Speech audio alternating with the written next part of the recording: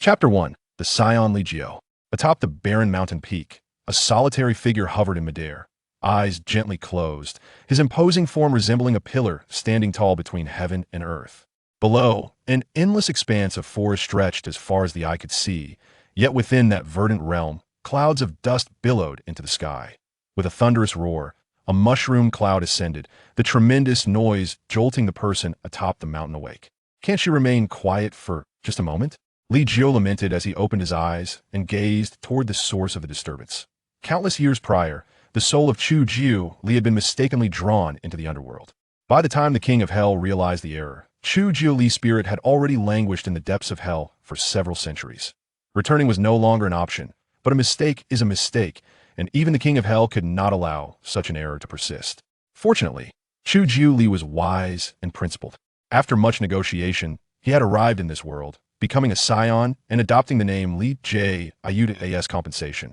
The king of hell bestowed upon Li Jiu a profound breathing technique, while also preserving his memories from his previous life. Now, Li Jiu had been in the Dragon Ball world for 18 years. Hey Li Jiu, you're daydreaming again. Look, I've just hunted a saber-toothed tiger. Aren't I impressive? A girl stood suspended before Li Jiu, a saber-toothed tiger, measuring 7 to 8 meters in length, slung across her back. Li Jiu's thoughts were disrupted, and he redirected his attention to the young woman. She was tall and slender, clad in a form-fitting black combat suit that accentuated her graceful curves. Her skin was as fair as snow, and her short hair was neat and tidy, unlike the wild manes of male Saiyans. Natalia, I must leave, he stated, a desire he had harbored for a decade now, to journey to a planet known as Earth. The sudden farewell rendered Natalia speechless. She stared at Li Jiu, instinctively trailing behind him. He had mentioned his intention to depart long ago, but he had not spoken of it recently. Why was he suddenly leaving today? Where were you going? Natalia asked, her voice tinged with helplessness and an unusual sense of panic. To a planet called Earth, Li Jiu replied candidly, withholding nothing from her. Silence enveloped Natalia as she carried the immense white tiger, following closely behind Li Jiu until he arrived at a sheer cliff, where he moved a large boulder to reveal a hidden spacecraft. That it was then that she realized he truly intended to leave. This was Li Jiu's spacecraft. His parents had miraculously escaped the calamity that befell planet Vegeta, only to meet their demise later on. They had sent Li Jiu to planet Zeno, where Natalia's parents had taken him in. Yet, Natalia's parents had also been slain shortly thereafter. The young Li Jiu and Natalia had survived only because they had not been officially registered. Is there no way for you to stay? Natalia's voice softened, a rare gentleness betraying her reluctance to let him go. What will I do if you leave? She discarded the tiger's corpse, stepping forward, her dark, luminous eyes glistening with unshed tears. I will depart, but I shall return, Li Jiu replied without looking back as he removed the spacecraft from its resting place and opened the hatch to take a seat inside. Having undergone memory infusion within the spacecraft, he was fully aware of how to operate it. And oh, you are lying, I will not allow you to leave, Natasha declared as she raised her hand, intent on destroying the spacecraft upon seeing Li Jiu attempt to close the cabin door. Li Jiu's expression darkened. He could not afford to let this vessel be damaged. In an instant, he positioned himself before Natasha, exclaiming, "What are you doing? I will destroy it." Natasha's eyes, clouded with tears, defiantly met Li Jiu's gaze. Li Jiu wished to reprimand her, but the sight of her on the verge of tears rendered him speechless. This is our only means of escape. If you destroy it, we will be trapped on this planet, he argued. Are you planning to abandon me and leave alone? Natasha cried, tears cascading down her cheeks as she glared at him. I will return for you, Li Jiu replied, stepping closer to her and gently wiping away her tears, his voice laced with helplessness. Natasha, her eyes glistening, stared intently at Li Jiu. After a prolonged silence, she turned away from him, declaring, I will wait for you for 3 years. Watching Natasha walk away, her silhouette growing more distant, Li Jiu's face betrayed a hint of turmoil. He felt an overwhelming urge to stay, to not leave her behind. However, having arrived in this world, he could not resign himself to being confined to a single planet, especially one that had yet to evolve even the most rudimentary forms of civilization and merely harbored life. 3 years, take care of yourself. He ultimately decided to depart. Yet a short-term goal took root in his heart. Even a small cat or dog, after a decade of companionship, is hard to forsake. Li Jiu mused as he boarded the spacecraft, watching Natasha's figure shrink into the distance, her face hidden in sorrow. Once I reach Earth, I will come for you without delay. the spacecraft transformed into a streak of light, traversing the cosmos toward Earth. Inside the vessel, however, Li Jiu did not succumb to slumber. He practiced the Huang Breathing Technique, invigorating his spirit and essence that he was determined not to squander this year. The journey from Zeno planet to Earth would span a year. At this point, the plot of Dragon Ball Z should be unfolding. I wonder how far along it is. Li Jiu pondered softly, gradually closing his eyes to continue his meditation. It seems I have reached my limit, yet I still cannot transform into a Super Saiyan, he lamented, feeling somewhat helpless. His combat prowess appeared to have peaked, yet he was unable to achieve the transformation despite attempting to concentrate energy at his back. I wonder what my current battle power is, he mused. In the desolate expanse of space, Li Jiu centered his mind. Finally, a year passed. As a cerulean planet emerged in his view, a look of relief washed over Li Jiu's face. At last, he had arrived. That presence. It feels rather weak, he noted as the spacecraft entered the atmosphere, narrowly missing a black spaceship. Earth has launched a spaceship instead of spacecraft. That appearance. Is it Goku departing for Namek? The spacecraft crashed with a resounding thud, leaving a substantial crater. Without hesitation, Li Jiu, utilizing his cultivated sense of energy, detected a considerably powerful presence nearby. Is that the turtle sage? Li Jiu, equipped with a flying device, arrived on a remote island, where the turtle sage awaited him outside his abode. The aura, so restrained? The turtle sage regarded the slowly descending Li Jiu with gravity, his gaze shifting to the tail coiled around Li Jiu's waist. A Scion. Where has Goku gone? Is the god still present? Li Jiu refrained from idle chatter, harboring suspicions that Goku had ventured to planet Namek, and if so, he would seize the opportunity to join the fray. Goku has departed from Earth, the turtle sage replied, yet he refrained from disclosing Goku's whereabouts or the status of the God this juncture. It seems about right. Planet Namek, then? Without a moment's hesitation, Li Jiu boarded his vessel, setting his sights on planet Namek. 6 days should suffice. I doubt I will lag behind Goku. The flying device soared through the void, prompting the turtle sage to remove his black top hat, wringing it out to reveal a pool of sweat. Goku, take care. Chapter 2. Li Jiu's Wish. Should Goku be with the Ginyu Force upon arrival? At that time, Li Jiu felt a twinge of headache. Realizing he had seemingly forgotten the plot, the specific timeline eluded him, leaving only a vague recollection. After all, it had been hundreds of years since those memories were etched in his mind. 2 spaceships departed Earth, one trailing the other, both en route to planet Namek. Meanwhile, on planet Namek, a fierce battle for the Dragon Balls was unfolding. Vegeta, severely injured, was brought aboard a spaceship by Zarbin for treatment. Seizing the opportunity, he pilfered 4 Dragon Balls from Frieza, and after considerable effort, managed to gather 6th. However, the Ginyu Force had already arrived, compelling Vegeta to ally with Krillin and Gohan. Yet they were ultimately a step too late. At that moment, Goku's spaceship had also approached the vicinity of planet Namek, preparing to land. The Ginyu Force had secured 7 Dragon Balls, leaving the elite squad of 4 to confront Vegeta and Krillin. Vegeta launched a surprise attack, decapitating Guldo, thus creating a 3-3 standoff. We're almost there. Li Jiu slowly opened his eyes, gazing out at the monotonous expanse of stars and the increasingly looming planet Namek. 3 wishes in the original tale. They were to resurrect Piccolo and transport him to planet Namek. The wish for Earth was to revive all those slain by Frieza and his cohorts. As for the final wish of the Dragon Balls on planet Namek, it was to relocate everyone. Li Jiu gently tapped his temple with his fingertips, his desire for coming here being to bring Natasha closer to him. Reviving Piccolo is feasible, but there's no need for him to come to planet Namek that would squander the opportunity to smile grace Li Jiu's lips, and as for whether his presence would alter the narrative, what did it matter? The vegetation and populace of planet Namek were alarmingly sparse as Li Jiu's vessel touched down. An eerie silence pervaded the area, devoid of any presence for miles. Have they all been slain? Li Jiu murmured, casting a glance at his flying device before gradually closing his eyes. A certain aura is rapidly waning, and I must first locate the Elder. Li Jiu gazed in a specific direction where 2 faint presences lingered, one seemingly in its twilight. Frieza should be nearby. Should we seize the opportunity to eliminate him? Li Jiu ascended slowly, deliberately masking his aura, and soared swiftly towards the Elder's location. Above the vast oceanic expanse, a surge of energy erupted skyward as Li Jiu flew at great speed, arriving momentarily before a beetle-like structure. Elder, Li Jiu alighted gently, confronting the Namekian, who was more than twice his size. beads of cold sweat trickling from his brow.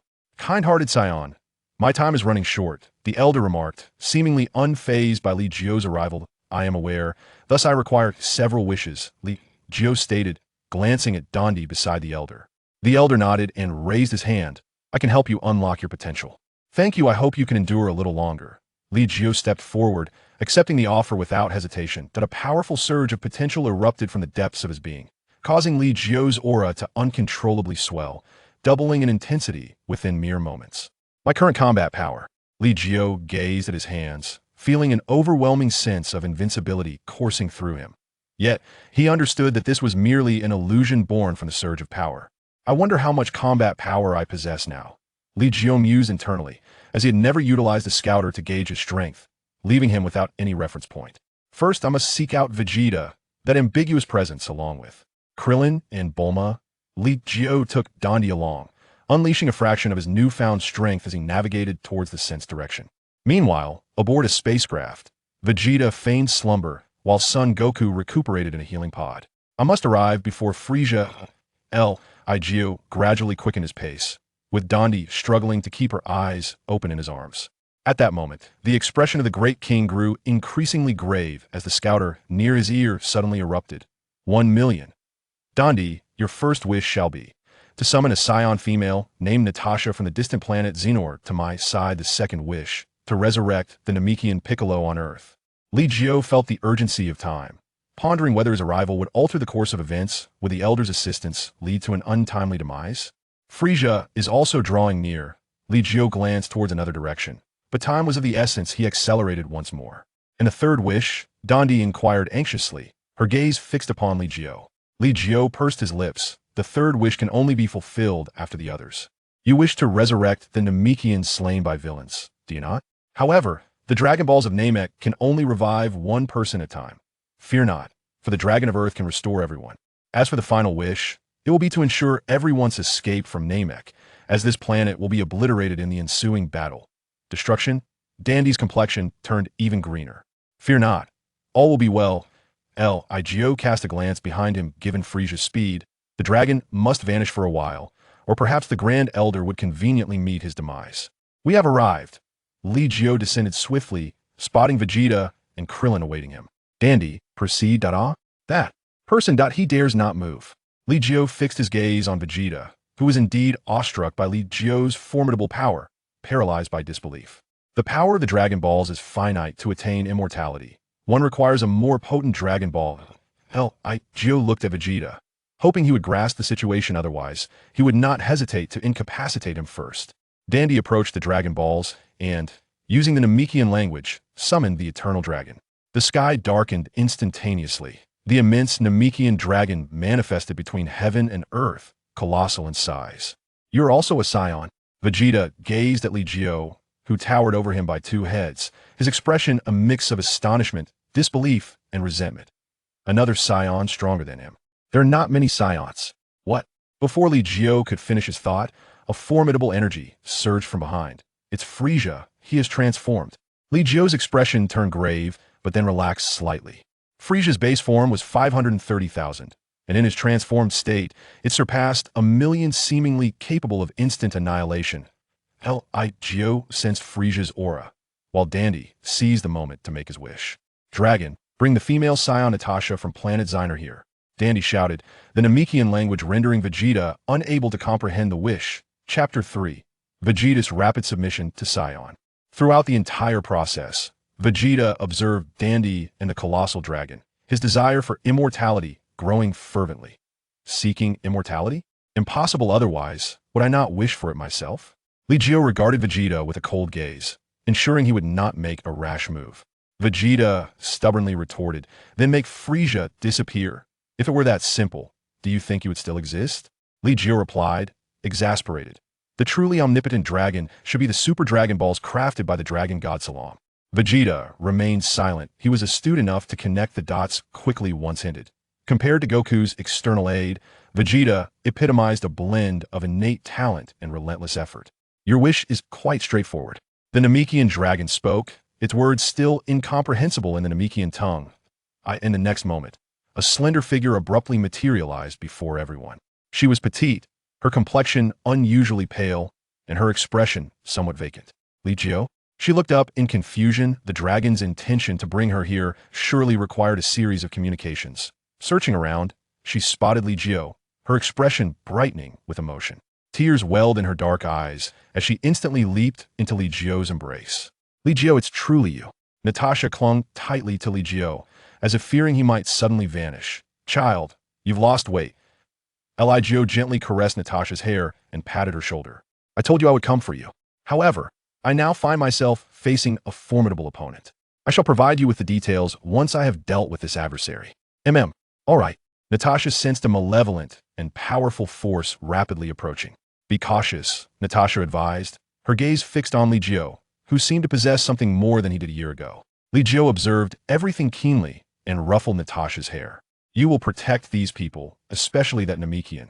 Understood, Natasha nodded, then walked over to Dandy, casting a puzzled glance at the enormous dragon, realizing that it was this grotesque creature that had brought her here. Upon witnessing the manifestation of his first wish, Dandy promptly made a second request. Please resurrect the Namekian Piccolo from Earth. Damn it. Stop right there. In the distance, a shockwave surged forth as Frieza, towering nearly 2 meters in his second form, roared in fury and raised a finger, poised to strike Dandy down. However, how could Li Jiu allow such a fate to unfold? Dandy was not merely a vessel for wishes. He was also a mobile sense of being. Bayu. Li Jiu raised his finger, yet instead of emitting an energy beam, a transparent sword aura shot forth. The collision between the blood-red light and the sword aura erupted in an instant, creating a dazzling explosion in midair. However, amidst the swirling smoke, the transparent sword aura remained relentless, swiftly slicing through Frieza's cheek and leaving a crimson trail. How could this be possible? Frieza's expression turned to one of horror. But alas, his scouter was damaged, rendering him unable to gauge Li Jiu's combat power at that moment. Frieza. Vegeta gazed at Frieza, recalling the recent revelation of the destruction of planet Vegeta. He claimed indifference, but the pride of a prince prevented him from displaying any semblance of weakness. Allow me to eliminate him. Unable to contain his rage, Vegeta resolved that since the Dragon Balls could not grant him immortality, he would avenge all fallen Saiyans by slaying Frieza. Oh ho ho ho, Vegeta, are you seeking death? Frieza sneered coldly as he observed Vegeta charging toward him, leaping away several times to create distance. Frieza, I never expected you could transform as well. However, you are still nothing extraordinary. Vegeta's energy erupted, causing Frieza's demeanor to shift, becoming notably more serious, though still laced with disdain. It seems the Saiyans truly are a menace. Frieza cast a glance at Vegeta, then turned his gaze to Li Jiu and Natasha, his expression growing increasingly grave. 3 Saiyans. Can they truly alter their combat power? Frieza then looked at Dandy, who had witnessed the dragon fulfill its second wish. Mr. Li Jiu, the third wish. Dandy turned to Li Jiu, urging that the third wish must be granted swiftly, lest the dragon vanish. Li Jiu furrowed his brow. The Dragon Balls on Earth were scattered. Searching for them would require a considerable amount of time. King Kai? Li Jiu gazed skyward, hoping to establish contact with King Kai in the realm of Earth. Scion, are you aware of my identity? If you wish to prevent Frieza from annihilating everyone, then assist me in reaching out to the Guardian of Earth. Let the Guardian gather the Dragon Balls swiftly, so that we may be prepared to make a wish at any moment. Li Jiu spoke in a low voice, while simultaneously observing the fierce battle between Vegeta and Frieza. At this moment, it was evident that Vegeta was no match for Frieza. Yet he managed to keep pace with the latter's movements. The King Kai fell into a deep silence, and after a prolonged moment, he finally responded, Scion, I have faith in you.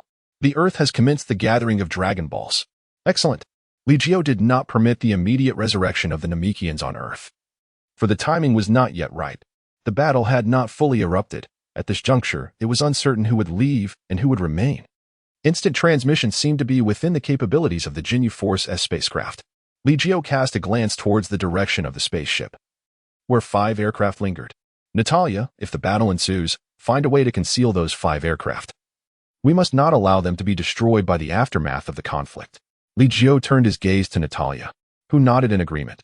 Shall I take action and eliminate him? She glanced at Frieza. To her, Frieza's combat power of 1,200,000 was hardly intimidating. Let him reach his ultimate form. I intend to harness his power to achieve the transformation into a Super Saiyan. Li Jiu fixed his gaze upon Frieza.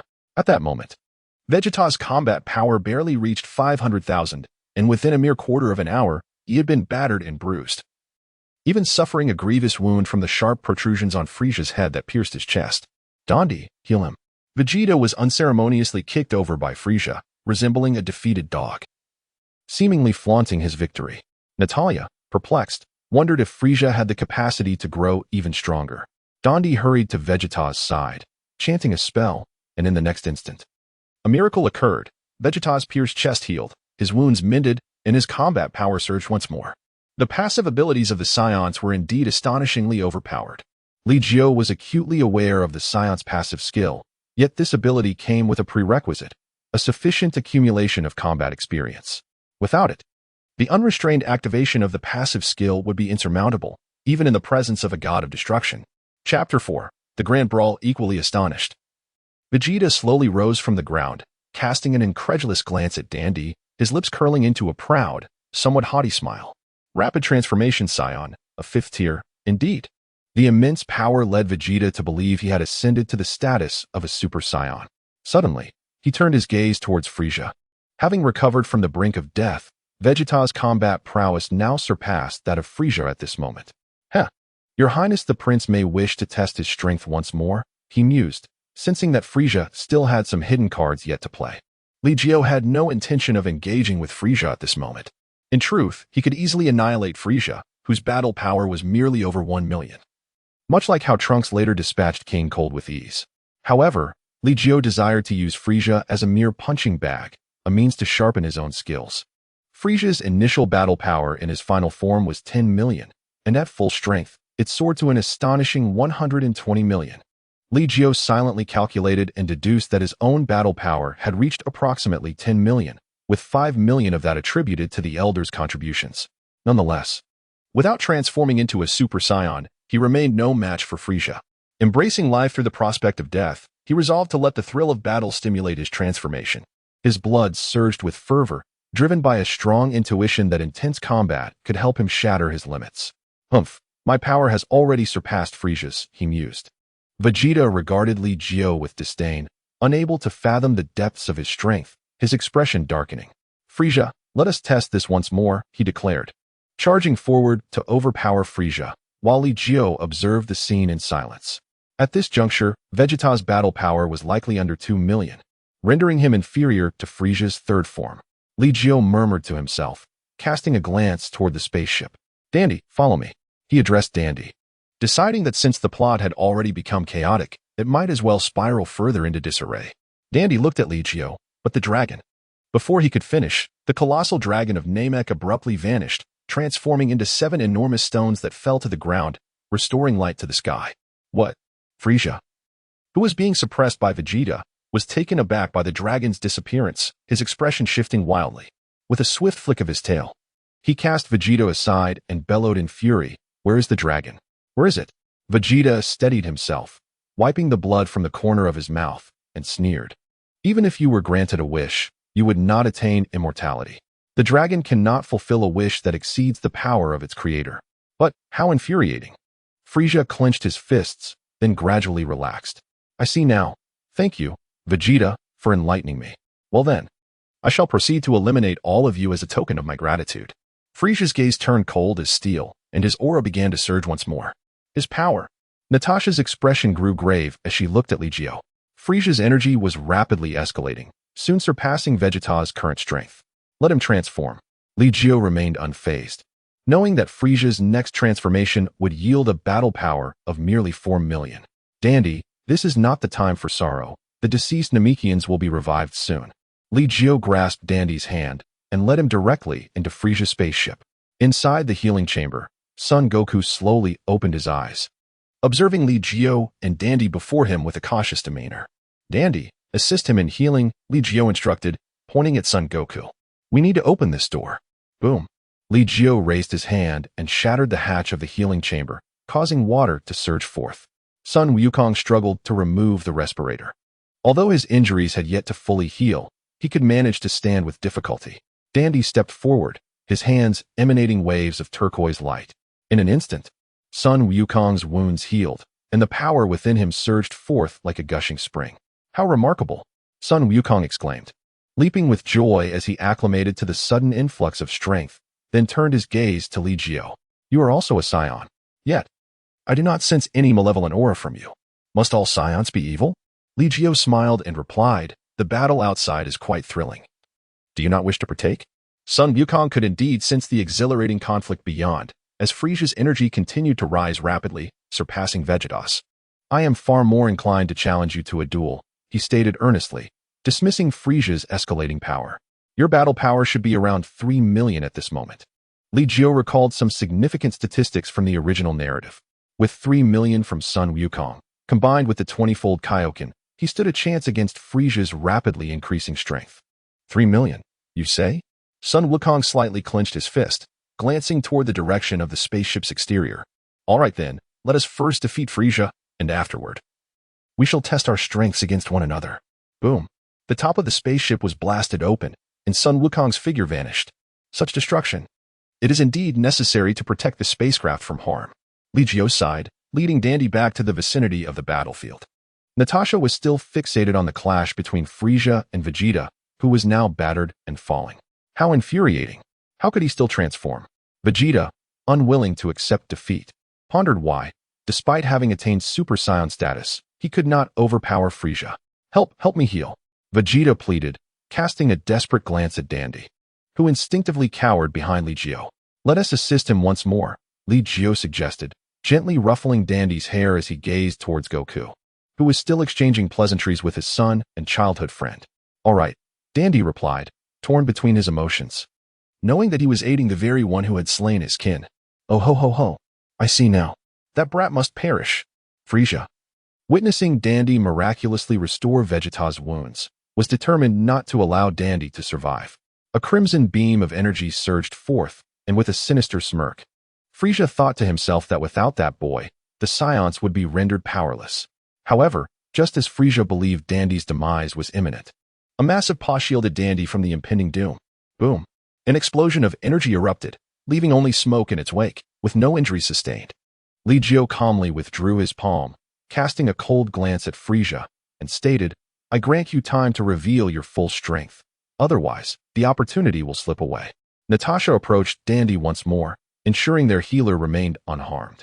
Frieza, silent, surveyed the surroundings, dismissing several weaker opponents with combat power under 1 million.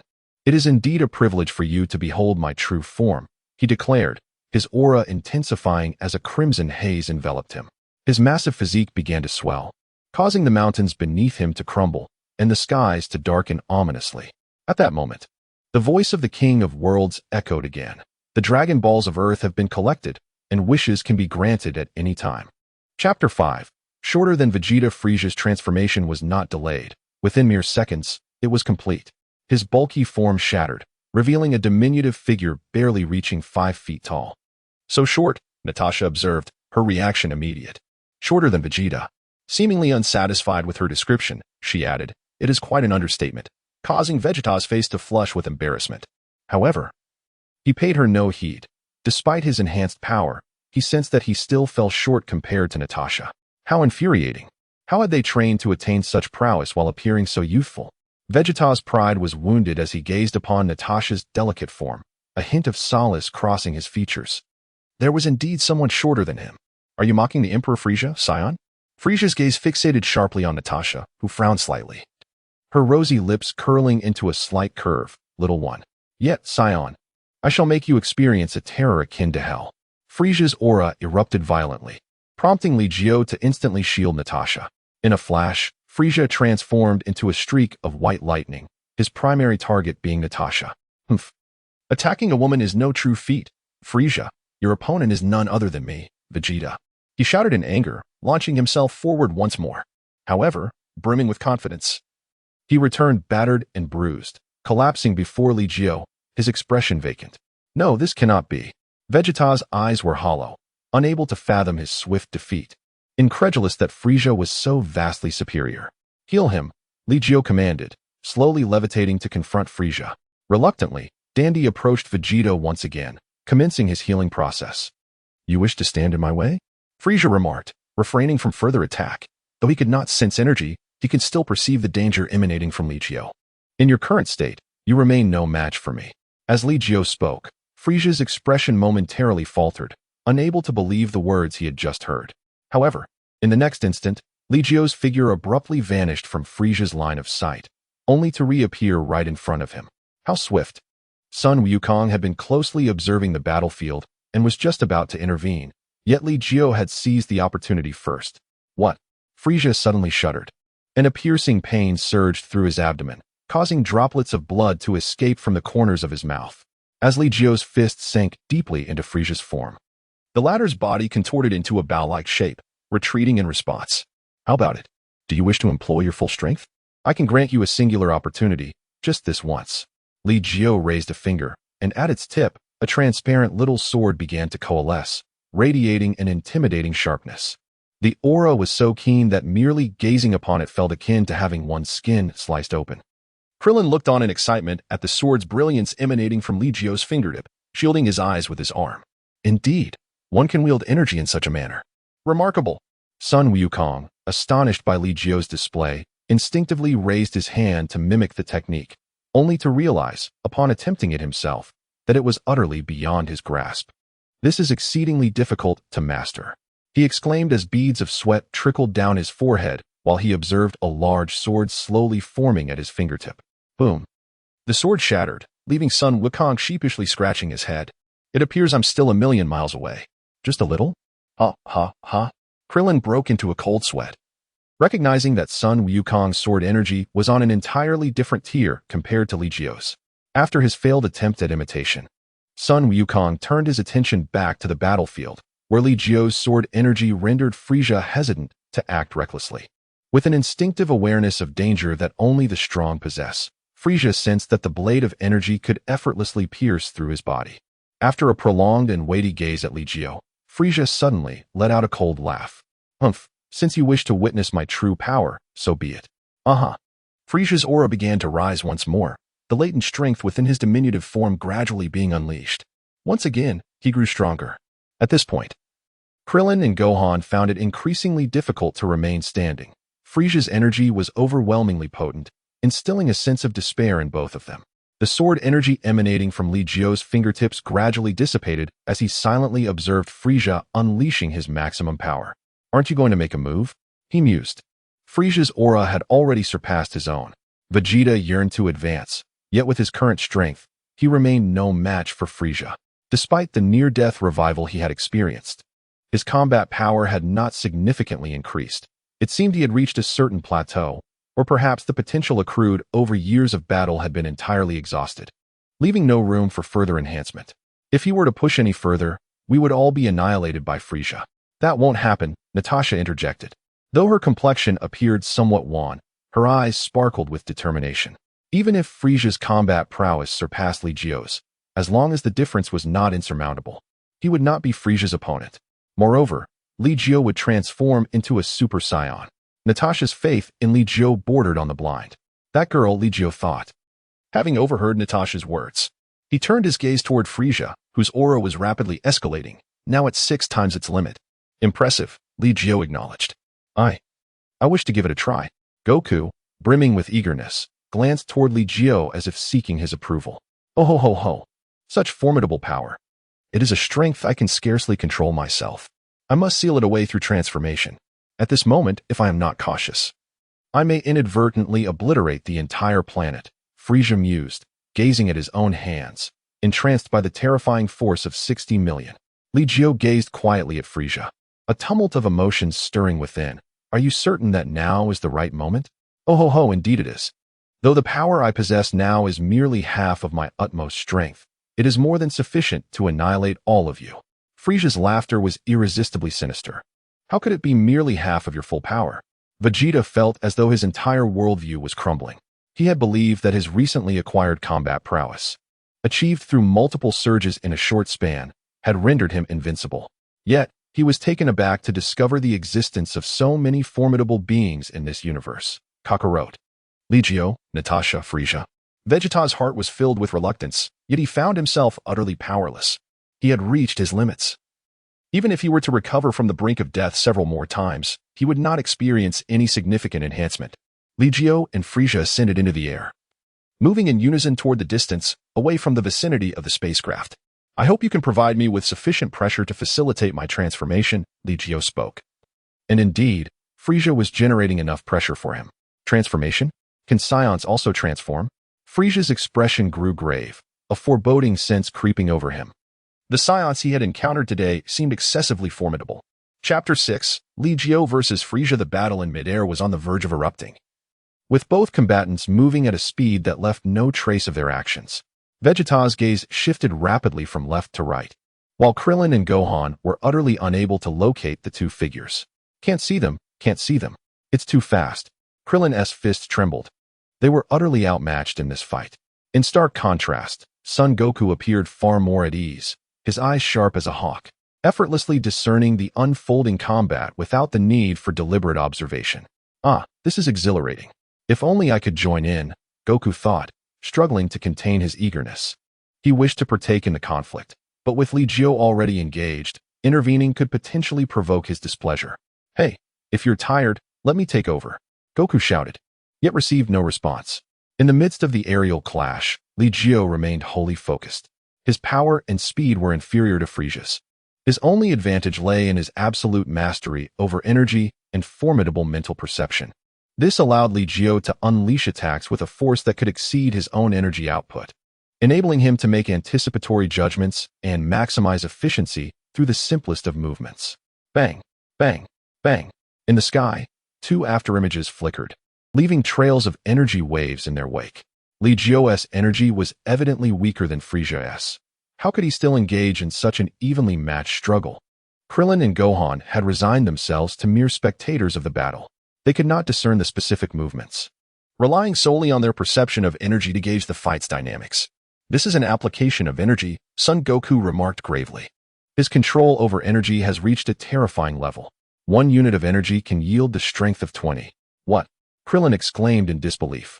1 unit of energy is just 1 unit. How can it produce the power of 20? Haha.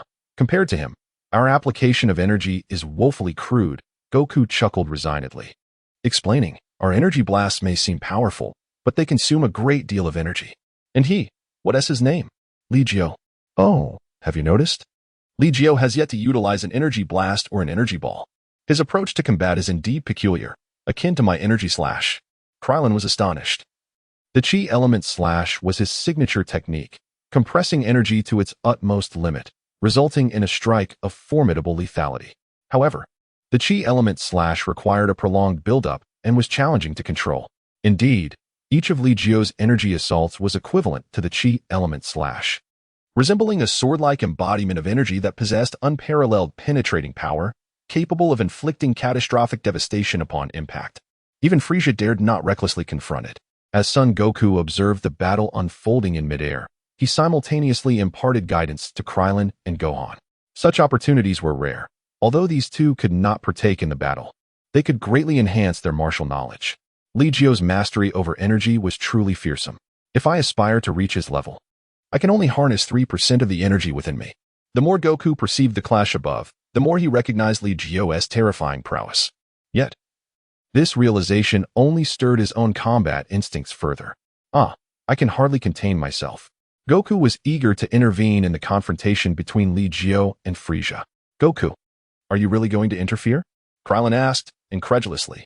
Goku's strength was indeed formidable at this moment, but it paled in comparison to that of Li Jiu and Frieza. Humph. Li Jiu, my apologies. Goku clenched his fists at his waist, energy waves converging around him. Hey, don't disrupt Li Jiu's endeavors. Otherwise, I shall not hold back. Natasha stood protectively close to Dandy, with Dandy present. Should Li Jiu sustain any unforeseen injuries, it would not pose an issue. Thus, the healer's role was critical. Goku's spirited heart suddenly cooled. While he wanted to engage in the battle against Frieza, if Natasha were to obstruct him, forcing his way through would not be prudent. Defeating Natasha? Goku regarded her with an unsettling sense, feeling that she was even more perilous than Frieza. This feeling surged uncontrollably, as if it were a suppression of bloodline. Vegeta remained unusually silent, his gaze fixed upon the intense confrontation above. Frieza was growing increasingly irate. His powerful energy cannon caused the ground to collapse, shaking the entire Namekian planet. Boom. Frieza struck decisively, his tail unexpectedly striking Li Jiu, and seizing the opportunity, he activated the prince's battle style, launching a barrage of energy blasts like meteors towards Li Jiu. 100,000, 80,000 swords. Li Jiu steadied himself, gazing at the incoming energy orbs. He raised a hand, palm directed at the blasts, and spoke with authority. A myriad of sword chi emerged, delicate as cicada wings, resembling transparent arrows shooting downward. Whoosh! Boom! One energy orb after another was pierced, yet the rain of swords continued unabated, relentlessly pursuing Frieza. What? Damn it! Frieza moved with incredible speed. Even Li Jiu's sword chi could not catch up in the moment. Li Jiu's fingertips trembled slightly, as streams of sword energy pursued him relentlessly, as if equipped with a tracking device. Damn it! Frieza, unable to contain his fury, countered with a devastating planetary annihilation blast, instantly obliterating all the sword energy. Humph! Merely this. After a gentle sigh, Frieza wiped away a trace of blood from the corner of his mouth. After such a prolonged battle, both Li Jiu and Frieza bore their respective wounds. Although Li Jiu's aura is significantly weaker than Frieza's, his mastery over energy surpasses Frieza's by a considerable margin. Li Jiu gently moved her body, the joints emitting a series of crackling sounds. I had overestimated you, yet it suffices to some extent. Li Jiu gradually closed her eyes. After an intense battle, the power within her seemed to have found an outlet. Now then, Sun Wukong, would you care to give it a try? However, be prepared, lest you be defeated in an instant. Li Jiu slowly retreated, while Sun Wukong was eager to join the fray. To his surprise, Li Jiu took the initiative to make way for him. Aha! Thank you, Li Jiu. I shall proceed with caution. Without hesitation, Sun Wukong activated the tenfold Kaioken, the crimson aura crackling violently around him, as his combat power surged from 3 million to an astounding 30 million. This surely constitutes cheating, does it not? It is truly remarkable that Vegeta could keep pace with Sun Wukong even without mastering the Kaioken technique. Li Jiu slowly withdrew from the battlefield, sitting cross-legged in midair, guiding the energy within his body as he began to challenge the constraints of the Super Saiyan form. Now that he had discovered his direction, if he could not transform, it would indeed be a sign of his inadequacy. Li Jiu slowly closed his eyes, while Sun Wukong stood defiantly in front of Frieza. Oh, hello, Frieza. Sun Wukong waved his hand, only to be met with a vicious strike of Frieza's tail. Wow, such a lack of martial ethics. Sun Wukong was struck heavily, sent flying, with blood instantly spilling from the corner of his mouth. A mere insect dares to challenge me? Frieza's expression twisted with malice. Battling Li Jiu left him feeling as though he were striking a fist against cotton, exceedingly frustrating. As for Sun Wukong, he was tossed around like a mere ball, utterly unable to muster any resistance. Dad! Son Gohan gritted his teeth, his fury boiling within him, and unleashed a magical flash toward Frieza. Chapter 7. 3 Super Saiyans. You little brat. Frieza casually swatted away Son Gohan's magical flash, his teeth grinding in irritation. What a bothersome fly you are. Frieza raised a hand, a glimmer of red light flashing at his fingertips, instantly piercing through Son Gohan's chest. Gohan! Sun Wukong roared, instantly activating the 20-fold King Kai fist, propelling Frieza away with a powerful punch. Gohan! Sun Wukong rushed to Son Gohan's side, but Frieza's blow had already pierced Gohan's heart, sending him flying several dozen meters. At that moment, Son Gohan had already succumbed to lifelessness. Gohan! Sun Wukong shouted, cradling Gohan in his arms, his aura spiraling out of control in a violent surge. Gohan! Krillin arrived at Son Gohan's side, trembling hands at his sides. Wukong, Gohan, he. Sun Wukong uttered not a word. Only his uncontrolled, raging aura rampaged, making Krillin hesitant to approach. Wukong! Krillin wished to offer comfort, to inform Sun Wukong that Piccolo had been revived, that Gohan could still be brought back with the Dragon Balls. But the overwhelming intensity of Sun Wukong's aura rendered him momentarily speechless. Crack! Lightning flashed, a bolt of thunder descending from the heavens. Frieza stood in shock, staring blankly at the scene. Natasha, too, gazed at Sun Wukong in disbelief, her face a canvas of incredulity. What is? How could this be? Natasha was entranced, the transformation of Sun Wukong's aura reminding her of herself 6 months prior. Frieza rubbed his face, nearly battered by Sun Wukong's punch, his cold gaze suddenly zeroing in on Dandy, unleashing a scarlet beam. Huh, kill that little insect, and let's see how you restore him. Frieza's strike undoubtedly unleashed his true power, arriving in an instant. Natasha reacted immediately, positioning herself in front of Dandy, her dark hair soaring skyward, tinged with gold. Simultaneously, Li Jiu, seated at a distance, abruptly opened his eyes. The once ebony orbs transformed into a vivid emerald, as golden lightning entwined his form. Two beams of light erupted from his gaze, swiftly intercepting Frieza's assault. The golden energy surged with a whispering sound, and Li Jiu turned his attention towards Sun Wukong. Sensing that his transformation would prove more challenging, as the energy within him became difficult to control, producing arcs of electricity with the powerful air currents. Frieza. Sun Wukong gradually rose, his body trembling from the overwhelming power, muscles bulging like solid rock. Li Jiu slowly rose, gliding gracefully to Natasha's side, observing her current appearance. With golden hair and azure eyes, her once lustrous black locks now stood on end. When did you achieve this? Li Jiu inquired. Half a year ago. I missed you and was angry, Natasha replied, reverting from her Super Saiyan state, gazing at Li Jiu. Your control remains impressive. It took me extensive training to gradually master the power of Super Saiyan. Yet you, having just completed your transformation, seem almost to wield it entirely. I advised you to diligently practice the Huang Breath Technique. If you neglect your training, who can you blame? Li Jiu remained in his Super Saiyan form, still acclimatizing to its power. Sun Wukong had also completed his transformation, his golden hair crackling with energy, exuding a fierce and uncontrollable force. His accumulation of power appeared insufficient, failing to reach a stable limit. Natasha observed Sun Wukong's state. A Scion's transformation, if sufficiently accumulated, could be effortless. Her battle power had surged to 5 million, and in a state of emotional turmoil, she had inadvertently achieved her transformation. In contrast, Sun Wukong's 3 million battle power merely met the prerequisites for transformation. Truly remarkable. Li Jiu mused, glancing at Sun Gohan. He had anticipated that his presence would delay Sun Wukong's transformation. However, he was surprised to find it completed on planet Namek. Regrettably, this time, the sacrifice was Gohan. It was understandable. Any father witnessing his son perish before his eyes would inevitably be consumed by rage. Yet, the crux of the matter lay in Sun Wukong's ignorance of Piccolo's revival. Otherwise, while he might have felt anger, it would not have reached its zenith. Unforgivable! Sun Wukong stepped forward, unleashing an overwhelming aura that surged forth, striking Frieza's abdomen with tremendous force. Oh, Frieza was hit hard. His eyes nearly bulging from their sockets as his diminutive form was sent flying 1,000 meters, crashing into mountains. Kakarot. Vegeta trembled, his fists clenched tightly. Glancing between Sun Wukong and Li Jiu, then casting a final look at Natasha. 3. There are 3 of them. This is Super Saiyan.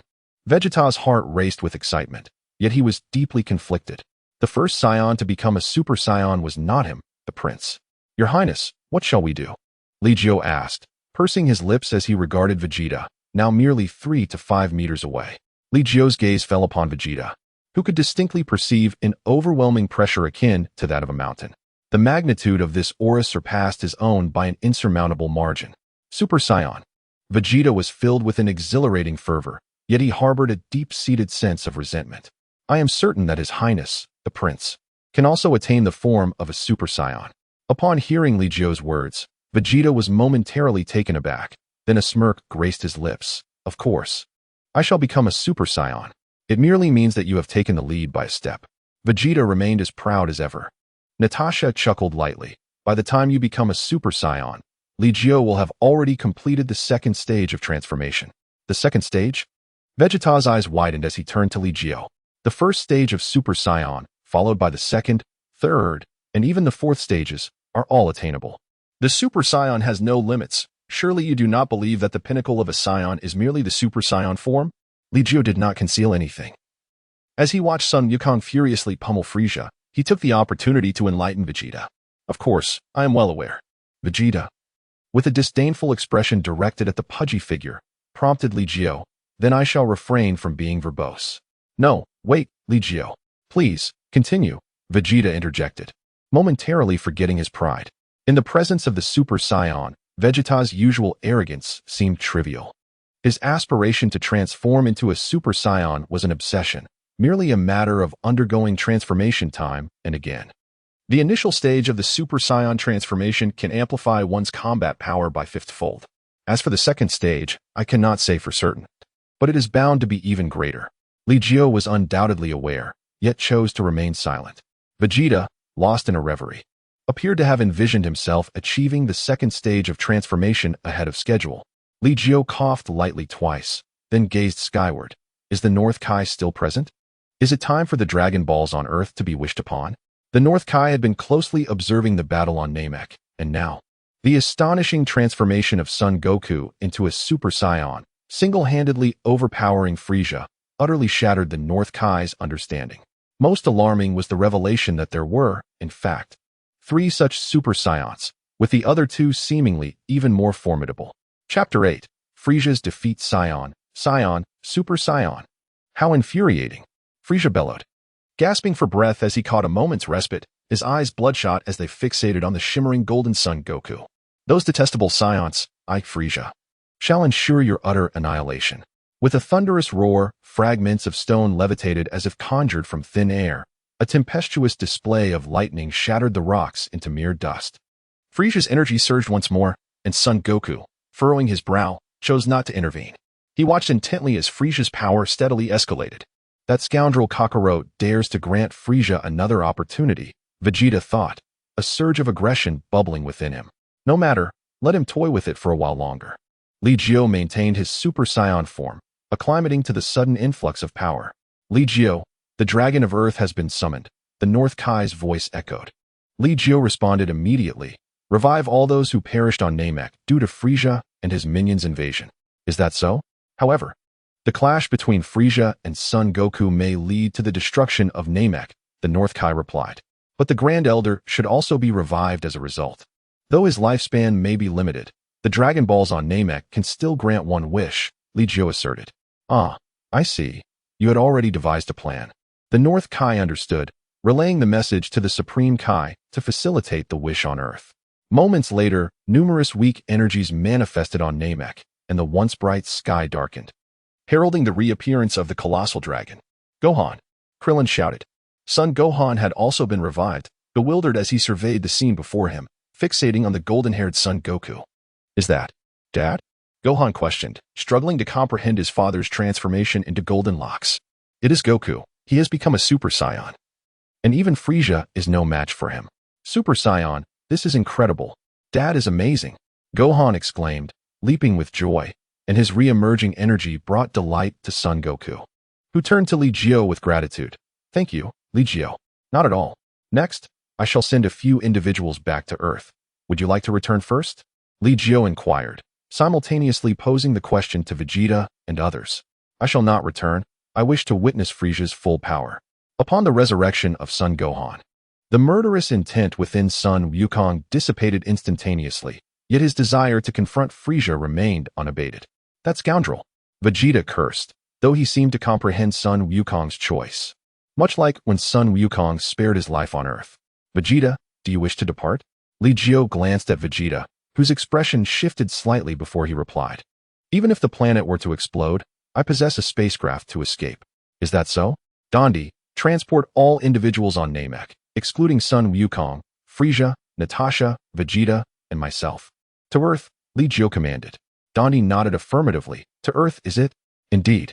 Dondi uttered a series of incomprehensible phrases, and the colossal dragon's eyes gleamed red. In an instant, Dondi, Krillin, Son Gohan, and even Bulma, who was hidden in some corner, vanished from the surface of Namek. Are you not fearful that I may obliterate this planet in an instant? Frieza's form had grown significantly more robust over the centuries, his aura extraordinarily formidable, nearly rivaling that of Son Wukong. Still somewhat lacking, Natasha remarked, to which Li Jiu nodded, exercise caution.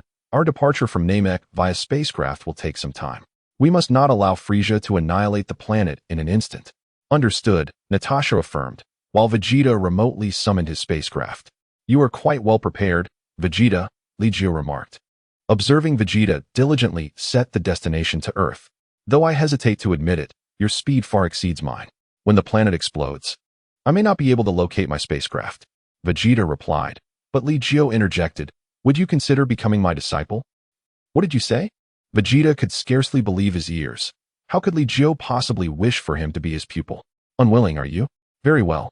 Strive diligently in your own cultivation. Li Jiu acknowledged that Vegeta would not accept such a proposition, contemplating whether to bring him along, all the while recalling the convenience of instant transmission. While its utility in combat may be limited, it undeniably proved advantageous, allowing one to traverse even the distant realms of the god of destruction with but a thought. Humph! Vegeta scoffed, while Li Jiu's gaze remained contemplative, choosing not to speak further. At this moment, Sun Wukong was devoid of any concerns. Embroiled in a fierce and tumultuous battle with Frieza, the entirety of Namek trembled, tectonic plates shifting, fissures opening into bottomless abysses. Should they continue their fierce combat, the entire planet would inevitably explode, without any deliberate destruction required. Natasha remarked. At this moment, Sun Wukong possessed an astounding combat power of 150 million. With each movement, the very mountains trembled, and the earth itself caved in beneath him. Vegeta's gaze darted from side to side. He could barely discern the silhouettes of Sun Wukong and Frieza, unable to perceive their actions clearly. They seemed to collide with reckless abandon, leaving ripples in the air as they maneuvered, now veering left, now right. Whenever they descended to the ground, the white figure plummeted like a cannonball, sinking vast expanses of land beneath the surface. Vegeta strained to gain clarity on their battle, though he was reluctant to admit it. He had no choice but to acknowledge that both Sun Wukong and Frieza were far more powerful than he, even by merely observing their clash. He stood to gain invaluable insights. He had previously watched the confrontation between Frieza and Li Jiu, witnessing the impressive control Li Jiu wielded over his energy, which sparked a bold idea within him. The earth continued to tremble ominously, while Li Jiu and others slowly levitated, gazing down at the chasms that marred the surface. As if the entire Namekian planet were on the verge of disintegration, Li Jiu swiftly appeared near Frieza's spaceship, safeguarding the vessels that Zeno and his comrades relied upon for survival. These crafts were their lifelines. Without them, Li Jiu would never permit so many to remain. Naturally, he would not grant Frieza the opportunity to engage in battle. The surface grew increasingly desolate, with streams of lava erupting skyward, a portent of the imminent explosion of planet Namek. Li Jiu waved his hand, summoning an energy shield that enveloped the spacecraft in a protective embrace. Oh ho ho, this planet is on the brink of explosion. Are you not preparing to escape? Frieza wiped the blood from the corner of his mouth. He had been defeated, vanquished by Son Goku. Chapter 9. The Awakening of Den's Potential.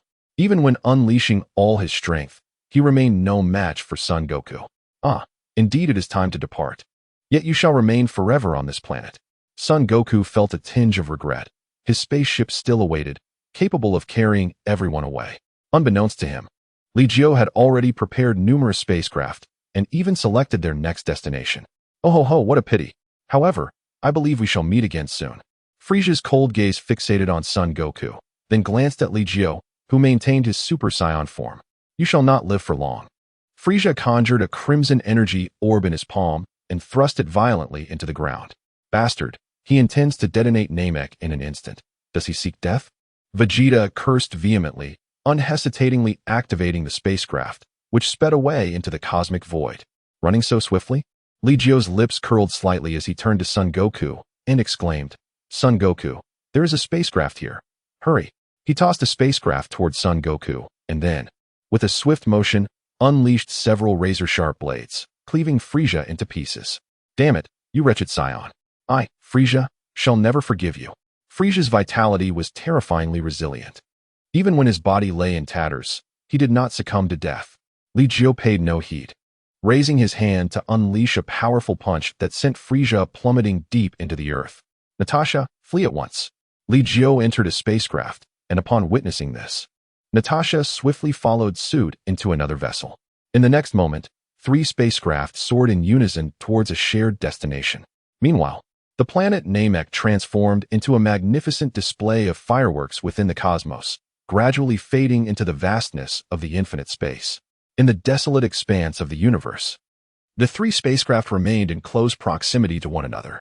Li Jiu gradually retracted his aura, exiting the state of Super Saiyan. Hey, Li Jiu, suddenly, Goku's voice resonated. And Li Jiu, slightly taken aback, responded, Goku, what is it? Telepathic communication and mental confrontations are applications of spiritual energy, and Li Jiu is particularly adept in this realm. easily mastering it. Hee. Thank you, Li Jiu, Goku chuckled, lying in the spacecraft, his body adorned with numerous wounds, yet he seemed oblivious to them. Thank me for what? Li Jiu asked in confusion, then added, well, if you truly wish to express gratitude, just don't refuse to assist me when I need help in the future. All right. Goku agreed without a second thought, then inquired, was my previous state the Super Saiyan that Vegeta mentioned? I feel as though your state is vastly superior to mine. It is indeed a Super Saiyan transformation, but the instability of your state arises from the extreme anger that triggered your transformation. I, on the other hand, possess a far more refined control over my aura, achieving breakthroughs naturally, unaffected by emotions. I see. It appears I still have much to improve upon. However, I truly wish to engage in a battle with you. Goku, true to his nature, expressed a desire for combat upon encountering a formidable opponent. There will be opportunities. Li Jiu replied with a gentle smile, reminiscing. Once upon a time, this combat fanatic was his idol. Now, however, that childhood hero stood before him, having evolved into an even greater warrior. Humph, though I'm uncertain if I can match you. The mere thought of facing you thrills me, Goku remarked. And Li Jiu smiled softly. The journey from Namek to Yardrat was not far. With the speed of the spacecraft, it would not take long. Natasha remained silent, seated in the spacecraft, not succumbing to slumber, but instead gazing at the stellar river outside. It seemed that the journey from Xenor to Earth would take nearly a year. Natasha had inquired about the travel time from Li Jiu previously, so she remembered it clearly. Since Li Jiu's departure, it had only been a little over a year. Contemplating this, Natasha felt a warmth in her heart. He found me right away. Natasha glanced at the nearby spacecraft, 3 vessels flying in unison, relatively motionless. Li Jiu. Li Jiu had just concluded his conversation with Sun Wukong when he received a call from Natasha. He chuckled and inquired, my dear, what is it? Are you feeling unwell? No. Natasha replied simply, her words hanging in the air as if she were merely confirming his presence. How have you fared this year? The moment Li Jiu uttered the question, he felt a pang of regret. How radiant Natasha once was. Her slender figure was both graceful and full, her eyes sparkling with boundless energy every day. Yet now, she appeared listless, as though she had not slept for 3 days. I'm all right. Just thinking of you, Natasha said, a smile illuminating her face, though it belied the fact that this past year had indeed been quite dreadful. She found herself wondering if, should Li Jiu seek her out 3 years hence, she would be reduced to naught but a pile of bones. Silly girl, Li Jiu thought quietly. On this journey through the cosmos, how he longed for her presence. On Earth, in West City, within Bulma's estate, over 100 Namekians had gathered, resurrected by the Dragon of Earth and subsequently transported from their home planet by the Namekian dragon. Bulma, having survived the ordeal, rejoiced with songs and dances, warmly inviting Elder Guru and others to her home. However, before Elder Guru could speak, Dandy's voice rang out. Naru. Naru lay on the brink of death, his life hanging by a thread. His fate had been altered by Li Jiu, allowing him to persist until the very end. Wait, Naru. I shall tend to your wounds. Dandy, the embodiment of the magical beings, chanted a spell, and Naru's injuries began to mend as Dandy supported him upright. Everyone has returned to life. This is wonderful, Naru exclaimed, filled with exhilaration, for they were all siblings by virtue of their lineage. Corinto, Elder Guru said, casting a reassuring glance towards Dandy before turning his attention to a rather stout Namekian. Elder Guru, Corinto stepped forward, aware of the words Elder Guru was about to impart. He was the second elder, who had met his demise at the hands of Vegeta in the original tale, yet now he was resurrected. My time is fleeting. Henceforth, you shall be the Elder Guru, ensuring the dragon does not vanish. Elder Guru spoke weakly, his gaze drifting to the cosmic stars, sensing the impending chaos of the future. Yes, Elder Guru, Corinto accepted the mantle of leadership, just as Dend, returning from the afterlife, arrived in West City. My child, you have suffered, Elder Guru said, directing his gaze toward Dend and slowly raising his hand. Dend approached with a furrowed brow, and Elder Guru's enormous hand rested upon his head. Allow me to do something for you one last time. Dend's expression grew increasingly grave as he felt an overwhelming surge of power being drawn forth from within him, his combat prowess escalating dramatically. After your transformation, the bloodline of the demon race has enhanced your potential. Elder Guru nodded slightly, his great arm falling limply as he departed from this world. Elder Guru, as the Namekian, Dend slowly bowed his head. A sorrowful expression enveloped the other Namekians. Among them, Nail appeared the most grief-stricken, having accompanied the Grand Elder for the longest time. A week later, Earth welcomed an uninvited guest. Chapter 10, Arrival of Vegeta. He waited impatiently for a considerable duration, yet the arrival of Goku and his companions remained elusive. Have they perished? Ha ha ha. Indeed, I, Vegeta, am the mightiest Scion. Vegeta's boisterous laughter echoed until it was abruptly silenced by the sudden appearance of Din nearby.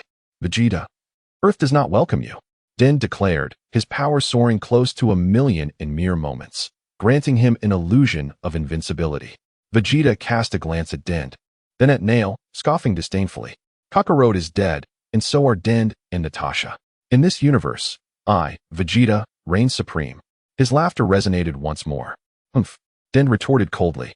Launching the first strike, the formidable energy erupting unexpectedly and catching Vegeta off guard. What?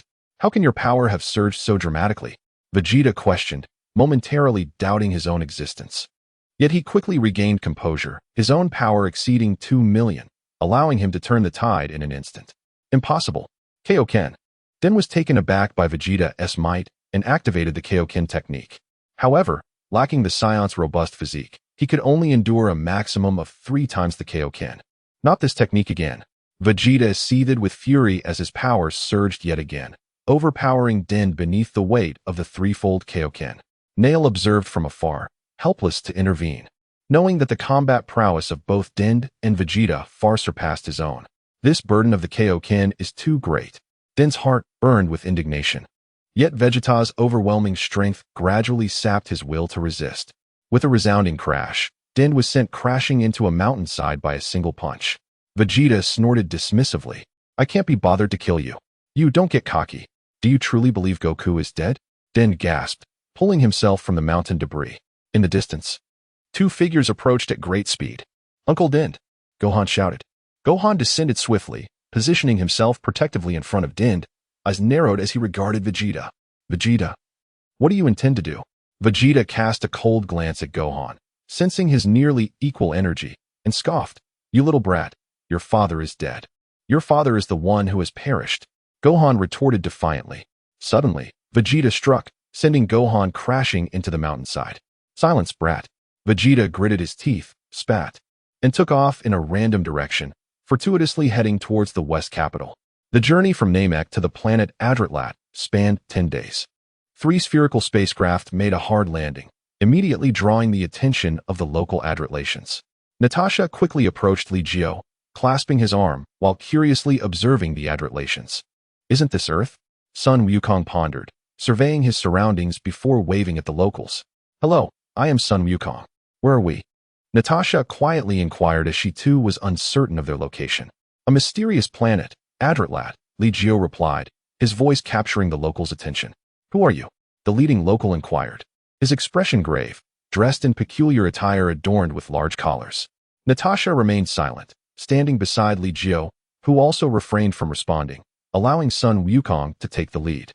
Sun Wukong did not disappoint, successfully gaining their acceptance, after which they concealed their spacecraft and were escorted to a grand estate. The Adratlations are a peace-loving race, renowned for their hospitality and aversion to conflict. Yet, they possess many wondrous abilities and exhibit formidable individual combat prowess, never initiating strife. The humid air greeted Natasha as she inhaled deeply. 10 days of recuperation within the spacecraft had revitalized her spirit. The architecture of the Adratlations was elevated upon stone pillars, with immense semicircular structures resembling colossal lollipops perched atop pillars soaring several meters high. An elusive force lingered ahead. Li Jiu sensed a subtle aura, though not powerful. It was profoundly obscure. As they beheld the understated elegance of the architecture, Li Jiu and his companions gradually slowed their pace. The guiding Adratlation halted and gestured invitingly. Please, enter. Someone awaits you. Awaiting us? Thank you. Sun Wukong replied with simple-minded sincerity, his curiosity piqued but not pursued further. Li Jiu, however, felt a twinge of surprise. Could it be that Adratlat also harbored figures akin to the Grand Elder of Namek? As Li Jiu and his companions arrived at the entrance of the building, a distant and aged voice unexpectedly resonated. Friends from afar, we have awaited your arrival for quite some time. Please, do come in. The voice, heavy with age, clearly indicated that it had anticipated their coming. Li Jiu gently pressed his lips together and lightly patted Natasha's hand that was wrapped around his arm. Let us proceed inside. All right. Natasha nodded obediently, and Li Jiu affectionately ruffled her hair. Compared to a year ago, she exhibited a considerable softness, yet based on Li Jiu's understanding of Natasha, this gentleness would likely be ephemeral. The nature of a person is difficult to change. Within the stone chamber, a middle-aged man clad in attire from the planet Adrat sat cross-legged on a mat, facing the three. Li Jiu experienced a peculiar illusion, one that led him to believe he was gazing upon a practitioner of the mystical arts. The middle-aged man's eyes shimmered with a deep azure light, profound and radiant, framed by a pair of elongated white brows. Were it not for his human-like appearance, Li Jiu would have genuinely mistaken him for an enlightened immortal, exuding an ethereal presence. Upon witnessing the arrival of Li Jiu and his companions, the man spoke languidly, stating, I had anticipated a Scion, not the two of you. It appears your cultivation is insufficient. Li Jiu narrowed his gaze slightly, responding with a touch of rudeness, his eyes narrowing further. Indeed, my cultivation is lacking, the man retorted, casting a penetrating glance at Li Jiu. However, I believe I am aware of your intentions. Therefore, I kindly ask for your forbearance. With the realization that this ardent Latians was not inclined to divulge more about his own affairs, Li Jiu softened his tone. Success or failure lies within your own hands. Follow me. The man rose and departed the stone chamber, soaring toward a certain direction. His speed was measured, and after a considerable flight of half an hour, he descended into a sunken valley. This valley was encircled by towering cliffs, upon which numerous secret techniques were intricately carved. Here, the ancient secrets of the ardent Latians were inscribed. You may choose to learn at your own discretion, but only one technique is permitted. Attempting to master multiple techniques may overwhelm your spirit. However, those with formidable mental fortitude may navigate this challenge adeptly. The man cast a significant glance at Li Jiu and Natasha. At this moment, Sun Wukong, the martial arts enthusiast, had already become enamored with the secrets etched upon the cliffs, having only grasped the first utterance. This simple-minded fellow was easily contented. Meanwhile, Li Jiu was consumed by ambition. Chapter 11. A year later upon the cliffside, clusters of fist-sized azure-white stones interwove, their patterns unique and striking, embodying a minimalist beauty that did not lack in aesthetic appeal. Li Jiu's gaze descended, and instantly, a surge of enigmatic information flooded into his mind. The transmission of spirit. No wonder only one secret technique could be learned. Li Jiu regained his composure and beheld the various exquisite reliefs adorning the stone wall, each radiating a gentle luminescence. A tempest of astonishment surged within him. The secret arts, concealed within the intricate patterns of the reliefs, were indeed a marvel of profound complexity. Li Jiu murmured, only to discover that Sun Wukong had already chosen a secret technique to study. As he glanced over, a surge of information flooded his mind. Teleportation, a remarkably intricate art, yet undeniably practical. Turning to Natasha, he remarked, our mental faculties should be capable of accommodating 2 or 3 techniques. Exercise discretion and do not overextend yourself. Yes, I understand. Natasha replied obediently, her gaze also drawn to the teleportation technique, a radiant smile gracing her face. I wish to learn this as well. Let us study it together. Li Jiu and Natasha sat cross-legged, a torrent of intricate mental information flooding their minds. Such an immense influx of psychic data is overwhelming, even for me. However, the art of instantaneous teleportation appears to be a rather complex secret technique. Perhaps I could explore other possibilities. Li Jiu, immersed in contemplation, sought to unravel the mysteries of instantaneous movement. Time slipped away unnoticed. Half a year later, Li Jiu slowly opened his eyes, which sparkled with the brilliance of countless stars. In an instant, his figure vanished from its original position, only to reappear a moment later. He had succeeded. Li Jiu let out a long sigh of relief. He had expended an immense amount of mental energy over the past 6 months, and it took him that long to master a technique as seemingly simple as teleportation. After a brief respite, he glanced at Natasha, who was still immersed in her training, and felt a twinge of admiration. Remarkably, she had managed to remain seated for a full half-year. During this time, the trio had engaged in little beyond hunting large creatures to satiate their hunger. The esoteric arts of the Adratlations were truly wondrous. Li Jiu perused one secret technique after another until his gaze settled upon a method known as Internal Breath Technique. This technique enables individuals with combat prowess exceeding 10,000 to survive in a vacuum, sustaining themselves as long as they possess breath, even substituting food with air. Li Jiu felt a surge of determination. He had previously researched similar methods, but had never succeeded. This is the one, he resolved. Focusing intently, a stream of information flooded into his mind. Was it truly that simple? Li Jiu was astonished. Meditating in a cross-legged position for half a month before soaring into the atmosphere, reaching beyond the layers of air in mere moments. At this moment, Li Jiu was enveloped in a fiery aura, with the energy within him circulating autonomously. When not engaged in combat, the consumption of energy through his internal breathing technique was nearly negligible, and the rate of recovery far surpassed that of consumption. Li Jiu grew increasingly satisfied with the inner breath technique. Upon landing once more before the stone wall, he continued his search. His mental fortitude was formidable. If teleportation consumed half of his capacity, then the inner breath technique merely occupied a tenth of it. He pondered how many secret techniques Natasha's mental prowess could accommodate. With a slight shake of his head, he turned to depart and hunted a dinosaur-like creature exceeding 10 meters in length, roasting it over a fierce blaze. This magnificent beast would sustain 3 individuals for merely a week. Li Jiu once again sought the arcane techniques. In the next moment, his eyes widened in astonishment as he resolutely embraced the inheritance of that secret art. Without a moment's consideration as to whether his spiritual strength could withstand such a profound skill. The bloodlock self-healing technique. Li Jiu felt a surge of excitement. This secret technique could enable one to retain their blood even when their heart was shattered, simultaneously constructing a circulatory system with qi and facilitating recovery. Such a life-saving art was not to be overlooked. Fortunately, the burden on one's mental energy from this blood-locking self-healing technique was not as daunting as anticipated. With 2/5 of his mental energy remaining, Li Jiu pondered while comprehending the technique. Natasha had comprehended teleportation by the 8th month. Upon awakening, Li Jiu inquired, "How much mental energy do you have left?" 4/5, she replied. 4/5? Li Jiu exclaimed in surprise, astonished that Natasha's mental capacity was so comparable to his own. "Don't underestimate me.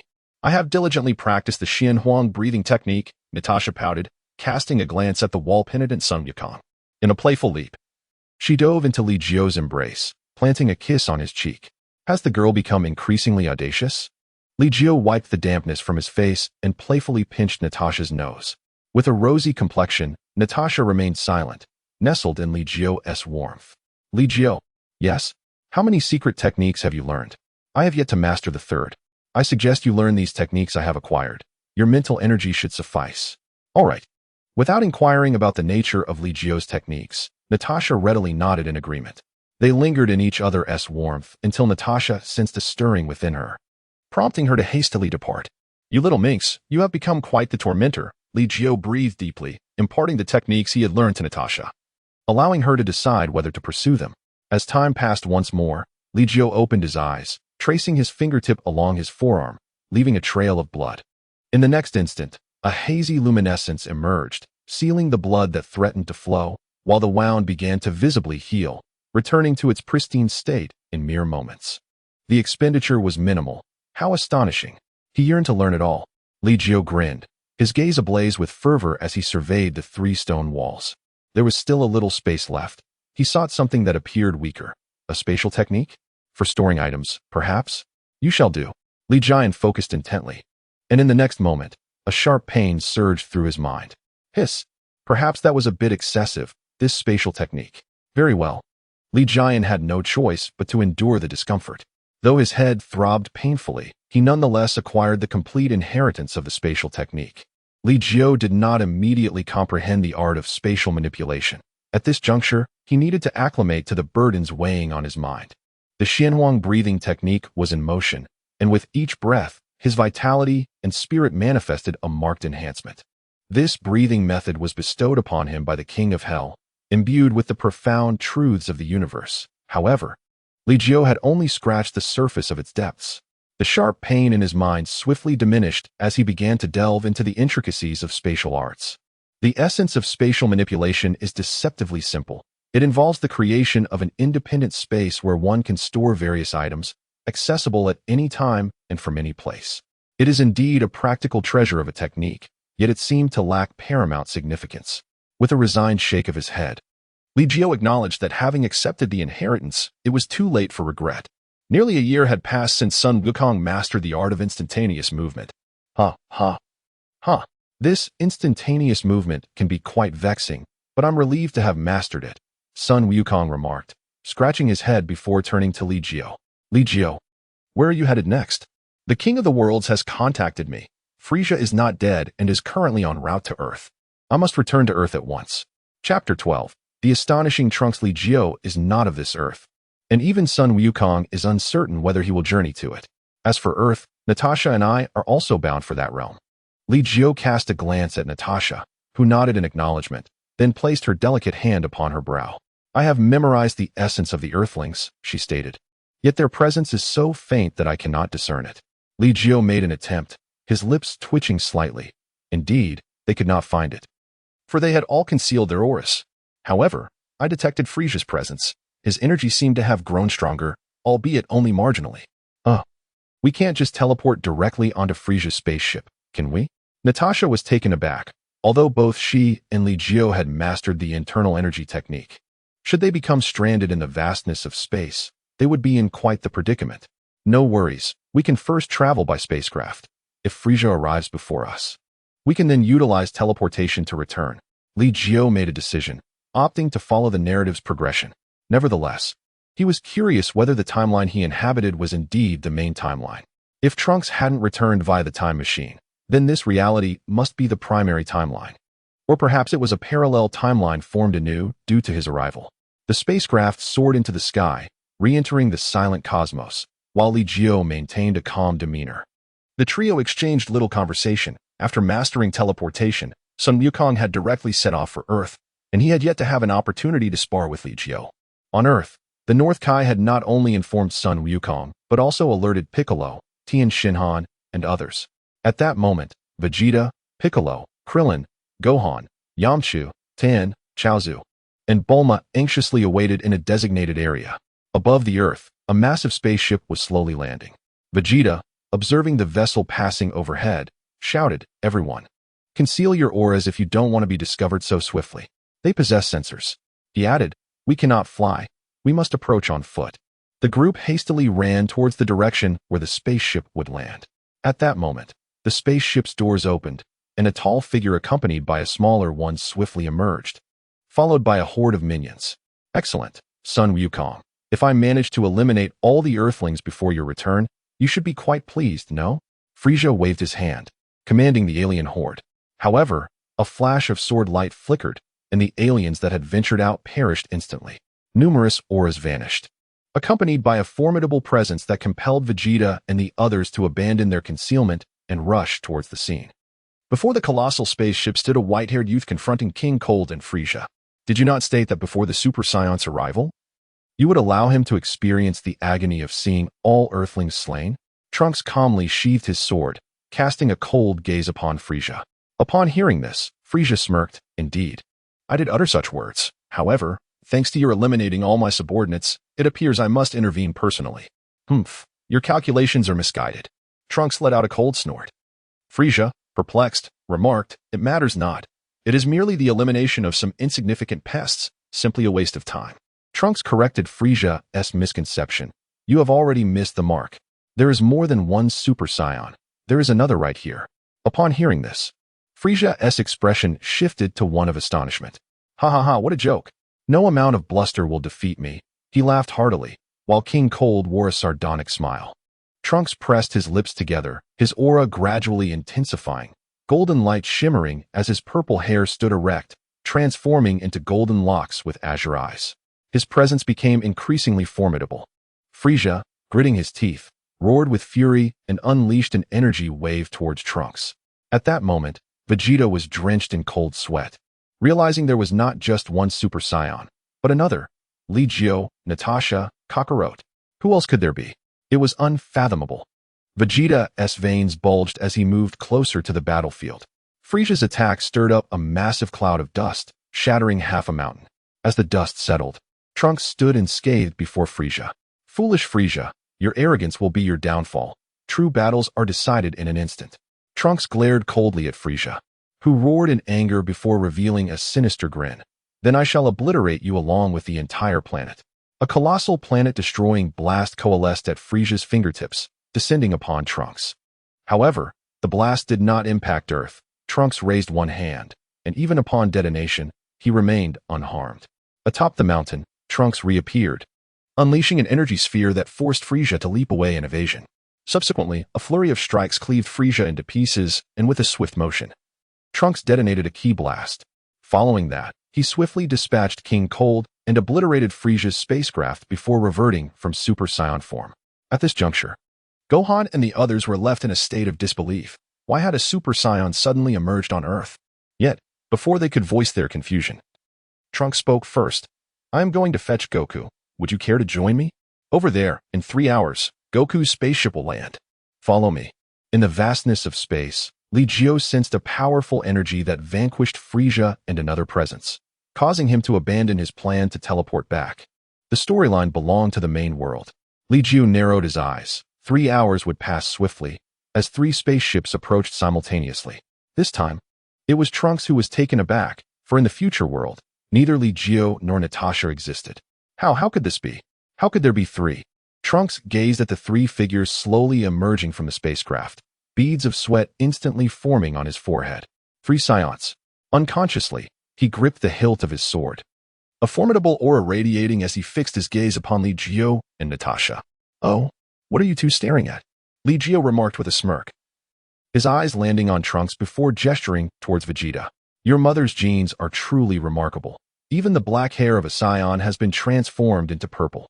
P.S. It's uncertain whether it's white or purple, so let us assume it is purple." "Why, you know me," Trunks stammered, discreetly glancing at Bulma. Chapter 13. Let them live just once. "Well, I suppose I do know you. You should refer to me as Uncle," Li Jiu replied with a playful smile. Natasha, her curiosity piqued, blinked in surprise. After all, neither she nor Li Jiu had siblings. How had they suddenly acquired a nephew? Uncle? Trunks found himself utterly bewildered, having never heard Bulma mention the existence of another uncle. If there were one, surely Bulma would have brought it up. "You were the one who killed Frieza, weren't you?" Goku, unable to comprehend the exchange between Li Jiu and Trunks, interjected with the question he most desired to know. "Indeed, you are Mr. Son Goku. I have come primarily to meet you," Trunks replied, though he remained intrigued by the identities of Li Jiu and Natasha.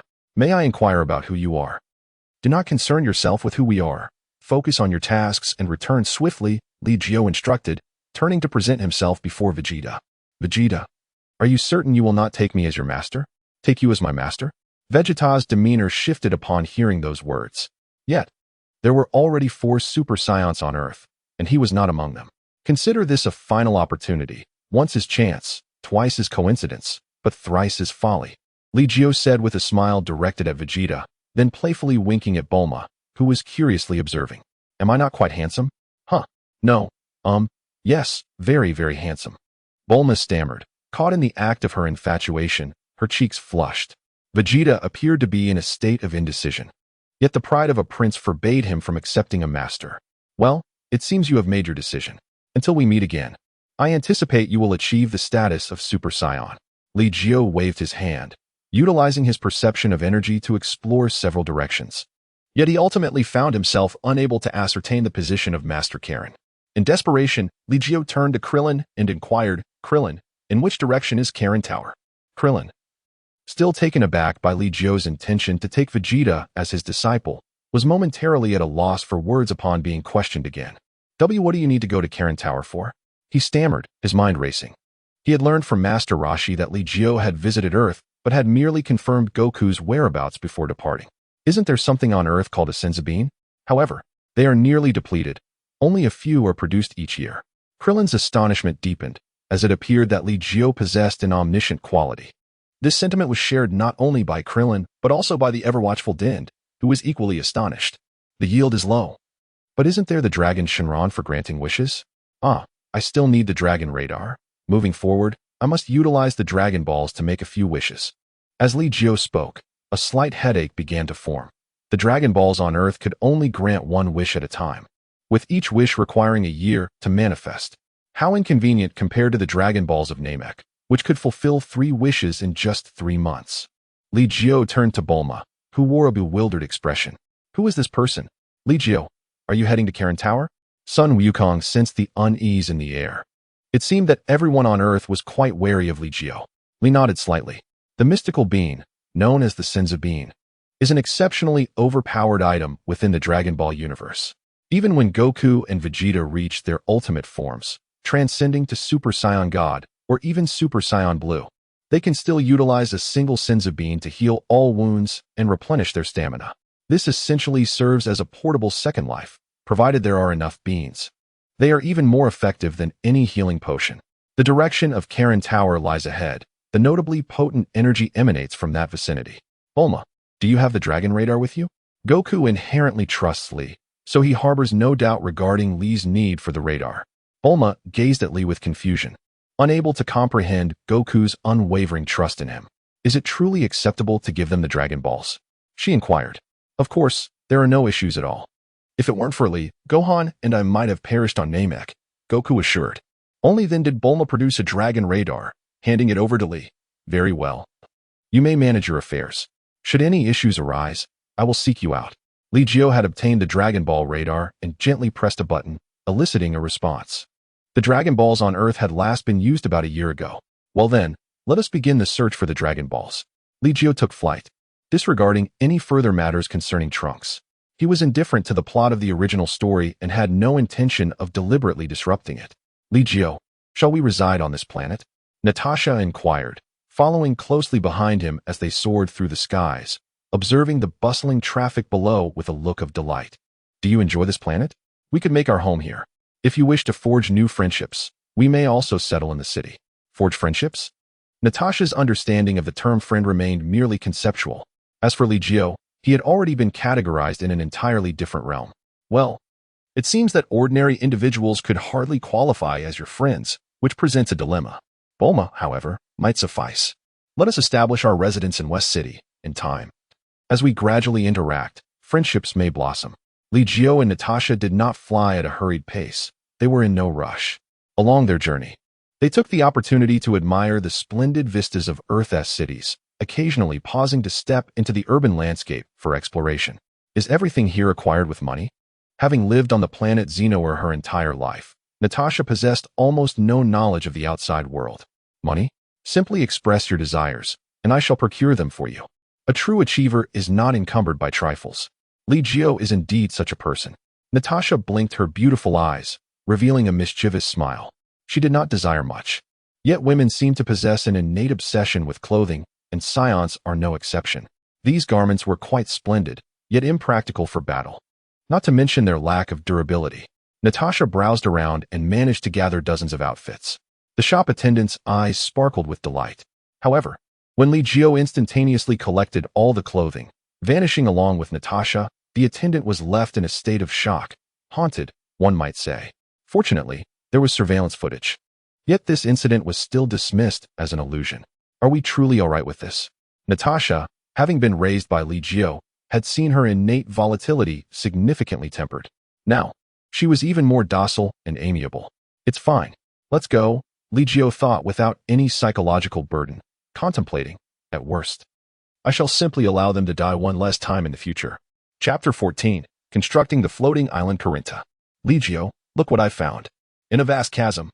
Natasha extracted a 3-star ball from a crevice, raising it above her head to flaunt to Li Jiu. I've gathered them all. Li Jiu smiled faintly, waving his hand to tear open a rift in space, securing the final Dragon Ball. The Earth was not vast, at least not for Li Jiu and Natasha. Collecting the 7 Dragon Balls took merely half a day. Li Jiu, what wish should we make? Natasha looked at Li Jiu, curious about the wish he would propose. However, Li Jiu chose to sit cross-legged on the ground. He did not summon the dragon right away. There were many things he wished to accomplish. Yet with the Earth Dragon's limitation of 1 wish per year, it would take him perhaps 2 years to fulfill all his desires. Well, first, let us find Vegeta. Find Vegeta? Natasha was taken aback, wondering why the sudden need to seek him out. Vegeta should be at Bulma's home in West City. Li Jiu placed his hand on Natasha's shoulder, and the two vanished from their location. In the next moment, within a gravity chamber with 500 times the Earth's gravity, Vegeta stared in astonishment at Li Jiu and Natasha, utterly bewildered. You too. Vegeta was shocked at how Li Jiu and Natasha had appeared. As his gravity chamber was sealed, 500 times the gravity, Li Jiu felt the discomfort weighing on him, while Natasha frowned. Hey, why is it so oppressive here? Natasha inquired, unaware that she was in an environment with 500 times Earth's gravity, hence the sensation of heaviness. This is 500 times the gravity. Once you adapt to it, you'll find that moving outside feels much lighter. Li Jiu slowly began to move, not transforming into a Super Saiyan. Vegeta gazed at Li Jiu in disbelief. Under 500 times the gravity, he struggled to move while Li Jiu strolled leisurely. Come, Vegeta. After taking a few steps, Li Jiu beckoned to Vegeta with a gesture. Upon noticing this, Vegeta's expression momentarily faltered. Without uttering a word, he unleashed his energy and charged directly at Li Jiu. Under the immense pressure of 500 times normal gravity, the movements of both Li Jiu and Vegeta were decelerated by several dozen times. Nevertheless, their actions still generated numerous afterimages. Li Jiu merely evaded, occasionally extending a hand to deflect Vegeta's energy blasts. Within the gravity training chamber, a deep rumble echoed. Outside, Bulma glanced at the gravity room from time to time, revealing a hint of concern. Ha ha ha. Inside the gravity chamber, Vegeta gasped for breath, while Li Jiu remained composed and unruffled. At this moment, Vegeta's battle power had likely reached its usual limit. Without transformation, surpassing this threshold proved exceedingly difficult. However, once he transformed, the limits of his base form would be shattered, ushering in a new phase of growth for his battle power. I, the Prince of Saiyans, shall surely surpass all of you. Vegeta gritted his teeth, his already exhausted body somehow summoning forth another surge of strength. The Scion race was down to just a few of us now. Li Jiu raised his hand and delivered a palm strike, sending Vegeta flying. He would not permit Vegeta to utilize that newly ignited power. Repeatedly squeezing out potential could indeed break limits. Yet if he expended even a fraction of that strength, Vegeta would enter a period of weakness. Recovery would be slow, rendering it a fruitless endeavor.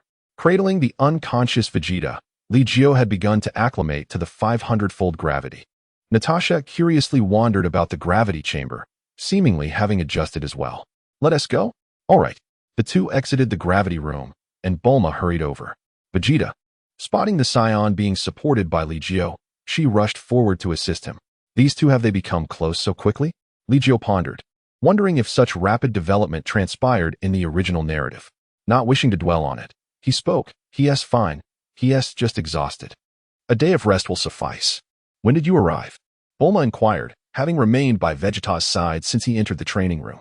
Each session left him battered and bruised. I need you to take Vegeta to rest first, Li Jiu replied. Bulma, upon hearing this, did not press further. After settling Vegeta, she led Li Jiu and Natasha to the living room. Honestly, with Goku and Vegeta, are all Saiyans like this? Battle maniacs? Bulma, fearless and bold enough to slap a god of destruction, had initially regarded Li Jiu with a degree of respect, but her patience was wearing thin. The Saiyans are indeed a warrior race. The blood that courses through their veins is battle-hungry. Fighting is an instinctive yearning, Li Jiu explained. Bulma waved her hand dismissively, retorting, Yet you two appear quite normal. Goku mentioned that without the two of you on Namek, we would have perished, she continued. Not necessarily, Li Jiu shook his head. But Bulma took this as mere modesty. By the way, did you seek me out for something? Just so you know, I will not partake in any battles. I would like you to assist me in designing a blueprint, one pertaining to architecture. Is that feasible? Li Jiu is still uncertain whether Bulma possesses any expertise in this field. Architecture? It might prove too challenging. Please elaborate. Bulma retrieved a blank sheet of paper and a pen, clearing the clutter from the desk. I require a floating island. What? A floating island? Are you jesting? Bulma, before even putting pen to paper, slammed the desk with a resounding thud. I simply need a design that comprehensively conveys my requirements. The rest, naturally, will be accomplished by the Eternal Dragon. Li Jiu smiled, and Bulma exhaled in relief. The Eternal Dragon can indeed assist. Have you managed to gather the Dragon Balls? Bulma expressed her astonishment, for the Dragon Balls were scattered across the world, and they had collected them so swiftly. They have been gathered. Li Jiu nodded and continued to articulate his demands. The area of the floating island need not be vast. The size of West City would suffice, with pleasing landscapes. It must be robust, capable of self-repair upon sustaining damage.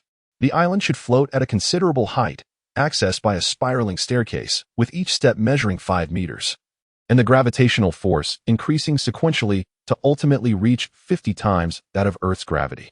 Furthermore, the gravity on the island itself should also be maintained at 50 times that of Earth. Bulma swiftly devised a plan, her pen gliding across the paper as she annotated specific notes that required emphasis. Although the island is suspended in the air, it should not obstruct sunlight reaching the land. Let it exist in a separate space akin to the divine realm. It is sufficient to connect the entrance to Earth. The divine realm? Bulma inquired, still unaware of what the divine realm entailed. Well, you need only make a note. The eternal dragon should comprehend it, Li Jiu remarked. Bulma nodded, and the outline of the floating island began to emerge on the page. Next came the architectural elements, landscape layout, and training grounds. Chapter 15, The Floating Island. Corinne Cat Bulma spent a full 2 hours sketching, then utilized a computer to print a flawless design. Truly, Bulma, the genius girl, had produced an impeccable blueprint.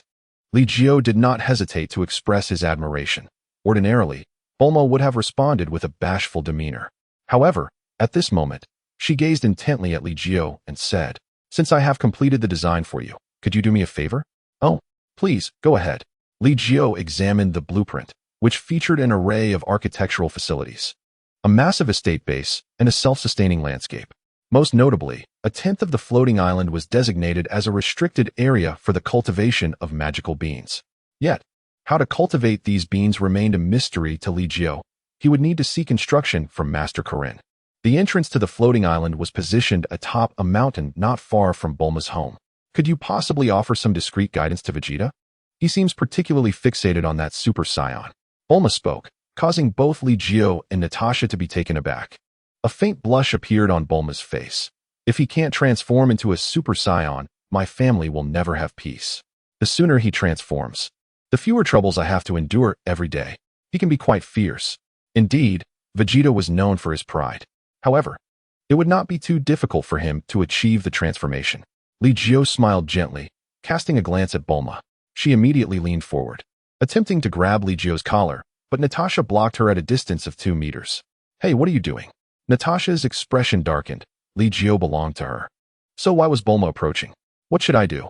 Ignoring Natasha's obstruction, Bulma turned to Li Jiu, anxiously inquiring. "Make him fall in love with you." "What?" Both Bulma and Natasha were taken aback simultaneously.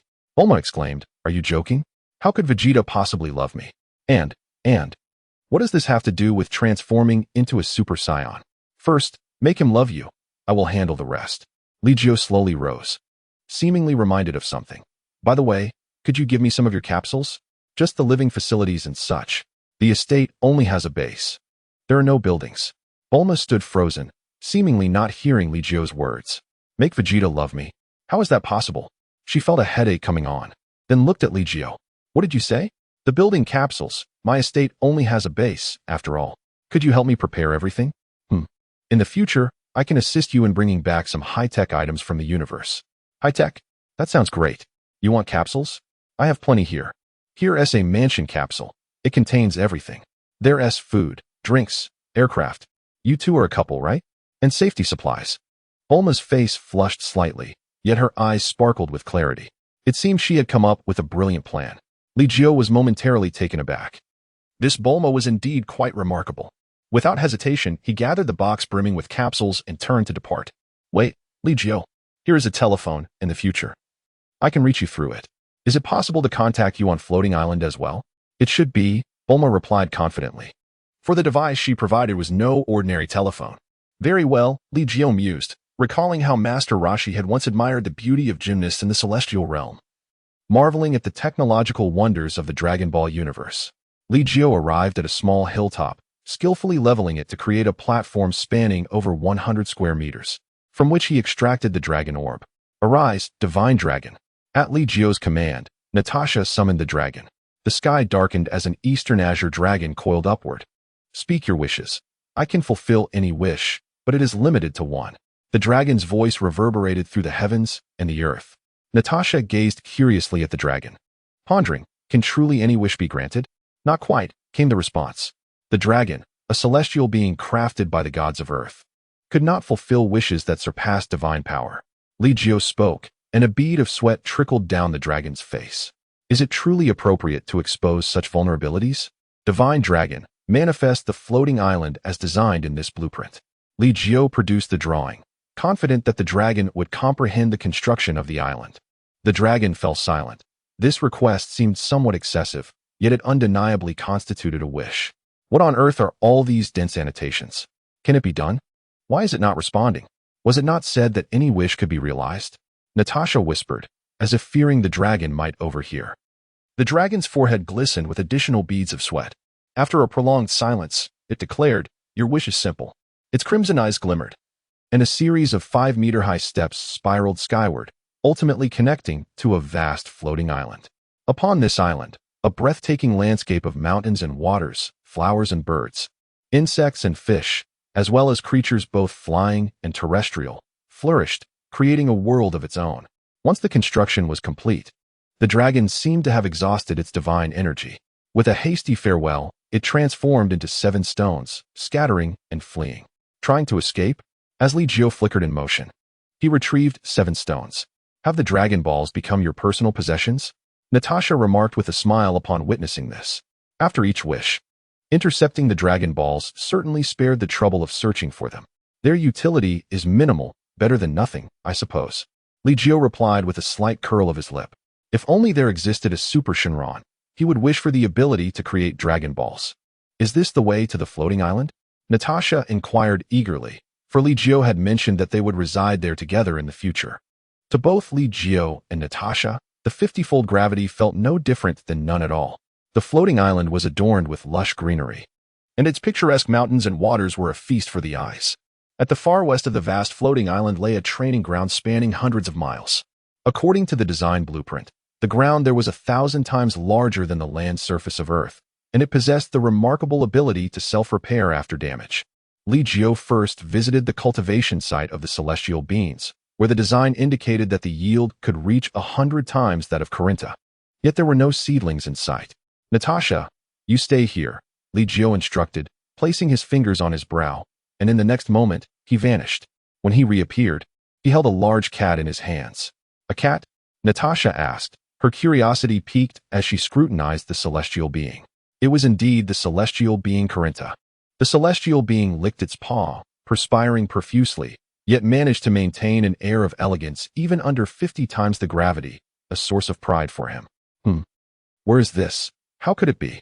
The celestial being Corinta gazed at the celestial bean plantation. Although the area was not vast, the conditions were exceptionally suitable for the growth of celestial beans.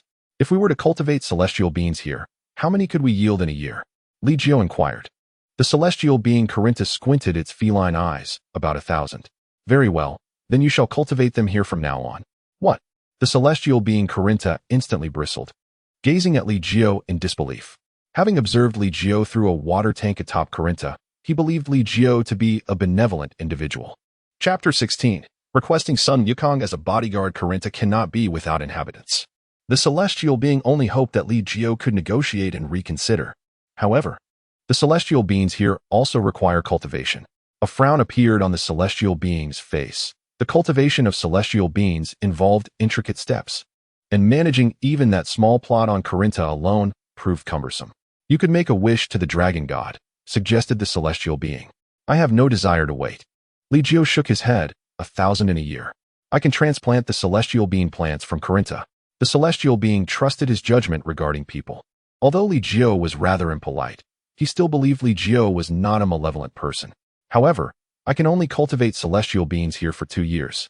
I can teach others the methods of cultivation. Fish are abundant, but you must find someone willing to cultivate the celestial beings here. They must be meticulous and patient. The celestial being's eyes sparkled as he continued. Meticulous, patient. Who could that be? Li Jiu felt a headache coming on. Such a person was indeed hard to find.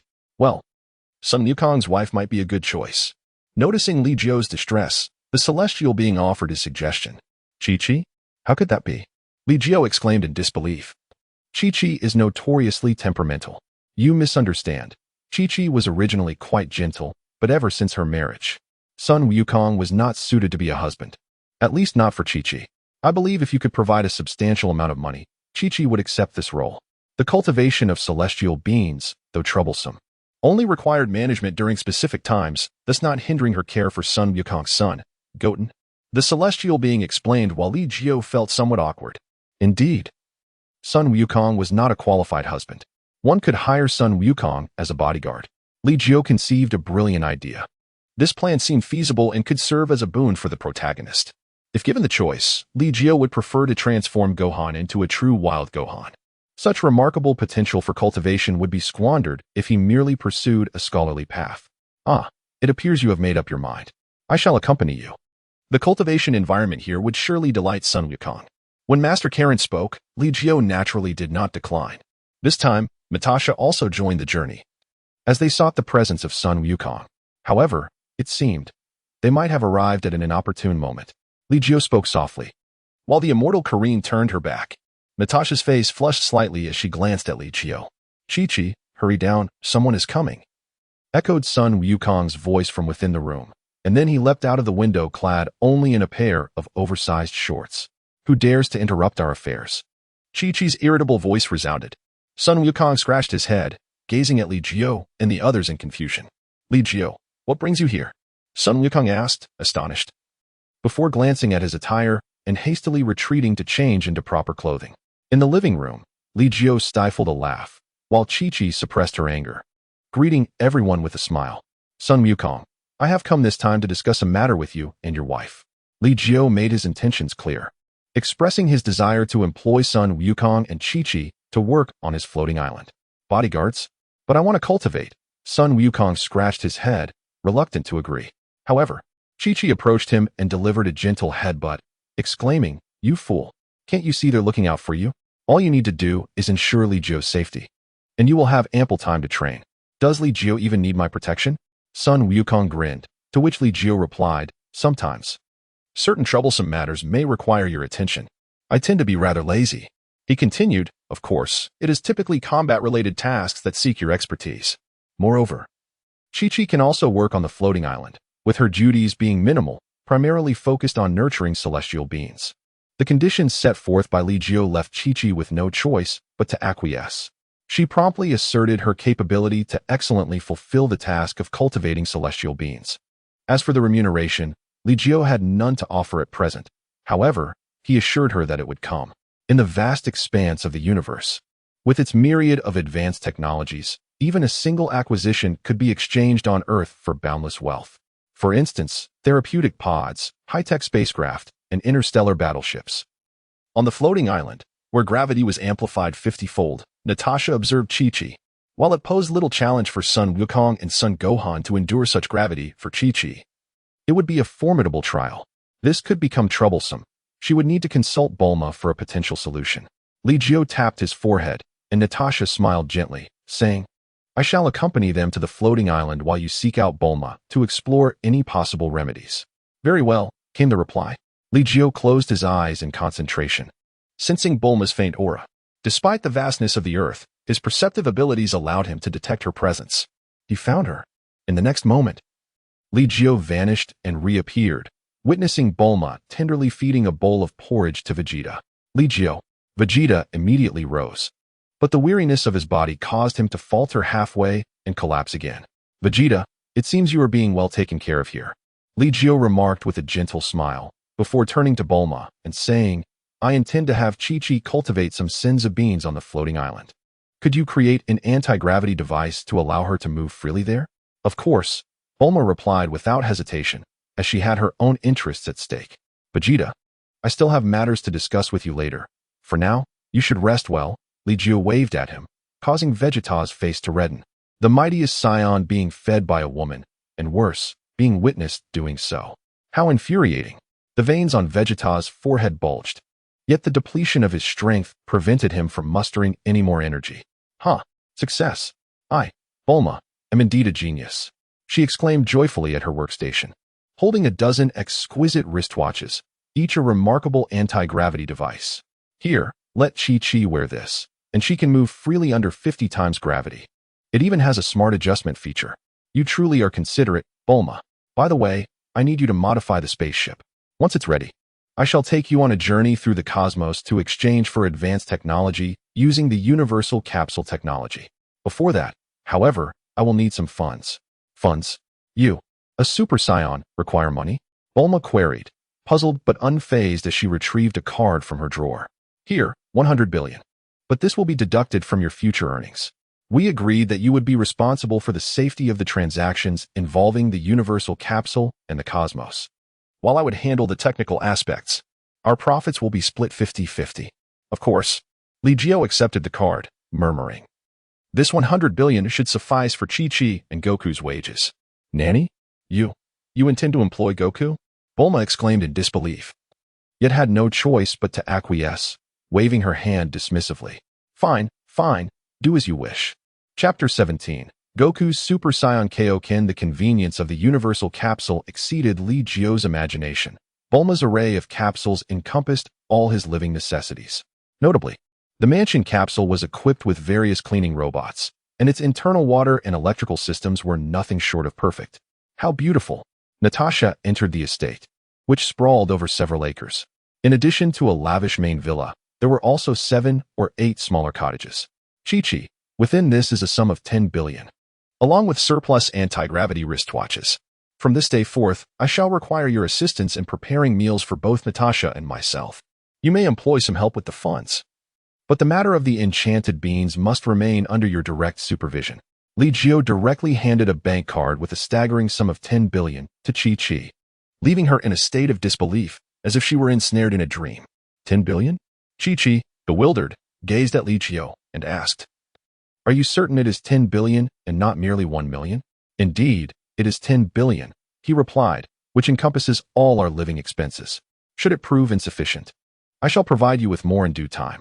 Li Jiu's wealth seemed futile, and Natasha did not appear to possess any culinary skills, so everything was entrusted to Chi-Chi. 100 billion? How much is that?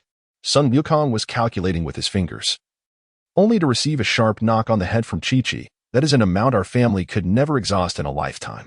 So much? Well, I must ensure to protect Li Jiu from now on. Indeed, I must surpass Li Jiu first, with 3 years remaining until the arrival of artificial beings. Gohan must also strive diligently in his training. Upon hearing that Gohan intended to train alongside them, Chi-Chi furrowed her brow. Gohan possessed immense potential, and Earth would face numerous crises in the future. Li Jiu spoke, and Chi-Chi hesitated. "Do not hinder Gohan's education. Mom, I want to neglect my studies." Gohan replied eagerly, having matured significantly after the battle on Namek. In that case, the dragon Shinron seemed to lose its significance. Li Jiu pondered, gazing towards the terrifying energy waves at the other end of Floating Island, where Sun Wukong and Gohan were training. A few days later, Gohan's father ascended the floating platform to reach Floating Island, ultimately remaining there to train. The training ground at the westernmost point was often left in ruins, yet it would restore itself overnight. Li Jiu felt a tinge of concern. He pondered the possibility that if these individuals were to misjudge their actions, they might plunge the entire floating island into the abyss, leaving its restoration in doubt. Half a month later, Bulma's voice resonated through the phone. "Hello, is this Li Jiu?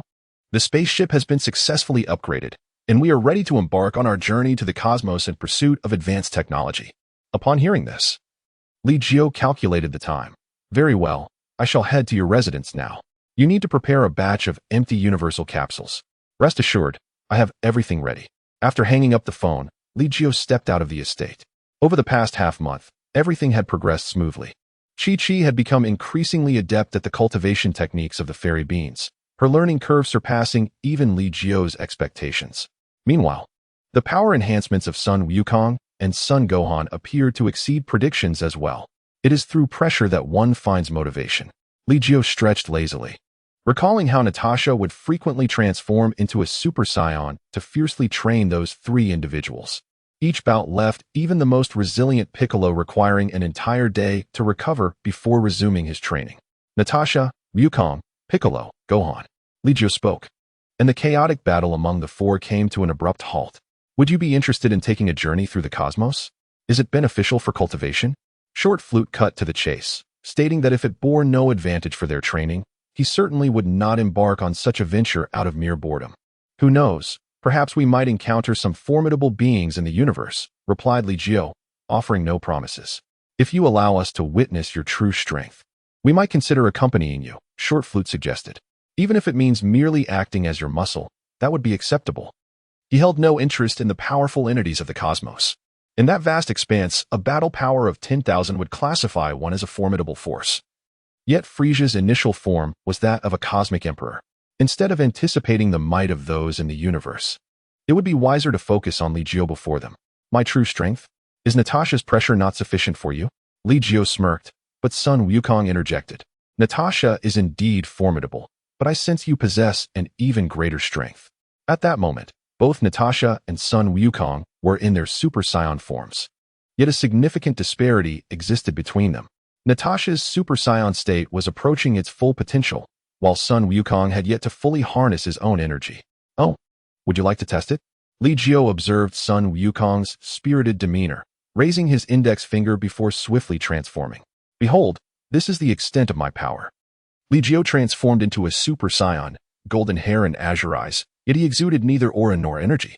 It was as though he merely dyed his hair and donned colored contacts. Impressive. You can perfectly control your energy. Sun Wukong exclaimed, astonished. As a fellow Super Saiyan, he understood the sheer ferocity of the power unleashed upon transformation. All right, let me see what combat prowess you possess in this state. In an instant, Sun Wukong's form zipped behind Li Jiu, his leg raised to strike at Li Jiu's neck. Upon witnessing the scene, Li Jiu did not flinch. He merely tilted his head to avoid a kick to his face. Bang! A wave of force surged forth, yet Li Jiu remained utterly unmoved. The sound of rapid strikes echoed as Sun Wukong unleashed his limbs upon Li Jiu, but Li Jiu continued to gaze at him with unwavering composure. Natasha regarded Li Jiu with suspicion, her mind swirling with confusion. This should not be the case. Although Li Jiu's power is formidable when quantified, it is merely twice that of Sun Wukong. Yet, at this moment, Sun Wukong has evidently exerted his utmost strength. Why, then, is he unable to breach Li Jiu's defenses? Such remarkable control. Dao Peng, drenched in cold sweat, felt his antennae quiver above. He could vaguely sense that as Sun Wukong's attacks struck Li Jiu, the latter's aura would briefly coalesce, concentrated solely at the point of impact for defensive purposes. Control indeed. Natasha's eyes gradually brightened, while Sun Wukong, panting, ceased his assault. After a brief moment of recovery, he chuckled, I still have the Kaioken. Whoosh. A crimson aura surged upward as Sun Wukong's body trembled violently. To recklessly employ the Kaioken without fully mastering the power of a Super Saiyan, and to initiate it at 10 times the normal level, what a fool. Li Jiu remained speechless. Sensing that Sun Wukong's heart troubles may have originated from such reckless behavior, under the strain of the tenfold Kaioken, Sun Wukong's physical burden was unprecedentedly immense. The transformation into a Super Saiyan inherently places an overload on the body, and now, compounded with the Kaioken. Chapter 18. I knew you had ill intentions. Forcing an increase in power is not a wise choice.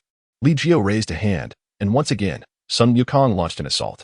The immense force reverberated throughout the floating island. However, this formidable attack was effortlessly thwarted by Li Jiu with a single hand. Tenfold, the Kamehameha. It appeared that Sun Wukong had reached his limit, channeling all his strength, preparing to use the Kamehameha to shake Li Jiu. Are you intent on obliterating my floating island? Li Jiu's expression darkened. This madman. Freeze. Li Jiu faced the energy wave unleashed by Sun Wukong, his hands moving swiftly to form intricate seals. A torrent of translucent sword energy rapidly coalesced, in an instant establishing a formidable sword formation. Strangle.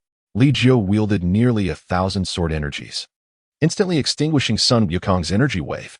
The terrifying force of the explosions resonated continuously, causing the entire floating island to tremble violently.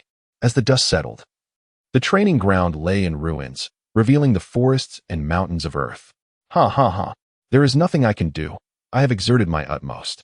Sun Wukong remained smiling, withdrawing from his Super Saiyan transformation and the state of transcendence, plummeting towards the floating island below without a trace of his former flight aura. Father. Son Gohan, witnessing this, hurriedly lifted Sun Wukong onto his back. Let us go. Li Jiu approached, placing his hands upon Piccolo and Son Gohan, activating instant transmission. And they vanished from the floating island.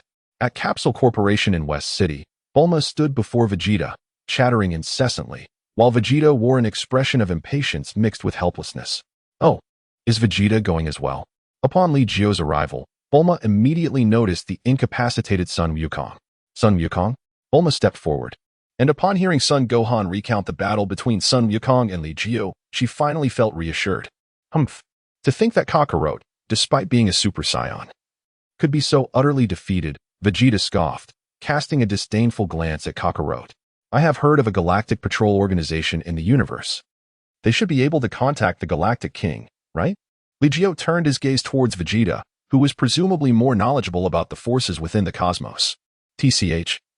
A bunch of useless beings, Vegeta replied with his usual arrogance, disdainfully remarking, merely an alliance formed by those with battle powers below 200,000, along with a few lowly minions. Oh, can you locate them? Li Jiu inquired. Of course. Vegeta arrogantly strode into the spaceship, which boasted a vast interior, fully equipped with all necessary amenities. However, why are there only 3 rooms? Li Jiu pondered, perplexed, as the expansive space could easily accommodate 10 bedrooms. How was I to know that Piccolo and Gohan would also be coming? Time is of the essence, so I only prepared 3 rooms, Bulma retorted with conviction. That still shouldn't result in just 3. Li Jiu's expression darkened. Was Bulma's reasoning truly flawed? Let Sun Wukong and Piccolo share a room then. Bulma's face flushed slightly, and she stormed into one of the rooms. Thus, only 2 rooms remained. Natasha blinked her bright eyes and quietly opened one of the doors, stepping inside to find the space quite ample. Li Jiu's spirit stirred slightly as he observed Natasha at that moment. Hey, Vegeta. The door to Bulma's room swung open once more, revealing a fuming Vegeta who glared at the figure standing rigidly in the control center. TCH, what's the commotion about? Vegeta's expression was tense as he arrogantly lifted his chin, striding into Bulma's room under the astonished gazes of the others. The spaceship roared to life, heading toward the predetermined center of the galaxy. Inside the room, Li Jiu and Natasha exchanged glances. I shall take a shower first. Natasha, unable to withstand Li Jiu's gaze, felt her cheeks flush with embarrassment and retreated into the bathroom, taking a full hour before emerging wrapped in a towel. Li Jiu closed his eyes in concentration, sensing Natasha's presence as he slowly opened them. The young woman stood gracefully, her delicate skin pale and radiant. Her shoulders and collarbone were exquisite, with droplets of water glistening as they danced upon her skin, occasionally cascading down the gentle curve of her chest. What are you looking at? Natasha asked, clutching the bath towel tightly, her lustrous dark hair damp and alluring. Li Jiu stepped forward, taking a clean towel to gently wipe her down. Natasha sat obediently at the edge of the bed, her once rigid form gradually relaxing. That's enough. Li Jiu hung the towel back up, while Natasha, with her head bowed, curled up with her knees drawn to her chest, an unusual flush blooming on her cheeks. Aren't you going to wash up? Natasha quietly lifted her face, her dark eyes blinking.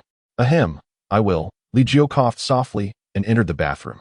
Beneath the shower, the cold water cascaded down, as Li Jiu attempted to extinguish the fire raging within him. Yet, the lingering fragrance of the girl and a small garment tucked in the corner occasionally captured his attention. This girl is definitely doing this on purpose. Li Jiu chuckled wryly, glancing at his irate companion, and turned the shower up a notch. Hey, you're a grown man. Why are you taking so long to wash up? Natasha's voice called from outside the bathroom. Li Jiu took a deep breath and opened the bathroom door. Yet, before he could step outside, a delicate figure leaped into his embrace. Li Jiu. Natasha looked up at him, her towel subtly slipping away. I knew you had ulterior motives. You better not regret this. It is you who harbors ill intentions. I don't care. I want this. In another room.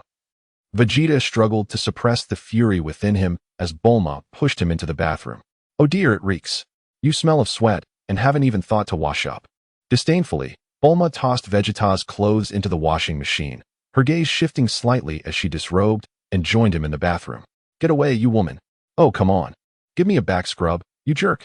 Vegeta cursed, but his voice soon faded, the battleground shifting as his temper gradually subsided. In the central room, Son Goku was soundly asleep while Son Gohan and Din engaged in a mental sparring session. However, Din appeared somewhat unsettled, consistently revealing vulnerabilities, ultimately leading to his defeat at Gohan's hands. The universe remained vast and empty as Bulma modified the spacecraft used by Li Jiu and the others upon their return to Earth, enhancing its speed to twice that of before. Nevertheless, reaching the center of the galaxy would still require a month. It seems Trunks would need to arrive a bit earlier than anticipated. Li Jiu has unknowingly altered the course of history. Meanwhile, Bulma and Natasha have mysteriously become involved with one another, discussing matters that even make Li Jiu's head spin. Hey, Bulma, Please do not lead Natasha astray. Li Jiu's expression darkened. Over the past few days, Natasha had evidently acquired a considerable amount of knowledge. She had transformed from a merely innocent girl. Oh, fret not. The bed in your room has been specially reinforced by me. It is quite sturdy. Chapter 19. Vegeta possessed a rather comprehensive understanding of certain cosmic powers.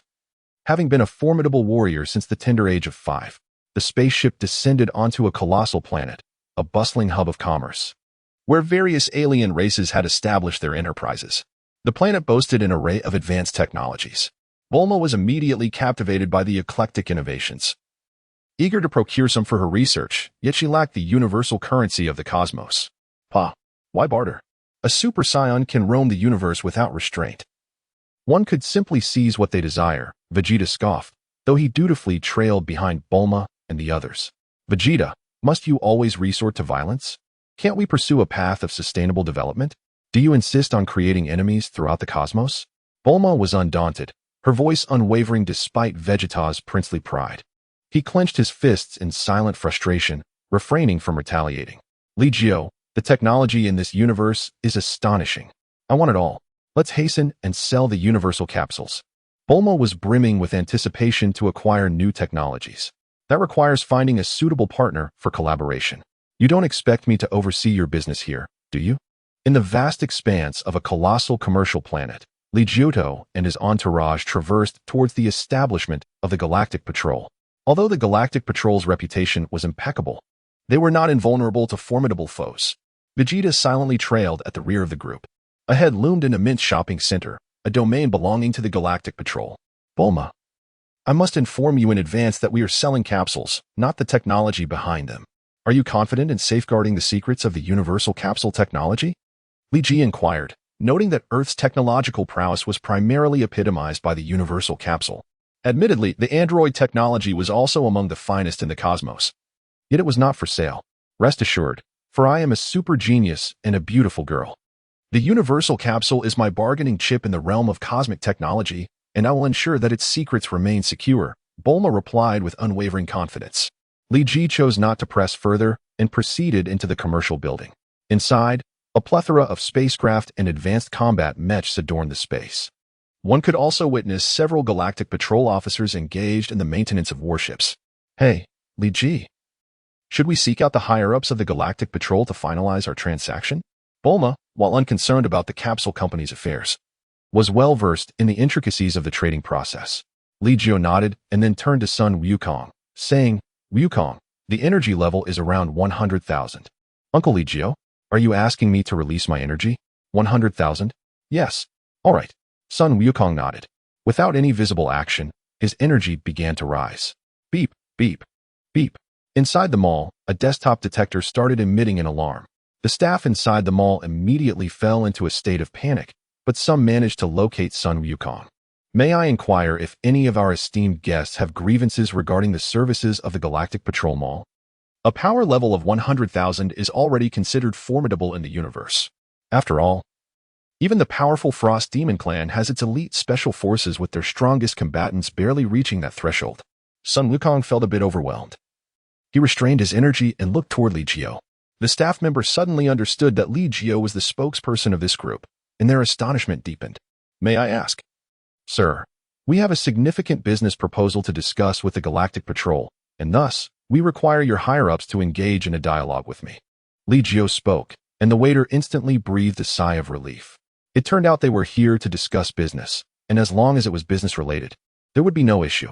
Very well, esteemed guests, please proceed to the VIP lounge and wait for a moment. The staff's demeanor was exceedingly respectful. As Li Jiu and his companions were about to head towards the VIP room, a chilling voice echoed from behind. Wait a moment. May I inquire what business you intend to discuss? I believe the Quila Cosmic Empire possesses greater capabilities for collaboration with you. The Quila Cosmic Empire? The staff member was immediately thrown into a state of panic, cold sweat breaking out in an instant. Visibly flustered, they looked at Li Jiu and his entourage, stammering. May I ask what business you intend to pursue?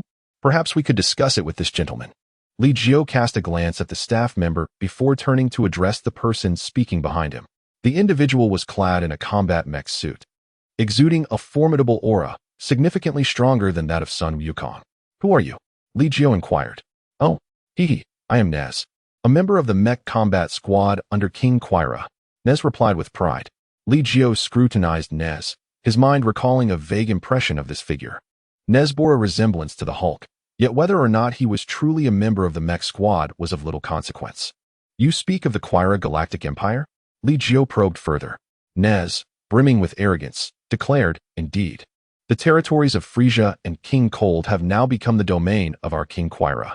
The entire galaxy will soon belong to the Quira Empire. Therefore, I advise you to cooperate with us. Nez's pride was palpable, mingled with curiosity about how a being with a power level of 100,000 found himself as a henchman, pondering what advanced technology these individuals might possess. Well, it seems Quira could indeed be a worthy partner, Li Jiu mused. At this moment, Bulma tugged at Li Jiu's sleeve, whispering, Li Jiu, this Quira doesn't seem like a good person. Of course he isn't. He is Frieza's brother. Li Jiu chuckled softly, unconcerned whether Nez overheard him. He continued, what we offer is a universal capsule that can transform anything into a portable capsule. As he spoke, Li Jiu gestured for Bulma to demonstrate the remarkable utility of the universal capsule. If Quira desires this technology, we can discuss the details. Li Jiu turned his gaze to the device Nez carried, asking, you should be able to contact Quira, correct? Perhaps we could arrange a meeting. Bulma was perplexed by Li Jiu's intentions, while Vegeta sported a knowing smirk, sensing something deeper at play.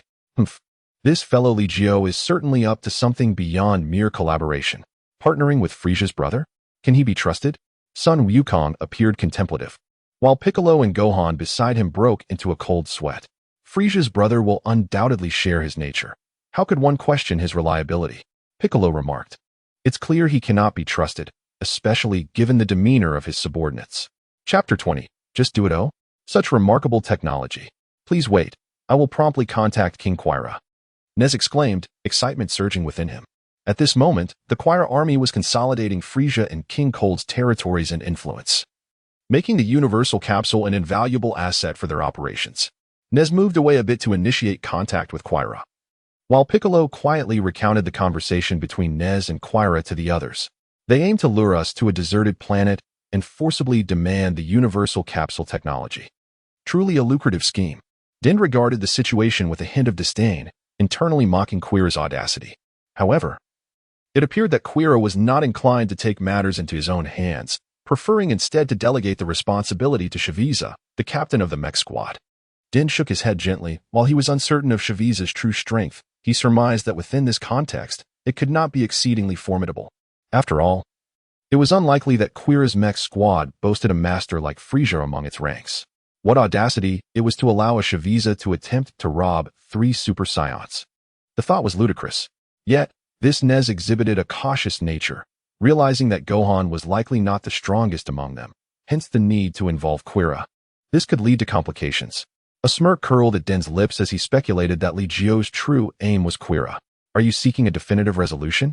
Din inquired. Li Jiu nodded softly and replied, there exists a cosmic empire within the galaxy that inevitably encroaches upon our interests. Quira's power far surpasses that of Frieza. Vegeta, with a skeptical expression, seemed to caution Li Jiu, though his intent was to alert him. I am aware, Li Jiu said, turning his gaze to Nez, who had since returned. Nez addressed Li Jiu and the others, stating, King Quira has consented to meet with you, though the distance is considerable. We can proceed together and rendezvous on a planet midway. Very well. Shall we travel aboard your spacecraft? Li Jiu inquired. Certainly, traveling on your spacecraft is acceptable. We approach this with sincerity, eager to negotiate with you, Nez responded, his tone earnest and courteous, leaving no room for criticism. Let us then board your spacecraft, Li Jiu said, pressing his lips together, signaling to Bulma not to worry. The group departed aboard Nez's spacecraft. Li Jiu, are we truly going to negotiate with that Quira? Bulma felt as though she had boarded a pirate ship, surrounded by intimidating extraterrestrials. Bulma, there is no need for concern. These beings are no match for Vegeta, who could dispatch them with a mere finger. He will ensure your safety. Li Jiu reclined on the sofa, savoring exquisite wine from the cosmos, his arm wrapped around Natasha's slender, delicate waist, indulging in a moment of bliss. Who would bother to protect this foolish woman? The prince bore a sullen expression, yet Bulma's eyes sparkled with delight as she coyly leaned closer. Son Goku was undeniably a fervent practitioner. Even within the confines of the spaceship under Kvila's command, he remained undeterred, engaging in a mental duel with Piccolo and Gohan. The Kvila Legion spaceship traversed the cosmos with remarkable speed, landing on a rather desolate planet in merely 3 days. "Come now, Lord Kvila has been awaiting your arrival," Nez remarked with a chilling smile. Li Jiu, adorned with a faint smile, slowly raised a finger, delicately tapping the air. "Then you are of no use." As the words left his lips, an almost imperceptible flash of sword light cut through Nez's skull, unleashing a cataclysmic force within his mind that instantaneously extinguished his life. With a resounding thud, Nez fell backwards, oblivious to the manner of his demise. Even the extraterrestrial beings equipped with detection devices failed to react, as their instruments appeared to malfunction. Was it a momentary explosion? Vegeta observed with clarity that indeed, a cold glimmer had emanated from Li Jiu's fingertip. Yet, the aura of that glimmer seemed feeble. How could it penetrate Nez's skull and unleash such formidable power within? Was it condensation? Compression? None of these explanations sufficed. What was the secret behind it? Vegeta sank into contemplation, as did Piccolo and Gohan. Only Son Goku, with his carefree demeanor, remarked without a hint of understanding, "Li Jiu, did you just kill him? How could you slay someone without reason? Fool. He brought us here with the intent to kill us and forcibly seize our capsule technology. How can you claim it was without cause?" Bulma scolded Goku, tugging at his collar in indignation. Upon witnessing her fury, Goku quickly sought forgiveness, yet retorted, "But he hasn't killed anyone yet, right? Wouldn't it be too late to act only once you're dead?" Bulma's face flushed crimson with anger, silently reflecting. Thank heavens Li Jiu is responsible for the security of the Universal Capsule's channels. If this oaf were in charge, we'd surely lose everything. Li Jiu dispatched Nez with ease, casting a mere cold glance at the remaining extraterrestrials, which sent them fleeing in terror. "Natasha, ensure Bulma's safety," Li Jiu commanded. Natasha shook her head in response. "No? Let Vegeta protect her instead. I wish to test the strength of Kvila." Natasha slightly pouted her red lips, exuding a hint of playful charm. Upon hearing the words, Li Jiu felt a tinge of embarrassment. What does it matter for a young lady to engage in fighting and killing? He questioned. "No, I am resolute in taking action." Natasha glared at Li Jiu, her pair of dark, lustrous eyes appearing particularly charming. Li Jiu, feeling helpless, said, "Very well, but you must not sustain any injuries. Otherwise, I shall intervene." "All right, my dear husband," Natasha exclaimed joyfully, rushing forward to bestow a kiss before heading toward Kvila's spacecraft. They were already aware of Kvila's intentions. Thus there was no need for further negotiations. Natasha, may I have the opportunity to spar with him first?" Sun Wukong shouted eagerly, for he believed that being Frieza's brother, Kvila must possess even greater strength. Vegeta, observing this scene, felt increasingly irked. Kakarot was deemed worthy of such a battle, yet he himself was not. He had yet to transform into a Super Saiyan. Bulma noticed Vegeta's reaction and cast a pleading glance at Li Jiu. "If you find yourself in peril, I will assist you in creating the illusion of death. Should Vegeta genuinely care for you, he will be incensed and, in turn, shatter the confines of the Super Saiyan transformation." The voice of Li Jiu echoed in Bulma's mind. "However, you must perish at the hands of Kvila," Li Jiu added. Bulma's expression turned to one of shock as she gazed at Li Jiu's earnest smile, her demeanor shifting to something peculiar. Why must it be this way? What if I truly die? Fear gripped Bulma's heart, and she even envisioned a scenario where Li Jiu failed to rescue her. She blinked at Li Jiu, who nodded in response. The two exchanged silent signals, leaving even the short flute unaware of the pact they had forged.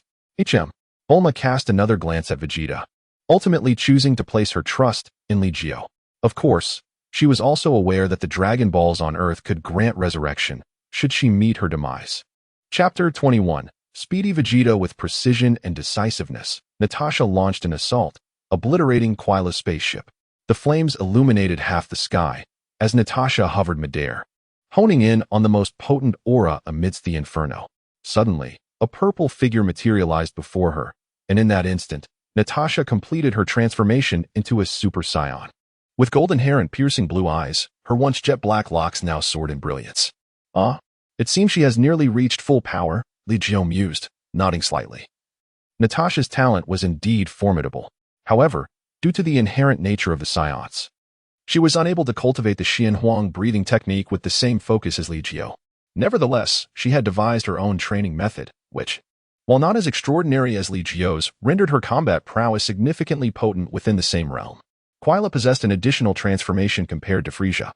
Yet his strength was likely below 400 million. Li Jiu calculated silently, acknowledging that Quila could not compete against the full power of Super Saiyan Goku from the Cell games. At that moment, Natasha's battle power had soared to 500 million. Quila towered over Frieza, his grotesque purple skin adding to his unappealing visage.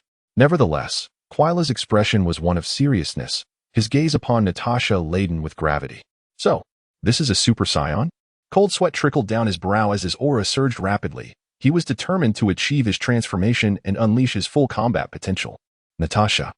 During the battle, allow some leeway for Quila's attacks to reach Bulma.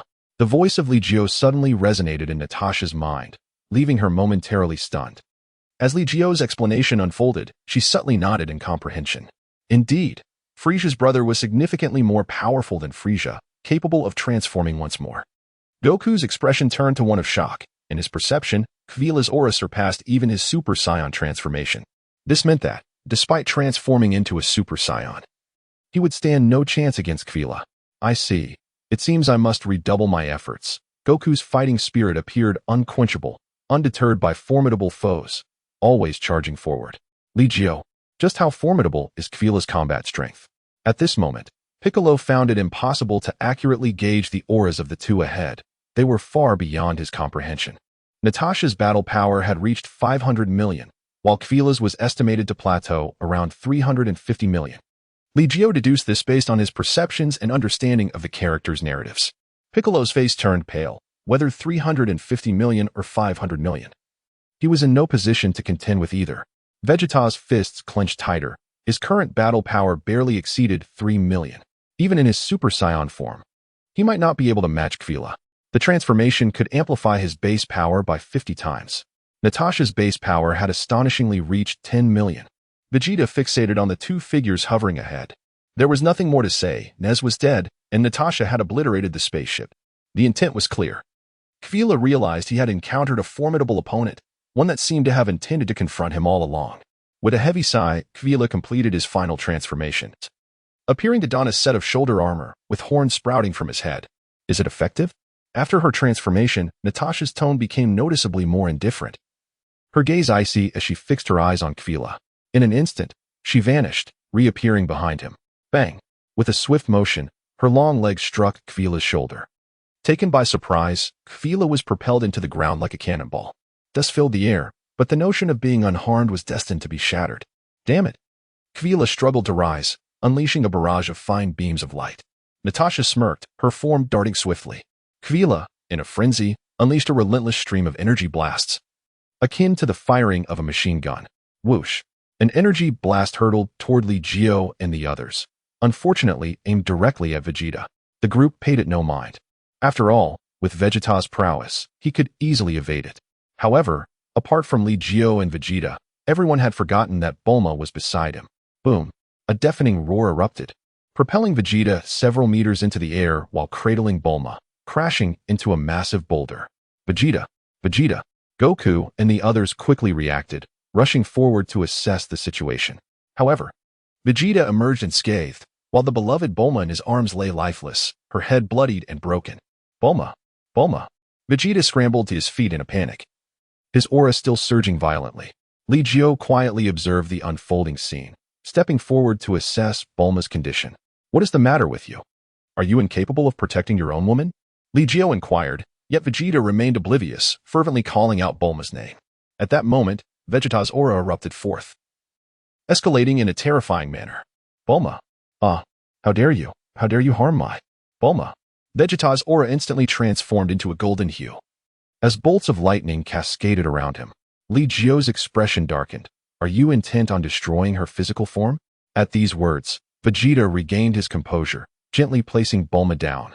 His teeth clenched as he gazed at Kvila, who was engaged in battle with Natasha, completely disregarding any thoughts of whether he could contend with Kvila. I will slay him with my own hands. With a thunderous roar, Vegeta surged forth like a streak of light towards Kvila, forcefully entering the fray. Natasha momentarily withdrew, staring in astonishment at Vegeta, who was overpowering Kvila, utterly bewildered. Incredible! So powerful! Sun Wukong marveled at Vegeta's figure, as Kvila, seemingly so formidable, was being dominated by Vegeta. The ground trembled violently, as Kvila was mercilessly battered by Vegeta, akin to a ragdoll. At this moment, Li Jiu appeared somewhat dazed. Yet he did not forget to leave a trace of energy on Bulma. Are you alright? Li Jiu had previously imbued her with a breath of life, enabling him to protect her while sealing her vitality at a critical juncture. Had Vegeta transformed into a Super Saiyan as well? A roar echoed, and he looked quite impressive, even surpassing Kefla in prowess. Bulma waved her hand. Despite feeling sore all over, she had not sustained significant injuries thanks to Li Jiu's protection. Indeed, that was the case, but only for the moment. At this point, Sun Wukong and the others began to sense the unfolding situation. Vegeta was merely expressing a burst of anger. Once Kefla regained her composure. Chapter 22. 3 years later. Ping. Handsomeness lasts but 3 seconds. Vegeta was sent flying by the recovering Kefla. And after taking a beating, he fell from his Super Saiyan state. Natasha glanced at Vegeta and chuckled softly. Not bad. Keep it up. Your current fighting power should be around 170 million. Having said that, Natasha made her move again, and Kefla, without hesitation, turned to flee. However, Natasha had obliterated the spaceship, and with her speed surpassing that of Kefla, escape was impossible. Natasha, just eliminate her, Li Jiu urged, and Natasha showed no mercy. Behold my newly developed ultimate move. Natasha swung her arms at her sides, forming a Tai Chi diagram with her hands. Yet this diagram possessed only its form, lacking the essence. The golden Tai Chi diagram revolved with its yin and yang, unleashing a terrifying energy beam. The beam spiraled and intertwined, resembling a tornado, instantly engulfing Kefla. Annihilate. The golden Tai Chi tornado shattered with a thunderous roar, obliterating Kefla into nothingness. The metallic Kefla would not be returning. Li Jiu smirked. It was a permanent solution. Wow, Natasha is truly formidable. Kefla was utterly annihilated. Sun Wukong scratched his head, realizing that, given Natasha's displayed fighting power, he still had a long way to go in his training. Meanwhile, Bulma's resurrection left Vegeta in a state of disbelief. He stared at the living Bulma, incredulous. Bulma, you were dead, weren't you? Fool, you were the one who died. Bulma retorted. But Vegeta, you claim not to care about me. If you truly didn't care, would you have transformed into a Super Saiyan out of anger? Bulma was quite proud. In truth, prior to the execution of this plan, Bulma had no absolute confidence. After all, Vegeta's usual demeanor left her perplexed. She was uncertain whether he would react with fury upon her demise. Fortunately, everything had turned out well. Congratulations, Vegeta. At this moment, Sun Wukong had learned the intricacies of the situation from Li Jiu. It was, in fact, a ruse designed to transform Vegeta into a Super Saiyan. Humph. I can become a Super Saiyan without your assistance, Vegeta scoffed, disdainfully pushing Bulma aside as he gradually rose to his feet. Li Jiu, how shall we deal with these extraterrestrials? Natasha suspended herself in midair, pointing a finger to eliminate an alien attempting to flee, as she inquired. Li Jiu cast a glance at the fortunate extraterrestrials who had survived the explosion of the spacecraft, his gaze fixating on one individual. This person bore a striking resemblance to a human, with golden hair and a device affixed to his face. You come here. Why yes, my lord, please do not kill me. I am willing to serve you with utmost loyalty. The man scrambled and knelt before Li Jiu and his companions. You are Shaviza, Li Jiu spoke, revealing the identity of the person before him. Yes, indeed. I am Zaviza, and I can assist you in unifying the remnants of the Quila forces. The entire galaxy shall become your domain. Zaviza hastily showcased his utility. Upon hearing these words, all eyes turned to Li Jiu. With Zaviza's presence, it would be exceedingly simple for Li Jiu to consolidate the remaining Quila troops. Thus, was Li Jiu aspiring to become the Emperor of the Universe? I have no interest in such a title. I have noted your aura, and I will proceed to dismantle the forces of Frieza, King Cooled, and all remnants of Quila. In this galaxy, the existence of an Emperor of the Universe shall not be tolerated. Do you understand? Li Jiu gazed at Sha Weijia, his voice indifferent. If I discover any organization akin to the Cosmic Emperors, I shall seek you out without delay. Indeed, my lord, rest assured. Upon my return, I will promptly disband all troops of Quila. There shall be no more Cosmic Legions. Do not attempt any tricks. I could end your life at any moment. Li Jiu gently patted Sha Weijia's shoulder, turning to gaze at Bulma, who was intimately nestled against Vegeta. Bulma, it's time to go. Huh? Oh, all right. Are we off to conduct business with the Galactic Patrol? Indeed. A capsule fell to the ground, and with a resounding ping, it transformed into a spacecraft, which lifted off moments later. According to their earlier agreement on profit sharing, Li Jiu was responsible for ensuring the security of the transaction involving the Universal Capsule, retaining 50% of the net profits. Now that Kfira was deceased, the Galactic Patrol swiftly received the news, and the one responsible for Kfira's demise was within their very establishment. This development alarmed the Galactic King.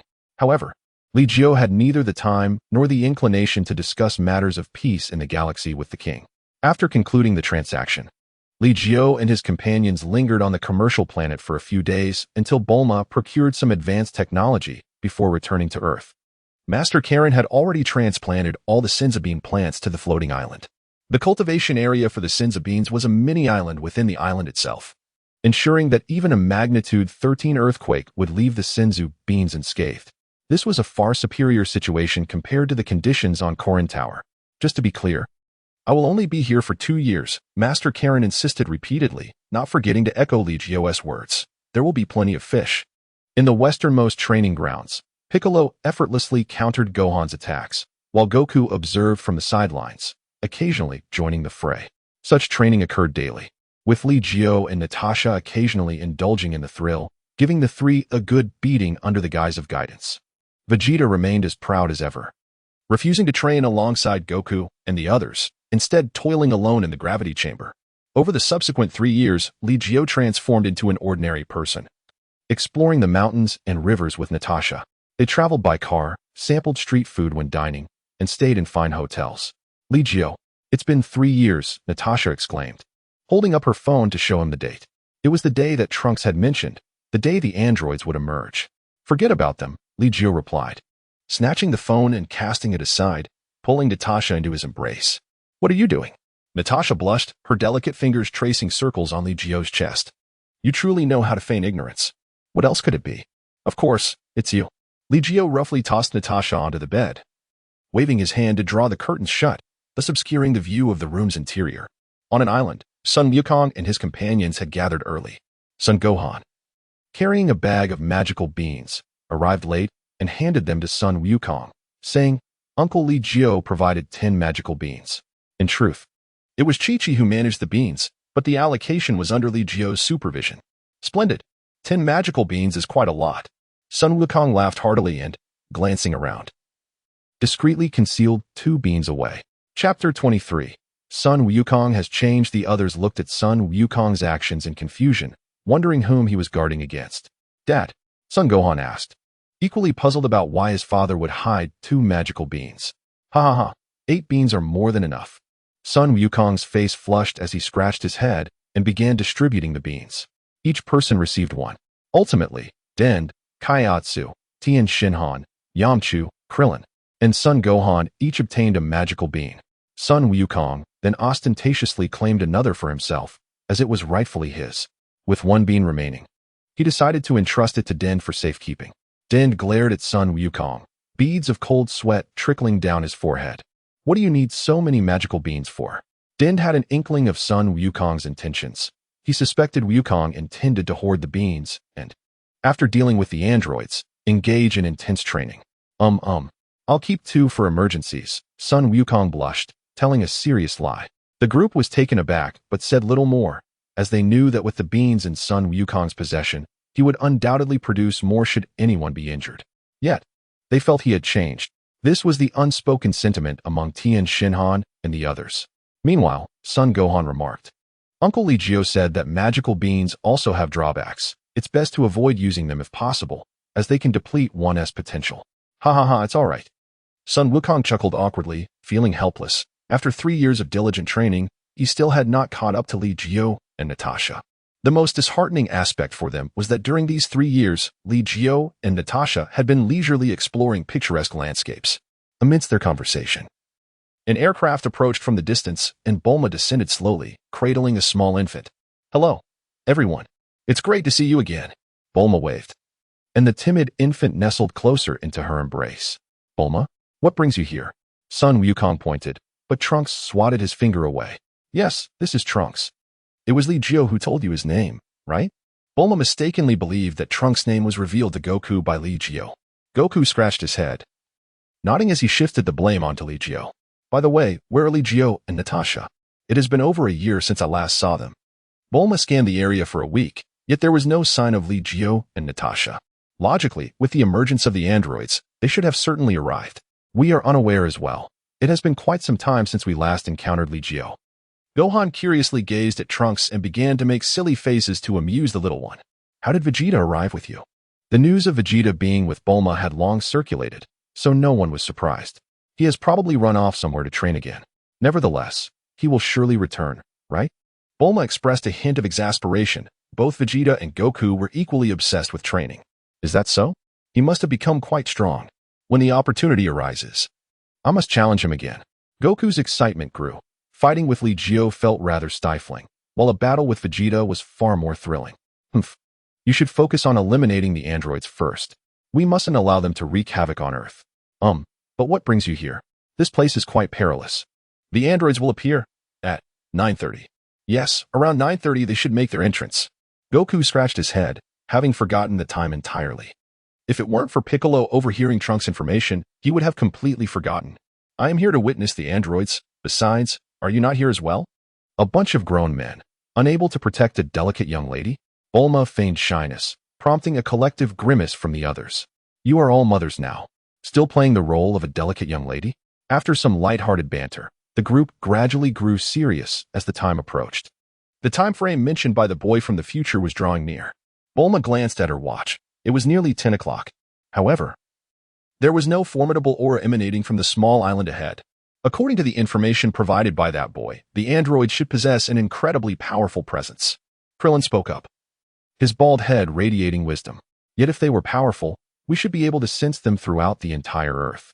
Yamcha's expression turned grave. In truth, he had felt little confidence in coming here, as everyone present was significantly stronger than he was. Perhaps the androids do not possess any aura? The boy from the future would not deceive us, surely. Piccolo interjected, then took the lead, flying toward the small island ahead. If that is the case, we will have to rely on our eyes to search. No aura, you say? The expressions of the crowd shifted significantly, yet they continued their flight towards the distant island. Everyone, exercise caution, Krillin advised, prompting the group to disperse.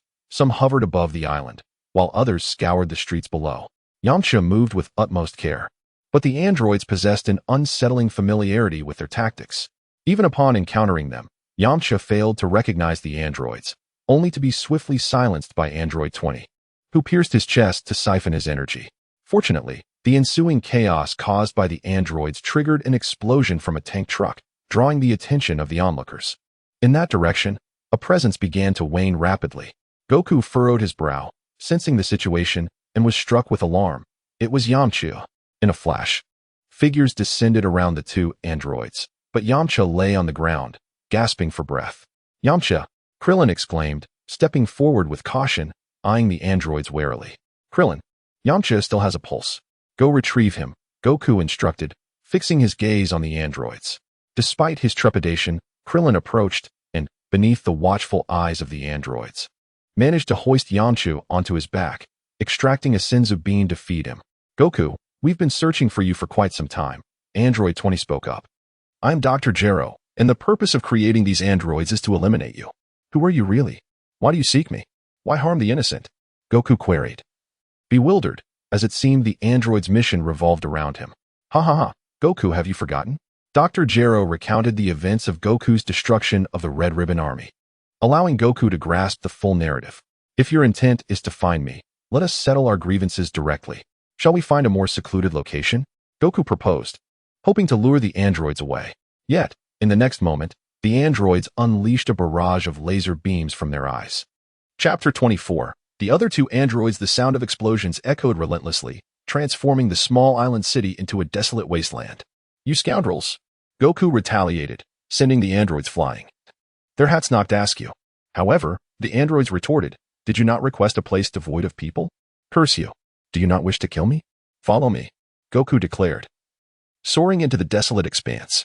The androids ascended after him, leaving behind a scene of ruin as the crowd followed closely, soon arriving at a barren mountainside. This will do, Goku stated. No matter where you go, for you, It is merely a relocation of your grave. Later, on the 20th, a voice emerged amid the mountainous forest. For the soulless artificial beings, such terrain was exceedingly suitable for combat. Very well, if that is the case, let it be here. Sun Wukong's gaze was sharp, and he coldly remarked, "It seems you possess great confidence in yourselves." "Indeed," came the reply. "Every move you make has been under my scrutiny. I have utilized microscopic robots to record your life from childhood, including your battles with the Scion Vegeta."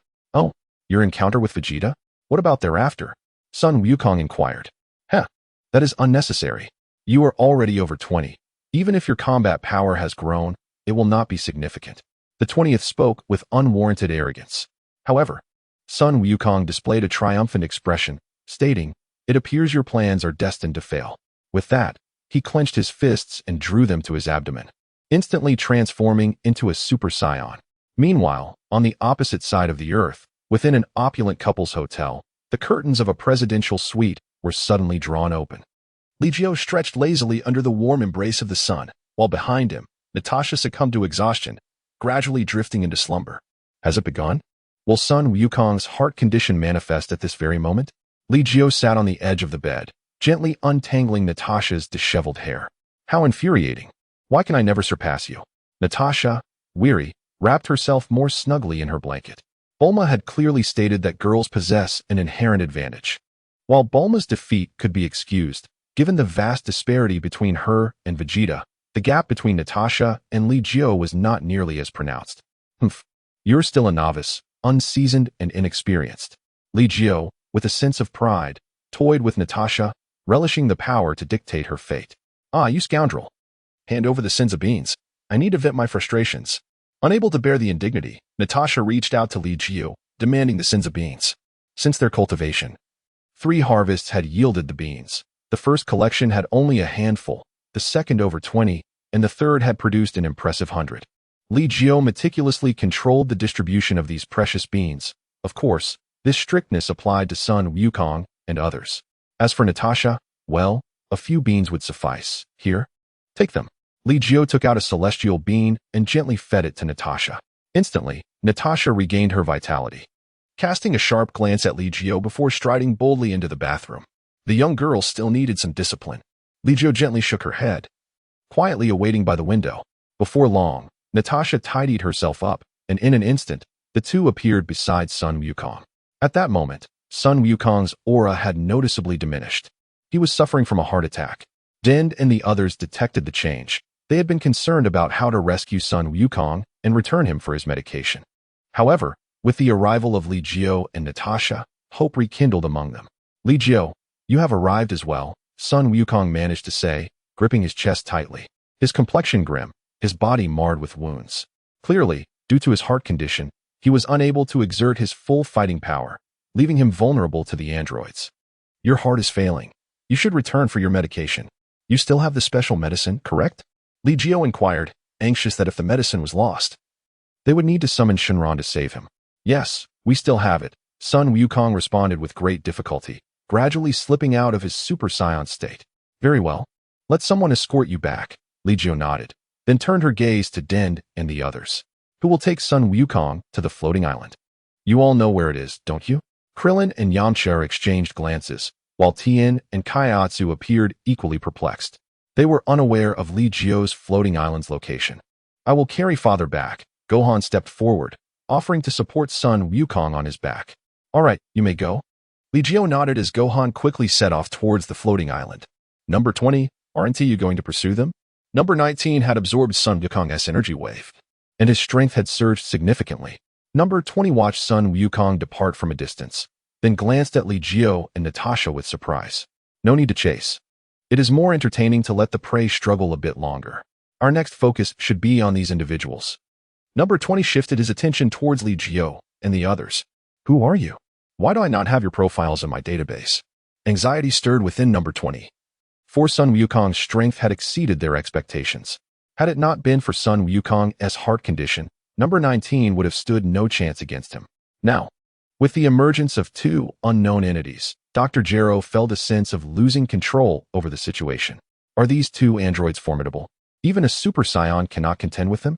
Natasha scrutinized Number 19 and Number 20, seemingly unimpressed.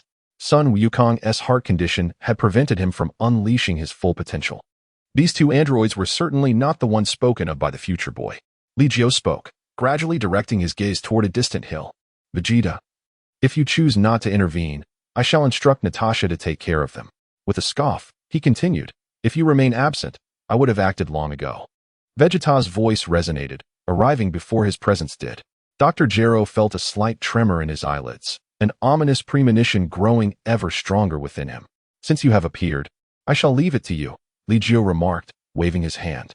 Natasha frowned at his words. I can only give him one. Let's wait a moment. The true androids have yet to awaken. What do you think, Dr. Gero? Li Jiu grasped Natasha's hand, asserting that the truly formidable androids were number 17 and number 18. How do you know this? Dr. Gero's complexion shifted dramatically, retreating 2 steps in alarm. Vegeta, attentive to Li Jiu's words, allowed a faint smile to grace his lips. So that's it. I knew the situation was not so simple. These 2 androids cannot kill me. He recalled the words of a young boy who had foretold his demise at the hands of the androids. Then I suppose I cannot eliminate all of you just yet? Very well, I shall start with one. Vegeta's gaze sharpened, and in an instant, he transformed, his tone growing more detached in the process. Let my number 19 deal with you. Number 19, undeterred, absorbed Goku's Kamehameha wave, relishing the taste of power. Chapter 25, The Death of Dr. Gero. Greedy fool. Vegeta is yours, and the rest are mine. Dr. Gero feigned composure, but suddenly, Li Jiu raised a hand, delicately flicking his finger to unleash a slender blade of light. In an instant, the blade severed one of Dr. Gero's membranes, sparks flying as his mechanical arm fell neatly to the ground. I offer you a chance to release number 17 and number 18. Li Jiu gently tapped his shoulder with his fingertip, smiling at Dr. Gero. Meanwhile, Vegeta, gravely observing Li Jiu, redirected his attention to number 19. If my observations are correct, your energy absorption device should be located on your hands, correct? With that, Vegeta suddenly vanished and reappeared, delivering a powerful punch to number 19's abdomen. Your reactions are indeed sluggish. Full of confidence, number 19 once again found himself at the mercy of Vegeta, aware of the presence of a more formidable opponent. Vegeta abandoned any playful notions and swiftly incapacitated number 19 within mere moments. Worthless. Vegeta returned to his normal state. Dispatching number 19 had cost him little energy. How? Is this possible? Dr. Gero retreated silently, yet neither Li Jiu nor Vegeta harbored any intent to eliminate him at that moment. This is your own doing. Number 17 and number 18 will undoubtedly annihilate you all. Dr. Gero turned and fled, while Li Jiu and the others followed at a leisurely pace. Li Jiu, you must secure either android number 17 or number 18 for me, Natasha proclaimed, as her purpose in coming here was to confront her own dissatisfaction. Number 18 is yours. Li Jiu replied with a slight nod, and Vegeta quickly added, number 17 is mine. You are not allowed to snatch him away. Very well, Li Jiu chuckled softly. At this moment, Vegeta's strength appeared to be somewhat superior to his original portrayal, though not overwhelmingly so. It remained uncertain whether he could truly contend with android number 17. Shortly after they departed, Future Trunks piloted the time machine back, puzzled upon discovering the head of android number 19. Nevertheless, he continued to pursue the group, along with Bulma, who was flying in a plane to join the fray. With the tacit consent of the others, Dr. Gero successfully awakened androids number 17 and number 18. Trunks arrived late, utterly unaware that he had merely missed the unfolding events. Why? If they could remain in eternal slumber, would they be released? Trunks clenched his teeth in anger, only to be disdainfully shoved aside by Vegeta. Step aside, I will handle them, Vegeta declared, transforming once more. Yet, Dr. Gero showed no fear. Androids no.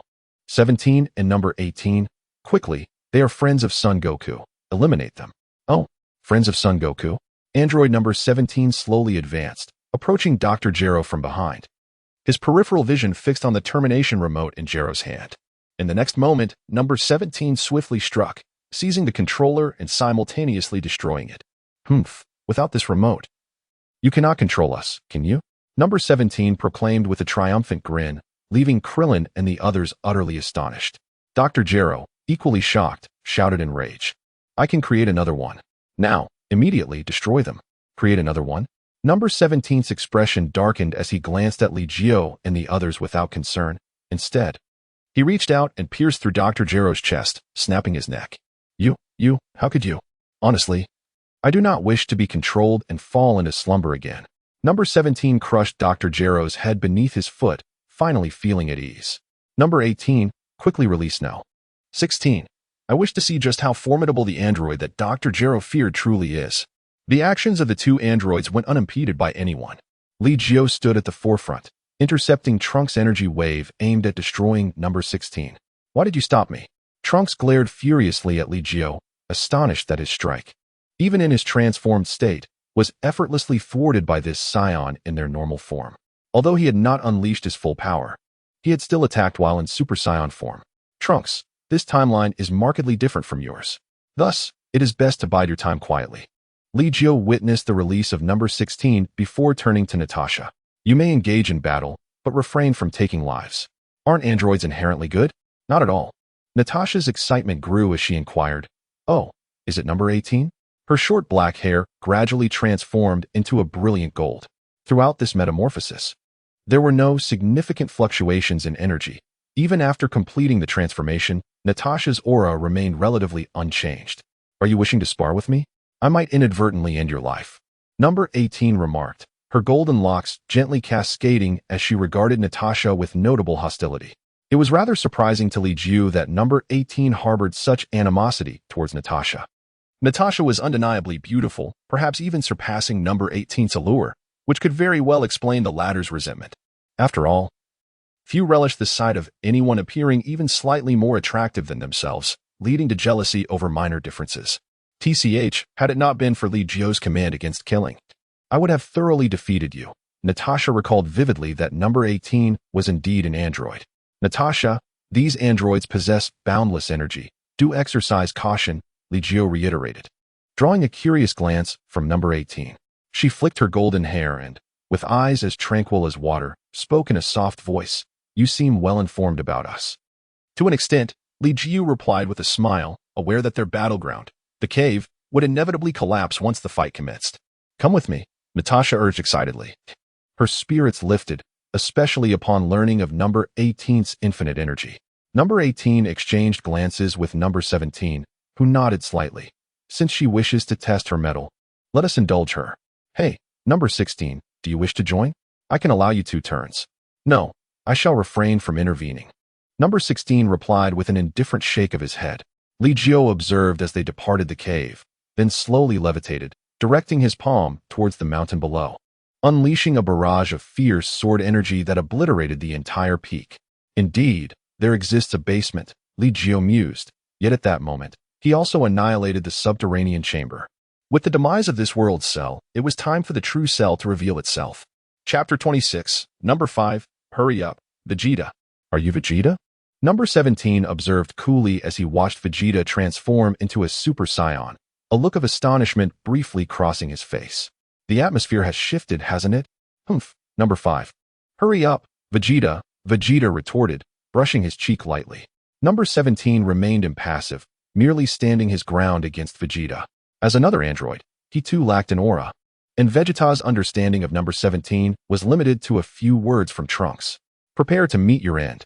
Vegeta took the initiative to strike first, launching an attack while Natasha and Android 18 remained idle. The brilliance of his fists left fleeting shadows in the air, as both combatants became mere phantoms, their speed astonishingly swift. This was, of course, a perception shared by Tien and the others. Incredible speed. Truly remarkable, Father, Trunks marveled at the aerial duel, his mind racing with the realization that the androids of this timeline were significantly more formidable than those of his own. Indeed, Vegeta had grown immensely powerful, even managing to pressure Android 17. Krillin, straining to comprehend the unfolding battle, noted that Vegeta had gained a slight advantage. Humph, it won't be long before he is defeated. Piccolo scoffed, observing with clarity that while Vegeta held the upper hand, it was barely noticeable. This implied that Vegeta's strength was nearly on par with that of Android 17. However, one must not overlook the fact that Android 17 possessed boundless energy. Maintaining peak combat prowess was nearly impossible for Vegeta. Although he had made significant strides over the past few years, it was still insufficient to vanquish Android 17. To overcome such opponents, one must possess an overwhelmingly superior power. Li Jiu spoke, and an immediate heaviness fell upon the crowd. Klin's expression grew grave. Surely, Li Jiu's words could vanquish the androids, could they not? I shall not intervene. Li Jiu promptly shook his head. Despite being a Scion himself, his aspiration lay solely in personal growth, not in combat. Thus, he found no interest in battles of such magnitude. After all, his power had long surpassed that of the androids. What? Li Jiu, are you reluctant to take action? Yet, if the androids were to wreak havoc on Earth, would not Li Jiu's life be affected as well? After all, he and Natasha relished globetrotting, did they not? Klin was still aware of Li Jiu's recent circumstances, having learned of them through Gohan. Who says the androids will bring calamity to Earth? Have I not mentioned before? This timeline differs significantly from Trunks. Li Jiu remarked, casting a glance at Trunks. In your timeline, the androids are rather feeble, even with your current strength. You could easily elude them. However, this timeline is quite different. Any one of them possesses the power to vanquish you with ease. Moreover, the intentions of the androids in this realm are not entirely malevolent. At the very least, they do not indulge in indiscriminate slaughter. Li Jiu's gaze shifted slightly. Meanwhile, Natasha and Android 18 remained locked in a standoff. The confrontation between the two women did not seem to ignite so easily. Natasha, why aren't you making a move? Li Jiu inquired. Natasha scoffed. I intend to defeat her with my looks. The onlookers were rendered speechless. Was it truly appropriate to compete in beauty at such a serious moment? Ahem. Ha ha. Indeed, both Natasha and Android 18 are exceptionally beautiful. Klin chuckled, scratching his head, while Short P and the others observed the unfolding scene with mixed expressions. Short legs, Natasha suddenly declared, seemingly having found her advantage. Android 18 paused briefly, glancing at Natasha's long legs, her elegant brows furrowing in response. You are courting death. Android 18's legs were not short by any means, proportionally speaking. However, Natasha's overall height surpassed that of Android 18, naturally granting her longer legs.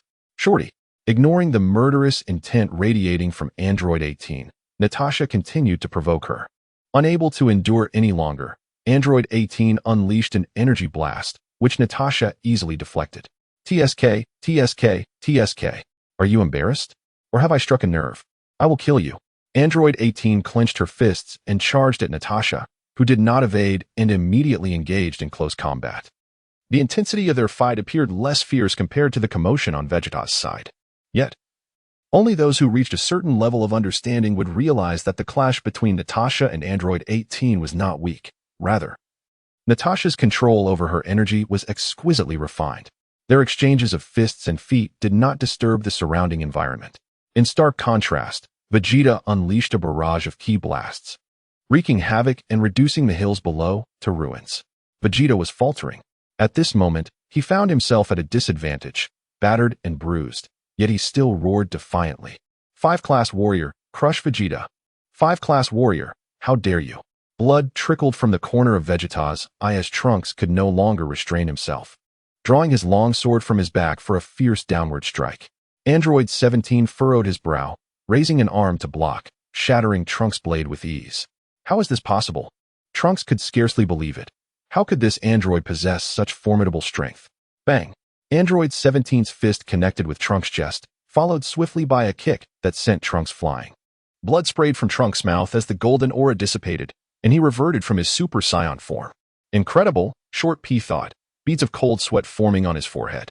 Trunks was a Super Saiyan, a being capable of annihilating Frieza, yet he had been defeated in a single blow. TCH, worthless. Vegeta slowly rose from the ground, delivering a kick that sent the nearly unconscious Trunks flying, fortuitously caught by Krillin. Oh, even if you don't kick him away, I have no intention of killing him. Number 17 remarked with a light chuckle, discerning Vegeta's intent. Humph, who wants to save him? Just a nuisance, Vegeta retorted, his tongue perhaps the most unyielding entity in the Dragon Ball realm. Number 17 observed Vegeta in silence, acutely aware that at this moment, Vegeta was no longer his equal. Vegeta, too, recognized his predicament. Fueled by indignation and anger, he charged forth, albeit with a heavy heart. You truly are obstinate. Number 17 sighed. Knowing his battle prowess could remain at its peak as long as his body sustained no significant harm. However, Vegeta's stamina was a limiting factor that hindered his full potential. Trunks. Krillin gently patted Trunks, who gradually regained consciousness, racked by excruciating pain in his chest and abdomen. Your ribs are broken. Let me set them right. And have a senzu bean, Li Jiu said, glancing at Trunks, who was indeed a pitiable soul. The future had dealt him too many hardships. Chapter 27. Li Jiu takes action. Krillin stepped forward, feeding a senzu bean to Trunks. In an instant, his injuries were mended, and Trunks felt the urge to leap back into the fray, where Vegeta was still struggling in a dire battle, having fallen into a one-sided oppression. As a son, how could he bear to witness his father being so tormented? Ah, you scoundrel. Trunks transformed once more, his energy slightly elevated. Yet it could not alter Vegeta's dire circumstances. Are you seeking death? The dragon may not guarantee the revival of someone from the future, Li Jiu interjected abruptly, appearing before Trunks, who was taken aback. When did you? About time, Li Jiu replied, casting his gaze toward Vegeta and number 17. Recognizing that their battle had already determined its victor.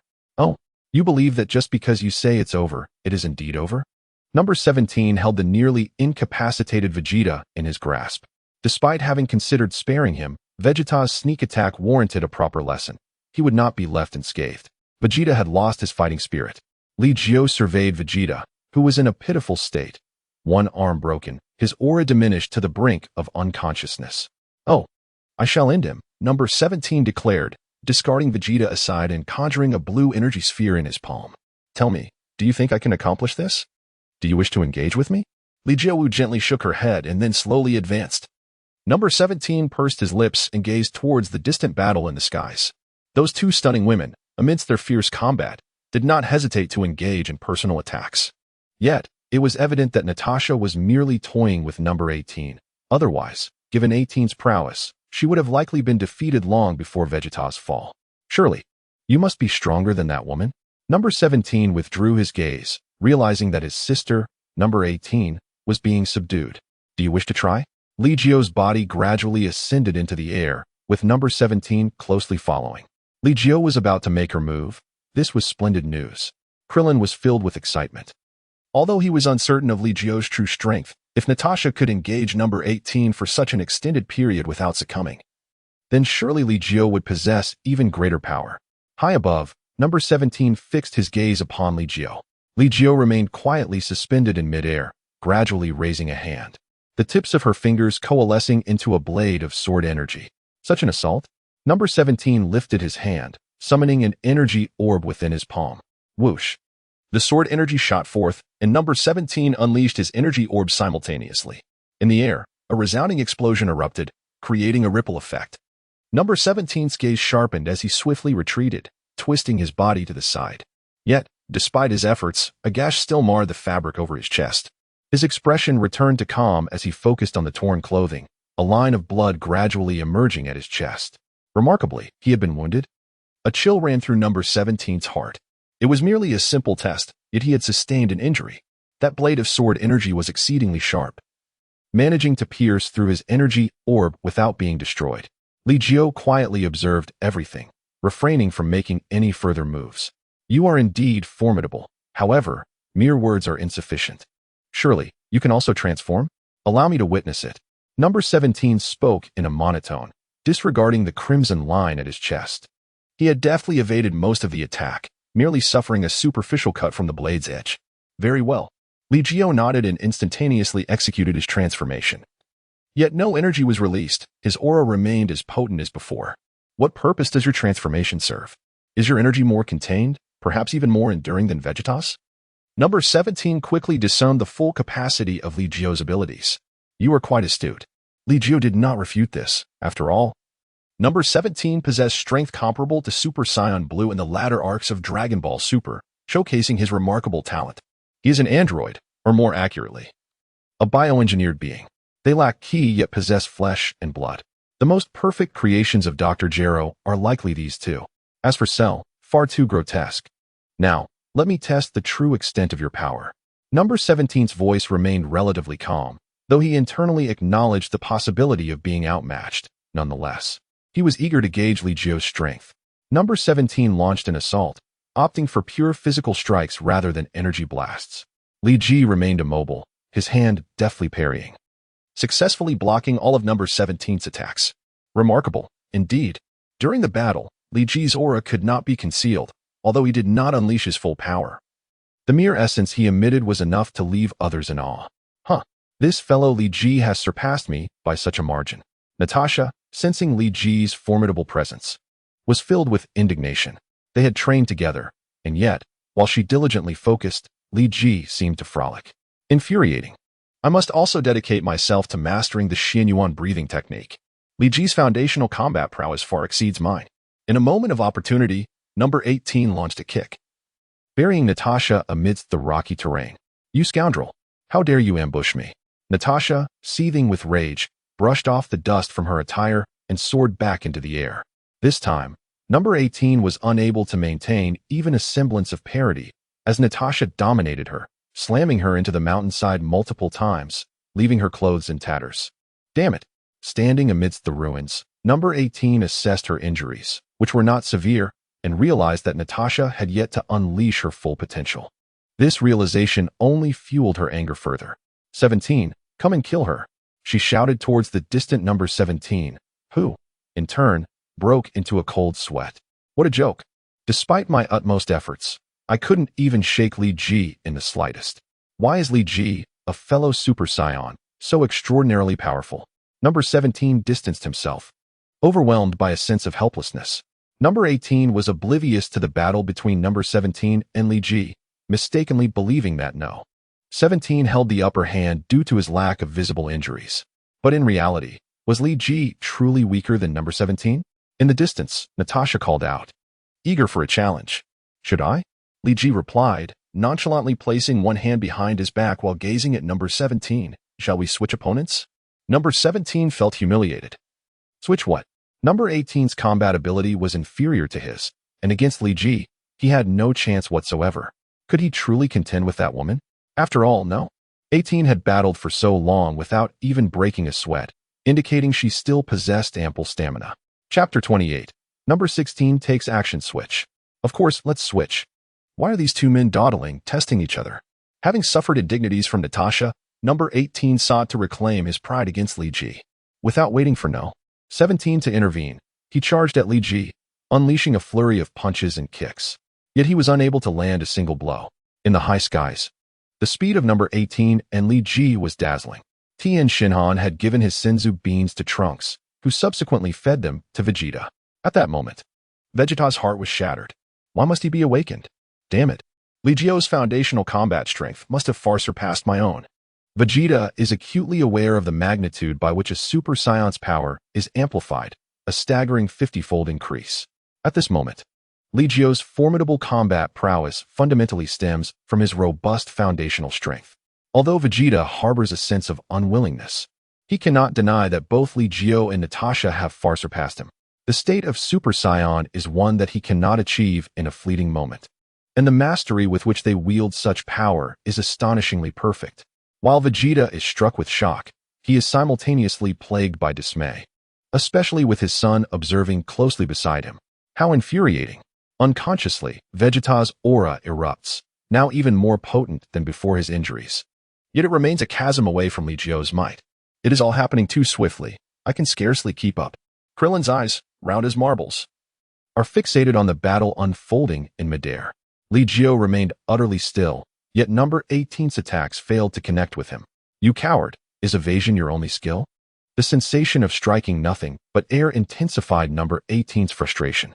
In her battle against Natasha, she could at least retaliate occasionally, even if her strikes inflicted no real damage. But Li Jiu, are you truly a man, merely dodging? Number 18 cursed, while Li Jiu frowned slightly. Under her watchful gaze, he raised a hand and gently flicked a finger against her forehead. With a sharp sound, number 18 was instantaneously propelled into the ground. The earth trembled, erupting with a thunderous roar. Number 18's fury surged as she soared into the sky, a noticeable bump swelling on her previously smooth forehead. Does it hurt? Li Jiu inquired softly, observing her quietly. This woman was indeed beautiful, each possessing their unique charms, much like Natasha. Number 18 seethed in silence, keeping a wary eye on Li Jiu, who was far more formidable than Natasha. No wonder number 17 and he bore no injuries. It was evident that 17 was incapable of harming Li Jiu. Moreover, Li Jiu did not retaliate. However, number 17 was not faring well. In contrast to how she treated women, Natasha showed no mercy against men. At that moment, number 17 was being tossed around like a mere ball, mountains crumbling beneath her strikes. No. 17 could only muster a meager counterattack, unleashing energy blast with her boundless power. 17. Number 18 exclaimed in shock, casting a disbelieving glance at Natasha. That woman was astonishingly powerful. Humph. Don't blame me. It was number 18 who insisted on the exchange, Natasha remarked while continuing her assault, deflecting responsibility. No. 18 momentarily found herself at a loss, before turning to the ever-silent number 16. Number 16, will you not intervene? Number 16 remained silent, glancing at Natasha in the distance. Then at Li Jiu, seemingly deep in thought. They will not kill you, was the solitary conclusion number 16 offered. Number 18 was momentarily stunned, only to catch a hint of mockery in Li Jiu's smile. What are you laughing at? She demanded, her anger flaring again as she swung her fist. Only for Li Jiu to capture her punch effortlessly. Do you still wish to be struck? Li Jiu gazed calmly at number 18, raising one hand to make a snapping gesture. Number 18 promptly withdrew her fist, and Li Jiu did not press the matter further, releasing her without hesitation. Number 16. What is the true extent of your strength? Li Jiu, filled with curiosity, directly posed a question. In his recollection, number 16's prowess was indeed superior to that of No. 17 and number 18. Number 16 was a quintessential robot. It was hard to articulate. Number 16 was remarkably earnest, and with a smile, Li Jiu remarked, in that case, let us put it to the test. Li Jiu could ascertain one thing. The combat power of number 16 should be somewhat inferior to that of Super Saiyan 2. After all, Cell's strength was merely at the preliminary level of Super Saiyan 2, boasting an official combat power of 800 million, while the second version of the Scion was at 840 million. At this moment, Li Jiu's base combat power stood at a mere 20 million, with his Super Saiyan state only reaching 1 billion. I doubt I am your match, number 16 sincerely replied. Li Jiu frowned and then gestured invitingly, come and try. Very well. Number 16 slowly ascended, taking the place of number 18, and declared, I will make my move now. Please. Li Jiu felt a touch of embarrassment from No. 16's politeness. Indeed, he was quite the cultured individual. Number 16's attack was formidable, and Li Jiu chose not to evade, bracing himself against a powerful punch from No. 16. Boom.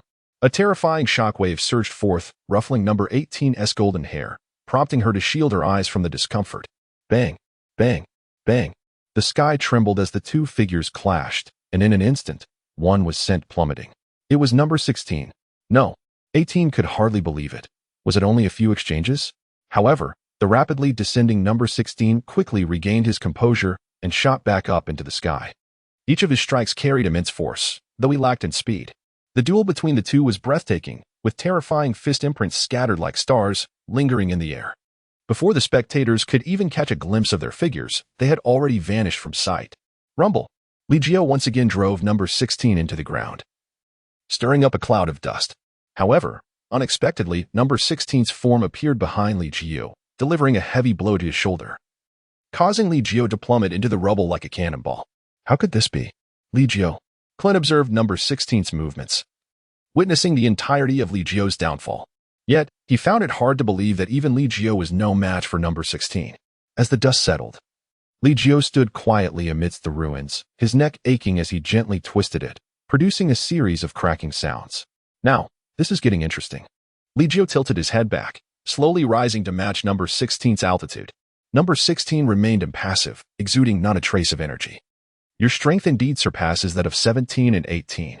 Li Jiu could not help but acknowledge Dr. Gero's genius. Number 16's combat capability undoubtedly reached 600 million.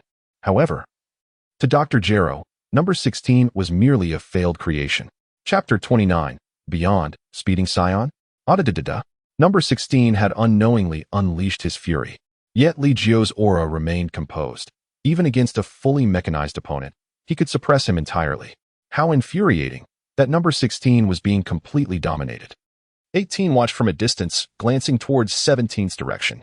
At that moment, 17 was sustaining a one-sided beating while propped up by a protective shield. The energy of androids is limitless, yet they too can sustain injuries.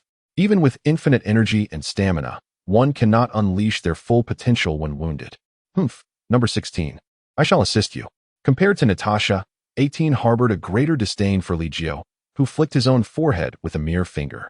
The blonde beauty joined the fray. While Li Jiu remained unperturbed, his speed increasing slightly as he deflected all of number 16 and 18's attacks. Bang! Li Jiu's figure flickered as he delivered a swift kick that sent number 16 flying. In a seamless turn, he raised his palm, aiming directly at 18's cheek. In such close proximity, 18, who had intended to launch a surprise attack, found herself momentarily frozen. She could sense the terrifying energy brewing within Li Jiu's palm, poised to erupt at any moment. Just as she anticipated that Li Jiu would unleash a powerful energy blast to send her flying. He altered his stance and gently patted her exquisite cheek, remarking, "What a lovely little face. It would be a pity to mar it." Upon hearing this, 18 inexplicably released a sigh of relief. Women cherish beauty. Although she was an artificial being, she was still a product of human enhancement and, naturally, held an appreciation for aesthetics. They have already witnessed Li Jiu's formidable strength. If she were to genuinely unleash her power, her face would undoubtedly be marred. TCH. Number 18 let out a cold huff, abruptly sweeping out a leg, landing a kick squarely on Li Jiu's face. "Baka, how dare you tease me?" Number 18's face flushed crimson, burning with an intense heat. Li Jiu was forcefully kicked, leaving a smudge on his face, rubbing his aching cheek. He cast a cold gaze upon number 18, his aura radiating an extreme danger. "Do you wish for death, woman?" Li Jiu's eyes sharpened as he raised his hand, palm directed at number 18. Feeling the tension, she regarded him with caution, regretting her impulsive action. "Humph, I am not afraid of you," number 18 retorted proudly, assuming a defensive stance. At that moment, number 16 charged at him again, only to be sent crashing into the ground by Li Jiu's foot. "Disobedient women deserve a spanking," he declared, lowering his hand once more, his form vanishing as he executed a swift strike. Number 18's body stiffened abruptly, suspended unnaturally in midair, her rear ablaze with pain. Instantly, Li Jiu reappeared before her, gently caressing her cheek before flicking a finger.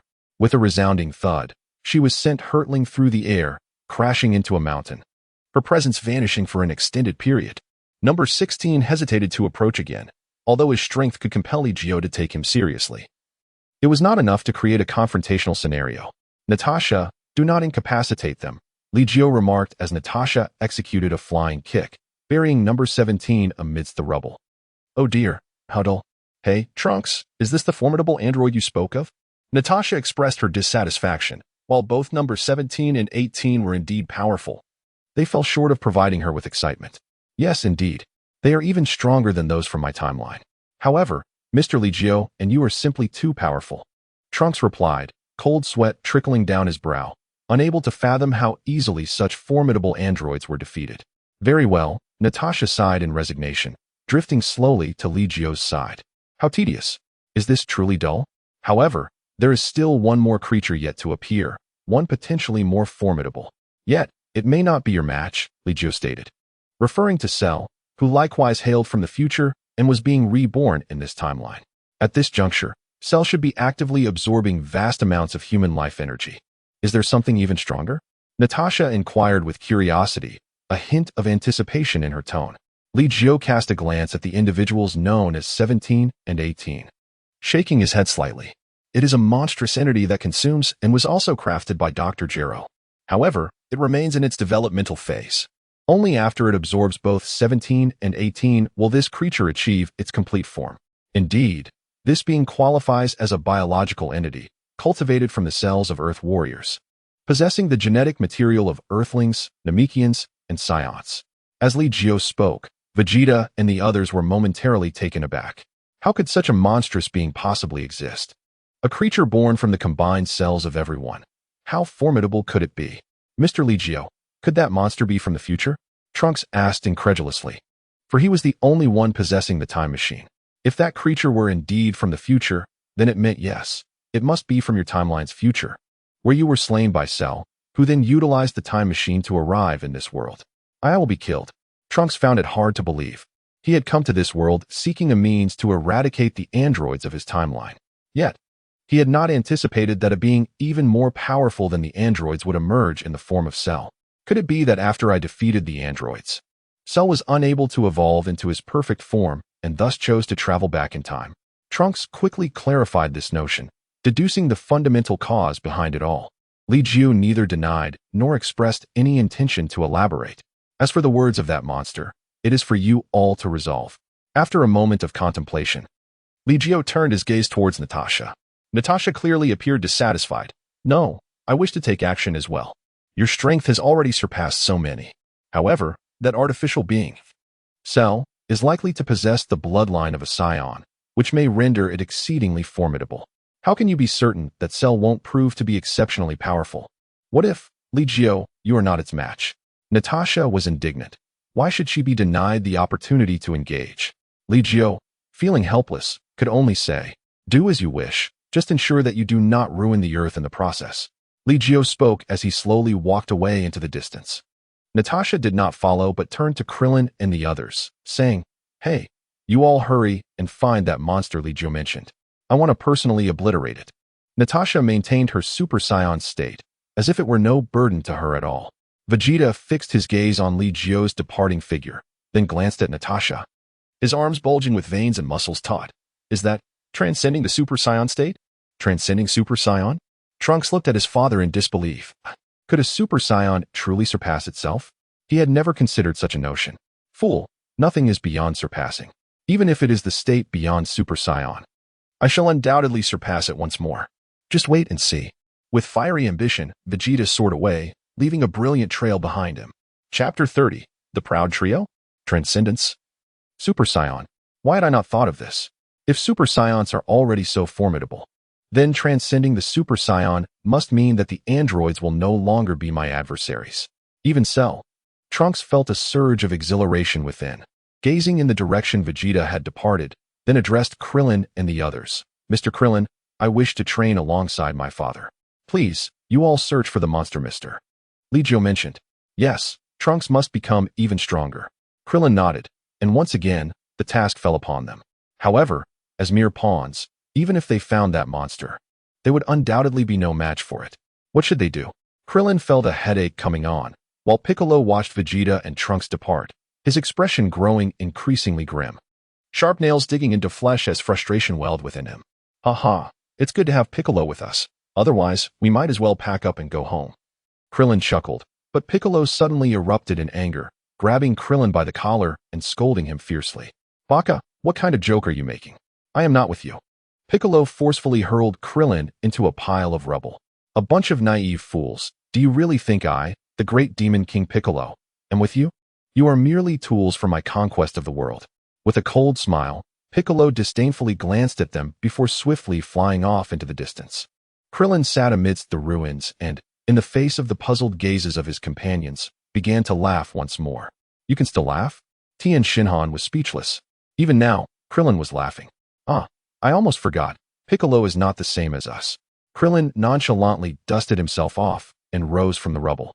Not the same. Tianjin Fan remained perplexed.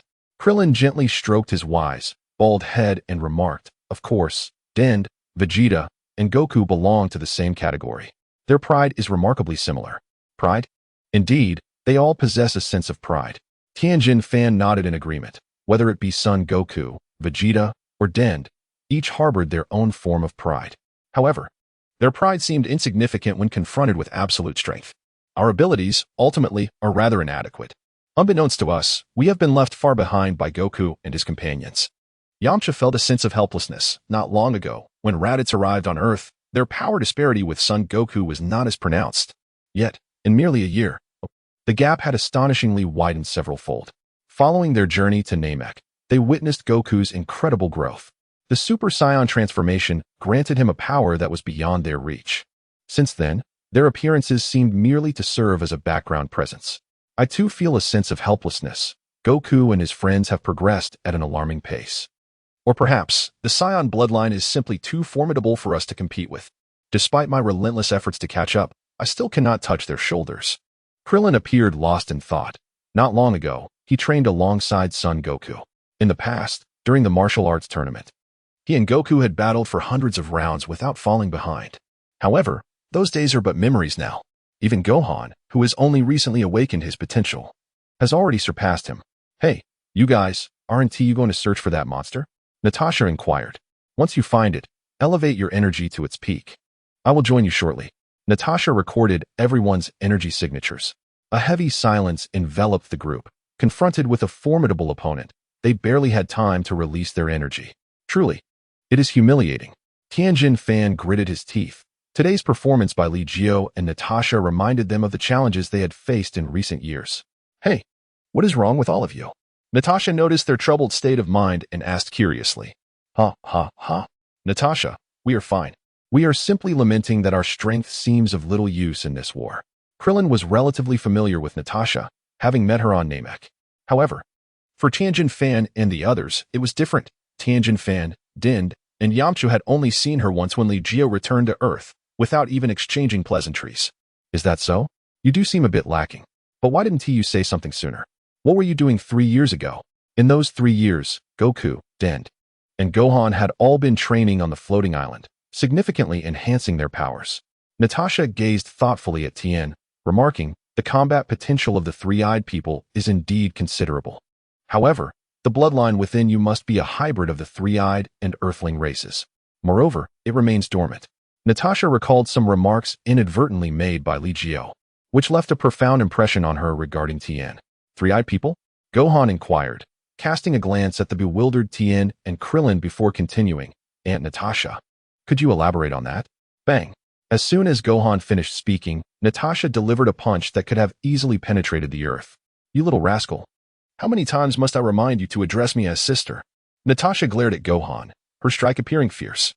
Yet it caused him no significant harm, merely a slight ache on his head. Yes, Sister Natasha, Gohan replied, rubbing his head pitifully before asking. Could you tell me more about the three-eyed people? The three-eyed people, Tien exclaimed, as if struck by lightning. He had never encountered this term before. Based solely on earthling lineage, even that master you refer to as Wu Tian represents the pinnacle. Even if one were to grow stronger, it would not exceed a certain limit. Natasha stated, glancing at Krillin, your ability to become so formidable is attributed to the fact that you are not merely an earthling. As for Yamcha, he is a true earthling.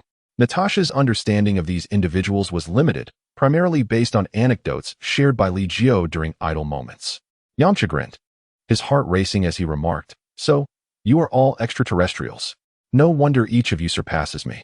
With this explanation, I can find solace. Though Yamcha felt a tinge of discontent, he realized, as Natasha pointed out, that the martial accomplishments of Earthlings were exceedingly constrained. I wonder if Uncle Li Jiu would be willing to train Uncle Tien and the others. If he is, Uncle Tien could undoubtedly become even more powerful. I've heard my father say that Uncle Tien was once even stronger than him, Gohan remarked, looking at Natasha as if seeking her approval. If you wish to consult Li Jiu, you may head to the floating island. However, I cannot guarantee that he will agree to train you. Natasha shrugged nonchalantly before adding. Do not forget to seek out the monster that Li Jiu mentioned. Chapter 31. Training with Li Jiu. Din has left, presumably to seek the dragon god for fusion. Let us wait for him, Krillin suggested, glancing at Natasha. Natasha furrowed her brow before nodding. Li Jiu has already arrived at the floating island. I will take you there. Natasha rested her hand upon Klin's shoulder, prompting him to swiftly grasp the others. In the blink of an eye, everyone vanished from their original location, leaving only Android 17, 18, and 16 to exchange perplexed glances. How infuriating. I am the most formidable artificial being in history, thought Android 17, filled with resentment. Although Natasha had exercised restraint and had not inflicted severe harm upon him, he still endured unbearable pain throughout his body. Android 18 appeared lost in thought, her fair and smooth forehead marked by a swollen patch, yet her attention was evidently fixated elsewhere. Even now, a burning ache persisted in her rear. Where are we to go next? Android 16 inquired, maintaining his usual calm demeanor, seemingly unaffected by his defeat at the hands of Li Jiu. I do not know. The three androids pondered in confusion. Originally, they had aimed to confront Sun Wukong, but after being bested by Li Jiu, they found themselves at a loss. By the way, you are surprisingly powerful. You are indeed a pure mechanical android, Android 17 remarked, casting a glance at Android 16 while adjusting his tattered garments. Android 18 disdainfully surveyed her disheveled attire and remarked, I must first find a proper outfit. The three exchanged glances before ultimately making their way toward a remote island city. On Floating Island, Li Jiu was leisurely basking in the sun when Natasha unexpectedly returned with the group, catching him off guard. "Natasha, weren't you supposed to deal with that monster?" Li Jiu questioned, puzzled by her sudden return. "Well, these individuals are far too weak, and I am too lazy to search for stronger ones, so I simply brought them back," she replied. "Would you consider training them?"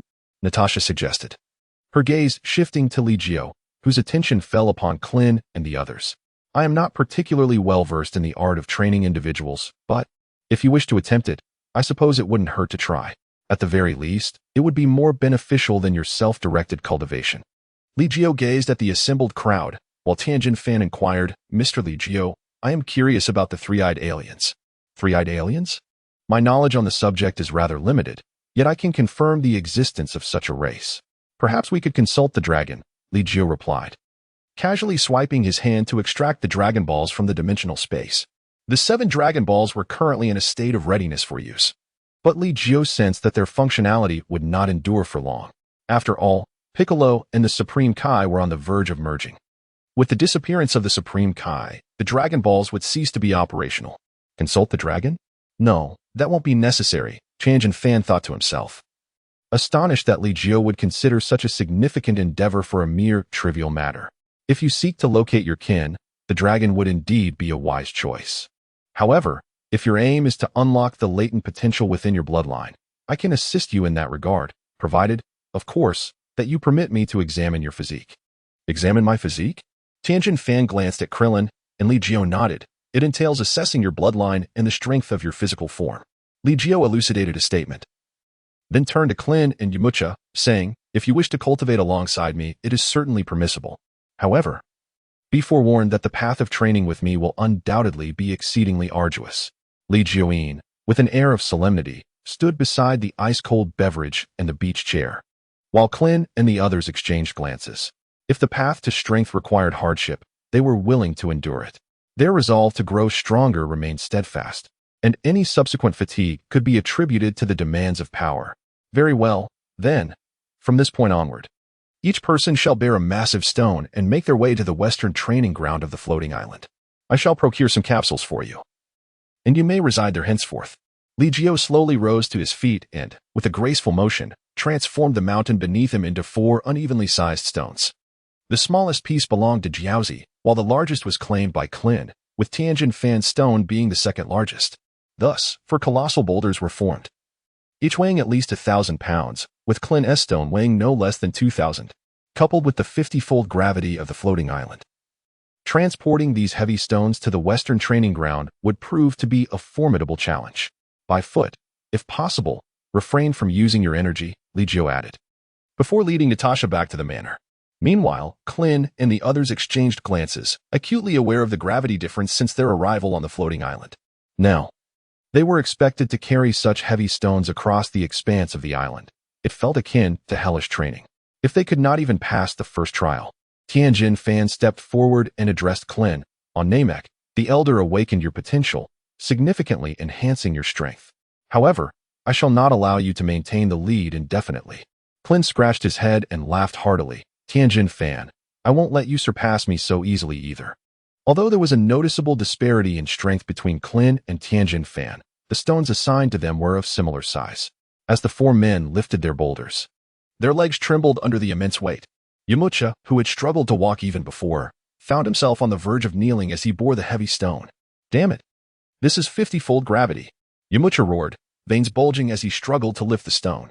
Jiaozi fared even worse. His strength lay primarily in his psychic abilities, leaving his physical prowess lacking. "Jiaozi, you can do it." Tianjin Fan extended a hand, assisting Jiaozi to stand upright. "Tian, thank you. I will do my best."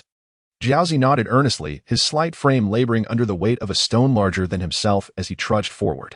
Tianjin Fan followed closely behind, occasionally lending support. As they embarked on their journey to the western training ground, a path fraught with unknown challenges, the floating island spanned an area comparable to the entire West City, far exceeding the temple's dimensions. "Why not allow them to enter the hyperbolic time chamber?" Natasha inquired, glancing at Li Jiu. "Let us first test them." Although the hyperbolic time chamber can accommodate multiple entrants at once, its cooldown period is extensive. If they cannot reach the Western training ground within 3 days, there would be little reason to remain on the floating island, Li Jiu replied, cradling 7 Dragon Balls in one hand, contemplating whether he should make another wish. The hyperbolic time chamber was a creation born from Li Jiu's wishes using the Dragon Balls, yet it resided not on the floating island but within a spatial rift. Much like the bean cultivation base, the chamber would only manifest with Li Jiu's permission. What wish shall I make? Chapter 32. Natasha's thoughts. Natasha pursed her lips, her dark eyes shimmering gently. I want a child. What? Li Jiu instinctively nodded, only to realize, upon seeing Natasha's flushed cheeks, that he was left speechless. To have a child, you need to put in the effort. It requires at least 2 attempts each day. How could there possibly be a child? Li Jiu looked at Natasha with disdain, while Natasha, her face flushed with indignation, retorted, Who told you to be so abnormal? 3 times a day. And then nonstop day and night? Embarrassed, Natasha wished for more than just once, but for Li Jiu, even one time proved to be exceedingly arduous. Exhausted from the effort, and with the duration being excessively prolonged, conceiving a child seemed a daunting task. Is it my fault then? Li Jiu shrugged and pouted. Perhaps we should acquire a spaceship, the fastest one available. There is nothing entertaining left on Earth. Li Jiu was resolute, and Natasha naturally would not oppose him. In that moment, the dragon emerged, casting the entire Earth into darkness as day turned to night. A familiar refrain followed. Upon seeing Li Jiu and Natasha, the dragon expressed its exasperation. Not you again. It sighed, having encountered them thrice already. Moreover, each wish had become increasingly burdensome. The first request for a floating island, followed by the second for the room of spirit and time, were no simple feats to conjure. Had the creation of such wonders not demanded relatively low power, the dragon would have struggled to fulfill them. Dragon, I desire a spacecraft that surpasses the fastest vessel in the universe by tenfold. One that is 10 times more luxurious than the most opulent ship, and a cosmic craft that is 10 times more perfect than the most fully equipped spacecraft in existence. Li Jiu spoke, and the divine dragon slowly nodded. This time, the desires of the people remained unchanged. It was impossible to fulfill them. The divine dragon responded succinctly, while Li Jiu stood in a daze. Such a spacecraft had transcended the limits of technology within the cosmos. With my abilities, it cannot be created. Then, what is the utmost you can produce?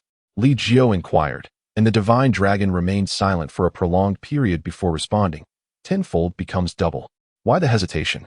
Li Jiu pursed his lips, contemplating that even without the doubling, the universe is vast beyond comprehension. The advancements in technology are innumerable. Even the swiftest spacecraft would traverse the galaxy in what would seem a mere blink of an eye. The divine dragon, at a loss for words, vowed never to encounter these 2 wishmakers again. Your wish is quite simple, the divine dragon remarked, his tone as flamboyant as ever.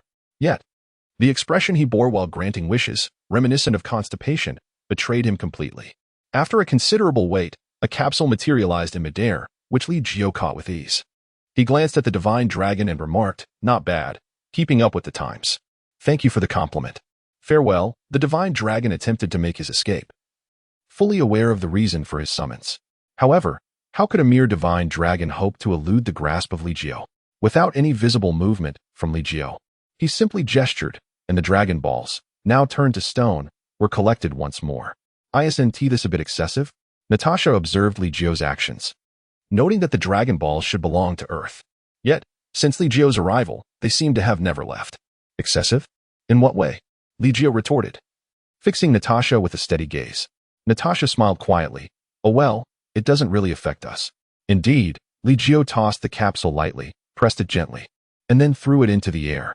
With a resounding pop, smoke dissipated, revealing a small, exquisite spacecraft before Li Jiu and Natasha. Its exterior appeared diminutive, prompting Natasha to question, is it really that small? Li Jiu offered no explanation as he led Natasha toward the spacecraft's portal. Beep. Master recognized. Ownership confirmed. An electronic voice announced as the spacecraft's hatch opened. Li Jiu and Natasha entered, and a small sprite emerged. Greetings, esteemed masters of the vessel. Please bestow names upon the spacecraft and me. Let us name it the Peaceful Vessel, and you shall be called Ping Ping, Li Jiu decided. Ping Ping expressed gratitude and began guiding them through the various functions of the spacecraft. The interior was expansive, resembling a miniature world. It boasted comprehensive features. Whatever Li Jiu could conceive, Ping Ping could realize. Even dolls could be 3D printed at any moment, remarkably lifelike, complete with an artificial intelligence system, tailored to one's desires. Upon learning of this capability, Natasha was filled with excitement, eager to explore. Li Jiu, however, directly bestowed upon her a playful knock on the head, saying, "Do you truly think your husband is so desperate as to settle for anything? Do not even entertain such notions. You must either exert yourself or rely on chance. Do not think of taking shortcuts." "Ouch, that hurts," Natasha complained, cradling her head while casting a resentful glance at Li Jiu, her eyes darting about, perhaps concocting some mischievous scheme. After exploring the spaceship for a while, Li Jiu stowed it away once more. With this vessel, her future journeys through the cosmos would undoubtedly become far more convenient. According to the little sprite Ping Ping's description, this spacecraft could traverse the Milky Way in a mere day at full speed, a truly astonishing velocity. In the divine realm, the celestial being stood at the edge, scrutinizing the situation on Earth. The actions of Shalu had not escaped the celestial being's notice. All my years of unease must stem from him. Cold sweat trickled down the celestial being's face. Upon seeing the short flute player meditating in the temple behind him, a decision had formed in his mind. On the island of the ghostly immortals, Master Rashi gazed gravely at the television. This time, the screen did not display the fiery dances of gymnastic maidens, but rather a series of news reports akin to supernatural occurrences. "Terrifying monsters," he uttered. "Goku, Krillin, you must fight with all your might." Master Rashi trembled with reluctance. "I can no longer offer any assistance." He reminisced fondly about the era when Master Wutian was deemed the strongest in the world, sighed deeply, and silently prayed.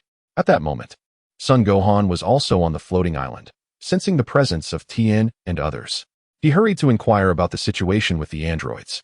Upon learning that Li Jiu had defeated the androids but warned of even more fearsome creatures, he scratched his head in exasperation. "Ha ha ha, Gohan. You should return to care for Goku. We have no time for idle chatter here," Krillin remarked. Gohan nodded in agreement and returned to the residence he shared with his parents on the floating island. In the desolate mountainous region, Vegeta stood resolutely at the cliff's edge, unwavering. Trunks sat a short distance behind him, troubled, gazing longingly at his father's back. He wished to train alongside his father, yet Vegeta found him a distraction. Chapter 33. What is key time past? The following evening, in the westernmost part of the floating island, 4 stones crashed to the ground, followed by a series of splashes as all 4, including Krillin, collapsed. Not bad. It only took a day and a half, Li Jiu thought, somewhat astonished. For the 50-fold gravity of the floating island was already a considerable challenge for Krillin and the others. Moreover, they had traversed nearly the entire floating island with added weight in a mere day and a half. "Rest well tonight. Tomorrow, I will commence your preliminary training," Li Jiu declared, setting down several capsules before preparing to depart. Krillin suddenly lifted his head and, with great difficulty, rose from the ground. A creature far more terrifying than any android must surely be wreaking havoc upon the Earth now, he thought. "What do you wish to convey?" Li Jiu's expression remained composed, though he had begun to form a conjecture in his mind. "Li Jiu, I am aware that your abilities far surpass those of Goku and Vegeta. Even if that monster were to mature, it should hardly pose a challenge for you, correct?" Krillin's mind was sharp, a testament to his wisdom. "I implore you, eradicate that monster. The humans on Earth are innocent." Krillin spoke earnestly, and at that moment, Tien Shinhan slowly rose as well. His burdens were not as heavy as Krillin's, yet he had expended considerable energy assisting Kaiatsu along the way. "Li Jiu, if possible, please annihilate that monster." Although Tien Shinhan yearned to confront the so-called creature himself, he understood that he could not possibly reach that level in the short term. The monster would be dealt with by someone. "You need not worry." Li Jiu's expression remained unchanged as he vanished instantly from before them. Krillin felt a sense of reluctance, but there was little he could do. It seemed Li Jiu knew more than any of us. Do you all remember? When Li Jiu first arrived on Earth, he exhibited a familiarity with us. He inquired of Krillin the direction to Korin Tower and then requested the dragon radar from Bulma. Yamchu, panting heavily, analyzed the situation and then glanced at the few capsules left by Li Jiu. There were merely 3, but they should suffice for their needs. 3 housing capsules, fully equipped inside, though they lacked sufficient provisions. However, it wasn't long before Gohan arrived, carrying a large sack of food. "Uncle Krillin, I've brought you all some nourishment." "Haha, thank heavens for Gohan," Krillin exclaimed with excitement. They had gone 2 whole days without a meal. After a hearty feast, the four of them lay contentedly on the ground and directly fell asleep for the night. The following morning, Li Jiu returned to the training grounds. Observing the four of them sleeping like logs, he raised his hand and unleashed a wave of energy that sent them flying hundreds of meters. Boom! As the dust settled, the four of them wobbled back, looking at Li Jiu's half-smiling face, each scratching their heads in confusion. How do you feel? Li Jiu inquired. The gravity of 50 times that of floating island may be unusual for you, but it should be bearable, right? Of course, while we may be weak, we can still endure the 50-fold gravity, Krillin nodded. Tien Shinhan and the others echoed his sentiment, though it was uncomfortable after a night's rest. They were ready to continue training. Then let us begin. Li Jiu cast a glance at the group and lightly leaped to the center of the training field. Everyone focused intently, eager for Li Jiu to impart unique insights and training methods. And indeed, Li Jiu did not disappoint their expectations. Energy. Li Jiu extended a finger, and at its tip coalesced a sphere of energy the size of a table tennis ball. Surely, you can all achieve this? He inquired, glancing at the crowd. A shared understanding passed among them, and one by one, they raised their hands, conjuring their own energy spheres, mirroring Li Jiu's demonstration. This exercise was simple, yet it merely represented the most fundamental and rudimentary application of qi. Even a beast, endowed with sufficient energy within, could accomplish this feat. Li Jiu retracted his hand and surveyed the assembly, articulating each word with deliberation. Your mastery of qi, as well as your understanding of it, surpasses that of a mere beast by only a slight margin. You comprehend the nuances of gathering qi, sensing it, compressing it, and unleashing it. However, these applications are not particularly challenging. You possess this ability, and so do others. Indeed, it was true. Vegeta had swiftly grasped the sensation of qi in a short span. Moreover, techniques akin to the Kamehameha were relatively easy to learn. Krillin interjected, affirming Li Jiu's assertions. However, techniques such as the Kaioken, the Spirit Bomb, and my instant transmission delve into greater depths of complexity. And the more profound the technique, the more formidable its power becomes. As Li Jiu spoke, he observed the reactions of those around him. Yamcha appeared contemplative, Tien Shinhan nodded slightly, and Krillin's intellect seemed to shine even brighter. However, even techniques such as the Spirit Bomb and the Mafuba could not be deemed invincible. Yamcha spoke up, expressing his confusion. After all, he too possessed the Kaioken technique. Yet in light of his own insufficient strength, the Kaioken proved to be of limited efficacy. One must forge oneself in order to wield power effectively. The essence of my words is merely to convey that your understanding of qi remains rather superficial. Thus, a question arises. What, exactly, is qi? And what purpose does it serve? Li Jiu raised his hand once more, conjuring a short sword that was entirely formed from condensed air, appearing almost tangible. I compressed the air to its utmost limit. Could this sword truly transform into a solid entity?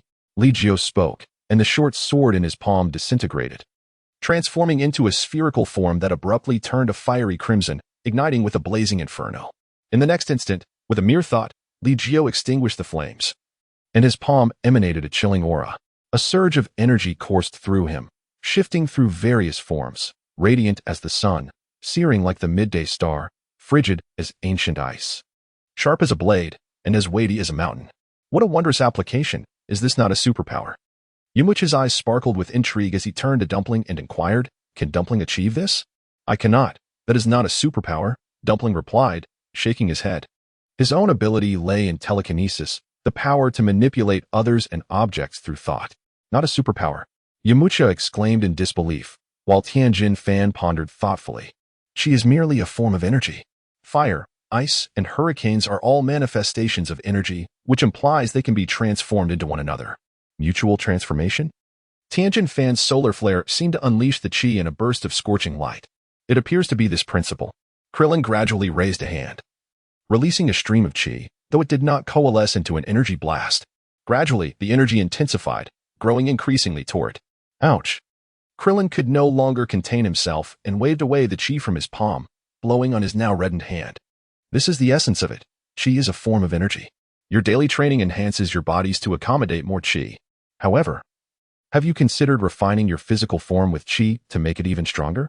Have you contemplated how to mobilize qi for more efficient utilization? Chapter 34, Piccolo vs. Cell. What is qi? How does one wield qi? Li Jiu posed 2 questions, leaving the group in deep contemplation as he quietly departed.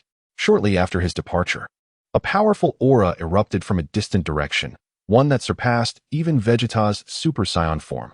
The presence manifested swiftly and vanished just as quickly. Was it Piccolo?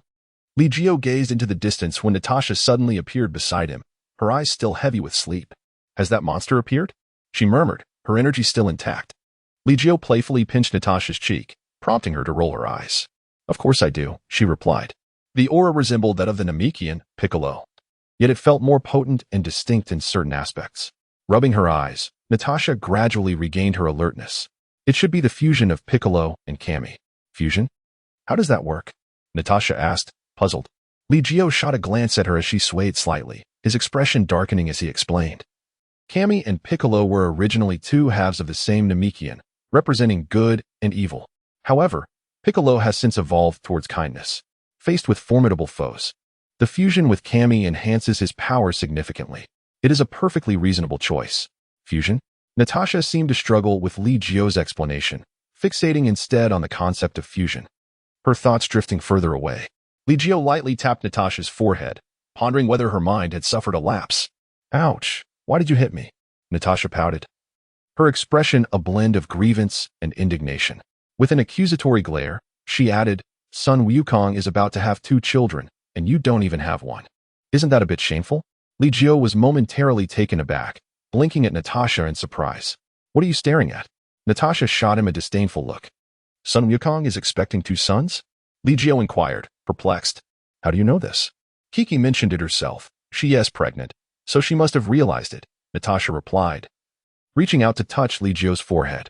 You don't have a fever, do you? Li Jiu pushed Natasha's hand away and rolled his eyes.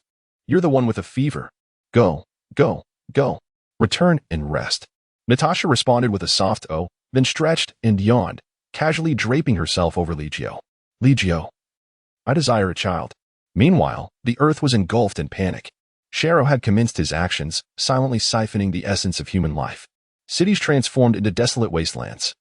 Individuals vanished as if into thin air, their clothes strewn across the ground, creating an eerie sight. Shan Di descended upon an island city. Observing the garments scattered across the streets, his fists clenched tightly. After merging with the divine, the current Shan Di had long since abandoned his aspirations of world conquest. What he yearned for now was to protect the world. Damn it, he concealed his presence, making it impossible to trace the creature's whereabouts. As Shan Di surveyed his surroundings, he suddenly straightened, gradually turning around. You finally dare to reveal yourself. He fixed his gaze upon Sharu, who emerged from around the corner, a cold smile gracing his lips. Oh, you are aware of my existence. The initial form of Sharu resembled a colossal cicada, greenish and adorned with dark spots, quite unsightly. Fortunately, he seemed to possess considerable strength, yet this timid demeanor was hardly impressive. Shan Di looked disdainfully at Sharu, who remained silent, observing Shan Di and absorbing his aura. After a lengthy pause, Shara suddenly erupted into laughter. You are no match for me. Oh, is that so? Shan Di grinned, twisting his neck. The sound of cracking joints echoing. The two faced off, and abruptly, a battle ignited. Shan Di unleashed a powerful punch, striking Sharu in the face and sending him flying over 10 meters, crashing into a building. Amidst the swirling dust, Sharu unexpectedly appeared behind Shan Di, seizing his arm and violently slamming him to the ground. Humph, I told you, you're no match for me. Sharu, brimming with arrogance, had not anticipated that before he could release his grip, Shan Di would retaliate, catching him in turn, simultaneously bracing his foot against Sharu's armpit and exerting tremendous force. Crack. Blood splattered as Shan Di forcefully tore off Sharu's arm. Is that all you can do? He discarded Sharu's severed limb and unleashed a ki blast. The intense pain and Shan Di's unexpected ferocity momentarily overwhelmed Sharu. Struggling to rise from the ground, Sharu was drenched in cold sweat as he glanced at his severed arm. It seems I can regenerate it. He chuckled sinisterly, the wound pulsating as a new arm swiftly grew in its place. Ahahaha, Shan Di. Did you not anticipate this? I possess your cells within me, and the cells of a Super Saiyan as well. As Sharu spoke, a golden aura enveloped him, his presence surging dramatically. Den's expression grew grave.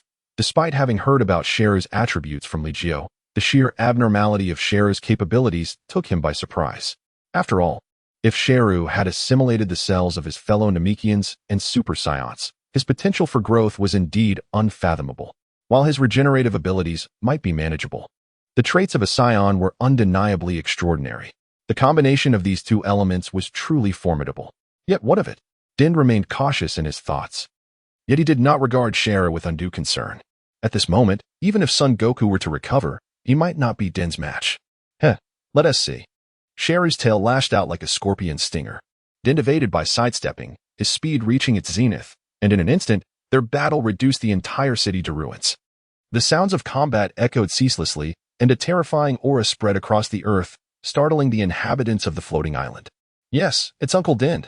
Gohan happened to deliver food to the training grounds, while Krillin and the others were distracted, eating mechanically as they pondered the questions left by Li Jiu that morning.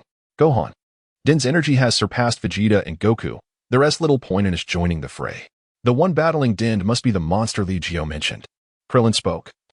Though it was clear he harbored other thoughts, his gaze vacant and his eating actions almost robotic. Uncle Din's energy feels significantly more potent. Has he merged with the Supreme Kai? Gohan closed his eyes, sensing the intertwining of those two auras. Meanwhile, in a manor to the east, Natasha found herself in a dire situation, defeated and unable to muster the strength to confront the energies of Din and Sheru. Chapter 35, Sheru's Escape Boom.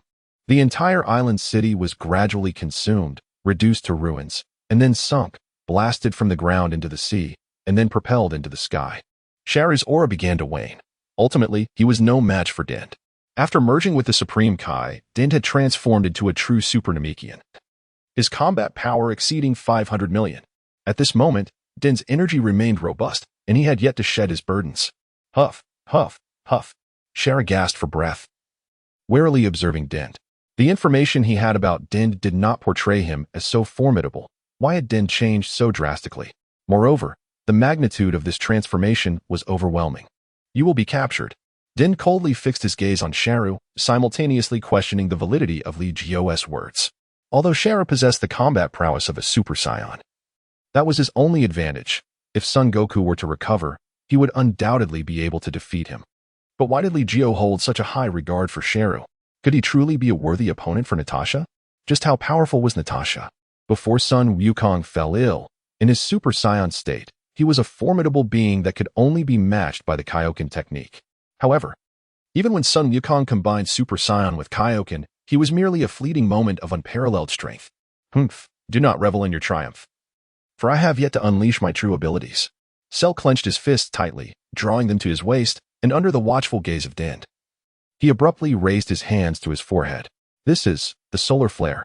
A blinding light erupted, causing Din's eyes to be seared with excruciating pain, rendering him unable to open them for a brief moment. Seizing the opportunity, Cell concealed his energy and swiftly fled, disappearing in the blink of an eye. When Din slowly opened his eyes, he beheld the desolate sea and a few distant islands, contemplating sinking them. Yet, it remained a mere thought. Even if he were to act on it, it would serve little purpose. In a remote urban area, Cell reemerged. Humph. Once I absorb enough energy and then take an androids 17 and 18, I shall certainly settle the score for today. On Floating Island, with the battle concluded, Natasha delivered a swift kick, sending Li Jiu tumbling from the bed. Leave me be, I wish to sleep. Is this how you treat me? Using me and tossing me aside? Li Jiu sat on the floor, gazing blankly at Natasha, who had turned over and drifted into slumber. A resigned smile forming on his lips. He rose and gently lifted Natasha into the bathtub, meticulously washing her body before changing the sheets and placing her back in bed.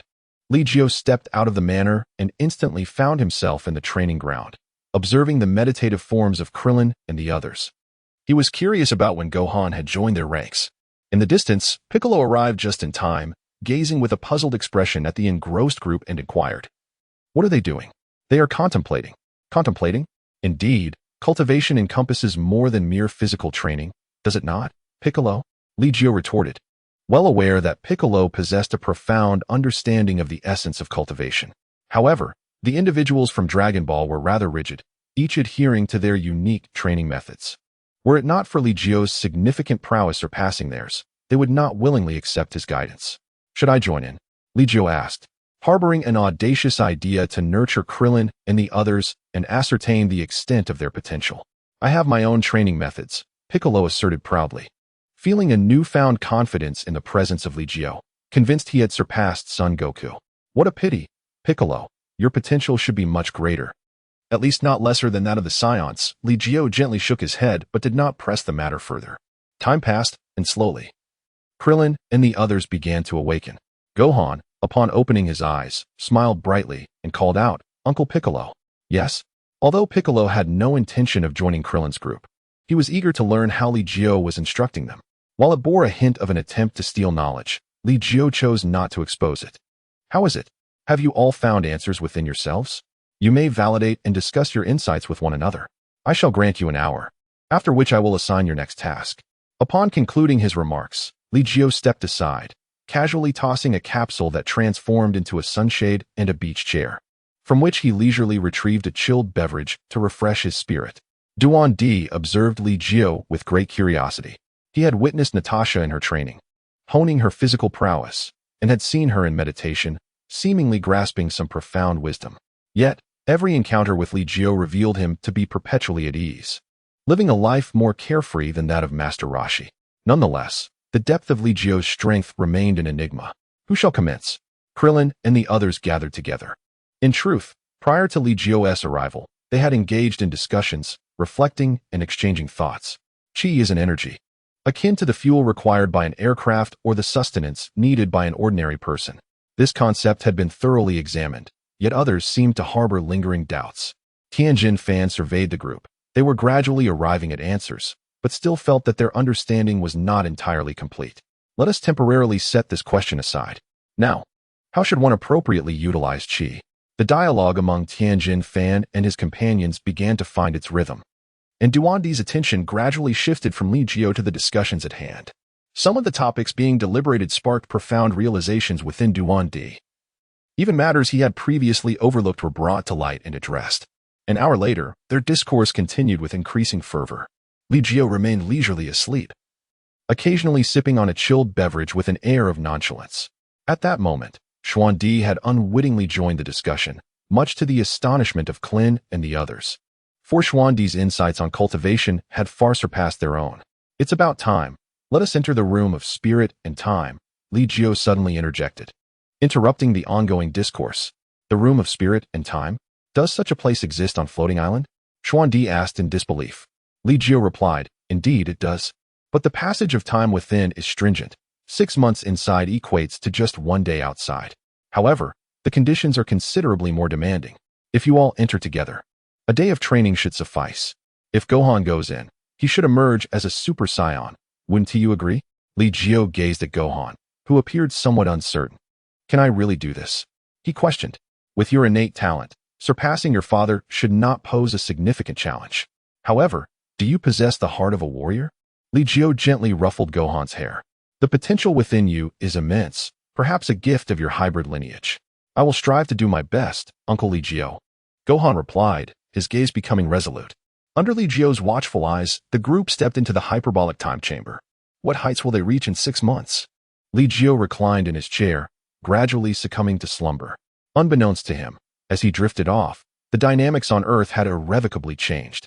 Chapter 36. Perfect Form Cell. Following his defeat by Piccolo, Cell became increasingly frenzied, voraciously absorbing human life energy.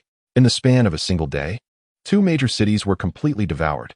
More alarmingly, at this juncture, Cell encountered Android 17 and Android 18. No wonder this city has become devoid of life. It seems you are behind this, Android 17 observed calmly, witnessing a woman drained of her vitality by Cell. Oh, I was just about to seek you out.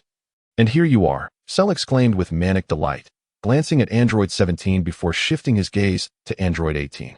Oh, do you intend to absorb us as well? Android 17, having grasped Cell's intentions, remained undeterred. He yearned to defeat Cell and assert his superiority as the mightiest android. 17, you are no match for him. Android 16 interjected, stepping forward cautiously.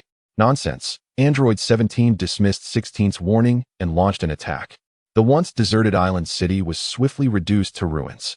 Cell, exhibiting remarkable cunning, unleashed his full power the moment the attack commenced, catching Android 17 off guard and, to Android 16's astonishment, directly absorbing him.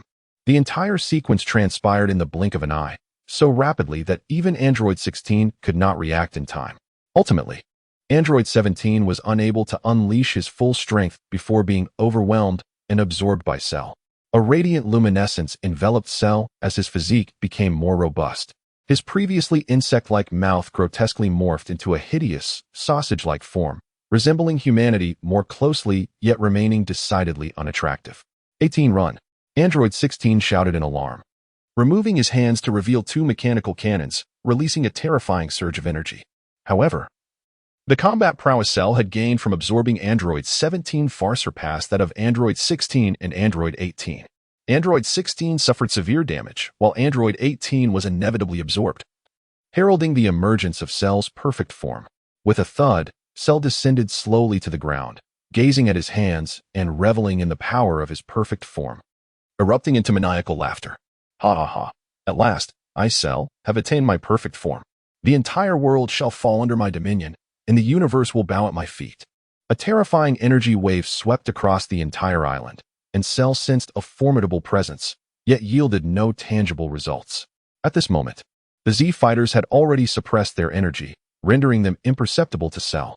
Ha ha ha. I do not believe that you can remain hidden indefinitely. Cell levitated into the air, making his way toward a city. Soon, alarming news spread like wildfire. The Cell games were imminent, set to commence in 1 week. Hello, Li Jiu. We are in grave trouble.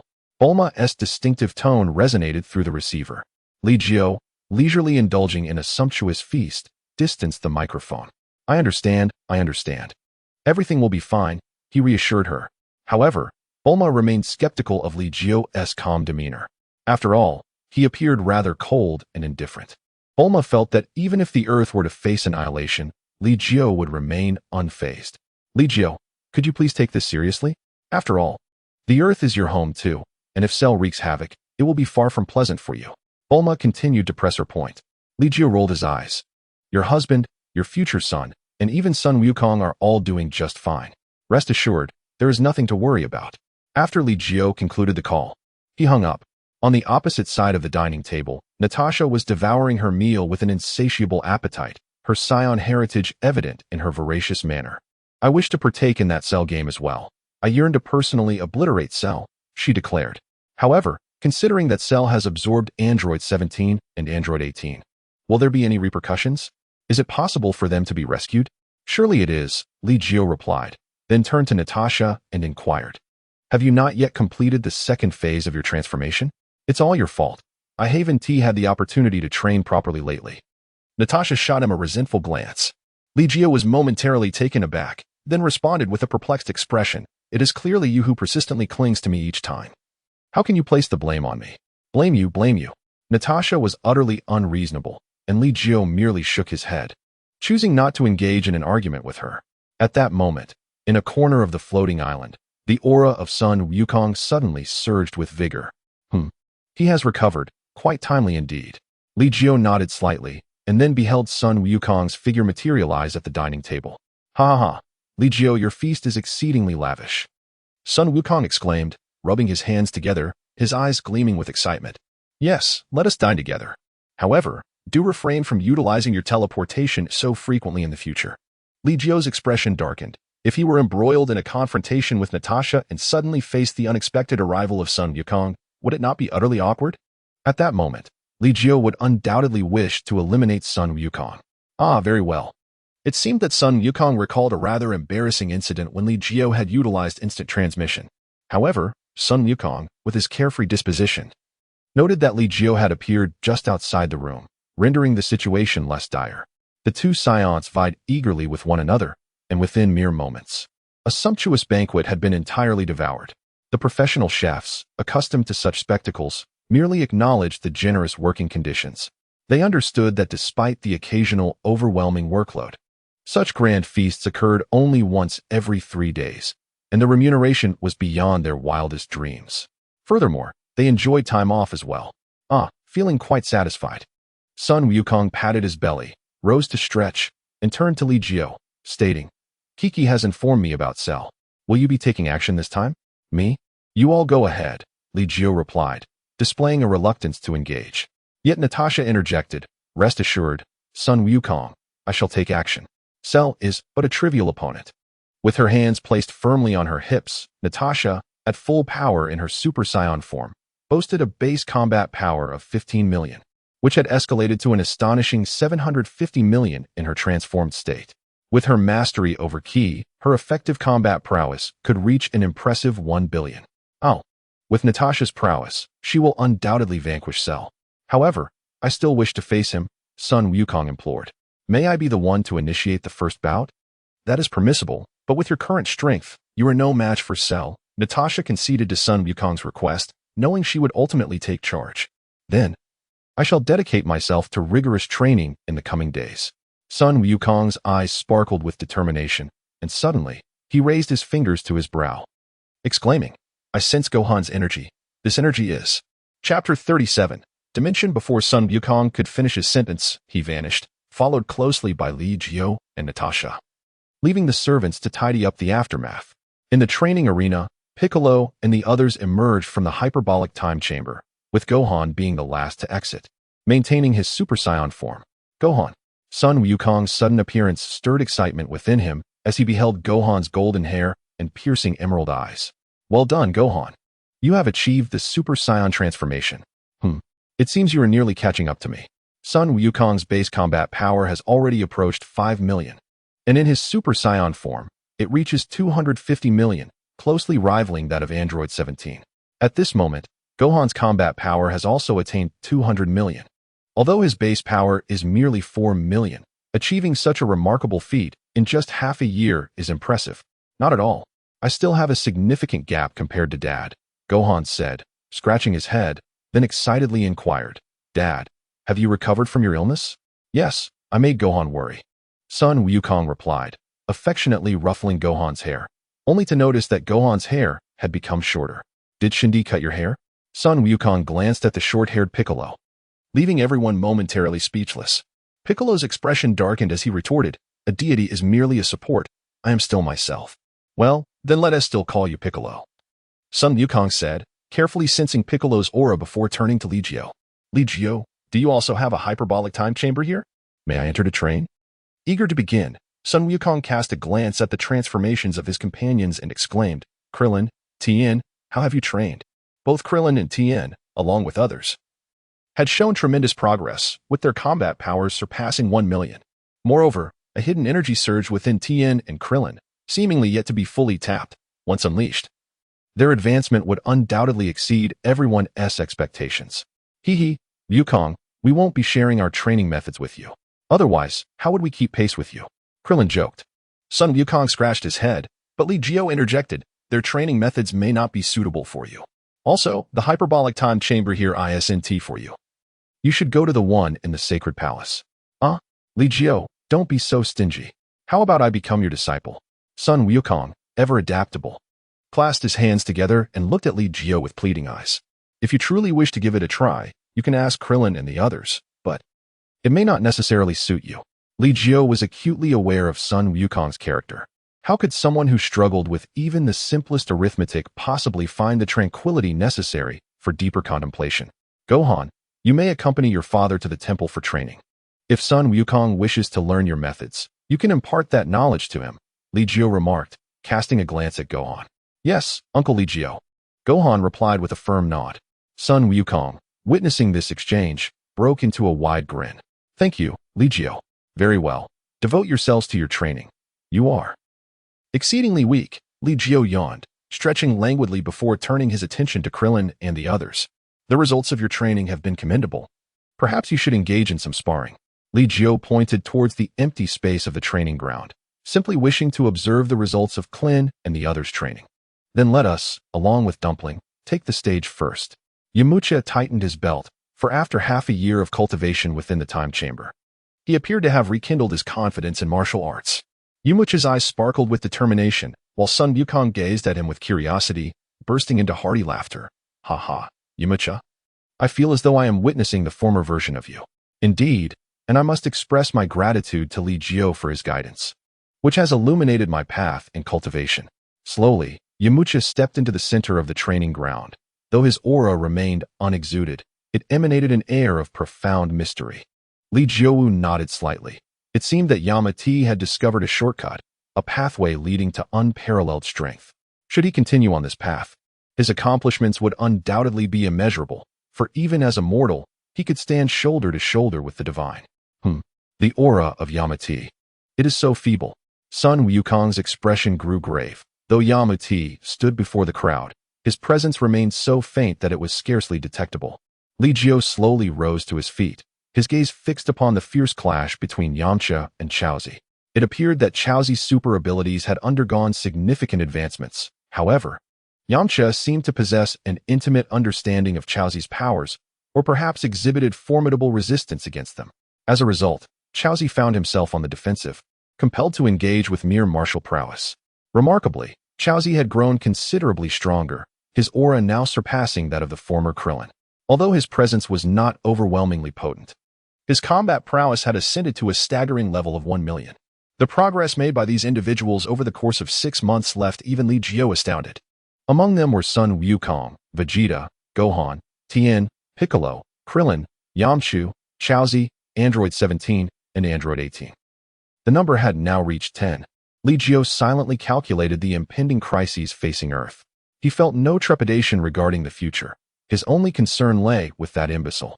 Should his actions, akin to the butterfly effect, cause any discontent, it could lead to the obliteration of the entire universe, a truly disastrous fate. Presently, the Kaioshin Ashin was equally foolish and unreliable, compelling him to await the emergence of the demon. Thus, it was imperative for him to strive for greater strength. Li Jiu possesses the profound Huang Breath Technique, which naturally entails his own system of cultivation. However, at this juncture, Li Jiu's comprehension of the Huang Breath Technique remains confined to the realm of mere practice. The duel between Yamcha and Dumpling can be described as nothing short of spectacular. Indeed, when compared to their confrontation 6 months prior, both individuals have undergone a remarkable transformation. The path that Yamcha has traversed can be likened to the Dimension Path. This route is commendable and serves as a valuable reference for all. For the mere enhancement of strength ultimately encounters limitations, one must also elevate their own dimension. Once the sparring session between Yamcha and Dumpling concludes, Li Jiu speaks up. The audience is immediately enveloped in expressions of curiosity and contemplation. What, precisely, is a dimension? Yamcha only vaguely understands that he has embarked upon a unique path, one that does not necessitate immense potential within himself to continue his growth. A dimension can be described as a state of existence, or perhaps a tier of life itself. For instance, immortals. Immortals?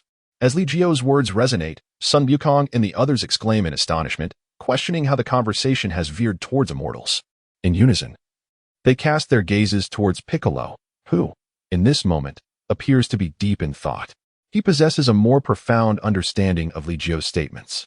A dimension represents a tier of existence, akin to the distinction between immortals and mortals. They are not of the same essence. I can grasp this concept personally, yet I struggle to articulate it for your understanding. Li Jiu should be able to elucidate, right? Short Flute is somewhat bewildered as well, seeming to comprehend, yet feeling as though something is amiss.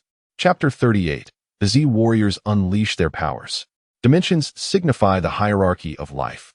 Yamcha has already grazed the barriers of the dimension. Should he shatter that dimensional barrier, his potential would experience a terrifying enhancement, and his strength would surge dramatically. At this moment, Yamcha's dimension is akin to that of deities, ranked alongside the King of Hell. A further ascent would lead him to the realm of the King of the Universe. Beyond the King of the Universe, there exist even loftier dimensions. With each elevation in dimension, lifespan and potential ascend correspondingly. Once a dimension attains a certain level, lifespan becomes boundless. Indeed, I feel my body brimming with vitality, as if I have undergone a complete transformation. Moreover, an inexhaustible wellspring of potential surges within me. Currently, I have merely managed to breach one barrier. Yet, I find myself at a loss to articulate how to grasp that boundary. Yamcha feels a twinge of guilt. As everyone practices together, any insights are usually shared. Yet he has unknowingly achieved such a significant breakthrough without the means to convey it to others. It is quite normal, not only you, but even I can only recognize the dimension without sensing the existence of its barriers. Perhaps only by excavating one's internal potential to a certain extent can one touch that layer of constraint. Being a human from Earth, Yamcha possesses inherently lower potential, allowing him to touch that layer of barrier first. Of course, as one progresses to higher breakthroughs, the dimension will thoroughly compensate for the disadvantages brought by one's innate lower potential. In essence, whether one is a Scion, a Namekian, or a human, as long as the dimension reaches a certain threshold, their potential becomes equivalent. With an elevated dimensional level, potential is nearly limitless. In the case of beings like Saiyans, who possess inherently strong potential, they may surpass some high-dimensional entities, yet their disadvantages are evident. Advancing through dimensions is arduous, and lifespan remains a significant constraint. As Li Jiu spoke, the others gradually began to comprehend certain aspects. At that moment, Yamcha chuckled. So, having low potential has its advantages? Ha ha ha. Every situation has its pros and cons. After all, even if you, Yamcha, were to shatter dimensions twice, the potential born within you may not surpass that of a Scion who has not broken through any dimensions. Indeed, this was somewhat disheartening. Yet I have now discovered a path to continue growing stronger, and I shall forge ahead with unwavering determination. If breaking through one dimension does not bridge the gap between us, then I shall break through 2 or even 3 until my potential knows no bounds. Yamcha brimmed with confidence at this moment. Although he had only broken through one dimension thus far, he had yet to match the pace of Krillin and Tien in tapping into their potential. Nevertheless, he held firm in his belief that one day he would close the gap, perhaps even surpass them. As for dimensions, Din's eyes sparkled with newfound insight, as if he had stumbled upon a new world. The potential of the Namekians was indeed considerable, yet Din understood that it paled in comparison to that of the Saiyans. Moreover, having fused with the Grand Elder, he possessed an innate advantage in comprehending dimensions. Humph, son, I believe you shall find yourself trailing behind me from now on. Din pursed his lips, while Son Goku remained in a daze, unable to grasp the concepts of dimensions and potential that Li Jiu had mentioned. The only thing he understood was that this so-called dimension might require the excavation of one's own potential to be touched. Humph, I shall not allow you to catch up. Goku called out to Gohan, beckoning him over, and then sensed Vegeta's energy. Vegeta was also a formidable warrior, and if Li Jiu did not intervene, he would need to exert himself. In the next moment, Goku and Gohan appeared high above a precipice. Hey, Vegeta. Goku waved his hand, and Vegeta glanced at the suddenly appearing Goku, envy flashing in his eyes at Goku's instantaneous movement. Humph, appearing and vanishing at will. What do you want? Cell has already made his appearance. You must have sensed that powerful energy as well. Come, let us train together. Goku extended his hand, inviting Vegeta. Humph, I, Vegeta, am the mightiest Super Saiyan. Why should I train with you? Vegeta scoffed. Goku scratched his head, then turned to Gohan, saying, Gohan, transform. Oh, okay. Gohan, somewhat bewildered, nonetheless managed to transform into a Super Saiyan after gathering his energy. As golden light flickered, Vegeta widened his eyes in disbelief, staring at Gohan. What? How is this possible? How can this boy transform into a Super Saiyan? Vegeta, Gohan, like Trunks, possesses Scion blood. Why shouldn't he be able to transform? Goku expressed his dissatisfaction, insisting that it was perfectly normal for Gohan to achieve Super Saiyan status. You scoundrel, don't play tricks on me. Just a few days ago, this boy's energy was feeble. Now he has surpassed Trunks. This isn't merely a transformation issue. Vegeta instantly discerned the approximate strength of Gohan at this moment, and it seemed that he had not merely surpassed Trunks, but had even surpassed himself. Gohan appeared to have grown taller, a feat unlikely to be achieved in just a few days. Trunks, observing Gohan's growth of a full 5 centimeters, spoke up. Yes. It's thanks to Uncle Li Jiu's guidance and 6 months of training in the time chamber, which only equates to a single day outside. Gohan's earnest nature reflected his father's simplicity. 6 months? Just equivalent to 1 day? Vegeta immediately seized Goku by the collar, exclaiming, Take me there. Vegeta. Please don't act rashly, Goku replied. The time chamber at Li Jiu's has already been utilized by Piccolo and Tien. We can only go to the temple. The temple's time chamber allows for a year of training to be equivalent to just 1 day. Goku chuckled, successfully leading Vegeta away. At the temple, Bubbles guided Goku and the others to a door. This is the time chamber, but only 2 can enter at a time, and the maximum stay is 1 year. Vegeta and Trunks can go in first. Gohan and I will enter tomorrow, Goku suggested, eager to discuss with Gohan how Li Jiu had instructed them in their training. Vegeta, dismissive of Li Jiu's guidance, found Goku's admiration for it rather curious. Of course, Vegeta scoffed, stepping into the time chamber first. Trunks felt a surge of excitement. Within this chamber, it would be just him and his father, allowing them to train together. "Thank you, Mr. Goku," Trunks said, but Goku had already begun discussing with Gohan. Completely oblivious to Trunks' words, Trunks offered a sheepish smile before stepping into the time chamber. Meanwhile, on the floating island's arena, Tien and the others unleashed their full strength in a concerted effort to combat Li Jiu alone. Li Jiu stood resolutely in the center of the training grounds, never straying beyond a 3-meter radius. His strikes were executed with precision and decisiveness, devoid of any hesitation. Such actions were superfluous. "Clin, why hold back? Do you truly believe you can inflict harm upon me? Dumpling, your extraordinary abilities are not meant for direct confrontation." Short flute. "The charge time for your magic-piercing light wave is excessively prolonged." Li Jiu abruptly transformed into a Super Saiyan, pointing his hand like a sword, cleaving Piccolo's light grenade in two. Chapter 39. The Floating Island Exposed. Cell Strikes. Li Jiu, while responding to the situation, pointed out their shortcomings. Naturally, Duan Di was aware that his light kill wave required an excessive amount of time to charge. However, perfection in techniques is a rarity. Just as Li Jiu's ability to condense energy into a sword transcends his raw combat power, such mastery is a talent possessed by few. Even Natasha, whose fighting prowess far surpasses that of Sun Wukong, cannot achieve the level of control that Li Jiu exhibits. Li Jiu's mastery transcends the mere act of condensing energy into weapons. He possesses the extraordinary ability to consolidate all the energy within his body into a singular weapon. While the concept may sound similar, the distinction lies in quantity, where others like Short Flute can forge weapons using only a fraction of their energy. Li Jiu can utilize the entirety of his energy to create his weapons, resulting in an unparalleled potency. Take, for instance, Clin's energy blade. Executing it demands considerable effort, as it requires the energy to be shaped into a delicate slice, presenting a significant challenge in control. Clin is only capable of channeling a small fraction of his energy into this blade, yet even that demonstrates formidable power. Despite possessing tenfold the combat prowess of Clin, few would dare to withstand the force of his energy blade. After a brief assessment of everyone's progress, Li Jiu employed his energy to probe the latent potential within Tanjin Fan and Clin, a smile gracing his face. "You must have sensed it yourselves. The knowledge I can impart is quite limited. The path you carve for yourselves is the most fitting. Indeed, without Li Jiu's guidance, our advancements might have been significantly stunted, and the prospect of unearthing even greater powers in the future seems increasingly plausible. With Li Jiu's mentorship, I feel as though I've embarked upon a celestial pathway, one that I could never have envisioned on my own." Yamcha mused aloud, gazing at his own fists. They were once allies of Sun Wukong, and at one time, they surpassed him in strength. Yet, as they witnessed Sun Wukong's ascent to greater heights, the chasm between them widened. Only they could truly comprehend the emotions that accompanied such a transformation. Cell's energy remained partially concealed. Should Li Jiu wish to locate him, he could do so in an instant. It appeared that Cell was unaware of the formidable presences of Li Jiu and Natasha on Earth.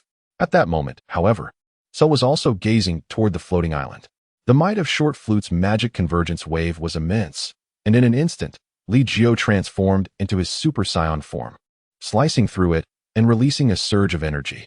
In that fleeting moment, Cell detected the energy signature, distinct from Sun Wukong, yet equally powerful, engaged in combat with Short Flute. Cell contemplated, stunned by the sudden eruption of energy. "I must investigate," he set off, a whirlwind of energy trailing behind him as he surged toward the floating island. "Oh, Cell." Li Jiu sensed a shift in Sheru's position as he approached the floating island. Natasha's beautiful eyes sparkled with anticipation. Could Sheru truly find his way here? Piccolo's expression grew grave. Sheru's aura felt even more potent than Li Jiu's within his perception. Yet, his instincts whispered that Sheru could not possibly rival Li Jiu. It should be manageable. He would come up on his own. However, "Natasha, please do refrain from killing him." A sound thrashing and casting him aside would suffice. Let Sheru's words serve as a sharpening stone for Sun Wukong or Tien Shinhan, a means of honing their skills through experience. Li Jiu glanced at Natasha, who, upon hearing his words, gave a slight nod while stretching her shoulders. "I am curious to see just how formidable this Shala truly is. Indeed, it seems that you will require a considerable amount of time and effort to bring about his demise." Li Jiu gazed towards the entrance of the floating island. And shortly thereafter, a figure clad in insect leather, known as Shalu, ascended the steps of the island. So, this is where they had concealed themselves. It is no wonder that the gravity here is 50 times that of Earth.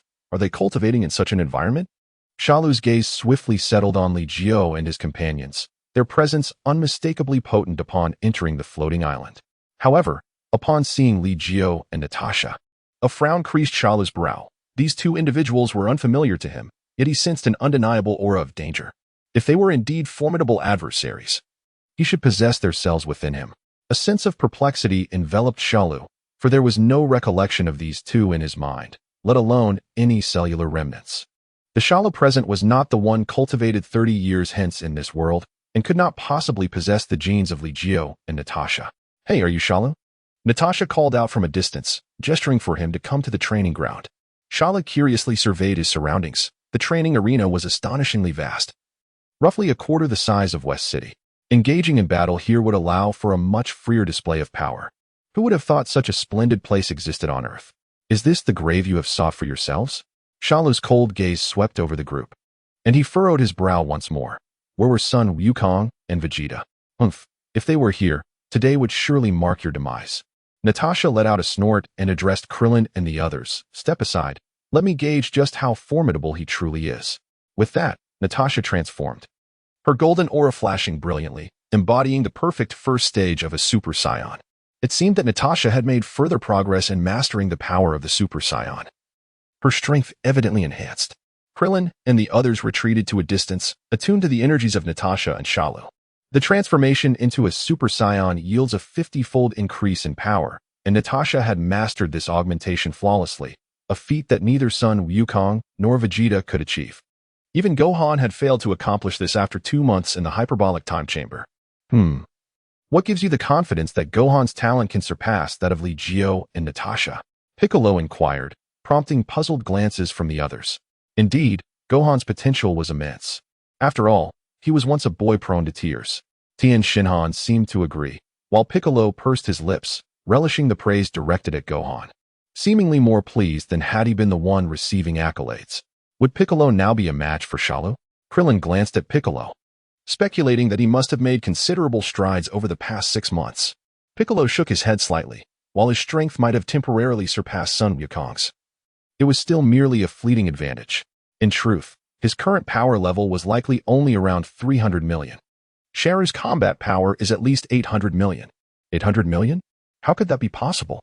The crowd was incredulous, although Sharu's aura was formidable. It did not seem to reach such an absurd level. Chapter 40. 1 billion combat power, Sharu. Natasha is delighted. Din did not elaborate. This was merely his judgment of Sharu, which may not necessarily reflect reality. So what is Natasha's combat power? Judging combat power solely by aura is not entirely accurate. It lacks the precision of a detection device. However, as long as the disparity in strength is not too extreme, one can roughly gauge it through the perception of energy. I don't know. Din shook his head. Even when transformed, Natasha's aura did not fully manifest. Sharu's aura is stronger than I anticipated.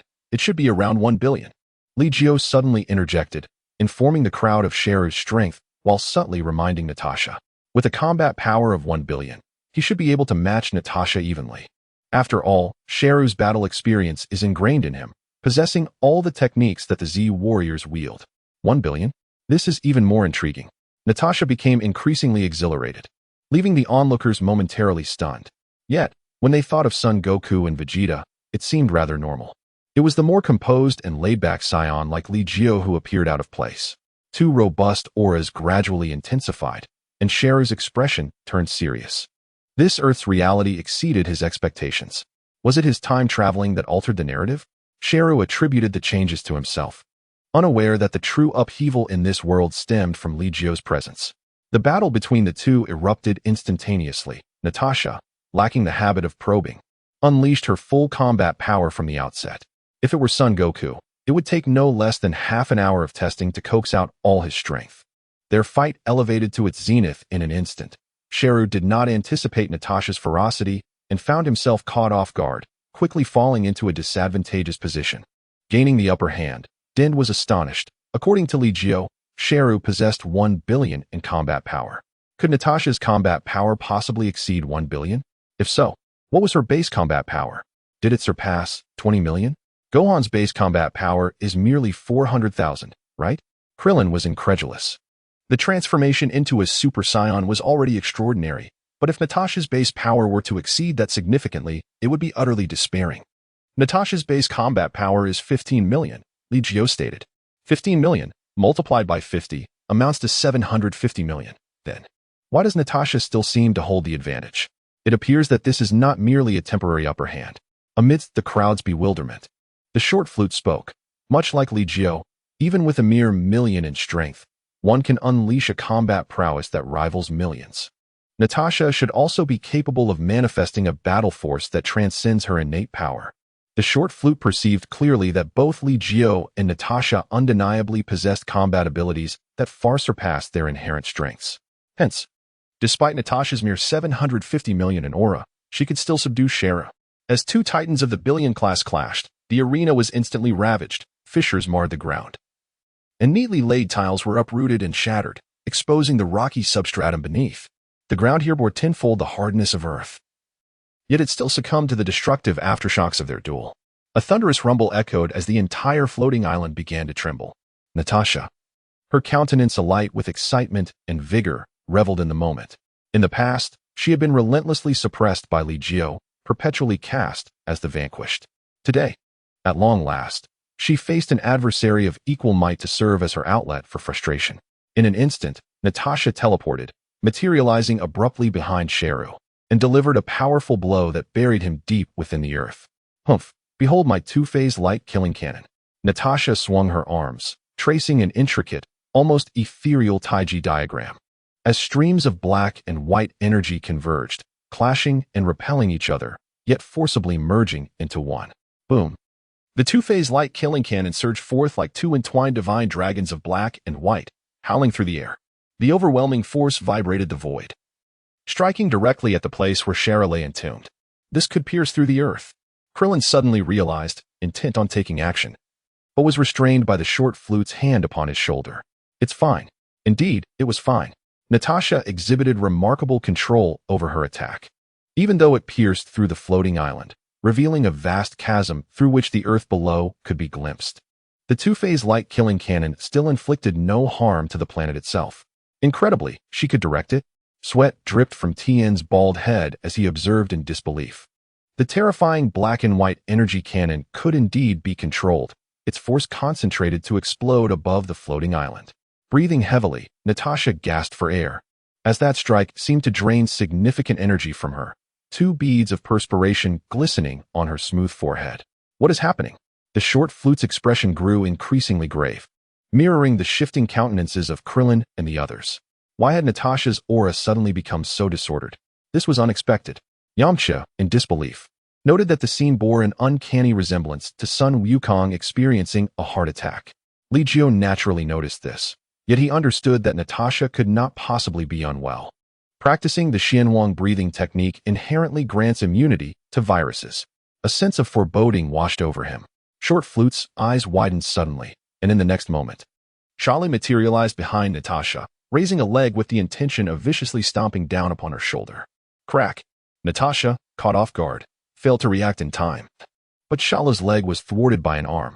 Li Jiu, do not interfere, Natasha expressed her discontent, casting a somewhat guilty glance at him. Step aside. Li Jiu shot a glance at Natasha, then seized Shala's arm and violently hurled him into the ground. Hiki, one person isn't enough. Must two join forces? Shala, undeterred by any substantial injury, presumed Natasha's outburst was merely a momentary display of strength. Simultaneously, he regarded Li Jiu with a hint of disdain. What is happening? Li Jiu paid no heed to Shalu, focusing instead on Natasha, extending a hand towards her, and said, "Give me your hand." Natasha pouted slightly, her cheeks adorned with a faint blush. Li Jiu felt an odd sensation as he grasped Natasha's hand, channeling a breath of energy that flowed within her. In the next moment, Li Jiu's expression transformed with delight, his gaze towards Natasha infused with astonishment. What is it? Natasha had her suspicions but could not yet ascertain the truth. Just moments ago, while she was unleashing the two-elemental light cannon, an unexpected wave of discomfort surged through her abdomen, accompanied by a nauseating sensation. Under normal circumstances, such an affliction would never have befallen her. Quite impressive, indeed. A radiant smile spread across Li Jiu's face as he embraced Natasha and twirled her around. Natasha, you are with child. Truly? With Li Jiu's affirmation. Natasha's joy knew no bounds. Ahahaha, I finally have a child. Sob sob, I truly have a child. Overwhelmed with emotion, Natasha wept. Little did anyone know the extent of her efforts to conceive. Chapter 41, Li Jiu vs. Cell. She had worked harder for this than in her pursuit of Li Jiu or in attaining the full power of a Super Saiyan. No more fighting. I shall nurture my child, Natasha exclaimed, her spirits soaring. Given her physical constitution, even pregnancy would not pose too great an impediment. However, engaging in intense battles would be out of the question. Well, practicing breathing techniques will yield benefits, Li Jiu remarked as he affectionately ruffled Natasha's hair. Cell, with a darkened expression, regarded the pair and spoke in a low tone. Have you finished your display? Engaging in such romantic displays before the enemy. Do you not regard me as a worthy adversary? Today, I am in a good mood and shall not stoop to your level. Natasha, now in high spirits, found even Cell somewhat more agreeable. She gracefully distanced herself from the battlefield, leaving Li Jiu and Cell suspended in the air. Is it your turn now? The energy I sensed earlier indeed emanated from you, correct? Cell inquired, a mysterious confidence gracing his features. Do you believe that mastering instantaneous movement makes you exceptional? Li Jiu retorted, his form abruptly vanishing from sight, only to reappear directly before Cell. Cell instantly bent down, resembling a giant lobster. Li Jiu maintained his poised stance, then gradually withdrew his fist, observing the retreating figure of Sheru suspended in midair, his expression betraying little emotion. Even if you have mastered instantaneous movement, what difference does it make? Cough, cough, how could this be? When did you? Sheru clutched his abdomen in agony, his face a mask of terror as he gazed at Li Jiu. Such astonishing speed. Not even Sheru, nor Piccolo, as an onlooker, could discern how Li Jiu had appeared before Sheru in an instant. Li Jiu quietly observed Shalu, allowing him to recover. However, after receiving a single blow from Li Jiu, Shalu's aura appeared significantly diminished, seemingly reduced by at least half. Was it truly possible for one punch to inflict such grievous harm upon Shalu? Piccolo clenched his fists tightly, recognizing that this solitary strike starkly illustrated the vast chasm between Li Jiu and themselves. It could not be. Li Jiu had not exerted his full strength. While this punch might have wounded Shalu, it certainly should not have diminished his combat prowess to such an extent. Natasha possessed a thorough understanding of Li Jiu's capabilities and knew that such a punch should not have inflicted such severe damage. Yet, how infuriating. Shalu took a step back, and then a golden aura erupted from his being. I too can transform. Shalu roared, his energy surging with intensity. Boom. The training grounds were once again blasted with the creation of a deep crater as Shalu's figure instantly appeared beside Li Jiu, lifting his leg to deliver a powerful kick. Li Jiu slightly tilted his body, allowing Cell's foot to graze against his chest. With a swift motion, he unleashed a flash of sword energy. One of Cell's legs was severed, blood splattering in the air as Li Jiu delivered another kick, sending Cell flying. Is this all you are capable of? Li Jiu inquired. Observing Cell, who, despite possessing the cells of a Super Saiyan, found himself at the mercy of Li Jiu's relentless assault. Damn it, Cell exclaimed, his cold sweat pouring as he beheld the severed limb. How can you possibly be this powerful? He could hardly fathom that Li Jiu surpassed him by such a wide margin. Humph, there are always those stronger than you in this universe. It is merely your ignorance that blinds you. Li Jiu advanced steadily. Cell, consumed by rage, roared, impossible. I possess the cells of Saiyans, Frieza, and Namekians. How can I not be your match? With the pride of multiple cells coursing through him, he refused to accept that anyone could surpass his might. Oh, Cell bellowed, his aura intensifying as he broke through the billion mark. At this moment, Piccolo and the others stood in stunned silence, while Goku and Gohan unexpectedly appeared on the floating island. Hey, Li Jiu, weren't we promised a chance to make our move? Goku lamented, feeling a sense of disappointment. For if Li Jiu took action, they would lose their opportunity to engage.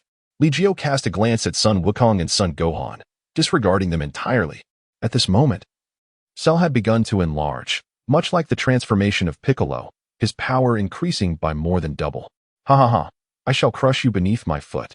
Cell grinned, lifting his newly formed leg to stomp down on Li Jiu.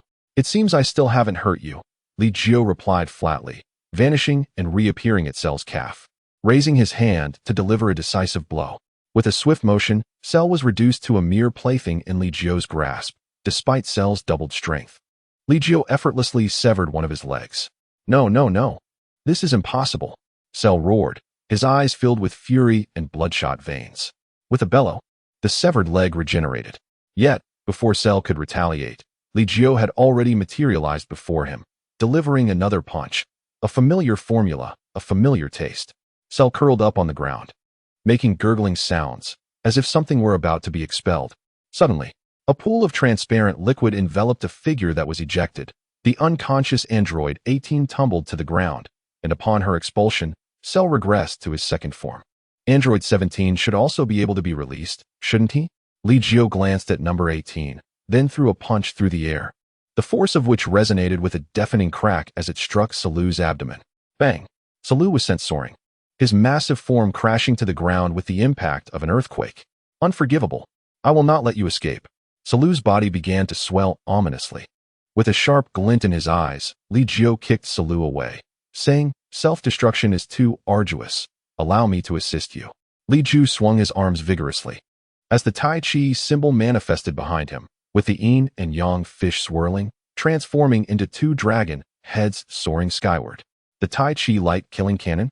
That was Natasha's technique, or rather, it was Li Jiu's. For when Li Jiu executed this move, it symbolized the harmonious entanglement of the dual dragons representing yin and yang, ultimately merging into one. That was the Tai Chi light killing cannon. Natasha had somehow dragged number 18 beside her. The colossal cell was sent flying by Li Jiu, exploding in the vastness of space beyond Earth. The terrifying explosion's force rippled across the entire planet, sending shockwaves of immense pressure surging across the surface. Remarkable. Sun Wukong witnessed Li Jiu toy with Cell as if he were a mere plaything. That was Cell, who hadn't even managed to self-destruct. Ha ha ha. There is still a vast chasm between Li Jiu and us. Sun Wukong scratched his head and turned to Gohan, saying, "Since Cell is dead, we no longer need to enter the hyperbolic time chamber for training. Cell is not dead." Li Jiu gazed into the depths of the sky, still sensing Cell's presence. He would only grow stronger. The game with Cell would continue. You all must strive diligently in your training.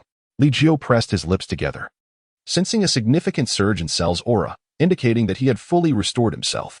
However, Cell was aware that he was no match for Li Jiu, so he chose to depart after regaining his strength.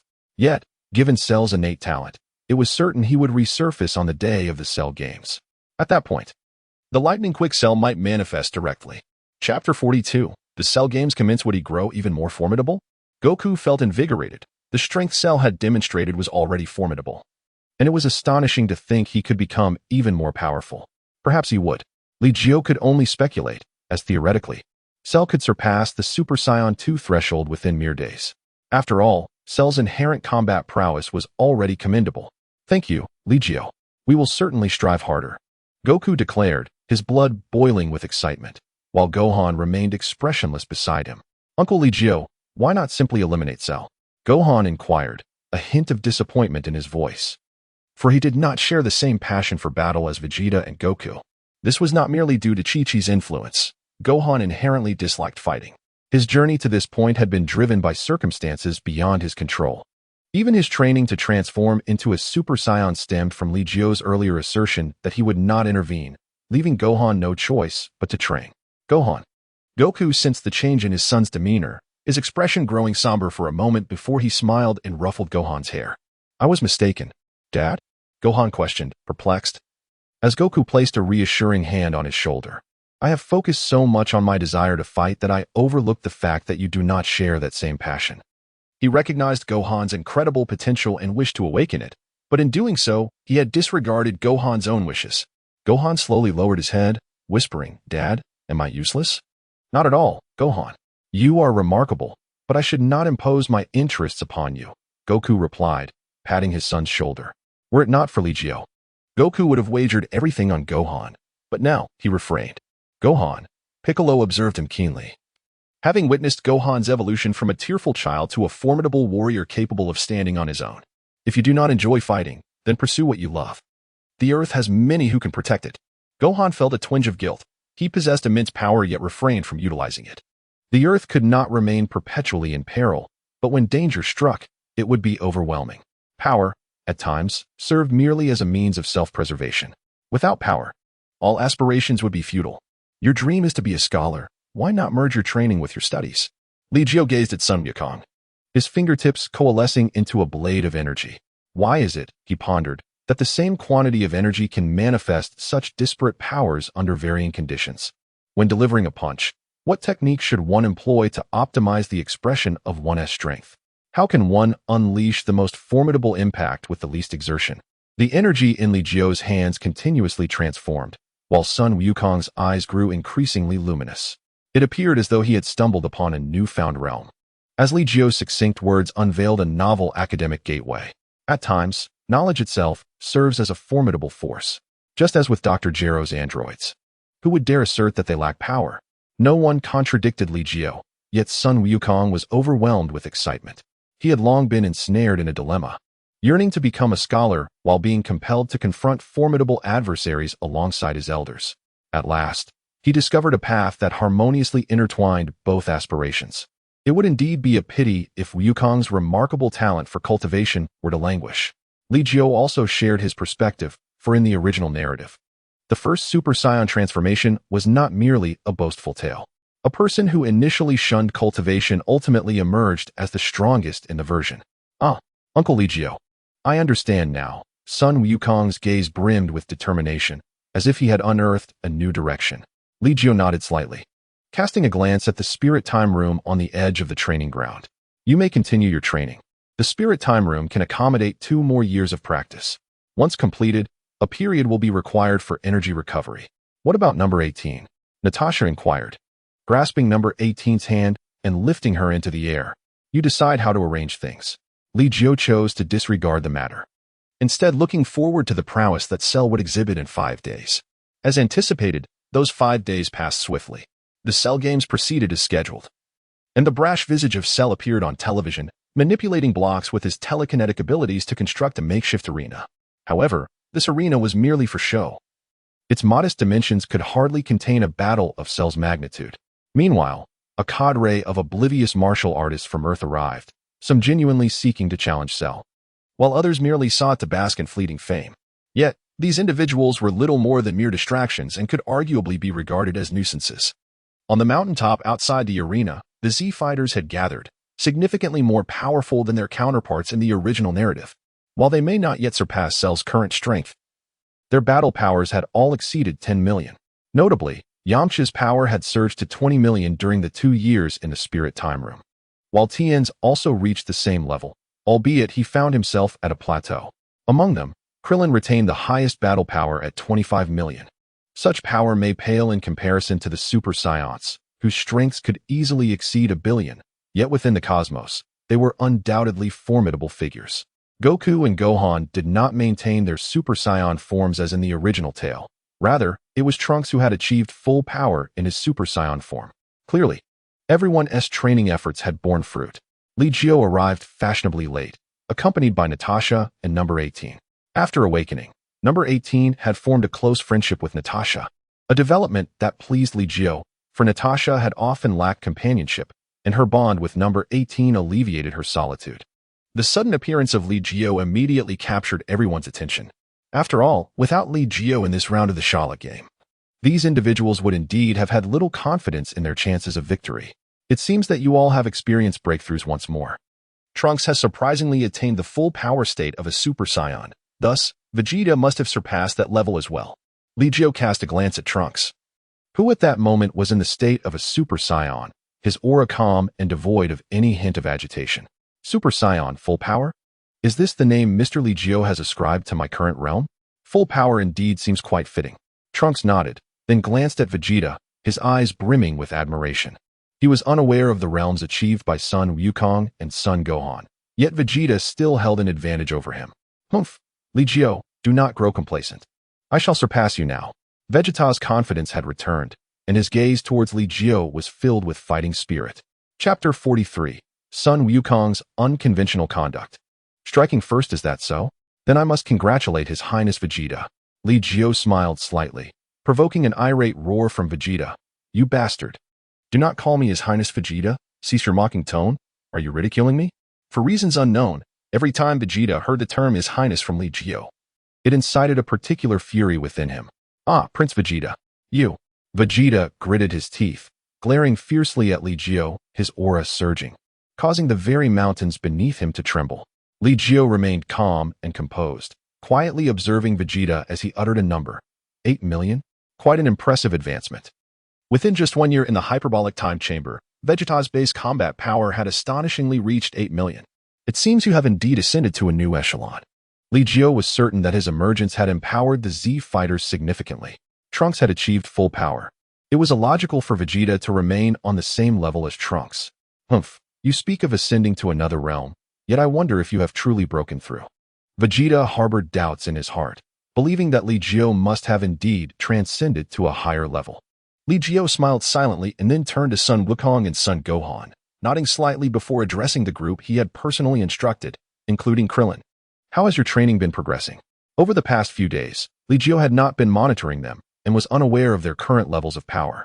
Hey, while we may not compare to Piccolo or Super Saiyans, we can hardly be considered weak, Yamcha remarked, effortlessly elevating his energy to a combat level of 10 million. Impressive. In terms of cultivation, do you have any doubts? Li Jiu inquired, now prepared to mentor the Z fighters. The group fell silent, while Krillin looked at Tien. Observing the silence, Tien spoke up. It seems I have reached a bottleneck in my training. I can sense a reservoir of power within me waiting to be unleashed. Yet I struggle to make any progress. I wish to attempt Yamcha's dimensional training, but I cannot locate the dimensional barriers. Is there a potential within you that cannot be awakened? Li Jiu raised an eyebrow, noticing the intrigue on Vegeta's face as well. When we Saiyans transform, we too can feel a formidable force within us that remains dormant.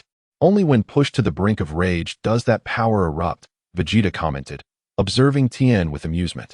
You don't mean to say you can transform as well, do you? Super Tien? Dumpling raised his head, counting on his fingers as he regarded Tien. Perhaps. If Tien could transform, his power could spike 50-fold. 2 million multiplied by 50, 1 billion. Krillin calculated, staring at Tien in disbelief. Upon hearing Krillin's estimation, Vegeta scoffed dismissively. What are you thinking? Even if the bloodline of the three-eyed race were activated, they could never rival a Super Saiyan. With a base of 2 million. If he were to boost his strength 50 times, his body would simply explode. Vegeta made a valid point. Perhaps there was an element of overconfidence regarding Super Saiyans. Yet, given Tien's current physical condition, an instantaneous 50-fold increase in energy would undoubtedly lead to a catastrophic explosion. Transforming, huh? Tien mused quietly, considering that perhaps transformation was a viable path. May I explore the power within you? Li Jiu gazed intently at Tien, seeking his consent. Explore? How would you do that? Tien asked, wondering if Li Jiu could truly uncover the latent power within him. Allow my energy to flow through you without resistance. And I can probe your potential to ascertain certain conditions, Li Jiu replied, emphasizing the necessity of Tien's trust in him. Is that so? Very well. Tien agreed almost without hesitation, extending his arm for Li Jiu to place his hand on his wrist. I will not resist. Li Jiu focused intently, channeling a wisp of energy into Tianjin Fan's body, allowing it to meander slowly within. However, despite Li Jiu's utmost caution, the energy within Tianjin Fan instinctively repelled the intrusion. Were it not for the exceptional purity of Li Jiu's essence, it might have been obliterated by the formidable forces residing within Tianjin Fan before he could glean much insight. Remarkable potential indeed. Li Jiu retracted his hand. The essence he had imparted could not be reclaimed, yet his objective had been accomplished. Approximately 20-fold, he mused, articulating a figure before continuing. Akin to the bloodline power of a Super Saiyan, it required a catalyst to manifest fully. Of course, continuous training could also enhance one's physical capabilities, leading to natural progression. 20-fold, you say? It pales in comparison to a Saiyan's bloodline, falling short of even half the enhancement granted by a Super Saiyan transformation. Vegeta, filled with pride, silently scoffed. The second transformation of a Saiyan could yield 100-fold increase. 20-fold. That would equate to 400 million? That would surely surpass Goku, wouldn't it? Krillin gazed at Tianjin Fan in disbelief, astonished by the strength of his bloodline. Goku must be even more formidable now. Tianjin Fan shook his head. His bloodline had yet to be fully awakened. And after a year of training, Son Goku would undoubtedly have made significant advancements. My bloodline power has yet to be activated. Tianjin Fan spoke. Uncertain of how to awaken his bloodline power, could it also be triggered by rage? Cell had not yet arrived. After constructing the arena, he seemed to have vanished. The crowd waited in silence, beads of cold sweat forming on their brows as they observed the martial artists with power levels below 50. These individuals truly did not seem to grasp the gravity of their situation. Vegeta sneered. Those martial artists wouldn't withstand even a sneeze from Cell. He is coming. Natasha suddenly spoke, having sensed Cell's aura. The crowd tensed. Having been defeated once by Li Jiu, what level of strength could Cell, imbued with Scion cells, now possess? A green-skinned Cell gradually approached, descending lightly in the center of the arena. He glanced at a martial artist who was performing and frowned, saying, "Are you all dancing? Why you are Cell?" The performing martial artist, upon witnessing Cell's arrival, was struck by fear, his words stumbling forth. Cell, somewhat bored, waved his hand, and instantly, the area around the arena cleared. The shockwave sending the martial artists who were breaking bricks and tiles flying. Who will come first? Or shall we face off together? Cell directed his gaze towards Li Jiu and his companions, his eyes lingering on Li Jiu with a confident smile. All right then, let me test Cell's strength. Without any warning, Son Goku appeared directly on the arena. Vegeta's eyes widened in disbelief. You bastard Kakarot. Why do you get to strike first? Chapter 44, Son Goku. Super Saiyan 2. Haha. Indeed, my father can be a bit mischievous. Son Gohan chuckled, scratching his head. His laughter caught Vegeta's attention. At that moment, Son Gohan was adorned in a cloak reminiscent of Piccolo's, looking exceptionally dashing. This young lad. Vegeta furrowed his brow. He could hardly believe that Goku had not yet reached full power. Furthermore, the faint aura emanating from Son Gohan instilled in Vegeta a disconcerting feeling of inferiority. Li Jiu did not pay attention to the arena below.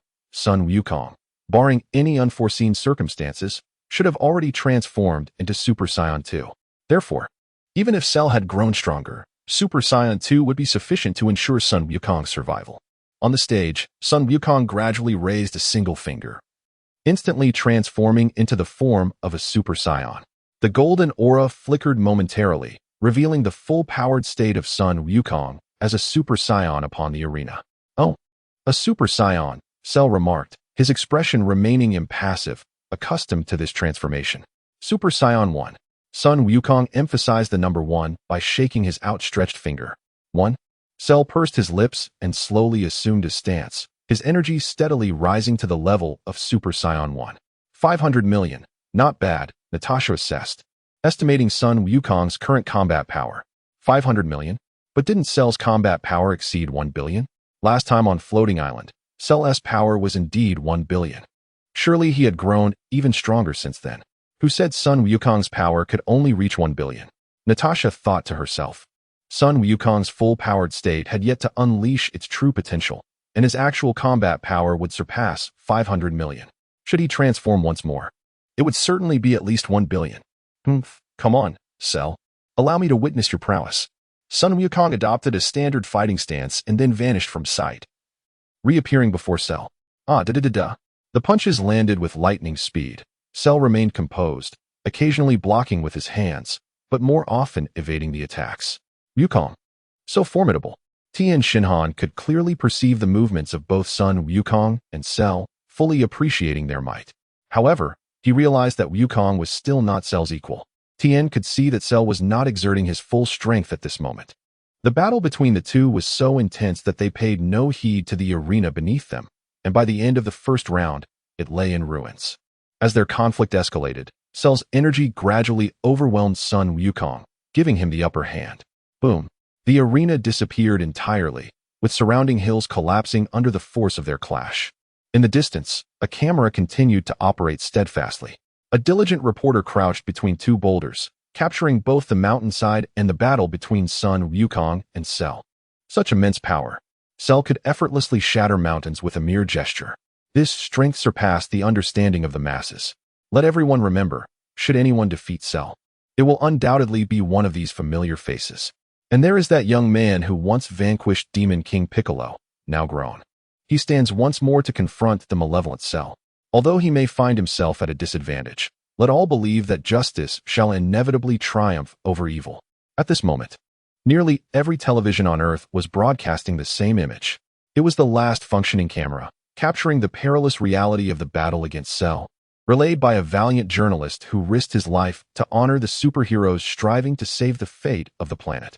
From the ruins, Sun Wukong emerged. Shaking off the debris, tearing away his tattered shirt, his expression increasingly grave. If this was all there was to it, then perhaps it was time to find another contender. Cell observed Wukong's state. Indeed, he appeared somewhat disheveled. Blood marked his body in several places, yet his spirit remained undaunted. Yet, this was merely the beginning. A more formidable transformation awaited. Sun Wukong's gaze intensified. A surge of energy began to ripple around him, and bolts of electricity flickered as golden flames crackled ominously. The ground trembled as Wukong's aura soared. Lightning struck from the heavens, and his golden hair stood even more defiantly, a stubborn lock cascading down his forehead. This transformation was unlike any other.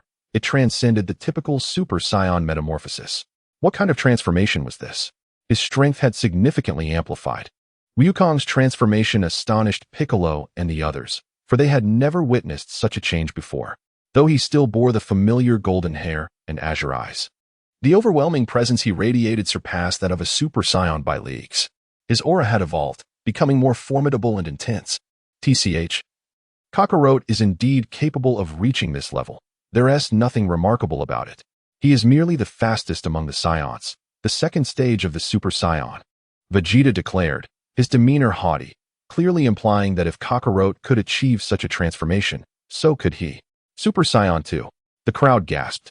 It was astonishing that beyond the already formidable Super Saiyan form, another transformation was possible. The blood of the Saiyans cannot be compared to that of mere three-eyed beings. Vegeta proclaimed, pride evident in his voice, for the Super Saiyan represented the pinnacle of his honor, whether it was himself or Kakarot. As long as the Super Saiyan remained invincible, Vegeta's pride was unshaken. Of course, if the invincible Saiyan were Vegeta himself, that would be even more splendid. Super Saiyan 2. You say? Does this mean Wukong can defeat Cell? Krillin exclaimed, excitement bubbling within him. Their shared history had fostered an unwavering trust in Wukong. It's not that simple. Natasha interjected, shattering the collective illusion of Wukong's invincibility. Though he has achieved the second stage of Super Saiyan transformation, it is evident that he has only just begun.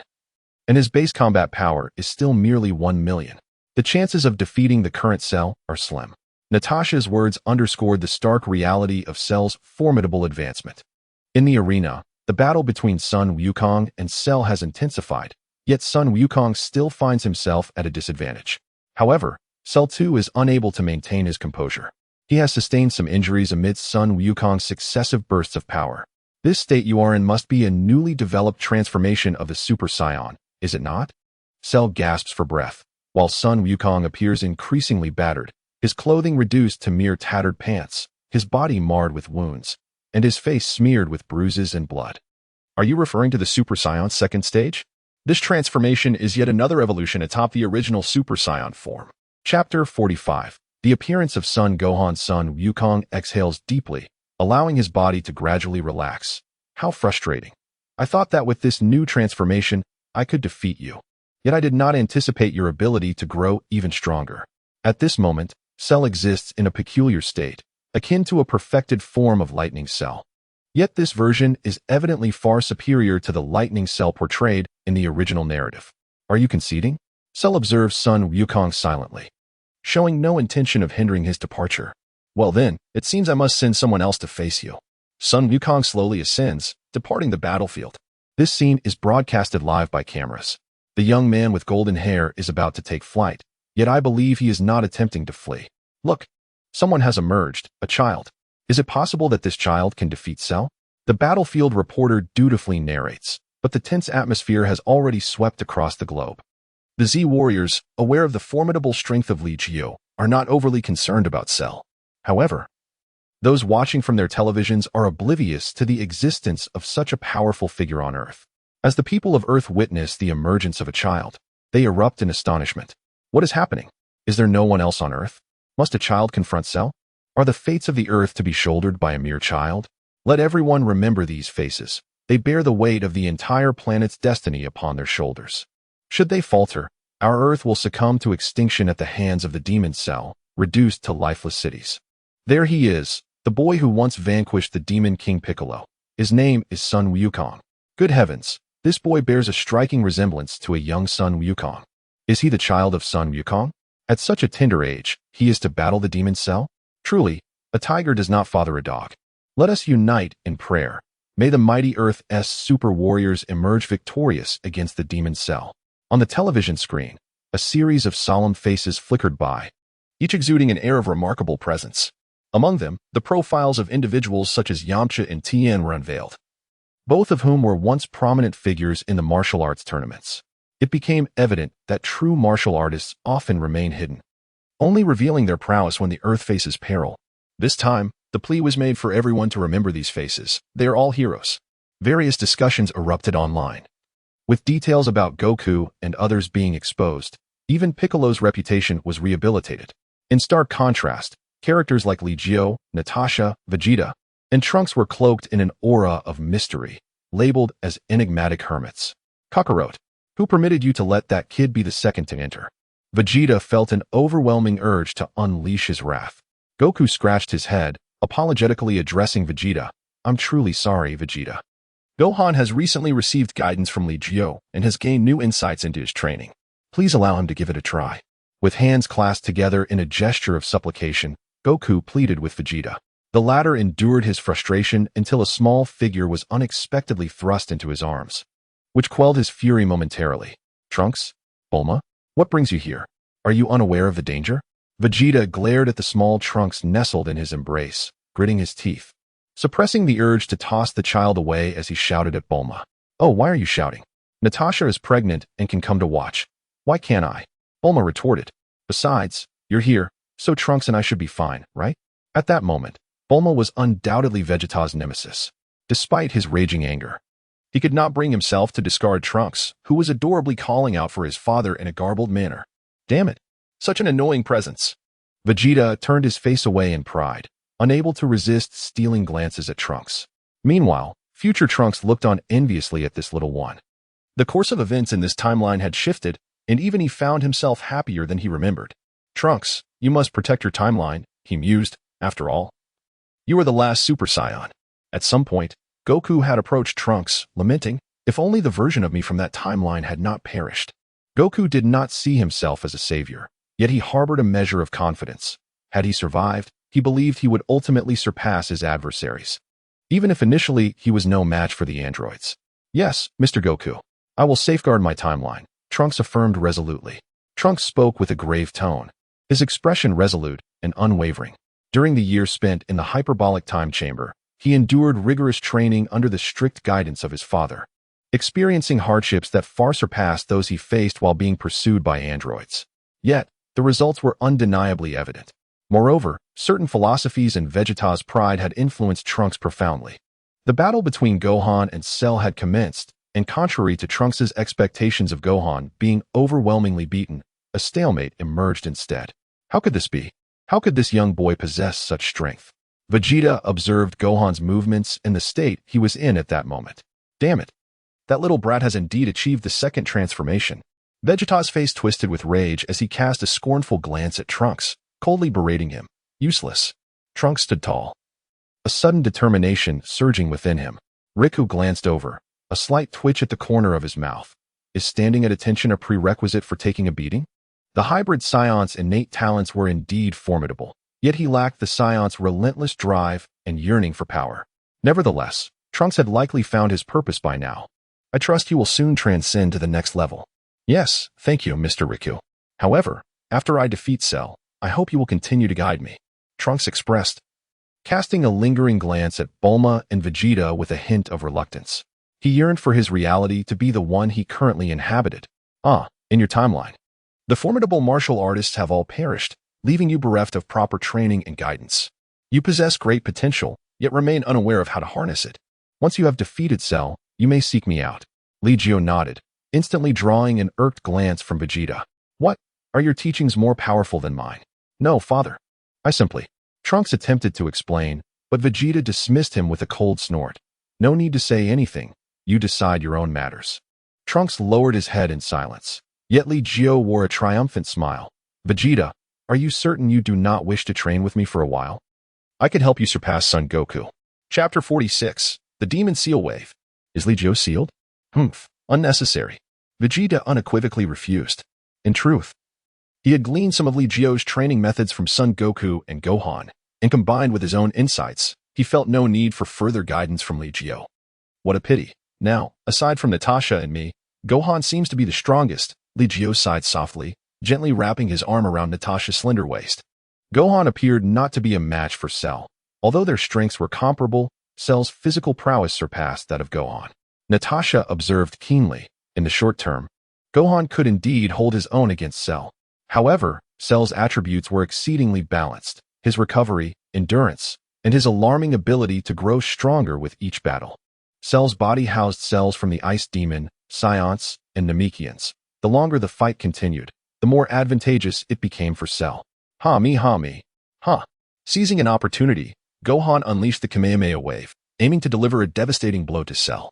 However, Cell's reaction speed exceeded Gohan's expectations, and he countered with his own Kamehameha wave.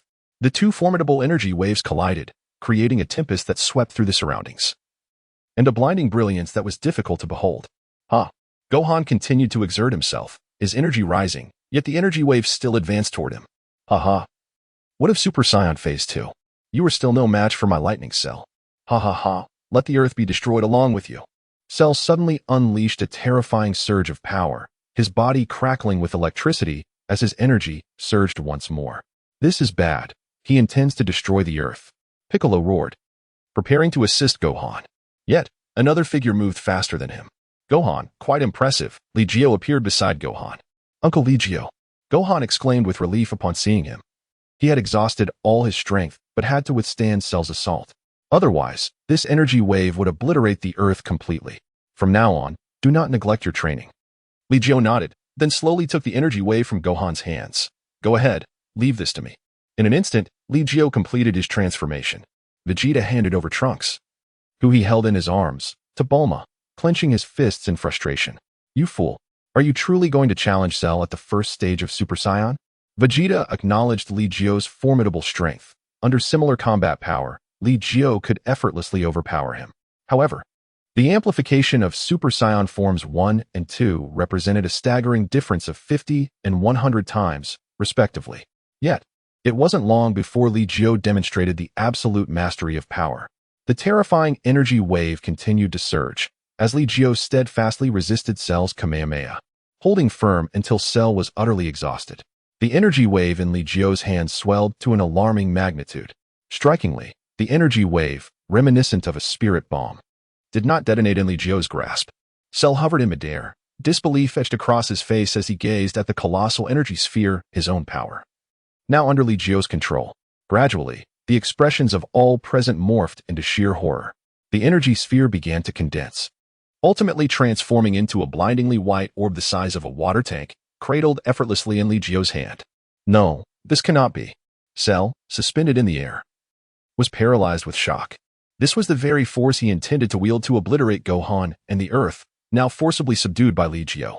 It was far more terrifying than the energy sphere he had conjured himself. Tell me, can you withstand this energy sphere? Li Jiu gazed calmly at Cell. No, please. I was wrong. I shall never dare again. I will leave Earth immediately and never return. I beg you, spare me. Cell hastily descended, dropping to his knees and crawling towards Li Jiu. I implore you, I implore you. Cell kowtowed fervently, the ground beneath him cracking from the force of his actions. Li Jiu gazed at Sheru, as the energy sphere in his hand gradually dissipated. Just at the moment when the energy orb vanished, Sheru abruptly lifted his head, tossed a small vial, and with both hands outstretched, bellowed furiously, Demon Sealing Wave. What? Li Jiutong's pupils contracted sharply, and he was swiftly engulfed by a swirling force, his entire being overwhelmed by a chaotic surge of energy. It was the Demon Sealing Wave. How could Cell wield the Demon Sealing Wave? This is bad. Quickly, destroy that bottle. Tangent Fan roared, immediately launching an attack, his Dodon wave hurtling towards the small vial. Useless.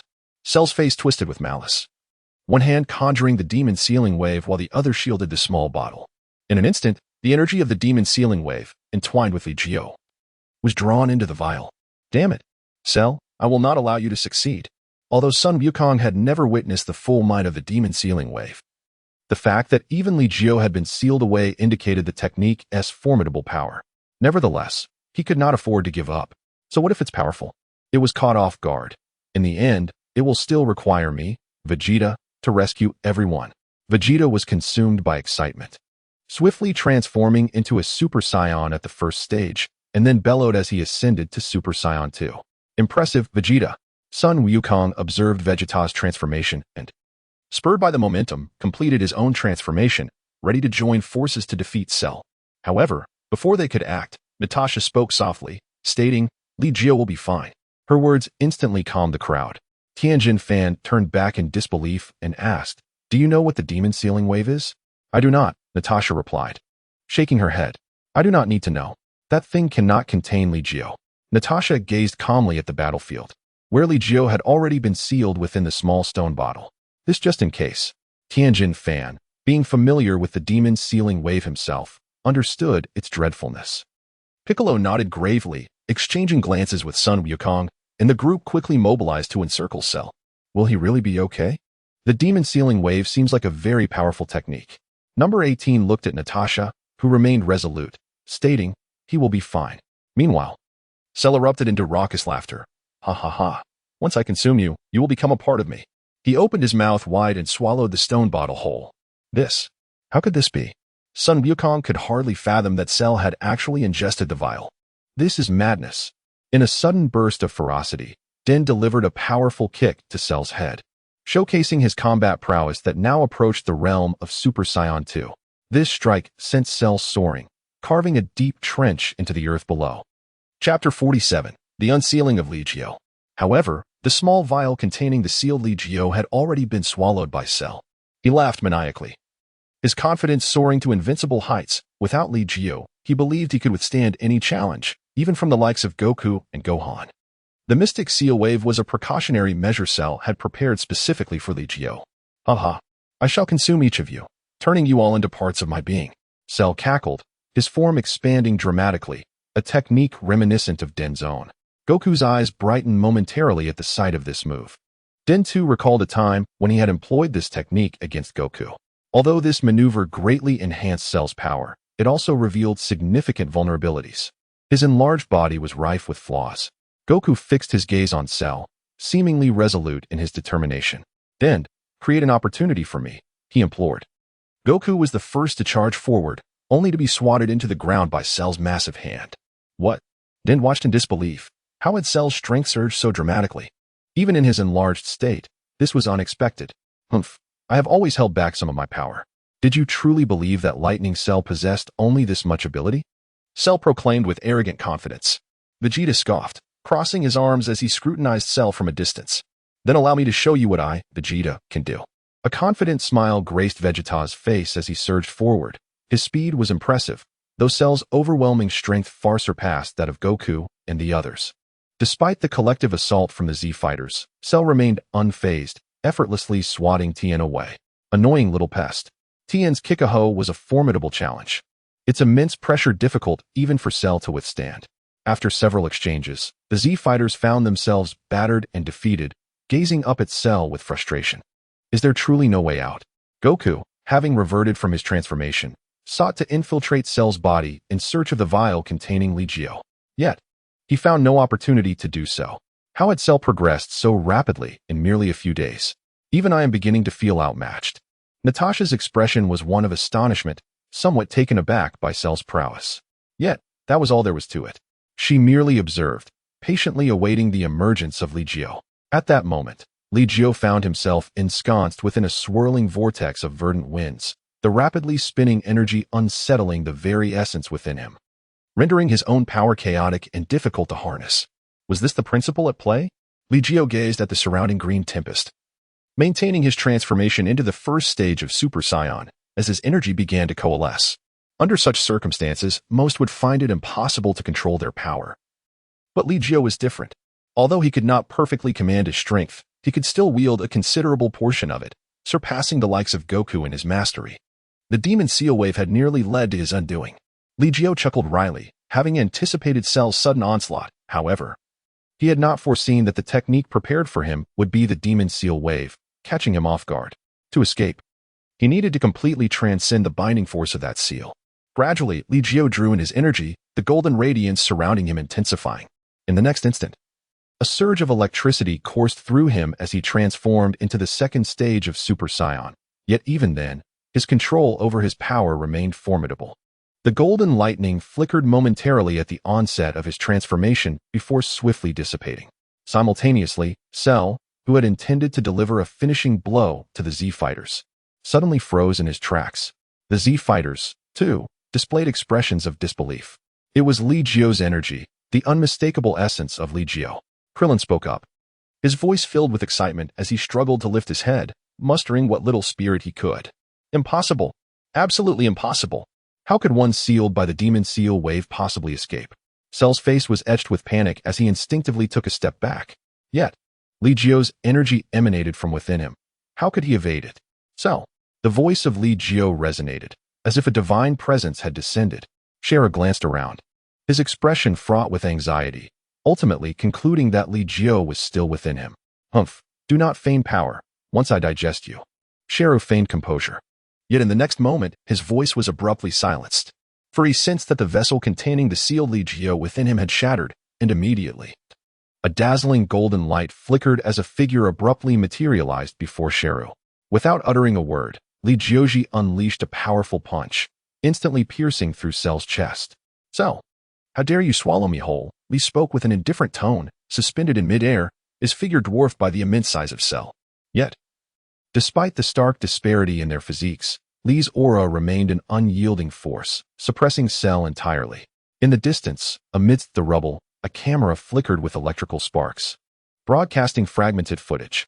A turning point had arrived. The golden-haired warrior, previously confined within a bottle, re-emerged. With a single punch, he shattered Cell's chest, exuding an overwhelming strength that instilled fear even in Cell himself. Perhaps we truly can defeat Cell, one could sense the rising hope. A diligent war correspondent aimed his nearly exhausted camera towards Li, declaring once again, remember this face. No, everyone participating in this battle shall be the heroes who save our planet. They are the saviors of Earth. On the television screen, static intermittently obscured the image. Yet it did not hinder the audience's recognition of who was battling Cell at that moment. While the Z-Fighters moved with such swiftness that the camera could scarcely capture their actions, their silhouettes were still discernible when they paused. Those formidable, cataclysmic strikes ultimately became accepted as reality rather than mere illusions. Cell, struggling to suppress his inner terror, bellowed in fury, mending the wounds on his chest.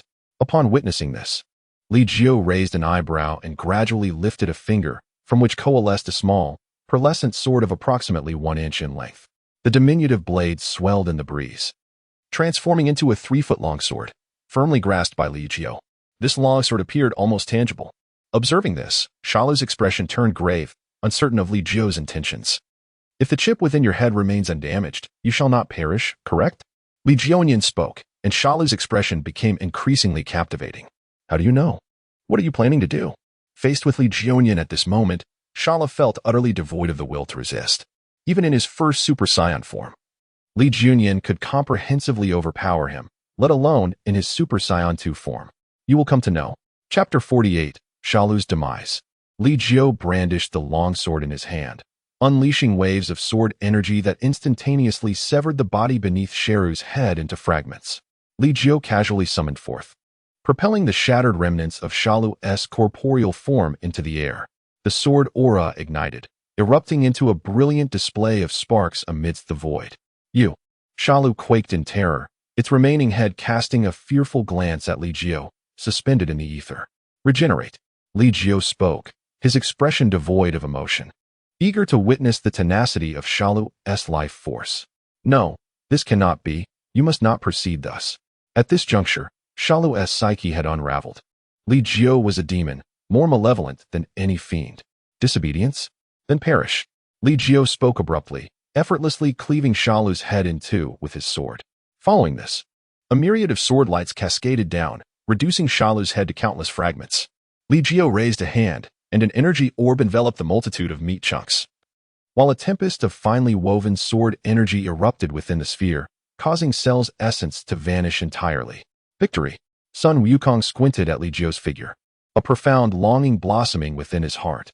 Vegeta struggled to rise from the ground, his countenance rigid, yearning to muster the strength to depart from this humiliating place. Yet, he was gravely injured. Merely standing was a feat, let alone soaring away. It is over, truly. I inadvertently fell into a state of confinement, causing concern for everyone. Li Jiu's voice carried no emotional fluctuations, yet it was not devoid of compassion as it had been in the face of Cell. He retrieved several sins of beings from the dimensional space and distributed them among the group. Fortunately, I intended for Cell to serve as a means of fortitude for you all. And in this intertwining of fate, the goal was achieved. Li Jiu observed the recovering Z warriors, a subtle smile gracing his features. Oh, I had believed we had made significant strides, yet in confronting Cell, we remain woefully inadequate. Krillin spoke, a hint of despondence in his tone, though his gaze remained resolute. We must strive even harder in the days to come. Tien Shinhan approached, accompanied by Dent. Li Jiu gazed at Tianjin Fan, his expression shifting slightly. Your aura has indeed intensified. Ah, in this battle, I have discovered a method to awaken the power of our bloodline. Tianjin Fan nodded, then turned to Yamcha and the others, saying, Everyone, it is imperative that you devote yourselves to rigorous training. When we reconvene, do not let me leave you behind. The spirit time room on Floating Island could not be utilized for a time, and without the looming pressure of Cell, the group would refrain from employing it. For it was a practice that drained one's lifespan. Indeed, we have all discerned our own paths to cultivation. When we meet again, let us ensure that no one falls too far behind. Krillin brimmed with confidence, whereas in the past they may not have set Goku as their benchmark. They now aspired to reach the heights of the Saiyans. Krillin, are you all departing? Goku inquired, looking at Krillin and Tianjin Fan. Fear not. We are merely venturing to other locations on Earth for training. In the future, if time permits, we shall also visit the floating island. We hope that Mr. Li Jiu does not find us to be a burden. Upon hearing this, Li Jiu smiled and nodded. The floating island is vast, should you wish. You may take up residence here. Furthermore, Li Jiu emerged from the dimensional space, dispatching letters to various individuals. The celebration for the full moon of my child with Natasha will take place in 10 months. Do not forget. Li Jiu, are you truly to become a father? Sun Wukong inquired, glancing at the invitation before passing it to Gohan, who tucked it away. After all, he was training on the floating island and had no concern about forgetting the date. We shall remember, he affirmed. So let us reconvene in 10 months. 10 months. You say? It seems a martial arts tournament is scheduled for that time. Perhaps I shall participate and see how I fare, Yamcha remarked, folding the invitation and gazing into the distance. Until then, everyone, farewell. With that, Yamcha was the first to depart, embarking on his own path of cultivation. Jiaozi and I must take our leave as well, Tien Shinhan said, waving to the others. At that moment, a war correspondent, burdened with a camera, trudged over, calling out. Wait, wait. Tien Shinhan cast a glance at the reporter, offering a slight smile, and together with Jiaozi, they levitated, ascending with a mighty aura, swiftly vanishing into the horizon. Ah, at least you have not yet departed. Greetings, noble heroes. I wish to. Whoosh, whoosh, whoosh. One by one, figures departed, leaving the bewildered war correspondent behind. Fortunately, Li Jiu remained. You vanquished Cell. May I conduct a brief interview? The war correspondent was exceedingly respectful. Yet his reverence did not compel Li Jiu to acquiesce to the interview. At that moment, Li Jiu was not in need of money. Why should he seek to inflate his fame, courting trouble wherever he went? Under the expectant gaze of the reporter, he waved at the camera, then exited his Super Saiyan state, vanishing instantaneously. In the distance, Natasha and Android 18 had also departed. The game with Cell had concluded, ushering in a period of peace for Earth. However, due to the havoc wrought by Cell and the androids, the planet had sustained considerable damage, and the countless lives lost to Cell needed to be revived. On the floating island, Sun Wukong continued to feast heartily as though he were a famished spirit reincarnated. Gohan fared slightly better, though his cheeks bulged with a generous portion of meat. To resurrect those who had perished, the dragon Shenron was required. Li Jiu gnawed on a piece of meat from an unknown beast, while Natasha began to eat more leisurely. With the gods gone, reaching Shenron necessitated a journey to New Namek. Natasha, her mouth full, spoke with difficulty. Regarding this matter, there is no need for Li Jiu and Natasha to intervene. I can consult King Kai and utilize instant transmission to reach New Namek. Sun Wukong took it upon himself, allowing Li Jiu to rest easy. In that case, it is indeed a feasible plan. Li nodded, offering no further admonitions. However, just as Sun Wukong was about to finish his meal and set off for King Kai's planet, Natasha spoke up. I wish to take a stroll. Why not embark on a journey aboard the spaceship? After all, we have no pressing matters at hand. Li Jiu was momentarily taken aback, then nodded slightly. In that case, will Chi-Chi and Wukong be going together? Upon hearing this, Chi-Chi's eyes sparkled with excitement. She was aware that Sun Wukong and Gohan had ventured to another planet to engage in battle, yet she had never had the opportunity to journey to another world herself. Upon hearing Li Jiu's inquiry, Chi-Chi felt a stir of curiosity. Sun Wukong, usually quite oblivious, exhibited a rare moment of attentiveness and suggested, "Has Chi-Chi ever left Earth? This seems to require no care lately. Perhaps we could all embark on a journey together?" Chapter 49. The Call of the Northern King at the Heart of Floating Island. An awe-inspiring and magnificent spaceship ascended gracefully into the sky. At this moment, the Great Trunks had also been summoned aboard the spacecraft by Li Jiu. He chose not to return to the future immediately, but opted instead to cultivate on Floating Island for a time before venturing back, never to return again. Yet, before anyone could depart, a plane abruptly appeared on the spaceship's external display. Li Jiu, Li Jiu, Bulma's voice resonated, prompting Li Jiu to halt the spaceship and open the hatch. Bulma clung to Vegeta, who cradled little Trunks in his arms, displaying an unmistakable air of impatience. "Vegeta, Bulma, what brings you here?" Li Jiu inquired, snapping his fingers to seal the hatch once more.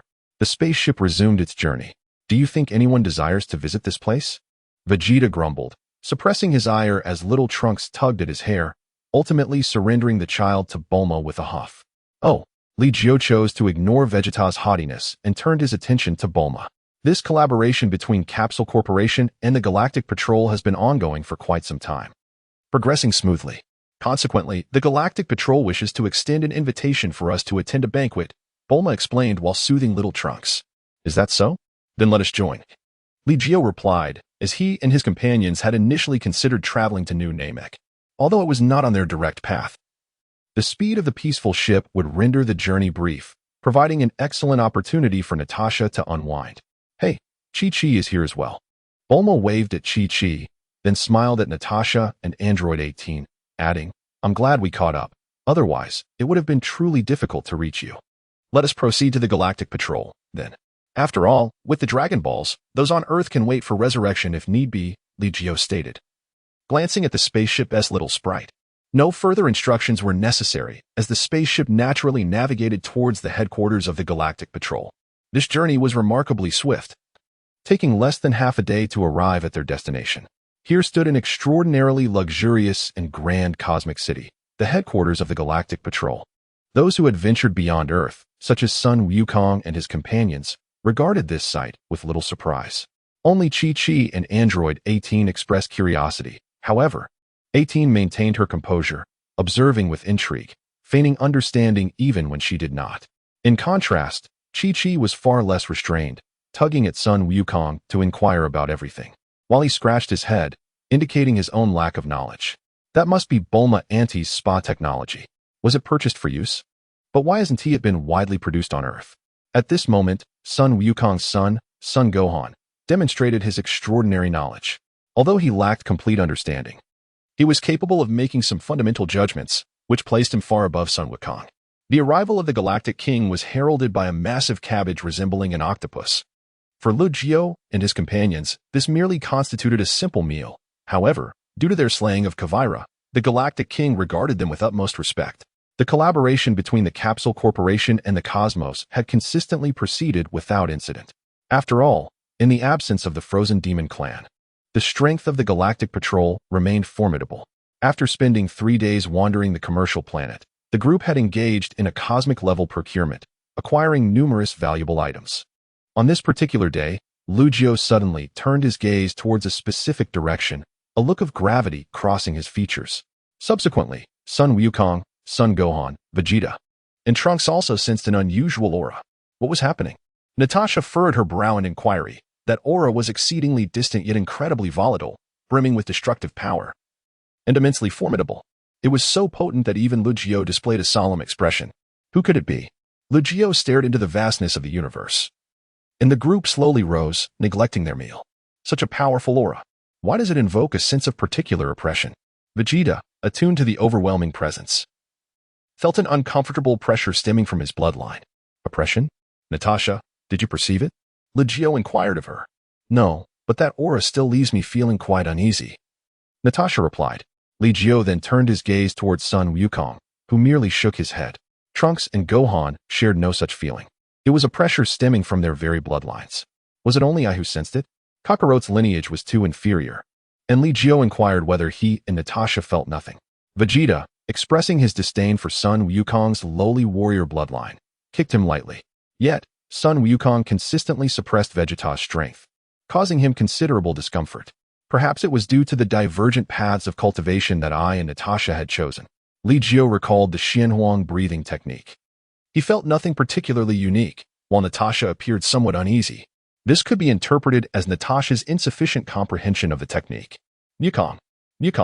At that moment, the voice of King Kai suddenly reverberated, resonating with everyone present. Ah, King Kai, it has been quite some time, Sun Wukong called out across the distance. However, King Kai bypassed pleasantries and declared, all of you, yes, every one of you, must come to King Kai's planet. What? Are we all required to go? Sun Wukong wondered why King Kai had summoned them so unexpectedly. Upon hearing this, Li Jiu remarked, since the Realm King has summoned us to gather, there must surely be significant matters at hand. Let us proceed together. Li Jiu placed his hand upon Sun Wukong's shoulder, unaware of the Kai King's aura. Well then, let us proceed together. However, are Chi-Chi and Bulma equipped with their gravity bracelets? Of course, Bulma affirmed. Otherwise, how could we navigate such a planet? With a nod from Sun Wukong, he activated instant transmission, and in the blink of an eye, they arrived on the diminutive Kai's planet. So, this is Kai's planet? Some who were visiting for the first time gazed in astonishment at both the Kai and the small celestial body. Hello. Bulma squinted her eyes and greeted the Kai with a smile. However, the Kai was not in a jovial mood.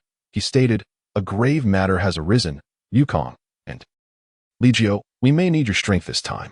Perhaps you should elucidate the situation first. My lord, Li Jiu suggested, harboring some suspicions within. The aura was so oppressive that even the proud Vegeta was affected, emanating from the depths of his very lineage.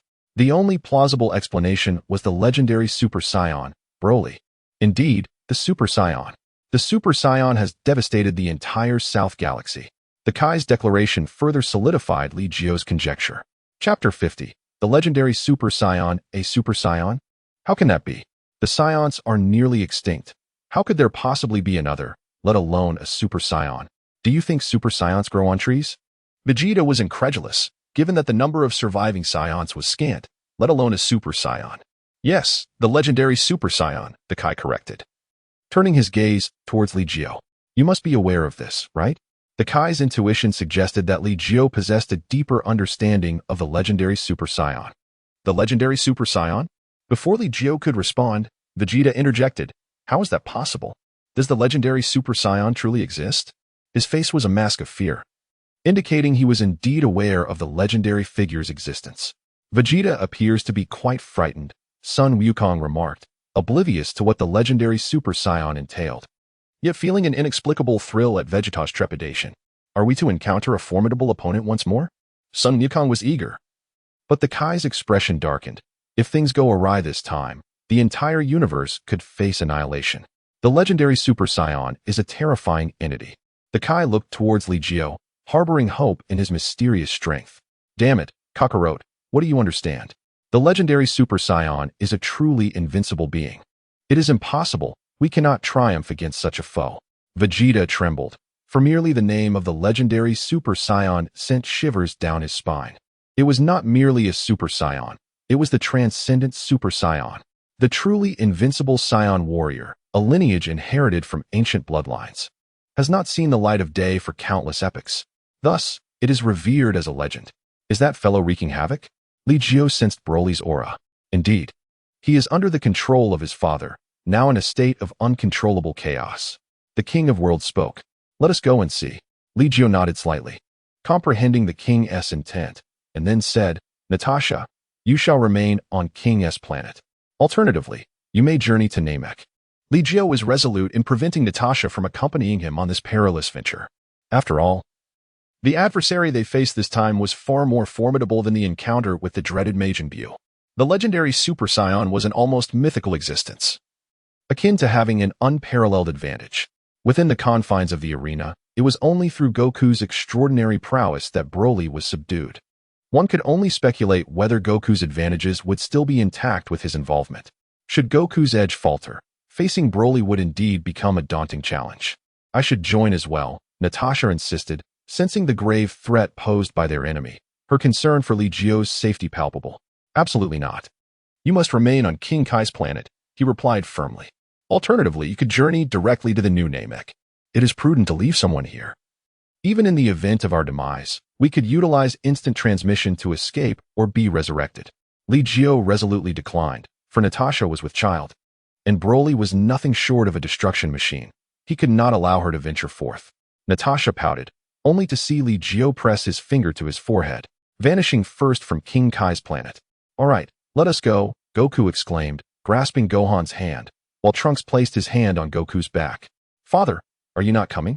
Trunks inquired, looking at Vegeta, whose expression was dark and his body trembled. The aura surrounding them grew ever more formidable. Clenching his fists, Vegeta cast a glance at Goku and Trunks. Snorting disdainfully, you have no idea how immensely powerful the legendary Super Saiyan truly is. He was reluctant to join, yet could not suppress his frustration upon witnessing the lower-class warrior Kakarot exhibit no fear. With great effort, he raised his hand, resting it on Trunks' shoulder. Very well, let us set forth. Goku initiated his instant transmission, albeit slightly slower than Li Jiu. In that brief moment, a delicate hand rested upon Gohan's shoulder. Android 18? I shall take a look. Her cold voice resonated before she disappeared from sight. Natasha shook her head in resignation. What a pity, I cannot engage in battle. With a child on the way, she must avoid injury and patiently await Li Jiu's victorious return. Bulma, cradling little Trunks, began to curiously roam around King Kai's planet. Oh. But judging by Vegeta's reaction, that so-called legendary Super Saiyan appears to be quite formidable. I wonder if Li Jiu can prevail. For the first time, Natasha found herself concerned for Li Jiu. Bulma, noticing this, also expressed curiosity. What distinguishes the legendary Super Saiyan from the regular Super Saiyan? Natasha had previously held immense confidence in Li Jiu's strength. Could it be that Broly surpassed even Cell? I am not entirely certain. However, from Li Jiu's demeanor, it seems he lacks absolute assurance. It was the first occasion she had observed a serious expression on Li Jiu's face. Natasha possessed little knowledge of the legendary Super Saiyan, having received only basic information during her limited education via spacecraft, rather than on Vegeta's planet. Should we make our way to Namek? Bulma suggested, wishing to obtain the Dragon Balls on Namek just in case. No need. Li Jiu will not perish, Natasha asserted with unwavering confidence. She turned to King Kai and asked, Lord Kai, may we witness the battle between Li Jiu and the legendary Super Saiyan? Certainly. The king of the realm unveiled an antiquated television set, upon which the startling image of Li Jiu and his companions materialized on a desolate planetary ruin. At that moment, Li Jiu and his allies beheld a robust figure wreaking havoc upon the celestial body. The planet, now reduced to mere rubble under Broly's relentless destruction, was observed from a distance by Paragus, who deftly manipulated a controller to harness Broly's formidable power. The sudden appearance of Li Jiu and his companions instantly captured Broly's attention, leaving Paragus utterly astonished. Prince Vegeta?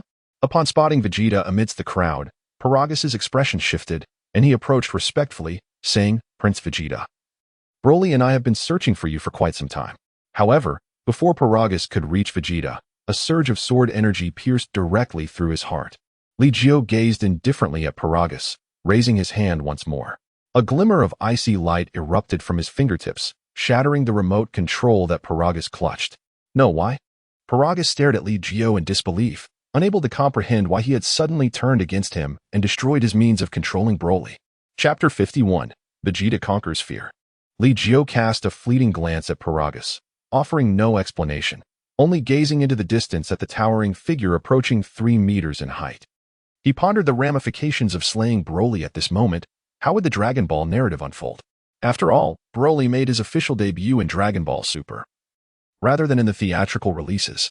Thus, if Broly were to be vanquished now, would he still exist in Dragon Ball Super? Witnessing his father's demise, Broly exhibited no trace of sorrow. He harbored an intense hatred for the one who treated him as a mere tool. The Saiyans were notoriously cold-blooded, and the legendary Super Saiyan even more so. Yet, the murder of his father ignited a fierce anger within him. His energy continued to swell. Was there truly no limit? Vegeta, drenched in sweat, felt the oppressive aura emanating from Broly resonate deep within his very bloodline. You should be grateful to me, should you not? Li Jiu stared intently at Broly, who responded with a wide grin. Huh? Thank you. As a gesture of gratitude, I shall kill you all. Gohan and Trunks were taken aback by Broly's brutality, while Goku innocently inquired, Hey, you're Broly, right? Why do you wish to destroy this planet? There are many lives here. Kakarot. Upon hearing Goku's voice, Broly's eyes turned vacant and white, his aura becoming increasingly frenzied. Kakarot. Broly lost all restraint, and without the confines of an energy limiter, his power surged exponentially. The planet trembled, while Li Jiu's form began to levitate slowly. Had he lost his sanity? It appeared he could not harness this overwhelming power. Goku cautiously adopted a defensive stance, unusually transforming into a Super Saiyan even before the battle commenced. Kakarot. Broly disregarded Li Jiu entirely, focusing solely on Goku. Observing this, Goku urged Gohan and Trunks to maintain their distance. Android 18 leapt away from Goku, recognizing that Broly harbored a peculiar obsession with him. Goku, locked onto by Broly's aura, did not consider retreat. Instead, he sought to elevate his energy further, breaking through the limits of the first stage of Super Saiyan to transform into Super Saiyan 2. Dad. Gohan's gaze sharpened, lightning flickering as he completed his transformation in an instant. At this moment, Gohan had unwittingly evolved into a formidable warrior, his potential fully awakened. Trunks also transformed, yet he remained shackled by the confines of the first stage of Super Saiyan, only achieving full power. Vegeta stood rigid, cold sweat trickling down his brow. Baka, you will die. If you cannot even overcome this level of suppression, you will never surpass Goku. The voice of Li Jiu resonated, and in a silent moment, he had completed his transformation into Super Saiyan 2. This marked the first instance, the first time Li Jiu confronted an adversary in his Super Saiyan 2 form. Mr. Li Jiu. Trunks gazed at him, his heart growing increasingly heavy. Even Li Jiu was prepared to exert his utmost effort. Perhaps I am not even a match for Broly. Then, Gohan, Trunks, let us join forces. Son Goku's energy surged dramatically as he took immediate action. This was not a time for mercy. Thus, when Li Jiu eliminated Paragus, Son Goku did not question the rationale behind it. There was no need for inquiry. This planet had been ravaged by Broly and Paragus, and if they were not vanquished, the entire universe would fall to Broly's destruction. Kakarot. Broly's energy was in a state of continual ascent, his grass-green hair and aura distinctly different from that of an ordinary Super Saiyan. His ferocious energy unsettled Son Goku even before he could close the distance. Yet, Son Goku's combat experience was unparalleled. In his Super Saiyan 2 form, he could hold his own against Broly for several exchanges. Dad, I'm here to help. Gohan's understanding of Broly was solely based on the terror of his might. Mr. Goku, I'm joining as well. Trunks entered the fray, but without transforming into Super Saiyan 2. He could barely withstand even a single blow from Broly. Even with Super Saiyan 2 forms, both Goku and Gohan could only manage to endure Broly's relentless assault. Together, they still found themselves utterly overwhelmed. A mere low-level warrior dares to challenge the legendary Super Saiyan. Vegeta continued to struggle, the influence of the legendary Super Saiyan bloodline weighing heavily upon him. Overcome it, Vegeta. Is the legendary Super Saiyan truly that formidable? Li Jiu maintained his Super Saiyan 2 state, his energy gradually calming, akin to the full power of Super Saiyan 1. Vegeta, witnessing Li Jiu's current state, could hardly contain his astonishment. Super Saiyan 2nd stage. It is indeed possible. Li Jiu nodded. Super Saiyan 2 could undoubtedly achieve full power. Was there anything beyond Super Saiyan 2? Vegeta slowly straightened his posture, the transformation of Li Jiu instilling him with newfound confidence in Super Saiyan. Beyond Super Saiyan 2, there exists an imperfect transformation. Li Jiu nodded, prompting Vegeta to inquire. An imperfect transformation? All aspects of power would once again intensify, yet the energy would become exceedingly volatile, difficult to control, and the consumption would greatly increase. rendering it unsuitable for prolonged combat. Is that so? Vegeta pondered this, then shook his head. He was well aware of his own strength and mastery. He had not yet fully grasped Super Saiyan 2, let alone Super Saiyan 3. Boom. A figure was once again expelled from the battlefield.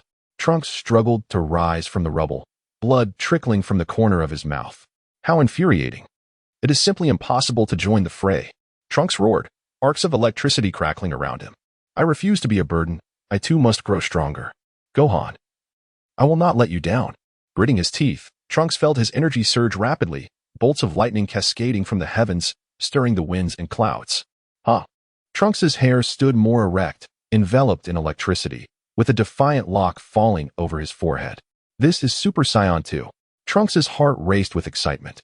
Though the difference between Super Saiyan 1 and 2 may seem but a step, it represents a disparity of 50-fold to 100-fold in power. Boom. Gohan was sent flying, and Trunks swiftly moved to catch him. Gohan. Trunks, you two have reached this level. Gohan clutched his painfully struck chest, feeling joy for Trunks. That kid. Vegeta observed Trunks, then glanced back at Broly, the fear within him having dissipated considerably. After all, I am Prince Vegeta. With a sudden transformation, Vegeta unleashed a powerful wave, charging towards Broly. Chapter 52, The End of Battle? Kakarot. Broly's energy continued to ascend. The original alliance of Gohan and Goku could withstand some of Broly's might, but now, even with Vegeta's involvement, they struggled to make any impact. You bastard. Me. From a distance, Goku concentrated his energy, a brilliant blue light bursting forth like the end of stars. Yet, before the Kamehameha could be unleashed, Broly forcefully overwhelmed him. Kakarot. Broly seized Goku by the hair, forcefully slamming him to the ground, delivering blow after blow. Daddy. Dark Flash. Gohan crossed his arms above his head, unleashing the Dark Flash. However, as the dust settled, Broly remained unscathed, instead tossing Goku away, who crashed heavily into Trunks, who had rushed forward again. Mr. Goku. Trunks caught Goku, only to realize that Goku had reverted from his Super Saiyan transformation. Cough, so powerful. Goku struggled to stand, panting heavily, bruises covering his face, blood dripping from the corner of his mouth. Humph, pesky insects. Broly charged forward with overwhelming force. Even Super Saiyan 2 Vegeta and Gohan together could not withstand him. Ha. Kakarot, I will kill you. Broly harbors a particular affection for son Goku. After hurling Gohan and Vegeta into the depths of the earth, he charges once more at Kakarot. Trunks positions himself in front of Goku, yet is swiftly subdued by Broly, who effortlessly presses him down with a single hand, causing an explosive discharge of energy. Trunks is sent hurtling backward, and before he even touches the ground, he has already reverted from his Super Saiyan form. Is this what they call transcending? Truly, it is a most extraordinary concept. At that moment, Li Jiu appears behind Trunks, producing a Senzu bean to feed him. Trunks recovers and slowly rises, eager to continue the fight, but is halted by Li Jiu. Let us observe for now. Mr. Li Jiu. Trunks exclaims, his eyes fixed on Li Jiu. With you all present, I find it difficult to unleash my full potential. Li Jiu pressed his lips together, feeling the blood coursing through his veins as if it were boiling. He once again tossed a few celestial beans, urging Trunks to assist Gohan and Goku. At that moment, Goku's anguished cries echoed relentlessly, tormented by Broly. Hey Broly! Li Jiu raised his hand, unleashing a torrent of sword energy that surged towards Broly. In response, Broly hurled son Goku directly at Li Jiu. Li Jiu furrowed his brows, dissipating the sword energy as he sent son Wukong flying towards Trunks. Now, your opponent is none other than me. Li Jiu slowly approached Broly, standing 3 meters apart. You too shall perish. Broly's eyes turned completely white, while the grass-green aura continued to grow at a remarkable rate. Is that so? Li Jiu pursed her lips, her gaze sharpening slightly, and took the initiative to strike. As her fist descended, Broly did not make any attempt to defend himself, yet he underestimated Li Jiu's strength. Despite having endured assaults from multiple adversaries without sustaining any injuries, Broly finally found himself wounded. Li Jiu delivered a powerful punch that left a noticeable dent in Broly's chest. Yet, for Broly, this injury was merely a fleeting discomfort. Uncle Li Jiu. Son Gohan's eyes sparkled with clarity as he observed the trajectory of Li Jiu's strike and sensed the modulation of his energy. It was an application of power so precise that it bordered on the extraordinary. With a mere fraction of force, one could inflict damage equivalent to twofold, or even tenfold. Is that all there is? Broly's emotions surged once more, his rage ignited by the pain inflicted by Li Jiu's assault. What more lies ahead? Li Jiu launched another strike. But this time Broly was far from careless and prepared to defend himself. However, before the fist could reach its target, Li Jiu unexpectedly crouched low and executed a side kick that connected powerfully with Broly's abdomen. Boom! The muscular Broly was sent hurtling backward, crashing violently into a towering building. Heaven and earth, sword slash. Li Jiu joined his hands together and raised them high, summoning forth a colossal sword. The sharp aura sliced through the fabric of space, creating fissures that swiftly mended themselves. Strike! Li Jiu's aura locked onto Broly, and even amidst the ruins, he could strike with remarkable precision. Ha ha ha ha! A grass-green energy shield rose, and the building was instantaneously reduced to nothingness. The colossal sword cleaved down upon Broly's shield, producing a hissing sound of rushing air. Break for me! Li Jiu pressed down with both hands, and the enormous sword erupted in dazzling brilliance, cleaving through Broly's energy barrier. How extraordinary! Sun Wukong gazed in astonishment at Li Jiu's onslaught. Had he been in Broly's place, he would undoubtedly have been sliced in two. Uncle Li Jiu concentrated his power upon the blade, enabling him to easily breach Broly's defenses. Yet, Broly had withstood for so long, a feat entirely beyond what we could endure. Son Gohan once again recognized the terrifying might of Broly. At that moment, Broly's aura surged dramatically. Li Jiu's massive sword descended slowly, and despite Broly's utmost effort to defend, it still inflicted a grievous wound upon his chest, deep enough to see bone. Blood gushed forth, and Broly's emotions spiraled out of control. His aura surged violently, shattering Li Jiu's colossal sword. His immense form carved a trench as he forcefully charged towards Li Jiu. It was shattered. Li Jiu could hardly believe that his celestial sword slash had been directly obliterated by Broly. Boom! A fist the size of a sandbag crashed towards Li Jiu's face. He turned his head to evade, but still took a solid hit to his chest from Broly. Yet, he did not get sent flying. Instead, he wrapped both arms around one of Broly's limbs. With a surge of power, he swung Broly forcefully to the ground, creating a massive pit with a 100-meter radius. TCH. Li Jiu clutched his chest. The pain from Broly's punch was excruciating. Within the deep pit, Broly slowly rose.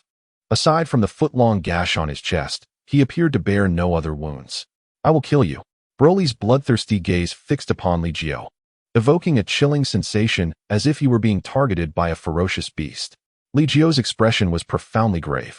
Broly's power did not exceed his expectations, yet it proved to be more resilient than he had envisioned. The question of who would ultimately prevail remained uncertain. The aura of Li Jiu gradually intensified. The earlier battle was merely a warm-up. Broly emerged step by step from the deep pit, standing before Li Jiu with an imposing presence. However, unexpectedly, Li Jiu unleashed another powerful punch, driving his fist deep into Broly's abdomen. Broly gritted his teeth, glaring fiercely at Li Jiu, resolutely refusing to retreat an inch. Li Jiu kicked again, striking Broly on the head. However, Broly merely tilted his head slightly, regarding Li Jiu with a look of disdain. Li Jiu furrowed her brow as Broly unleashed a powerful punch. With swift agility, Li Jiu sidestepped the blow, her hands elegantly maneuvering to redirect Broly's momentum. In a seamless motion, she lifted her knee and struck forcefully at Broly's face. This time, Broly was finally shaken, his entire form propelled backward in a dramatic arc. Taking advantage of the moment, Li Jiu once again conjured a series of energy swords, swiftly retreating while the blades descended mercilessly, ruthlessly slicing through Broly. Is it done? Vegeta watched Li Jiu's assault with palpable excitement. The arcs of sword energy were enough to send shivers down one's spine, their cutting power undeniable. At such a close distance, Broly, unable to defend himself, seemed destined to succumb to a fate of being cleaved apart. Chapter 53. The speed of the Scion 3. However, as the shattered light from the swords dissipated, revealing Broly's bloodied form to the astonished onlookers, a wave of shock surged through the crowd. Remarkably, he had merely sustained minor injuries. The final sword energy unleashed by Li Jiu pales in comparison to the celestial sword strike. The myriad of bloodstains adorning Broly's body are merely superficial flesh wounds. Li Jiu pressed his lips together, harboring no illusions that he could easily vanquish Broly. If the legendary Super Saiyan were truly so easily defeated, the very legend would not exist. I shall end you. Broly had now channeled all his hatred towards Li Jiu. His aura continued to intensify, and the pace of its escalation was alarming. How could this be?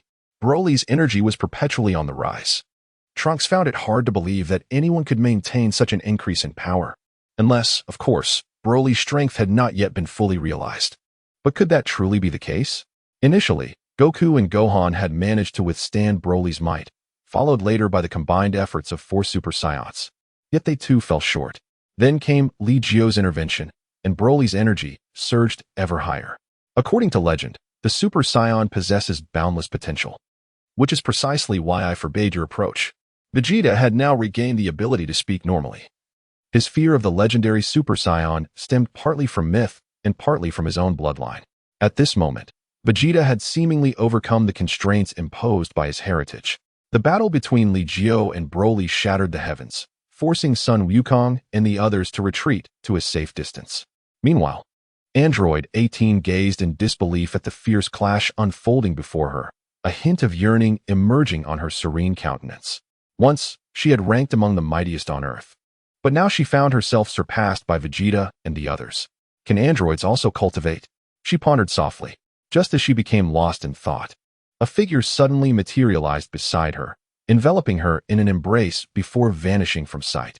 Boom! A mushroom cloud erupted, and 18 glanced back at her previous position, her heart racing with trepidation. Standing beside Sun Wukong, she realized the need for caution. Li Jiu set 18 aside and resumed his fierce confrontation with Broly. Broly's aura continued to ascend, while the pressure on Li Jiu mounted exponentially. Rumbling, the entire planet began to tremble violently. Vegeta's expression shifted, and he exclaimed, "This planet is about to explode. Sun Wukong, take them away first." Li Jiu felt the blood within him igniting. He had never experienced such exhilaration since the day of his birth. Even during his fierce battle against Frieza, he had not felt this level of excitement. "Mr. Li Jiu, the planet is on the brink of explosion," Trunks shouted urgently, knowing that Li Jiu would perish alongside it. "Do not worry, I shall be fine," Li Jiu roared, delivering a mighty punch that sent Broly crashing into the ground. With arms outstretched, the Taiji diagram materialized. Taiji, light-killing cannon. The fusion of yin and yang within the Taiji light-killing cannon obliterated everything in its path, accelerating the planet's demise, which was already on the verge of collapse. In the distance, a spacecraft fled at breakneck speed.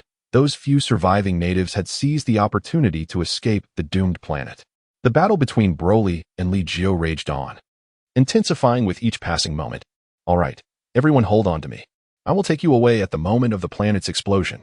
But before that, I wish to witness the full extent of Li Jiu's power." True to his reputation as the universe's greatest rascal, Sun Wukong, even as the planet teetered on the brink of destruction, was eager to relish the spectacle. "Ha! Do you intend to use the planet's explosion to eliminate me? Do you truly believe that is possible?" Broly roared as a vibrant green energy enveloped him, forming a protective barrier against the intermittent onslaught of sword energy unleashed by Li Jiu. The sword strikes were astoundingly fierce. A moment's lapse in vigilance could leave a mark upon Broly's formidable physique. Individually, these wounds appeared insignificant, especially for a legendary Super Saiyan of his robust stature, as they would swiftly heal on their own without concern. However, Li Jiu's sword energy was exceedingly domineering. Even the slightest cut inflicted upon Broly would allow the energy to stubbornly cling to the wound, rendering it difficult to heal. Only by completely extinguishing the sword energy could Broly gradually mend his injuries. Thus, his body became a tapestry of scars, which, though harmless, rendered him a rather disheveled sight. At this moment, Li Jiu's condition was far from ideal. Broly's physical prowess was so formidable that pain seemed almost non-existent to him. With the slightest misstep, being seized by Broly would inevitably result in a tempestuous onslaught. Li Jiu's battle attire lay in tatters, with only his trousers remaining relatively intact. The destruction of this planet was imminent. "Would you not take your leave?" Broly sneered, a viridescent aura enveloping him. His already robust physique had now expanded to an impressive height of 3 meters, towering over Li Jiu by a considerable margin. "What of the planet's demise? If I do not eliminate you, the repercussions will be endless." Li Jiu's aura remained formidable. Their clash was so intense that, unbeknownst to them, they had ravaged the planet beyond recognition. Magma erupted from the depths, the sky darkened, and dust filled the air, resembling the apocalypse. "Humph, you cannot kill me. Rather, it is you who shall surely perish." Broly scoffed, launching another attack in an attempt to grasp Li Jiu by the neck and force him into the surging magma. Li Jiu braced himself, firmly gripping Broly's wrists, and delivered a swift kick to his chest. However, Broly's growth attributes were astonishingly formidable at this juncture in their battle. Many of Li Jiu's attacks barely impacted him. With a fierce shout, Broly seized one of Li Jiu's arms and hurled him towards the molten lava, simultaneously conjuring 2 energy blasts to further his assault. As the lava surged ominously, it seemed inevitable that Li Jiu would plunge into its depths. Yet, a protective energy shield enveloped him, causing the molten rock to recede. With a resurgence of energy, Li Jiu unleashed a powerful gust that deflected Broly's energy blasts away. Broly. This is where it ends. Li Jiu stood with his back to the molten lava, a golden aura ascending steadily, while arcs of electricity danced across his entire being. Li Jiu's form began to tremble slightly, a manifestation of his body struggling to adapt to an overwhelming surge of power. The transformation into Super Saiyan Stage 3 was a feat so formidable that even I found it challenging to fully harness its might. Sparks crackled around him, his golden locks cascading down his back, reaching his waist. That is, the Super Saiyan. Stage 3? Sun Wukong gazed in astonishment at Li Jiu's new transformation, realizing that while they were still grappling with the struggles of Super Saiyan Stage 2, Li Jiu had already attained the 3rd stage. Super Saiyan 3. Vegeta's eyes narrowed, filled with an insatiable longing. Chapter 54. Making Dandy a deity in such a state. There were indeed certain drawbacks. The strain on the body was excessive, and the utilization of power was inefficient, rendering it unsuitable for prolonged combat. Vegeta murmured, weighing the options. In comparison, the full power of Super Saiyan 2 was undeniably more flawless. However, when unleashed, Super Saiyan 3 was naturally far more formidable. The transformation of Li Jiu was complete, and even Broly could not help but retreat 2 steps. The planet trembled increasingly violently as unfathomable fissures began to spread. Sun Wukong hastily activated instant transmission, transporting everyone back to King Kai's planet. The energy from the planet's explosion nearly obscured Natasha's presence, Sun Wukong exclaimed, relieved. Meanwhile, the television screen was ablaze with brilliant light. The planet had exploded. Mr. Li Jiu, Trunks exclaimed, looking around but failing to spot Li Jiu. It's impossible.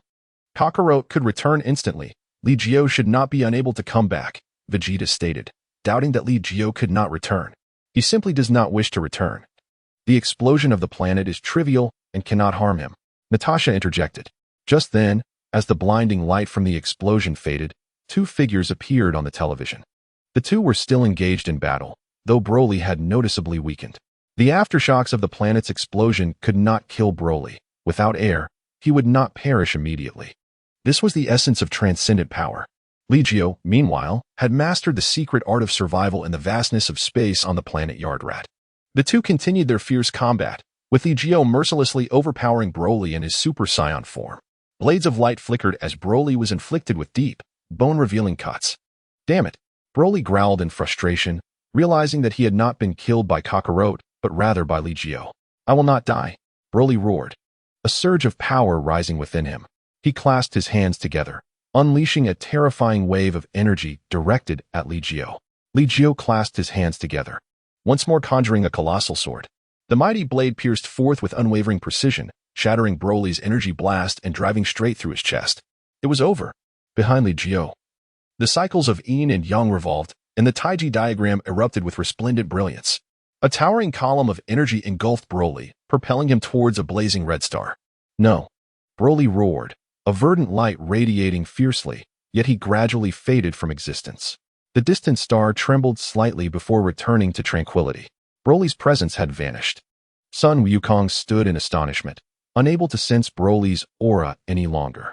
Li Jiu remained in place for a considerable duration before finally exiting the state of Ultra Instinct, releasing a long sigh. This battle had indeed taken a significant toll on him. Upon returning to King Kai's planet, Natasha immediately threw herself into his embrace. I was so worried about you, she exclaimed. Though she outwardly appeared confident in Li Jiu, her heart was rife with concern for him. What is there to fear? Do I not possess instant transmission? Li Jiu replied, gently ruffling Natasha's hair before turning to King Kai. Although Broly's energy has dissipated, can you ascertain whether he is truly perished, my lord? The legendary Super Saiyan was notoriously difficult to vanquish, even with a pierced chest. Li Jiu could not rest easy until he witnessed Broly's demise with his own eyes. He should be dead. You launch him into a star. Even if he is the legendary Super Saiyan, survival is improbable, King Kai assured him. Is that so? Then I am relieved. Li Jiu nodded in agreement. King Kai glanced at Li Jiu's tattered attire and remarked, your clothing is in tatters. As a token of gratitude for your contributions to the universe, allow me to gift you a new outfit. With a slight twitch of his antennae, Li Jiu's garments transformed instantaneously into a pristine, flawless ensemble. Oh, Li Jiu has unknowingly grown so formidable, having already unlocked the transformation of Super Saiyan 3rd stage, Sun Wukong marveled. They had only just begun to achieve the transformation of Super Saiyan 2nd stage. The 3rd stage transformation is not to be taken lightly. This is something for you to contemplate. There must exist a transformation even more perfected than the Super Saiyan 3rd stage. Li Jiu pondered as he glanced at the tail that gracefully coiled around his waist. After mastering the Huang Breath Technique, he could freely control whether to transform into a giant ape, even under the moonlight. Natasha, however, lacked such prowess. After her transformation into a giant ape, Li Jiu severed her tail, and subsequently, she evolved into a Super Saiyan, making it exceedingly difficult for her tail to regrow. P.S. The official explanation states that post-transformation, a genetic suppression inhibits tail growth. He wondered if he could attain the form of Super Saiyan 4. Li Jiu had an inkling that should he achieve this transformation, his power would undoubtedly rival that of Super Saiyan Blue. Now then, after an intense battle, I presume everyone is famished? Allow me to prepare a meal. The North Kai, ever the opportunist, recognized that Li Jiu and his companions had rendered him significant assistance. Thus, hosting a meal was hardly an inconvenience for him. After indulging in a hearty feast, Li Jiu's wounds had completely healed. He still possessed an ample supply of senza beans, as the floating island produced over 100 annually, and he rarely needed to use them, resulting in an abundance.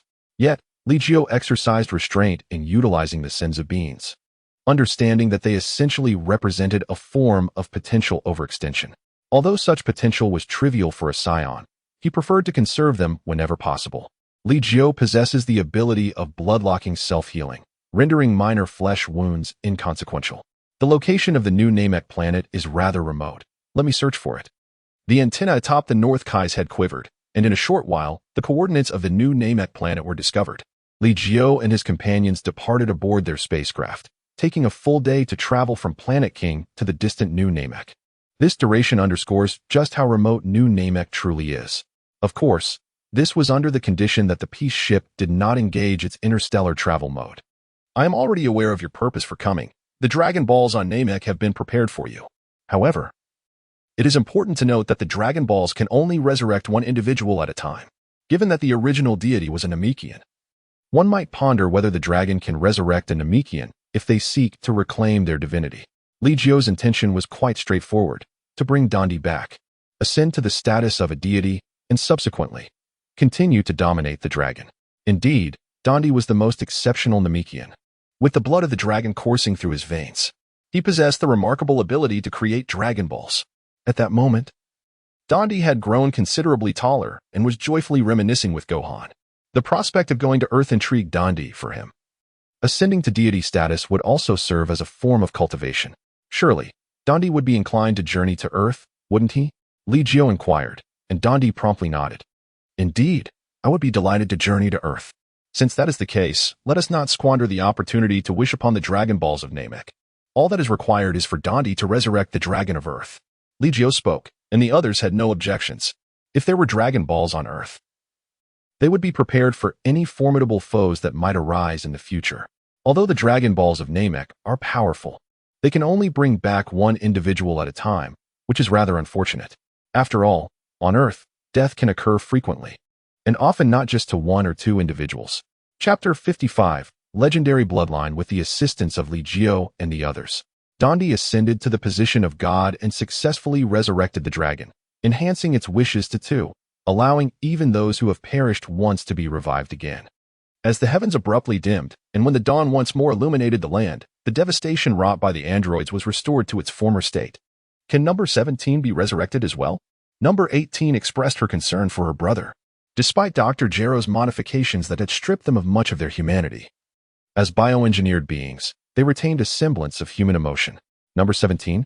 He lacks a vital force. Perhaps he can be brought back, Natasha interjected, then turned to Li Jiu, asking, Number 17 can be resurrected, correct? He should be able to return. We can search for him, Li Jiu affirmed. After a moment's hesitation, Number 18 leaped down from the realm of the gods. She was determined to seek out Number 17, her only remaining kin in this world. It seems that even androids are not entirely devoid of feelings. Piccolo observed this scene with a hint of a smile. Well, it appears that our world's androids are not inherently malevolent. Throughout, they have not taken lives, though their actions may be questionable, having stolen numerous garments. It is likely a product of their circumstances. After all, we still exist in this world. When immense power can be restrained, it no longer wreaks havoc without consequence. Piccolo perceived the reality with clarity. When an individual's strength is unchecked, one should not be surprised by their transformation. Li Jiu expressed considerable agreement with the words of the short flute, nodding in affirmation. In this regard, the short flute possesses remarkable insight, he remarked. By the way, what manner of adversary did you encounter this time? Even though their presence is separated from us by the vastness of the cosmos, it instills a sense of dread. Sitting cross-legged on the ground, Clin rubbed his chin in contemplation. This time, it must have been Li Jiu who vanquished the enemy, for that formidable aura surely belongs to him. The short flute gazed at Li Jiu, pondering whether such power truly represented Li Jiu's authentic strength. Ah, indeed. It was only after Li Jiu transformed into a Super Saiyan of the 3rd level that he was able to defeat the foe. We still have a long way to go. Sun Wukong rubbed his hands together, his face alight with eager anticipation as he regarded Li Jiu, his intentions unmistakable. Li Jiu promptly declined, stating, If you wish to cultivate without inviting me, I shall not serve as your sparring partner. Ha ha ha. Uncle Li Jiu's prowess far surpasses ours. Engaging in battle with us would offer him no benefit whatsoever. Sun Wukong scratched his head and, clenching his fists, earnestly declared, However, we shall also strive to cultivate. I can attain the 3rd level of Super Saiyan. Is Wukong also pursuing the path of martial arts? Has he decided against becoming a scholar? Chi-Chi observed Sun Wukong, sensing a change in her son's disposition. No, mother. I will be a scholar of martial arts. I aim to integrate the knowledge within my mind into the realm of martial arts, forging a path uniquely my own. After all, the universe conceals unknown perils. Although Uncle Li and Father are formidable, we must not become complacent, must we? Sun Wukong's gaze was resolute. Chi-Chi observed Wukong at that moment, gradually revealing a warm smile. Regardless of the circumstances, as long as Wukong is passionate, Mother will always support him. In the past, Chi-Chi's expectations for Wukong revolved around him becoming a scholar. For scholars can earn substantial wealth and are not required to risk their lives in battle. Of course, the primary reason was that Wukong aspired to be a scholar himself. However, times have changed. Wukong no longer wishes solely to be a scholar. Regardless of financial needs, Chi-Chi will support him unconditionally. Listening to Sun Wukong's words, Piccolo displayed a smile reminiscent of a proud father. Although peace had returned to Earth, the group did not relent in their training. Each individual harbored their own aspirations. The most powerful among them set their sights on Li Jiu, while Yamcha and others aimed for the Saiyans. They progressed steadily and resolutely on their respective paths, gradually unlocking their inner potential, and the road ahead became increasingly expansive. In the blink of an eye, Natasha's time to give birth had arrived. Bulma had summoned the finest medical team, yet Li Jiu chose to retain only one female physician, dismissing the rest. Scion births are not so delicate. They can manage on their own. One physician to assist is sufficient. Within the manor, few were present. Li Jiu glanced at the medical team and stated directly, There is another individual in the manor who is also in labor. You may attend to her. Li Jiu led the medical team to the villa where Sun Wukong resided. Chi-Chi's pregnancy preceded Natasha's by a short while, yet their labor coincided on the same day. This disparity likely stemmed from the differing natures of Saiyans and Earthlings. The delivery unfolded with remarkable ease, but then, boom, a surge of grass-green energy erupted, shattering the roof, as Li Jiu stood in astonishment, gazing at the chubby white baby suspended in midair. The little one, still connected by the umbilical cord, floated effortlessly, gnawing on its hand, its dark hair radiating a luminous green glow. No, it cannot be. Li Jiu was dumbfounded, while in West City, Vegeta and Sun Wukong, who was accompanying Chi-Chi, abruptly rose to their feet. That energy. Sun Wukong glanced at the pallid Chi-Chi, but ultimately chose not to depart. Vegeta made his way directly to the floating island, standing firmly within the estate, his gaze fixed upon the towering grass-green energy beam. This is the legendary Super Saiyan. Vegeta broke into a cold sweat, connecting the dots. He could almost ascertain that this not-so-mighty aura belonged to Li Jiu's child. At that moment, Li Jiu and Natasha stared blankly at the little creature flailing in the air. After exchanging a glance, worry etched across their faces. The attending doctor was equally taken aback by the spectacle. Li Jiu gently patted her shoulder, saying, "Do what you must." With that, Li Jiu reached out and brought the little one down. The child behaved rather calmly, emitting a notable aura yet displaying no signs of aggression. "May all be well." Li Jiu silently prayed, and proceeded to manage the ensuing matters with the doctor's assistance. "Natasha, it's a boy." After bathing the little one, he had succumbed to a deep slumber. "Let me see him," Natasha exclaimed, sitting up with excitement.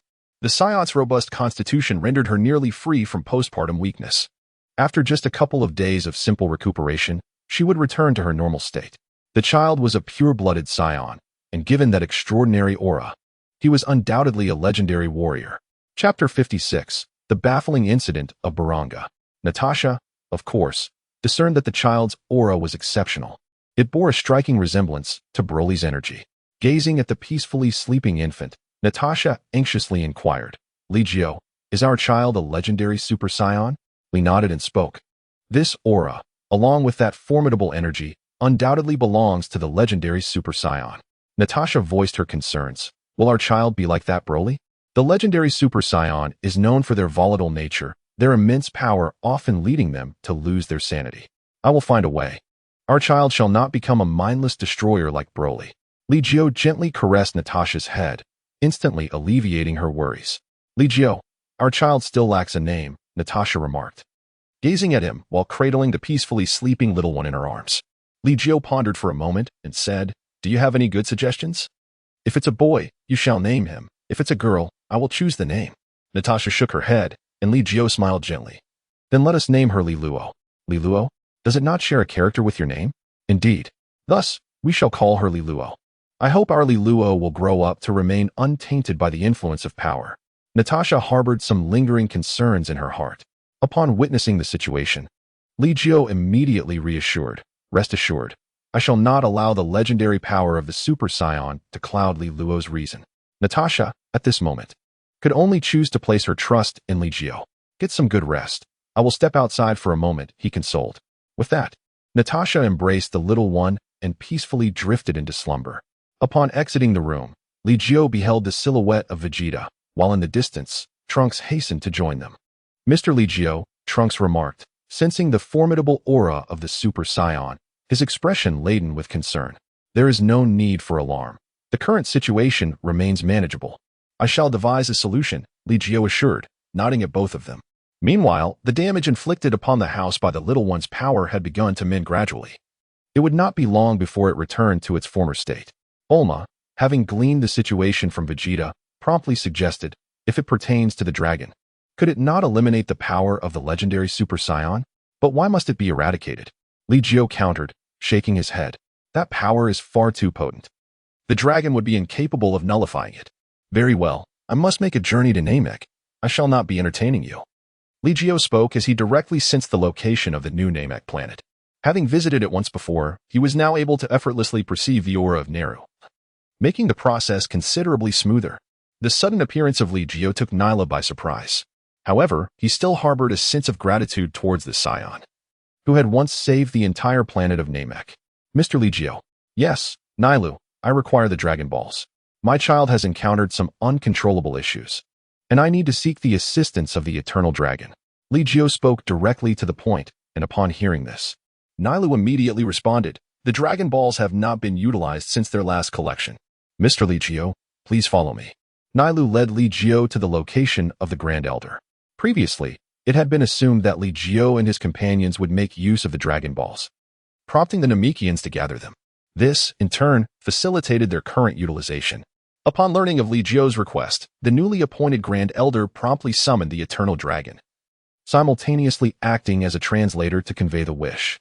For the first wish, he requested, "Please enable my child to perfectly control the power within him, without compromising his rationality."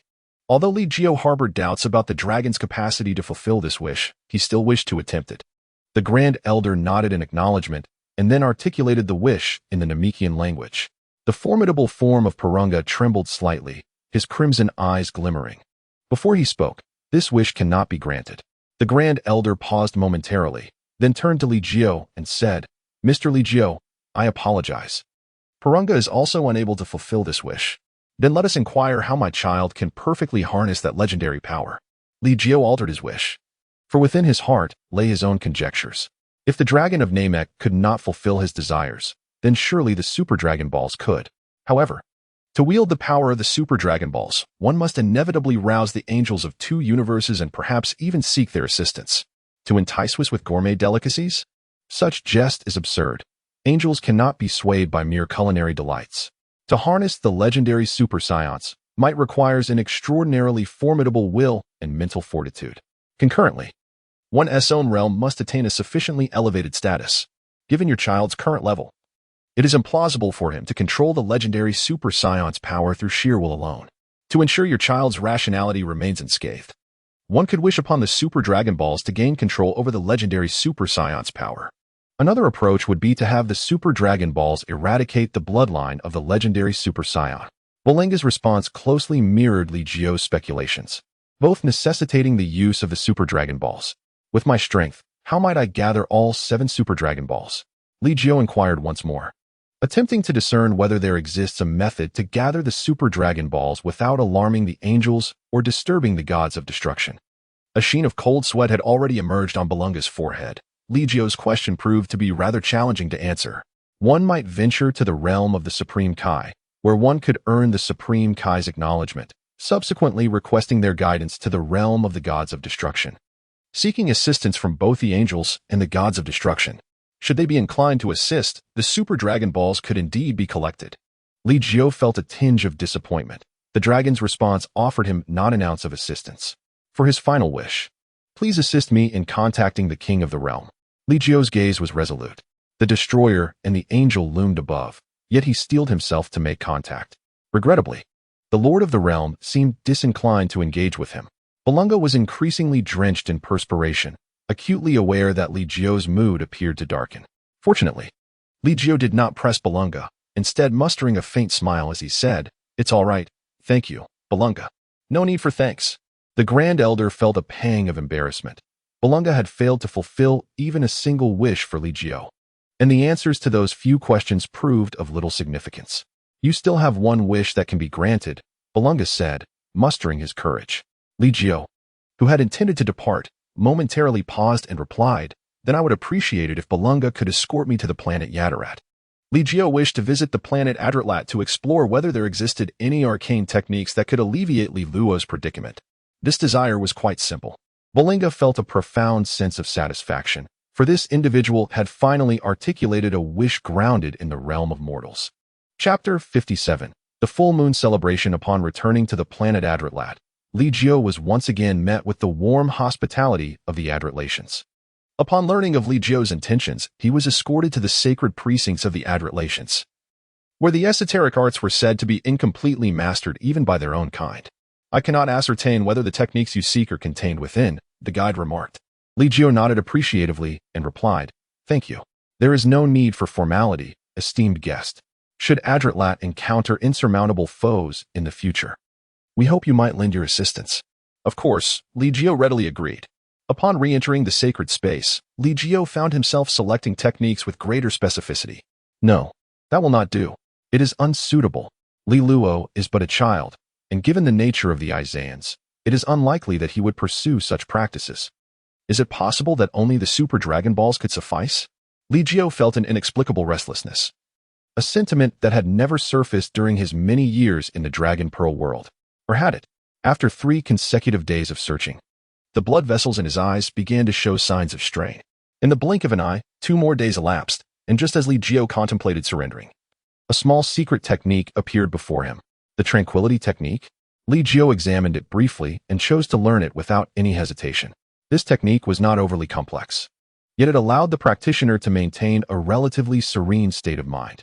Furthermore, it could also be applied to others, making it particularly beneficial for Li Jiu at this juncture. Devoting merely 3 days to mastering this technique, he promptly returned to the floating island. The instant he arrived at the estate, he spotted the little one, Li Luo, flitting about chaotically. The small creature giggled uncontrollably, oblivious to her surroundings, and collided directly into Li Jiu. Oh dear! Li Luo waved his tiny paw, grasping the collar of Li Jiu's garment, gazing at him with curiosity. Then, with a sudden motion, his little paw landed a playful slap across Li Jiu's face. Li Jiu, taken aback, blinked in astonishment, while the mischievous little creature narrowed his eyes and erupted into laughter. Yeah, hee. Li Jiu, Natasha, now fully recovered, regarded Li Luo with a hint of exasperation. This little rascal flitted about incessantly, refusing to settle down for even a moment, save for his slumbers. Natasha, has Li Luo been causing any trouble these past few days? Li Jiu allowed the little one to frolic upon him, as long as the child remained composed. There were no unexpected incidents, except for when Sun Wukong brought his son, Sun Wutian, yesterday, and the latter burst into tears. The corners of Li Jiu's mouth twitched, and then he heard Natasha remark, "It seems we have disturbed Li Luo." He expelled an energy orb that startled Sun Wukong quite a bit. Ha. Who could blame him for disturbing our Li Luo? Right, little one? Call your father. Li Jiu lifted Li Luo by his arms. The little one, elated, danced about, and then suddenly opened his mouth. Ha! A grass-green energy orb struck Li Jiu squarely in the face. Li Jiu found himself somewhat speechless. Did this little rascal hold a grudge against him? Ha, Li Luo. You must not be disrespectful to your father. Natasha chuckled. Currently, Li Luo's strength was not overly formidable, as his attacks on Li Jiu and Natasha felt merely like a tickle. However, entrusting Li Luo to the care of ordinary individuals would be unwise. Should Li Luo cause even a minor disruption, not everyone would be able to bear the consequences. In the future, if there were any crying children, it would be best for Li Luo not to hear them. Li Jiu gently admonished, tapping the little one's head. Natasha gazed at Li Jiu, her thoughts lingering on the tip of her tongue. Upon witnessing the situation, Li Jiu smiled and reassured, "Do not worry, even Broly, prior to his growth, will not experience significant loss of control over his power. Moreover, I have learned a calming technique on planet Adrat that will help the little one find tranquility. Once he matures a bit more, I shall impart the breathing method to him. With this knowledge, he should be able to harness the legendary Super Saiyan strength on his own. But what if he cannot master it? Given that Li Luo is also a Saiyan, it seems unlikely he will meditate on the breathing method quietly. Even Natasha struggles to find her own calm to practice it, let alone Li Luo. Nevertheless, Li Jiu is an anomaly. He can first practice the calming technique, followed by the breathing method. At the very least, this will alleviate the situation, preventing him from losing control like Broly. As for complete mastery, there will be ways to achieve that in due time. It shall not be long. During this period, Li Jiu will strive to enhance his strength as much as possible. If the breathing technique fails to allow Li Luo to master the power of Super Saiyan, then the only option left is to seek the Super Dragon Balls, even if it stirs the angels. Of course, the most significant aspect is that both Beerus and Whis seem eager to cultivate a few formidable warriors. Otherwise, Goku and Vegeta would not have received Whis' tutelage in the first place. On this day, the floating island was bustling with excitement, as the celebration for Li Luo and Goten's full moon ceremony was scheduled for this very day. Below the floating island, figures occasionally soared upwards. Hey Li Jiu, Goku, congratulations. Krillin arrived aboard a plane with Master Roshi. Li Jiu cast a brief glance at Krillin and nodded slightly. Krillin has indeed made tremendous progress lately, likely surpassing Super Saiyan status. Goku, holding Goten, twirled around Krillin, playfully poking and prodding him. Goku, is this how you assess someone's strength? Krillin remarked, rubbing his bald head in bemusement. Goku, however, paid little heed to this, turning to Li Jiu and saying, Li Jiu's training methods are truly effective. Otherwise, Krillin's advancements would not be so remarkable. Indeed, were it not for Li Jiu, I might never have achieved what I have today, Krillin affirmed earnestly. Then glanced at Li Jiu's arms, where Li Luo rested, and inquired, what is Li Jiu's child named? And Goku, what is your child's name? Li Luo, Li Jiu replied, gently brushing his fingers against Li Luo's nose. Li Luo appeared somewhat disgruntled, yet refrained from unleashing an energy blast upon Li Jiu. It is Goten, son Goten. Sun Wukong tossed his son Goten lightly, as he had been the one cradling the child recently. Chi-Chi remained preoccupied with the affairs of the magical beings. Although Goten was not as tempestuous as Li Luo, His sporadic bursts of power were enough to overwhelm even Chi-Chi. Ha ha ha, truly the progeny of the Saiyans, exhibiting such formidable energy at such a tender age. Krillin cast a keen glance at Li Luo, who was eagerly reaching out to pat Krillin's bald head. Upon noticing this, Krillin chuckled heartily and leaned in. In the next moment, boom, Li Luo danced with excitement, while Krillin, grimacing in pain, crawled away from a distance. Clutching his head. Chapter 58. The search for the Super Dragon Balls. Ouch, that hurts. Krillin, covering his shiny head, gazed at Li Luo in disbelief, barely harboring any anger. Even unprepared, Li Luo's attack was not enough to inflict significant harm upon Krillin. Remarkable, such power surpasses that of Vegeta when he first arrived on Earth, does it not? Krillin mused, a chill running down his spine. Do not compare me to him, Vegeta's voice rang out, his gaze fixed on Krillin, brow furrowed. Ha ha, Vegeta has arrived as well.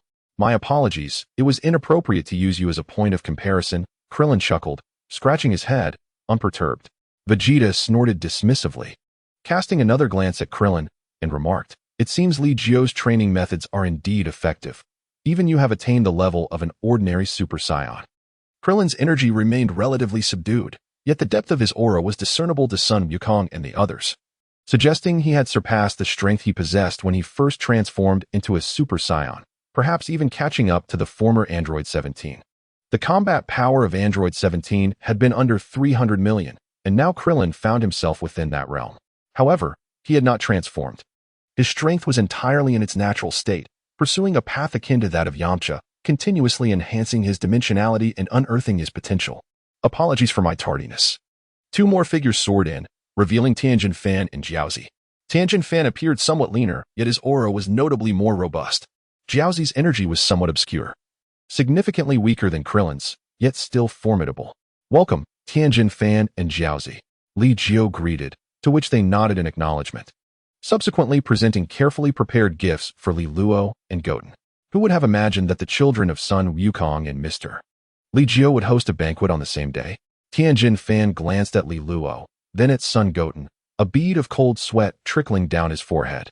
The offspring of the Saiyans are astonishingly powerful. Not merely Li Luo, even Goten's aura was not to be underestimated, and he was only a month old.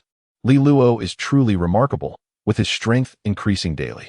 Fortunately, there have been no signs of him losing control. Now, everyone, please come in. Li Jiu invited everyone inside, while Trunks, who had been diligently training on the floating island, busied himself attending to the guests. It had been quite some time since the floating island had seen such liveliness, even though the number of attendees was modest.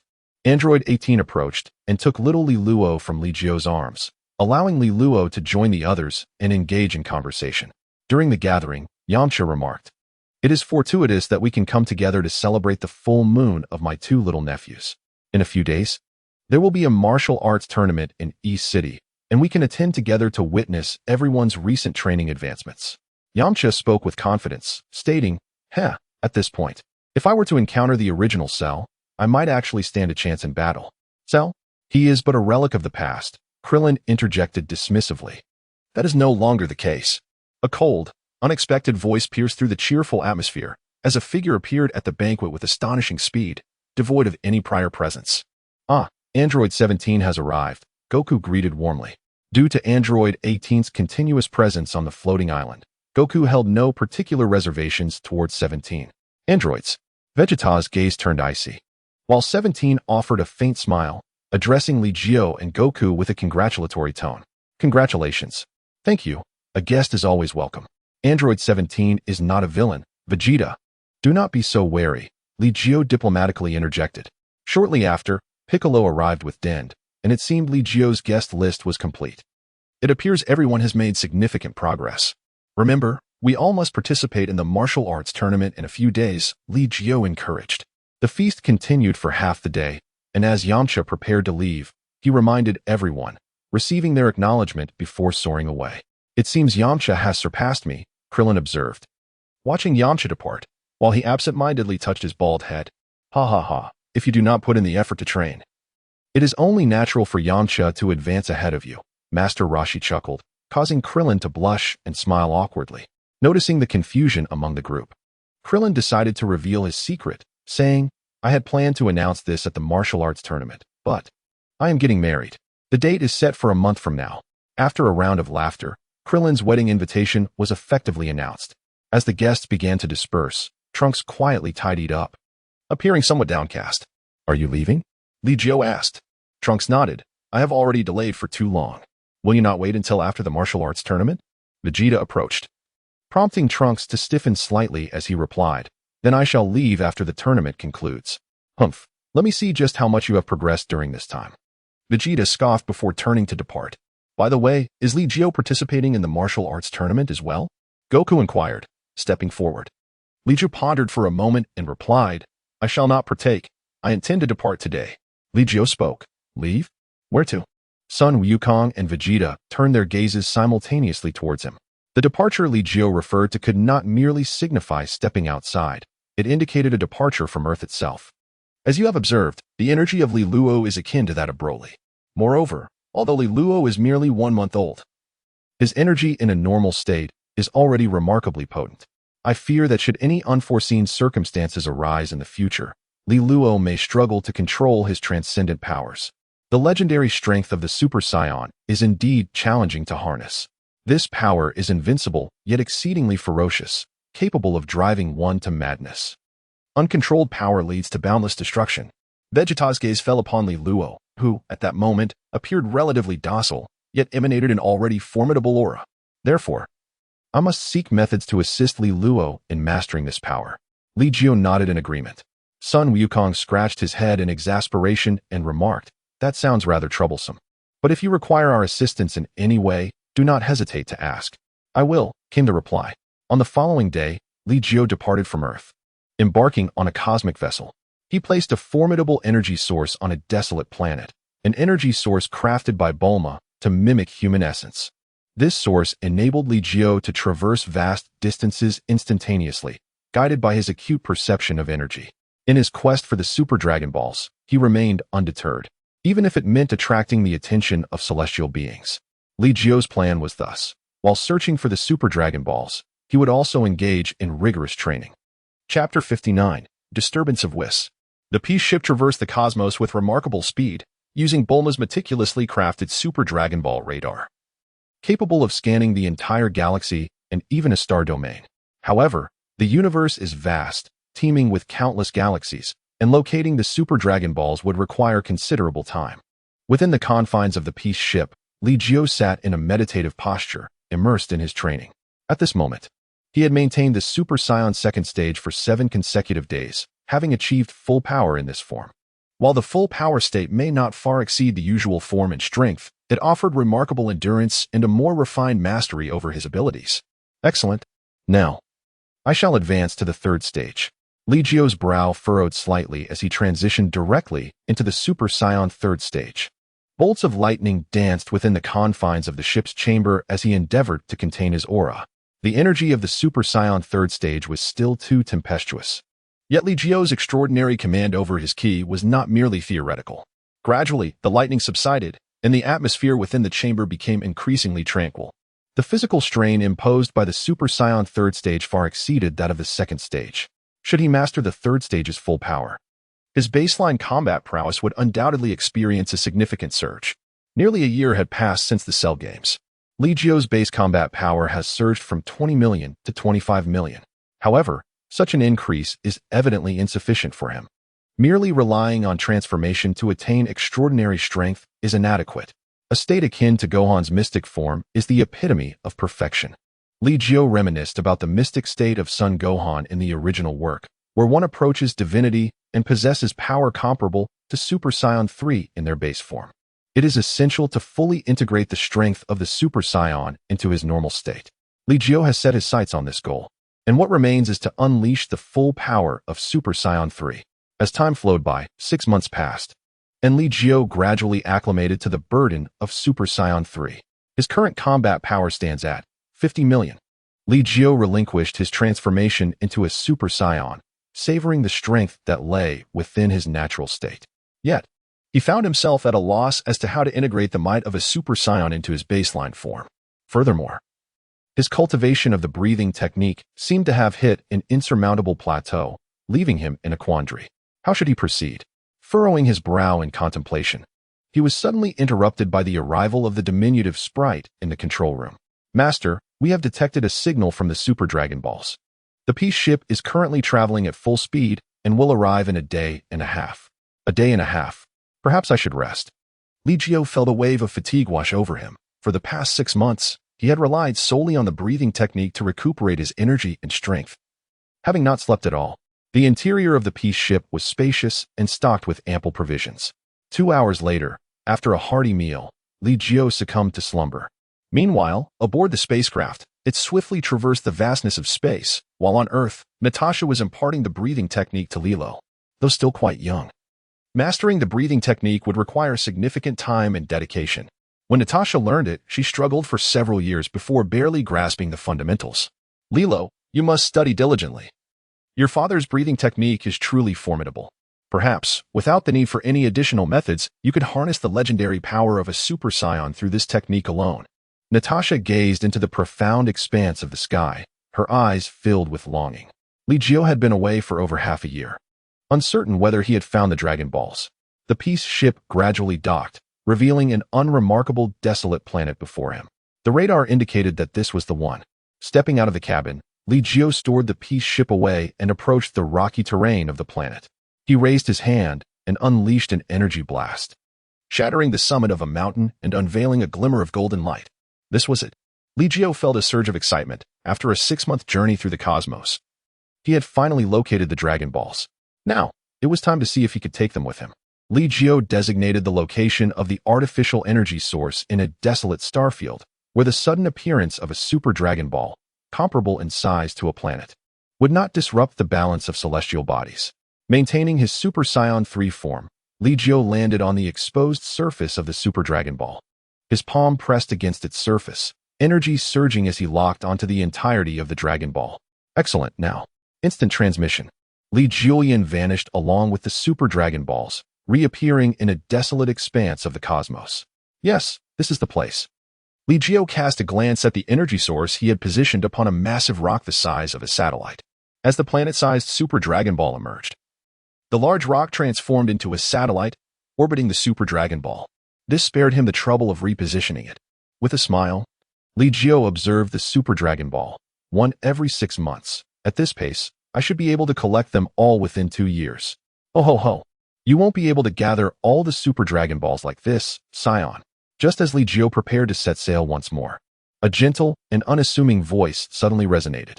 Li Jiu was suddenly drenched in a cold sweat. Who could have appeared behind him without his notice? Even upon speaking, Li Jiu remained oblivious to the presence of this individual. Who might you be? Li Jiu slowly turned around, and upon seeing the true form of the speaker, the brilliance in his eyes flickered and faded. You are aware of the existence of the Super Dragon Balls. Thus, you must also be cognizant of my existence, said Angel Whis, standing calmly with a staff in hand, a smile gracing his face as he regarded Li Jiu. Indeed, is it true that angels possess all knowledge? Li Jiu chuckled awkwardly, taking a few steps back to regain his composure as he gazed at Whis. At the very least, in this 7th universe, many matters cannot remain concealed from me. For instance, your child is a legendary Super Saiyan. Whis looked at Li Jiu with keen interest, who was now scrutinizing Whis in turn, before finally speaking. So, esteemed angel, is there a way to assist my child in mastering that power? You may call me Whis. The power of a legendary Super Saiyan is indeed challenging to control. Such an existence is akin to a calamity. When a disaster becomes unmanageable, it necessitates the intervention of a destroyer deity to eradicate it. As Whis spoke, he observed the expression on Li Jiu's face. Li Jiu's expression remained relatively calm as he nodded slightly and said, "Thus, I wish to harness the power of the Super Dragon to aid my child in mastering the strength within. The Super Dragon Balls can indeed fulfill your desire. Yet the manner in which you are gathering them renders your quest futile. There are still several Super Dragon Balls within the 6th universe. Even if you could traverse the dimensional barriers between universes, the angels of the 6th universe would inevitably detect your presence. The Super Dragon Balls are not typically granted for arbitrary use, as the stakes are exceedingly high." Whis spoke in a tranquil tone, merely recounting the facts. Li Jiu was aware of this. Thus his quest for the Super Dragon Balls merely constituted a form of cultivation. Naturally, with Whis now involved, he sensed that the Super Dragon Balls had gained a semblance of hope. Chapter 60. Arrival at the God of Destruction Realm. I merely wish to rescue my child, surely. Whis does not desire another Super Saiyan in the universe who is solely acquainted with destruction, as foretold in legend. Li Jiu gazed at Whis, contemplating that if this angel were willing to assist, the Super Dragon Balls would undoubtedly be within reach. Do you wish for my aid? Whis inquired, his expression inscrutable. What makes you think I would extend my assistance to you? Li Jiu refrained from answering directly, instead posing a counter-question. Upon hearing this, Whis paused momentarily, then let out a light chuckle. You are indeed an intriguing individual. Your strength, perception, and courage place you among the elite of this universe. Surely, Whis must have a purpose for seeking me out. Li Jiu ventured. Whis nodded in response, stating, since you are aware of the relationship between the god of destruction and the angels, you should also understand that the gods of destruction are cultivated by the angels. I am aware, Li Jiu thought, his mind stirring with conjecture, yet he chose to remain silent. So, do you have any inclination to become a god of destruction? Whis narrowed his eyes slightly, observing Li Jiu with quiet intensity. Li Jiu was not surprised, for any decision made by the angels was within the realm of possibility. In the original text, this had indeed contemplated nurturing Sun Wukong into a deity of destruction. However, due to Sun Wukong's inherently benevolent nature, he was deemed unsuitable for such a role. Nonetheless, cultivating a few superlative beings within a universe could prove advantageous for that very universe. Li Jiu was not surprised that Whis would entertain such thoughts. Would Lord Beerus consent? Li Jiu inquired, for becoming a god of destruction was not without merit. At least from that moment forth, aside from the omnipotent Zeno, no one could threaten his safety. Naturally, Li Jiu would not recklessly confront the Grand Priest.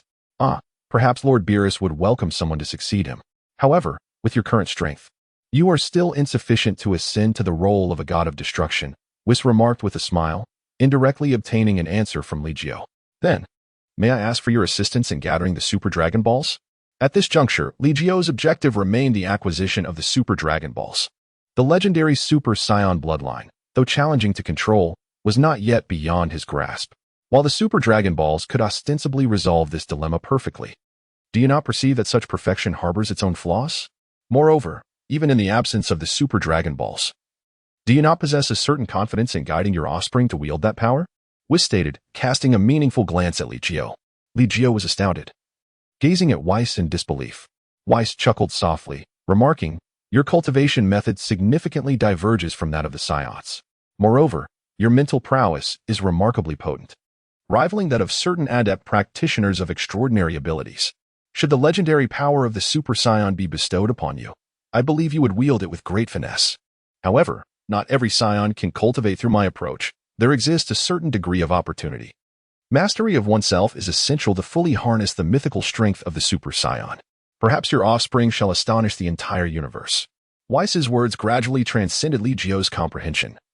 Yet a bold notion began to take shape in his mind. Did the ancient Saiyans hold a significant standing throughout the cosmos? Could this status be akin to that of the Grand Priest? As for what lay ahead, it was, of course, the pursuit of cultivation.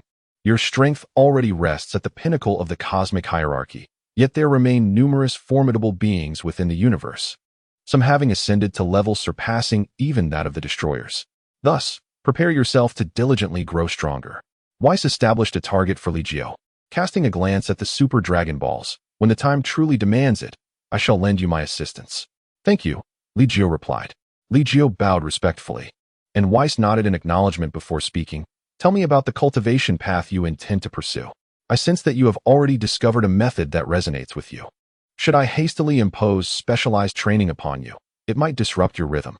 With a gentle motion of the staff in his hand, Whis swiftly carried Li Jiu away, at a speed surpassing that of Li Jiu's spacecraft by an inconceivable margin.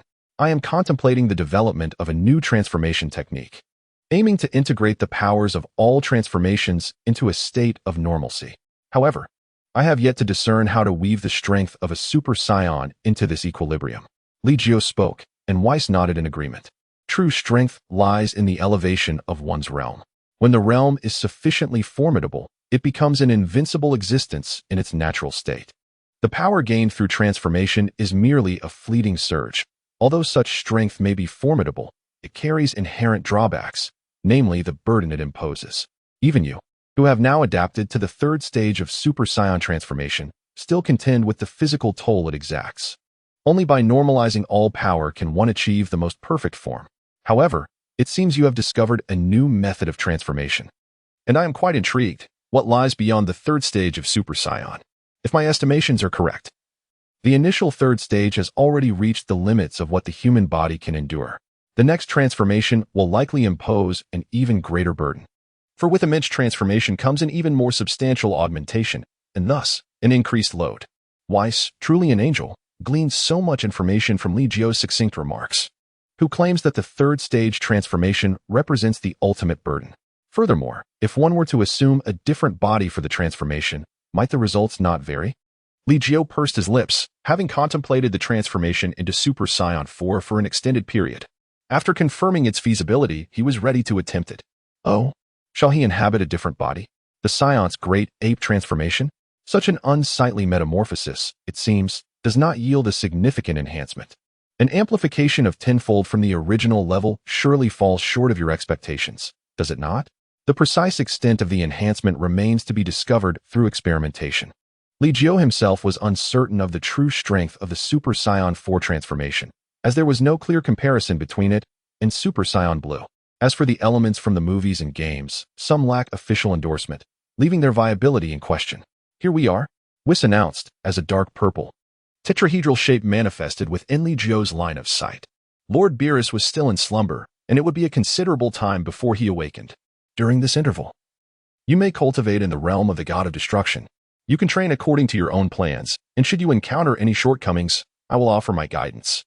Whis was eager to witness what Li Jiu's so-called fourth stage transformation would entail. Chapter 61. A transformation unlike any other. All right. I shan't keep Whis waiting for long. Li Jiu felt confident, and Whis' anticipation only grew. He had been observing Li Jiu for some time, intrigued by the heights he could potentially reach. At the very least, he would not fall short of Lord Beerus. Whis mused, harboring great expectations for Li Jiu. Earth.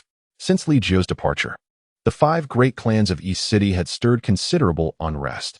The arrival of Bojack and his ilk disrupted the rhythm of the martial arts tournament. However, this tournament boasted the participation of 4 Super Saiyans in their second stage: Son Goku, Vegeta, Trunks, and Gohan, coupled with the recent significant progress of Piccolo, who had begun to touch upon the threshold of Super Saiyan 2. The moment Bojack and his companions appeared, they were swiftly dealt with. The emergence of the golden-haired warriors elicited cheers from countless spectators. It can be said that due to Li Jiu's influence, the trajectory of Earth's development had experienced substantial changes. As for Satan, having once made an appearance during the battle with Cell and frequently gracing the television screen, he had garnered a modicum of fame. Li Jiu. Natasha stood atop a mountain peak, gazing up at the starry sky, unaware of which celestial domain Li Jiu currently inhabited. Li Jiu, it has been over 6 months, and I wonder when he will return. Natasha expressed her dissatisfaction as the restless little one in her arms fidgeted until she gently tapped him, calming him somewhat. Mama, Mama, Li Luo called out in a soft, childlike voice, his small hands reaching out to the sky in a whimsical manner. Daddy, Daddy. Suddenly, the little one's breath grew tumultuous, and his already formidable aura surged rapidly, the hair standing on end radiating a verdant glow. Daddy. All right, Li Luo, be good, be good. Daddy will return very soon. Natasha practiced her calming technique, having taken the opportunity to learn it while Li Jiu was away. This small secret art had a significant impact on Li Luo. Gradually, his state of mind began to settle.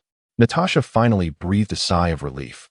Increasingly eager for Li Jiu's swift return, finding the Super Dragon Balls was of little consequence compared to the fact that the little one constantly yearned for his father.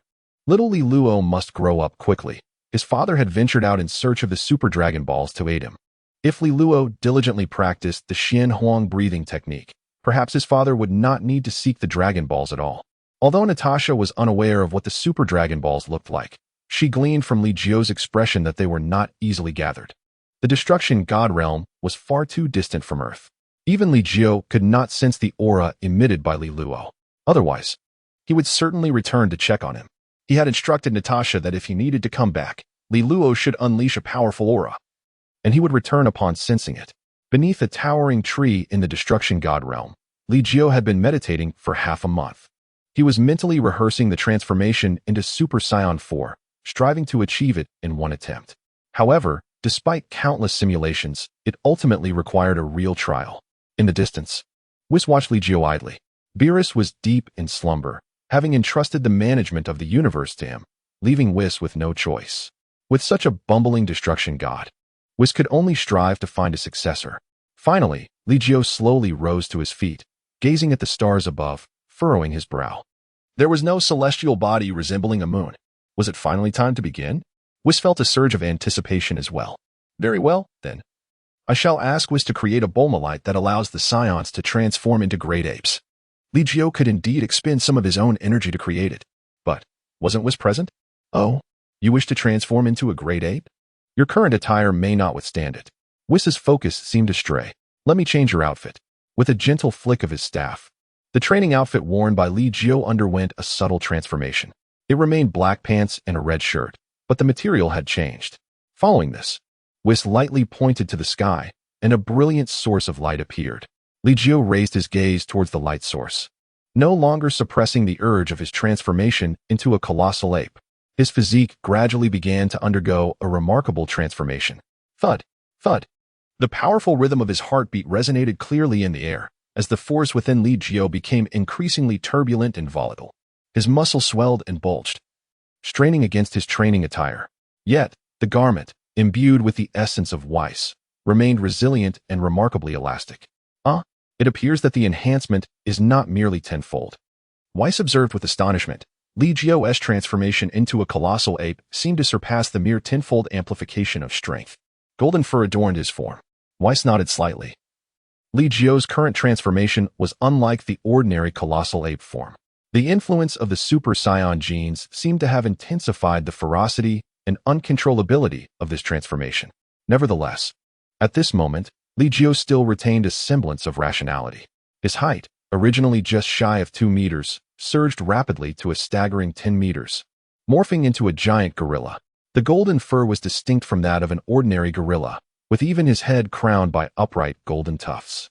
Indeed, it was different, yet still rather unsightly. The colossal frame posed its own drawbacks, Whis remarked, convinced that Li Jiu could hear him. But that was not all. The eyes of the golden gorilla glimmered with a crimson light, and its voice resonated like distant thunder. Li Jiu stood still. The transformation up to this point remained within his expectations. After a considerable amount of time, his form showed no signs of change, though his breath gradually stabilized. It was difficult to fathom such a transformation. Whis observed Li Jiu's metamorphosis, pondering thoughtfully and shaking his head slightly. However, suddenly, Li Jiu's form began to shrink, and the rate of shrinking surpassed that of his earlier expansion.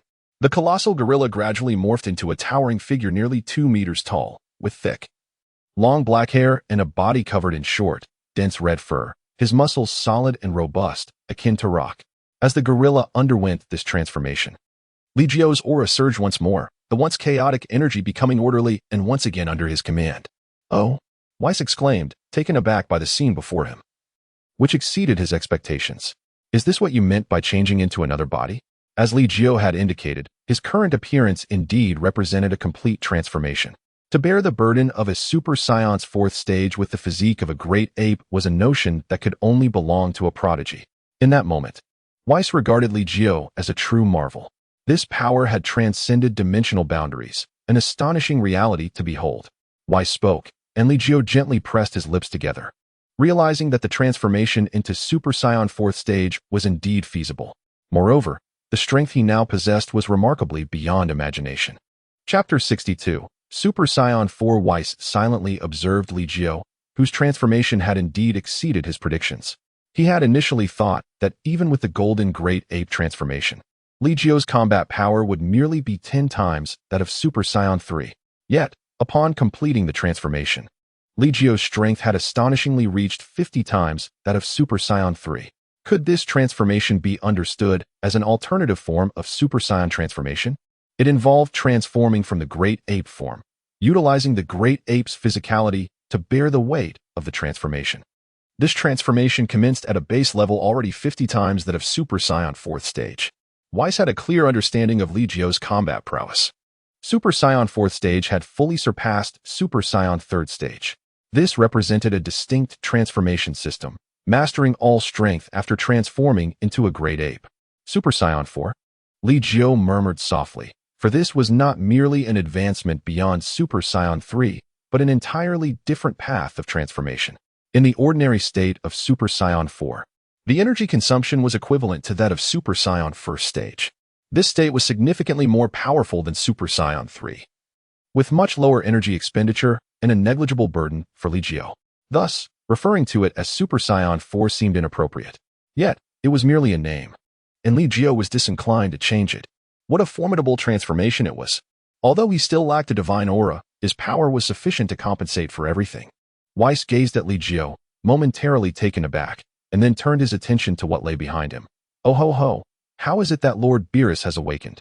Behind Li Jiu, a large feline figure loomed, a being reminiscent of Beerus, silently standing as he had when Li Jiu first encountered Whis. Lord Beerus, Li Jiu murmured as he slowly turned around, noticing Beerus thoughtfully stroking his chin while gazing intently at him. He offered a slight bow. Is this the god of Super Saiyans? Beerus pondered, nodding slowly before circling Li Jiu twice. Yet, he soon shook his head. No, while your strength is formidable, it lacks the essence of divinity. What is your name, young one? Beerus stretched lazily, appearing as though he had just awakened. No, rather. It seems that Beerus was roused from slumber by Li Jiu's presence. Li Jiu, he replied. Indeed, I have yet to witness such a transformation among the Saiyans. Beerus's gaze shifted to one of increasing danger as he suddenly struck, sending Li Jiu hurtling through the air with a single punch. Lord Beerus. Li Jiu was propelled over 100 meters, but managed to regain his composure, astonished by the speed of Beerus' attack, too rapid for him to react in time. Come, allow me to see just how powerful this transformation of yours truly is. Beerus casually picked at his nails, a chilling smile gracing his lips. If you fail to impress me, the offense of disturbing the god of destruction as slumber shall rest squarely upon your shoulders. Li Jiu remained speechless, bemused by the audacity of this cat-like deity. In that case, Lord Beerus, I must apologize. He felt little trepidation towards Beerus, after all, despite his impudence. The god of destruction had entered his realm and was unlikely to perish easily, unlike the mindlessly capricious Zeno, who could obliterate an entire universe on a whim. That was a far more unpredictable threat. Bring it on. Beerus observed Li Jiu with a commanding presence, hands clasped behind his back. Li Jiu's gaze gradually sharpened, suppressing his habitual perception of energy. In previous battles, he relied on sensing energy, but now, there was no aura emanating from Beerus. He could only rely on his eyesight. Li Jiu fixed his gaze on Beerus, and with a sudden thought, he appeared before him in an instant. His fist, akin to a sandbag, struck heavily. Yet Beerus merely sidestepped gently, evading the blow. Immediately following, Li Jiu lifted his leg to deliver a swift and precise kick, but Beerus effortlessly dodged once more. Suddenly, Li Jiu's energy erupted violently, creating a shockwave that caused Beerus to momentarily halt. Seizing the opportunity, Li Jiu grasped Beerus's shoulder and thrust his knee forward.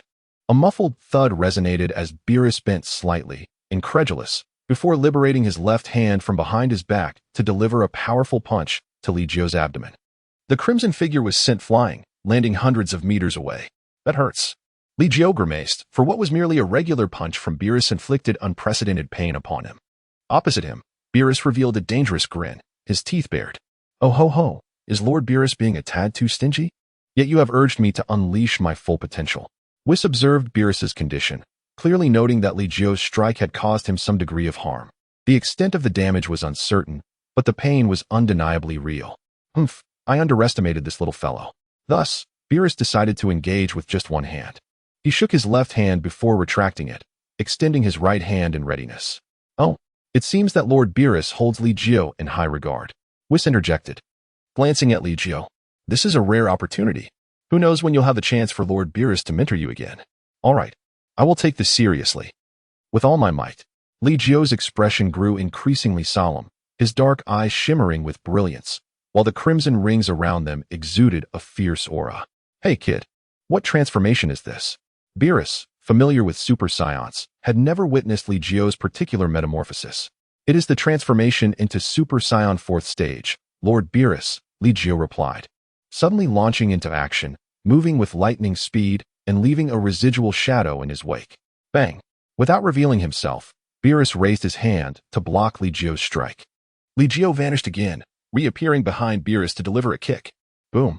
The shockwave surged forth, but Beerus, calm and composed, effortlessly deflected Li Jiu's attack. A hint of disdain curling at the corner of his mouth. Your strength is lacking. Before the words could fully escape him, Li Jiu unleashed an energy blast, directly striking Beerus's back. The purple figure soared away, and Beerus's expression darkened as he turned mid-air to cast a glance back at Li Jiu. Li Jiu smiled sheepishly before launching another attack. Beerus, no longer overconfident, recognized that although Li Jiu's strength may not surpass his own, it was sufficient to unsettle him. Above the realm of the god of destruction, terrifying waves of energy surged, causing the entire domain to tremble. Indeed, Li Jiu was rapidly acclimating to his newfound power, demonstrating a talent that surpassed even that of Lord Beerus. Whis observed the battle with amusement, his appraisal of Li Jiu rising further.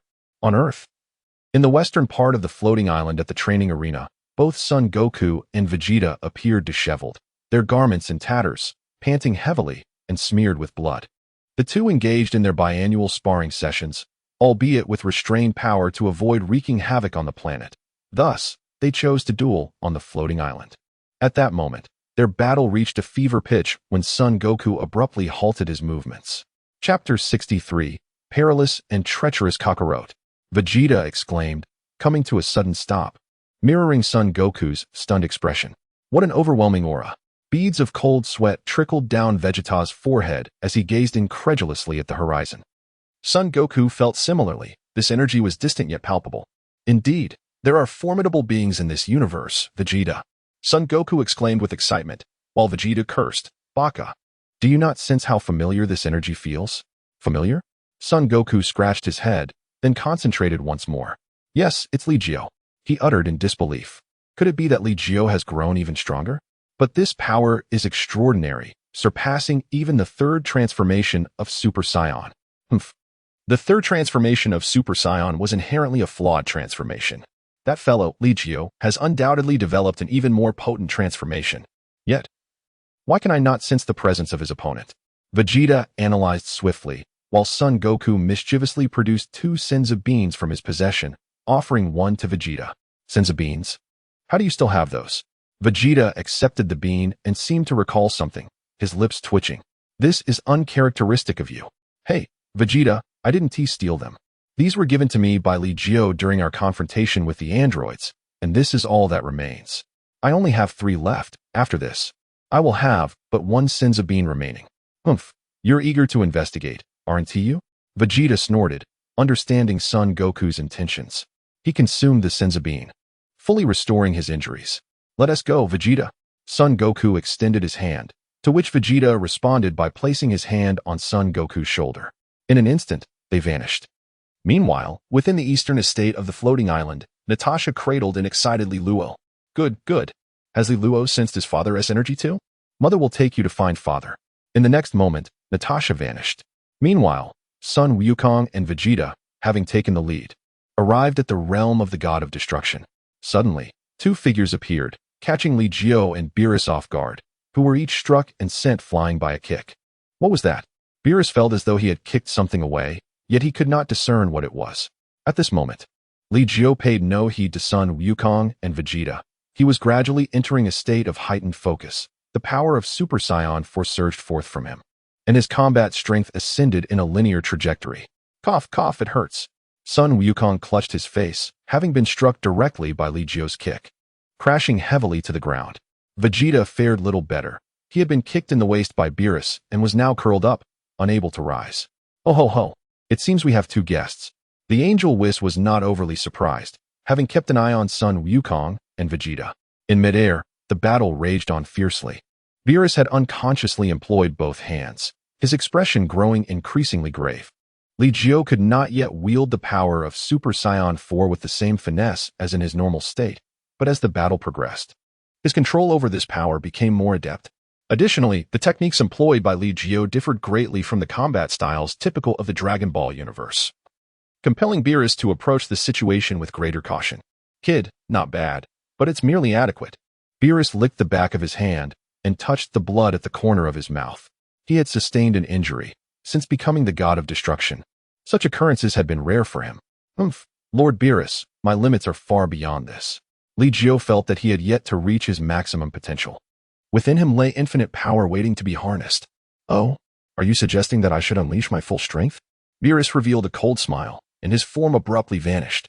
Li Jiu's gaze sharpened, a chill creeping down his spine. He formed his fingers into a sword and, without a moment's hesitation, slashed backward. Clang! The sound of metal meeting metal resonated, and a bead of cold sweat trickled down Beerus's forehead. In an instant, Li Jiu's expression turned ashen. At that moment, Beerus effortlessly blocked Li Jiu's blade with a single finger, while Natasha appeared abruptly by his side. In the profound silence, a drop of heavy, purplish blood fell to the ground. Injured again. Beerus glanced at his bleeding finger and then at Natasha, letting out a cold snort. Kid, how do you intend to thank me? He had certainly noticed the arrival of Sun Wukong and Vegeta, but Li Jiu showed no signs of pausing. And thus Beerus had little inclination to concern himself with them. However, Natasha's timing and position were perilously close, prompting Beerus to instinctively block Li Jiu's sword. Li Jiu's heart gradually settled, yet he was drenched in a cold sweat. He was acutely aware of the formidable power behind his sword. Even if Natasha were to exert all her strength to defend against it, she could not possibly withstand it. Should Beerus choose not to defend himself, only one outcome would ensue. Thank you, Lord Beerus. Li Jiu's hand trembled, a manifestation of his lingering fear. Despite the presence of the dragon, the sensation of having personally slain his own wife and child would plunge Li Jiu into madness. Intruding upon the realm of the god of destruction is a grave disrespect to my authority. Tell me, should I annihilate them all? Beerus stood with his hands clasped behind his back, while Whis appeared beside him. He cast a glance at Natasha and then at the child, Li Luo, cradled in her arms. Indeed, the bloodline of the legendary Super Saiyan. What? Beerus's temper flared upon hearing Whis's words, as he stared in astonishment at Li Luo, who was playfully waving his tiny paws at Li Jiu, the legendary Super Saiyan. Li Jiu remained silent, his heart still trembling with apprehension. Natasha, too, was drenched in a cold sweat. Only the carefree little one chirped cheerfully, calling out, Daddy. Daddy. Li Jiu extended his hand, and the little one immediately wriggled free from Natasha's embrace, diving into Li Jiu's arms. Despite the dramatic transformation in Li Jiu's appearance, the small creature could still discern his familiar aura. Natasha, witnessing this, felt a wave of relief as Li Jiu withdrew from his Super Saiyan form and enveloped her in his embrace. Their hearts gradually calmed, and Natasha exhaled deeply, expressing her gratitude. That was close. Thank you, Lord Beerus. Once she regained her composure, she respectfully bowed to Beerus. On account of Li Jiu, I shall forgive you this time. But should it happen again? Suddenly, a pained voice interrupted. Ouch, that hurts. It was Son Goku, who glanced around to assess his surroundings. At that moment, Vegeta was also slowly rising to his feet, having just witnessed Li Jiu emerge from a new transformation state. However, that was of little importance. What truly mattered was, Beerus, my lord. Vegeta was taken aback, knowing full well who Beerus was, recalling the time before planet Vegeta's destruction. Chapter 64, The God-Making Platform. Beerus, the unequivocal strongest being in the universe. You are. Beerus regarded Vegeta with a hint of familiarity. I am Vegeta. I had the fortune of meeting you on planet Vegeta. Vegeta was drenched in cold sweat, grappling with disbelief that Li Jiu had just battled Lord Beerus. Was Li Jiu truly powerful enough to contend with Beerus? Oh, Beerus scratched his face, recalling the true reason behind the destruction of planet Vegeta. I am hungry, Whis, Beerus proclaimed, puffing out his chest and gazing at Whis. Lord Beerus, I currently have no food to offer you, Whis replied, shaking his head, clearly burdened by the responsibilities of serving such a destructive deity. Food. I have plenty, Li Jiu declared, opening a dimensional rift and retrieving an impressive array of food resembling small mountains. Most of it was pre-packaged from Earth, but it was sufficiently delectable for Beerus. If it's not tasty, I want to eat it. Beerus raised an eyebrow, picking up a chicken leg and biting into it without even tearing off the packaging. What is this? It has no flavor at all. Beerus spat out a piece of plastic wrapping, discarding the entire chicken leg in disdain. Li Jiu found himself at a loss, and in a moment of desperation, he picked up a packet of spicy strips, tore open the packaging, and handed 2 pieces to Beerus. Lord Beerus, one cannot consume the takeout bag. Of course, I am aware of that. Beerus retorted. One whiff of that chicken leg is enough to discern its unappetizing nature. However, Upon tasting the spicy strips, he transformed into a veritable canine. Ah, the spiciness is just right, soft yet chewy, utterly delectable. Whis, too, indulged without reservation. Li Jiu cradled Li Luo and cast a glance at Natasha, inquiring, "Is everything well on Earth lately?" "All is well. Though during the martial arts tournament held after your departure, there were warriors from the galaxy attempting to seize control of Earth, yet their strength proved to be rather feeble." "Oh," Li Jiu replied, slightly taken aback, but refraining from pressing further. "It must be the likes of Bojack and his cohorts," he mused, yet at this juncture, Son Goku still thrived, accompanied by numerous formidable Super Saiyan level fighters, rendering Bojack and his ilk incapable of arrogance. "Has Li Luo been temperamental?" Li Jiu playfully queried, teasing the little one. "Generally, she is fine, but occasionally when she misses you, she can become a bit irritable. Taking some time to recover," came the response. "That's a relief," Li Jiu said, feeling considerably eased, only to notice the peculiar rhythm of the little one's breathing. "The Huang Breath Technique? You have grasped some of it at such a young age?" Indeed, the little one seems to possess considerable talent. Furthermore, since practicing the Huang Breath Technique, her control over power has improved markedly. At least she no longer inadvertently destroys things. Is that so? It appears the Huang Breath Technique can indeed assist Li Luo. Li Jiu mused. In that case, the Super Dragon is temporarily unnecessary. Turning towards Son Goku and Vegeta, he continued, "Since you both are here, seize the opportunity. If you can persuade Whis and Lord Beerus to permit you to train here, it would be an extraordinary chance for you." "Really? We can train here too?" Son Goku exclaimed, his excitement palpable, as he promptly approached Whis and Beerus. Lord Beerus and Whis, right? I am Son Goku, a friend of Li Jiu." He introduced himself with his characteristic straightforwardness, unyielding in his demeanor. Vegeta, on the other hand, looked on in disbelief at this scene, then mustered the courage to step forward. "I implore you, Lord Beerus, to allow us to train here." Vegeta was certainly reluctant to train alongside a being as formidable as Beerus, knowing the peril that could ensue. Nevertheless, if Kakarot remained, he felt compelled to stay as well. Though Li Jiu's strength surpasses his own, the disparity is indeed considerable.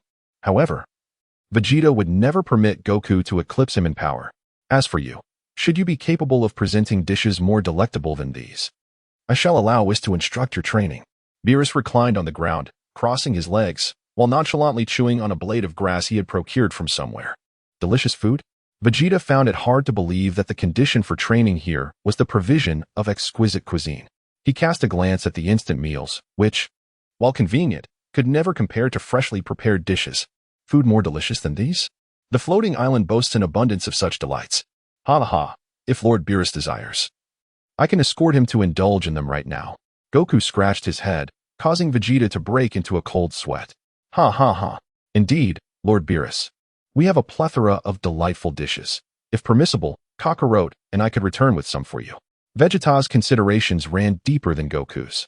It would be prudent for Beerus to refrain from visiting Earth, lest some indiscreet individuals offend him, resulting in the annihilation of the entire planet.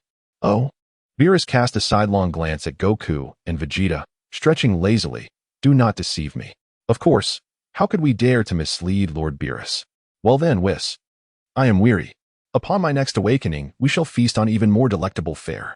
With that, Beerus retreated into the God of Destruction's temple, leaving Whis and Li Jiu among others. May I remain here to train as well? Ever since Natasha became a mother, she has seldom engaged in training. Nevertheless, her prowess still eclipses that of Goku and Vegeta. Congratulations, for Lord Beerus has granted you permission to train in the realm of destruction. Li Jiu, you have discovered your own path of cultivation. The only assistance I can provide is the God creation platform.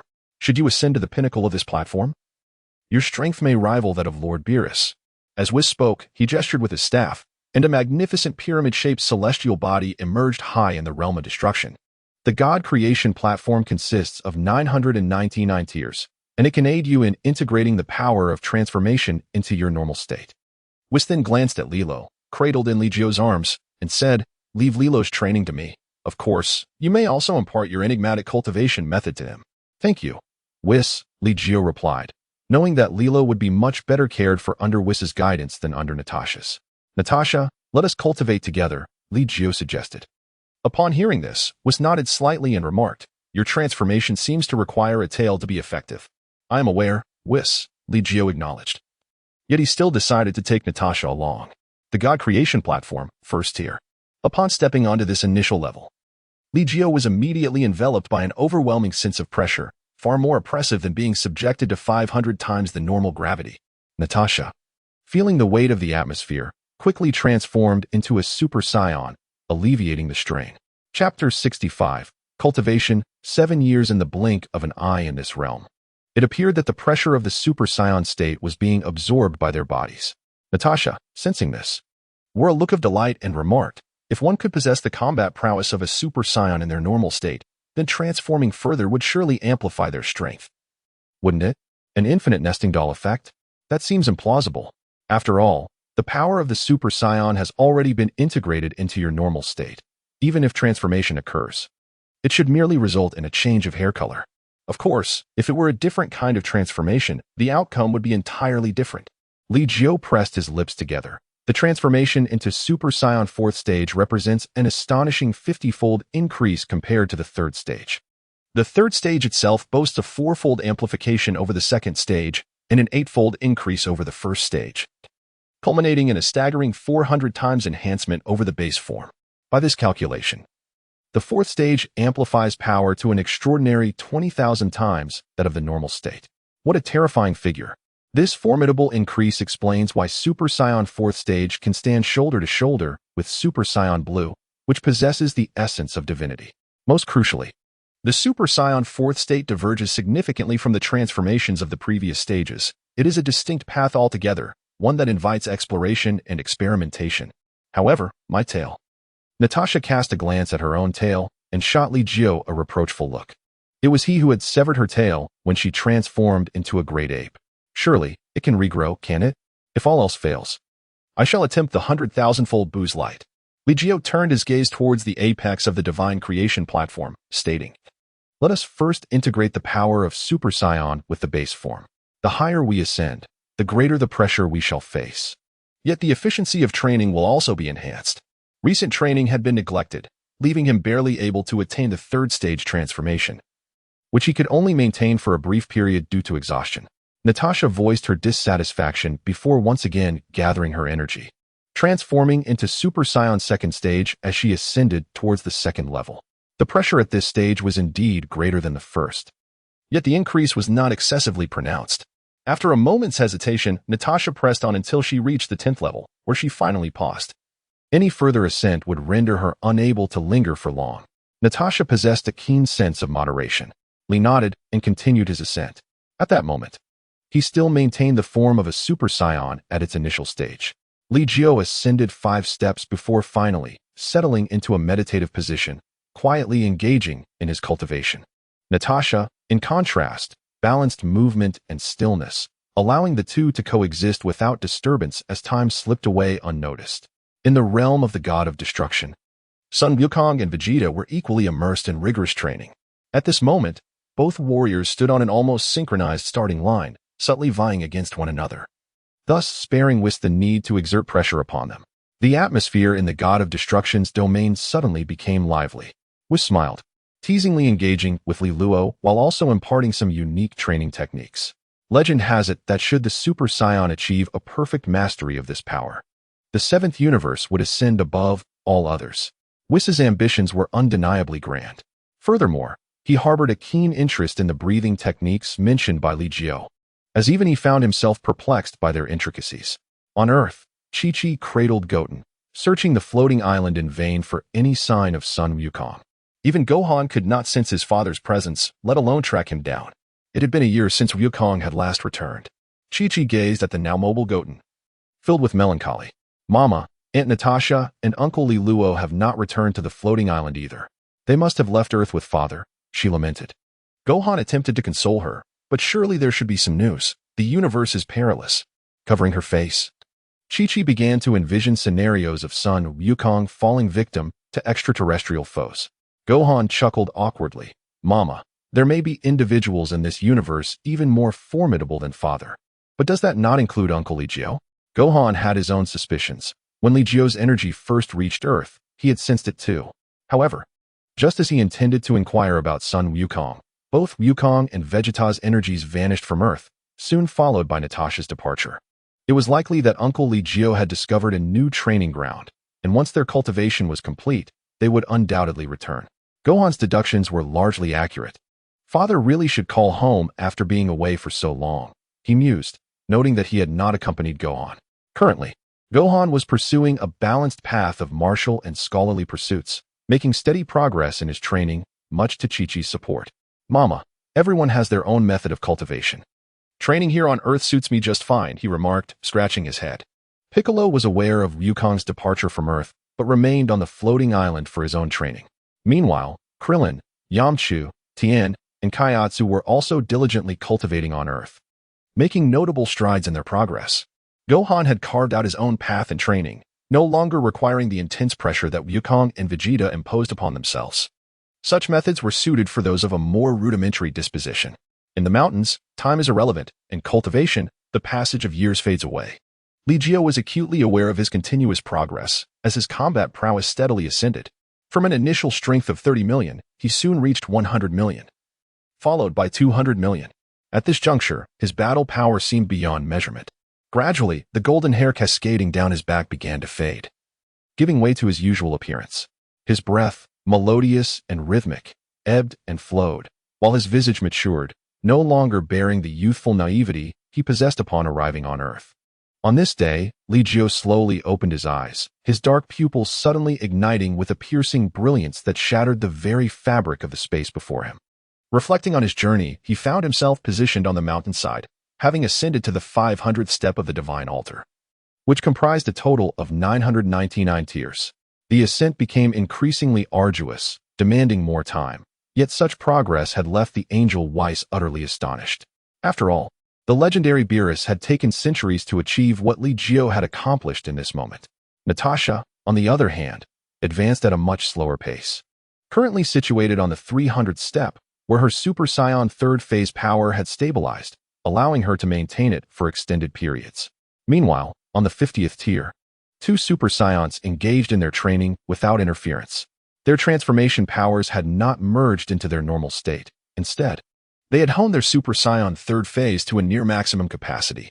Moreover, their baseline combat capabilities had undergone a profound transformation. Li Jiu descended into the realm of destruction, and instantly, a diminutive figure darted into his embrace with such swiftness that even the once formidable Sheru would have struggled to keep pace. Chapter 66. Return to Earth Father. Li Luo's eyes sparkled with brilliance, exuding an aura of vitality, while the depths of his dark orbs shimmered with the light of wisdom. At this moment, Li Luo practiced the Huang Breathing Technique alongside his own cultivation of the Tranquility Technique, thus avoiding the previously uncontrollable state of transcendent power. Of course, it is also possible that Li Luo had not experienced overwhelming anger lately, allowing his power to grow within a manageable range. Though Li Luo had yet to touch the divine realm, his strength was already formidable, no less than when he first arrived in the realm of destruction. Whis had devoted himself wholeheartedly to Li Luo's training, particularly after witnessing Li Luo's absolute mastery over his transcendent power. Whis's eyes sparkled with increasing brilliance, prompting him to accept Li Luo as his disciple. The relationship formed by an angel taking on a disciple is significant. Even if the god of destruction, Beerus, were to awaken, Li Luo could confidently refer to him as senior brother. Had he seamlessly integrated the power of the Super Saiyan into his base form? What of the power of the Super Saiyan's fourth transformation? Whis observed Li Jiu, noting that the current Li Jiu was utterly transformed from the one who had first achieved the Super Saiyan fourth transformation. The disparity in their strengths was monumental. The transformation into Super Saiyan 4th stage could not be assimilated into his base form. Li Jiu shook his head slightly, a hint of regret lingering. Nevertheless, even in his base form, his strength could easily surpass that of the former Super Saiyan 3. What about the amplification effect? Was it still the 20,000-fold from his base form? Whis's primary concern lay with the amplification Li Jiu attained post-transformation. If it remained at the 20,000-fold, it would be truly terrifying. Not quite. Li Jiu replied with a smile, it is only 1,000-fold now. 1,000-fold? This implies that your current strength has increased 20-fold compared to 7 years ago. Whis was astonished. Even 1,000-fold was an extraordinary feat, Li Jiu nodded, his gaze sharpening momentarily as he transformed into a Super Saiyan 4. His towering physique surpassed Weiss by a head. Yet his once ebony hair now shimmered with a radiant crimson glow, harmonizing beautifully with the dense red fur that adorned his body. Indeed, this aura, should Lord Beerus behold it, would undoubtedly evoke a sense of pressure. At this moment, you are already qualified to assume the role of a god of destruction in some corners of the universe. Weiss's words were startling, leaving Li Jiu in disbelief. Hadn't Weiss previously stated that only upon reaching the pinnacle could one rival Lord Beerus? Li Jiu inquired. That pertains to matching Lord Beerus, not merely to the status of a god of destruction. Though Lord Beerus may exhibit some lethargy, he is one of the few gods of destruction who has grasped the incomplete Ultra Instinct. His strength may not be the absolute pinnacle of the universe, yet he ranks among the elite. Ultra Instinct. Li Jiu nodded, recalling that Weiss had imparted some insights into this technique. Yet he had never found the time to delve into its depths. Ultra Instinct is a state of being, not a transformation. However, it imposes a significant burden on the body. If you could harness Ultra Instinct while in the Super Saiyan 4th stage, you would undoubtedly surpass Lord Beerus. Weiss regarded Li Jiu with a profound expression, sensing an intuition that should Li Jiu embark on the path of Ultra Instinct, he would undoubtedly deliver an astonishing surprise. You must have brushed against the realm of the divine, have you not? Your dimension seems to have transcended unconsciously. Weiss observed Li Jiu, whose dimensional essence had risen to the level of a great Kai. Although he remained distant from the realms of the Kaioshin and the gods of destruction, it was sufficiently formidable for Li Jiu's current needs. Are you referring to the Super Saiyan God? That transformation appears to be quite powerful. Li Jiu has exited the state of Super Saiyan 4 and has transformed into a Super Saiyan God. In comparison, the latter exudes a more enigmatic aura and possesses superior regenerative abilities. However, in terms of combat prowess, Li Jiu believes that the former remains more formidable. Indeed, the question remains, have you ever attempted to achieve a divine transformation based on the foundation of the Super Saiyan 4th stage? Weiss inquired. Li Jiu returned to his normal state and shook his head, saying, I have made attempts, yet the transformations of these two forms are inherently contradictory. The transformation into Super Saiyan 4 embodies a ferocity derived from the might of the great ape, a primal power rooted in the savage bloodline of the Super Saiyan. It is an outward expression of force. Conversely, the strength of Super Saiyan God is profoundly restrained, to the point where its aura is imperceptible. It is the essence of divine energy. The disparity between the two is vast. Reconciling them is not a task to be accomplished in haste. I was too eager. Nevertheless, even so, Lord Beerus will undoubtedly be taken aback upon awakening. Weiss is quite pleased with Li Jiu's progress in training, and he gently ruffled Li Luo's hair, remarking, Li Luo's talent appears to have been inherited from you. It seems the Super Dragon Balls are no longer necessary. Indeed, Li Luo's mastery over the legendary powers of the Super Saiyan has exceeded my expectations. Thus, it appears that the Super Dragon Balls are indeed unnecessary. Li Jiu and Weiss occasionally engaged in discussions regarding various cultivation issues. Currently, Li Jiu's rapid increase in strength led him to encounter numerous perplexities during his training. As he delved deeper into the comprehension of the Huang breathing technique, his desire to explore the profound truths of the universe intensified. In this regard, Weiss proved to be an excellent source of knowledge. At some point, Vegeta and Son Goku, who were meditating on the god-making platform, emerged from their states of cultivation. Although their appearances remained largely unchanged, the latent power within them was undeniably formidable. The two fervent cultivators realized it was time to rest. Li Jiu chuckled, observing that these two had sensed his aura and had hastened to join him, having touched upon the realm of divinity years in advance. Humph. How can you even comment on us? Vegeta retorted with a scoff. You have spent an entire year on the god-making platform. Each time you descend, your power surges significantly. 7 years have passed. Perhaps it's time we return to Earth, Li Jiu pondered, calculating the time since his departure. Although Earth might not be facing any major issues, he felt an urge to return and flaunt his prowess. Moreover, the appearance of Majin Buu is imminent. 7 years, indeed? Son Goku scratched his head, glancing at Li Jiu. Then at Vegeta, and lamented, Oh no, Chi-Chi will kill me. Are you planning to go back? He asked. But Lord Beerus has yet to awaken, so I will not accompany you to Earth. However, if you do return, do remember to bring back some delicacies. Li Jiu's supplies had been unknowingly depleted by Weiss. Rest assured, Weiss, I shall not forget. However, I need to establish an energy source here, otherwise, returning might pose a challenge. Li Jiu spoke as he retrieved a spherical metallic object and tossed it near the colossal tree in the realm of destruction. upon impact with the ground. The metallic sphere underwent a transformation, extending metallic claws to anchor itself firmly in place, while several antenna-like iron rods emerged.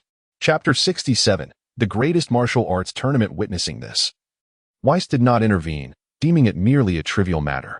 However, when Li Jiu prepared to utilize teleportation to return to Earth, he found himself momentarily baffled. "What seems to be the matter?" Weiss inquired, observing Li Jiu's perplexity. With a sheepish smile, Li Jiu replied, "Weiss, could you assist me in contacting Son Gohan on Earth?" "Gohan? What do you wish to contact him for?" Sun Wukong, who had been preoccupied with how to explain matters to Chi-Chi, suddenly became intrigued. "Fool, it is essential for Gohan to unleash his energy. Otherwise, how could you execute your teleportation?" Vegeta remarked, a bead of cold sweat trickling down his forehead. Utterly bewildered by Kakarot's sporadic bouts of foolishness despite his prowess and training. "I see," Sun Wukong scratched his head, while Weiss gazed intently at the crystal orb atop his staff, successfully locating Son Gohan. At that moment, Son Gohan appeared to be engaged in training. "All right, Li Jiu, you may communicate with him now," Weiss announced. Immediately, Li Jiu called out, "Gohan." On Floating Island, atop a mountain peak, Son Gohan had grown into a young man. His neat short hair complementing his simple white attire paired with black trousers. "Uncle Li Jiu?" Son Gohan looked up at the sky in confusion, sensing Li Jiu's energy but yielding no substantial results. "Gohan, I am speaking to you from a great distance. Now, please unleash your energy. Your father and I need your assistance to return to Earth." Li Jiu spoke directly and to the point. "Ah, very well." Sun Wukong nodded, a surge of joy swelling within him. In an instant, he transformed into a Super Saiyan at its first stage, his aura fully unleashed, causing the entire floating island to tremble slightly. "That is sufficient." The voice of Li Jiu resonated, and in the next moment, Li Jiu appeared beside Sun Wukong, accompanied by Li Luo. Li Luo gazed curiously at Sun Wukong at that moment, blinking as he felt a sense of familiarity that eluded his memory. He had spent merely a little over a year on the floating island, with the majority of his upbringing occurring within the realm of the god of destruction. "Is this Li Luo?" Sun Wukong inquired, observing the boy who bore a striking resemblance to Li Jiu, albeit with noticeably longer hair. "Yes, Li Luo. Please call me Brother Wukong." Li nodded and addressed Li Luo, "Brother Gohan." Although Li Luo still felt somewhat unfamiliar, he was not afraid, for at that moment, Son Gohan's aura posed no threat to him. "Hello, Li Luo," Son Gohan said, scratching his head as he greeted him. Shortly thereafter, Sun Wukong and Vegeta appeared beside Son Gohan. "Hey Gohan, you've grown quite a bit," Sun Wukong remarked, noticing Son Gohan's slight unease, though it was merely a fleeting concern. "Yes, Dad. Uncle Vegeta," Son Gohan exclaimed, visibly delighted to see Sun Wukong. However, his expression soon turned serious as he furrowed his brow and said, Uncle Li Jiu, I have a friend. Is it the one climbing the floating island?" Li Jiu inquired, sensing the presence of someone ascending the staircase connecting the floating island to Earth. Yet, the gravity of 50 times Earth's is not something just anyone can withstand. "Do you wish for her to come up? Have you exposed your identity on Earth?" Li Jiu asked with a smile, observing Son Gohan's awkward nod. He did not press further. "Go ahead. Gohan is no longer a child." "Huh." Son Gohan was momentarily taken aback, then blushed and departed. "All right. Let us each return to our own homes." Li Jiu gently patted Li Luo's head and said, "This is truly our home. Let us proceed." Under the guidance of Weiss, Li Luo exhibited a remarkable composure, at least on the surface, devoid of the impulsiveness and ferocity typically associated with Saiyans. Li Luo inquired about everything along the way and soon became well acquainted with his home. Li Jiu paid him no mind, and within half a day, Li Luo inexplicably found himself mingling with Sun Wukong. The two little fellows, upon their first encounter, engaged in a skirmish. However, it was abundantly clear that even though Sun Wukong had achieved the form of a Super Saiyan, he was no match for Li Luo. Their clash utterly shattered Biddy Li's worldview, while Sun Wufan scratched his head and trailed behind Biddy Li, who, adorned with gravity boots, could navigate the floating island with ease. In the training arena, Biddy Li inquired, "Wufan, who is that child? He seems even more formidable than Wukong." After much contemplation, Biddy Li had reluctantly accepted the might of the golden-haired warrior, only to grow curious about Li Luo. "Are you referring to Li Luo? He is the child of Uncle Li Jiu, the very individual who vanquished Cell. On the television screen, there should be footage of Uncle Li Jiu, who is far mightier than my father." "Li Jiu?" So, the great hero who defeated Cell is named Li Jiu. Biddy stared in a daze at the playful interaction between the two children, Sun Wukong and Li Luo, her thoughts swirling in confusion. Her father, Satan, was also a hero who defeated Cell. All those who had appeared on television were bestowed with the title of hero. However, upon uncovering Sun Wukong's true identity, she realized that the battle from the past was beyond her father's reach. Perhaps her father had merely made a fleeting appearance. Later, she implored Sun Wukong to teach her the ways of cultivation. Sun Wukong instructed her in the control of energy, but then challenged her to endure 50 times the gravity. Yet, for Biddy Li, 50 times gravity proved to be insurmountable. Even now, she could not step foot on the floating island with her own strength, let alone join Sun Wukong and the others who had lived there for years. And what of the owner of the floating island? The World Martial Arts Tournament was on the horizon. Surely, they would participate, wouldn't they? Biddy Li gazed at Sun Wukong, uncertainly posing her question. I cannot say for sure.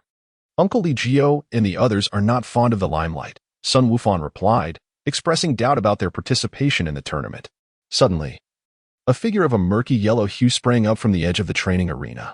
Sun Wukong turned at the sound and exclaimed with delight, Uncle Krillin. Ah, Wukong. Quite impressive. I see you found yourself a lovely girlfriend, Krillin remarked, casting a glance at Biddy Li before noticing the two small figures engaged in combat at the center of the arena. Is that Wukong? And the other one? Li Luo? Has Li Jiu returned? Upon seeing Li Luo, Krillin immediately recognized him. Only Li Jiu's offspring could so effortlessly suppress Super Saiyan Wukong at such a tender age. And indeed, Li Luo bore a striking resemblance to Li Jiu. Yes, Uncle Li Jiu has returned. Did you come to the floating island for the World Martial Arts Tournament? Son Gohan scratched his head, while beside him, Videl blushed deeply, stealing a glance at him, her shyness intensifying. Well, I have arranged to meet with Tien and the others at the floating island. Since Li Jiu has returned, I shall pay him a visit, Krillin stated, waving his hand before heading towards Li Jiu's estate. After Krillin departed, Son Gohan turned to Videl, noticing her face was so flushed it seemed it could bleed. He promptly explained, Videl, Uncle Krillin is quite the jokester. Please do not take it to heart. Gohan, doesn't T1 need to ascend the stairs to reach the floating island? Videl remarked, clearly having seen Krillin fly directly up from beneath the island. Well, that's because the 50-fold gravity is inconsequential for Uncle Krillin and the others, Son Gohan replied softly. As for you, Videl, there is still some effort needed. Upon hearing this, Videl stood up resolutely. Then, Gohan, let us commence my training now. Son Gohan looked at her with some hesitation, but ultimately nodded his agreement. In the following 2 days, the floating island gradually became lively. Yamchu, Tien, Kaiatsu, and others arrived in succession, each brimming with confidence. Believing that their 7 years of training had surpassed that of others, eager to seize the opportunity presented by the World Martial Arts Tournament to measure their skills. The venue for the World Martial Arts Tournament may not be sufficient for all of you to showcase your abilities, Li Jiu interjected during their communal meal. Well, there is nothing to be done. Everyone should exercise some restraint. Participation is what truly matters, and it remains quite enjoyable, Krillin chuckled in response. Li Jiu nodded thoughtfully and said, then I shall participate as well. What? The group stared at Li Jiu in disbelief. He intended to join the World Martial Arts Tournament? Fear not. I want T-Transform, Li Jiu replied with a knowing smile. He added, I will contact the organizers of the tournament to expand the venue tenfold and increase the prize money 100 times. Those who place in the top 10 will receive a monetary reward. Li Jiu displayed his extravagant generosity, instantly igniting a wave of excitement among the crowd. Although Krillin and his companions possessed remarkable strength, they found themselves lacking in financial resources. While their basic needs for food and drink were met, the prospect of acquiring luxury items remained a distant dream. Will the top 10 receive monetary rewards? It seems Li Jiu is bestowing us with riches, exclaimed Yamcha, equally exhilarated. Since embarking on his own path, Yamcha had devoted himself entirely to martial arts cultivation, achieving a level of prowess that had reached impressive heights. Let me ponder this. For the top 10, we have Li Jiu, Wukong, Vegeta, Gohan, Piccolo, Tien, Yamcha, Kaiatsu, and will Natasha participate? Krillin noted that he had yet to encounter Natasha since arriving at the floating island. She was engrossed in her training and would not partake in this martial arts tournament. Li Jiu shook his head, adding, Krillin, do not forget that there are other formidable individuals on Earth who might also join the World Martial Arts Tournament. Are you referring to Android 17 and 18? If that is the case, it does seem rather perilous, Krillin remarked, scratching his bald head. With only 10 slots available, being pushed out would be quite embarrassing. He then considered the three young ones, Gohan, Li Luo, and Trunks, who were currently indulging in a feast. Oh yes, but aren't there separate competitions for children? Yamcha interjected, glancing toward Li Luo. If any of the three youngsters were to pose a threat, it would undoubtedly be Li Luo. Li Jiu, Wukong, Vegeta, Piccolo, Tien, Gohan, Yamcha, Kaiatsu, Android 17, Android 18, Li Luo, Trunks, and Goten. Krillin counted again on his fingers, realizing that including himself, there were a total of 14 participants. 4 of us might miss out on the prize money. What a precarious situation. Krillin felt a wave of pressure wash over him. Who wouldn't aspire to achieve a commendable ranking? Even if not for the sake of monetary rewards, everyone would undoubtedly give their utmost effort. Li Jiu did not personally reach out to the organizers of the World Martial Arts Tournament. This trivial matter was more suitably entrusted to Bulma. With great decisiveness, Bulma contacted the organizers and altered both the rules and the venue of the tournament. Such is the capriciousness of the world's wealthiest individual. However, the true asset lies in the reputation of those who had previously triumphed over Cell, as they would participate in this grand event. This iteration of the World Martial Arts Tournament is bound to be unprecedented in its grandeur. After 7 years of reunion, everyone naturally took a few days off, including Vegeta and Son Goku. Their training in the realm of destruction was arduous, yet the rewards were unparalleled. Had they been left to their own devices, they would never have reached such heights in their cultivation. Krillin's singing was, to put it mildly, less than commendable, yet out of respect for him. The others pretended to engage in casual conversation. However, if they were to offer praise, they would find it exceedingly difficult to refrain from expressing their discontent. The floating island became lively once more, with the three little ones brimming with energy, and Li Luo finally found companions to play with. Meanwhile, Li Jiu sensed a faint yet profound aura descending upon Earth, a divine presence. Did Vegeta perceive it as well? Son Goku's expression grew serious, while Vegeta displayed a look of skepticism. Why does Earth always attract such chaotic phenomena? This time, even the essence of divinity had been summoned. Having attained the divine realm, one can indeed sense such a presence. Li Jiu must have sensed it too. Should they investigate? Son Goku worried about the possibility of malevolent beings arriving on Earth. Li Jiu shook his head and said, "Let us wait in tranquility. Nothing untoward shall occur." Li Jiu spoke, and naturally, Son Wukong and Vegeta had nothing further to say. However, both Son Wukong and Vegeta remained firmly focused on those two powerful auras. This made the East Kaishin, Scion, and Jebet, who had descended upon Earth, feel an imminent threat. Someone has detected our presence and locked onto our energy. Is it possible that such formidable beings exist on Earth? Could it be that Li Jiu, Scion, the East Kaishin, felt beads of sweat forming on his brow, unable to reverse the lock on those auras? Lord Kaishin, shall we head directly to that floating island? Jebet inquired. No, we shall wait for the World Martial Arts Tournament. They will make their appearance then, Scion replied, shaking his head, his expression grave as he gazed towards the direction of the floating island, a look of anticipation gradually emerging on his face. It seems we have come to the right place. Due to Bulma's intervention, this edition of the World Martial Arts Tournament was held directly in West City. It was still divided into a junior group and an adult group. However, after the junior group competed, the top 3 would be allowed to participate in the adult category. The tournament venue was bustling with activity, as Li Jiu had increased the prize money for this tournament 100-fold, attracting an even larger number of participants. At the registration desk, Li Jiu and the others signed up in succession before entering the arena to undergo the initial strength test. This strength test garnered considerable attention, taking place once again in the arena. The tiered seating was packed with spectators, and at the testing machine, Satan was flamboyantly showing off. Hello everyone, I am Mr. Satan. Many martial artists had appeared during the Cell Games, but aside from Li Jiu and the others, Satan was the strongest among them. Over time, Satan's fame continued to rise. Chapter 69.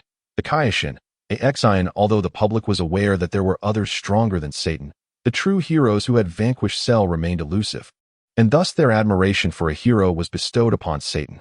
Fortunately, Satan did not disappoint, securing a championship in the tournament that Li Jiu and the others did not attend. Satan, hooray! Satan, hooray! Fool, hooray! The audience was filled with banners, but discerning eyes would notice that these banners were not actually for Satan. The names inscribed upon them prominently featured Li Jiu, Sun Wukong, and Vegeta, standing together. Biddy Li and Sun Wufan watched from a distance, embarrassed by Satan's shameless antics, covering their faces in dismay. So far, the strongest power recorded was that of a sumo wrestler, weighing in at 106 pounds. Now, can our previous World Martial Arts Tournament champion and the one who once battled Cell, Mr. Satan, break the sumo wrestler's record? Let us welcome Mr. Satan for his strength test. The voice of the seasoned host remained resoundingly vigorous as he cast a fleeting glance towards the entrance, where Li Jiu and his companions were gradually making their way forward. He promptly interrupted Satan's theatrics, urging him to conclude his performance swiftly, lest the ensuing awkwardness befall someone else. Humph, cough, cough. In light of this, allow me to enchant him, that foolish one, to create a miracle. Given that Li Jiu and his companions seldom made public appearances, Satan's confidence had inflated dramatically in recent years. To speak frankly, apart from Li Jiu and his associates, Satan was indeed quite formidable. Uncle Li Jiu, should we perhaps wait a little longer before approaching? Sun Wukong interjected, scratching his head and beseeching the group. Upon hearing this, Li Jiu cast a glance at Sun Wukong and then at Biddy Li, nodding slightly. Wukong is indeed quite observant. Li Jiu halted at the entrance to the passage leading to the arena, causing the crowd to pause in their advance. At that moment, two individuals re-entered the waiting area. One of them stood firmly on the ground, while the other floated effortlessly in the air. It was he. The presence of Sun Wukong instantly focused on the Supreme Kai Asin and Jebet. In the original narrative, Sun Wukong had speculated about the enigma surrounding the Supreme Kai and Jebet, but the current Sun Wukong had directly discerned their mysteries. We are merely unremarkable, Mr. Sun Wukong need not focus on our, presence, remarked Supreme Kai Asin, casting a glance at Li Jiu. We have come to propose a collaboration with Mr. Li Jiu and all present. Collaboration is acceptable, but let it await the conclusion of the martial arts tournament. I am already aware of your intentions. Li nodded, while the king of the universe, Scion, stood in astonishment. You are aware of the purpose of our visit. Of course. The uninvited guests on Earth are not merely two in number. Moreover, it appears that the king of the universe has overstepped his bounds. Li Jiu gazed at Scion, pondering that tasks akin to vanquishing the malignant Majin Buu seemed to fall squarely within the purview of the god of destruction, Beerus. The Kaishin, in contrast, need not possess formidable combat prowess. Scion, the Kaishin, had evidently strayed from the rightful path, although he had cultivated a commendable level of strength. It was apparent that his priorities were somewhat misplaced. Interfering too much? Scion regarded Li Jiu with an incredulous expression. After all, he held the exalted position of the supreme deity of the entire universe. Was it truly an act of meddling to tend to matters within his own cosmic domain? At this juncture, Jebet furrowed his brow and cast a cold glare at Li Jiu. Impudent! You shall not show disrespect to the Kaishin. The Kaishin, it seemed, was still rather youthful. If time permits, I could introduce you to someone. Perhaps I might facilitate such a meeting for you. Li Jiu's words left the Supreme Kai Ashin utterly perplexed. However, at this moment, Li Jiu had already gathered himself and was striding towards the arena. Satan had finally concluded his strength demonstration and wished to perform once more, but was interrupted by the referee, who exclaimed loudly, "The next contestant for the strength test is undoubtedly someone you would never expect." Reflecting on the past, the demon cell had mercilessly slaughtered countless humans. Yet it was the brave souls who faced him without fear of death, ultimately vanquishing him. Some had never appeared on the big screen, while others were champions from 3 tournaments ago. Now let us welcome with the warmest applause and cheers, Mr. Li Jiu, Mr. Son Goku, Mr. Vegeta, Mr. Son Gohan. As each name was fervently called out by the host, a wave of cheers erupted with every mention. Do you recall that Mr. Son Goku was the first to battle Cell? In his youth, he had triumphed over Demon King Piccolo. His son was the second young warrior to confront Cell, back when he was merely a child. Now he has matured. As for Mr. Li Jiu, there is no need for me to introduce him. His visage is surely etched in the hearts of all. Satan had initially planned to showcase his prowess once more, especially after demonstrating an impressive strength of 127 pounds. Yet, upon hearing the host's voice, he realized that he could no longer indulge in his display. Continuing to show off would jeopardize the reputation he had painstakingly built over the years. Not only was he unable to flaunt his abilities, but he also had to act decisively and retreat. In a flash, Satan summoned his swiftest speed, appearing before Li Jiu. Mr. Li Jiu, it has been a long time. I have missed you dearly. I am Satan. We once fought side by side. Do you remember? Satan spoke with utmost reverence, his voice booming as if fearing he might not be heard. Behind him, Videl concealed her face, while Son Gohan merely bowed his head, feeling utterly embarrassed. How could Li Jiu possibly know Satan? Yet, to everyone's astonishment, Li Jiu extended a hand and shook hands with Satan, saying, "Greetings, Mr. Satan. It is a pleasure to finally meet you." Li Jiu maintained a smile, albeit a mere fade, were it not for the lifelong happiness of his beloved nephew. Sun Wukong. He would never have comported himself in such a manner. Upon witnessing this, Satan's eyes sparkled with newfound brilliance. However, the profound smile on Li Jiu's face signaled to Satan that he could no longer indulge in theatrics. It is indeed an honor that Mr. Li Jiu remembers a minor figure like myself. By the way, Mr. Li Jiu, it would be prudent to commence with the power assessment. I shall not intrude any further. Understanding the situation, Satan departed, allowing both Li Jiu and Bidalai to exhale in relief. Bidalai? Satan, upon noticing the name Bidalai at the end, was taken aback, only to realize that Sun Wukong stood in close proximity to her. Sun Wukong? Greetings. Satan immediately executed a deep bow, then, standing tall, placed an arm around Sun Wukong's shoulder and inquired, "Wukong, when do you and Bidalai plan to wed?" At last, Bidalai could no longer tolerate her father's antics and, with a mix of pushing and pulling, managed to usher him away, thus restoring tranquility to the arena. It is a privilege that Mr. Li Jiu could participate in this martial arts tournament. Originally, we should have exempted Mr. Li Jiu and the others from the power assessment. However, to avoid any semblance of impropriety, we must kindly request Mr. Li Jiu to undergo the test. Chapter 70, Li Luo vs. 2 Super Saiyans. Fear not. We may begin. Li Jiu nodded with a smile. This host, who had commenced his journey with the legendary Sun Wukong at the very outset of the Grand Martial Arts Tournament, had remarkably escaped the lethal blast of the energy cannon, undoubtedly marking him as an individual graced with extraordinary fortune. The strength test proceeded methodically, and despite the participants' deliberate attempts to temper their power, the figures that emerged were still exhilarating. 370. The contestant known as Dumpling unleashed a punch with a force of 370 pounds. Advancement secured. The host wiped the sweat from his brow as the arena erupted once more into cheers. No one doubted the authenticity of the feat, for the earlier confrontation between Li Jiu and his companions against Cell had been broadcast live. The cataclysmic power displayed could hardly be confined to a mere few hundred pounds.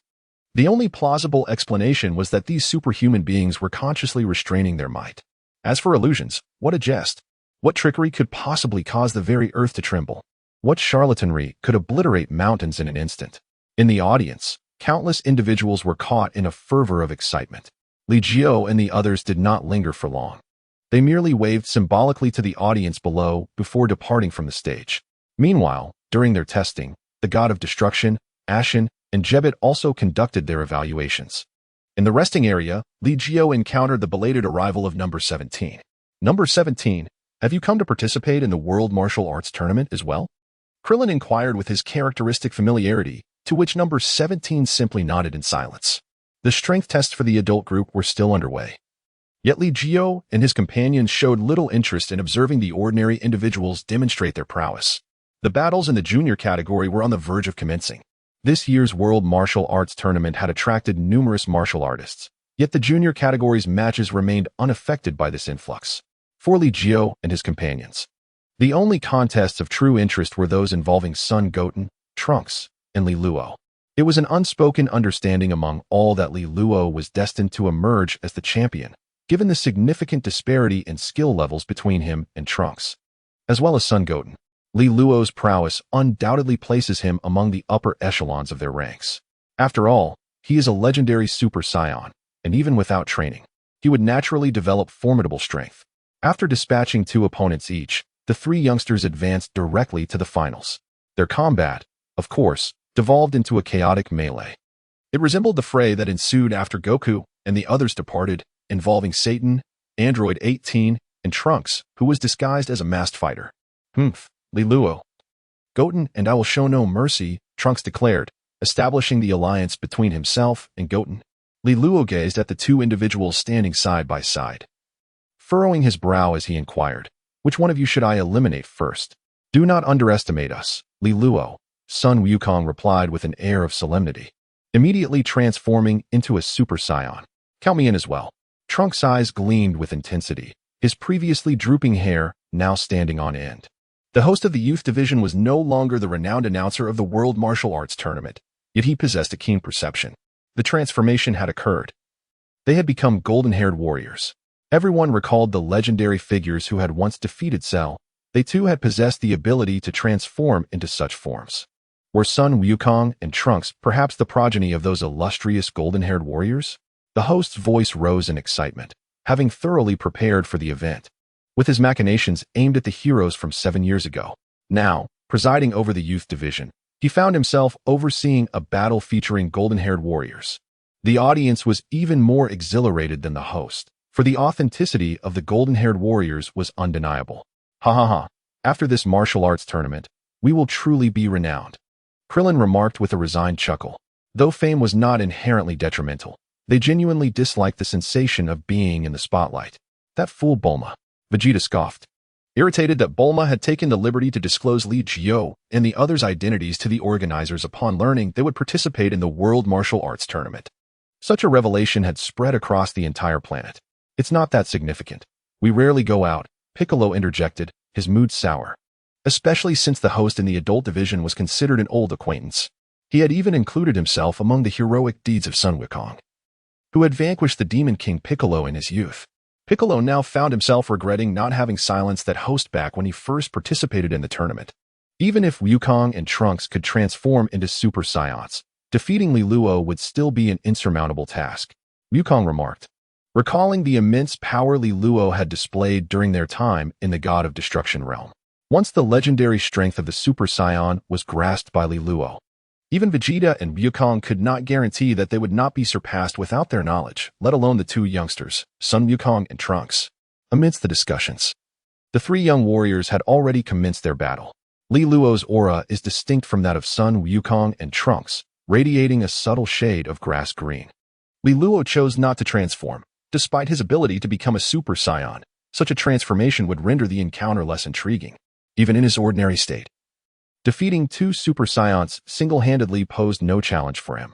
The battle erupted in an instant, leaving the host momentarily speechless, as the speed of the three figures was beyond his comprehension. All he could perceive were fleeting shadows accompanied by the sounds of air being sliced and fierce collisions. They soared into the air.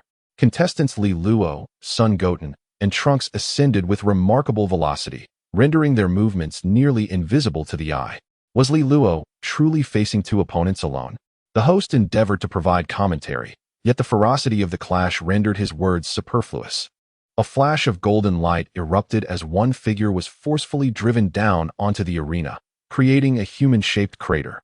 Sun Goten emerged from the pit, clutching his head, casting a resentful gaze skyward. "That hurt. I'm angry now," he exclaimed, followed by a resounding roar. A golden aura burst forth, and Sun Goten's energy surged dramatically. "How is this possible?" Vegeta stepped forward, captivated by Sun Goten's transformation, his expression a mix of astonishment and intrigue. Bolts of lightning crackled around him as Sun Goten's hair stood defiantly upright, a rebellious tuft falling over his forehead. The once boyish features of Sun Goten matured in an instant, his expression growing more stoic. "Li Luo, be careful," he called out, vanishing from his position only to reappear behind Li Luo, delivering a powerful punch. Chapter 71. Do not anger the Sun family Super Saiyan, Level 2. Vegeta clenched his fists tightly, recalling the immense effort he had exerted to reach this stage. Yet here was Sun Goten, merely 7 years old, exhibiting such prowess. When did Goten become this formidable? Sun Gohan pondered, surprised. Over the years, he had frequently trained alongside Goten, but given his younger brother's age, he had not imposed stringent expectations. Furthermore, Goten had never before showcased the transformation into Super Saiyan Level 2. This must be his first transformation. Li Jiu's expression mirrored his astonishment. Had his presence truly altered so much? Logically, Sun Goten and Trunks should not have been significantly impacted. Unforeseen. Li Luotsua was struck onto the arena by a powerful punch from Sun Wutian, his feet landing heavily and sinking into the ground. "Huh? Wutian, what just happened?" "You seem incredibly formidable," Trunks remarked, astonished as he gazed at Sun Wutian, who appeared equally perplexed, glancing around before scratching his head. I don't know either. Li Luo hit me so hard just now that I got angry and ended up like this. Angry. Vegeta's lips twitched. Sun Wukong transformed in anger. And Son Gohan's fury was even more terrifying, and now, Wukong, it seems that the Sun family becomes remarkably powerful when incensed. It appears we must avoid provoking them in the future, Krillin jested. Sun Wukong laughed heartily, scratching his head. Haha, I didn't expect Wu Tian's training aptitude to be so exceptional. Angry? So that is how one can become so powerful? Trunks seemed skeptical, but soon distanced himself, his expression turning serious. Very well, then I shall become angry too. Huh. Trunks' aura began to rise, yet his transformation was evidently not as seamless as Sun Wutian's. Damn it. If Wu Tian can do it, I certainly can as well. After all, I am a year older than him. If I fail, Father will surely be furious. Transform for me. Trunks roared, and immediately. The clear sky erupted with violent lightning as his transformation surpassed that of Sun Wutian's in ferocity. Impressive, Trunks. Sun Wutian genuinely congratulated him. Meanwhile, Li Luo's was slowly returned to the air. Very well done, you've transformed into a Super Saiyan too. However, you still cannot match my strength. Li Luo observed the two individuals who had completed their new transformations, his expression growing more serious. Indeed, if Li Luo refrained from transforming, there might be a possibility. Sun Wukong nodded in agreement. Should Li Luo choose not to transform, the combined efforts of Sun Wukong and Trunks might indeed succeed in defeating him. What a jest. You have both transformed into Super Saiyan 2nd grade, and yet I remain unable to transform? Li Luo would never recklessly engage in battle in his normal state against two Super Saiyan forms at their second stage. The transformations of Goten and Trunks into Super Saiyans are undeniably authentic.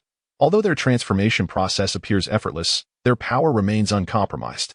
In fact, Goten and Trunks possess a foundational combat strength that surpasses even that of Goku during the Cell games. With such formidable power, it is inconceivable for Li Luo to confront them in his standard form. Allow me to demonstrate what true strength truly is. Li Luo clenched his fist at his waist, and his eyes instantly transformed into a vivid emerald green, while his once black hair morphed into a striking golden green. An overwhelming aura surged forth, enveloping the surrounding area for miles, leaving even the spectators outside in a state of trepidation, overwhelmed by an impulse to prostrate themselves upon the ground. Upon witnessing this, Li Jiu promptly advised, Li Luo, be mindful to conceal your aura. Yes, father. Upon hearing the words, Li Luo immediately retracted the aura of the legendary Super Saiyan. However, at that very moment, two figures suddenly soared into the air, heading towards Li Luo. Such immense energy would undoubtedly bring great joy to Lord Babidi. The two ascending individuals resembled muscular giants, their bald heads adorned with magical markings. Be cautious, Trunks warned as he observed the two approaching Li Luo. Yet, there was no need for Trunks' caution. Before the two strong men could even reach Li Luo's presence, he had already vanished from sight. Reappearing, Li Luo gazed coldly at the vessel in his hand, which resembled a night pot, and inquired, "What is this object?" Li Luo's demeanor was indifferent. He possessed the ability to harness the power of Chuan Chao, yet his emotions remained susceptible to influence. Much like the transformation of a Super Saiyan, the expressions and emotional fluctuations before and after the metamorphosis differed significantly. How could this be? When did you? Bobo Biki gazed in astonishment at the energy collector that appeared in Li Luo's hand, then glanced at his own empty palms, momentarily rendered speechless. Hey, this is the World Martial Arts Tournament, intervening without permission. Huh. Li Luo was initially engaged in conversation when an abrupt surge of energy ensnared him, rendering his body immobile and causing the energy collector in his hand to plummet to the ground. Observing this, Bobobik swiftly caught the energy collector and simultaneously thrust it towards Li Luo's waist. Another individual clung tightly to Li Luo, preventing any movement. How infuriating. Is this all the strength you possess? Li Luo seethed with anger as his bound body suddenly erupted with power, shattering the invisible force that restrained him. In that instant, he unleashed a series of kicks, forcefully driving the two burly men into the arena floor. I can sense the murderous intent. Li Luo's gaze turned cold and indifferent. He was devoid of the usual composure, replaced only by a chilling detachment. He retained control over his power and did not succumb to madness. Yet his demeanor was utterly ruthless. The grass-green energy orb plunged into the ground, causing the arena to vanish almost entirely, along with the two controlled demons who disappeared without a trace. After eliminating the demons, Li Luo glanced at Li Jiu and, upon noticing his lack of reaction, turned his attention to Sun Wukong and Trunks, speaking in a calm voice. I am about to get serious. You two should be cautious. Sun Wukong and Trunks exchanged glances at the devastated arena below, their expressions turning grave. Bring it on, Li Luo, Trunks proclaimed excitedly, his fists clenched. Although they were not pure-blooded Saiyans, the thrill of battle ignited their blood. The three engaged once more in combat.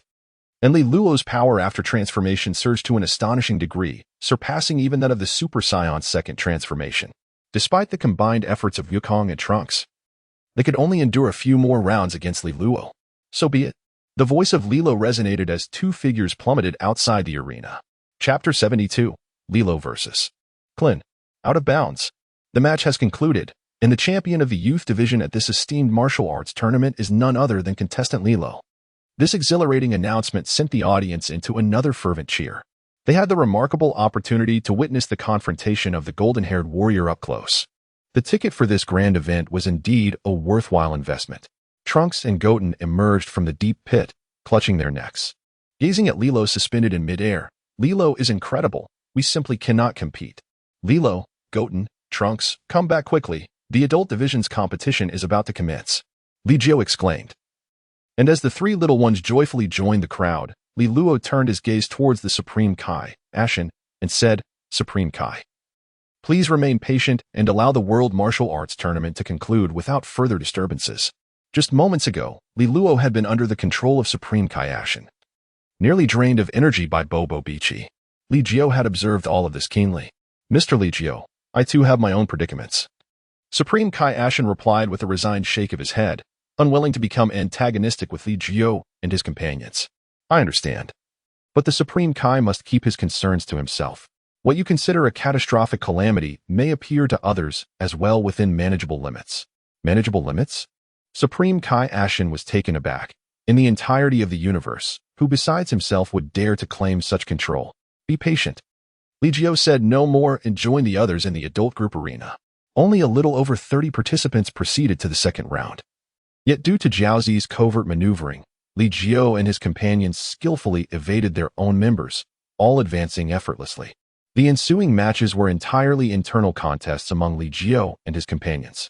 In the first match of the third round, Krillin versus Li Luo. What terrible luck. My opponent is actually Li Luo, Krillin lamented. He would have preferred to face Jiaozi or Goten instead. Although both Goten and Trunks had achieved the transformation into Super Saiyan Phase 2, Krillin still felt confident in securing victory. However, now Li Luo was far more formidable than a Super Saiyan Phase 2. My luck is even worse, Jiaozi muttered quietly. He was set to face Li Jiu in the third match. Seeing this, Tianjin Fan patted Jiaozi on the shoulder with a mixture of sympathy and encouragement. It's all right, Jiaozi. Just give it your all in the fight. Winning or losing is inconsequential. Yes, Jiaozi felt a fleeting moment of disappointment. But he reassured himself that losing to Li Jiu was nothing to be ashamed of. After all, anyone encountering Li Jiu stood a chance of defeat, did they not? Perhaps omitting the chance would be more accurate? I have drawn number 17. Yamcha glanced at his own draw and scratched his head. However, he showed little fear in the face of number 17. The expression on number 17 remained unchanged, while Yamcha's aura was subtle, exuding an enigmatic depth. Number 17 had not been idle over the years. My opponent is Uncle Tianjin Fan? Sun Goten raised the draw in his hand, looking towards Tianjin Fan. Tianjin Fan smiled and nodded. Goten is quite formidable. I must be cautious as well. He affectionately ruffled Goten's hair, reminiscent of the days when he had done the same for Sun Wukong. Back then, I could still manage to suppress Sun Wukong. Now, I must tread carefully even against Goten. Tianjin Fan felt a twinge of nostalgia, and both Krillin and Yamcha couldn't help but chuckle. In their prime, they were hardly inferior to Sun Wukong. Amidst their conversation, the names of Krillin and Liro were called. Hey, Liro, do remember to show some mercy. Krillin remarked as he approached the arena. Li Luo returned to his usual self, his demeanor now more composed and serene, with a hint of shyness. He scratched his head and remarked, Uncle Klin must be incredibly powerful, right? I fear that I may not stand a chance against him. Although Li Luo is still quite young, his combat skills, honed since childhood under the guidance of Weiss, can be likened to those of a martial arts master. Even seasoned warriors like Piccolo may not necessarily surpass Li Luo in terms of fighting prowess. Hey, Li Jiu, in your opinion, who stands a better chance? Krillin or Li Luo? Sun Wukong inquired with curiosity, unable to discern who among them was truly stronger. Can't you see for yourself? Li Jiu glanced at Sun Wukong. I can't tell. Krillin has made significant progress lately. I can no longer gauge his strength, Sun Wukong replied, scratching his head. He then looked at Tien and the others, saying, Li Jiu is indeed suited to be a teacher. Tien and Yamcha seem to have improved greatly. Indeed, although Li Jiu had only guided them a few times, he had opened a door to immense potential. Over the years, while some of you may have left Earth to train elsewhere, our progress has not lagged behind. Tien spoke confidently, a subtle power coursing within him, which only Li Jiu, Sun Wukong, and Vegeta seemed to sense. Tien's strength should surpass that of Li Luo. Li Jiu remarked, his sensitivity to power quite acute. Tien's abilities had likely fully awakened the strength of his bloodline, though the true magnitude of the mysterious three-eyed alien's lineage remained unknown. However, judging by the dormant power within Tien, he was indeed stronger than Li Luo at this moment. Yet, Li Luo possessed an innate advantage, making the outcome uncertain in a real confrontation. Is that so? Tien shifted his gaze to the two adversaries on the stage. Though Li Jiu asserted that his power was only slightly greater than Li Luo's, Tien felt a twinge of disbelief. After all, Li Luo was merely 7 years old. Humph. Don't underestimate it. The legendary Super Saiyan is an invincible warrior. Not just you. Even I and Kakarot might soon be surpassed, Vegeta interjected, unwilling to be outdone. Though he conceded the possibility of being surpassed by Bulma and the legendary Super Saiyan, the match had commenced on the stage. Yet both Li Luo and Krillin remained exceedingly cautious. Krillin maintained a defensive stance, motionless as he sought out his opponent's weaknesses. In contrast, Li Luo stood still, his hands naturally falling at his sides, fists clenched, muscles taut. He remained immobile, yet when he moved, it was as if thunder struck, arriving in an instant. The audience was a mix of cheers and hushed anticipation, as if they could comprehend the battle unfolding before them. The patience of humanity is boundless when faced with superheroes. Even though the match had started, both Krillin and Li Luo remained unmoving, but no spectator dared to disrupt the silence. Should anyone attempt to, they would be drowned in their own saliva. The clash between super beings was no trivial matter. A moment's carelessness could lead to Earth's annihilation. Do you understand nothing? They are merely observing their opponent. It must be said that some individuals, upon opening their mouths, inadvertently strike gold. Chapter 73, Klin's New Technique. Gradually, a bead of sweat trickled down Klin's forehead. He found himself ensnared by Lilo's presence. Despite Lilo merely standing there, he exuded an aura that left no room for opportunity. Was I too tense over what was merely a simple spar? After a lengthy pause, Klin smiled faintly and suddenly withdrew his defensive stance. Lilo, be cautious, he declared. And in an instant, his figure vanished from sight. Disappeared. Klin has vanished. The host finally grasped the chance to comment, yet with Klin having vanished without a trace, he could only convey the truth. The speed of contestant Klin is astonishing. His movements are beyond our comprehension. He has vanished, and he could appear behind contestant Lilo at any moment. Lilo must remain vigilant. The host, well-versed in his craft from previous martial arts tournaments featuring the likes of Sun Wukong, possessed a tongue that could weave words with finesse. His commentary was flawless. At this moment, the audience fell into a hushed silence, their eyes fixated on Lilo, for Klin was re-emerging, poised to strike at Lilo. Li Luo's expression remained unchanged, exuding a calmness akin to that of a seasoned warrior. There were no superfluous movements. His left arm abruptly lifted, shielding his side. Bang! The floor beneath Li Luo's feet suddenly, and Klin emerged. With a simple series of punches and kicks, Li Luo managed to deflect the attacks with a raised hand. However, having engaged in combat, Klin had no intention of retreating. A tempest of assaults followed, relentless and fierce. The onslaught of blows. Klin's punches, like the wind, contained an immense force, shaking the very air around them. Yet Li Luo remained composed, skillfully blocking with both hands as he simultaneously retreated. From behind, Klin vanished once more, delivering a whip-like kick aimed at Li Luo's shoulder. Li Luo turned, his arms resting upon his shoulders, resolutely absorbing the blow. With a thunderous crash, the formidable force drove his legs deep into the arena. The host widened his eyes in an attempt to commentate. Yet the swift movements of the two competitors eluded his perception. Before he could utter a word, the next round of confrontation had already commenced and concluded. My goodness. The strength of contestant Klin is overwhelming. Our arena, constructed from premium granite with 30-centimeter thick slabs, appears as fragile as tofu in the presence of these two warriors. The fighter Li Luo appears remarkably composed, consistently defending himself against the relentless assaults from his opponent, Klin. He seems quite youthful. Could he perhaps be the offspring of the esteemed Mr. Li Jiu, who once triumphed over the formidable Sheru? To convey the nuances of such a battle, the prowess of the host in commentary is paramount. Clearly, this host, who has been narrating the World Martial Arts Tournament since the childhood of Sun Wukong, possesses a flair for dramatics. Unable to discern the swift movements of Klin and Li Luo, he resorts to describing the havoc wrought by their confrontation. Nevertheless, the audience remains fervently engaged, erupting in cheers, for the destruction wrought by the two combatants is undeniably tangible. Had the previous live broadcast been sporadic and not witnessed firsthand, would the integrity of this grand tournament be called into question? The once unyielding arena is now marred by numerous fissures, resembling fragile tofu. Can one truly fabricate such evidence? In the last World Martial Arts Tournament, without the participation of Klin and others, the stage remained entirely intact. Yet now, the junior division's arena has been reduced to mere fragments, while the adult division stage has barely commenced before succumbing to utter devastation. Sigh. Do these individuals not understand the need for restraint? Restoring the arena will undoubtedly demand considerable time and effort. Ha ha ha, Li Luo, you are quite impressive. I shall now escalate my efforts. Once more, I will create distance, Klin chuckled, invigorated by the fervor within him. Excellent. Li Luo spoke little, much like the former Li Jiu, exuding an air of composure and enigmatic allure. A tiger begets no dog. Klin's expression grew increasingly grave, his aura intensifying as he gradually ascended into the air. Li Luo also levitated, as the intensity of the battle necessitated a high altitude. Otherwise, even a slight surge of power could utterly devastate the arena and endanger the spectators outside. As the two combatants ascended into the air, their skirmish grew increasingly reckless. Yet the shock waves of their confrontation bore down upon the ground like a tempest, rendering even the host unsteady. Allow me to shield them, the Supreme Kai suddenly interjected, raising his hands to conjure a formidable energy barrier over the audience. However, the host, positioned at the edge of the arena, remained unprotected, struggling against the overwhelming pressure. The spectators were oblivious to the strain, yet the sight of the host teetering on the brink made it clear just how fearsome the battle above truly was.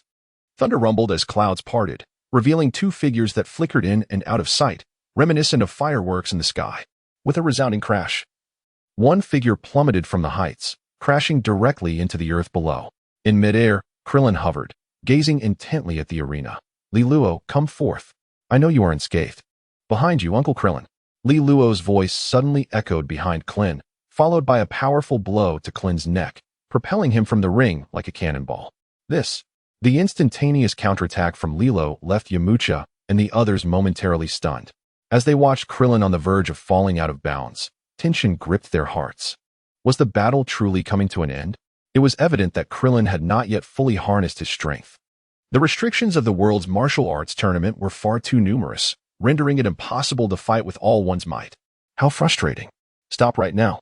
Just as Krillin was about to touch down, he finally stabilized his form, pushing against the air with both hands, creating a gust of wind that halted his descent. At that moment, he was merely half a meter away from the edge of the stage. That was a close call. Krillin returned to the air once more, while Lilo patiently awaited, refraining from launching another attack. Impressive, Lilo. This is merely your usual strength. If you were to transform into a Super Saiyan, you would undoubtedly be even more formidable. Perhaps I am genuinely not your match. Krillin exhaled deeply with relief. Lilo then remarked, Uncle Krillin still has untapped strength. The restrictions of the tournament are simply too many. If we were on the floating island, I might not stand a chance against Uncle Krillin. Li Luoxin felt a stirring within. Although his current strength was formidable, the latent power concealed within Klin was equally formidable. Ha ha, is that so? Nevertheless, even if we cannot unleash our full might, we can still determine a victor. Li Luo, there is still much for you to learn. Klin spoke. And Li Luo was taken aback. What? Li Luo, be cautious. Klin suddenly clasped his hands together, the energy around him converging into his palms, crackling with electric currents. What technique is that? Why does it seem so familiar? The elderly host spoke, struggling to lift his head. The silhouettes of the two combatants high above appeared as tiny as ants. Yet, the old host's vision had clearly not deteriorated, as as he could still discern Klin's movements. Chapter 74. May the Lord of the Supreme Kai acknowledge defeat. What technique is that? It does not resemble the Kamehameha. Li Jiu was perplexed, unable to discern the nature of the technique that Klin was currently employing. It is the universal shocking palm of Master Wu Tian. Tianjin Fan exclaimed, then added, it must be an improved version of the universal shocking palm. Though Tianjin Fan was also familiar with the universal shocking palm, he had never utilized it himself. This technique, while formidable, was somewhat impractical, as it demanded excessive energy and was challenging to control. The universal shocking palm, you say? Li Jiu retained a vague recollection of the name of this technique, yet his understanding of it was far from profound. Li Luo assumed a defensive stance, simultaneously channeling the energy within him in preparation for any unforeseen circumstances. Yet, Klin maintained a confident smile. Li Luo, I apologize. Although victory or defeat may not hold great significance, I still wish to advance to the next stage and engage in another battle alongside Tianjin Fan and the others. Klin's gaze was resolute. The martial arts tournament was not their only opportunity for sparring. However, it embodied a sentiment that was difficult to replicate. Once, they had all fought here. 10,000 nations, thunderous palm. With hands infused with a tremendous amount of energy, he unleashed a golden lightning bolt that surged toward Li Luo at lightning speed, instantly engulfing him. Li Luo winced in pain as the powerful current surged through him, accompanied by a paralyzing effect that caused the energy he had previously summoned to dissipate in an instant. Li Luo struggled violently, unable to summon the energy within him, desperately attempting to break free from the current's grasp with sheer force. However, would Klin allow him to easily escape? In a fair fight, Li Luo would surely not be inferior. Yet, this was the martial arts tournament. You have lost, Li Luo. Klin waved his hands, manipulating the current to fling Li Luo down. What decisiveness! A truly astute choice. Vegeta scoffed, acknowledging that Klin's world-shaking palm was unexpectedly formidable. But it was merely a sudden assault, and Li Luo had granted Klin a moment to gather his strength. Furthermore, Klin had utilized his initial control to leave Li Luo no opportunity to react, directly sending him tumbling off the stage, catching Li Luo entirely off guard. Given a little more time, Li Luo might have managed to break free from the grasp of the world-shaking palm. Out of bounds. The host gazed in disbelief at Li Luo, still crackling with electricity, then turned his gaze to Klin, who was gently descending onto the arena. The match is over. Contestant Klin is victorious. The host took a moment to process, finally realizing that the fierce battle had concluded in the blink of an eye. The audience, initially stunned, slowly erupted into cheers, reminiscent of a delayed online connection. Klin stepped off the stage and approached Li Luo, who remained surrounded by flickering arcs of electricity, though they no longer posed any threat to him. I am sorry, Li Luo. Klin extended his hand, helping Li Luo to his feet. Li Luo shook his head and remarked, what kind of technique was that from Uncle Klin? I barely had time to react before the energy within me spiraled out of control. Li Luo scratched his head. Victory or defeat held little significance for him, as he merely sought to join the revelry. Haha, even Li Luo has not realized. That was Master Wu Tian's ultimate technique, which I have modified for even greater potency. Akin to the magical attack of short pipes, requiring some time to accumulate energy. That is indeed formidable. Li Luo nodded earnestly, brushing off the dust from his attire. He had not sustained any injuries, as Klin had not exerted his full strength. He had merely been caught off guard. Upon returning to the lounge, Sun Wukong stepped forward, exclaiming, well done, Klin. Li Luo's prowess far surpasses that of the previous cell. Laughter and joy resonated among the crowd, while the host seized the opportunity to enter the lounge, announcing, ladies and gentlemen, the arena has sustained damage and requires repairs. The upcoming matches may face delays. They cannot be postponed. Before Li Jiu and others could speak, the voice of Kaishin Ashen resounded. Allow me to assist in restoring the arena. I shall reinforce it instantly. As Kaishin spoke, he exited the lounge and ascended to the arena, simultaneously addressing the host. The next match is mine. Can we commence promptly? But the arena has not been repaired. It has already been restored. Kaishin Ashen waved his hand, and the once damaged arena transformed into a pristine state. The host, taken aback, rubbed his eyes in disbelief. The audience, who had prepared to leave, settled back into their seats upon witnessing the arena's miraculous restoration. Is this some sort of magic? The host instinctively remarked, but upon glancing at Li Jiu and then at Kaishin Ashen, he chuckled awkwardly. Thanks to Ashen for the assistance. Let us continue the competition. You're welcome. Ashen smiled, casting a glance at Short Pipes, who had remained silent in the corner for quite some time. Short Pipes' opponent was indeed Ashen. However, Li Jiu noticed that Short Pipes did not appear overly anxious. He merely seemed more cautious than usual. "Good luck, Uncle Short Pipes," Son Gohan encouraged.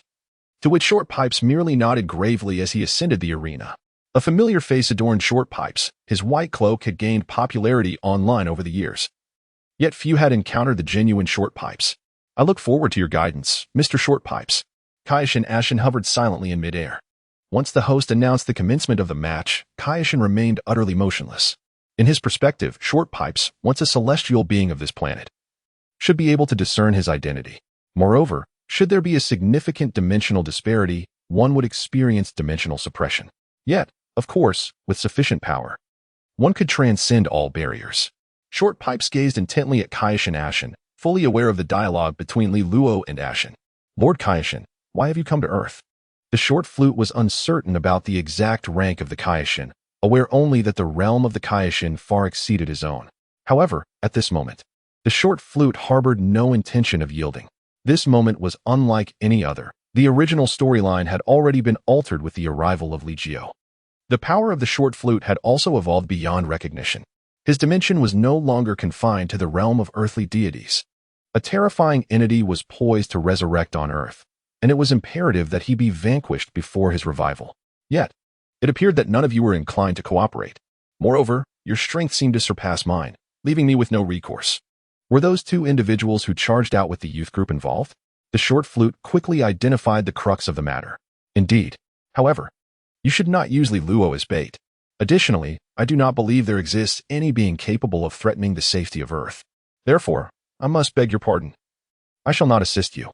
In this contest, it is the Ashen who should concede. Chapter 75, Son Gohan vs. Jebet. What? Ashen could hardly believe his ears. The short flute had the audacity to suggest that he concede?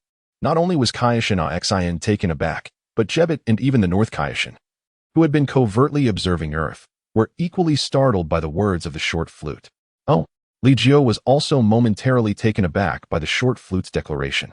But upon reflecting on the vast disparity between the current short flute and his original self, he quickly regained his composure.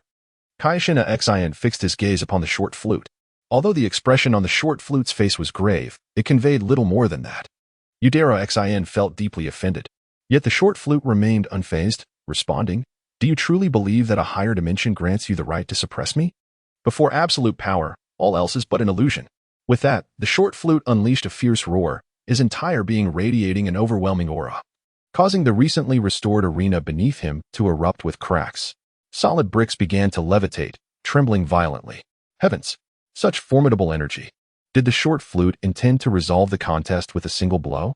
The host, unsure of how to respond, inadvertently stirred the emotions of the audience. Cheers erupted, while Ashen's expression grew increasingly grim. In this minuscule realm of Earth, he had been disregarded time and again. Now, this once heavenly being, the short flute, was poised to confront him.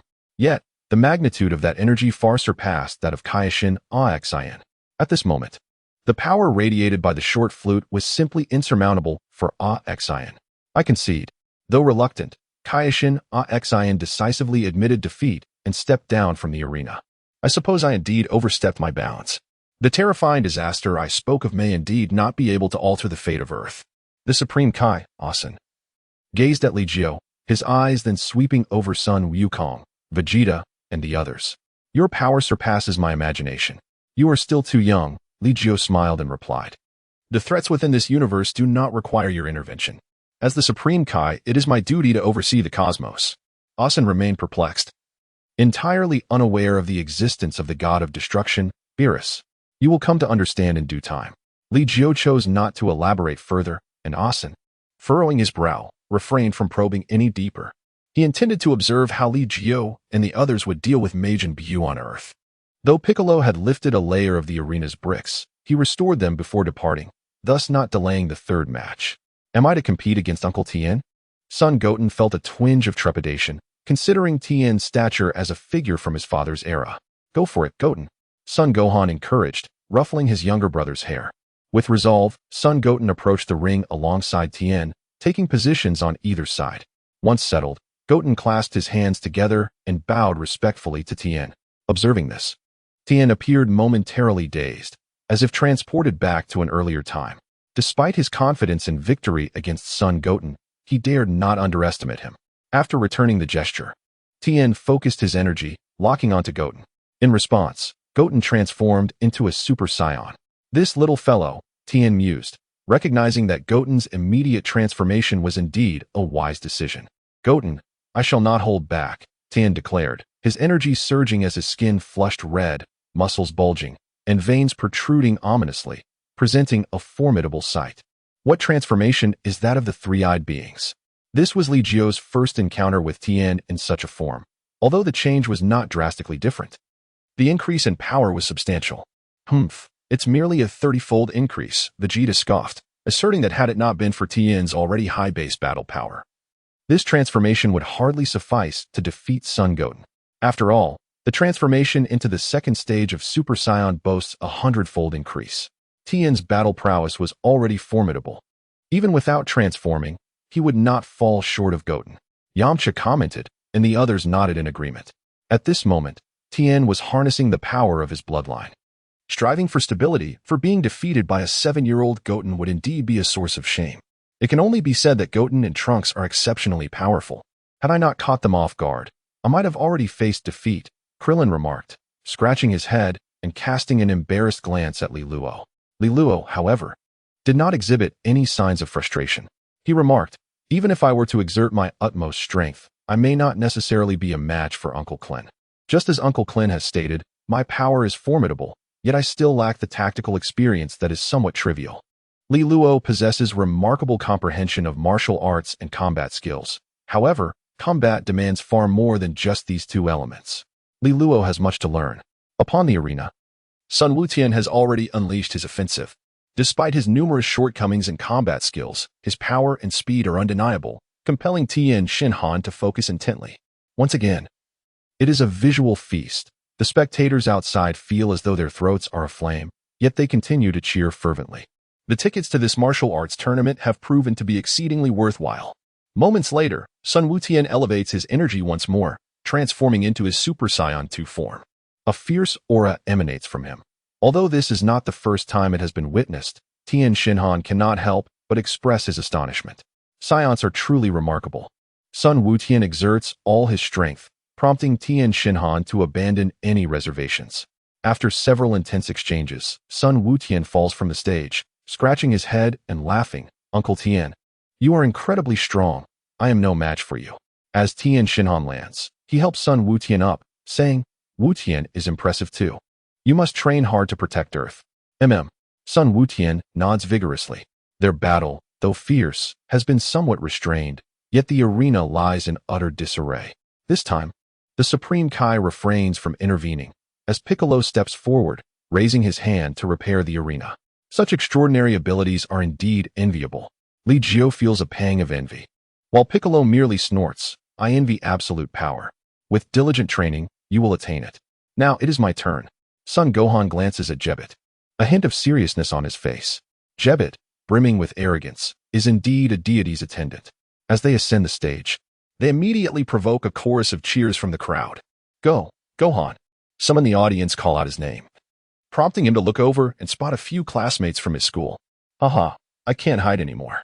Gohan waves cheerfully, unlike in the original tale. He is not clad in Saiyan armor, but rather wears a brown martial arts uniform, identical to that of his father and brother. As everyone can see, Son Gohan is indeed the son of Son Goku.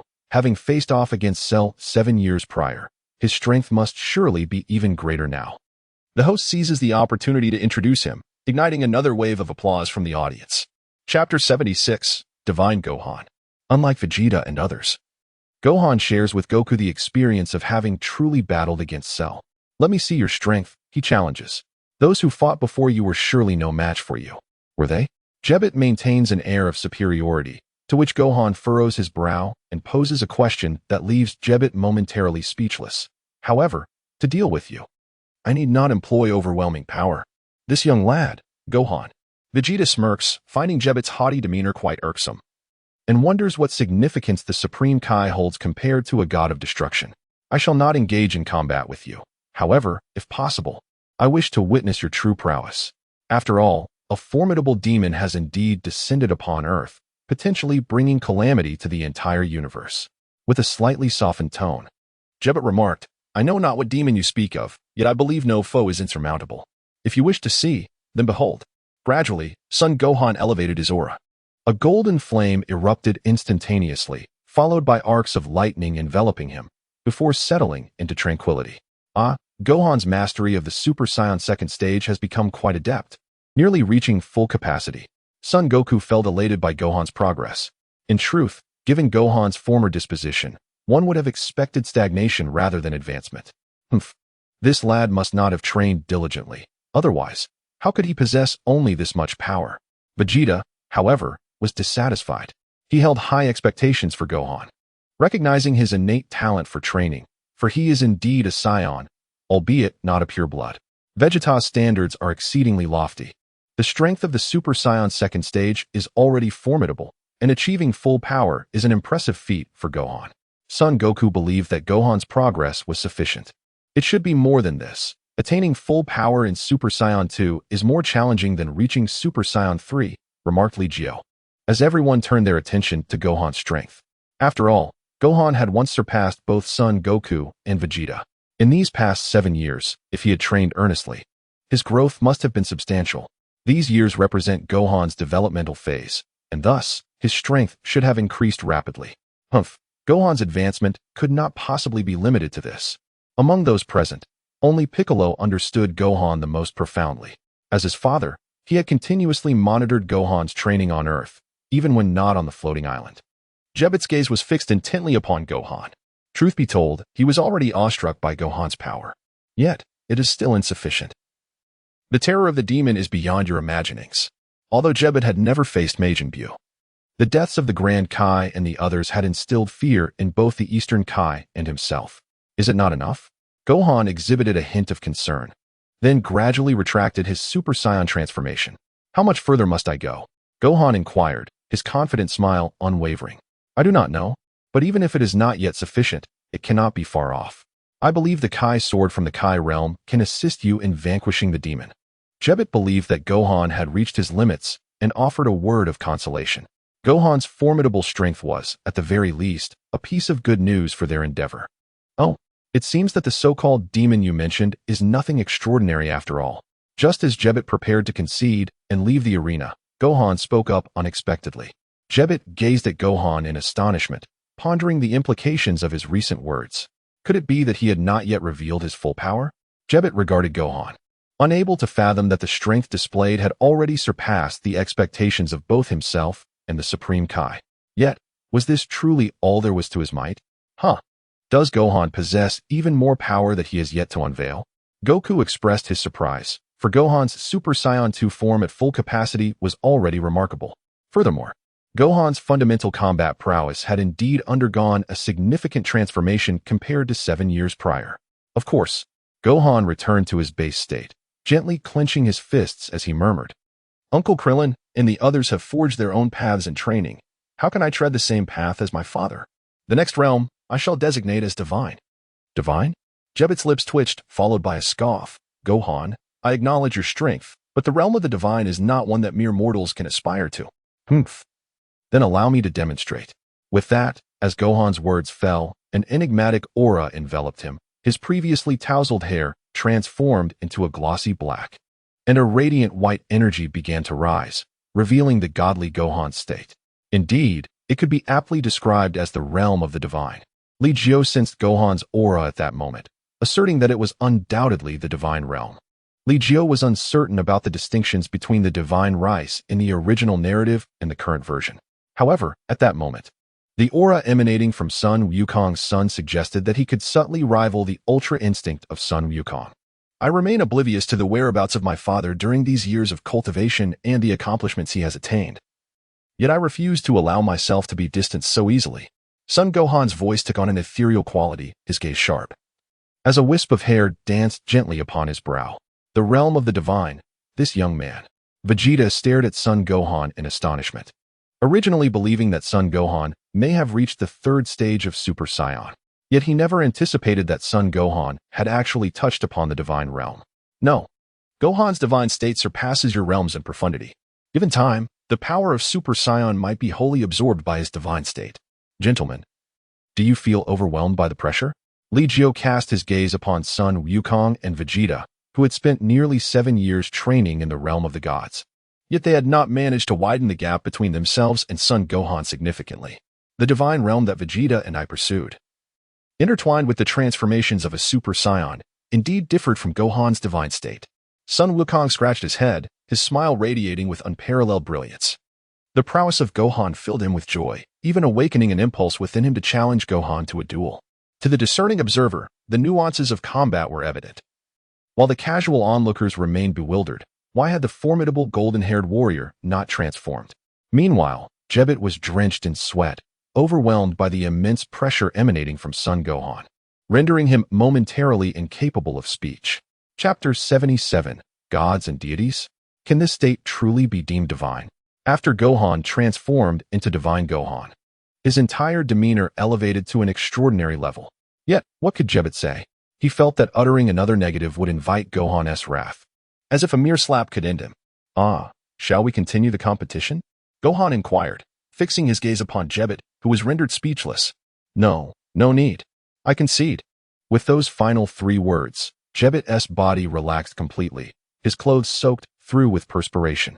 The host widened his eyes in astonishment at Jebet, a competitor whose demeanor had remained lofty since the beginning of the match, suddenly conceding. Jebet has surrendered. The match is concluded. Son Gohan is the victor. Although the host was somewhat perplexed, witnessing Gohan exhibit 3 distinct transformations in a single match was more than sufficient. Conceding? As anticipated. Vegeta cast a disdainful glance in the direction of the King of Worlds, still unaware of the true rank of the deity. At that moment, the King of Worlds also regarded Son Gohan's figure, for the aura of divine Gohan was suffused with a sacred essence. That was the essence of a god. Indeed, Gohan had made tremendous progress over the years. Krillin and the others, witnessing Gohan's formidable strength, expressed little surprise. After all, even 7 years ago, Gohan had already far surpassed them. Truly, a warrior's lineage. Yamcha enviously spoke, having been inspired by Li Jiu to forge a path of cultivation. Despite his rapid advancement, surpassing these Saiyans remained somewhat unrealistic. Who would compete next? Upon returning to the lounge, Gohan glanced at Yamcha. Yamcha smiled sheepishly, saying, "My opponent is Vegeta. This truly gives me a headache." "Humph, fret not. I shall show mercy," Vegeta retorted with an air of arrogance. Yamcha rolled his eyes, tightening his belt. "Thank you. I will give it my all."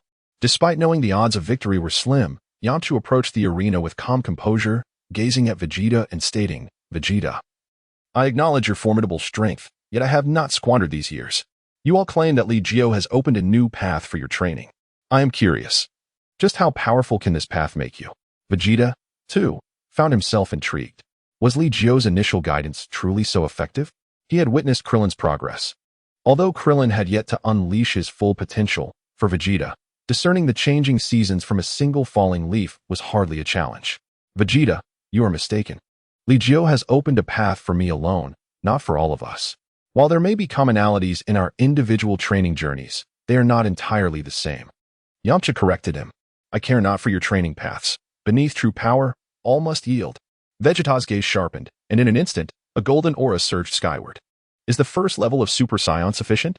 Vegeta was not arrogant enough to confront Yamcha in his base form. Much of a Saiyon's strength stemmed from transformation, as their base combat power increased slowly. Conversely, individuals like Yamcha and Krillin were different. Should Krillin elevate his energy to its zenith, he would not be inferior even to a Super Saiyan 3. Not enough. Yamcha crossed his arms before him, briefly gathering energy, then let out a roar as his body expanded. A radiant, white aura reminiscent of Gohan's divine energy emanated from him. Yet Yamcha's divine essence was remarkably purer than Gohan's. This was an embodiment of pure divine power, closely resembling that of the Supreme Kai, yet infused with a hint of mortal essence. How is this possible? His dimension. Yamcha's display utterly shattered the Supreme Kai Asen's understanding. For the dimension of an ordinary person had surged beyond the realm of the Kais. Indeed, while Yamcha's dimension had yet to reach the level of the Supreme Kai, it stood above the Kai and alongside the Great Kai. This was a matter of dimensional rank. Yamcha was still unearthing his potential, maximizing the capabilities of each stage. In this moment, the god of Tea possessed a combat power that could easily surpass Super Saiyan 2. Is divine power so commonplace? Vegeta gritted his teeth. Reflecting on the nearly 7 arduous years he and Goku had spent training in the God of Destruction's realm to attain their divine transformations. Yet, both Gohan and Yamcha had achieved their own divine forms. Indeed, Vegeta categorized Yamcha's divine state as a transformation, for Yamcha could not remain in that state indefinitely. Gohan calls his realm divine. I wonder, can my state also be deemed divine? The god of Tea. Yamcha observed the astonished gaze of Vegeta, feeling an indescribable sense of satisfaction within. After all, the power of divinity is undeniably more formidable than ordinary ki. Once one is linked to the divine, their aura can be entirely repressed, making it imperceptible even at close range. It is no wonder that when Gohan transformed into his divine state, none of you paid attention to the fluctuations of his ki. Have we all touched upon the divine realm? Li Jiu glanced at Krillin and Tien. Logically, with the emergence of God Gohan, Son Gohan's ki should have vanished entirely. Yet, Tien and the others were not shocked by this revelation. Indeed, having been deduced, Tien and Krillin did not conceal anything. The progress everyone has made exceeds my expectations. I never imagined that my few words would instigate such significant transformation in Tien and the others. Judging by the power Yamcha displays at this moment, even Super Saiyan Vegeta would be no match. Even at Super Saiyan 2, victory would be unlikely. Vegeta recognized this truth as well, gazing at Yamcha for a considerable time before letting out a soft chuckle. Is this a divine duel?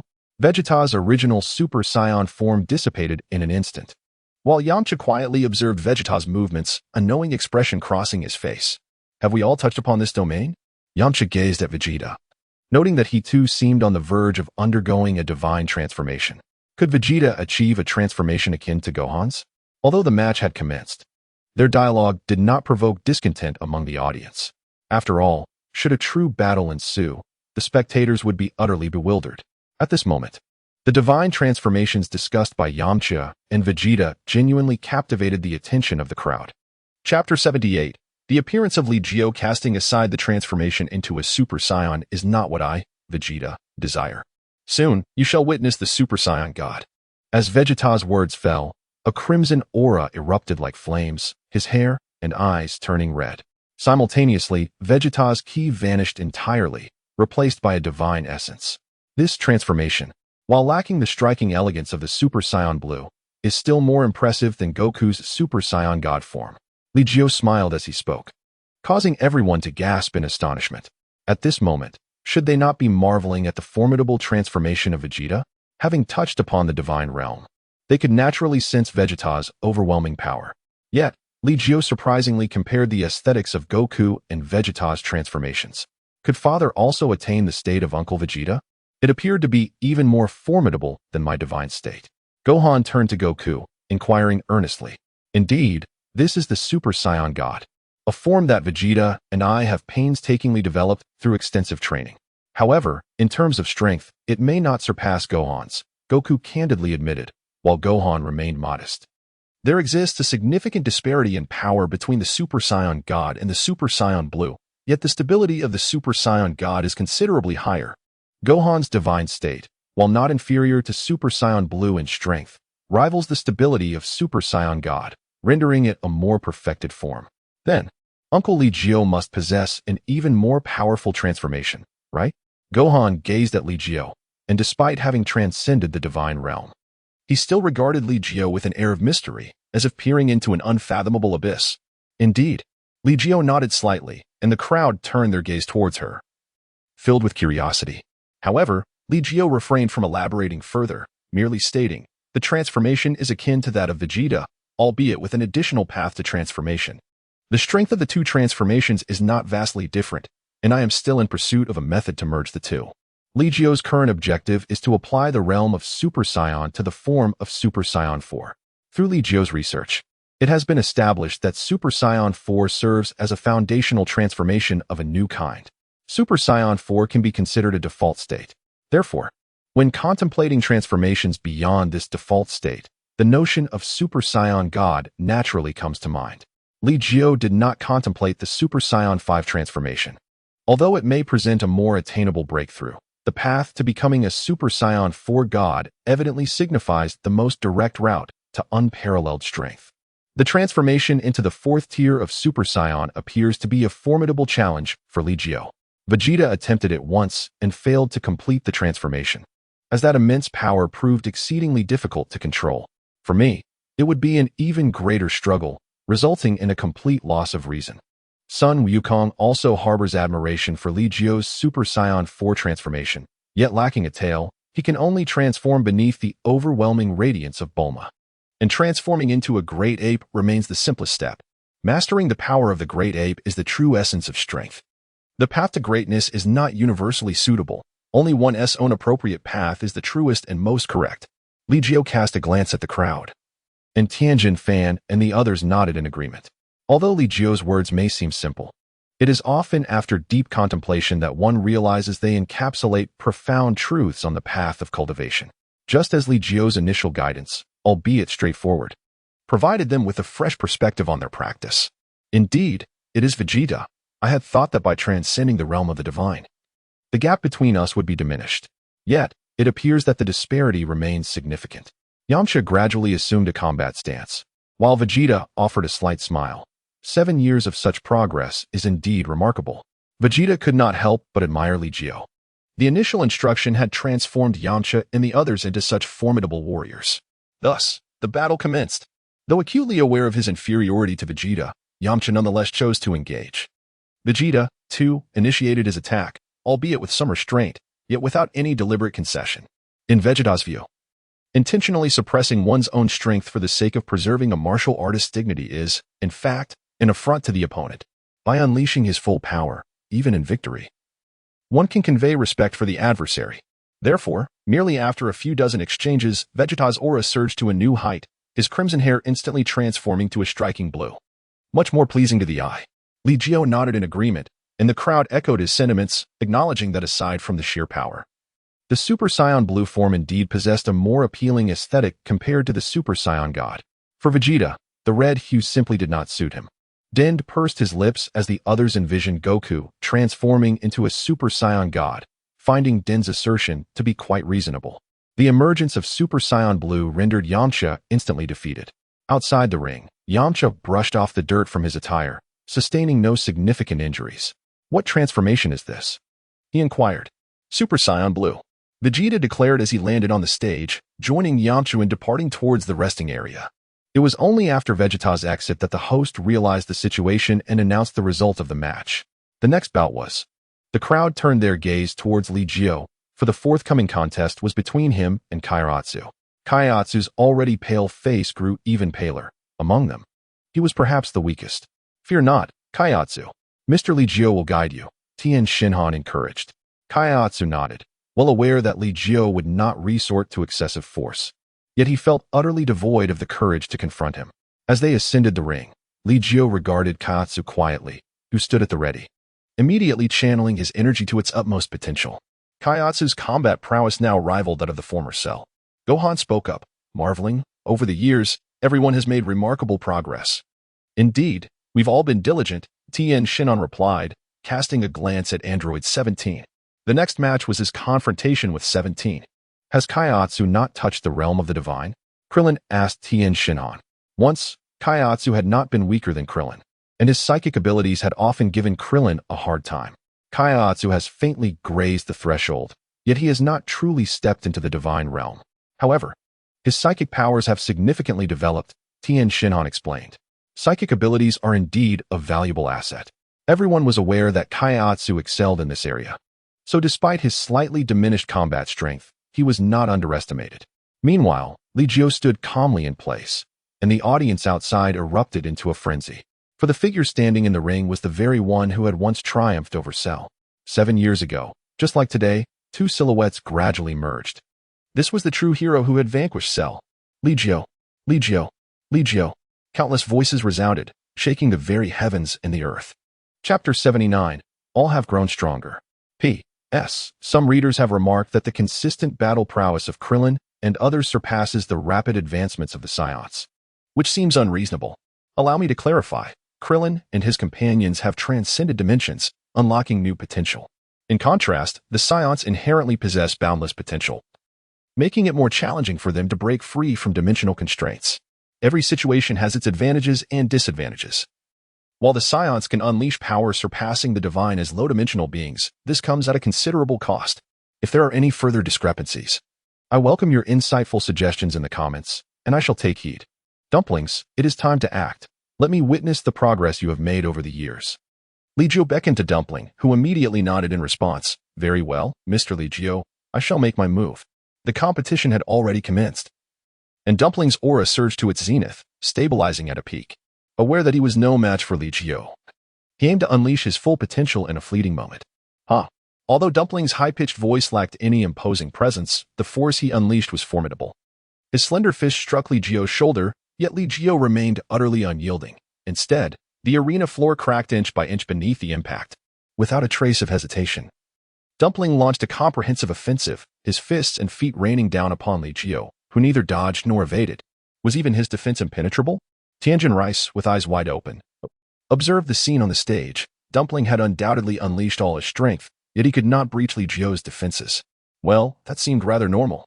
Li Jiu's current state has undoubtedly surpassed that of the Super Saiyan third stage. Sun Wukong nodded. He, alongside Vegeta, had been training in the realm of the god of destruction, and thus was well aware of Li Jiu's progress in his cultivation. Li Jiu has seamlessly integrated all three stages of Super Saiyan transformations into his regular state. Thus, even in his ordinary form, his true power undoubtedly surpasses that of the original Super Saiyan 3. Has Li Jiu truly become this formidable? This is merely the strength of his normal state. Sweat trickles down Piccolo's forehead, astonished by Li Jiu's might. Meanwhile, the Kaioshin and Jebet are filled with excitement. Li Jiu's strength is already formidable without transformation. If he were to transform, defeating Majin Buu would likely pose no challenge. The Supreme Kaioshin remains oblivious to the true extent of Majin Buu's power and fails to perceive the strength of Li Jiu and his companions at this moment. He only recognizes Buu's might. Yet he is unaware that the individuals participating in this tedious world martial arts tournament are the genuine powerhouses. Among the dozen or so present, the number of those capable of vanquishing Majin Buu already exceeds a mere handful. At some point, Videl entered the resting area and tugged at Gohan's sleeve, inquiring, "Is that Mr. Li Jiu?" Gohan nodded, acknowledging, "Indeed, Mr. Li Jiu's prowess far surpasses my expectations."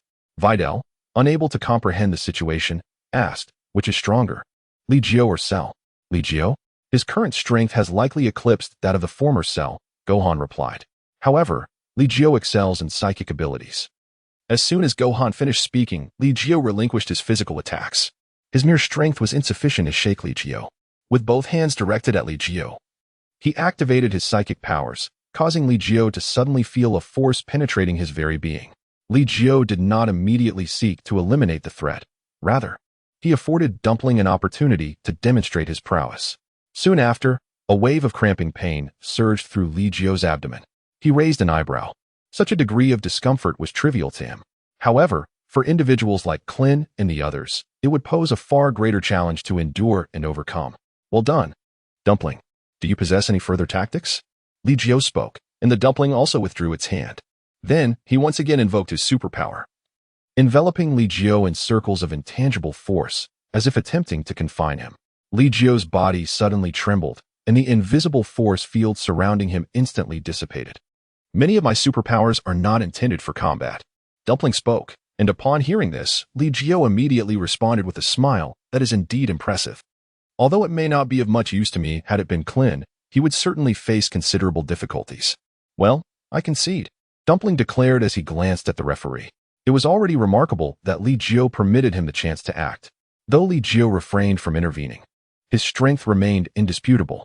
After conceding, Dumpling raised his hand to restore the arena, as the next match was between Trunks and Android 17. As the battle commenced, Trunks transformed into a Super Saiyan at the first opportunity, and then, with a fierce shout, he ascended to the second level of Super Saiyan. In an instant, the two figures vanished from their original positions. Li Jiu and his companions gazed into the half-empty sky, their eyes occasionally shifting. Yet, the ordinary spectators could perceive nothing of the spectacle. They could only catch fleeting glimpses of silhouettes and the sporadic bursts of energy attacks. Nonetheless, This did not hinder the commentator's enthusiastic narration. He grew increasingly adept, reveling in the art of exaggeration. Such a confrontation, however, did not diminish the audience's fervor. Over the years, number 17 had not relaxed his training, and his prowess had evolved remarkably. Sun Wukong, with a hand resting on his forehead, mused that had it been the old number 17, Trunks would surely have emerged victorious.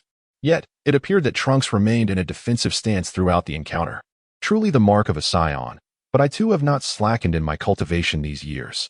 Number 17 spoke, applying a modicum of force, and after several exchanges, he succeeded in knocking Trunks off the stage. Humph, how utterly predictable, he thought, brushing off the dust as he rose from the ground. Number 17 had shown restraint, merely displacing Trunks from the arena without inflicting injury. You three youngsters are already quite formidable. Keep honing your skills, and it won't be long before you catch up to us, Krillin remarked, acknowledging that Li Luo was not inferior to their older generation.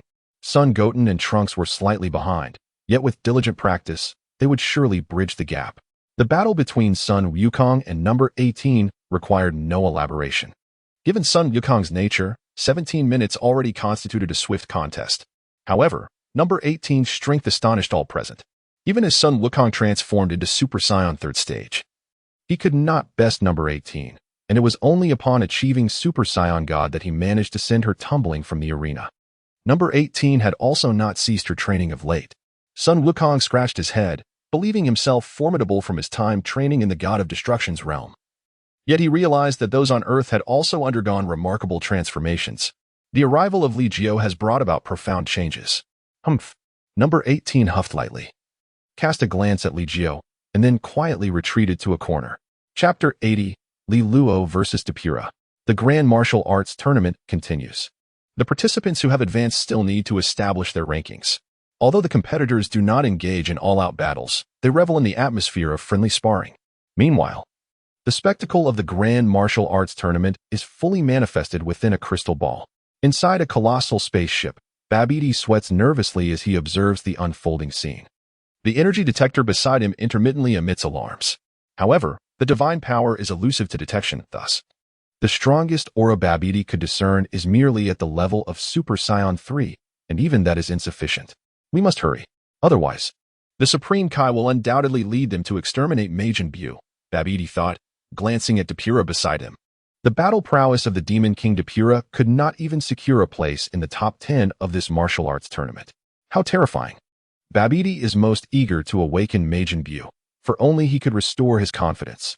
Depura, I shall transport you to another planet, where you will be responsible for gathering the energy required to awaken Majin Buu. The Babidi brothers have perished, and Babidi dares not wreak havoc on Earth. Master Babidi intends to awaken Majin Buu on another life planet in the universe? Depura inquired. No, the spaceship remains here. You will gather energy, and I shall assist you.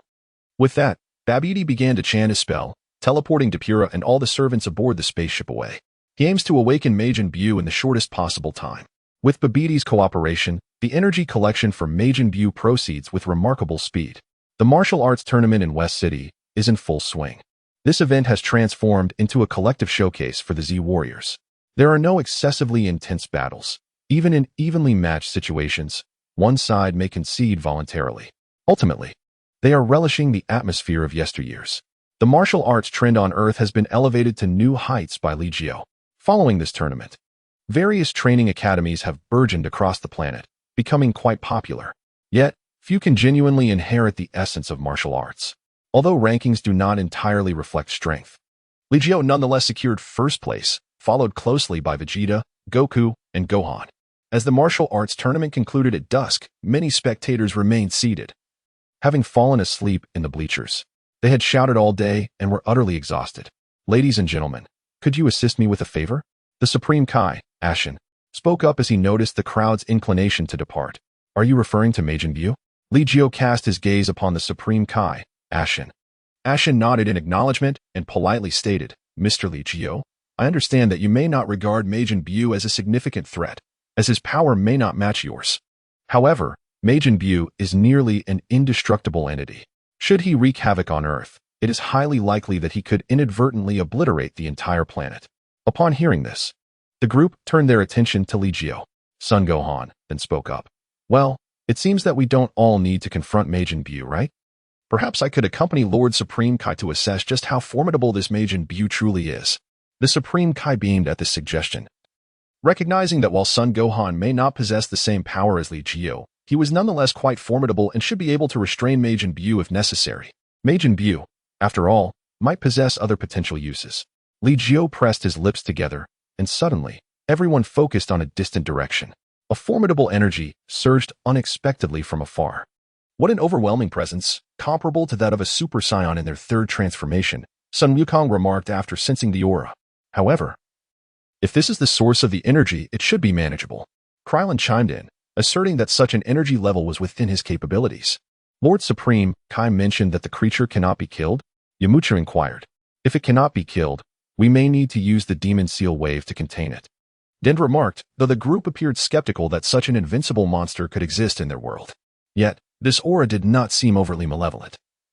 Lacking the wickedness that characterized Vegeta in the past, Sun Wukong suddenly interjected, drawing a comparison to Vegeta. Upon hearing this, Vegeta seized Sun Wukong by the collar, exclaiming furiously. Kakarot, what do you mean by that?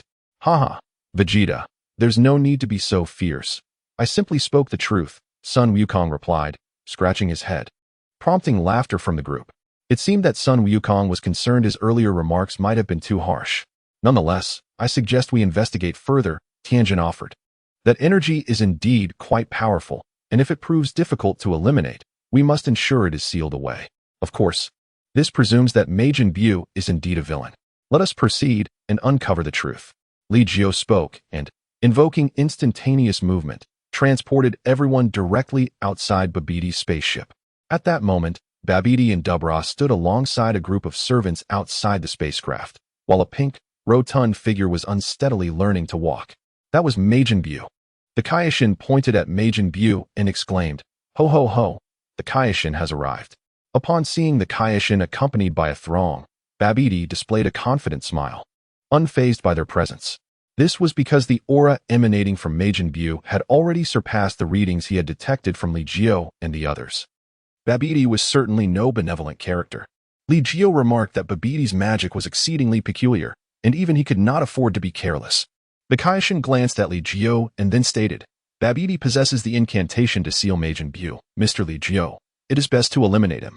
Li Jiu replied, turning to Li Luo, Go, eliminate that little fellow, but exercise caution.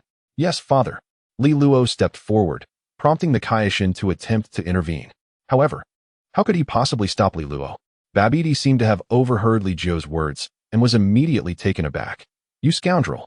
Dubra, that kid's power is comparable to yours. You must obstruct him. Understood, Lord Babbidi. At that moment, Babbidi was still unable to command Majin Buu, making him reluctant to take unnecessary risks. Dubra positioned himself in front of Li Luo, drawing a long blade. Humph, little brat, I will not allow you to pass. Li Luo, beware of his saliva. It can petrify. Li Jiu offered a reminder, to which Li Luo nodded slightly, then turned to Dapula, saying, Should you obstruct my path, you shall meet your demise. Ha ha. What an audacious little fellow. Behold my blade. Dapula abruptly struck, his long knife descending towards Li Luo's head. Li Luo's expression transformed into one of fierce intensity, his flowing black hair emanating a verdant glow. With a sharp clang, Dapula's long knife was halted by a mere finger of Li Luo. In the next moment, fissures began to spread from the tip of his finger. I have heard that your saliva can petrify a person. I shall not grant you the opportunity to demonstrate. Li Luo's demeanor was indifferent. In the next moment, a vibrant green glow enveloped him, transforming his hair and eyes into a resplendent golden green. Chapter 81, The Power of Transmission. Ha ha, then let me show you. Dapula laughed heartily, but before he could finish his sentence, Li Luo abruptly appeared just a foot away from him, his not particularly robust fist crashing forcefully into Dapula's chest and abdomen. I said, there will be no opportunity for you. Thus, there will be no demonstration. Li Luo slowly withdrew his fist, while Dapula, resembling a shrimp, began to retreat slowly, his mouth agape and unable to close. However, Li Luo's assault did not conclude there. He delivered another kick, striking Dapula squarely on the chin and sending him soaring into the sky. You successfully blocked me for 3 seconds. Lilo whispered softly, his 5 fingers outstretched towards Dabura, unleashing a ki blast that effortlessly lifted Dabura away.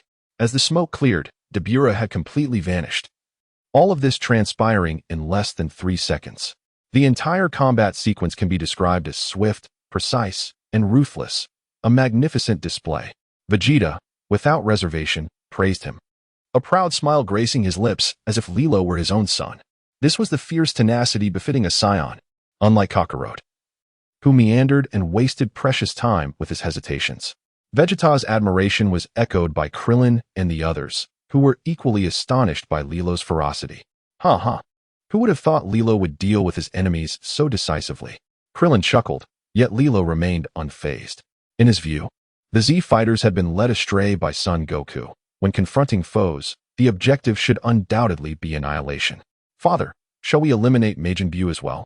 After dispatching Beerus, Lilo raised his hand and unleashed a barrage of energy blasts, obliterating Babbidi's minions. Those subordinates were certainly no innocents. However, this display left both the Supreme Kai and Kibito in utter shock. Just who were Babbidi's minions? Each one was a formidable demon, and they had been so easily vanquished. Yet Lilo intended to eliminate Majin Buu as well? Could it be that a mere child from Earth could bring down the creature that had instilled fear for countless ages? Killing Majin Buu would not be a simple task. One could certainly attempt it. Nevertheless, my intention is to subdue Majin Buu, Li Jiu remarked, and upon hearing this, Li Luo was instantly filled with excitement. Then I shall not hold back. With that, Li Luo stepped purposefully towards Babidi. He recalled the task assigned to him by Li Jiu, which was to eliminate Babidi. Mr. Li Jiu, the demon Majin Buu is certainly not a foe that a mere child like Li Luo can contend with. Moreover, if we were to eliminate Babidi, rest assured, Grand Kaioshin, Li Jiu interjected, at present, Majin Buu is hardly beyond the level of a Super Saiyan in its third transformation. Although Lilo may not be able to defeat him, there is no imminent danger. At this moment, everyone is quietly observing, any one of them. Should they confront the demon Buu, would not necessarily gain the upper hand, yet they would not be swiftly vanquished either. Thus, when Lilo makes his move, there is no concern among the onlookers. They are merely spectators. Why does Li Jiu seek to tame the demon Buu? Is he not a villain of unspeakable wickedness? Krillin expresses some confusion, unable to comprehend Li Jiu's rationale for harboring such a potential threat. Li Jiu furrowed his brow and remarked, after absorbing several Supreme Kai, the malevolence within Majin Buu has, in fact, been eradicated. You can sense it, can't you? At this moment, Majin Buu's aura is devoid of evil. As Goku stated, he is not as malevolent as the former Vegeta. The group nodded in agreement, fully aware of this change, which led them to doubt the Supreme Kai's description. Such power, if exploited by Babidi, would undoubtedly lead to chaos. However, if we were to tame it, we could potentially harness a formidable fighting force. Li Jiu's intentions were thus. But can Majin Buu truly be tamed? In the original narrative, while Majin Buu became benevolent, he remained rather naive, a naivety that could easily transform into malevolence. Furthermore, in the original tale, Majin Buu only adopted goodness after shedding his evil nature.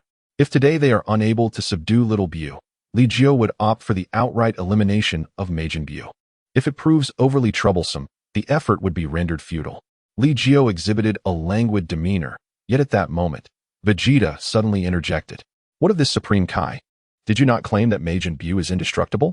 Vegeta inquired, to which Supreme Kai-Shin promptly nodded, stating, Majin Buu possesses an extraordinarily resilient life force. Even when shattered into fragments, he can regenerate. Moreover, Majin Buu wields both black and white magic, and one must exercise caution to avoid falling victim to it. Upon hearing this, the expressions of the gathered individuals grew noticeably somber. They were gauging their ability to vanquish Majin Buu based on the aura he exhibited. After learning of Majin Buu's tenacious vitality, Krillin and the others could only shake their heads in resignation. Even among them, the more formidable Piccolo lacked absolute certainty in completely obliterating Majin Buu. This indeed posed a formidable challenge. Only overwhelming strength could hope to defeat Majin Buu. I surmise that we will still require Goku or Gohan to intervene. Erlang Shin also felt uncertain, while he could suppress Majin Buu for a time with all his might. Utterly vanquishing him was beyond his reach. Humph, you all underestimate the legendary Super Saiyan, Vegeta scoffed, then turned his gaze towards Li Luo. That is the legendary Super Saiyan, an invincible warrior. Though Li Luo is merely 7 years old, Vegeta held sufficient confidence, believing that Li Luo could slay Majin Buu. Then let us first eliminate Babidi. Li Luo raised a finger and unleashed a grass-green ray, targeting Babidi. At that moment, Babidi was still attempting to persuade Majin Buu, who resembled a child, humming to himself. The attack from Lilo arrived in an instant, and the demon Majin Buu undoubtedly sensed it, yet he did not make any move to resist, allowing the beam to pierce Babidi's heart. Babidi, whose size was scarcely larger than a fist, had his entire left chest obliterated, yet he did not succumb immediately. Instead, he struggled to utter, "Majin Buu, save me quickly, or I shall seal you away." Upon hearing this, Majin Buu's gaze turned suddenly cold, but he still extended his hand to lift Babidi, emanating a soft pink glow. In the next moment, Babidi's wounds healed, and Majin Buu displayed an innocent smile, declaring, "All done." Babidi then laughed, exclaiming, "Hooray, Majin Buu is truly formidable. Now, Majin Buu, eliminate all those people, especially that child. Start with him." Chapter 82, Lilo vs. Majin Buu pointing his staff at Lilo. Babidi was aware that the attack, which had nearly claimed his life, was unleashed by Lilo. Majin Buu regarded Babidi, who hovered before him, and his smile vanished once more, his eyes narrowing into slits. Suddenly, he struck, seizing Babidi by the throat. "Imagine," Babidi gasped, struggling to produce any coherent sound. "Now, you cannot chant your spells," Majin Buu said with a satisfied grin, as Babidi's form dissolved into a swirl of pink energy. Li Luo quietly observed the scene before him. Babidi was dead. Although he had not been the one to slay him, it mattered little now. Oh, how exhilarating. Majin Buu paid no heed to Li Luo or the Kaioshin, instead frolicking joyfully, even stumbling over a stone and rolling a few times. This hardly resembled a creature of destruction. Gohan scratched his head, regarding Majin Buu's demeanor, while Li Luo, equally bemused, watched the whimsical being. This Majin Buu was devoid of any malevolent aura and showed no inclination for chaos. How could one engage him? After a long moment, Majin Buu suddenly halted, slowly turning to face Li Luo, exclaiming, "I'm hungry." "Hungry? I have nothing to offer you." Li Luo's eyes narrowed slightly, as Majin Buu looked at him. An instinctive sense of danger coursed through Li Luo. What should he transform into? Chocolate, perhaps. After pondering for a brief moment, Majin Buu revealed a childlike grin, his antennae gently swaying. "Let us turn into chocolate." A beam of pink light shot forth from his antennae, causing Li Luo to shudder in trepidation. He swiftly activated his protective shield. The grass-green barrier absorbed Majin Buu's magic, and beads of cold sweat formed upon Li Luo's brow. How infuriating! That spell was perilously dangerous. Although it had been thwarted, his instinctive reactions were never wrong. Had he not possessed the protective barrier, he might well have been transformed into chocolate. "Why didn't you turn into chocolate?" Majin Buu asked, puzzled as he regarded Li Luo. Meanwhile, Li Luo felt a surge of irritation. Did he wish to devour him as chocolate? Li Luo's aura began to intensify, and he now had ample reason to eradicate the demon Majin Buu. Transform once more. Majin Buu cast his magic again, but this time, Li Luo effortlessly dispersed it with his energy. What sorcery is this? A mere measure of caution is all that is required. A faint smile graced Li Luo's lips as he stepped through the void, advancing toward Majin Buu with deliberate strides. "Allow me to witness the true extent of your power." The aura of Lilo was continuously escalating, yet he had yet to unleash his true power. "Do you wish to engage in combat with me?" the Majin Buu retorted. But Lilo, disinterested in responding, advanced and delivered a punch squarely to Majin Buu's face. Upon impact, Buu's round visage indented profoundly, his head seemingly on the verge of being propelled away, while his body remained anchored in place, his neck stretching disproportionately. Were it anyone else who had suffered such a blow, they would have undoubtedly met their demise. However, Majin Buu was no ordinary being. Nonchalantly, he reshaped his face and restored his neck to its original form, staring blankly at Lilo. "Now it is my turn," Majin Buu declared, swiftly launching a punch aimed at Lilo's face. Yet, Lilo was not one to permit such an assault unchallenged. He raised his arm to block the forceful strike and immediately retaliated with a powerful kick to Buu's ample abdomen. This kick resulted in a significant breach in Majin Buu's midsection. Li Luo withdrew, observing the formidable Majin Buu before him. He had come to realize that Majin Buu possessed a regenerative ability surpassing that of the Namekians. Curiosity piqued, he sought to discern the limits of this extraordinary recovery. While Li Luo exhibited remarkable prowess, Majin Buu appeared significantly diminished in comparison. Krillin, perplexed, noted that despite Majin Buu's immense power, he seemed inept at utilizing it effectively.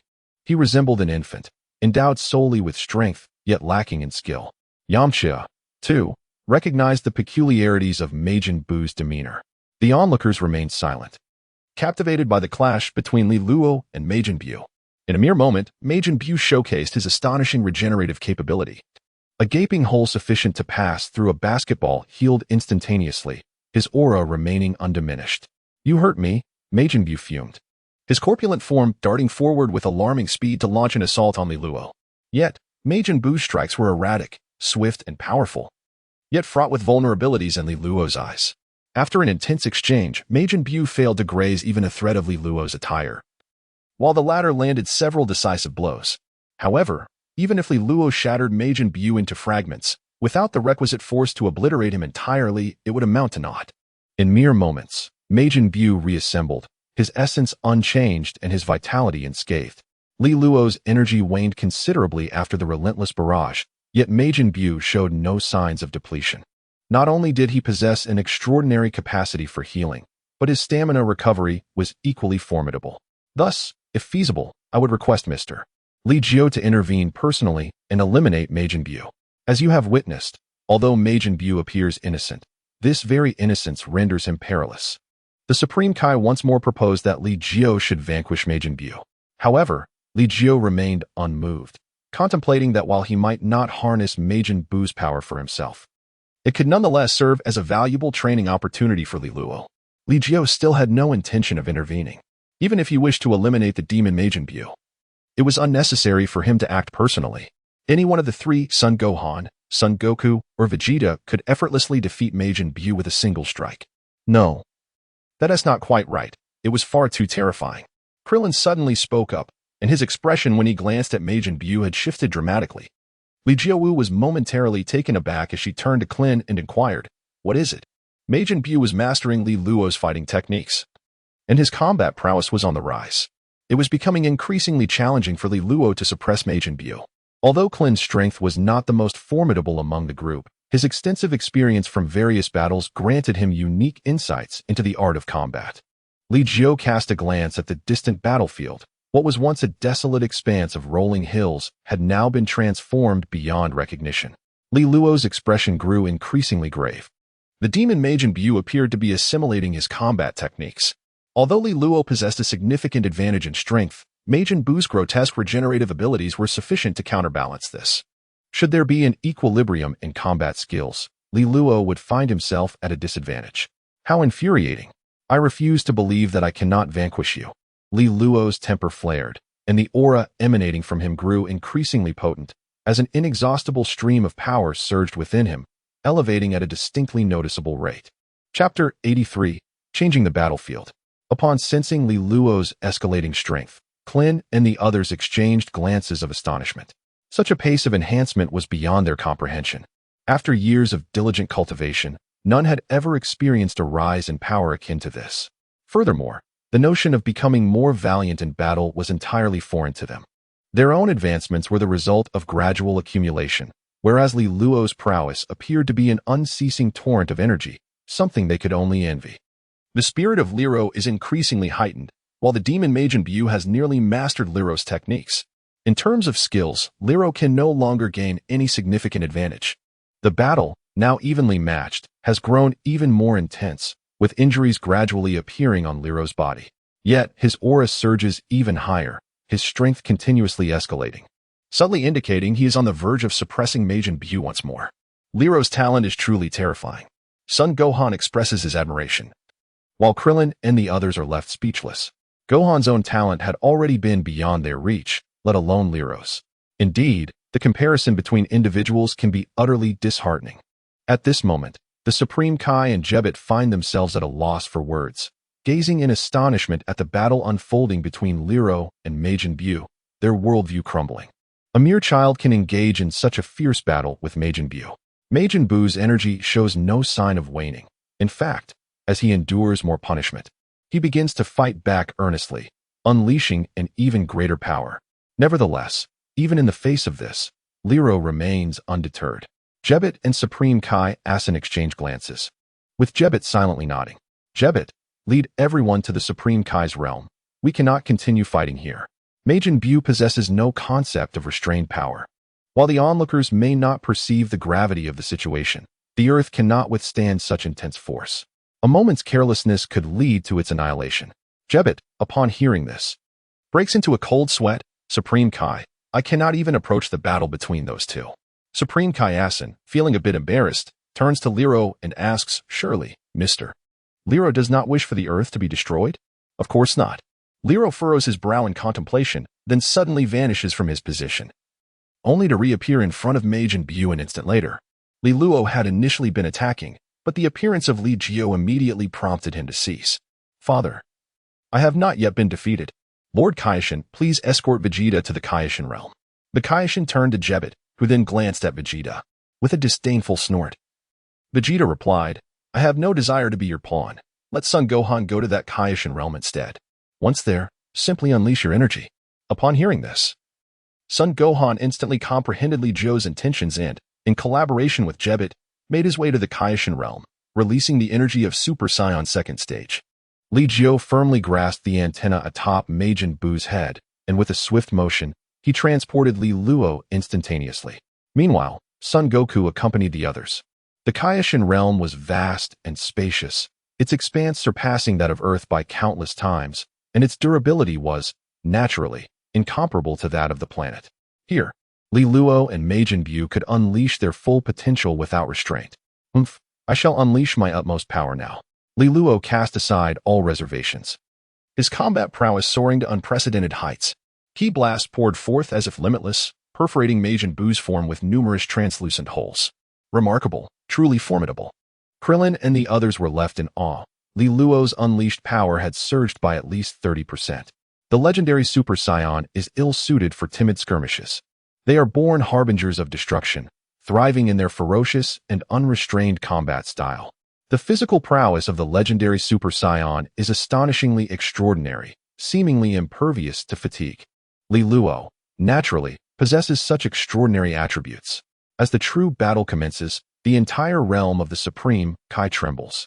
Majin Buu gradually finds himself at a disadvantage, while Li Luo grows increasingly formidable with each passing moment. Little Goten and Trunks watch the fierce clash with palpable excitement, harboring an urge to leap into the fray and challenge Majin Buu themselves. However, their strength is evidently insufficient, rendering them incapable of participating in such a fierce encounter. Should Goten and Trunks wish to engage, they must proceed with caution. Sun Wukong perceives the intentions of the two young ones. Goten then inquires, is it really possible?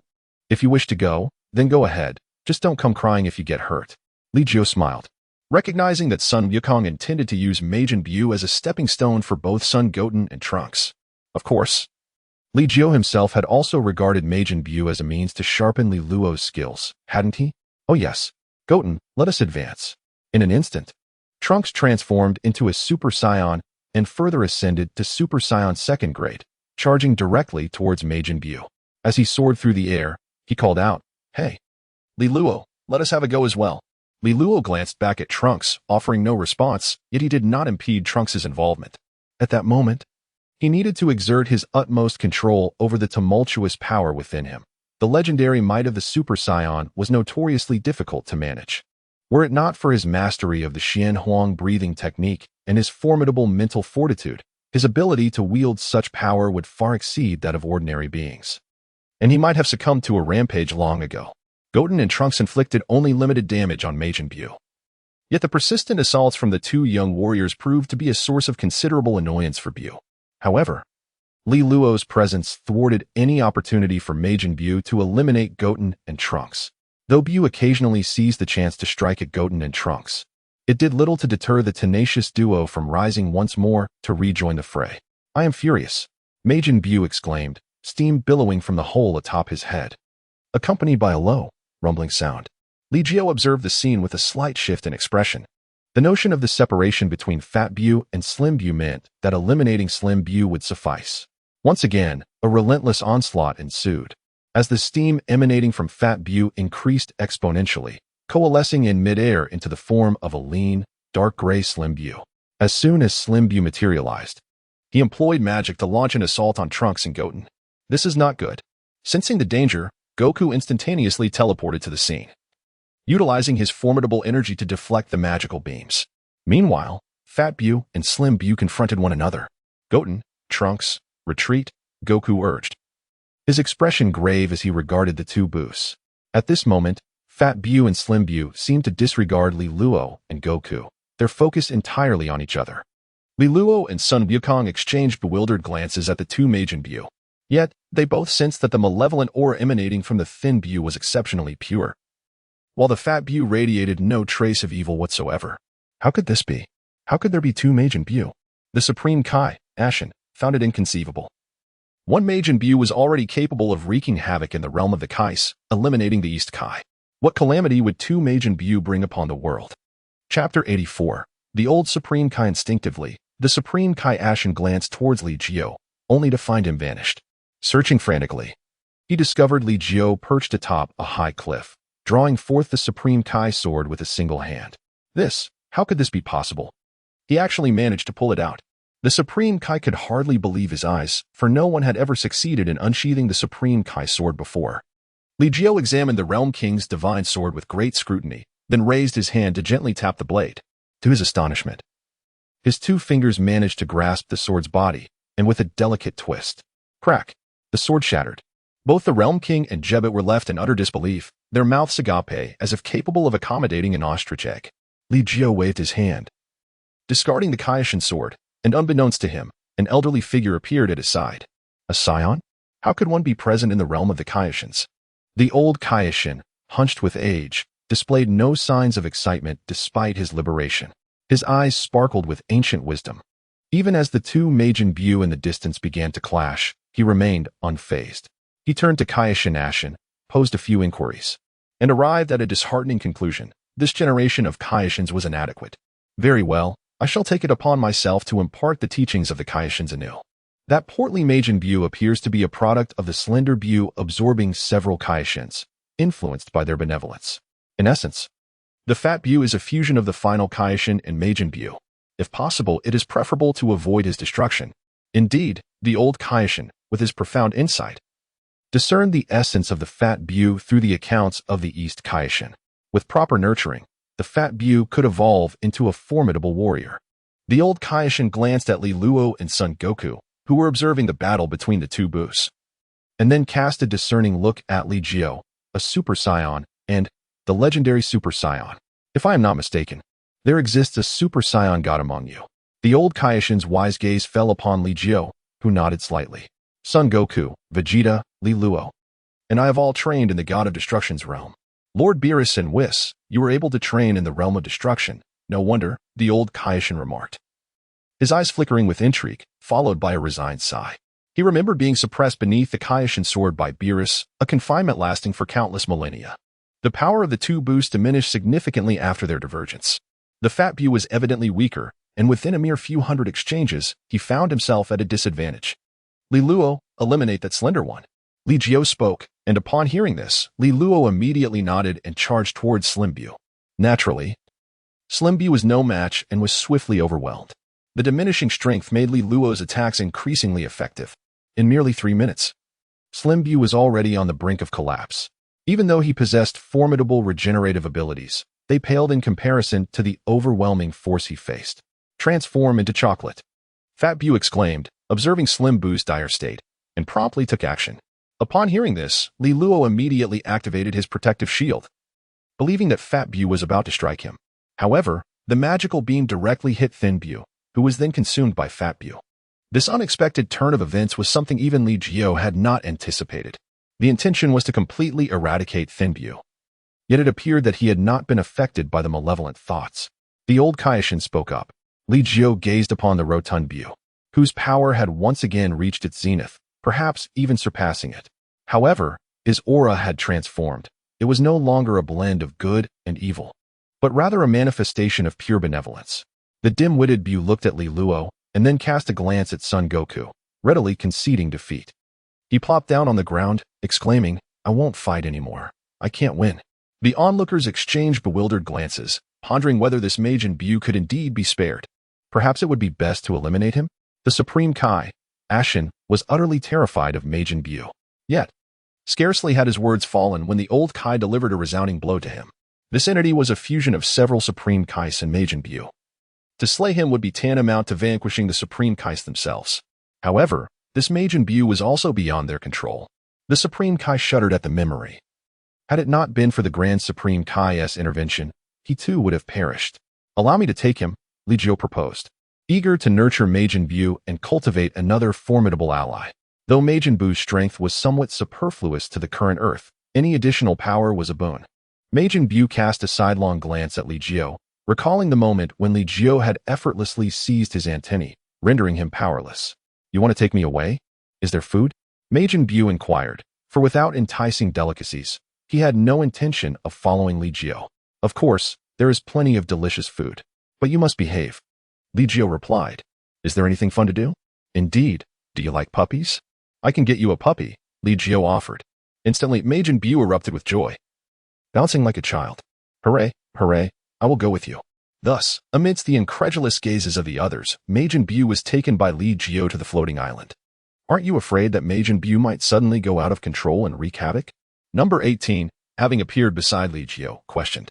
In the distance, Majin Buu was joyfully playing with a small white puppy, even crafting a miniature house resembling a dog out of clay.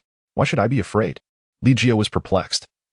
Although the formidable Majin Buu possessed immense power, it was the myriad of magical abilities that truly captivated him. Moreover, Li Jiu wielded absolute strength, rendering any notion of Majin Buu surpassing him utterly implausible. What if you were to depart? There remained many ordinary souls upon floating island. 18 gazed at Li Jiu with a lingering discontent, seemingly displeased with the sudden absence of both him and Natasha over the past few years. Then devote yourself to your training, striving to subdue Majin Buu. Despite his outwardly obedient demeanor, coaxing him into rigorous training is far from a simple task. Surely, you do not lack such confidence? Li Jiu retorted. Number 18 cast a sidelong glance at Li Jiu, lightly tousling her golden short hair, exuding an air of enchanting allure. Do not presume to regard me as a mere gardener. With that, number 18 soared away, seemingly disinterested in lingering with Li Jiu. Li Jiu shrugged and turned to the training ground. There, Klin and Li Luo were engaged in an intense battle, while Jiaozi skillfully countered Trunks' frenzied onslaught with remarkable ease. Sun Goten found himself in a rather unfortunate predicament, being overwhelmingly dominated by Yamcha. Meanwhile, Tranjin Fan faced off in a fierce competition against Piccolo. With the collective combat prowess of the group averaging over 3, the scale of such a chaotic melee rendered the entire floating island unstable. Li Jiu experienced a mild headache. Yet at that moment he received a message from the old Kaishin. Li Jiu, if necessary, you may allow them to train in the Kaishin realm. The 7th universe requires formidable warriors to confront unforeseen calamities. The old Kaishin, with his far-reaching vision, provided Li Jiu with an opportunity that he could not ignore. Thus, he requested, please, esteemed elder, open a gateway from Earth to the Kaishin realm. Neither Sun Wukong nor Li Jiu could serve as transportation, nor would someone as proud as Jebet. Chapter 85, Evil Thought Wave. Upon hearing this, the old Kaishin immediately took action, conjuring a portal that appeared on Earth. This gateway led directly to the Kaishin realm, but passage through it required the power of a Super Saiyan in its second stage. For an extended period, the Kaishin realm remained restless. However, the mysterious abilities of the Kaishin allowed him to create a separate dimension for rest, and the realm possessed a remarkable self-restorative capacity. Despite being battered repeatedly, it would soon recuperate. On North Kai's planet, a celestial body no larger than a fist, the antenna atop North Kai trembled violently. Through his sight, the soul filter of hell erupted in a thunderous explosion, giving birth to a monster born of pure malevolence, Evil Thought Wave. This colossal entity pierced through hell with a single punch, plunging into an unknown dimension. It resembled a child, frolicking joyfully in a world of vibrant colors. The sudden incident in hell could not escape the notice of the Kaishin. Yet such a formidable creature could not be vanquished merely by the elite warriors trained by the various Kais.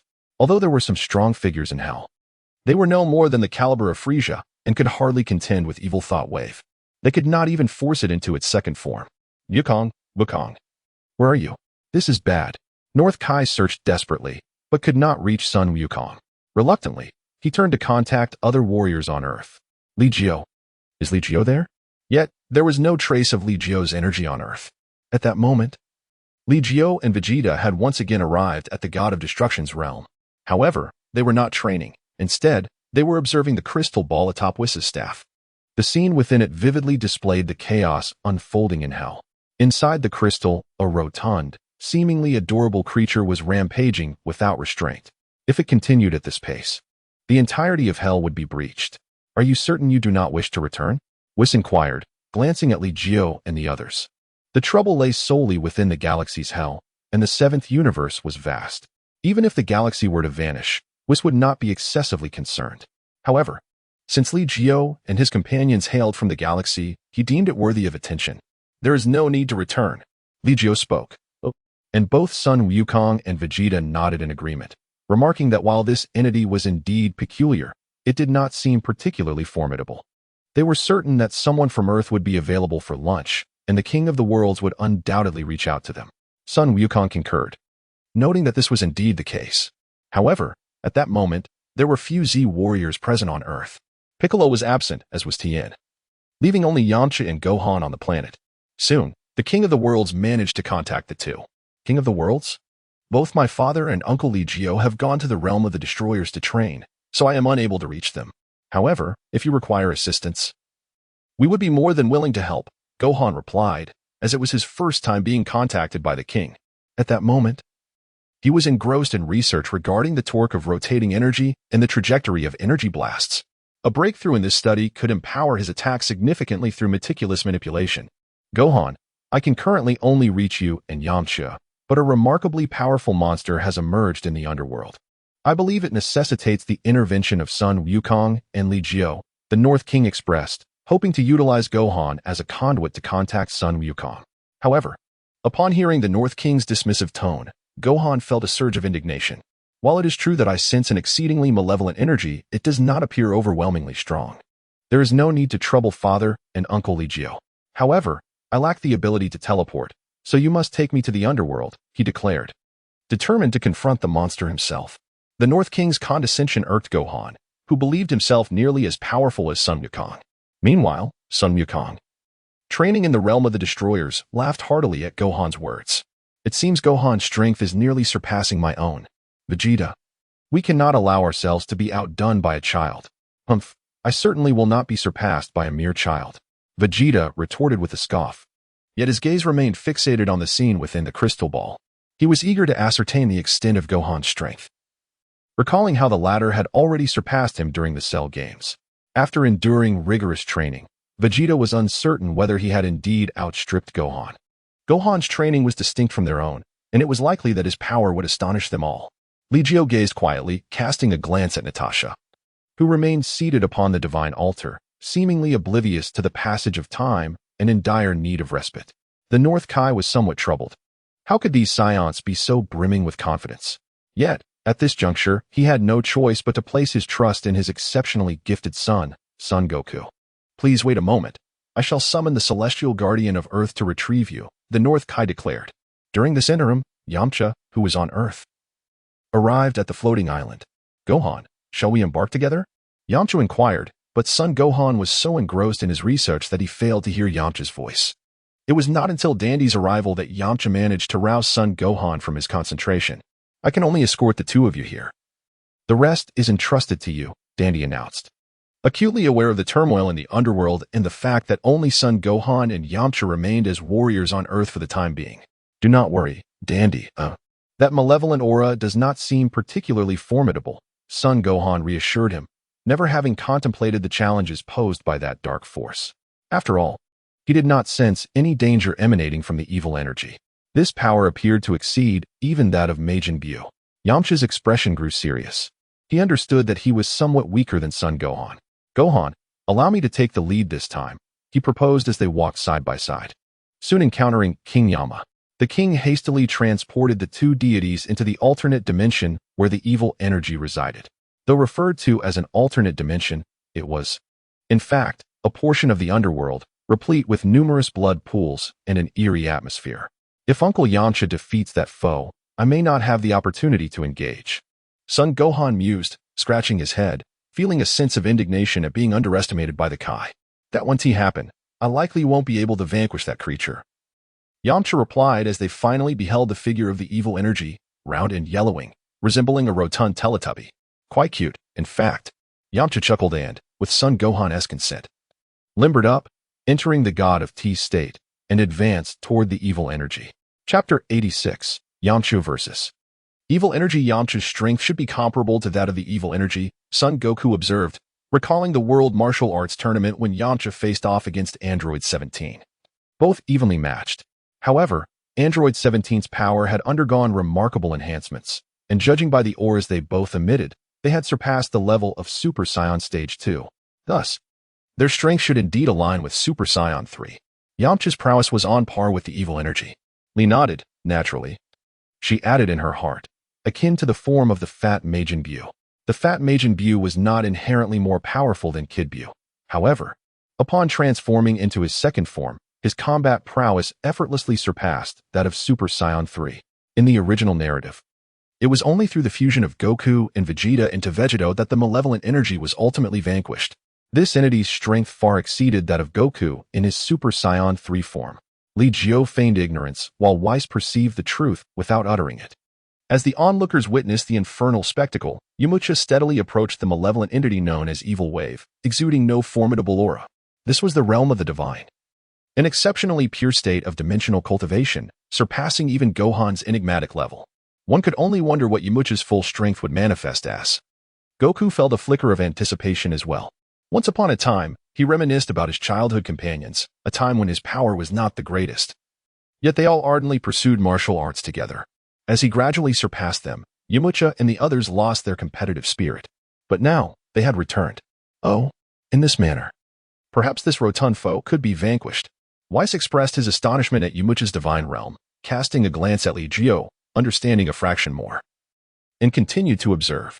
Evil Wave resembled a large doll, and upon seeing Yamcha approach, it seemed to view him as a mere toy, wobbling towards him eagerly. Yamcha's expression turned steely as he leapt high the moment Evil Wave lunged, delivering a kick aimed at its face. However, whether intentional or not, as Evil Wave was sent sprawling by Yamcha's strike, one of its stubby legs inadvertently struck Yamcha in return.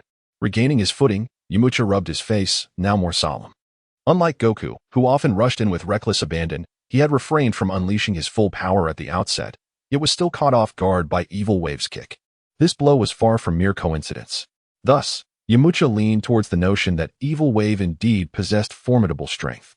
Evil Wave rolled away, resuming its position on the ground, clapping its hands in delight. Observing Yamcha, it suddenly swung a fist downwards towards his head. Yamcha, perplexed, quickly understood the situation. Evil Wave's punch pierced through space itself, descending upon him. Yamcha deftly evaded while retaliating against Evil Wave. It seemed that at any moment, a fist could descend from the heavens. Yet Yamcha's acute sense of danger allowed him to dodge repeatedly, swiftly reaching Evil Wave's forefront. "Allow me to demonstrate my Wolf Fang Fist," Yamcha proclaimed, pursing his lips as an onslaught of punches fell like a torrential storm. At this moment, Yamcha was no longer the same. His Wolf Fang Fist had evolved beyond its former self. Each heavy blow he delivered was imbued with his full might, and within a remarkably brief span, he unleashed 9 devastating strikes. These 9 punches left indented marks upon Evil Wave's ample belly, appearing to be executed in an instant, causing the colossal form of Evil Wave to be hurled away with a resounding crash as it landed heavily on the ground. Evil Wave. The voice of the malevolent wave was somewhat ethereal, and Yamcha's Wolf Fang Fist inflicted considerable damage upon him. The malevolent wave's massive fist descended once more. Even more densely than before, the fists began to attack from both sides, encircling Yamcha with colossal imprints, making it arduous for him to fend off the onslaught from all directions. Suddenly, the voice of the malevolent wave soared in pitch, unleashing a powerful energy beam. Observing this, Yamcha's expression sharpened, and he erupted with a formidable aura. A radiant white flame rising as he pushed his hands forward in a prayer-like gesture, the searing white energy surged forth like a long rainbow, instantaneously engulfing the malevolent wave's assault. Yamcha slowly levitated in mid-air, relying on his acute perception to sense the malevolent wave hidden within the swirling dust. The aura had weakened. Yamcha's expression relaxed slightly, but just then, Gohan shouted urgently, "Yamcha, be careful." Upon hearing Gohan's warning, Yamcha immediately heightened his power, fully unleashing his divine perception, and finally detected a slender thread of energy, sharp as a hair. He could only muster all his strength to evade, yet still, it struck him, leaving a wound over a foot long on his chest. The gash was deep enough to reveal bone, nearly cleaving Yamcha in two. Cold sweat poured down Yamcha's face as he pressed the wound together forcefully, his internal energy rapidly depleting. Divine energy surged forth to staunch the blood flow from the injury. Uncle Yamcha. Gohan rushed over, instantly transforming into Super Saiyan Gohan, his eyes sharp as he unleashed a Kamehameha, obliterating the incoming strands of energy. Damn it, I was careless. Yamcha was drenched in sweat. The sharpness of that thread was terrifying, reminiscent of facing the sword energy of Li Jiu. Thanks to Gohan's warning, otherwise, I would have perished here today. Yamcha gasped for breath, having narrowly escaped death, his body slick with cold sweat. Uncle Yamcha, you should rest for a bit. There are sins of beans on the floating island. Once I defeat this guy, we can return. Gohan glanced at Yamcha's serious injury.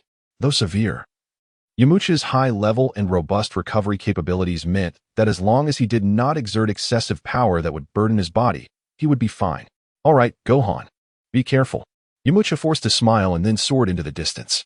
Gohan gazed at the ruins ahead as the dust settled, revealing the second form of the malevolent wave before him. Wielding a blood-red sword, the figure stood tall and imposing, strikingly similar to the fourth form of Kawaira. The second form of the malevolent wave was no longer childlike. His moves were now methodical, and his strength had significantly increased. How exciting! Gohan focused intently, his eyes shining brightly like the full moon as he clenched his fist in readiness. Clang! With a wave of malevolent energy, the sword of the evil thought wave descended. Yet Son Gohan resolutely condensed his energy into his fist, clashing directly with the blade. The sound of metal clashing resonated, and Gohan's fist remained unscathed. Indeed formidable, yet still insufficient. Gohan swiftly discerned the true nature of the evil thought wave.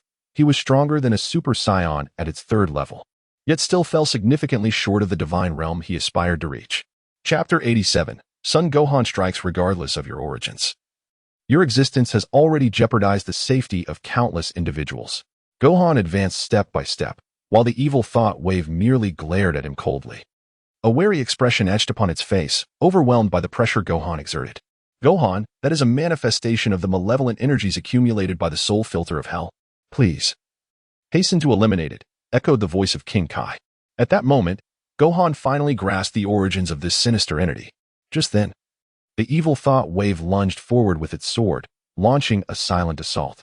Gohan furrowed his brow, extending a finger to block the sword with a resounding clang. The razor-sharp blade could not even graze Gohan's skin. Upon revealing the true strength of the evil thought wave, Gohan immediately prepared for his final strike. His speed reached its zenith, and his divine aura was ethereal, imperceptible to those who had yet to comprehend the realm of the divine. The evil thought wave was evidently oblivious to this higher state of being. After several exchanges, the evil thought wave's energy plummeted to its nadir. It sought to flee, but Gohan would not grant it such an opportunity. Such a wicked being, if allowed to escape, would undoubtedly wreak havoc. At this point, Gohan was no longer the character from the original story. He understood the true prowess of the Earth's warriors. Even the weakest among them, like Chazu, would be nearly unmatched across the cosmos, let alone a formidable entity like the evil thought wave. It is over. With the explosive force of the Kamehameha obliterating all in its path, the evil thought wave's essence vanished from existence. King Enma summoned Gohan and Yamcha back. Grasping their hands in gratitude, I cannot thank you enough. Were it not for your intervention, the entire hell of the Milky Way would have collapsed. King Enma, still shaken, recalled that the evil thought wave was a demon born from malevolent energies accumulated over countless years, powerful enough to easily annihilate a star system. No need for thanks. This is our duty, Gohan replied, scratching his head. He then glanced at Yamcha's injuries and added, Uncle Yamcha is hurt. We must return quickly. Farewell. No. Never to meet again, Lord Enma. Gohan and Yamcha departed from hell, where the Supreme Kai Denda waited outside. Allow me to assist in treating Mr. Yamcha. Dandy stepped forward, and Sun Wukong's eyes instantly sparkled with delight. Ah, I had forgotten that Dandy possesses the ability to heal. This way, there is no need to ask Mother for the sins of beans, although there are many sins of beans on the floating island. Li Jiu maintains a rather strict control over their usage. While one may utilize sins of beans for healing purposes, it is absolutely forbidden to exploit them for excessive training. Li Jiu's actions undoubtedly stem from his own rationale. Thus, while Yamcha and the others could request the celestial beans, they would refrain from utilizing them unless in exceptional circumstances. Dandy's healing technique rivals the restorative effects of the celestial beans, and in an instant, Yamcha's injuries were fully mended. How remarkable!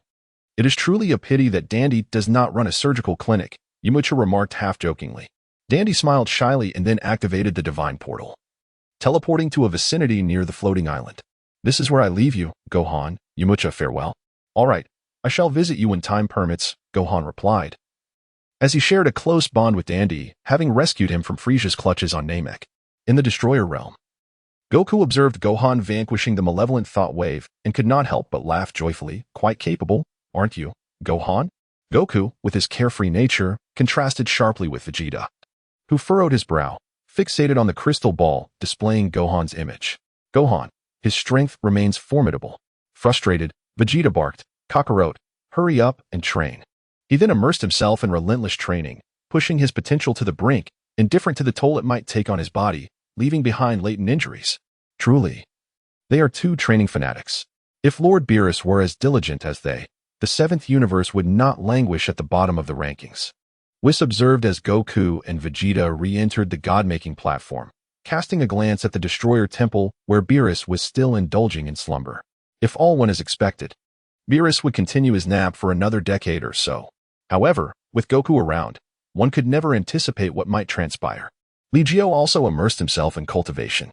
This time, Li Luo did not accompany him to disrupt the divine realm. They practiced in the realm of the King of Worlds, surrounded by numerous adversaries, and thus, his progress was remarkably swift. From time to time, Li Jiu would observe the situation on Li Luo's side through Weiss. That little fellow occasionally exhibited a foolish streak, even contemplating taking on multiple opponents at once. The outcome was predictably unfortunate.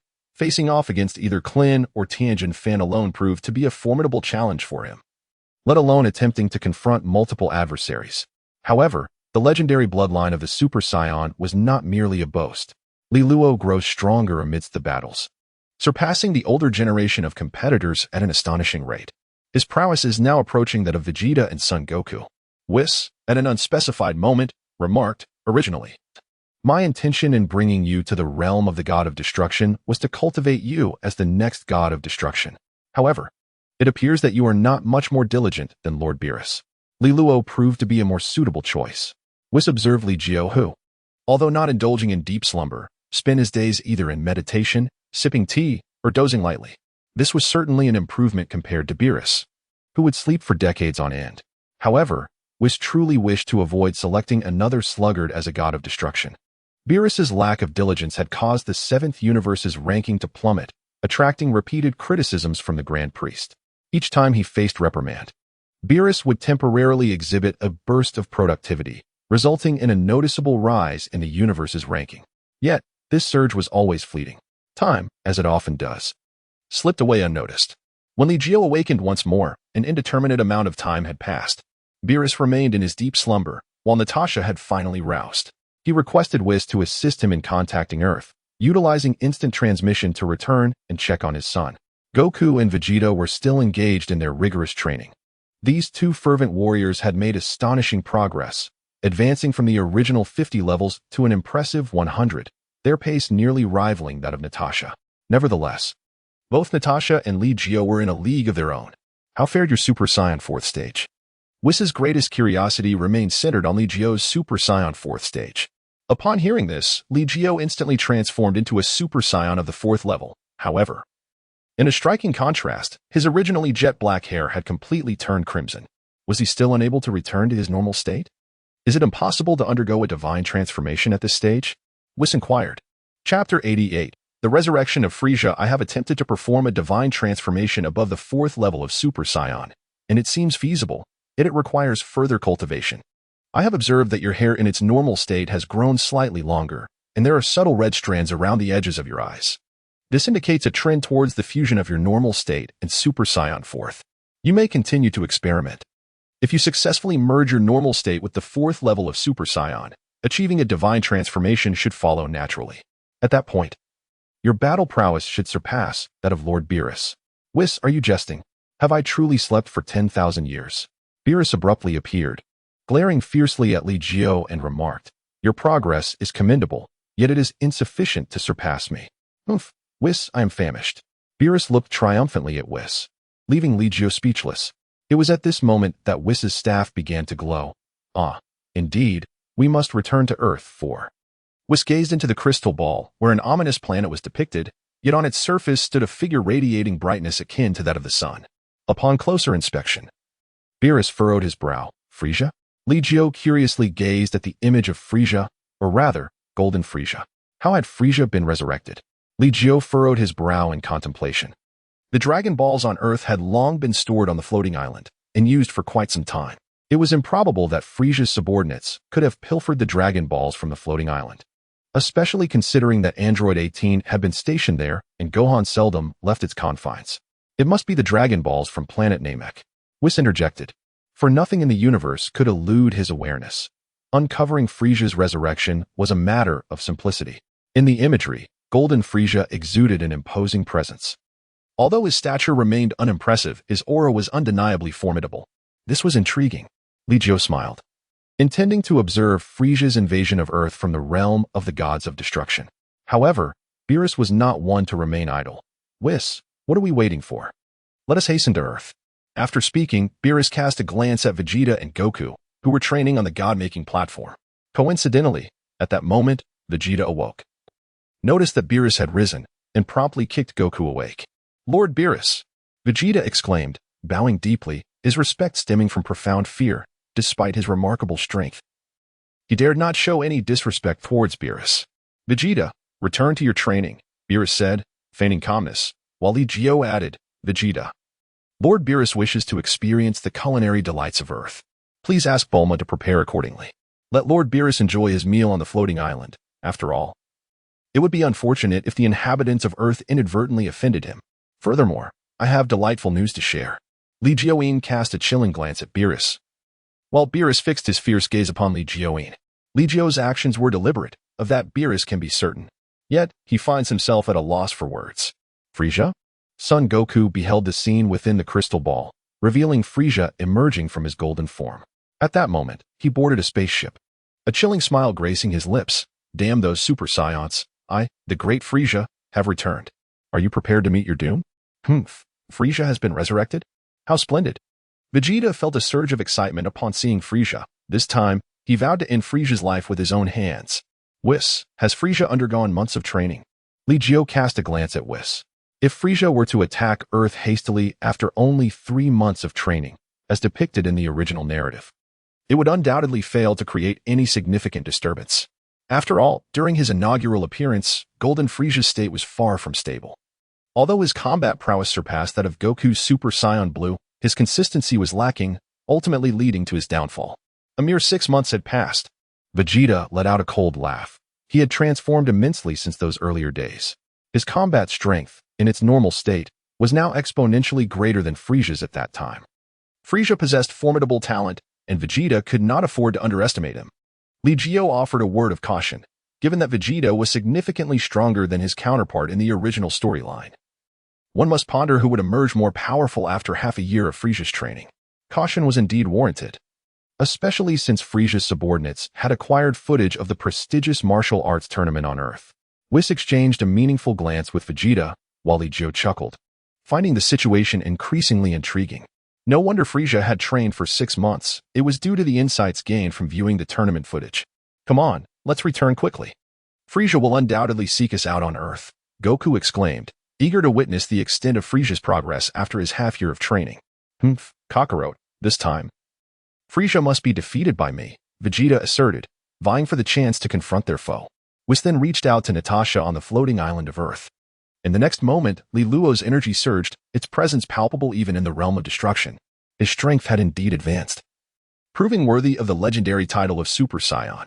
At this level, he was no weaker than a Super Saiyan god.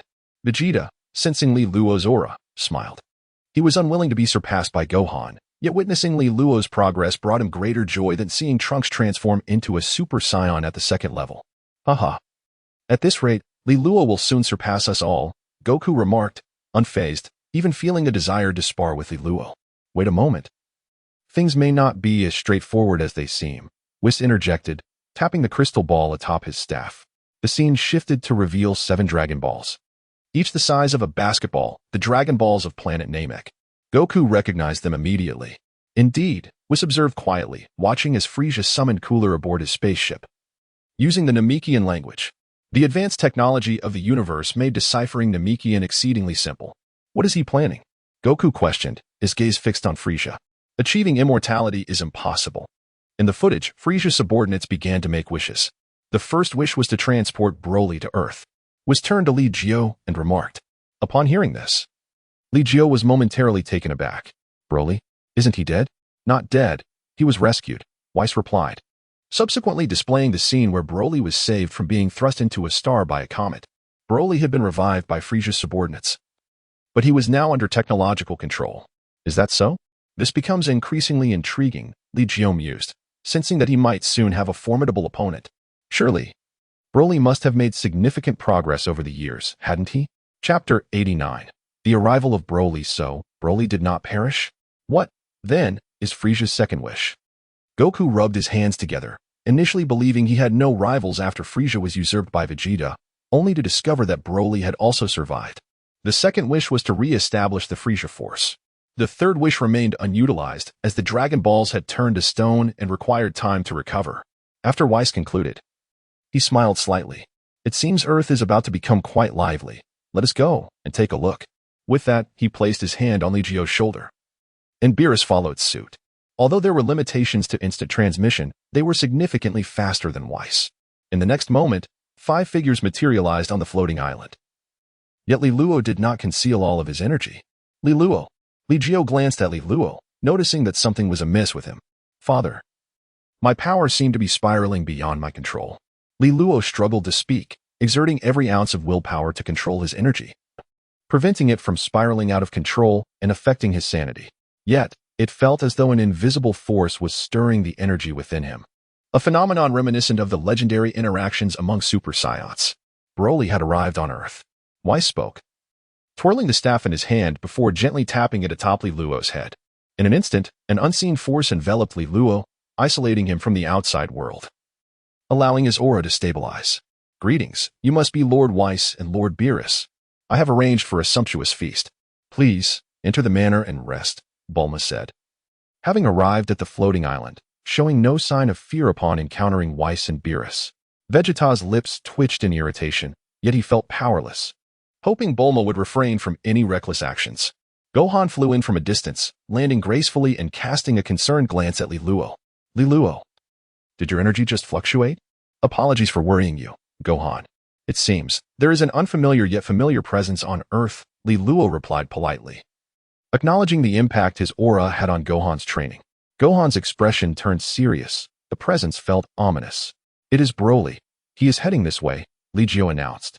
And in the next moment, a figure soared in from the edge of the floating island. Li Jiu, Kakarot, what an honor it is to be remembered by you, Broly declared, a hint of disdain evident as his grudge from Goku's childhood tears lingered. Now, Li Jiu had unwittingly become a target of Broly's wrath. Broly. Gohan's expression froze.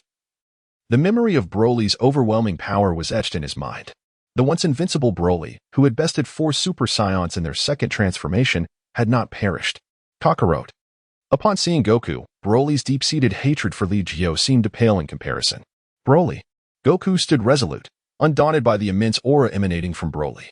Not only Goku, but Vegeta too felt a surge of anticipation. Once paralyzed by the aura of the legendary Super Saiyan, he had now transcended to a divine state. No longer intimidated by the legendary power. Vegeta, you have chosen Frieza as your opponent. Leave Broly to me, Goku said, glancing at Vegeta, who was anxious for Frieza's arrival on Earth, concerned that Vegeta might interfere in his battle. Vegeta snorted dismissively, I hope you don't find yourself defeated. Otherwise, I shall not hold back. That will not happen. Sun Wukong brimmed with confidence in his current prowess, believing that even Broly, despite his remarkable advancements in recent years, could not possibly rival him.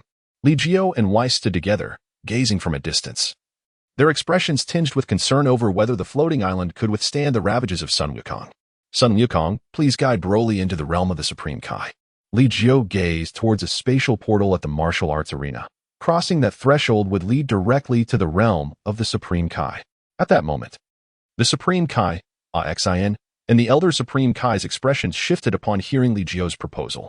Broly was undoubtedly far more formidable than Tien and his companions. The very essence of their battle carried an ominous sense of potential destruction for the Supreme Kai realm, let alone the overwhelming power of Broly and Son Goku, which could truly obliterate the realm. All right, I understand, Son Goku replied, nodding in acknowledgement. he too harbored no desire to wreak havoc on Earth. Although the dragon could restore it, he felt constrained in his ability to unleash his full power. Broly, you wish to battle me, do you not? Come, follow me. With that, Goku soared towards the spatial portal, while Whis observed with curiosity, nodding with interest. The Supreme Kai had indeed visited Earth. What? The Supreme Kai? Why is he wandering about aimlessly? Beerus erupted in frustration. The Supreme Kai's meager combat abilities were ill-suited for such recklessness. What if he were to be accidentally defeated?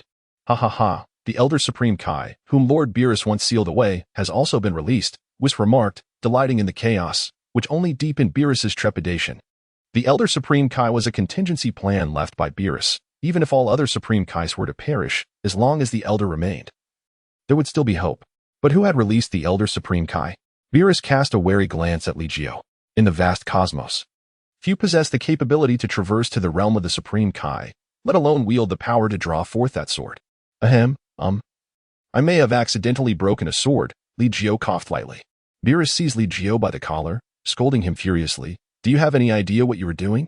You could bring about my ruin. Wiping the spittle from his face, Li Jiu responded. Does Lord Beerus consider this action to be within the bounds of propriety? Do I care whether it is proper or not? Beerus released Li Jiu, and though enraged, he refrained from uttering threats of destruction towards him.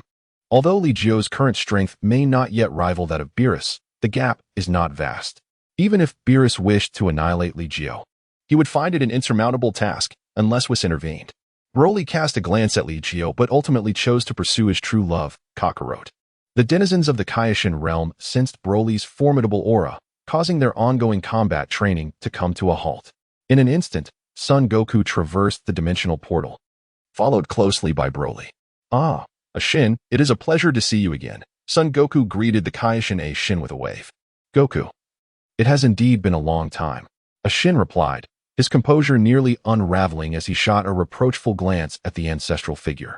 If it were not for the ancestors' decision to invite Earthlings for training, the Kaioshin realm would be far more serene. Chapter 90, Son Goku vs. Broly, however. The old Kaioshin had long since slipped away. What are you dawdling for? If you wish to perish, remain here. The old Kaioshin was acutely aware of the grave consequences that would ensue upon his and Ashin's demise. Should Beerus fall, Whis would remain in slumber. It would not be until the ascension of the next Kaioshin and God of Destruction that Whis would awaken once more. Lord Beerus, shall we venture to witness this ourselves? Li Jiu expressed his curiosity regarding the extent of Broly's growth and whether Son Goku would indeed prove a worthy adversary. Moreover, it was evident that Beerus would be keen to observe the event, for if the Kaioshin realm were to be destroyed, his own safety would no longer be assured. Li Jiu executed a swift teleportation, materializing directly in the realm of the King of Worlds. Accompanying him, of course, were the multitude from the floating islands. Notably, Vegeta was absent as he remained on Earth to await Frieza, intending to bring him to the King of Worlds' domain. It was indeed Li Jiu. Upon spotting him, Tien and the others swiftly converged towards him. Li Jiu promptly introduced Whis and Beerus to everyone, succinctly stating, "These are the mightiest beings in our universe." The title of God of Destruction was well known among the crowd, having been heard from the old Kai. Thus they refrained from any deliberate offense. At this moment, Beerus's gaze fell upon the old Kai and the Supreme Kai, Ascension, who quickly approached to pay their respects. Although the Supreme Kai and the God of Destruction are regarded as equals in their divine hierarchy, Beerus possessed the power to eliminate either of them at will, provided that at least one Supreme Kai remained alive. Humph. You, instead of staying in the Supreme Kai realm, why are you wandering aimlessly? Beerus was irked by Ascension, who had foolishly provoked a being like Majin Buu. Such a formidable entity, capable of overwhelming Super Saiyans, was certainly not one to be trifled with by a Supreme Kai. My Lord Beerus, please forgive this young one. During his apprenticeship, he had not yet acquired much knowledge, and several old Kais fell victim to Majin Buu. Hence, there are many misunderstandings, but I have begun his training. Humph. Do not wander out without reason in the future.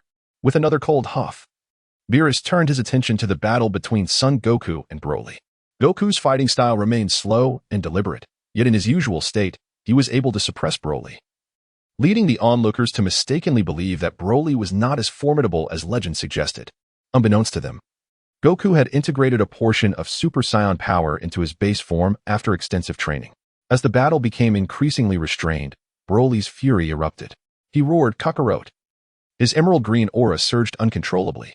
Although Broly had not trained in recent years, his latent power had been steadily accumulating. Now, with his anger unleashed, the speed of his power escalation astounded those present. Goodness, how terrifying. Initially at the third stage of Super Saiyan, Broly's explosive power nearly doubled in an instant. And this surge continued unabated. Was this truly the legendary Super Saiyan that Li Jiu and the others had once faced? Krillin, beads of sweat forming on his bald head, found it hard to fathom how Li Jiu and his companions had managed to defeat such an adversary. Incredible! Truly worthy of the legendary Super Saiyan. With Li Luo by his side, Goku's understanding of the legendary Super Saiyan had far surpassed his previous knowledge. Witnessing Broly's eruption, Goku decided to reveal his full potential. Transforming into Super Saiyan God, a divine aura enveloped him, and his energy became entirely contained. With red hair and crimson eyes, Goku's physique appeared leaner. Yet his power had multiplied significantly. His aura deepened, and he chuckled. To keep pace with their progress is no easy feat. Yamcha gazed at Sun Wukong, sensing his divine aura and perceiving the profound depths of his power. Indeed, we must exert ourselves further, Tianjinhan nodded emphatically. At that moment, their strength had already transcended the third level of Super Saiyan, yet they were still distanced from the divine Super Saiyan form. Moreover, when compared to the even more formidable Super Saiyan Blue, the gap was significant. The emergence of the divine Super Saiyan sent tremors throughout the entire King Kai realm. Given the realm's unique characteristics, Sun Wukong felt no reservations, unleashing his full might without restraint. The destructive potential of the divine Super Saiyan was indeed terrifying. As evidenced in the original narrative, during the clash with the god of destruction, Beerus, the mere energy released from their collision swept across multiple star regions. Had it not been for Sun Wukong later neutralizing all of Beerus's attacks with his power, that battle could have led not only to Earth's potential annihilation, but perhaps the collapse of the entire solar system and its neighboring galaxies. The intensity of the battle escalated instantaneously. The King Kai realm was engulfed in chaos, the heavens crumbling, and the winds howling fiercely. Kakarot. Broly once again found himself in a state of suppression, yet Sun Wukong's assaults failed to inflict any significant harm on him. Let us try Super Saiyan Blue. Sun Wukong's eyes narrowed, and in an instant, the azure flames enveloped him, transforming his very essence. The Super Saiyan Blue form, rooted in divine transformation, retained the characteristics of the Super Saiyan transformation, boasting greater power albeit with limited endurance. This time, Sun Wukong finally succeeded in inflicting pain upon Broly. However, the agony ignited a tremendous surge of power within Broly. A golden-green energy erupted skyward, and Broly's pupils turned pure white, devoid of irises. Witnessing Broly's transformation, Sun Wukong was taken aback. Kakarot. Broly forcefully descended, grabbing Sun Wukong's face and brutally pressing him into the ground, carving a trench 1,000 meters long. The legendary Super Saiyan was indeed capable of overpowering the divine Super Saiyan. Piccolo was incredulous, having witnessed the overwhelming power of Super Saiyan Blue, which far surpassed the third stage of Super Saiyan. Truly, the legendary Super Saiyan possesses immense potential, he mused. Yet, it was a pity that Broly could not harness this power, as he had succumbed to its overwhelming influence. Whis and Beerus were equally astonished by the might of the legendary Super Saiyan. Sun Wukong was no longer a match for Broly. It seemed that this battle would require the intervention of Li Jiu. Whis cast a glance at Li Jiu, realizing that Broly's growth was not infinite at this moment. The rate of Broly's power increase had gradually begun to wane. Just as well, I felt a stirring within me. Sun Wukong's defeat was, in fact, anticipated by Li Jiu. Chapter 91. Li Jiu vs. Broly. Sun Wukong's energy dwindled, having been thoroughly overwhelmed by Broly, rendering him unable to rise again. Reluctantly, he entrusted his opponent to Li Jiu for resolution. Can he still escape? Li Jiu cast a glance at Sun Wukong, who was struggling to rise. It seems that I still require Li Jiu's assistance. Broly is far too formidable, exceeding my expectations. Although Sun Wukong felt a twinge of reluctance, he acknowledged that Broly's rate of growth had not surpassed his anticipations.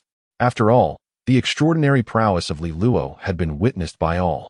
And as a legendary Super Saiyan, Broly's survival 7 years prior and his emergence today with such strength was not entirely inconceivable.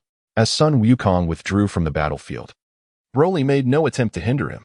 Despite Broly's intense disdain for Sun Wukong, his animosity towards Li Jiu was equally fervent. Having already triumphed over Sun Wukong, all that remained was to vanquish Li Jiu. after which he could unleash his wrath upon both of them at will. Li Jiu, Broly roared, recognizing him and unleashing a surge of potent energy.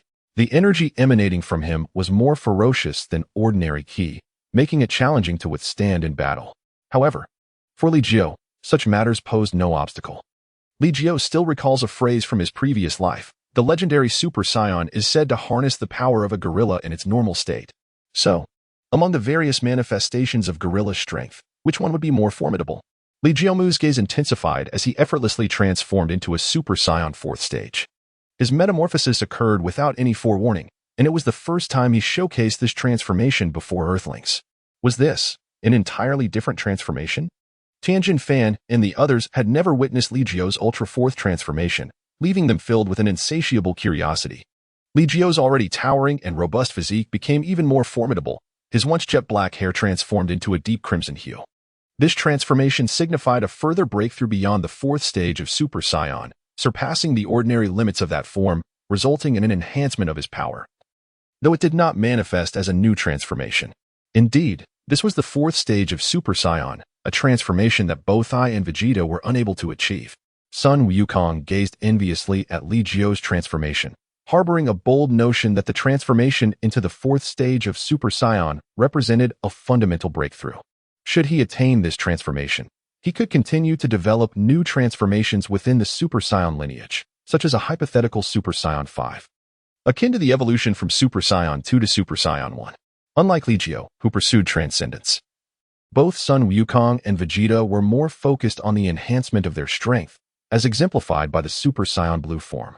Although Li Jiu could also assume the form of Super Saiyan Blue, he favored the transformation of Super Saiyan God, as the blue form ultimately lacked perfection.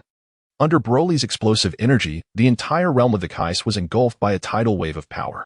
Even the formidable Z warriors found themselves overwhelmed, compelled to maintain their distance and observe the clash between Broly and Li Jiu from afar. If Li Jiu so desired, he could effortlessly transform again beyond the 4th stage of Super Saiyan, yet such a transformation was not his aspiration. Perhaps he might consider it in the future, but certainly not at this moment. Currently, Li Jiu was still pursuing the fusion of divine power with the 4th stage. Moreover, the strength of the 4th stage of Super Saiyan was beginning to stabilize, further dissuading Li Jiu from hastily experimenting with the transformation into Super Saiyan 5.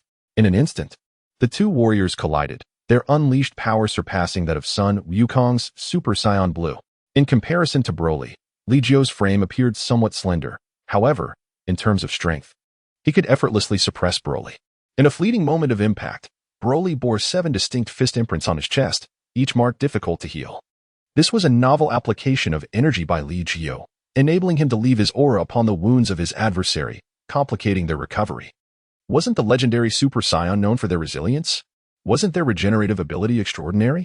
Thus, Li Jiu inflicted injuries that lingered, akin to a form of restraint. Aside from Broly's initial surge, the devastation wrought by the battle between Li Jiu and Broly was not as extensive as that of the previous confrontation between Sun Wukong and Broly. The disparity in their strengths was immense. Even as Broly's aura surged with rage, becoming increasingly ferocious, Li Jiu maintained a firm advantage. Remarkable, truly formidable. Sun Wukong had not witnessed Li Jiu's prowess for quite some time, and upon seeing it now, he stood in astonishment, as if turned to stone. Despite having trained alongside Vegeta under Whis for an extended period, he found himself significantly outmatched by Li Jiu.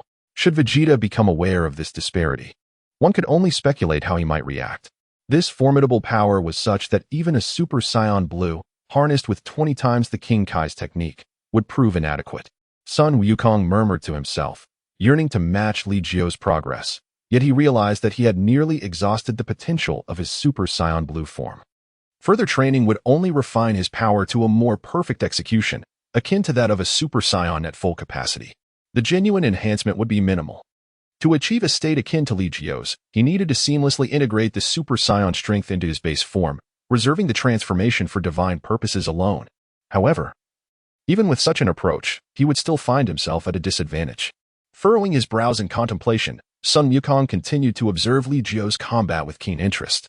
Li Jiu's movements were remarkably simple, devoid of any superfluous gestures. This combat style, even in the eyes of Whis, bore minimal flaws. Whis, has Li Jiu already caught up with Lord Beerus? inquired Sun Wukong, to which Weiss shook his head. Not quite. Not just a little, but significantly, Beerus retorted.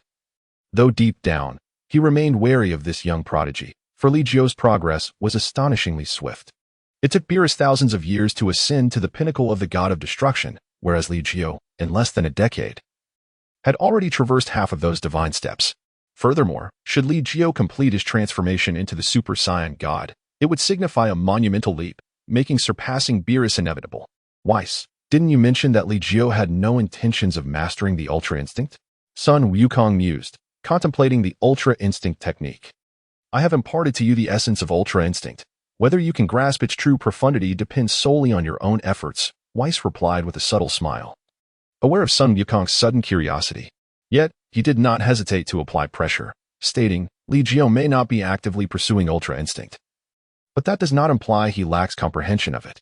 Observing his battles reveals that he has already brushed against the threshold of Ultra Instinct. To step over it, he merely needs to take a resolute step forward. Thus, I assert that breaking through his current limitations will render surpassing Lord Beerus quite straightforward. Chapter 92, Frieza vs. Vegeta impossible. Beerus bellowed, unwilling to accept the likelihood of being surpassed by Li Jiu in a short span. Weiss remained silent with a smile, while Sun Wukong grew increasingly exhilarated, exclaiming, the pressure truly is monumental. As Sun Wukong scratched his head and watched Li Jiu in combat, he discerned that Li Jiu indeed exhibited the hallmarks of Ultra Instinct. The fierce battle endured for hundreds of exchanges, and at last, Broly's energy ceased to rise. Instead, under Li Jiu's relentless assault, it began to wane. Even the legendary Super Saiyan had its limits. Li Jiu's aura appeared to extend even longer than Broly's. Piccolo sensed some clues. Perhaps it was after Li Jiu's arrival on Earth and their subsequent encounters that he began to perceive this. Li Jiu's restoration of strength and his application of power far exceed the capabilities of others. The battle of Li Jiu persists, as Broly proves to be remarkably resilient. Even with Li Jiu's augmented power, he finds it impossible to vanquish Broly in a brief span of time. Perhaps growing somewhat impatient, Li Jiu resorts to his ultimate technique. Though the shedding of blood is undesirable, I shall strive to minimize the splatter as much as possible. Li Jiu, with an air of indifference, began to speak. With a single hand, he conjured an ethereal longsword, which swiftly took form. In the blink of an eye, the sword materialized, and wisps of sword aura enveloped it, creating an eerie atmosphere. Li Jiu's sword aura is far sharper than my own energy slash. Broly in this state will undoubtedly be unable to withstand it. Upon witnessing Li Jiu's summoning of the longsword, Krillin immediately remarked. Indeed, as the sword swung, Li Jiu unleashed a flurry of over 100 sword lights. Each beam was razor-sharp, piercing through Broly's body without a trace of bloodshed. The sword aura was as delicate as a cicada's wing, vanishing in an instant. Before even a drop of blood could spill, Broly had already been severed into countless pieces.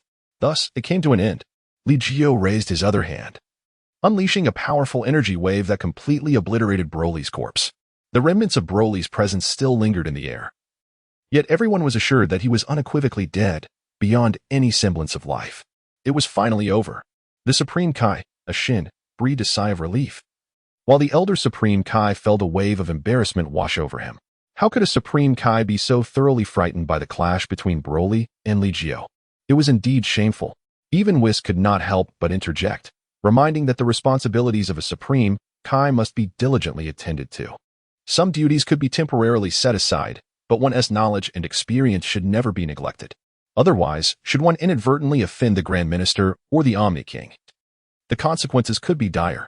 At this thought, even Beerus adopted a more serious demeanor, casting a disapproving glance at a Shin. Young one, focus on your studies and do not bring me trouble. If you truly cannot manage, I shall seal you away for several millennia to ensure you acquire the foundational qualities expected of a Supreme Kai. Beerus indeed held disdain for a Shin. Yet at this moment, a Shin was the Supreme Kai, and Beerus had no authority to replace him. Thus, if a Shin proved unsatisfactory, Beerus would not hesitate to confine him, as a means of safeguarding his own interests. After all, the Elder Supreme Kai was still alive, and nurturing a new Supreme Kai was not a daunting task. Now, old fellow, keep a close watch. The 7th universe can accommodate 5 Supreme Kais, so fill those positions. Beerus fixed his gaze upon the Elder Supreme Kai, for the 7th universe held a unique status. In its prime, it boasted 5 Supreme Kais coexisting, or rather, One Supreme Kai with 5 capable successors ready to step in at a moment's notice. During that era, Beerus harbored no concerns for his safety, as eliminating 5 Supreme Kais in one fell swoop was nearly impossible. While the combat prowess of a Supreme Kai may not be formidable, their ability to escape was exceptionally strong. Yes, Lord Beerus, the Elder Supreme Kai acknowledged, fully aware of the gravity of the situation. The role of a Supreme Kai represented a significant vulnerability within the system, and Beerus had previously earned favor with the Omni King, thus obtaining the privilege to establish multiple Supreme Kais. In the current state of affairs, the Supreme Kai realm was lacking in personnel, necessitating the swift cultivation of successors.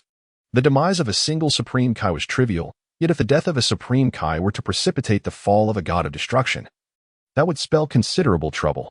In that eventuality, only the Grand Minister could personally groom a successor, ensuring the 7th universe could function normally. Oh, I knew Vegeta and Frieza would be arriving as well.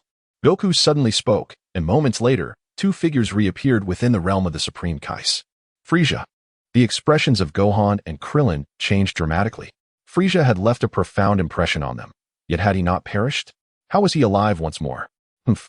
It seems the battle has concluded, and it was Li Jiu who intervened, wasn't it? Kakarot, you truly are a waste. Vegeta cast a fleeting glance at the subtly narrowed eyes of Goku, coldly mocking him. Meanwhile, Frieza, having arrived in the realm of the King Kai, stared blankly at Beerus. After a prolonged silence, he suddenly appeared before Beerus with a swift motion, performing a gentlemanly gesture, and with a sinister smile, he remarked, Lord Beerus, I did not expect to find you here. Humph, Frieza, you better behave yourself. Beerus shot a glare at Frieza before turning his gaze to Vegeta, not wishing to reveal past events to him. Lord Beerus, I merely seek vengeance against the Super Saiyan. I harbor no intention of disturbing you or showing you disrespect. Frieza responded tactfully. Despite his immense power, he dared not provoke Beerus. Humph, do as you wish. Beerus was unconcerned about whether Frieza would defeat Vegeta. As long as Frieza kept the events surrounding planet Vegeta's destruction a secret, he was satisfied. After all, Li Jiu was also a Scion, and it was possible that this matter could incite his ire. Unbeknownst to Beerus, Li Jiu was already aware of the truth behind the incident but chose to ignore it.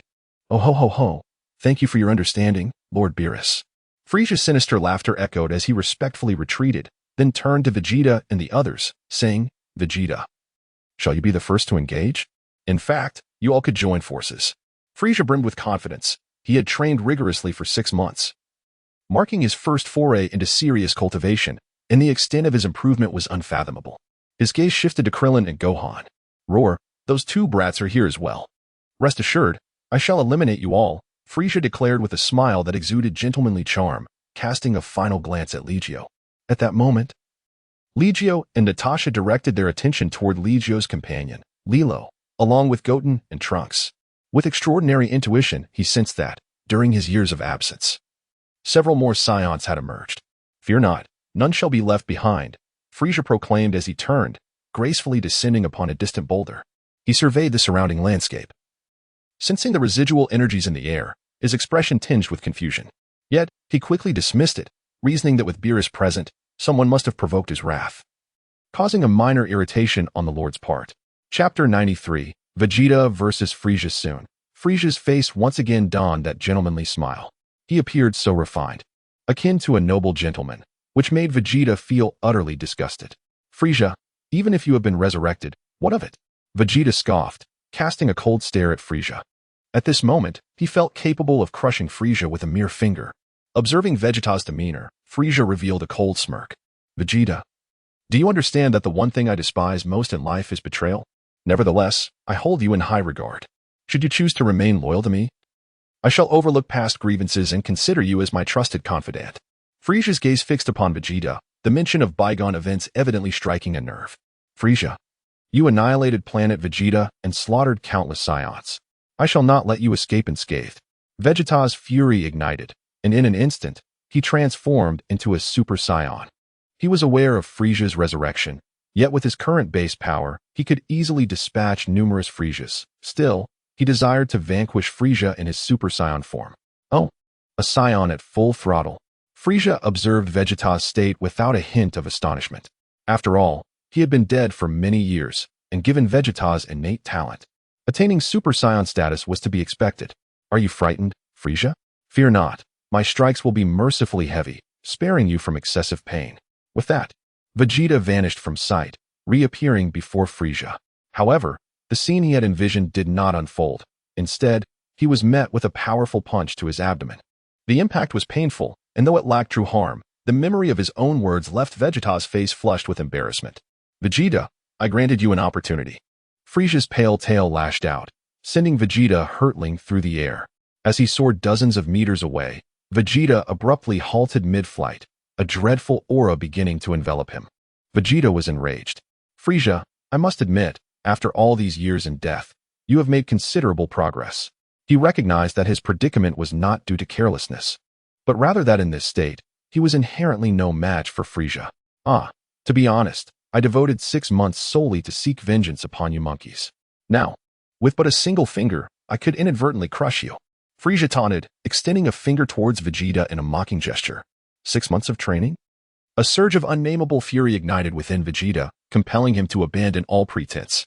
An azure aura enveloped him, replacing the golden hue of his Super Saiyan form. Oh, a change in color, it seems quite formidable. Frieza's expression grew serious. He understood that Vegeta was no longer the Saiyan he once knew.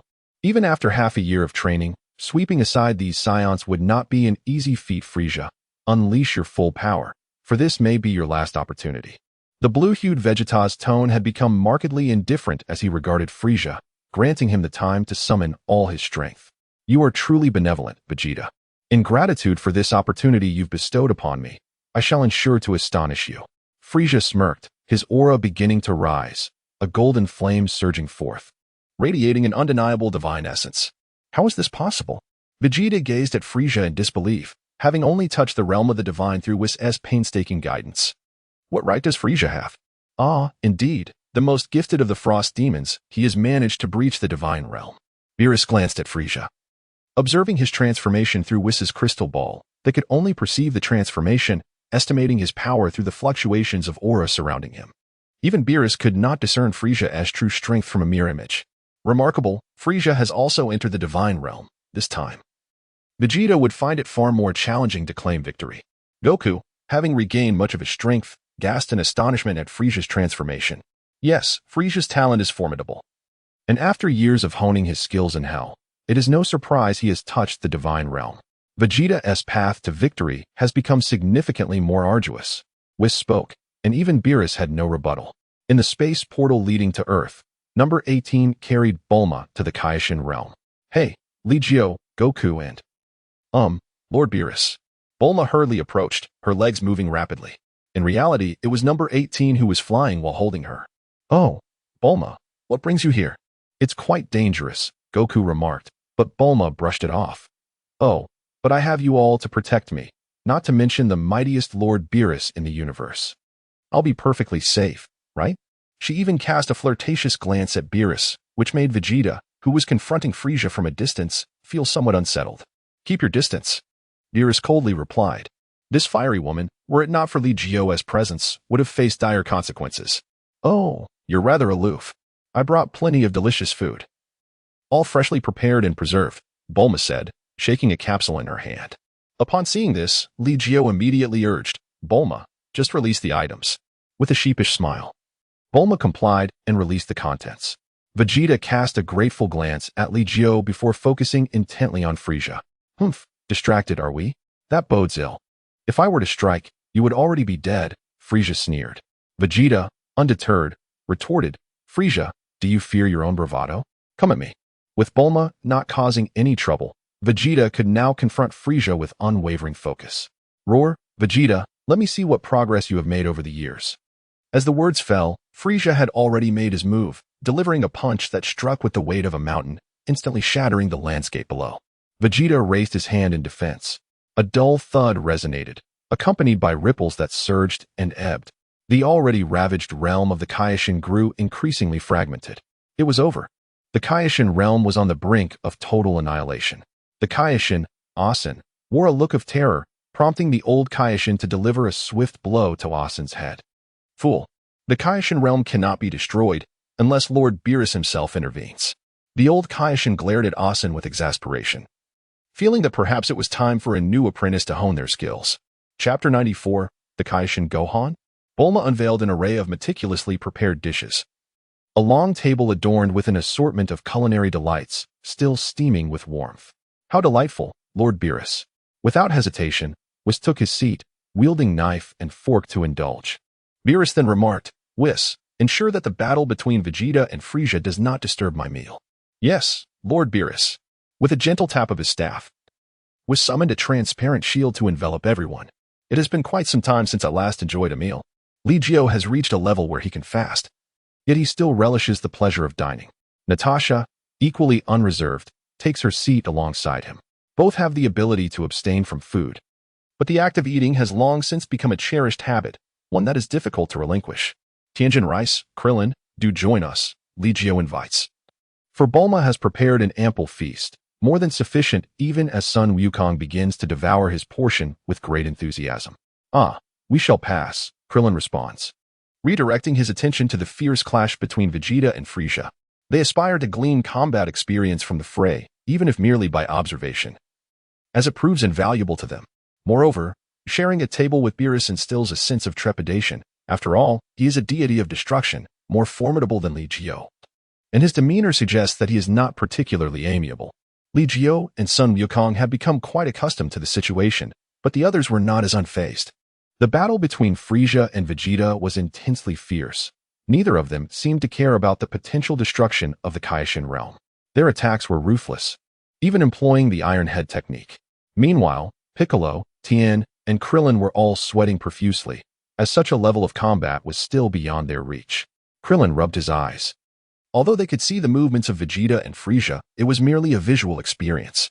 Keeping pace with their actions was utterly impossible.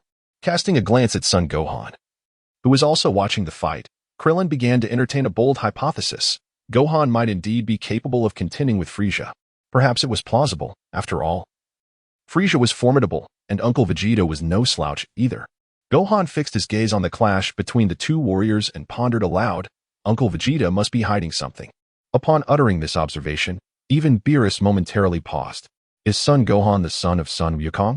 Beerus mused, glancing at Sun Wukong, who was gluttonously indulging himself without a care in the world.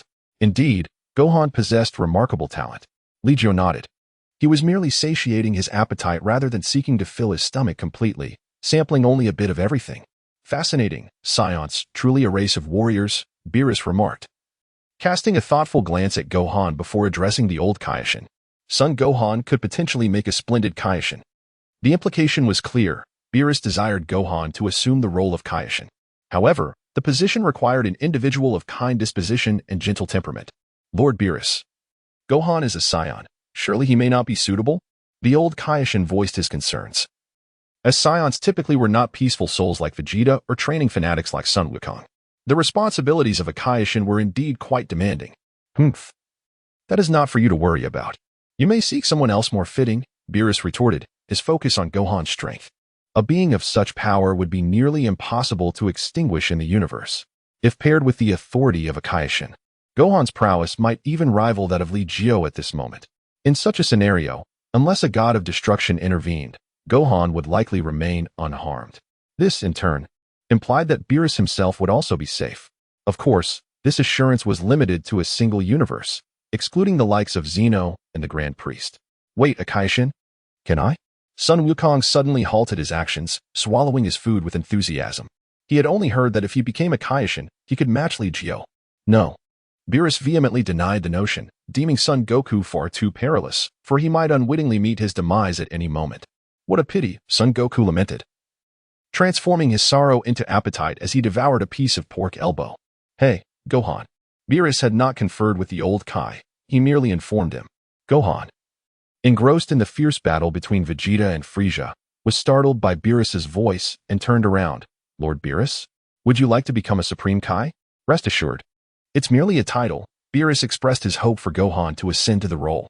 Gohan felt somewhat bewildered. He had no aspirations to become a Supreme Kai. Gohan, do you not wish to surpass Goku? Do you not desire to eclipse Li Jiu? With your innate talent, it is conceivable you could surpass your father. Yet to surpass Li Jiu, the path to becoming a Supreme Kai is essential. Beerus continued to dangle the bait, yet Gohan was not like Goku. He pondered the matter thoroughly. Moreover, he did not believe in the existence of fortuitous windfalls. Gohan remained silent, deep in contemplation, his gaze shifting to Li Jiu, who offered a slight smile. For Gohan, the position of Supreme Kai indeed represents an opportunity, yet there are certain considerations to bear in mind. Should Lord Beerus perish, the Supreme Kai would also meet their end. Conversely, if all the Supreme Kais were to die, Lord Beerus would face the same fate. As the Supreme Kais lack combat prowess, Lord Beerus wishes for Gohan to assume the title, implying that Gohan would merely hold the position without the burdens of responsibilities typically associated with it. Of course, if you desire, you may engage in those duties. By attaining the Supreme Kai status, Gohan would gain access to the divine realm of the Supreme Kai, shattering dimensional constraints and acquiring nearly infinite life. Additionally, he would learn the philosophies and abilities exclusive to the Supreme Kais. I believe it would be worthwhile for Gohan to consider this. Li Jiu supported Gohan's potential ascension. For in the future, once Beerus stepped down, it was highly probable that Li Luo would take over, and with Gohan present, Li Luo's safety would be significantly ensured. May I ponder this further? Gohan nodded, already feeling swayed. Upon hearing this, Beerus was not angered. Instead, he smiled and remarked, "Indeed. Maintaining composure in the face of such vast benefits is commendable, Gohan. I hope you do not disappoint me." Beerus was quite fearful of death, otherwise he would not have sealed the old Supreme Kai beneath the Supreme Kai sword. In the distance, the battle between Frieza and Vegeta raged on, causing chaos throughout the Supreme Kai realm, leaving only the area beneath Whis' feet as a sanctuary. Chapter 95, Gohan vs.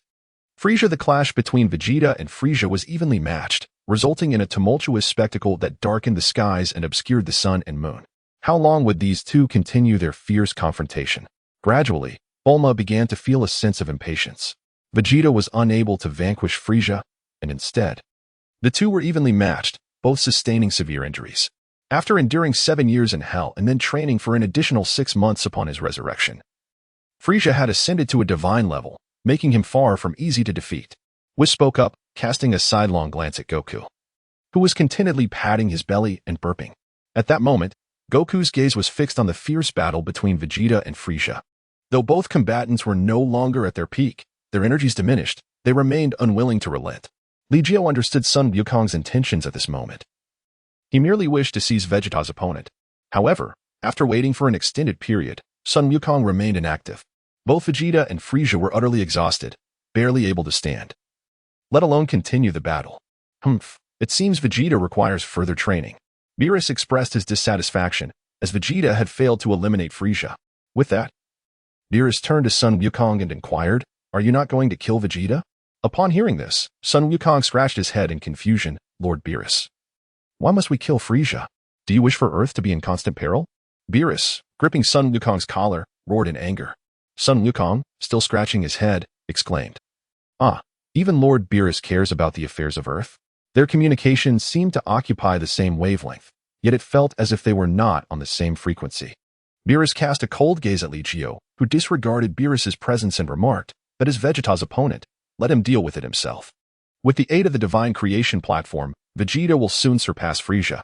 As for Frieza, his years of training have nearly been fully expended in the past 6 months. Even with progress, it will be painstakingly slow. Therefore, Vegeta's surpassing of Frieza is merely a matter of time. Beerus was unlikely to intervene personally. But the inactivity of both Sun Wukong and Li Jiu did not imply that no one would act. Such a being, if left unchecked, would become a scourge to the universe. Suddenly, Son Gohan spoke up. However, he did not directly move to vanquish Frieza. Did Gohan intend to eliminate Frieza? Li Jiu observed Gohan, whose restless demeanor spoke volumes.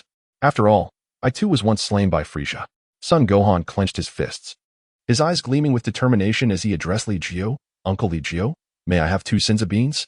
Gohan's unexpected request momentarily startled Li Jiu, who then retrieved 2 sins of beans and handed them to Gohan, saying, "Let me witness the fruits of your training over the years." "Yes, I will not disappoint you, Uncle Li Jiu," Gohan replied, soaring into the air. He first approached Vegeta and offered him 1 sins of bean. Vegeta's injuries healed instantaneously, and his stamina returned to its peak, though his spirit remained somewhat diminished. This was unavoidable. "Gohan, are you going to take action?" Vegeta, now restored, had no intention of continuing his battle with Frieza. He scorned the idea of striking while Frieza was depleted. "Yes, Uncle Vegeta, I wish to give it a try," Gohan nodded, seemingly seeking Vegeta's approval. "Humph, you young lad. I too am curious to see the results of your training over the years." Since the encounter with Sharu, Vegeta has dared not underestimate Gohan. The young warrior possesses an alarming talent for both cultivation and combat. If Lilo's prowess can be attributed to the lineage of the Saiyans, then Gohan's extraordinary abilities stem from his innate understanding and an unknown power within him, which is not solely derived from bloodline. Indeed, he shall not disappoint Uncle Vegeta. Gohan raised his hand, tossing a senzu towards Frieza. "Here, take this, it will grant you a moment of respite." As Gohan spoke, a chilling smile crept across Frieza's face. Vegeta's formidable strength had indeed caught Frieza off guard, yet he could scarcely believe that the once timid child, trembling at the mere sensation of his aura, now dared to challenge him. "Gohan, is it? Your decision is quite irrational," Frieza remarked. Upon consuming the senzu bean, he was astonished as his wounds and stamina were instantly restored. "What a remarkable substance," Frieza mused, examining his hands, now fully healed. However, the toll of intense battle encompasses more than just physical fatigue. It also depletes one's mental fortitude. Gohan sat cross-legged upon a massive boulder, granting Frieza the time to recuperate. Frieza accepted this unwritten truce, recognizing that Vegeta's growth had exceeded his expectations, and that Goku's son was likely even more formidable. The intelligence of the king remains intact, he thought. Finding a spot to sit, Frieza's cold gaze occasionally flicked towards Gohan, seeking to discern the depths of his abilities. Yet, Gohan's current state was his norm. Despite harboring unfathomable reserves of power, he chose not to reveal them. How could Frieza possibly see through him? "Are we still going to fight?" The Kaioshin, Ashen, ventured hesitantly, genuinely fearing that the realm of the Kaioshins might be obliterated. "It's not as if you were being asked to fight. What are you so afraid of?" The old Kaioshin, exasperated, struck Ashen on the head. Meanwhile, Piccolo observed Gohan's silhouette with a smile, swelling with pride. "Gohan has surpassed us by such a margin," Krillin reflected, reminiscing about the time when Raditz arrived on Earth and Gohan was but a crying child. After a year of training with Piccolo, his combat prowess surged to rival that of Tien and the others. Following their adventures on Namek, Gohan's strength escalated even further, surpassing Krillin and even approaching Piccolo's level. 3 years later, during the Android and Shara saga, Gohan's combat capabilities exploded, momentarily eclipsing both Goku and Vegeta. Subsequently, each member of their group embarked on their own paths of training, and Gohan's advancement became an enigma. Even against the later threat of Majin Buu, Gohan refrained from engaging. Unbeknownst to all, this young successor had transcended the older warriors, standing at the forefront of battle. Now, facing Frieza, who could only match Vegeta evenly, would Gohan stand a chance? Might one ponder whether son Wukong's son, Gohan, possesses the fortitude to emerge victorious? In this present day, has Gohan transcended both Wukong and Vegeta? Yamcha gazes at Gohan, the younger fighter with whom they have traversed the path of battle, in sheer astonishment. When it comes to combat experience, it would not be an exaggeration to say that Gohan has faced myriad trials. Chapter 96. Has Gohan triumphed over Li Jiu? Perhaps, indeed. Gohan has surpassed both his father and Vegeta. A subtle smile graces Piccolo's lips. Gohan's accomplishments bring him greater satisfaction than his own advancements in training. That year, Gohan's innocence profoundly touched Piccolo, allowing him to experience companionship, familial bonds, and friendship. This is the very reason Piccolo holds Gohan in such high regard, ultimately becoming a caretaker for the Sun family. It appears that Gohan's prowess may even eclipse that of son Wukong. As Whis savors his delicacies, he observes Gohan, and, after a lengthy pause, remarks, "Ah, is that so? Splendid. Gohan has indeed not been idle over the years." Upon hearing this, Wukong's heart swells with joy rather than disappointment as he gazes fondly at Gohan, even feeling a surge of desire to spar with him. Meanwhile, Vegeta remains silent. His fists clenched tighter, grappling with a sense of reluctance, yet he cannot deny the remarkable talent Gohan has displayed over the years. Though he may not express it openly, he is thoroughly impressed. Since receiving guidance from Li Jiu, Gohan has found a clear direction in his training, preventing his potential from languishing. Wukong recognizes that this achievement is largely due to Li Jiu's influence. After all, during the battle with Cell, Wukong could sense Gohan's aversion to training and combat. Back then, alongside Li Jiu, Wukong, and Vegeta, Gohan's training was largely passive, merely accompanying Wukong. However, following Li Jiu's counsel, Gohan effectively amalgamated learning with training, forging his own path and experiencing remarkable growth. In recent years, Wukong has not monitored Gohan's progress closely, leaving him curious about the heights Gohan has attained. Filled with anticipation, Wukong watches as Whis and Beerus leisurely enjoy their meal. Hey, Wukong, if you make your son a Supreme Kai, I'll have Whis prepare something special for you, Beerus proclaims, demonstrating his readiness to go to great lengths for his own safety. Vegeta, upon hearing Beerus's words, becomes agitated. Lord Beerus, how can you say such a thing? Well, you could have your son become a Supreme Kai too. However, is your child capable of such a feat? Beerus let out a disdainful snort, causing Vegeta to immediately withdraw, casting a reluctant glance at the mere 8-year-old Trunks. At this moment, Trunks, scratching his head, found himself subtly influenced by the presence of Li Jiu. Both he and Goten had their latent talents awakened. Their innate abilities surpassed even those of Gohan, as they could adeptly harness the transformation into Super Saiyan Stage 2 at such a tender age. However, their combat experience was woefully lacking. Despite frequently engaging in training sessions with King Kai and Krillin over the past year, they still lacked the true experience of facing adversaries. The trials of life and death cannot be equated with mere training. Trunks and Goten were indeed formidable, yet they remained too young. Li Jiu cast a glance at Trunks and Goten.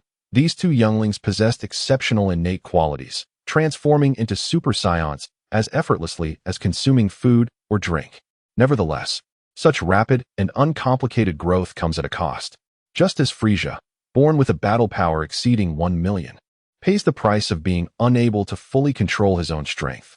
Li Jiu possesses similar shortcomings. However, under Whis' guidance, these flaws have been largely mitigated. As time quietly passes, half an hour later, Frieza finally rises to his feet. Simultaneously, Son Gohan opens his eyes and proclaims, "Reveal your full strength. I have witnessed your battle with Uncle Vegeta." "Oh, are you implying that you have discerned my fighting style and capabilities?" Frieza inquires, examining his hands. Following his confrontation with Vegeta, he has experienced another enhancement in his battle prowess, an advancement in his mastery over his full power. While this enhancement may not drastically alter his combat effectiveness, it is nonetheless significant. With this, Son Gohan stands, his expression momentarily serious, as he instantly transforms into his god form. The enigmatic state momentarily astonishes Frieza, who then erupts into laughter. "What is this? Cannot you transform into a Super Saiyan?" He observes Gohan's state. Though the white aura exudes an air of mystery, without the striking golden hair effect, Frieza perceives this form as comparatively weak. "I do not follow the path of a Super Saiyan," Gohan responds candidly. The aura he emits, though faint, is detectable to Frieza, who recognizes the immense potential that resides within Gohan. A different path. Frieza's gaze sharpens, and at this moment, he regards Gohan as a formidable opponent. Golden Frieza re-emerges, complete with special effects and background music, elevating his presence to the maximum.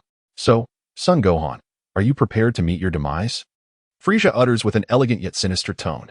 Gohan, invigorated, replies, "Frieza, you have killed me once. Is it unreasonable for me to return the favor?" "Ha ha ha. Such audacity." Frieza retorts with a cold smirk, abruptly vanishing from sight, only to reappear before Gohan in an instant, launching a powerful punch without holding back. Gohan does not shy away from Frieza's fierce attack. Instead, he counters with a punch of his own. Boom. The ground beneath them heaves like a tidal wave, flattening an area of over 10 miles in an instant, before rocks surge forth to create a new landscape. Frieza seems to have grown stronger. Goku observes this clearly, showing no surprise. After all, Vegeta now is not the same as he was before. The battle between the two escalates rapidly, with each second yielding no less than 10 collisions. Each clash possesses the potential to obliterate the world. Gohan's strength is astounding. Tien's three eyes whirl rapidly, attempting to capture the movements of Frieza and Gohan. This battle exceeds their comprehension, and they can only barely discern the actions unfolding before them. Gohan's divine state has become increasingly pure. I suspect he has transcended the shackles of dimensional constraints. Yamcha spoke, declaring that his path lay in dimensional transcendence. By harnessing the newfound potential birthed through this transcendence, he sought to enhance his strength. At this moment, Yamcha's dimensional level was undoubtedly the highest among his peers, including Li Jiu. Much like Son Wukong and Vegeta, these two had likely not even breached a single-dimensional barrier. The inherent potential of the Saiyans is immensely powerful, nearly boundless. Thus, the difficulty of surpassing dimensions is directly proportional to their latent capabilities. Even Li Jiu, with the aid of the God-making platform, had only managed to break through two-dimensional constraints. However, for Li Jiu, the significance of such breakthroughs was rather diminished. Gohan's dimensional capacity had already surpassed that of the Kaishin. Should he choose to ascend to the status of a Kaishin, his combat prowess would undergo a monumental transformation. Whis interjected, yet Sun Wukong pondered aloud. At that point, would it be possible to defeat Li Jiu? How could that be? Before Whis could respond, Beerus interjected directly. Chapter 97. The God of Destruction, Beerus. Li Jiu's current strength is now comparable to that of certain destroyer gods. After Sun Wukong's ascension to the status of Supreme Kai, he merely possesses a greater potential. Surpassing Li Jiu remains a mere possibility. Yet, does this imply that Li Jiu will cease to progress? At this juncture, Li Jiu finds himself in a state of stagnation. He could advance at any moment, but his singular focus lies in achieving a state of perpetual Super Saiyan 4th level, subsequently merging it with the realm of Super Saiyan God. This endeavor requires a catalyst to shatter his current limitations, which would elevate his combat prowess to the level of Beerus. Moreover, there exists an alternative possibility. Should Li Jiu comprehend the Ultra Instinct technique, his battle strength might rival that of certain angels. The Super Saiyan 4th level exerts minimal burden on the body, while both the Divine and Ultra Instinct represent distinct realms. The amalgamation of these three elements would yield a qualitative enhancement in Li Jiu's power, potentially bridging the chasm between destroyers and angels. It appears that both I and Vegeta still have a considerable distance to cover before reaching Li Jiu's level. It seems imperative that I swiftly grasp Ultra Instinct, Wukong remarked. While Beerus could only grimace in disbelief, Wukong, in his naivety or perhaps foolishness, seemed unaware of the complexity involved in mastering Ultra Instinct. Even Beerus has yet to fully comprehend it. Nevertheless, he has managed to remain undefeated against multiple destroyers despite his incomplete mastery of the technique. This underscores the terrifying nature of Ultra Instinct. I truly wonder who instilled such confidence in you, Beerus stated, exasperated. Wukong, however, remained undeterred, convinced that he could undoubtedly master it. As for Vegeta, he too was resolute in his pursuit, unwilling to let Wukong take the lead in every endeavor. The battle between Son Gohan and Frieza raged on, yet at this moment, Li Jiu discerned Frieza's impending defeat. In terms of strength, Gohan proved to be significantly more powerful. Although their combat abilities were not vastly disparate, Gohan seemed to increasingly refine his understanding of his own power amidst the battle. Even now, his strength was gradually on the rise. Combat is indeed the swiftest path to progress. Earth has grown too tranquil. Gohan's theoretical research finds no outlet for full expression. Even within the realm of the Supreme Kai, he feels constrained, lacking worthy adversaries. In the ongoing struggle against Frieza, Gohan meticulously integrates his untested theoretical research into practice. While his cultivation level remains unchanged, his combat prowess steadily improves. The same power, when wielded by Gohan, manifests with ever-increasing potency. How infuriating! Frieza found himself at a disadvantage, the gap in power becoming increasingly apparent. He could hardly believe that he was being overpowered by the son of Goku. However, Frieza was no Saiyan. Anger would only lead him to further disarray. Meanwhile, Gohan maintained his composure, his fighting prowess subtly on the rise. The trajectory of his punches required fine-tuning. With the upper hand, Gohan's inherent Saiyan spirit began to stir. He started to contemplate the nuances of power utilization amidst his battle with Frieza. Adjustments were necessary for the trajectory of his strikes, the positioning of his fists, the target of his elbow strikes, and the angles that would maximize damage. He contemplated where to hit to swiftly diminish his opponent's combat effectiveness, where to land a fatal blow, and how to defend against Frieza's attacks with greater stability. Lord Beerus. Whis suddenly interjected, observing Gohan's fight. Beerus's expression shifted slightly, and he soon noticed Whis extending his staff before him. Lord Beerus, we have a distinguished guest from Universe 7. Within the crystal orb atop the staff, an image of a plump Beerus and an elegant angelic figure appeared, traversing the cosmic expanse towards the Kaishin realm. Humph, that fool Kappa merely brings shame upon himself, Beerus remarked, casting a glance at the remnants of food on the table, a cold smile gracing his lips. Yet, Beerus remained displeased. He hoped to hear Whis proclaim that Gohan would be well suited to the role of a Kaishin. Whis, what do you think of Gohan? Beerus could no longer contain his curiosity. Whis pondered for a moment before responding, if Gohan is willing. He could initially serve as a trainee Kaishin. After all, Lord Beerus possesses the privilege of allowing multiple Kaishins in Universe 7. Gohan need not fulfill the responsibilities of a Kaishin if he chooses not to. Thus, should he desire it, he could swiftly ascend to the role. Then let him become a provisional Kaishin, Beerus declared, intending to offer Gohan a taste of this opportunity. Whis did not oppose, for Universe 7 ultimately fell under Beerus's authority. Regarding the Kaishin, both Shin and the old Kai exhibited a profound fear of Beerus. Reflecting on this, Beerus turned to Shin and commanded, "Hurry and learn what the duties of a Kaishin entail. It is about creation, not combat. If you continue to wander aimlessly, I shall seal you away for 1,000,000 years." Shin was instantly filled with dread, only to be reprimanded by the old Kai, who dragged him away to commence lessons. Though Gohan exhibited a hint of recklessness, he proved to be more reliable than Goku. Even while implementing his research findings, he afforded Frieza no chance of resurgence. Nearly half a minute later, two figures abruptly descended upon the Kaishin realm. Well, it seems I have arrived at an opportune moment.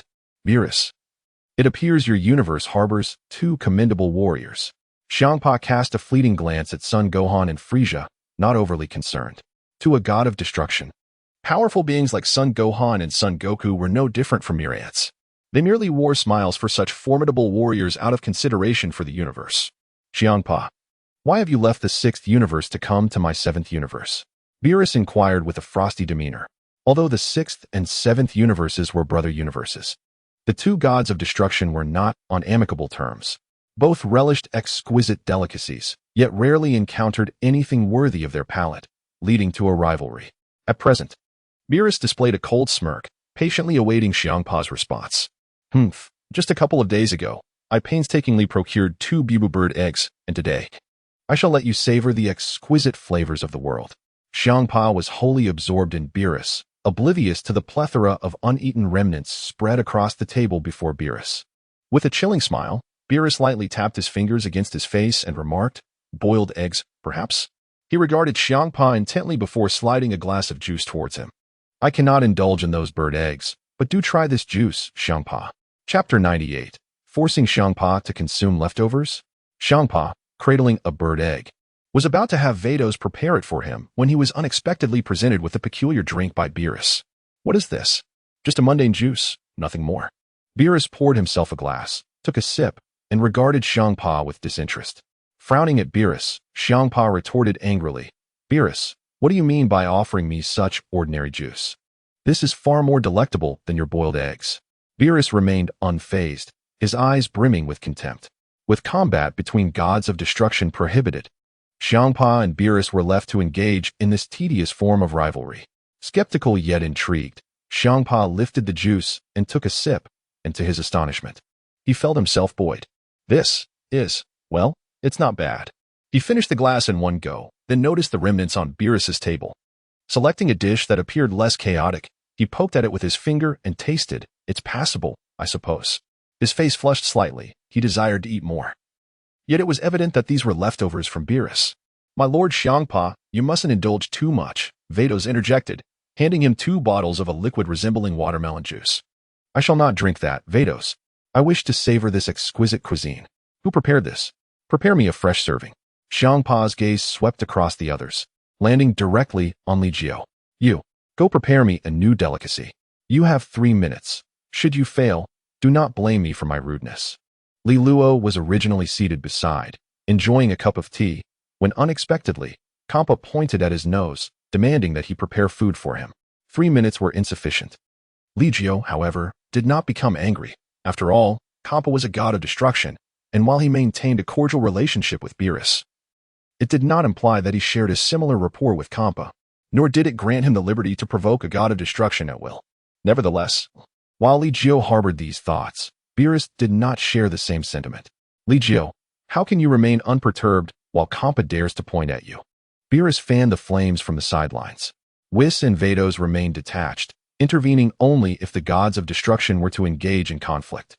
However, Vados' gaze lingered on Li Jiu for a considerable time before she turned to Whis and inquired, "What is transpiring in the 7th universe?"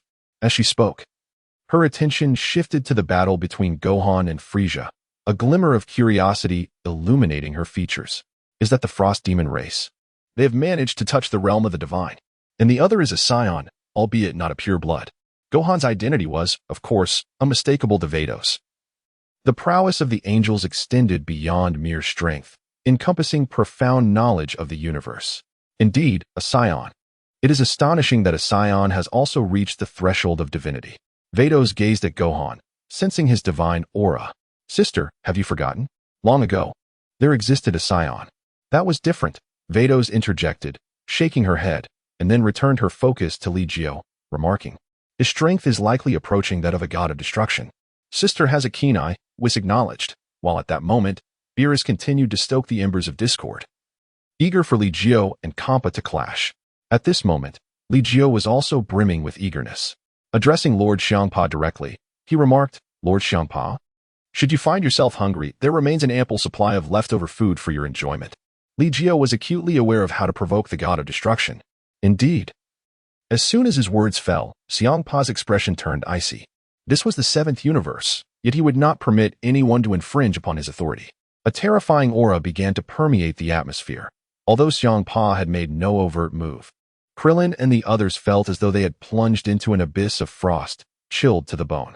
Natasha, who had been by Li Jiu's side, soon rose silently and departed. Her strength exceeded that of Sun Wukong and Vegeta, yet there remained a considerable gap between her and Li Jiu. Do you seek death? Xiangpa's cold gaze fixed upon Li Jiu, recognizing that he possessed formidable power. However, beneath the god of destruction, all were but mere insects. It seemed that even Lord Xiangpa would find it difficult to contend with him. Li Jiu understood the intentions of Beerus. It was merely a desire to incite a battle between him and Kampa. Li Jiu similarly yearned for a confrontation with the god of destruction. However, it was evident that Beerus would not resort to lethal measures against him. Thus Kampa presented a more suitable alternative. Moreover, Kampa's prowess did not rank among the highest within the 12 universes, ensuring that the disparity in strength would not be insurmountable should Li Jiu engage him. Consequently, this opportunity would allow Li Jiu to fully unleash his capabilities. Young man, you possess quite the audacity. Do you truly believe that with Beerus backing you, you can provoke a god of destruction? An icy aura gradually enveloped Kampa, a mysterious purple energy radiating outward, instinctively causing those nearby to withdraw.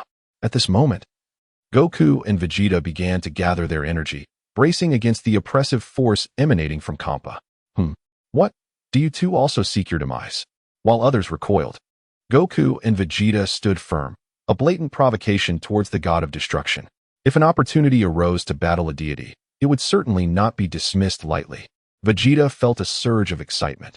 He had heard from Whis that Beerus was one of the more formidable gods of destruction, as only he had grasped an incomplete form of the Ultra Instinct technique. We implore you, Lord Kampa, to enlighten us. Goku and Vegeta stood resolutely. Goku sensed that Kampa was seeking trouble, thus aligning himself with Li Jiu, while Vegeta discerned Li Jiu's intentions.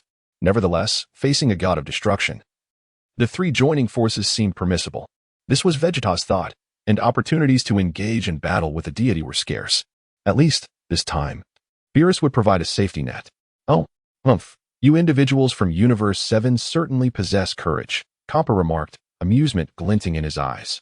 Though he appeared somewhat dim-witted, he was acutely aware of the current circumstances.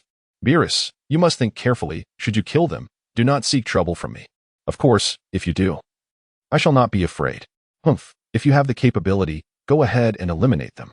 Beerus scoffed lightly. If it were merely Li Jiu, he would find himself somewhat at a disadvantage against Kampa. However, with Goku and Vegeta joining the fray, the dynamics shifted. Although their strengths were not yet sufficient to confront a god of destruction directly, they would still contribute significantly. Gohan, deal with your opponent, Li Jiu conveyed telepathically, as the Kaioshin realm once again faced the unfortunate fate of becoming a battleground. Just as Gohan prepared to accelerate and confront Frieza, Kampa let out a cold laugh. Killing you all does not require this god of destruction to intervene personally. Beerus, do you dare to make a wager? Chapter 99, the match 6 months later. What shall we wager? Beerus felt a twinge of curiosity, pondering what scheme Kampa was concocting this time. To deal with a few mere novices, it was unnecessary for him to intervene personally. Since Kampa's minions were eager for calamity, a power tournament would be organized, where each universe would dispatch their respective champions, perhaps 1, 2, or better yet, 10, to battle. The victor would grant the loser a wish. What wish? The Super Dragon Balls. What would I need such an item for? A glance at Li Jiu reminded Beerus of the latter's earlier desire for the Dragon Balls. intended to aid Li Luo in mastering the legendary Super Saiyans power. However, Li Luo no longer required the Super Dragon Balls, and neither did Li Jiu. Thus, the Super Dragon Balls were not of great significance to Universe 7. Should you emerge victorious, I may personally intervene to guide these youngsters. Kampa was well aware of Beerus's true intentions. Oh, in that case, perhaps we can proceed. When shall it commence?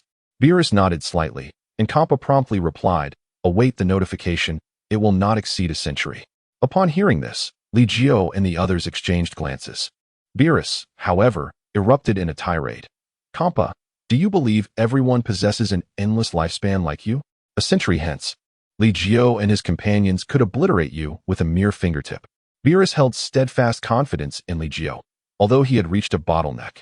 There were other paths available to him. He simply chose not to pursue them. Should Kampa truly wish to hold the power tournament, 10 days would suffice. Whis interjected. For only an angel understood the remarkable efficiency of their kind. 10 days would provide ample opportunity for Bados to seek out the strongest warriors of Universe 6 and locate their Dragon Balls. Kampa turned to Bados, who nodded in affirmation. 10 days would indeed be sufficient. Oh, if that is the case, let it be set for 6 months hence. With that, Kampa pivoted and departed. Bados, seeing this, had no choice but to follow suit. Who was that individual? A brother to Lord Beerus. With Kampa gone, Krillin and the others finally exhaled in relief. That was the god of destruction from Universe 6, indeed a brother to Lord Beerus. Li Jiu chuckled as Beerus let out a disdainful snort, exclaiming, who would consider that rotund individual a brother? It's utterly embarrassing. Whis, why must Kampa wait until half a year later to hold the power tournament? Does he not fear that during this time, Li Jiu will surpass him? Beerus reclined with his head held high and legs crossed. It is likely due to the scarcity of top-tier warriors in the 6th universe, was elucidated. Not every universe is comparable to the 7th. While some may aspire to surpass it, they lack sufficient combatants with divine prowess. In the 7th universe, there are approximately 10 warriors who have touched the divine realm. A rarity not shared by all universes. Whis continued, Lord Kampa likely seeks to uncover the strong fighters of the 6th universe, intending to have Vados train them for a time. Oh, this Kampa is rather astute, Beerus remarked, casting a glance at Li Jiu. You heard that correctly. The god of destruction from the 6th universe plans to have the angel Vados cultivate a batch of strong fighters to contend with you. Do not become complacent during these 6 months. 6 months, Li Jiu pondered. It seems that Goku took half a year to touch the divine domain before unlocking the Super Saiyan Blue transformation. Although the 6th universe may have few powerful beings, it is a twin universe to the 7th, ensuring the presence of some exceptionally gifted races. After guidance from the god of destruction, a rapid advancement in strength is not inconceivable. For instance, the Saiyans also exist in the 6th universe. Was turned to Goku and Vegeta, stating, this time, the 7th universe shall send 10 individuals.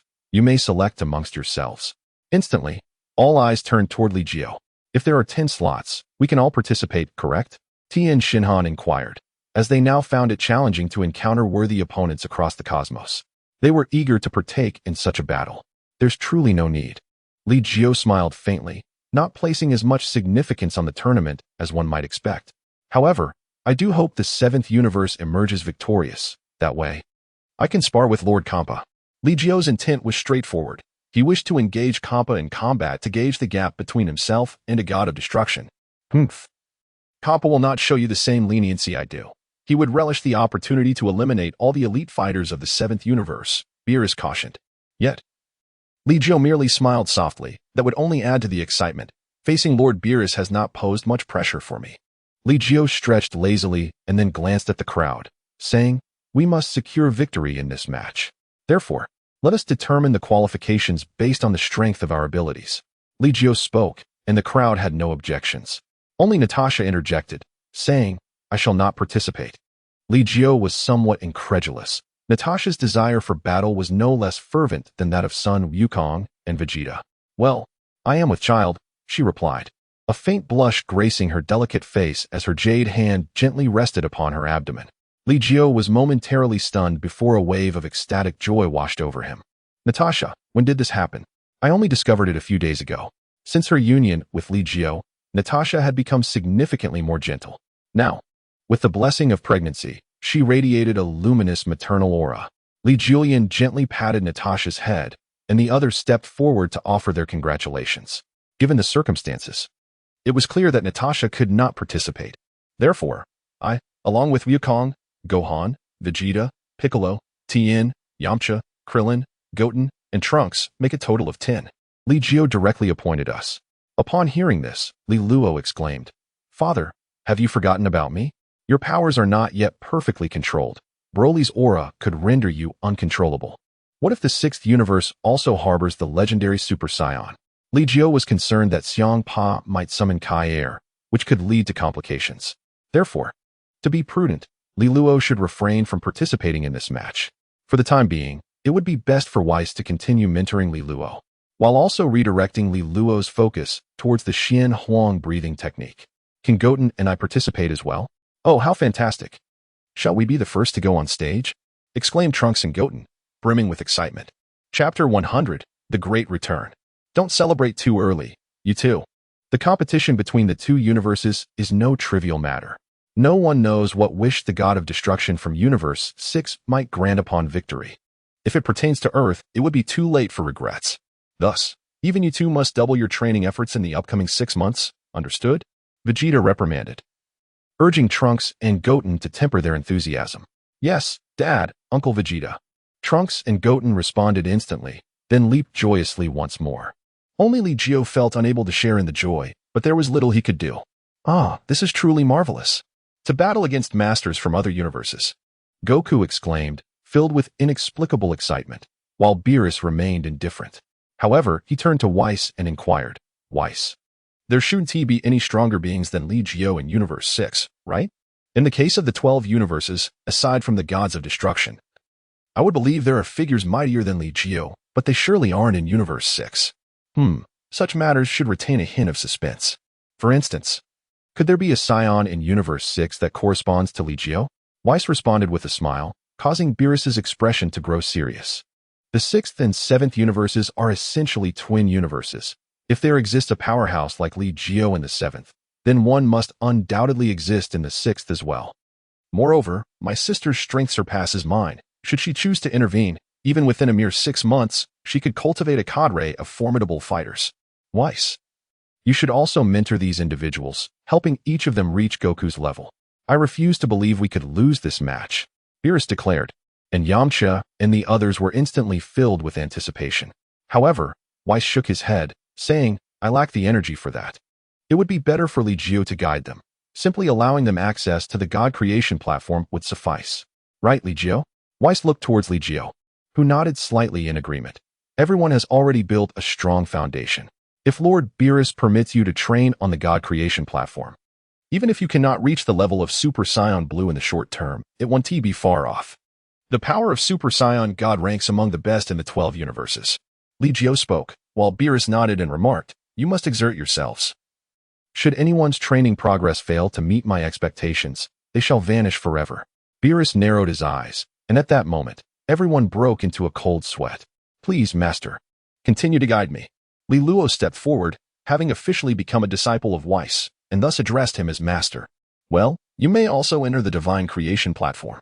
Every 10 days, I shall provide you with guidance. The martial arts taught to you by your father must be placed in the highest regard, Weiss remarked, while Li Jiu furrowed his brow in contemplation. Despite the continuous progress in Li Jiu's understanding of the Xian Huang breathing technique, a lingering sense of incompleteness pervaded his thoughts. Lost in contemplation, he remained oblivious to the discussions between Son Wukong and Vegeta. In the 6th universe, Kampa's formerly haughty demeanor shifted to one of seriousness as he addressed Vados, stating, Vados, I am determined to secure victory in this competition. 6 months should suffice for you to cultivate a cadre of elite warriors, correct? The two combatants, as well as the one who wishes to challenge me, cannot be underestimated.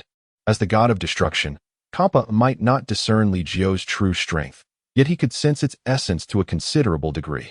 Hence, he postponed the tournament to 6 months later. Lord Kampa, cultivating formidable warriors in such a brief period necessitates the use of the god-making platform. Are you certain? Vados inquired, employing her staff to identify potential contestants from the 6th universe. Indeed, it suffices to defeat Beerus. This is quite exhausting. I shall leave this task to you, Vados. I cannot guarantee that Lord Kampa will emerge victorious. I have identified several promising individuals, but with only 6 months. It is exceedingly difficult for them to reach the level of that frozen demon. Vados was unwilling to bear this burden. Upon hearing this, Kampa conceded.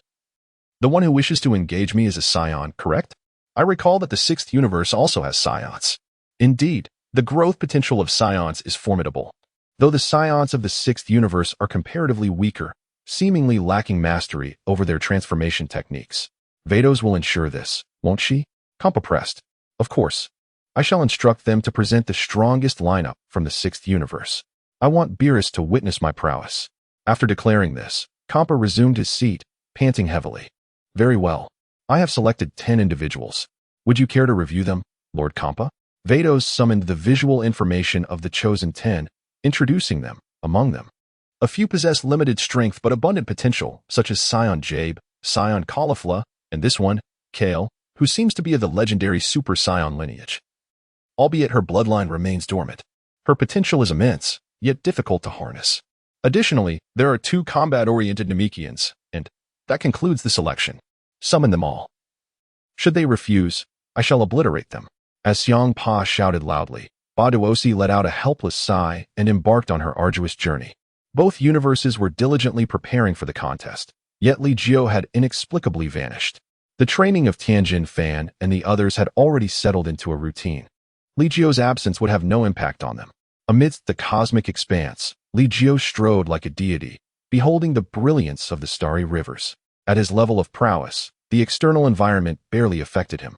The rise and fall of all things, even celestial bodies, cannot endure eternally. However, after decay, they do not simply cease to exist. Yin and Yang, at the dawn of the universe, the interplay of the primordial energies pervaded. Unbeknownst to him, Li Jiu had returned to the floating island of Earth. Yet, shortly after his return, an abrupt temporal fluctuation manifested on the island. Trunks? In an instant, Li Jiu materialized in midair, only to witness the battle-scarred Trunks tumbling from the time machine. Li Jiu casually took out a celestial bean and placed it into Trunks' mouth. Fortunately, Trunks was still able to instinctively swallow, which allowed him to awaken. Mr. Li Jiu, Trunks exclaimed with excitement, soon breaking into tears. After a heartfelt exchange, Li Jiu learned of the developments in Trunks' future world. Just like in the original narrative, this main timeline now included his own presence. Trunks, your mental state is quite fragile at the moment. It would be best for you to rest, Li Jiu advised. Li Jiu spoke, then put away the time-traveling device. I have entrusted the time machine to your mother. She will swiftly gather the necessary energy for the round trip. Thank you, Mr. Li Jiu. Trunks was indeed in a rather poor state, his spirits low as he made his way towards the training arena. A familiar place where he could recuperate and hone his skills. Chapter 101. Trunks' strength. Li Jiu nodded slightly, and then departed from Floating Island, seeking out Bulma to recount the events.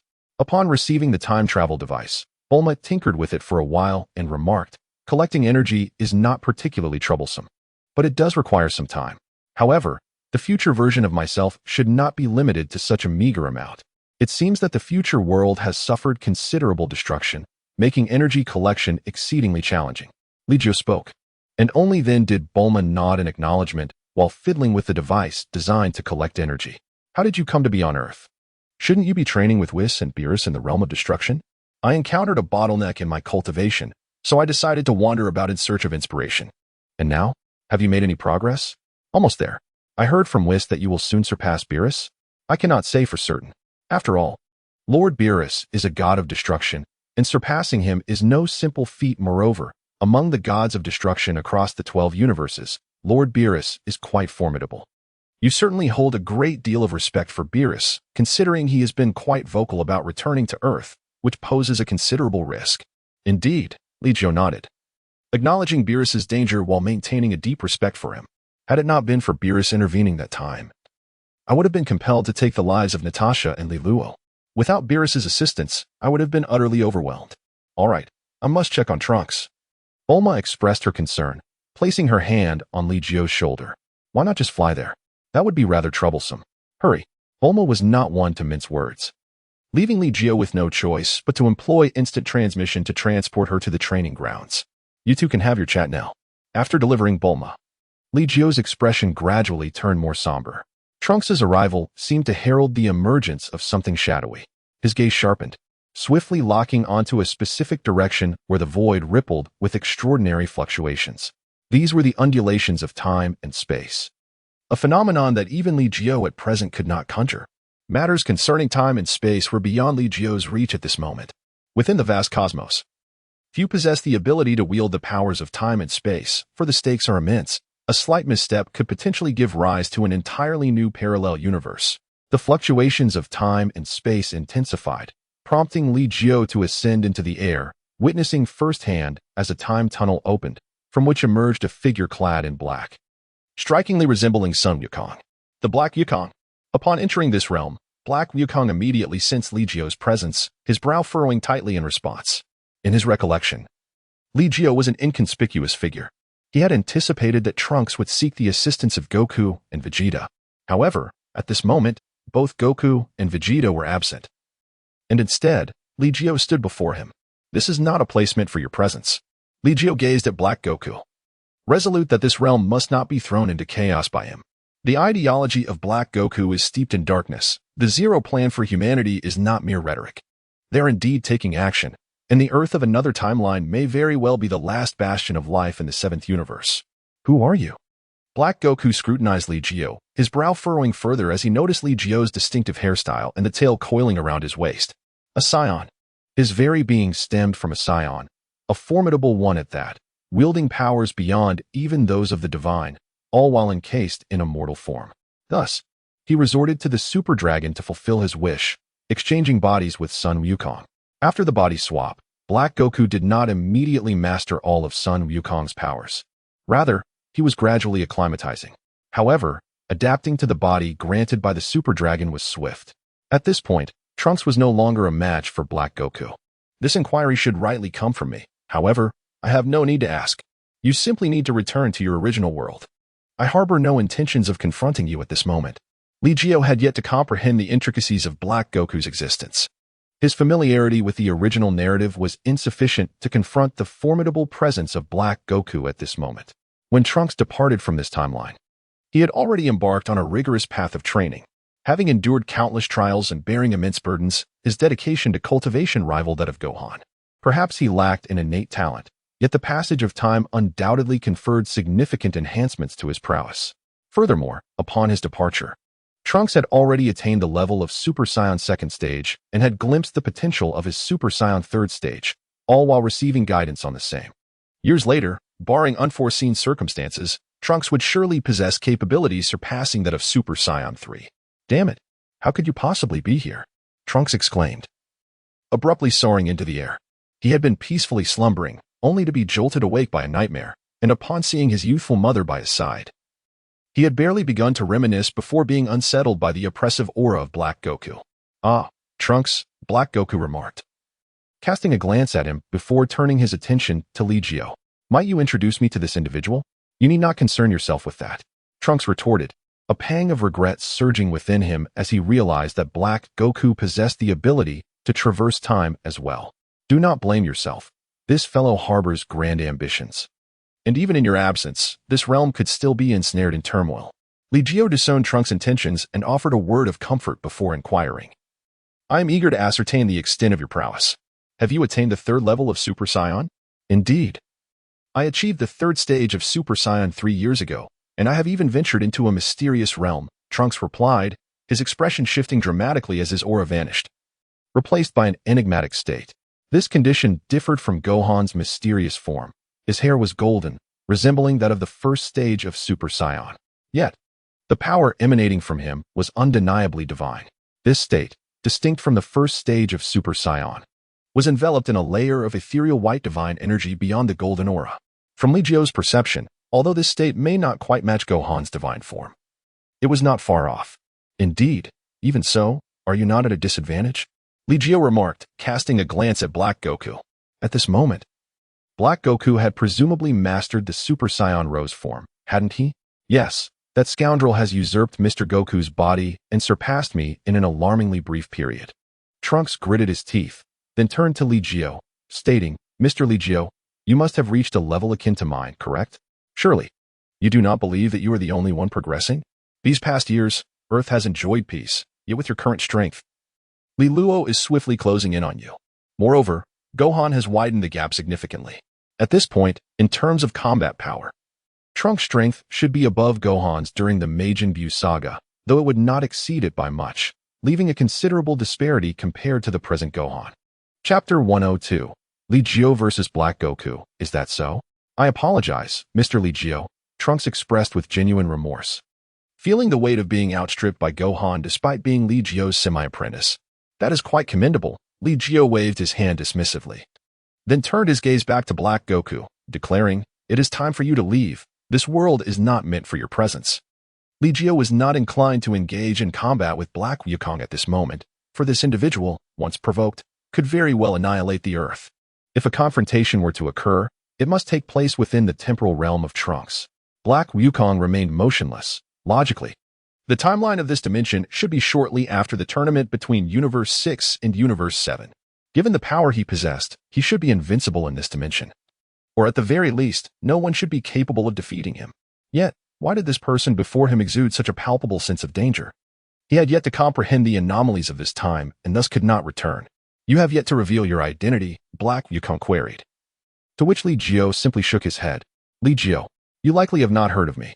Li Jiu, let us first test your strength."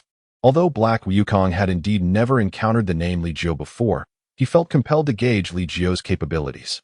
"You are truly reckless," Li Jiu coldly regarded Black Wukong, who, at this moment, should have reached the pinnacle of his power. While further advancement was possible, it required his own relentless effort, not merely adapting to his physique.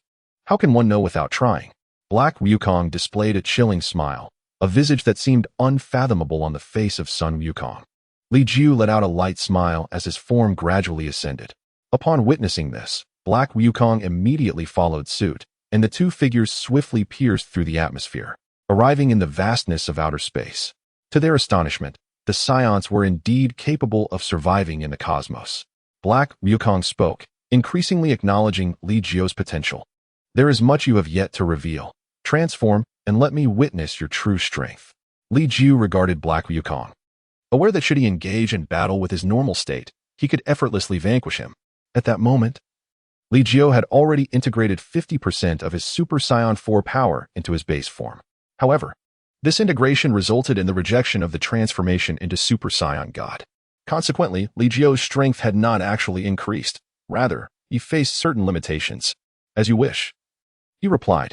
Black Wukong's expression sharpened, and his aura surged dramatically, only to vanish and be replaced by an enigmatic energy, accompanied by the vivid crimson flames and hair. "This is Super Saiyan, Rose."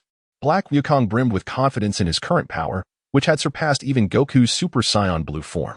This formidable energy warranted the attention of even the gods of destruction. No matter how strong his opponent might be, they would not stand a chance against him. Li Jiu gazed at the transformed Black Goku, who radiated an overwhelming confidence, and let out a light chuckle. In an instant, he transformed into Super Saiyan 4. To fully unleash the formidable power of this fourth stage, Li Jiu required a transformation. The fierce aura of Super Saiyan 4 erupted instantaneously, leaving even Black Goku astounded. What manner of transformation is this? While Super Saiyan 4 lacks the divine essence of previous forms, its strength vastly surpasses that of Super Saiyan 3. In a mere contest of power, even the Super Saiyan blue pales in comparison. Coupled with Li Jiu's formidable base combat power and his flawless mastery over Ki, his battle prowess could effortlessly overwhelm Goku under the tenfold Kaioken. "These wretched insects, such power should not be wielded by you," Black Goku bellowed furiously, charging directly towards Li Jiu. Li Jiu's form flickered as he moved. Although the essence of divinity was elusive, he, having comprehended the realm of the divine, found little distinction between divine aura and ordinary presence. In a sudden clash, Black Wukong's entire shoulder began to tremble. The overwhelming might of Super Saiyan stage for proving burdensome to withstand. Merely from their initial encounter, he found himself at a disadvantage. This level of power was such that even Gohan could contend with you evenly. Li Jiu gauged Black Wukong's strength. Even without unleashing his full potential, it was nearly sufficient.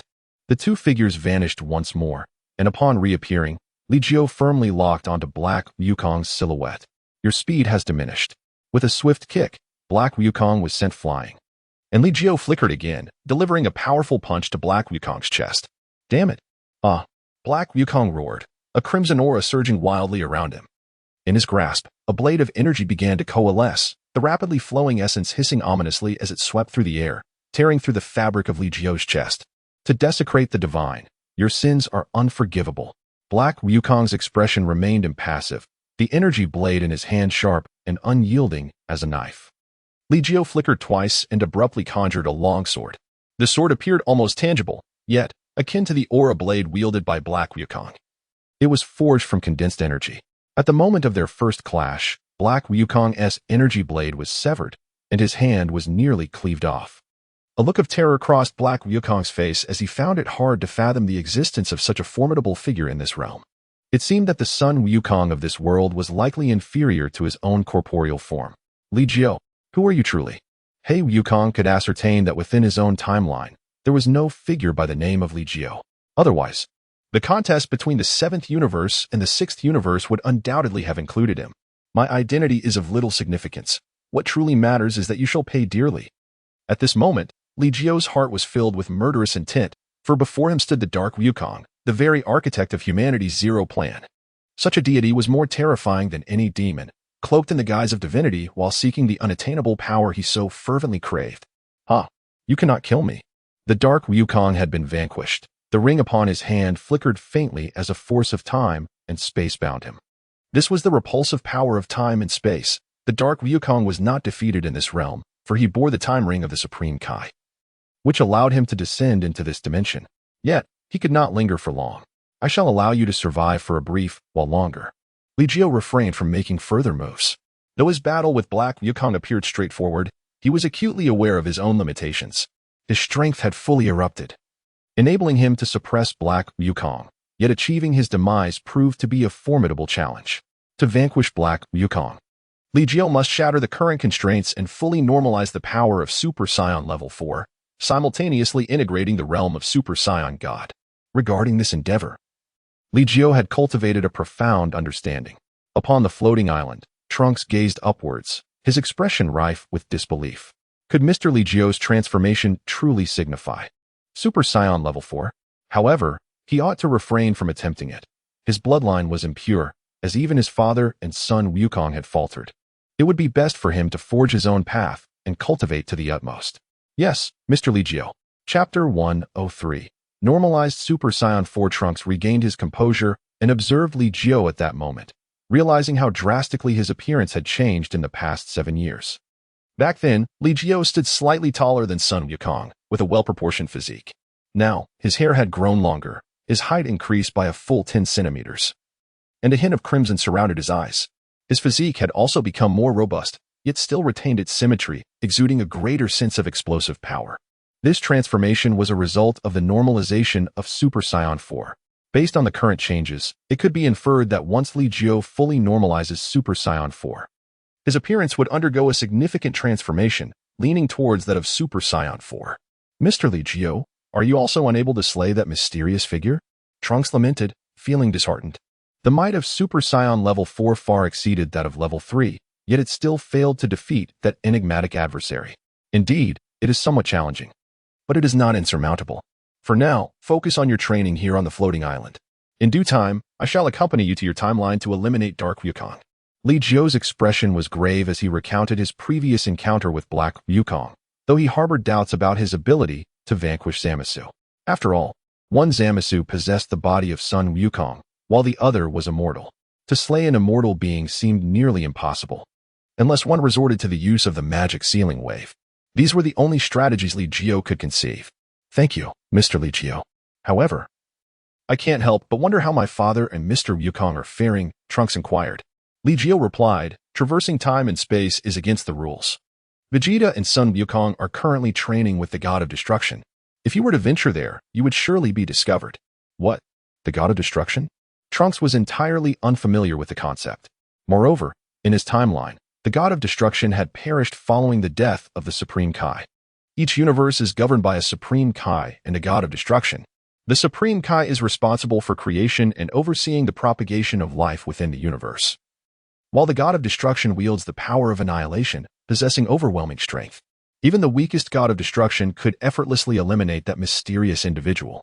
However, your timeline is not so straightforward. I shall elaborate once I arrive there. For now, rest on the floating island. I need some time to enhance my own strength. Although Li Jiu anticipated Trunks' arrival in this timeline, he was taken aback by the timing of his appearance. According to the original timeline, there were no significant discrepancies. However, Li Jiu was currently at a pivotal moment in his quest for power. He required additional time to fully stabilize the formidable energies of the Super Saiyan 4th stage, which would enable him to further explore the divine realm. Indeed, Mr. Li Jiu, Trunks conceded, recognizing his limitations. Furthermore, it seemed that all potent energies on Earth had dissipated. Presently, preparations were underway for a monumental martial arts tournament, pitting them against another universe, necessitating their training under the God of Destruction. The hyperbolic time chamber on the floating island was available for use, but one must be cautious of their physical condition. Moreover, your strength is intrinsically linked to your convictions. Should any issues arise on Earth, unleash your energy. I shall sense your return. Upon uttering these words, Li Jiu employed instant teleportation to arrive at the realm of the destroyers. Li Jiu. Beerus had not been asleep. Rather, he was enjoying a bowl of ramen alongside Whis, living quite a comfortable life. Lord Beerus, how have their training sessions been progressing? Li Jiu gazed at the god-making platform, where Natasha occasionally offered guidance to Krillin and the others. Not bad, Beerus remarked nonchalantly, while Whis smiled and added, given their current rate of progress. Krillin and the others should soon be on the cusp of attaining the Super Saiyan God threshold. Piccolo will be somewhat stronger, and as for Gohan, his power is now on par with Goku's. Indeed, Gohan's talent surpasses that of Goku, making his achievement at this stage entirely expected.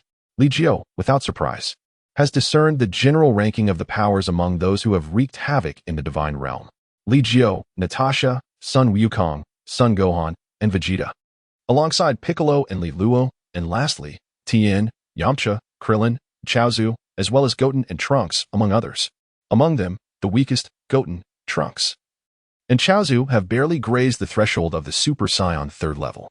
With such strength, even if he were to participate in the upcoming power tournament, Li Jiu remains confident in achieving ultimate victory. However, the decision made by the God of Destruction of Universe 6, Kampa, has made Li Jiu acutely aware that his presence will continually influence the surrounding events. The narrative has subtly undergone significant alterations. For instance, the timing of Trunks' emergence, the choices made by Kampa, the existence of the power tournament itself, and whether the rules of the tournament will indeed change. Li Jiu, why have you returned so suddenly? Beerus scrutinizes Li Jiu, fully aware that this journey and subsequent return will result in a remarkable enhancement of his strength. He will also require the assistance of the God Pad. Li Jiu smiled and then soared towards the divine Ascension platform. After exchanging greetings with the onlookers, he directly ascended to the higher steps. His previous record had been 580 tiers, but this time he transformed into a Super Saiyan at the 4th level. Advancing step by step, 581, 582. Ahead, Li Jiu moved with remarkable speed, ascending a tier almost every 2 minutes. As he reached the 600th tier, his pace began to wane, yet he still managed to ascend a tier every 10 or so minutes. His momentum gradually diminished until he remained motionless for the last few hours, ultimately finding himself at the 650 tier. How impressive, a leap of 70 tiers. Sun Wukong, Vegeta, and the others marveled as they observed Li Jiu finally seated on the divine Ascension platform, ceasing his ascent. Among them, the mightiest, Natasha, had yet to reach the 500 tier, while Sun Wukong and Vegeta were still below 400 tiers. Li Jiu's Super Saiyan 4th level has reached its utmost limit, transitioning from its initial black hair to a vibrant red, only to fade back to black once more. Moreover, Li Jiu's physique in the Super Saiyan 4th state has gradually become more slender. The essence of normal Li Jiu and Super Saiyan 4 Li Jiu converges towards a single focal point. This process is slow, yet it is markedly quicker than before. Whither did Li Jiu depart after leaving? Inquired Beerus, baring his teeth, while Whis responded with a tone that betrayed a hint of gravity. He wandered through the vastness of the galaxy for over a month before returning to Earth. Following that, he arrived at the God of Destruction's realm. In other words, it has only been 4 months since he left Champa. Rarely cautious, Beerus slowly rose, directing his gaze towards Li Jiu.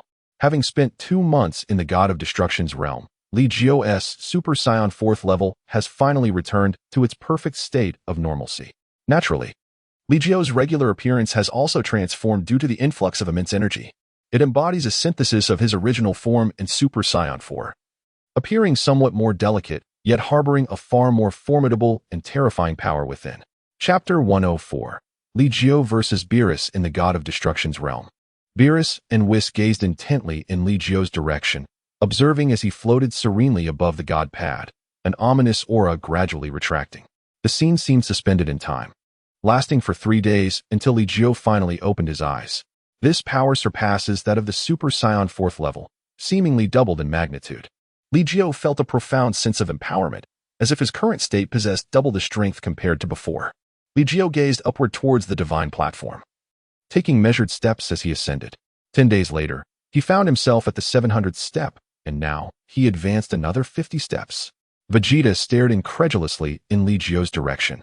For him and Goku, each step upward required arduous effort spanning several days. Yet, Li Jiu effortlessly climbed 50 steps in one go. Remarkable, given Li Jiu's current prowess. Even my tenfold Kaioken combined with Super Saiyan Blue would stand no chance against him. I must redouble my efforts. Goku's expression turned solemn, yet his confidence remained unwavering. Vegeta glanced at Goku and, after a long pause, offered a faint smile. You, my friend. Memories of being defeated by Goku flooded his mind. This man had always charged forward, undeterred by the strength of his adversaries. However, Li Jiu's rapid progression was indeed alarming, even with relentless dedication. Matching his pace seemed an arduous task. If all goes as expected, Li Jiu's Super Saiyan 4th stage should soon merge with the realm of Super Saiyan God. To what heights will his power ascend? Goku pondered, then shouted, "Hey, Li Jiu, may I witness your transformation into Super Saiyan God?" The words reached Li Jiu's ears, prompting him to turn and glance back before looking towards Beerus. Beerus, with a haughty scoff, proclaimed, "Even if he transforms into a Super Saiyan God, he will remain no match for me." Oh ho ho, Lord Beerus, that remains to be seen. Do not forget. The terrifying mastery Li Jiu possesses over his own strength is something even I must regard with respect. Whis interjected at the opportune moment. Had anyone else possessed Li Jiu's power, they might struggle against Beerus, who had grasped a modicum of ultra instinct. But Li Jiu is different.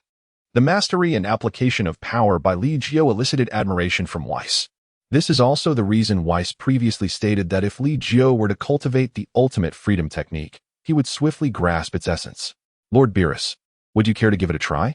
Li Jiu inquired eagerly, glancing at Beerus. However, Beerus merely scoffed. Do you truly believe you are my equal now? How will you know unless you try? Li Jiu replied with a smile, gradually approaching Beerus. Beerus remained motionless, his gaze fixed on Li Jiu, while Whis quietly distanced himself.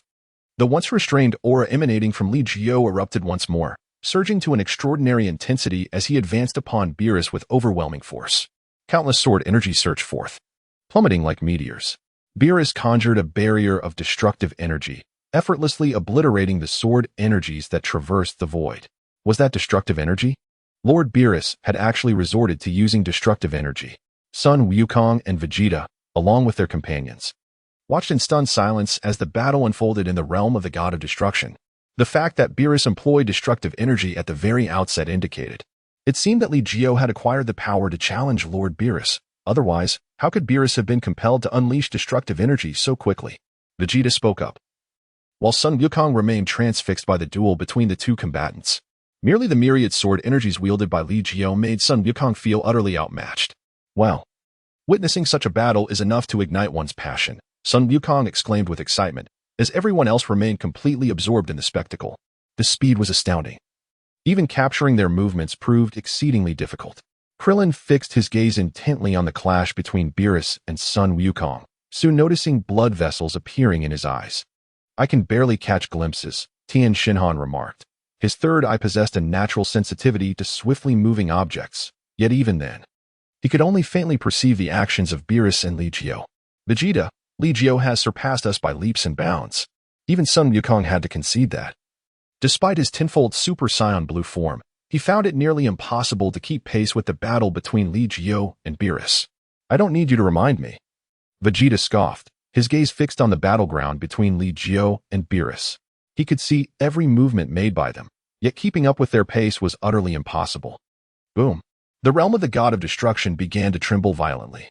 Beerus, with his fists enveloped in a destructive aura, unleashed punches imbued with the power to annihilate worlds. However, Li Jiu resolutely shattered the waves of destructive energy, his fierce presence saturating the entire expanse. He had not transformed. He remained in his base form. Li Jiu, are you still unable to access your divine state? Beerus, seemingly unfazed, faced Li Jiu without feeling any significant pressure. However, on the other hand, Li Jiu presented a different visage. Each punch he unleashed required an immense expenditure of energy, and the destructive force was utterly terrifying. To counter it with his own pure essence demanded an effort tenfold. For now, it was unattainable. Yet, Lord Beerus, have you already begun to wield the Ultra Instinct? Li Jiu's tone was calm, and with the brief separation of the two, his aura steadily intensified. Beerus gazed at Li Jiu with gravity. The fact that Li Jiu, who had yet to master the divine state, could compel him to exert his full strength was astonishing. What would happen if Li Jiu were to grasp the divine state? Ultra Instinct. Are you also training towards that? Beerus narrowed his eyes, a ball of destructive energy coalescing behind him. He intended to witness its prowess, perhaps. By chance, he might inadvertently master it? The very notion of Li Jiu's words nearly exasperated Beerus to the brink of fury. After millennia of cultivation, he had yet to fully control Ultra Instinct, and Li Jiu whimsically believed he could do so by mere happenstance. How could that be? Roar, roar, roar. Indeed, Lord Beerus, what Li Jiu has stated may very well be achievable, was unexpectedly interjected, further deepening Beerus's irritation. Li Jiu merely needed to reacquire the state of divinity, and it was highly plausible that he would no longer be a match for his adversaries. Should he fully master the profound art of ultimate freedom, he would possess the strength to contend with the angels. While there exist entities surpassing the god of destruction within the 12 universes, transcending the angels remains an impossibility. Chapter 105, The Power of Time and Space. The god of destruction and the angels exist on entirely different planes. The chasm between them is not solely defined by strength, but also by their realms of existence. If Li Jiu were to perfectly grasp the art of ultimate freedom, he could attain the level of the angels. However, if he still could not harmonize with the divine state, he would remain inferior to me. Beerus summoned the destructive energy, which, in the past, was invincible. Yet before Li Jiu, it did not wield its customary efficacy. Truly, Lord Beerus, this destructive energy is remarkably potent. Li Jiu struggled valiantly, attempting to withstand the unique destructive energy that made it exceedingly difficult for the refined breaths cultivated through the Huang Breathing Technique to offer any resistance. Yet, even with his current prowess, it was inconceivable that he could vanquish Beerus, even if the latter were to unleash his full might. Consequently, Beerus grew increasingly audacious, relentlessly suppressing Li Jiu with a barrage of formidable attacks, shattering the entire realm of destruction into disarray within mere moments. Given the immense destructive power of the god of destruction, the resilience of his domain far surpassed that of the realm of the Caitian. Alas, cease this. Just as Beerus was reveling in his relentless pursuit of Li Jiu, Whis, with a pained expression, intervened, positioning his staff firmly before Beerus. Lord Beerus, look. Whis gestured towards the crumbling realm of destruction, warning that if the onslaught continued, it would be utterly obliterated. Reconstructing it would be far more troublesome than mere restoration. Humph.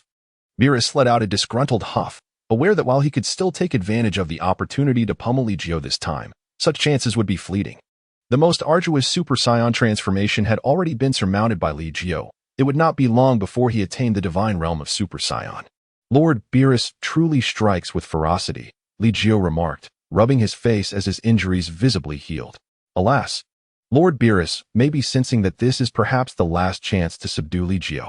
Whis directly articulated Beerus's intentions, prompting Beerus to exclaim, "How could this be? Whis, do not wrongfully accuse me." Li Jiu was rather unconcerned about this. He cast his gaze over the crowd gathered at the god-making platform, observing each individual in turn. He noted that their progress was remarkable, with both Trunks and Goten exhibiting a maturity that was striking. Their expressions and postures bore a resemblance to the young son Gohan of the past. Indeed, it is commendable that everyone continues to strive forward.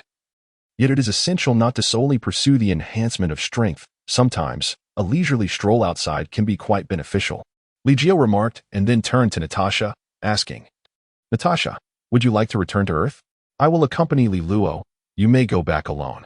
Natasha rolled her eyes, recognizing that while Li Jiu was quite family-oriented, he was excessively indulgent towards Li Luo. Very well.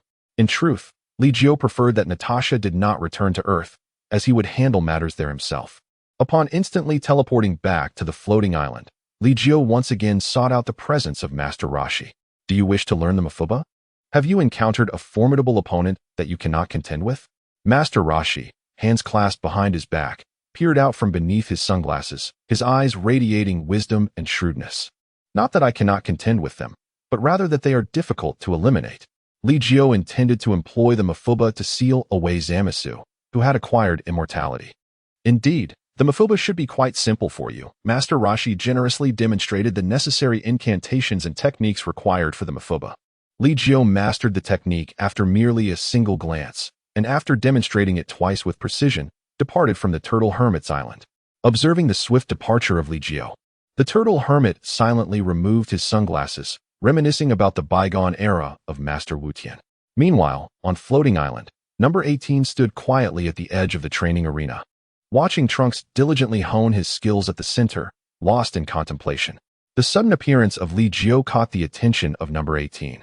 Her beautiful eyes sparkling momentarily before swiftly returning to their usual aloofness. "A busy person like you actually finds time to come home?" she remarked. "Of course. I must return home. And you, number 18, seem quite at leisure. Why have you not accompanied Natasha to train in the God of Destruction's realm?" "No need," she replied.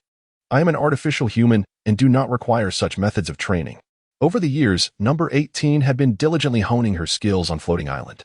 Though Li Jiu could not ascertain the exact level of her prowess, he was certain it would not be inferior to that of a Super Saiyan in its third stage. "Aren't you lonely, being all by yourself?" Li Jiu was aware that he had altered the course of events. Android 18 and Krillin had no interaction, thus failing to unite. Fortunately, Android 18 cast a glance at Li Jiu before turning away. In the distance, Trunks also ceased his training. Over the past few months, he had entered the hyperbolic time chamber, dedicating a total of 2 years to rigorous practice, resulting in a remarkable leap in his abilities. Quite impressive. Li Jiu observed Trunks, who had now surpassed Tien and others, his strength barely reaching the level of a Super Saiyan god. "Mr. Li Jiu, your return this time. I will assist you in resolving your troubles, but the time machine requires my custody." Li Jiu, too, acted with caution, for the time machine was the very key to his return to this temporal realm. "Of course, Mr. Li Jiu," Trunks comprehended, recognizing that it was indeed unsafe to keep the time machine on his person. "In that case, let us proceed." Li Jiu cast several celestial beams, to which Trunks nodded in immediate understanding. Observing this, Li Jiu retrieved additional beams from his belongings, for the dimensional space might not be accessible in another timeline. The energy of the time machine had been fully charged, sufficient for Li Jiu to traverse to the future and back twice. Trunks first instructed Li Jiu on the operation of the time machine, then activated it. Within the kaleidoscopic void of the universe, the very concepts of space and time became indistinct. A mysterious and profound power was captured by Li Jiu. Was this the force of time and space? Although he could only grasp a fragment, Li Jiu sensed the immense potency of this temporal energy. Remarkably, the Huang Breathing Technique was capable of harnessing this force. Furthermore, the temporal energy Li Jiu had seized stubbornly thrived within him, and under his deliberate guidance, it even absorbed a portion of his original essence, growing more formidable. Li Jiu endeavored to harness the temporal energy beyond the confines of the time machine. Unbeknownst to him, a dim light reemerged, and as he opened his eyes, a mysterious smile graced his lips. This journey through time had indeed yielded considerable rewards. Although Li Jiu was still uncertain of how to wield this temporal power, it had seamlessly integrated within him. In due course, with diligent study, he could certainly master the art of time manipulation. "Mr. Li Jiu, please store the time machine away," Trunks urged. Li Jiu transformed the mental time machine into a capsule, thus creating a dimensional space. This new dimension was barren, devoid of any substance. Chapter 106. The Battle Against Black Goku. Once he secured the time machine, Li Jiu finally cast his gaze upon the surrounding environment. It was shrouded in darkness, the sun obscured by ominous clouds. The ground lay in disarray, as if it had endured a cataclysmic bombardment. The remnants of humanity had been driven underground, mere pawns in the malevolent designs of the dark figures.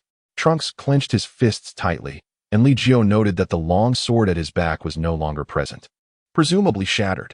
Li Jiu pointed at her brow, and Trunks, noticing this, was momentarily puzzled. However, it was not long before Li Jiu lowered her hand. Have both the Supreme Kai and the God of Destruction perished? That should not be the case. Li Jiu recalled that the old Kaioshin of this timeline should not have been unsealed. However, he indeed sensed no trace of Beerus's presence. It made sense. For Zamasu had witnessed the existence of two Kaishins in the seventh universe. As realization dawned upon him, Li Jiu once again focused his senses. The aura of the divine was unmistakable under Li Jiu's perception, and he grasped Trunks' shoulder, inquiring, "Are you ready? It is time to engage in battle." "Wait a moment. Mr. Li Jiu, I wish to see my mother first," Trunks interjected. Li Jiu furrowed his brow and instantly vanished from the spot. When he reappeared, he found himself in a cramped, unfinished building, Bulma's laboratory in the future timeline. In this reality, Bulma bore additional wrinkles, her demeanor aged and weary. "You are Li Jiu, correct?" Future Bulma, perhaps shaped by her myriad experiences, had lost some of her former impatience and instead exuded a sense of composure. "Hello, Bulma," Li Jiu greeted. To which Trunks promptly added, "Mom, this is the Mr. Li Jiu I mentioned to you. Dad and Mr. Goku are unable to come for various reasons." "Vegeta and Son Goku cannot make it?" Bulma queried, a hint of disappointment flickering across her features, yet she accepted the situation with resignation. "Nonetheless, I am immensely grateful that Mr. Li Jiu is here." Li Jiu nodded slightly. The fate of Bulma in this timeline had also been altered. Originally, she would have perished at the hands of the Dark Ones while shielding Trunks' plea for help. Now, she remained alive. "Mother, this is a gift prepared for you by the Bulma of the primary timeline." Trunks produced a capsule from his pocket, containing meticulously crafted scientific equipment and sustenance from the original timeline's Bulma. "Thank you." Bulma solemnly accepted the capsule, though Li Jiu felt a pang of sympathy. This timeline was beyond redemption. Even if the Dark Ones were vanquished, it would still be irreparable. The Super Dragon Balls of this timeline had been destroyed, and planet Namek was inevitably obliterated. As for the Dragon Balls on Earth, they had long since been shattered. Mr. Li Jiu does not exist in my memories. Could it be due to Trunks? Bulma observed Li Jiu, her gaze drawn to the tail wrapped around his waist. One might interpret it that way. Li Jiu refrained from elaborating. His presence was not merely a consequence of Trunks. "I will assist you in resolving your troubles, but this universe has been irreparably damaged. The subsequent matters must be addressed by you. Time travel is inherently against the rules." "Understood, Mr. Li Jiu." Trunks made no excessive requests, merely wishing to eliminate the Dark Ones. "Come with me." Li Jiu grasped Trunks' shoulder once more, while Bulma retrieved Trunks' sword. Although it was not as sturdy as before, she had repaired it as best as she could. Bulma fastened the long sword for Trunks and adjusted his collar. "Be sure to exercise caution." "Yes, Mother." Trunks' gaze was resolute. Li Jiu activated instant transmission, and the two vanished in an instant. Within a suspended castle, Black Goku and Zamasu leisurely sipped tea. However, as they discussed the Zero Plan for humanity, an energy blast suddenly struck, sending them flying. With golden hair ablaze, Trunks stared at the two, his mind flooded with questions. Who was the other person? Why was there another? "Ah, Trunks, I had hoped to let you live a while longer. Why are you so eager to deliver yourself to your demise?" Black Goku dusted off his attire, while Zamasu remained unscathed, observing Trunks with keen interest. Yet, their attention swiftly shifted to Li Jiu. "It's you." Black Goku had encountered Li Jiu before. This individual was even more formidable than he was, at least, in the past. Is this a death wish brought on by time travel? A cold smirk emerged on Black Goku's face, his eyes igniting with fervor. "Excellent. I too look forward to facing you once more." Having inherited Goku's physique, Black Goku was naturally influenced by his body's instincts, an insatiable desire for battle and the urge to grow stronger. "Hey, don't underestimate me," Zama spoke, appearing rather indifferent. "Rest assured, nothing will go awry. Leave that young man to you. You should be able to contain him." Although Zama's is not particularly skilled in combat, his strength is not to be underestimated, especially with his immortality, which makes it quite manageable to hold off Trunks. He will not be able to disturb you. Zama's, despite his lackluster combat prowess, finds that his immortality significantly enhances his capabilities. Trunks, all you need to do is to restrain him. There is no need to lament the pursuit of a kill. Li Jiu spoke a word and then charged directly toward Black Wukong. After achieving the Super Saiyan 4 transformation, Li Jiu's power experienced another significant enhancement. However, during this period, Black Wukong also made considerable progress. His transformation underwent further evolution, with a mixture of magenta and divine golden light. This golden hue filled Li Jiu with revulsion, in contrast to Black Wukong's so-called benevolence. Li Jiu preferred the malevolence of Frieza. At least it was devoid of pretense. Let it come to an end. In an instant, Li Jiu elevated his combat prowess to its zenith, rendering even the latest upgraded form of Black Wukong unable to withstand the onslaught, subjected to a one-sided thrashing. However, Black Wukong, possessing the body of Sun Wukong and the soul of a deity, possessed a more profound understanding of the divine realm. He was still growing stronger, thus. Li Jiu's desire to utterly vanquish Black Wukong was not a simple endeavor. Merely a few months had passed, yet you have grown significantly in power. This iteration of Black Wukong appeared even more beleaguered than before, yet he exhibited no signs of panic. His aura was intensifying under Li Jiu's suppression. He could sense an inexhaustible surge of energy coursing within him. Sword, arise. Li Jiu's gaze tightened slightly, as numerous swords, seemingly tangible, floated around him. These swords coalesced into a transparent giant sword. The giant sword condensed once more, instantly solidifying into a long sword entirely forged from the essence of energy. The lethal force of the sword's aura was formidable, rarely employed by me, yet it was perfectly suited for you. Chapter 107. Discovery without concern for whether he would slay the Black Wukong. Li Jiu ultimately unleashed his most potent offensive technique. The Black Wukong's eyes narrowed as he beheld the long sword in Li Jiu's grasp. To transform one's aura into something corporeal required not only absolute mastery over that aura but also an abundance of energy within. Achieving even this step was beyond the Black Wukong's capabilities. In merely a few months, how could such significant progress be possible? The Black Wukong was incredulous. How could Li Jiu have advanced so remarkably in such a brief span? Just because you cannot do it does not mean others are incapable.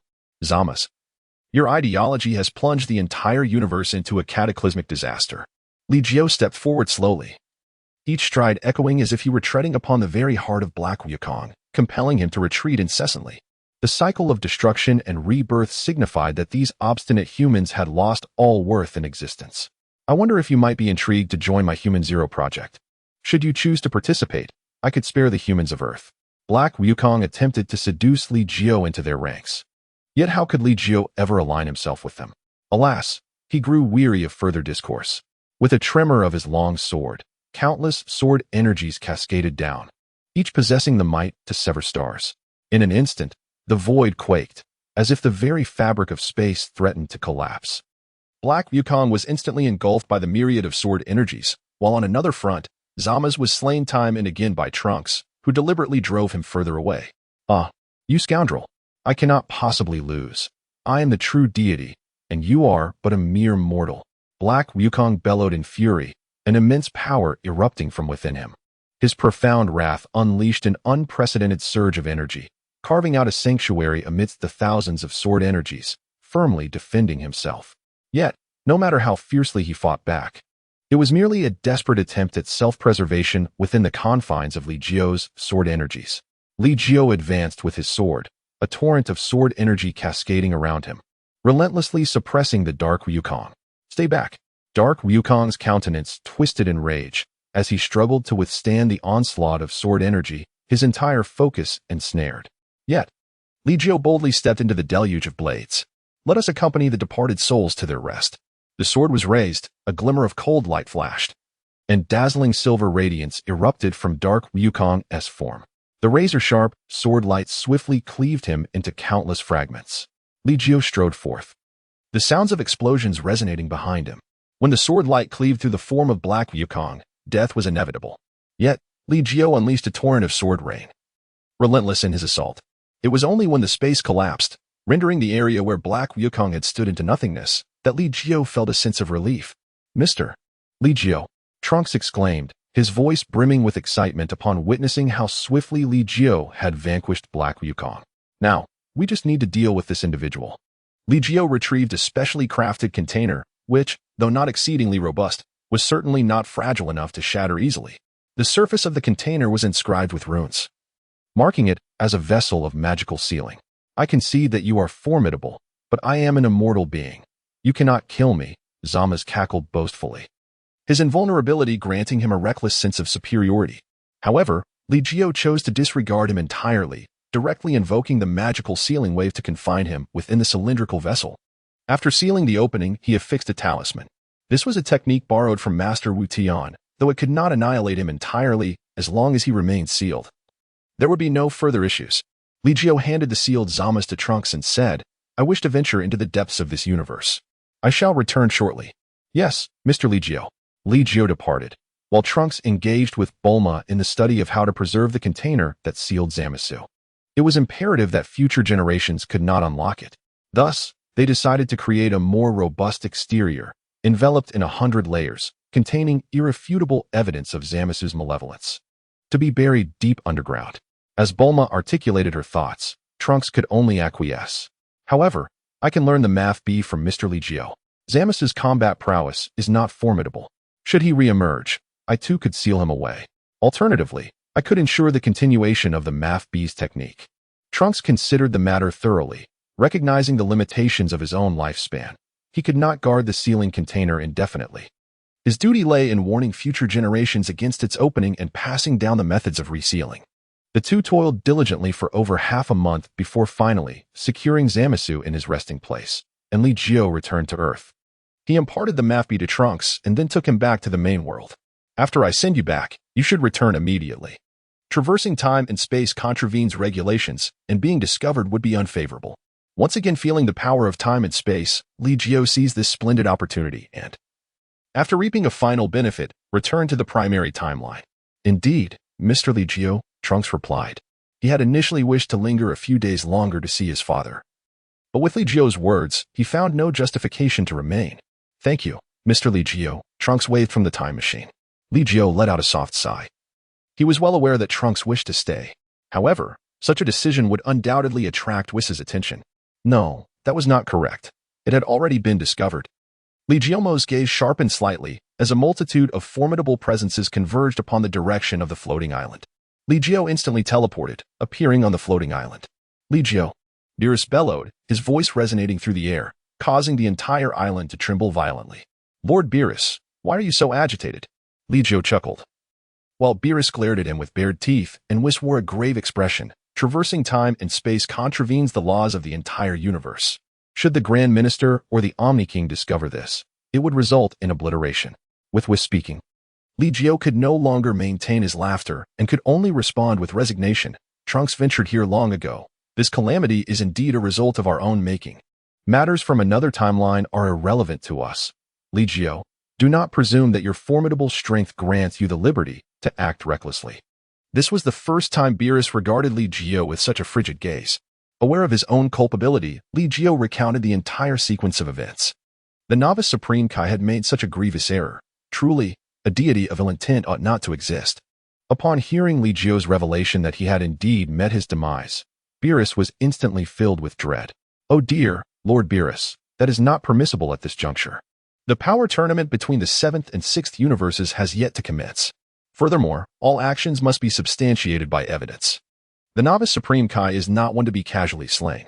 Whis interjected, to which Beerus coldly scoffed. Whis, surely you have a solution. In truth, should Lord Beerus perish, it would have little effect on me. Whis. Chapter 108. The first contest, Piccolo thus. It can be inferred that Zamasu conceived such a mad ambition only after witnessing the match between the 6th and 7th universes. Therefore, to thoroughly quash this matter, we must await the conclusion of the tournament. I shall keep a watchful eye on the situation in Universe 10. Though Whis claimed that he was unaffected, he still acquiesced. Beerus let out a soft snort, then cast a sidelong glance at Li Jiu, stating, the match against the 6th universe is about to begin. The rules have been established. So it is up to you to arrange who will enter the fray first. Beerus essentially delegated the responsibility. Li Jiu's strength has been steadily increasing, and unbeknownst to him, he has ventured into the future, leaving one to ponder whether his prowess has advanced further still. This thought vexed Beerus. For if Li Jiu were to reclaim the realm of the Super Saiyan God, he might no longer stand a chance against him. Very well, Lord Beerus. Li Jiu exhaled in relief upon noticing Beerus's lack of further inquiry. Bulma and Master Roshi had also arrived, joining as spectators. Was promptly constructed a traversable cube. And as the group indulged in barbecuing, they made their way to the nameless star situated between the two universes. Meanwhile, Bados had preliminarily arranged the venue. With Kampa languidly seated upon a chair, flanked by 10 individuals, Hit, Frost, Caulifla, Kale, Gabe, Batamo, Sanel, Pibera, and the formidable Ribrian. Upon Whis and the others' arrival, Beerus's gaze immediately fell upon the 10 individuals beside Kampa. Yet, even as a god of destruction, he could not discern their true capabilities until they revealed their strength. He could perceive 1 or 2, perhaps 3 or 4, but not entirely. Only Whis, upon glancing at Bados, subtly nodded. For the might of the two angels was beyond question. Even someone like Hit, who manipulated time, would be transparent with just a slight exhibition of his power. Oh dear. Isn't the arrangement of this competition venue rather rudimentary? Bulma exclaimed without fear, observing the lack of even a spectator's seat. Bulma, lower your voice, Vegeta admonished, his expression darkening as he quickly pulled her back. Despite his formidable strength and amicable relations with Beerus, he did not believe that Beerus would intervene on his behalf against Kampa. Should Kampa indeed wish to confront Vegeta, the only one capable of intervening would be Li Jiu. Indeed, it is rather simplistic. Allow me to make some adjustments, Whis declared, waving his staff to conjure a grand sofa, accompanied by an array of earthly beverages and snacks. The remaining arrangements were also slightly enhanced, rendering the atmosphere more comfortable. In the center of the arena, a professional host with antennae protruding from his head stood with a microphone, addressing the crowd. May I inquire, esteemed gods of destruction, are we ready to commence the match? Wait a moment. The order of appearance has yet to be determined, Beerus interjected, casting a cold glance at Kampa. Kampa, however, merely smirked. What order of appearance? There was no such agreement made initially. Nonetheless, one side must take the stage first, Beerus replied, pursing his lips, ignoring Kampa's subtle machinations. Then let us decide with rock, paper, scissors. Beerus, you have lost. Xiangpa gazed at his scissor-like hands, erupting into a wild, carefree laughter. Although it was merely a trivial contest of victory and defeat, it held great significance for him. TCH, Li Jiu, he remarked, casting a glance toward Li Jiu, who slowly rose to his feet. Hey. You're not seriously thinking of being the first to step into the fray, are you? Xiangpa held a profound impression of Li Jiu, especially considering that the Li Jiu of 6 months prior bore little resemblance to the one before him today. An instinctive intuition whispered to Xiangpa that Li Jiu's prowess had significantly advanced. The individual who had long desired to spar with him, if he were to strike first. Whom would Xiangpa send into the arena? Surely not, Master Xiangpa. If possible, I must conserve my strength and also seek your esteemed guidance. Li Jiu spoke, his intentions remaining unequivocally clear. He yearned to engage in a sparring match with Xiangpa. That would require your contestants to vanquish all of my fighters first. Xiangpa appeared to have heard a jest, as his confident smile was directed towards Hit before glancing over at Caulifla and Kale. Since you are not the first to take the stage, do hasten to send forth your initial competitor, he urged. Li Jiu cast a discerning glance at the opposing lineup before turning his gaze to Trunks and Goten, saying, You two youngsters, please hold on for a moment. Yes, Uncle Li Jiu, they replied, eager to take the lead yet obedient to Li Jiu's directives. Allow me to take the first match, Piccolo remarked, surveying the opposing team with a slight smile. We must not disgrace ourselves in this opening bout, as the adversaries are formidable. Thus, let Piccolo commence the first contest. Li Jiu spoke, acknowledging that the combat experience and tactical acumen of the short flute were unparalleled among the group. Though his strength may not have been formidable, the lethality of certain techniques was indeed elusive. Oh, Namekians? In that case, Vegeta, it's your turn. As Zampa grinned, he cast a glance at the two Namekians beside him, refraining from allowing them to engage with the short flute. The Namekians, being the most familiar with their own kind, understood the importance of maximizing the advantage of striking last. Vegeta, a colossal boiler robot, had molten magma surging within him, radiating an intense heat that even Vegeta, without transforming into Super Saiyan Blue, found difficult to overcome. Li Jiu was aware of Vegeta's vulnerability and after some contemplation, suggested, Dind, try insulting him a couple of times. What? Dind, taken aback, gazed at the enormous iron furnace before him, already feeling a headache, and could hardly comprehend why Li Jiu would want him to hurl insults. Give it a shot. Li Jiu himself was uncertain about which planet this Vegeta hailed from, but he was cognizant of one particular weakness, a fragile psyche. Din cast a wary glance at Li Jiu before focusing intently on the formidable Vegeta not far ahead, feeling a reluctance to utter the words. The competitors readied themselves, and the match commenced. The host called out, and Vegeta immediately let out a furious roar, a wave of scorching energy surging forth as its massive, cumbersome body charged towards Din. Merely a heap of scrap metal. Bring it on. Sensing the overwhelming force approaching, Din scoffed, which could be interpreted as an insult. In the next moment, however, Vegeta halted abruptly, staring blankly at Din, who was astonished to find that his insult had indeed struck a chord. Yet Vegeta howled towards the heavens, its iron fist pounding against its chest. This is bad. Din's expression turned grim as he realized that rather than having an effect, his words had only incited Vegeta's wrath. Chapter 109. Din vs. Vegeta. The fool thinks himself clever. Vegeta's psychological weakness has been specially trained to be reinforced. If anyone dares to call him scrap metal again, it will only fuel his fury further. Let the great iron furnace boil. In the direction of the 6th universe. Caulifla cheered exuberantly, while Kale stood timidly behind her, occasionally stealing glances toward the 7th universe. Li Jiu naturally noticed the two girls, both of whom possessed remarkable auras. One of them, Li Luo, sat in the audience. His curiosity piqued as he gazed intently at Kair.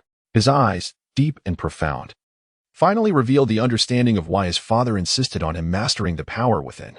It appeared that the 6th universe, too, possessed the legendary bloodline. Father, it seems that the Saiyans of the 6th universe, steeped in myth, are somewhat different from me.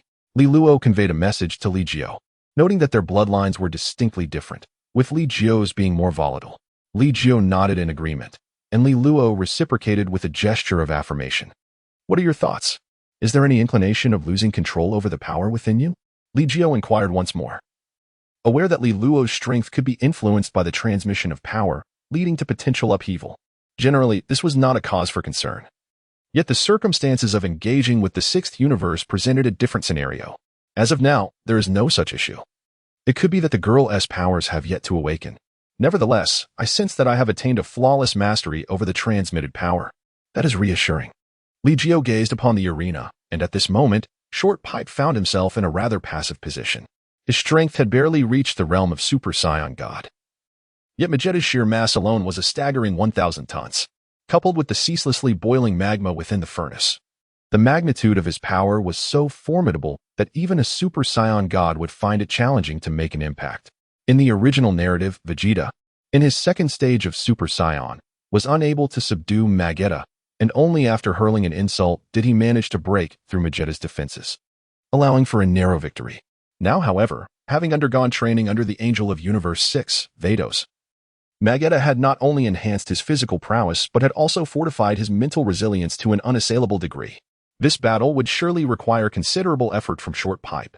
Li Jiu shook his head in regret, yet did not dwell on it. The individuals from the 7th universe possessed the capability to triumph even in the grand tournament of cosmic powers.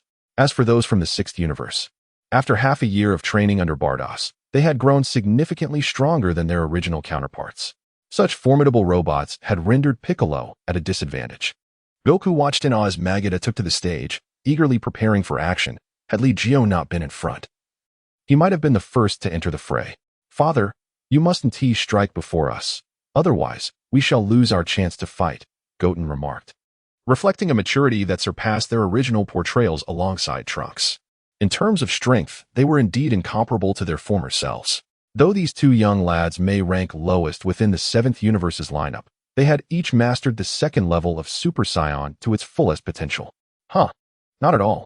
The 6th universe also boasts formidable fighters. Goku scratched his head, while Trunks approached Li Jiu and said, Uncle Li Jiu, allow either me or Goten to take the next match. Very well, Li Jiu readily acquiesced. In the first bout, even if Piccolo emerged victorious, it would be a strenuous endeavor. The second battle would likely see him eliminated. On the stage, the searing heat emitted by Vegeta elevated the surrounding temperature significantly. Piccolo was already drenched in sweat, struggling to maintain his offense. Moreover, the temperature radiating from Vegeta's head and body was exceedingly high, rendering Piccolo hesitant to launch a direct attack against him. He could only defensively withstand the onslaught from Vegeta's colossal hammer. The once modest stage had been ravaged beyond recognition by Vegeta, forcing Piccolo into a corner. The oppressive heat was palpable as Vegeta pressed his advantage, his movements causing the entire arena to tremble. Excellent work, Vegeta. Push him off, Kappa shouted, as a victory would greatly bolster their morale. Additionally, as a robot, Vegeta could sustain prolonged combat after a single energy recharge, granting him seemingly limitless strength within the confines of the match. Piccolo, enveloped in heat and with an ashen expression, found himself perilously close to the edge of the stage. Vegeta, brimming with excitement, charged at Piccolo, swinging his enormous hammer down upon him. Now is the moment. The corner of Din's mouth curled slightly upward. He could wait no longer, for his strength was nearly exhausted. The intense heat and ferocious battle had rapidly drained his stamina. Particularly during the initial stages of combat, several miscalculations had resulted in the loss of arms, consuming vast amounts of energy to regenerate. As a colossal iron fist descended, Din leaped high into the air, landing atop the fist. He swiftly maneuvered along Vegeta's arm. Vegeta's other arm swung toward him, crashing down where Din had just landed. Yet, with Din's incredible speed, it was difficult for Vegeta to land a hit. Scaling the imposing figure of Vegeta, the positions of Din and Vegeta were abruptly reversed. "Uncle Din," Gohan exclaimed, his eyes gleaming with determination, for he sensed that the moment of decisive victory had arrived. Din assumed a firm stance, his arms crossed over his shoulders, and his energy surged exponentially. Vegeta turned around and, without hesitation, unleashed a torrent of magma. Din responded with an explosive counterattack, an indiscriminate magical blast that repelled Vegeta's molten onslaught. Concurrently, shimmering blades of light flickered, cleaving through the arena. A resounding boom echoed as the arena beneath Vegeta began to collapse. Seizing the opportunity, Din unleashed an even more formidable burst of energy, obliterating much of the arena and causing Vegeta to be toppled due to the instability beneath him. The earth trembled as Vegeta's massive form, weighing in at tons, created a thunderous noise with each step, let alone when he fell heavily. The sudden turn of events caught both Beerus and Campo off guard. How could the once dominant Vegeta have fallen so suddenly? Roaring with disbelief, Campo exclaimed.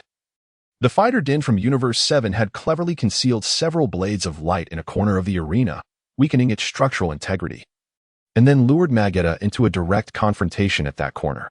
The combination of Vegeta's weight and the force of the collision caused the arena to collapse, leading to his fall. How can this be? Campo protested, feeling cheated. Yet Beerus was not one to indulge such grievances, retorting sharply, "Strategy is a part of combat, Campo. Do you wish to play unfairly?" "Who is being unfair?" Campo huffed. "Vados, restore the arena at once and commence the next match." Campo would not grant Din any time to recuperate. At his command, Vados waved her staff, and the arena was instantly restored. Campo then sent forth the next contestant, the fellow Namekian, Ribrian. Chapter 110. The appearance of Trunks. Din's stamina was nearly depleted, yet he had no intention of withdrawing just yet. He owed his gratitude to Li Jiu, whose guidance had repeatedly enabled him to transcend his previous limits. But could Ribrian, also a Namekian, surpass her limits? Even with Vados' instruction, how formidable could she truly become? Ribrian, the Namekian from Universe 6, nodded with a gentle smile, embodying the inherent kindness of his race. In stark contrast, Piccolo bore the remnants of a more sinister essence within him. With a cold smirk, he stood as the most gifted warrior among the Namekians, exuding an air of absolute pride. "Show me your strength," he challenged. Although Piccolo was low on stamina, he was eager to witness the prowess of Plina. As the match commenced, the announcer proclaimed the start, and Plina wasted no time launching an assault. He observed Piccolo's previous battles, convinced that he could not match the peak Piccolo of yore. However, the circumstances had shifted. Piccolo's strength was nearly depleted, and Plina sought to conclude the fight swiftly, denying Piccolo any opportunity to recuperate. The clash between the two Namekians resembled a writhing octopus, their forearms extending and intertwining like serpents. Yet, they both unleashed their signature techniques, exchanging blasts mouth to mouth. Despite Plina's evident inferiority in strength and combat skills compared to Piccolo, the latter's severe exhaustion from the earlier match proved detrimental. After a few forced exchanges, Piccolo was ultimately knocked off the stage. With that, the announcer declared Plina the victor of Universe 6. "Well done, Plina," shouted Campo, his voice booming with excitement. Wiping the sweat from his brow, Plina acknowledged his victory, though he realized that Piccolo had drained a considerable amount of his own energy as well. "Trunks, it's your turn," he said. Li Jiu gazed at Trunks, who, upon hearing his words, leaped eagerly onto the stage. Observing that Li Jiu had indeed chosen Trunks, Beerus let out a light huff. Initially, he had not intended for Goten and Trunks to represent Universe 7, for there existed mightier beings on Earth who were not participating. For instance, Natasha, even in her condition, could effortlessly overpower Piccolo and the others with a single hand. Furthermore, Android 18's formidable strength had surpassed that of Super Saiyan 3, brushing against the threshold of Super Saiyan God. There was also Android 17, and if Li Luo were to take the stage, that would be equally acceptable. Sensing Beerus's discontent, Li Jiu offered a gentle smile. "Lord Beerus, please do not take it so seriously. Allowing the children to train and grow isn't a concern." without hesitation. Beerus cast a glance towards the direction of Universe 6, directly honing in on Hit's position. Rest assured, Lord Beerus. Li Jiu displayed a confident smile. And Beerus finally ceased his chatter. The match commenced anew, with Trunks immediately transforming into a Super Saiyan at the second level. Upon witnessing Trunks' transformation, Caulifla erupted in disbelief, exclaiming, "How is this possible? How can a mere child so effortlessly attain the second stage of Super Saiyan? That transformation took me considerable effort to achieve." "Sister?" Kale timidly tugged at Caulifla's arm, then whispered, "But it took even you 10 days to reach the second stage of Super Saiyan. Do not criticize." In the original Dragon Ball Super, the power tournament lasted a mere 40 minutes, during which Caulifla ascended from Super Saiyan to Super Saiyan 2, with the guidance of Bardock. Even casual instruction and practice on the God Pad would yield far superior results compared to their solitary training. Such rapid progress is entirely plausible. Huh? Really? But he seems so young. Is he even 10 years old? Caulifla shouted, while Kale secretly glanced in the direction of Li Luo, feeling as though the young boy was observing them. On the arena, Pabina was equally perplexed as to why the 7th universe would allow a child to compete. Yet upon witnessing Trunks' transformation, he could not afford to underestimate him. The energy emanating from Trunks was on par with that of Pabina. To belittle him due to his age would certainly lead to dire consequences. Hey, I'm about to make my move," Pabina declared. "I am quite familiar with the techniques of the Namekians." Trunks, suppressing his inner excitement, could not help but express his enthusiasm with animated gestures. When Natasha had instructed them during their training in the God Realm, they had not felt this exhilarating sense of confrontation. "Take this." Pabina extended his arms, elongating them in an attempt to ensnare Trunks. Unfazed, Trunks conjured 2 thin energy blades, reminiscent of Krillin's signature move. "These little rascals have even learned my Kienzan," Krillin chuckled, stroking his bald head without a hint of concern. The Kienzan was exceedingly sharp, and Pabina dared not engage recklessly. He retracted his hands and evaded the 2 energy blades, closing in on Trunks. However, the 2 energy blades did not vanish. Instead, they arced and split into 4, encircling him once more. "Hiki," Trunks grinned cunningly. Feeling a chill run down his spine, Pabina unleashed his energy, firing energy waves from both hands and his mouth, yet one of the Kienzans severed one of Pabina's arms. "Now's my chance." Da. Taking advantage of the opportunity, Trunks launched into the prince's technique, unleashing a barrage of energy blasts that stirred up a considerable cloud of dust. With a keen awareness of his energy, he created some distance, his hands clasped together in a poised stance. It was Vegeta's final flash. Yamcha was momentarily taken aback, while Vegeta huffed with pride. His son, if he couldn't team master his own father's technique, what a disgrace that would be. As the dust settled, Frieza appeared somewhat disheveled. Yet his severed arm had already regenerated, beads of sweat accumulating on his brow. What a formidable young lad. Frieza gasped for breath, only to catch sight of Trunks grinning mischievously as he gathered a radiant energy sphere in his clasped hands. What? From the initial energy blade, Frieza found himself ensnared in a relentless series of assaults from Trunks. Now, with the prince's technique proving effective, he swiftly charged the final flash, catching Frieza utterly off guard. With no means of escape, Frieza could only brace himself with his demonic mouth cannon. Trunks exerted himself, crackling with energy as 2 shockwaves collided with tremendous force. "Frieza, bring that boy down," Zampa shouted, causing Frieza to widen his mouth in disbelief.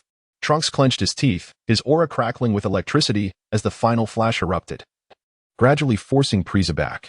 No, Zampa dared not open his eyes, yet even without looking, he could sense Frieza being overwhelmingly pushed off the stage by Trunks.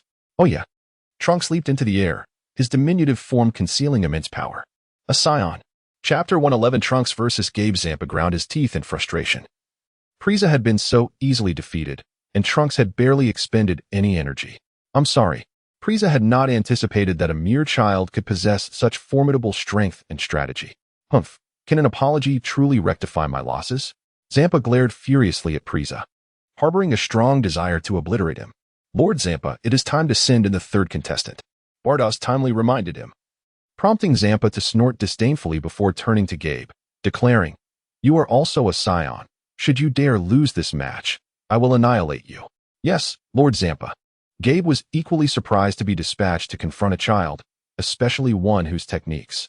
Despite his astonishment, Gabe rose to his feet and leaped onto the stage.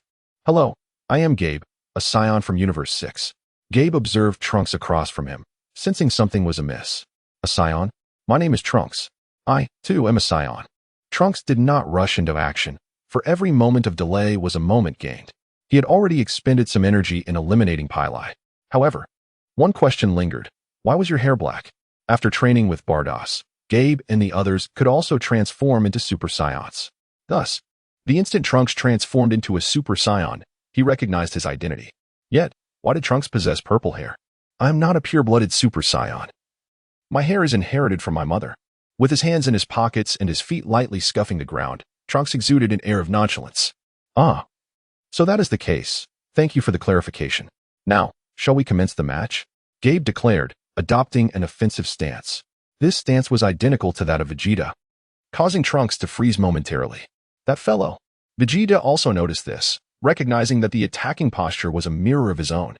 It was a Scion from Universe 6. Goku observed this as well, his excitement palpable as he rubbed his fists together. This time, you shall not steal my opponent. Vegeta scoffed, while Goku scratched his head, saying, Li Jiu will certainly let me make the first move. Not necessarily, Li Jiu chuckled. This pair of rivals could bicker anywhere. On the arena, the battle ignited once more. True to form, Trunks transformed into Super Saiyan second stage at the earliest opportunity. He understood his shortcomings, primarily the lack of combat experience, when facing a real opponent. His psychological fortitude wavered. Therefore, unleashing his full power immediately to swiftly conclude the battle before the adversary could decipher his fighting style was Trunks' optimal strategy. Trunks is quite decisive, Goku remarked, prompting Vegeta to retort. Do you think everyone can afford to dawdle like you? I was merely observing the opponent's tactics, Goku replied, scratching his head. He could hold his own against anyone, mainly wanting to first assess his opponent's strategies, embodying both a learning mindset and cautious approach. In the arena, upon witnessing Trunks' transformation, Gabe also transformed into Super Saiyan second stage. However, his second form did not achieve full power. A formidable aura emanated. Trunks was in peril. Goku interjected, and Vegeta, suppressing his fury, inhaled deeply. Trunks, treat him as if he were me. Vegeta shouted, yet Trunks did not respond. He too assumed a stance, similar to Gabe's, but with subtle differences. The clash of these two Super Saiyan seconds unleashed a power that shook the entire arena. Chunks of rubble flew, and the two figures flickered rapidly, colliding again and again, with Trunks surprisingly finding himself at a disadvantage. Such immense power. Trunks clenched his teeth, fully aware that despite both being in the second stage of Super Saiyan, the disparity in their foundational power was glaringly evident. Even though Trunks had mastered the second stage of Super Saiyan to its fullest potential, Gab's base strength was not far off from Vegeta's, significantly surpassing Trunks. From the onset of the battle, Trunks found himself on the defensive, and despite his continuous evasion and maneuvering, he struggled to escape the overwhelming pressure. Damn it! Trunks gritted his teeth as he endured numerous crushing blows to his relatively smaller frame compared to Gab. This cannot end in defeat after 6 months of rigorous training. If I lose, my father will surely be furious. Trunks held great regard for Vegeta's opinion, having trained alongside him since childhood. He understood the weight Vegeta placed on his progress. You have lost, Trunks, Gab declared, halting his assault and gazing down at Trunks, who had been driven into the arena floor. I refuse to lose. The arena began to tremble as fragments of stone levitated amidst flickering sparks of electricity. Trunks rose, his golden hair shimmering with a flickering brilliance. Super Saiyan 3. With Vegeta's words resonating in the air, Trunks let out a furious roar, his hair cascading down to his waist as he transformed into Super Saiyan 3. Electric arcs danced around him as he excitedly examined his hands, then fixed his gaze upon Gab. The one who will lose is you. In an instant, he vanished from sight, his speed so astonishing that Gab barely had time to react before a punch struck his abdomen. Oof! The blow sent Gab flying, crashing to the ground and carving deep grooves into the arena floor with his legs. Behind you, Trunks reappeared at Gab's back, delivering a series of swift kicks, battering him like a ball. Ultimately, he unleashed a powerful strike that sent Gab crashing into the arena floor. The battleground was now a chaotic mess, devoid of any intact surface. Trunks panted heavily, his body still crackling with electricity. The transformation into the third stage of Super Saiyan bore an immense toll on him. Given his current physical strength, it was a strenuous endeavor. Yet, Trunks had yet to grasp the essence of divine energy, leaving him unable to achieve a divine transformation. Thus, he could only rely on the Super Saiyan 3 form to surpass his limits. Referee, I have not lost. Trunks attempted to call out to the referee. But Gab was slowly rising from the pit. I'm truly sorry, but I have not yet lost. Gab stood tall, his eyes sparkling ever more brilliantly. The consecutive blows had not diminished his aura, rather, he was intensifying it. Then let the battle continue. Trunks assumed a defensive stance, his stamina waning. Yet he resolved to make an effort to force Gabe out of the ring. Chapter 112, The New Transformation, Godly Scion. Gabe slowly emerged from the pit, appearing to have sustained only minor injuries. His energy steadily ascended, imbued with an enigmatic aura, while the golden flame of Super Saiyan 2 brightened significantly. That state is. Tien Shinhan exclaimed in astonishment, while Son Goku remarked, could it be yet another transformation of the Super Saiyan God?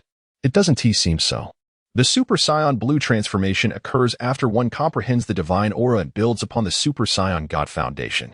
In contrast, Gabe's current transformation is a fusion of divinity based on the Super Saiyan form, representing a kind of advanced metamorphosis. However, his energy remains chaotic and unstable. Li Jiu discerned Gabe's foundation at a glance. After all, both the Super Saiyan God and the Super Saiyan Blue transformations necessitate a base state to initiate their metamorphosis. One cannot directly transition from a Super Saiyan state to that of a Super Saiyan God.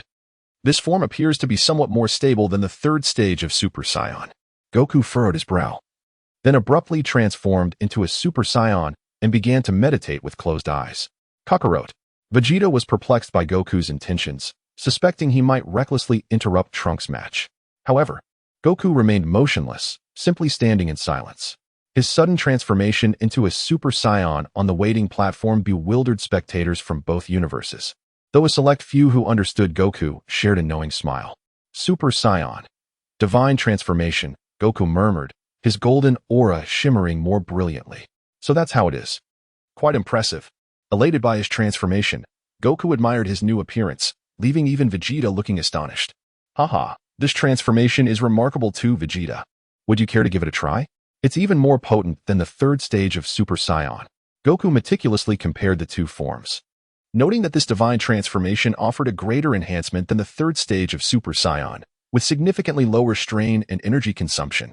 Indeed, the cost-effectiveness of this transformation surpassed that of the third stage, yet it still fell short of reaching the level of Super Saiyan God. Li Jiu did not attempt to transform. Gabe's path is quite similar to that of future Trunks, albeit still in its developmental stages. Perhaps, with further refinement, it could rival Super Saiyan Blue. Li Jiu had witnessed Trunks' transformation, which indeed possesses the potential to contend with Super Saiyan Blue. Though he was unaware of their original capabilities, achieving this level after merely 6 months of training under an angel is hardly impressive. Vegeta snorted disdainfully, yet the corners of his mouth curled upward slightly. For him, the Super Saiyans of the 6th universe, while adversaries, are nonetheless his kin. The term Scion will forever remain the highest creed in Vegeta's heart. Is this the Super Saiyan God? Trunks observed Gabe's transformation with curiosity, sensing a resemblance. Yet it was evidently distinct. It is not the Super Saiyan God, but rather a God-level Scion. God-level Scion, very well. Trunks felt somewhat exasperated. There are not many colors left for the Scions, nor many names. When Gabe transformed into a God-level Scion, the battle was already concluded. The power increase of a God-level Scion surpasses even that of a Super Scion's third tier, and considering Gabe's formidable base combat strength, it was a formidable presence. Having been knocked off the stage, Trunks found himself utterly drained, lacking even the strength to fly back. Trunks. Goten rushed over to carry Trunks back, and then turned to Li Jiu, cracking his knuckles. Am I next? You are no match for him, Li Jiu replied, eager to gauge Goten's resolve. I want to give it a try, Goten said, glancing at Li Jiu, and then at Goku, who was still studying the God-level Scion transformation. If Dad can transform, so can I. Then go ahead. Trunks and Goten had initially come to train. And now that Trunks had achieved the transformation of a Super Scion's third tier, perhaps Goten could surprise him as well. Krillin gave Trunks a senzu bean, and he was instantly revitalized, immediately cheering Goten on. Go for it, Goten. Show him a Super Saiyan God. Transforming into a Super Saiyan God is no simple feat. Vegeta interjected. Super Saiyan Blue is attained through the understanding of divine energy during transformation. However, the Super Saiyan God is a pure state of being. Dad, you underestimate us. Trunks retorted defiantly. Vegeta let out a cold snort. I have said that the transformation into Super Saiyan 3 is a mistake. Why do you continue to train in that direction? Not at all. I simply do not want to disappoint you, and I achieved this transformation naturally. Trunks scratched his head. He and Goten had been trying to comprehend divine energy recently, yet they had not reaped any rewards. Humph. Vegeta let out a grunt and fell silent. Yet Trunks' performance had truly exceeded his expectations. However, the pride of the Saiyan Prince remained unyielding. Meanwhile, Goku, engrossed in his quest for new transformations, remained blissfully unaware that his son had already taken to the stage to compete. Li Jiu also gazed thoughtfully at Sun Wukong's transformation, but soon shifted his focus to the arena. The match commenced. Sun Wutian, displaying the same politeness as his father in his youth, clasped his hands together and bowed. Introducing himself. Hello, my name is Sun Wutian. Hello, I am Gabe. Though Sun Wutian was but a child, Gabe dared not underestimate him. The Saiyans of Universe 7 were incredibly powerful. Even a mere child could achieve astonishing transformations. I have yet to grasp the essence of divinity, but I shall comprehend it through battle. Sun Wutian assumed a stance identical to that of Sun Wukong. Gabe paused momentarily, then replied with a smile. I look forward to it. In the next instant, Sun Wutian charged forward without even initiating his Super Saiyan transformation. Baka.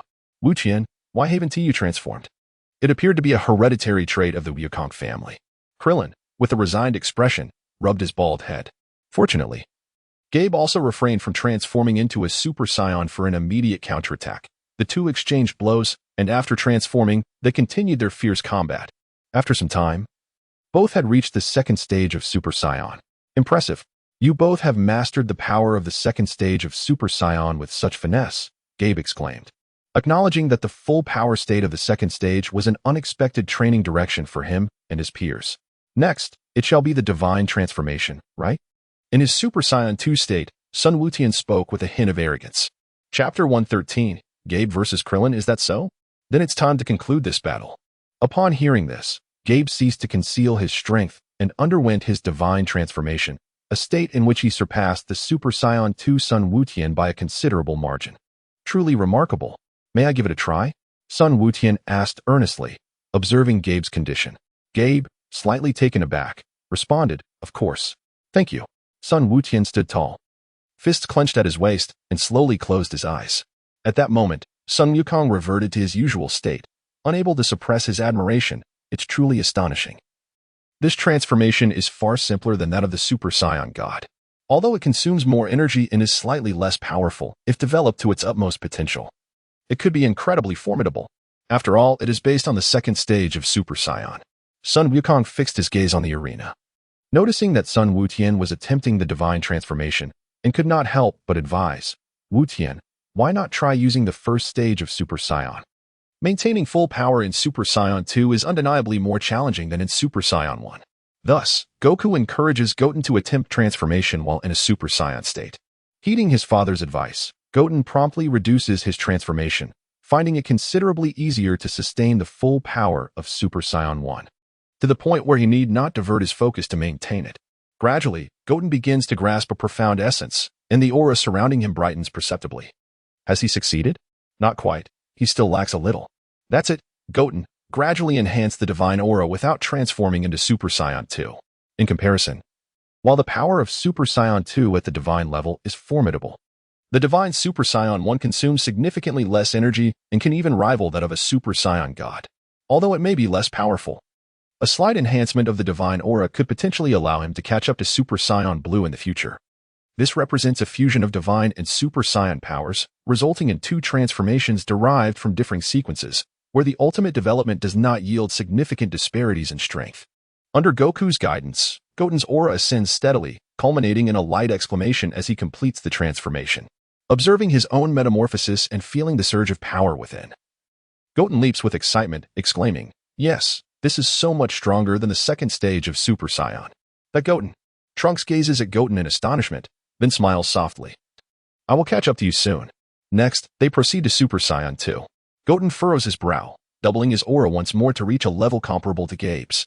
The energy expenditure is slightly higher than that of Super Saiyan 2. Curiously inspecting his hands, Goten assumes an attacking stance. "Gabe, thank you. We can begin now."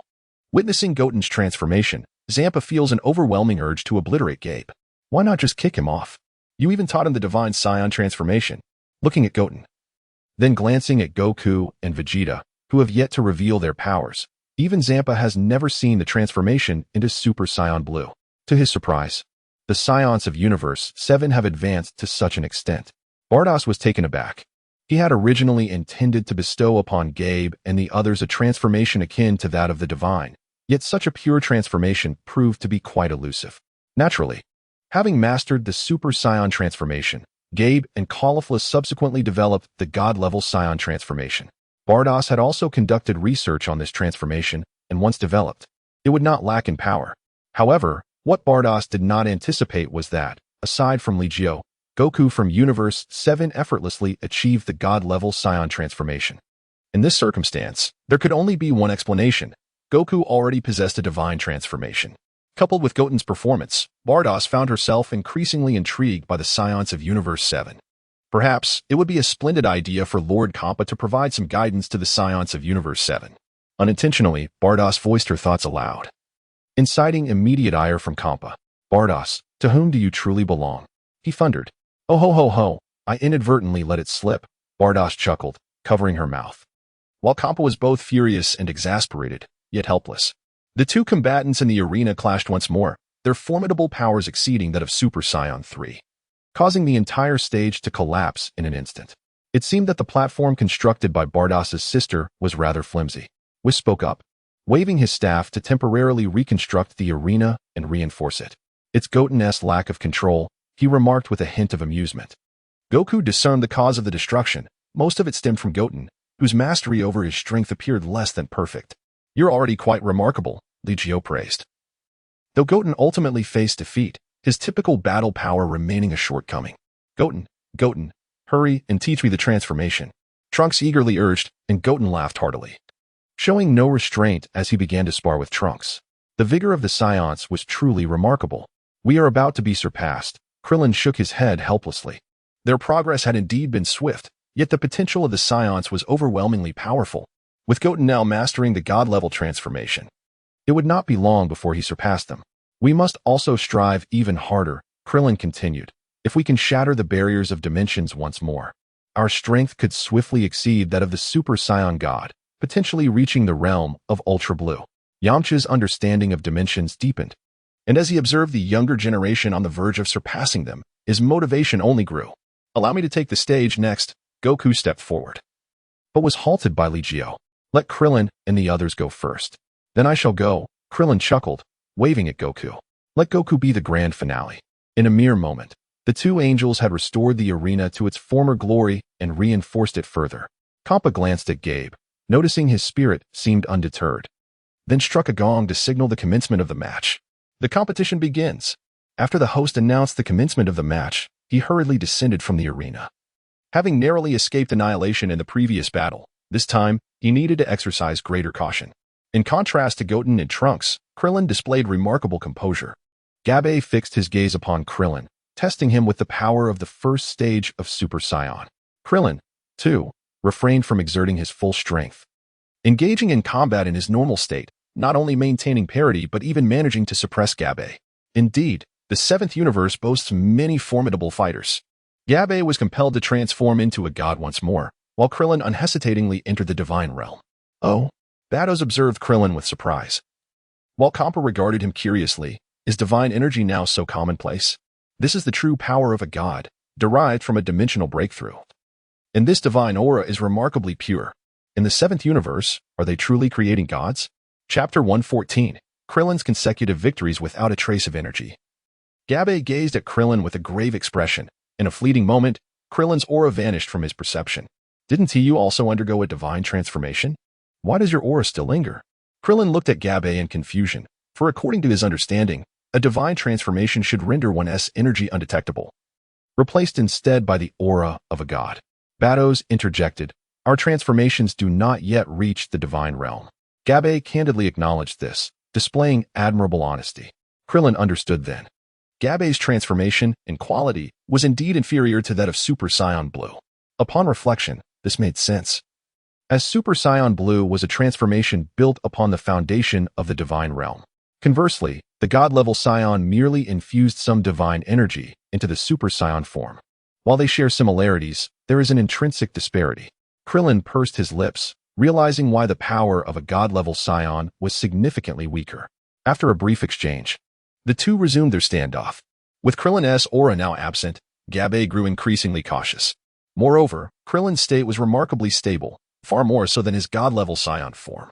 "Be careful," Krillin called out, charging towards Gabe without hesitation, eager to ascertain the disparity between his strength and that of a god-level Scion. As their fists collided, ripples of power emanated outward. The stones beneath Gabe's feet shattered instantly, while the ground beneath Krillin merely cracked with a few fissures.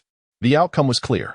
The subsequent battle unfolded with little suspense, as Krillin defeated Gabe without employing much in the way of combat techniques. Gabe's fatigue from 2 prior battles contributed significantly to his defeat. "I'm sorry." Gabe returned to the arena of Universe 6, and Kampa remarked, "Eliminating 2 small fry is commendable. Next, Namekian, it's your turn." With another Namekian yet to enter the fray, Kampa's decision to send him forth was clearly intended to wear down Krillin's stamina. The Namekian's combat prowess was merely on par with the Super Saiyan level, which meant that for Krillin at this moment, he could easily match him in his base form. Having not expended excessive energy, Krillin's battle experience far surpassed that of Trunks and Goten. He intended to defeat his opponent with minimal exertion, and at last, he faced his third challenger. "Well done, little bald head. Defeat them decisively," Beerus shouted as he witnessed Krillin's consecutive victories. However, this battle seemed far from straightforward. "Dr. Loda, is everything all right?" Kampa inquired, glancing at the black-robed wild boar doctor, who had not revealed any abilities during the Tournament of Power. Yet, being chosen by Kampa for this cosmic showdown implied that he possessed some unique capabilities. "No problem at all. I shall demonstrate why I am called Dr. Loda," the black-robed wild boar declared as he leaped onto the stage. Immediately, Krillin adopted a defensive stance, although his stamina had not been significantly depleted over 2 battles. This offered no assurance. Facing an unknown opponent could lead to elimination through unforeseen tactics. This was precisely why Trunks and Goten were ill-suited for such encounters. Their raw combat strength was substantial, yet they lacked the experience to contend with such bizarre methods. As the match commenced, Dr. Loda unveiled his abilities. "Magic!" he exclaimed, his hands swirling as powerful fireballs surged toward Krillin. Krillin swiftly maneuvered to evade them, but when he couldn't avoid one, he shattered it with a Kamehameha. However, upon destroying a fireball, he realized it was merely an illusion. "Ha ha ha, truth and falsehood, half real and half fake. Let us see if you can discern the authenticity of my next attacks." The black-robed wild boar cackled maniacally. Krillin stood vigilant, observing the onslaught of attacks approaching from all directions. "Defend. Many are illusions, yet many are real. Therefore, solar flare." Without hesitation, Krillin unleashed the solar flare, flooding the arena with blinding sunlight, prompting the spectators to don sunglasses to witness the battle. "Ha ha ha ha, do you know why I'm called Dr. Loda?" The black-robed wild boar remained unfazed by the solar flare. "Can you sense energy?" Krillin silently entered the realm of the divine. Yet the relentless barrage of attacks akin to raindrops persisted unabated. This incessant onslaught rendered his defenses arduous and depleted a significant amount of his energy.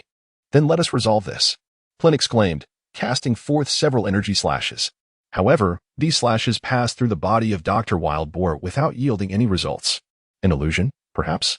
Such tactics hold no terror for me." Krillin smirked confidently, feeling a surge of energy coursing through him.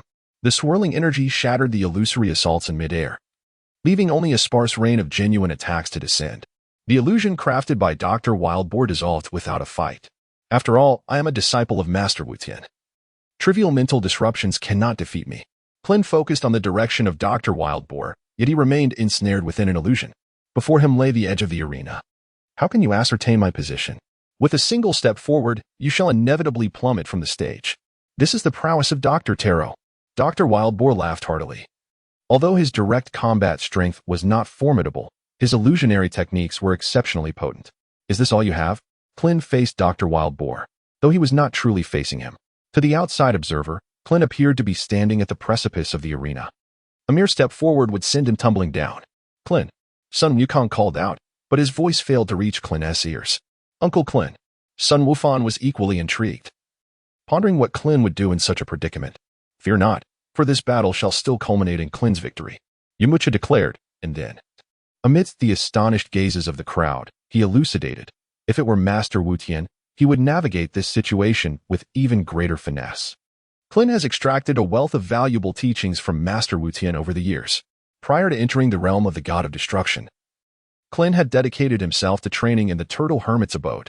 Though the Turtle Hermit may not possess overwhelming combat prowess as a martial arts sage, his level far surpasses that of Sun Wukong and his peers. Upon hearing this, Li Jiu could not help but regard Master Roshi with greater respect. After all, in the manga, Master Roshi was the first to comprehend the ultimate instinct technique, possessing the ability to spar with Jiren. The concept of ultimate instinct had been mentioned long ago, taught to them by Bubbles. Chapter 115, The Appearance of Vegeta. Indeed, Master Roshi would surely have a clever solution for this situation. Krillin, you must persevere. The bond between Son Goku and Krillin is remarkably steadfast. They have trained together since childhood, forming an unbreakable friendship. Naturally, Son Goku has faith in Krillin's ability to triumph. Faced with such an illusion, Master Mateto would undoubtedly unravel it with his ingenuity, even perceiving the illusion to counter it. Yet, I cannot reach such a level. Krillin slowly brought his hands together, a golden radiance emanating between his palms. His energy was gathering, a formidable aura coalescing in his hands, with golden sparks crackling. That technique is the Universal Shockwave Palm? Tianjin Han and Son Goku simultaneously recognized the move Krillin was about to unleash. It was indeed Master Roshi's signature skill. However, the Universal Shockwave Palm requires a clear target. Son Goku furrowed his brow, and upon hearing this, Li Jiu spoke. If it were merely a simple Universal Shockwave Palm, it would certainly be insufficient. However, the energy Krillin has amassed is not merely a basic Universal Shockwave Palm. Yes, that power is immense. Yamcha spoke gravely, acknowledging that such strength, if released unilaterally, would undoubtedly obliterate the bored doctor in an instant. Clearly, Krillin would not make such a foolish mistake. An area attack. Straightforward yet brutal. Li Jiu commented, and at that moment, Krillin's attack erupted. Golden lightning surged across the entire arena, even engulfing the ground beneath it. Krillin was forcefully shattering the illusion with an absolute area attack. Although it would drain a significant amount of energy, it appeared to be the most effective method. The lightning raged, leaving the bored doctor with nowhere to evade, directly striking him. As the bored doctor was hit, the surrounding golden lightning rapidly converged, and a powerful current charred in black. Simultaneously, the outward projection of golden light significantly diminished, leaving only the bored doctor, emitting wisps of black smoke. Krillin finally discerned the scene before him, realizing he was but a step away from stepping off the platform, feeling a surge of relief. That was close. Krillin took a deep breath, his breaths becoming somewhat labored. This outburst had truly depleted his stamina. How infuriating to have been turned around like this. Xiang Pa was enraged and immediately exclaimed, "Hit!" Upon hearing this, Hit was taken aback as he gazed at Kampa, and then he slowly rose to his feet, his hands tucked into his pockets. Casting a glance towards the direction of Li Jiu and the others, he finally descended onto the arena. The moment Hit appeared on the stage, Krillin felt an overwhelming pressure akin to that of a mountain. This presence was even more daunting than when he faced Son Goku. In the 6th universe, such a formidable warrior existed. Li Jiu once remarked that the average combat power of all beings within a universe could reach a formidable level of 7, marking them as one of the strongest cohorts. While there are indeed formidable warriors whose power exceeds 10,000 within a universe, they are exceedingly rare, appearing only once in 100 billion. Furthermore, individuals of such caliber as Super Saiyans are scarcely found, even within an entire universe. Thus, the elite warriors are few in number. However, this does not imply their absence. Notable examples include Hit and Vegeta, among others. As the competition commenced, the host, though inconsequential in the face of such elite confrontations, declared the match to begin. Yet, Hit remained still, observing Krillin without immediately engaging. Krillin, sensing an overwhelming threat, indeed, he was already confronting a formidable adversary, stood poised for action. The atmosphere was charged with tension, with even Goku and Vegeta fixated on Hit. At this moment, Li Jiu naturally directed his gaze towards Hitter. The extent of Hitter's strength eluded Li Jiu's perception. However, it was evident that Hitter's prowess at this juncture was likely far superior to that depicted in the original narrative. Perhaps it would not be overwhelmingly formidable, for individuals of Hitter's caliber are notoriously difficult to subdue, even by someone like Bados. This piqued Li Jiu's interest. He cast a glance at Sun Wukong, pondering how the latter would fare against Hitter in this encounter. Both figures were more powerful than their original portrayals. In this fresh confrontation, would Sun Wukong be able to devise a strategy to counter Hitter swiftly? Yield, Hitter finally spoke. Although Krillin was undeniably strong, he was now nearly exhausted, rendering him incapable of being Hitter's match. Impossible. Despite the immense pressure, Krillin refused to concede and instead launched an offensive. The Chi Yuan slash sent forth 9 blades. Yet they failed to inflict even the slightest harm upon Hitter. In the instant the Chi Yuan slash was executed, Hitter had already transcended into another dimension. The power of time and space intrigued Li Jiu, not for any other reason, but for the mastery over such forces. If Hitter could wield this power, why could he not? Li Jiu paid no heed to the talents of any race. The supremacy of the Huang breathing technique was gradually manifesting. What seemed impossible was rendered entirely plausible. After evading the 9 blades of the Chi Yuan slash, Zid appeared directly before Klin, who then plummeted from the arena. In fact, very few managed to discern how Zid had executed his strike. Oh, even Weiss was somewhat astonished, while Beerus rubbed his eyes. Having failed to perceive the moment Zid made his move, Li Jiu observed the situation with remarkable clarity, likely due to the temporal power that coursed through his veins, rendering Hit's time manipulation ineffective against him. What transpired? Klin's defeat was hardly surprising. However, the true astonishment among the onlookers stemmed from Hit's seemingly unscathed presence. Having deftly evaded the Chi Yuan slash with an ethereal form, only to mysteriously materialize before Klin. Even the manner in which he launched his attack eluded their comprehension. This was utterly astounding. Allow me. Tianjin Fan stepped forward, casting a glance toward Li Jiu. Li Jiu furrowed his brow and remarked, "You are no match for him. Allow me to take over." Without waiting for Li Jiu's consent, Vegeta stepped onto the arena. Li Jiu's hand, raised high, froze in midair, filled with helplessness. "Since you were so eager to bow down, do not blame my brother for being ungracious." Vegeta, Hit's ability is a technique known as time skip. It allows time to momentarily halt, enabling him to act during this interval to achieve an unexpected effect. As for how long this time will remain suspended, that remains a mystery. Li Jiu could not discern the limits of Hit's time skip ability. However, from the mere fact that Hit could stand in an alternate dimension, it was evident that he had grown significantly more powerful than he was in the original narrative. Thus, Li Jiu urged Vegeta to see if he could endure for a longer duration. Time skip? In the face of absolute power, nothing else holds any value. Vegeta, true to his decisive nature, afforded Hit the respect he deserved and transformed into Super Saiyan Blue. This novel transformation was unveiled for the first time before the 6th universe. Kappa watched in wide-eyed astonishment and then questioned Beerus. "Beerus, why does the Scion from the 7th universe transform so spectacularly?" Beerus, though somewhat surprised, did not exhibit much shock and replied, "During my time in the 7th universe's Kaioshin realm, I only witnessed Gohan's mystic form in the golden transformations of the Frieza race. But I did not encounter this transformation. This form must be the Super Saiyan God of the Saiyans." Chapter 116. Vegeta's defeat. Kappa's expression immediately soured. What exactly is this Super Saiyan God? Surely, Lord Kappa has heard of the Super Saiyan God? Beerus gazed at Kappa, whose demeanor grew grave. It was indeed different. It seemed that in the relentless pursuit of power, a sense of tranquility had been lost, leaving only the thirst for strength and the thrill of battle. Nevertheless, it appeared that one individual had managed to navigate this path correctly, perhaps even surpassing it. Beerus glanced in Li Jiu's direction, who consistently exuded an aura of divine favor. "Oh, is that the lad who wishes to challenge me?" Kappa finally regarded Li Jiu with a measure of respect. In the arena, Vegeta confronted Hit in his Super Saiyan Blue form, while Hit assumed an attacking posture, presenting no openings. No openings? Then one must create an opening. However, caution was imperative regarding Hit's time skip. Following Li Jiu's counsel, Vegeta was noticeably more vigilant. After all, in a true battle between formidable foes, mere fractions of a second could lead to significant outcomes, let alone half a second or more. Suddenly, Vegeta made his move. Yet, to him, it felt slow. Indeed, it was slow, even from Hit's perspective. He was on guard against Hit's time skip. But how could one lower their speed and maintain focus to defend against such an ability? Once more, Hit vanished before the eyes of the spectators. And then Vegeta was struck forcefully in the chest, sent flying several meters before crashing to the ground. Cough. How could this be? Vegeta's countenance darkened, for the strike had come in a most peculiar manner, aimed with unparalleled precision.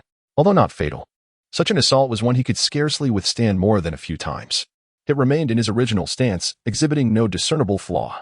Goku furrowed his brow, observing Hit's movements. At the moment Hit initiated his attack, he sensed nothing amiss. In that fleeting instant, it was rare to witness Goku in such earnestness. A countenance reserved solely for encounters with insurmountable foes. The necessary warnings had been delivered by Li Jiu, and whether Hit would vanquish all adversaries was no longer a concern for him. The battle raged on, and Vegeta found himself at a loss for a strategy against Hit. He fortified his defenses, yet his aura grew increasingly feeble. Paradoxically, Vegeta's expression radiated confidence, his gaze brightening with determination. Suddenly, Hit vanished once more, yet Vegeta, from an incredulous angle, delivered a punch. A hit.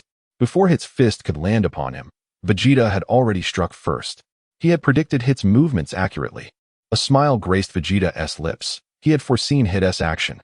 Hit clutched his abdomen in agony. At this moment, Vegeta was significantly more formidable than during the original timeline. Although Hit possessed considerable strength, it paled in comparison to Vegeta's might.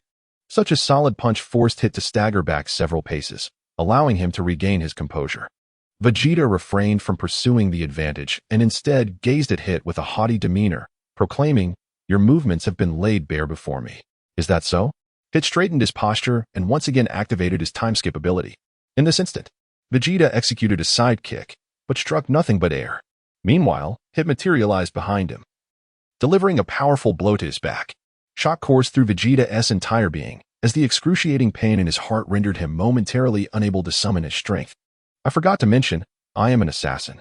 Hit had restrained himself. Otherwise, Vegeta would have long since perished.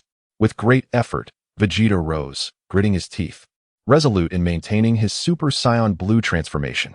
I also neglected to inform you that a Super Saiyan does not fall so easily. Vegeta unleashed a fierce backward swing, sending Hit flying across the arena. What just transpired? Krillin and the others were bewildered by the clash between the two. It had appeared to be a considerable distance from Vegeta, yet how had Vegeta managed to send him hurtling away with a single punch? It seemed Hit had activated his time skip, rendering his movements invisible, but he had already positioned himself behind Vegeta. As Sun Wukong spoke, he still couldn't perceive Hit's movements. Yet he had already grasped the essence of Hit's time skip technique. In the distance, Hit's expression grew increasingly grave. For the first time, he experienced the sensation of having his time skip interrupted. Vegeta was panting, one hand pressed against his heart. The force of Hit's previous strike left his heart feeling as though it might shatter, preventing him from unleashing his full potential. Even if you can anticipate my actions, what of it? Your body can no longer endure this battle. Nevertheless, Hit held back, for the rules of the match prohibited fatality. I have stated, Saiyans are not easily vanquished. Vegeta's demeanor gradually morphed into one of madness, his energy steadily surging, once again elevating to its zenith in a mere moment. You've lost your mind. Hit furrowed his brow, his tone flat. If one were to perish due to their own recklessness, then that would be no fault of his own. Humph. Vegeta wiped the trickle of blood from the corner of his mouth and slowly turned, declaring, "The true battle has only just begun." The clash reignited, and this time, Vegeta finally managed to exchange blows with Hit. However, Hit's time-skip technique proved to be far from simple. Even though Vegeta could predict his movements, it wasn't an infallible foresight. Damn it, why is it different? Vegeta soon found himself defeated again. Having endured too many assaults, each strike could incapacitate an ordinary person. Yet, Vegeta stubbornly persevered. Although Hit was struck a few times by Vegeta, he bore no serious injuries. He observed Vegeta quietly, awaiting his resurgence. However, that fateful blow to the heart had been too merciless. The peak of Vegeta's combat prowess, maintained for so long, ultimately faltered. Bang, bang, bang. The rhythm of his heartbeats echoed like a drum, not a sign of strength, but rather an indication of overwhelming strain. It's over. It raised his hand and knocked Vegeta off the stage, prompting Trunks to rush down with a Senzu bean. Upon consuming the bean, Vegeta's injuries were instantly healed. He slowly rose and silently returned to the viewing area of Universe 7. Father? I'm fine, Trunks. Vegeta sat down slowly, his gaze fixed intensely on Hit. The time-skip technique was formidable. This time, let me give it a try. Tianjin Fan stepped forward, aware that he would not be Hit's equal, yet still felt compelled to engage. Without the means to counter the time skip, defeating him would be a daunting task, though absolute power could suffice. Li Jiu spoke, glancing at Tianjin Fan, saying, You all may give it a try. Battling with a powerful adversary is also a valuable experience. Indeed, with you here, there is no need to worry about losing the match. Tianjin Fan made his move. In Chapter 117, Sun Wukong faced off against Hit. He immediately unleashed all his strength, while Hit, in a symbolic gesture, exchanged a few blows with him, revealing Tianjin Fan's inferiority in sheer power. However, it was evident that Hit was conserving his energy, thus employing his time skip ability. His movements were virtually imperceptible, much to Tianjin Fan's dismay. He had thought he could endure a few more hits, allowing Sun Wukong some time to analyze Hit's combat style, but it was clear that this would not be possible. I'll step in, Yamcha declared, but was promptly halted by Sun Wukong. It is futile. Sun Wukong advanced, his demeanor unusually serious. Had Wukong discovered a method to counter Hit? Everyone was aware that Li Jiu had reserved his strength for sparring with the god of destruction from Universe 6, so the outcome hinged primarily on Sun Wukong. I don't know. Let's give it a try, he replied. Sun Wukong leapt onto the arena, gazing at Hit. He first offered a greeting before stating, "You must have held back against Vegeta as well, correct?" "It's merely the rules of the match," Hit replied. Sun Wukong continued, "In that case, let us alter the rules. It seems unfair for you to not go all out." He then turned to the two gods of destruction for this match. "Shall we disregard the limits of life and death? Is that permissible, Lord Beerus? And you, Lord Kampa?" Sun Wukong, what jest is this? Rules are rules. Your only responsibility is to compete earnestly, Beerus shouted. Holding back is sufficient to easily defeat Vegeta, and Sun Wukong likely stands no chance. The rules certainly could not be changed at whim. Yet, if Hit couldn't give his all, how could Sun Wukong truly enjoy the fight? He cast a pained glance at Li Jiu, who furrowed his brow and replied, "Lord Beerus, let it be changed." "Li Jiu," Beerus exclaimed, but Li Jiu affirmed, "No problem." After a moment's contemplation, Beerus looked to Kampa and asked, "You have no objections, I presume?" "Ha ha ha. What an arrogant fellow. It is the most formidable assassin in Universe 6, often striking with lethal precision. However, since you wish to amend the rules, let it be so." The change clearly favored Kampa, who would not refuse it. "Thank you, esteemed gods of destruction," Sun Wukong expressed with a grateful glance toward Li Jiu, then chuckled, "Come forth, Hit. You shall perish." "Not at all. I shall defeat you," Hit retorted. Sun Wukong assumed his stance and instantly transformed into Super Saiyan Blue. His aura appeared slightly weaker than Vegeta's, yet not by much. The two faced off, and Hit swiftly initiated an attack, utilizing time skip once more. Without warning, Sun Wukong was sent flying. "Ow! Ouch! That hurts." Sun Wukong endured relentless blows, yet surprisingly, Hit's attacks seemed to inflict minimal damage upon him. It appeared that Wukong skillfully avoided vital strikes, thereby mitigating his injuries to the lowest possible extent. Yamcha observed quietly, while Li Jiu nodded slightly, recognizing that Sun Wukong had likely prepared himself when Vegeta anticipated Hit's movements. However, Wukong had not attempted it himself, thus lacking certainty. As the series of assaults continued, Wukong gradually found his rhythm. At last, Hit executed another time skip, and Wukong countered with an uppercut that struck Hit squarely on the jaw. "Now it's my turn." The brilliance in Sun Wukong's eyes intensified as he found himself aligned with Hit on the same temporal plane. While Hit could perform a time skip, Wukong was capable of executing actions beyond time. This meant he could engage Hit in the present while simultaneously confronting him half a second into the future. The two figures collided, and under the sheer force, Hit was no match for Wukong. However, Hit's time skip technique had not been entirely unraveled, allowing for a back-and-forth exchange. "Well done, Sun Wukong," Beerus exclaimed with excitement, realizing that the time skip was not insurmountable. "Hit, give it your all and defeat that guy." Kampa gritted his teeth in disbelief that Vegeta from Universe 7 could injure Hit, and now Sun Wukong appeared to be even more formidable, seemingly further unraveling Hit's time skip technique. How intriguing it was that Hit encountered a worthy adversary. As the battle escalated on the arena, Hit's time skip technique evolved, and he even resorted to using the time prison. Kaioken. Without hesitation, Sun Wukong unleashed the Kaioken, recognizing the formidable nature of the time prison, which was difficult to breach even at 20 times the Kaioken. "You still lose," Hit declared as he ensnared Wukong within the time prison. Nevertheless, Wukong did not yield easily. An overwhelming force shook the time prison violently, causing fissures to appear, and Hit's expression grew grave. He could scarcely believe that his time prison was being compromised. Yet, it seemed that escaping the time prison was Wukong's limit. as the ensuing battle saw Hit gradually gaining the upper hand. The immense energy drain from the 20 times Super Saiyan Blue ultimately proved too great, leading Wukong to succumb, though he bore no excessive disappointment. "Dad, Senzu-bean," Sun Goten said as he carried son Wukong, offering him a Senzu-bean. However, upon consuming it, Wukong became momentarily dazed, his aura becoming chaotic, as if it were clashing within itself. Such recklessness, altering his energy across time without caution, could lead to uncontrollable and irreparable damage. "For now, you should rest well." Beast discerned the peculiarity in Sun Wukong, yet Sun Wukong himself remained oblivious, as if he had grasped something elusive, yet intangible. Li Jiu cast a glance at Sun Wukong, then turned his attention to Hit on the arena and declared, "Yamcha, should I choose to strike, you may find yourself without an opportunity. Thus, I shall also seek to experience the prowess of Hit." Yamcha felt a twinge of reluctance. After all, he had finally engaged in battle with opponents from other universes, only to confront an adversary deemed unbeatable. It was not that Hit was indeed invincible, but rather that Yamcha was not yet a match for him. However, attempting to challenge him might yield some valuable insights. Yamcha's dimensional prowess was relatively elevated. Among the crowd, he was the first to transcend dimensions. The realm of the divine had re-emerged, a sight that had ceased to astonish Bados. Nevertheless, the outcome was predictable, as Hit effortlessly vanquished Yamcha without expending much energy. His instantaneous speed, coupled with a power rivaling that of Super Saiyan Blue, secured Hit's position among the absolute elite of warriors. And let us not forget about Gohan. He nearly slipped from my mind. Li Jiu stepped forward, but suddenly noticed Sun Wukong standing out. "Uncle Li Jiu, let me take this on." Sun Wukong's demeanor exuded confidence, and Li Jiu's eyes slightly brightened. He replied, "I have always believed that your strength surpasses even that of Goku. Show me your full power." "Yes, Uncle Li Jiu."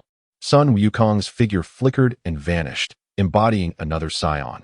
Yet the aura he emanated felt distinctly unique. Chapter 118. The appearance of Sun Wukong, unlike the raw ferocity typically associated with Goku and Vegeta, his presence was astonishingly stable. Wukong's level was indeed the strongest among us. Krillin observed Wukong entering the fray. At this moment, although Hit's stamina had been somewhat depleted, it did not significantly affect his combat prowess. Could Wukong be a match for Hit? In a flash, it would indeed be quite a challenge. Hit must have also received guidance from Bardos, which accounted for his considerable strength compared to the original narrative. The time prison exhausting 20 times the super blue power was not an exaggeration. Li Jiu gazed seriously at Sun Wukong.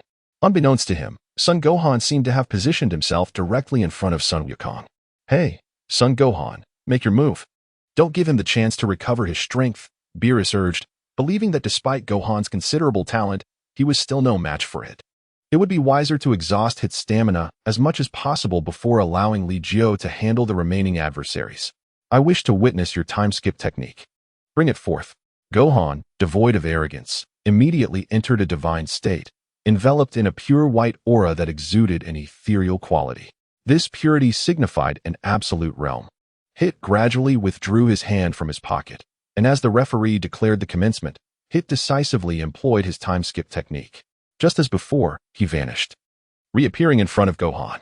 However, Gohan effortlessly caught Hit's fist with a single hand. When did that happen? The spectators were taken aback. Even Sun Wukong had needed considerable time to acclimate to Hit's rhythm and anticipate his movements. Yet, how had Gohan achieved this? Was it mere prediction? Hit distanced himself and initiated the time skip once more, this time appearing behind Gohan. But before his fist could descend, Gohan executed a sweeping kick, sending him flying several dozen meters away. "Oh." Whis sat up slowly, gazing at Gohan with a hint of confusion. Even Beerus found himself puzzled, asking, "Whis, what is happening? This shouldn't be occurring." Whis shook his head slightly. The phenomenon Gohan exhibited might be understandable if it were happening to Sun Wukong, but Gohan. "Do not underestimate Gohan. His potential surpasses that of Wukong," Piccolo interjected. Yet Whis remained skeptical. "I truly cannot comprehend the Saiyans. Is it the Ultra Instinct?" Beerus inquired gravely. After training in the God of Destruction's realm for half a year, Whis had not concealed the existence of Ultra Instinct. While it was not an esoteric secret, few could master its techniques, even when aware of the methods. It is not precisely that, but it bears resemblance. It is similar yet distinctly different. Whis's words left Beerus perplexed. Gohan's current state was not Ultra Instinct, yet it possessed unimaginable combat potential. He did not merely anticipate Hit's movements. Rather, he seemed to transcend the confines of time itself at the moment an attack was imminent. This was a reflexive response, allowing his body to unleash extraordinary potential just as an attack was about to land. Though it diverged significantly from Ultra Instinct, it was undeniably powerful. There were echoes of Ultra Instinct within it, albeit merely superficial. However, it appeared that Gohan had already mastered it to a commendable degree. Perhaps, was all Whis could conclude. On the arena, Hit's assaults proved ineffective, yet Sun Wukong was equally incapable of landing a decisive strike on Hit. This resulted in a stalemate, with neither party willing to concede defeat. Time slipped away, and before they knew it, 10 minutes had elapsed, leaving both combatants visibly agitated. Finally, Sun Wukong sighed, acknowledging, "There are indeed flaws. I am too passive." He slowly turned away, descending from the stage, and approached Li Jiu, saying, "I cannot defeat Hit. I must now rely on you, Uncle Li Jiu. You have already demonstrated remarkable prowess, and should you unleash your full potential, Hit will surely feel the repercussions." The outcome remains uncertain. Li Jiu was quite pleased with Sun Wukong's performance. The so-called stress response had begun to exhibit traces of the ultimate skill of ease and freedom. "Li Jiu, you cannot afford to lose again," Beerus remarked, observing him. Despite Li Jiu's formidable strength, Hit's time skip was undeniably a formidable challenge. Oh ho ho. The time skip may not be effective against Li Jiu, Whis seemed to sense something, chuckling softly, while Li Jiu gradually descended onto the arena. With his solitary strength, he had defeated half of our team. Indeed, he was truly the top assassin of Universe 6. Li Jiu spoke, while Zide had already assumed a defensive stance. Li Jiu exuded an aura of peril that was far too intense. "Let us commence." Li Jiu cast a glance at the referee, who promptly announced the commencement of the match. In the 6th universe, Xiang Pa raised his arm and urged, "Hit, muster all your strength and throw this Li Jiu down. If Hit secures another victory, there will be no opportunity for us to intervene." Khalifa expressed her dissatisfaction, questioning why Hit was permitted to take the stage so early. Winning the match should suffice. Why complicate matters further? Xiang Pa roared, yet the atmosphere on the arena was peculiarly tense. A bead of sweat trickled down Hit's face, while Li Jiu stood there, unremarkable, merely observing Hit without making a move. "Make your move, you seem to beckon." As Li Jiu spoke, Zide gritted his teeth and immediately launched an assault. In the blink of an eye, Zide appeared like a phantom, leaving no one to predict where he would manifest next. However, in Zide's perception, upon seizing the flow of time, he observed that Li Jiu had indeed made a move. Within his temporal grasp, Li Jiu effortlessly raised his hand, effortlessly intercepting Zide's attack as if engaged in a commonplace battle. Indeed, it proved ineffective against me. Li Jiu revealed a faint smile, for within him resided the power of time and space. Although he had yet to master its application, he found himself immune to Hit's time skip technique. Consequently, with this ability rendered ineffective, the ensuing battle became exceedingly straightforward. With restraint, Li Jiu took a moment to analyze Hit's time skip before ultimately eliminating him. Defeat. From the onset of the match between Li Jiu and Hit, the two had scarcely engaged in combat. Their exchanges occurred solely in the fleeting moments of Hit's time skip, where they observed Hit vanish, only to reappear as if propelled by an unseen force. In fact, Li Jiu's movements were so swift that they were barely perceptible. Truly, Li Jiu's prowess was remarkable, as he managed to act even amid Hit's temporal displacement. Sun Wufan began to discern the intricacies at play, leaving the onlookers astonished. Neither Vegeta nor Sun Wukong, nor even Sun Wufan himself, could perform any actions during Hit's time skip. They could only anticipate a moment in advance or react instinctively to block or counterattack at the conclusion of Hit's assault. Yet, none could emulate Li Jiu's ability to act during Hit's time skip. Chapter 119. Ignoring the time skip, this implied that Hit's time skip was rendered ineffective against Li Jiu, essentially non-existent. The spectators gasped in disbelief. They had anticipated Li Jiu would overpower his opponent with sheer strength, yet he had effortlessly disregarded Hit's technique. Humph, what does victory matter? I still have 4 contestants remaining. Upon witnessing Hit's defeat, Zampa was overcome with a sense of foreboding. Despite having 4 competitors, Li Jiu was a formidable adversary, one who even sought to challenge himself. His strength unfathomable. What chance did his team of lesser fighters stand? Frost, you're up. Yes, Lord Zampa. Frost, courteous and humble, ascended the arena, greeting the fighters from Universe 7 with amiable words before turning to Li Jiu and saying, I look forward to your guidance. Oh, your visage is even more repugnant than Frieza's, Li Jiu remarked, furrowing his brow as he glanced at the referee. The referee promptly declared, "The match begins. Unleash your utmost strength. The Frost Demon from Universe 7 is formidable, so do not feign humility." Li Jiu gazed at Frost, who, at that moment, remained in his smallest form. Upon hearing the words spoken, Frost's expression shifted dramatically as he commenced his transformation. He did not conceal his intentions, unleashing his power to its utmost extent. Yet, it was merely a manifestation of his original form, bald and diminutive, lacking the charm of a great king. Was there no more formidable transformation available? As Li Jiu observed Frost, it became evident that the aura surrounding him had grown significantly potent, likely due to the specialized training from Bardos, with an intensity surpassing that of a Super Saiyan 2. However, this should not be the case. Bardos had witnessed Frieza's golden transformation. Given her abilities, she ought to have been able to train Frost to that level. Alas, it appeared otherwise. Bardos had mentioned that the Frost Demons of Universe 7 possessed even mightier transformations, yet she had never managed to achieve them. "I truly apologize for having disappointed you," Frost stated as he bowed respectfully towards Li Jiu. Li Jiu's brow furrowed even deeper, and he raised his hand to deliver a gentle yet firm strike through the air. With a whoosh, a violent gust of wind surged forth, and Frost crossed his arms defensively but could not prevent himself from sliding inexorably towards the edge of the arena. Thud! His feet finally met solid ground, and Frost gazed incredulously at the earth beneath him. He had indeed fallen out of the ring. Kampa's eyes widened in disbelief. Although Frost's strength was not particularly formidable, he was scarcely rivaled across the cosmos.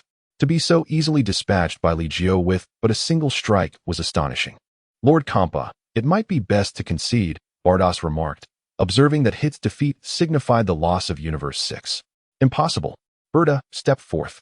With a resounding crash, Berta's hefty form materialized upon the stage, and the referee, keenly aware, announced the commencement of the match.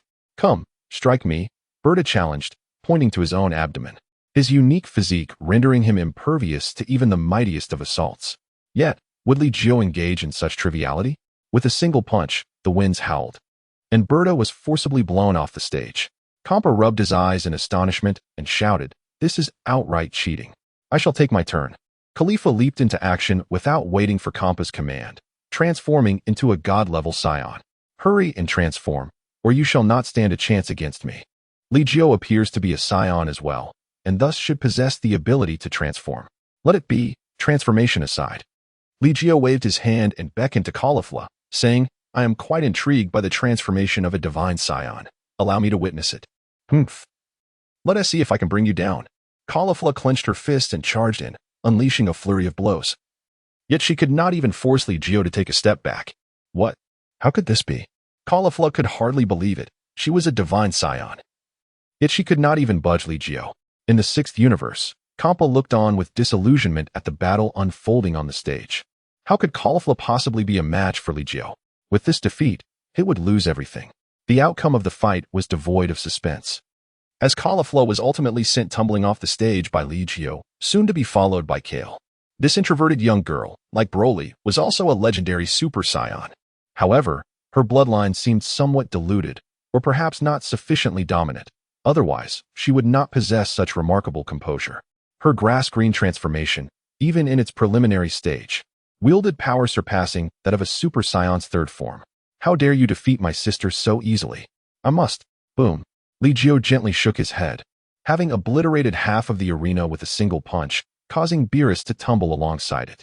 Ha ha ha. It seems that under normal circumstances, Li Jiu's strength could rival that of a fully unleashed Goku, wouldn't you agree? Krillin glanced at Goku, who appeared somewhat disordered, his energy in disarray, yet he remained seated, seemingly lost in contemplation. "Hey, Kampa, the match has concluded." Beerus rose to his feet, his expression one of irritation, yet Kampa did not refute the outcome. A loss is a loss. What is so significant about it? In that case, Li Jiu, your aspirations can now be realized. However, do take care not to perish at Kampa's hands. There was a dangerous glint in Beerus's eyes as he scrutinized Li Jiu, seemingly attempting to discern the extent of his current capabilities. Ever since Li Jiu returned from the future, Beerus had been unable to see through him. "I will not." "Lord Beerus." Li Jiu slowly ascended, confronting Kampa from a distance. "Lord Kampa, I humbly request your guidance." Li Jiu gazed at Kampa, with the impending battle poised to erupt. However, at that moment, The two angels gradually rose to their feet. Lord Beerus, Kampa, look who has arrived. Kampa, initially intent on venting his frustrations on Li Jiu, was taken aback by the unexpected arrival of a distinguished guest on this nameless planet. It was the Omni King. Beerus and Kampa, more anxious than they would be in the presence of their own father, performed a deep bow, instantly appearing before the Omni King. The two angels followed suit, standing with utmost reverence, while the three Supreme Kais knelt humbly on the ground. The remaining onlookers were at a loss, yet none were foolish. Understanding that even the god of destruction exhibited such respect to this figure, they dared not show any negligence. Li Jiu slowly approached Weiss, slightly bowing without uttering a word. "Hey, what is your name?" The Omni King turned to Li Jiu, his eyes brimming with curiosity. In response to the Omni King, "My name is Li Jiu." Li Jiu. Such an unusual name. You seem quite formidable. Do you wish to challenge the god of destruction? The Omni King remarked, then glanced at Kampa and Beerus, saying, "I witnessed the competition you organized. It was enthralling and splendid." Yes, thank you, Omni King." The two gods of destruction nodded and bowed, not daring to stand upright. Chapter 120. The Tournament of Power. Well, competitions are permitted. However, do not become complacent and neglect your primary duties. Otherwise, I may have to replace the gods of destruction. We implore the Omni King's forgiveness. We shall not be idle. I was merely jesting. Nevertheless, this individual appears quite impressive. However, one must not engage in combat with the gods of destruction. Thus, I have not yet had my fill of entertainment. In due course, I shall gather the greatest fighters from across the universe for a grand tournament. The tournament of power seems inevitable, and within the seemingly innocent gaze of the Omni King, there lies a hint of something more profound. Li Jiu remained silent, fully aware that as long as he did not offend the Omni King, he would remain unharmed. Indeed, everything rested in the hands of the Omni King. The two destroyers dared not voice any dissent. At that moment, a ripple of void reverberated, and the Grand Minister materialized from the emptiness. He respectfully bowed to the Omni King and then addressed Beerus and Kampa. The average standings of the 6th and 7th universes rank second to last and third from the bottom. We shall strive diligently. The two destroyers felt a surge of trepidation, and the subsequent words of the Omni King were even more disconcerting. Grand Minister, I intend to eliminate several universes. The Grand Minister's expression shifted slightly, and he responded with utmost reverence. How many universes does the Omni King intend to preserve? 4 should suffice. Yes, and then we shall host a tournament of strength. Then 5 it shall be? The implication being that the 8 universes with the lowest standings will compete in a contest of power, with the victorious universe spared while the remaining 7 face annihilation. Is that correct? Indeed, Grand Minister, please make the necessary arrangements. Be sure to recruit many formidable contenders, individuals as powerful as the destroyers. As the Omni King spoke, he glanced at Li Jiu, remarking, he was just about to engage in a battle with a destroyer, but I intervened. Is that so? I understand. The Grand Minister cast a profound glance at Li Jiu and remarked meaningfully, I will communicate the rules, penalties, and rewards of the competition to the entire universe, allowing them 2 months to prepare. What say you, Omni King? That is acceptable, replied the Omni King, continuing, let the wish orbs serve as the rewards. The victorious contestant may make any wish they desire. Oh, in that case, I shall comply with the Omni King's decree. The Grand Minister's brow arched slightly, a smile gracing his features. He was not keen on the idea of wiping out a significant portion of the universe if this continued. The entire cosmos would inevitably face the Omni King's erasure. Thus, the wish orbs represented an excellent choice. Well then, I shall take my leave. As the Omni King departed, the Grand Minister turned his attention to Li Jiu and, after a prolonged silence, said, Very well, the Omni King exhibits a playful spirit, seeking to expose the 8 universes with the lowest standings. However, the universe should not be easily destroyed. Do you grasp my meaning? I understand. Excellent. As a token of gratitude, the Grand Minister raised a finger, and a stream of light entered Li Jiu's mind. Li Jiu's expression subtly shifted before he nodded decisively. The High Priest turned to depart, and almost simultaneously, the angels of the 12 universes received the notification. The Tournament of Power is scheduled to take place in 2 months, and the universe that loses will be obliterated. Although the narrative has experienced slight alterations, the inevitable Tournament of Power remains unchanged, and the stakes have escalated. During these 2 months, The angels of the 8 participating universes will train their contestants as rigorously as possible. Why 2 months later? Why not tomorrow? Beerus felt vexed. With Li Jiu's capabilities, had there been no 2-month interval, he would have felt no anxiety at all. 2 months, however, could introduce numerous uncertainties. Lord Beerus, we must present an even more formidable lineup, he stated. I care not. Li Jiu, find a way to secure the championship for me. I refuse to face obliteration. Beerus declared, dismissing the matter with a wave of his hand. Meanwhile, Kampa had begun to bellow. Everyone, return to your training. If you wish to avoid erasure, you must train relentlessly. 2 months. Li Jiu pondered, stroking his chin as he glanced at Natasha and the distant spectator seats. It was impossible for Natasha to give birth within 2 months, thus necessitating her exclusion from the competition. Can we find a way to have Natasha participate, Whis? I have no means, Whis replied with a chuckle, narrowing his eyes at Li Jiu and shaking his head in refusal. Li Jiu finally spoke, addressing Gohan, Sun Wukong, Vegeta, Li Luo, Krillin, Yamcha, Tien Shin'an, Piccolo, and Majin Buu. Lord Beerus, do we lack a prospective god of destruction? And a candidate for the Supreme Kai? As he spoke, he gestured towards Gohan and Li Luo. Upon hearing this, Beerus furrowed his brow and turned his gaze to Li Luo. Li Luo's strength is insufficient. The inheritance of the god of destruction's energy requires 10 days. Let him train for a while longer. Alternatively, Vegeta could assume the role of god of destruction. Beerus looked at Vegeta. Vegeta immediately shook his head. I refuse. As if I would desire such a position. Beerus, irritated, thought it was rather prideful. Especially at such a critical moment. I will personally train Li Luo, and I will entrust Majin Buu to Whis. There is no need for his power to increase. We simply need to cultivate his character so that he does not falter in crucial moments. Majin Buu? What purpose does he serve? Vegeta questioned, puzzled. In due time, you will understand the significance of Majin Buu, Li Jiu teased, acknowledging that Majin Buu was somewhat unreliable, which would require Whis to devise a solution. Evidently, Whis appeared somewhat troubled. I cannot guarantee that I will be able to make him particularly astute. With Majin Buu's rather foolish demeanor, I lack any peculiar techniques to render him dependable. In truth, it's quite simple. He must refrain from sleeping during the matches. Li Jiu's request was straightforward. The group exchanged glances, but since Li Jiu had already chosen Majin Buu, they refrained from contesting his decision. Does this mean that Goten and I will have no opportunity this time? Trunks expressed his disappointment, having assumed that both of them would also take the stage. You two are still too straightforward in battle. Focus on your training, came the response. Li Jiu cast a glance at Trunks and Goten. These 2 youngsters possessed formidable combat prowess, yet they remained too youthful. Unlike Li Luo, who, under the meticulous guidance of Li Jiu and Whis, had already attained the capability to stand on his own. The wish orbs had also been taken away, and a mere 2 months was evidently insufficient for their restoration. By the way, Whis, please keep an eye on the candidate's Supreme Kai of Universe 10. What was it called again? I seem to have forgotten, Lord Beerus. Very well, I understand, Lord Beerus. Shall we return then? As Beerus spoke, he turned to Bulma and declared, Bulma, I crave barbecue. Chapter 121. Buu has fallen asleep. Goku's peculiar state lasted a full 3 days.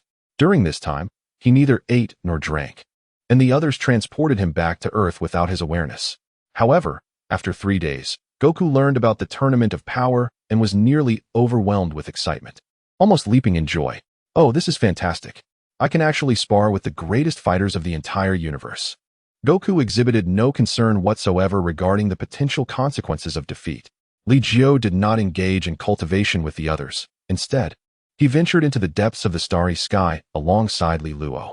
Much like 6 months prior, Li Jiu guided Li Luo in observing the falling stars, traversing the Milky Way while immersing themselves in the wonders of nature. Throughout their journey, Li Jiu refrained from uttering a single word, allowing Li Luo to savor the experience independently. A month later, Li Luo sat in meditation atop a majestic peak, surrounded by an atmosphere rich with mystery, beginning to grasp the profound secrets of the universe. When he finally reopened his eyes, they sparkled with newfound depth and insight. Come, let me take you back to Floating Island. Li Jiu returned to the floating island with Li Luo, allowing him to accompany Natasha for 2 days before sending him into the room of spirit and time. During this time, Li Jiu simply kept Natasha company. It seemed that the gestation period for the child in Natasha's womb was longer than usual. Nearly 8 months had passed, and there was only a slight bulge. In truth, I am still capable of joining the fight, certainly more reliable than that fiend, Majin Buu. Natasha gently caressed her belly and inquired with Whis. Learning that certain higher-dimensional beings have extended gestation periods. With my presence, nothing will go awry, Li Jiu reassured her, as he could never allow the pregnant Natasha to engage in battle. Meanwhile, number 18 quietly poured tea for the two of them before silently departing. Natasha cast a glance at number 18's retreating figure, smiling as she remarked, "Number 18 is quite commendable, in terms of strength. She may not be inferior to Krillin and the others. This is something I have considered as well. I presume you have provided her with ample guidance?" Natasha nodded with a smile, stating, "At present, number 18's strength is certainly greater than that of Krillin, Yamcha, and Tien Shinhan. However, if it is merely a slight edge, it may be best to let her accompany you." Li Jiu paid little heed to these disparities. While number 18's prowess may indeed be formidable, bolstered by her eternal energy, the martial arts realms of Krillin and the others are undoubtedly superior. If we can assemble a formidable group of 15, the mighty figures of Universe 7 will find their places to shine. In Li Jiu's mind, there are still a few suitable candidates. Trunks and Goten are not out of the question. Android 17 and Android 18 also present commendable choices, as do Frieza and Master Roshi. One wonders whether that old man will truly embody the essence of Ultra Instinct. It's uncertain. However, with the presence of Son Gohan and Li Luo, who both bring dimensional enhancements, the odds of victory in this competition appear to be firmly in their favor. Most crucially, Sun Wukong's recent unique state has given him a sensation akin to Ultra Instinct. Meanwhile, Vegeta has already made a breakthrough into the Deep Blue realm, a state that rivals that of a god of destruction. 2 months swiftly passed. On this day, within Bulma's estate, Li Luo toyed with destructive energy in his left hand, while his right hand held a grass-green energy sphere, comparing the two. The primary advantage of preparing for the role of god of destruction lies in the dimensional elevation it provides, rather than merely inheriting this destructive energy. Whis spoke, always assuming the role of mentor to Li Luo. At this moment, Son Gohan slowly removed the Patera earrings from his ears, requesting, "Whis, could you provide me with a battle suit akin to my father's?" "Yes, I desire a set as well," Krillin chimed in, raising his hand. Observing this, Whis waved his staff, preparing each individual a brand new battle outfit. The new attire felt significantly lighter and more comfortable. Sun Wukong tugged at his new clothing. Although the design remained unchanged, the material had greatly improved. "Now, let us confirm the number of participants. 1, 2, 3, 8, 9, 9? Whis gazed blankly at the side, noticing the pink, rotund figure, fast asleep. "Damn it," Beerus erupted in frustration, despite Majin Buu's recent training, which left him revitalized after just a few minutes each day. How could he inexplicably fall asleep now? "Buu? Hey, Buu?" Krillin stepped forward to nudge him. Yet Majin Buu showed no signs of awakening. Whis' staff emitted a glow, indicating that the time was up. "What shall we do? Even if he is asleep, we must throw him into the arena and have someone wake him up. After all, he can take a beating," Beerus declared. Natasha then suggested, "Perhaps we should let Android 18 take his place. While Majin Buu possesses immense power, he is far too unreliable. Moreover, without him, everyone might perform with greater focus, potentially avoiding many mistakes." Upon hearing this, the group exchanged glances, and Li Jiu, deep in thought, said, "I will go." Li Jiu vanished without a trace, while Whis slowly raised his staff. On the floating island, number 18 rested her chin in her hands, quietly observing the blossoms in the garden, a faint smile gracing her lips. The sudden appearance of Li Jiu took number 18 by surprise. However, her expression remained largely unchanged as she calmly regarded him, instinctively tucking a stray lock of hair behind her ear. The demon Buu lay in slumber, unresponsive to calls. "Thus, this power gathering requires your assistance. Time is of the essence for Li Jiu, so let me state the reason directly." Android 18 slightly pursed her lips at these words, then gently shook her head and said, "I will not go." "All right, but, not going?" Li Jiu had already extended her hand, intending to teleport him to Bulma's estate, yet she refused. Android 18 gazed quietly at Li Jiu before speaking. "What benefits are there? What do you seek in return?" Li Jiu felt a twinge of headache as he gazed at the seemingly calm yet somewhat anxious figure of number 18. He found himself at a loss. "First, agree to one condition of mine. In the future, when the time comes, I shall ask you to fulfill it," number 18 said, extending a hand. Her slender, Fair hand resembled soft jade as it gently rested upon the palm of Li Jiu. Upon witnessing the scene, Li Jiu furrowed his brow and let out a soft sigh. Conceding, very well. In the next moment, the two vanished. Concurrently, Weiss commenced communication with the Grand Minister. Esteemed Grand Minister, the 7th universe is prepared. Just as he spoke, Li Jiu and Android 18 arrived. At that moment, the Grand Minister's guiding power descended upon Earth, transporting everyone to the Void Realm. Will you not let go? Android 18 softly inquired, her cheeks tinged with a faint blush. At this moment, she remained within Li Jiu's palm, while he was preoccupied with surveying the arena, which was expansive enough to accommodate all the contestants from the 8 universes, perfectly in place. Upon hearing Android 18's reminder, Li Jiu paused, then replied, I am not holding too tightly, am I? Chapter 122. Collaboration. Android 18's delicate hand unexpectedly slipped away, and she moved toward the distance, feigning indifference as she surveyed her surroundings. The 7th universe seemed to be the last to arrive, instantly becoming the target of disdain from the other universes. Observing their fierce demeanor, it was evident that, in the absence of Sun Wukong, these universes had shifted the blame for the power tournament onto the 7th universe. Hey, they all appear quite formidable, Sun Wukong remarked with curiosity, his gaze gradually settling toward the 11th universe. As if born adversaries or rivals, his eyes locked onto Jiren. However, Jiren paid no heed to Sun Wukong, instead remaining vigilant, fixated on Li Jiu's direction. The two men's gazes collided, causing the very air to thicken. No one dared to stand in the crossfire of their stares. Truly, this power tournament of the universe showcased individuals capable of rivaling Li Jiu. After a lapse of 2 months, Li Jiu had undergone notable changes compared to his appearance 2 months prior.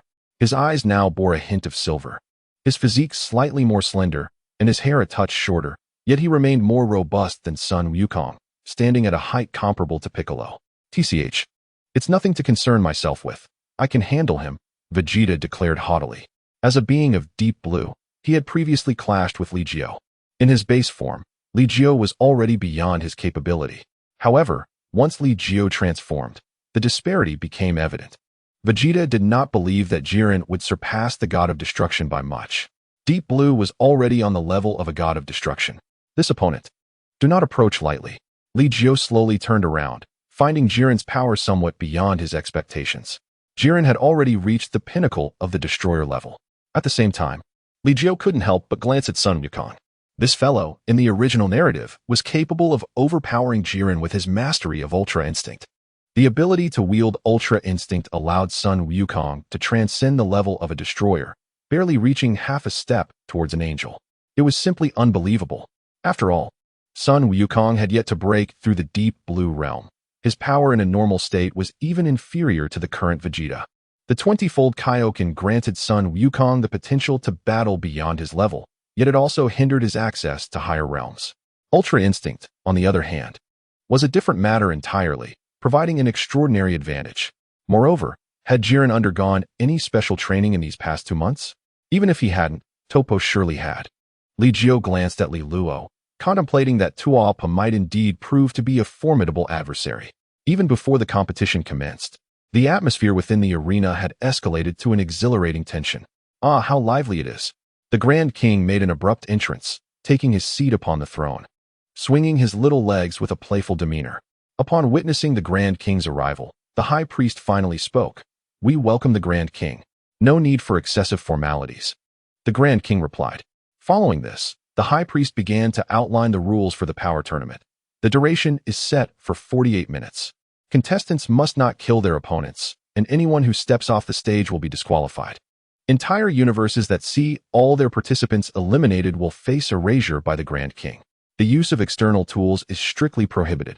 Now, let the demonstrations commence before the central stone pillar descends completely. With a wave of his hand, the High Priest caused the stone pillar at the center of the arena to tremble ominously before slowly lowering itself. Thus, the power tournament officially begins. Huzzah! Finally, the time for battle has arrived. Sun Wukong instantly surged with exhilaration. However, at that moment, the contestants from the 8 universes remained huddled together, not yet dispersing. Belgamo. Expel the 7th universe at once. The Kai Shin of the 9th universe bellowed, commanding the 3 brothers of the 9th universe to eliminate the 7th universe from the stage.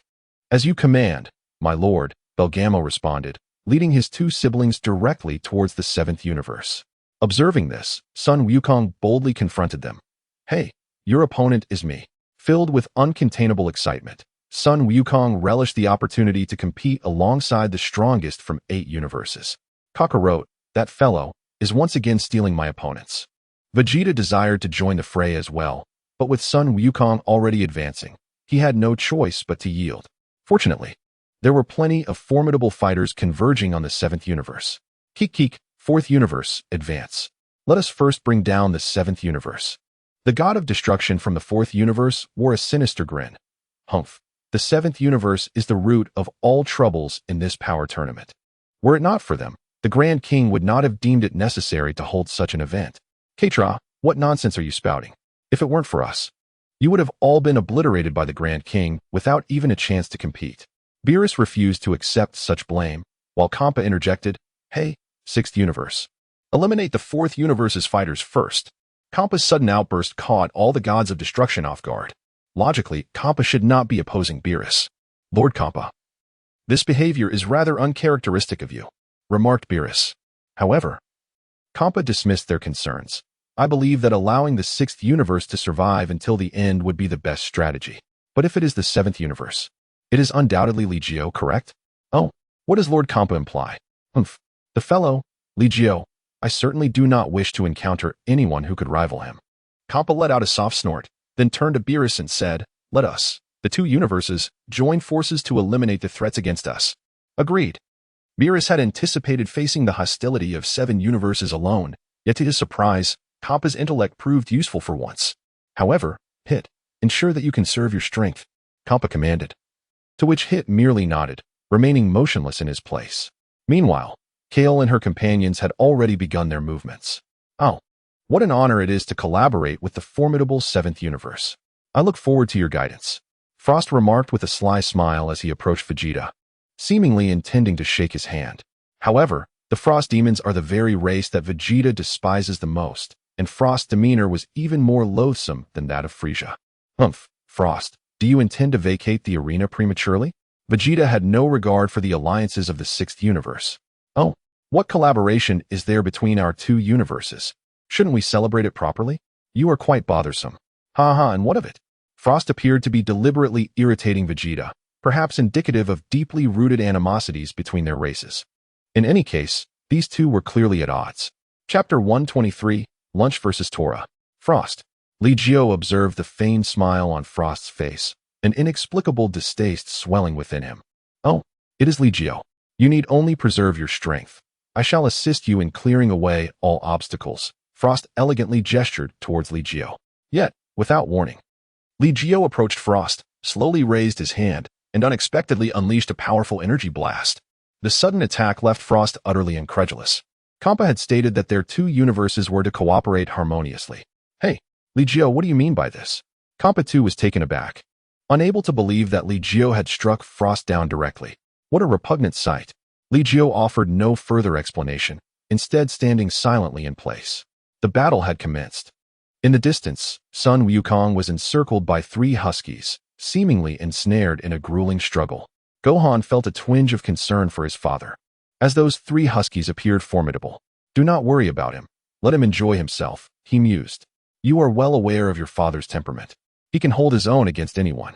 Li Jiu spoke, and only then did Sun Wukong nod, contemplating how to confront the remaining powerful beings from other universes. "Wukong, why not test the strength of the warriors from Universe 11? It is rather impolite for them to stand so cohesively." "Universe 11? Are they the ones clad in red?" "Very well." Sun Wukong nodded solemnly, his gaze fixed intently on Jiren before shifting to Topo. "What brings you here, you troublesome being from the evil universe?" Topo extended his large hand, stepping forward to block Sun Wukong's path. "Brother Wukong, I shall accompany you." Li Luo, having arrived by Sun Wukong's side at an unknown moment, cast a piercing gaze upon the inhabitants of Universe 11, his eyes sharp as blades. "An evil universe? If we are deemed evil, then what do you consider yourselves?" "We are undoubtedly the righteous universe," he proclaimed, echoing a sense of entitlement. "Righteousness? What a jest. I sincerely hope you can uphold the justice within your heart and never forsake it."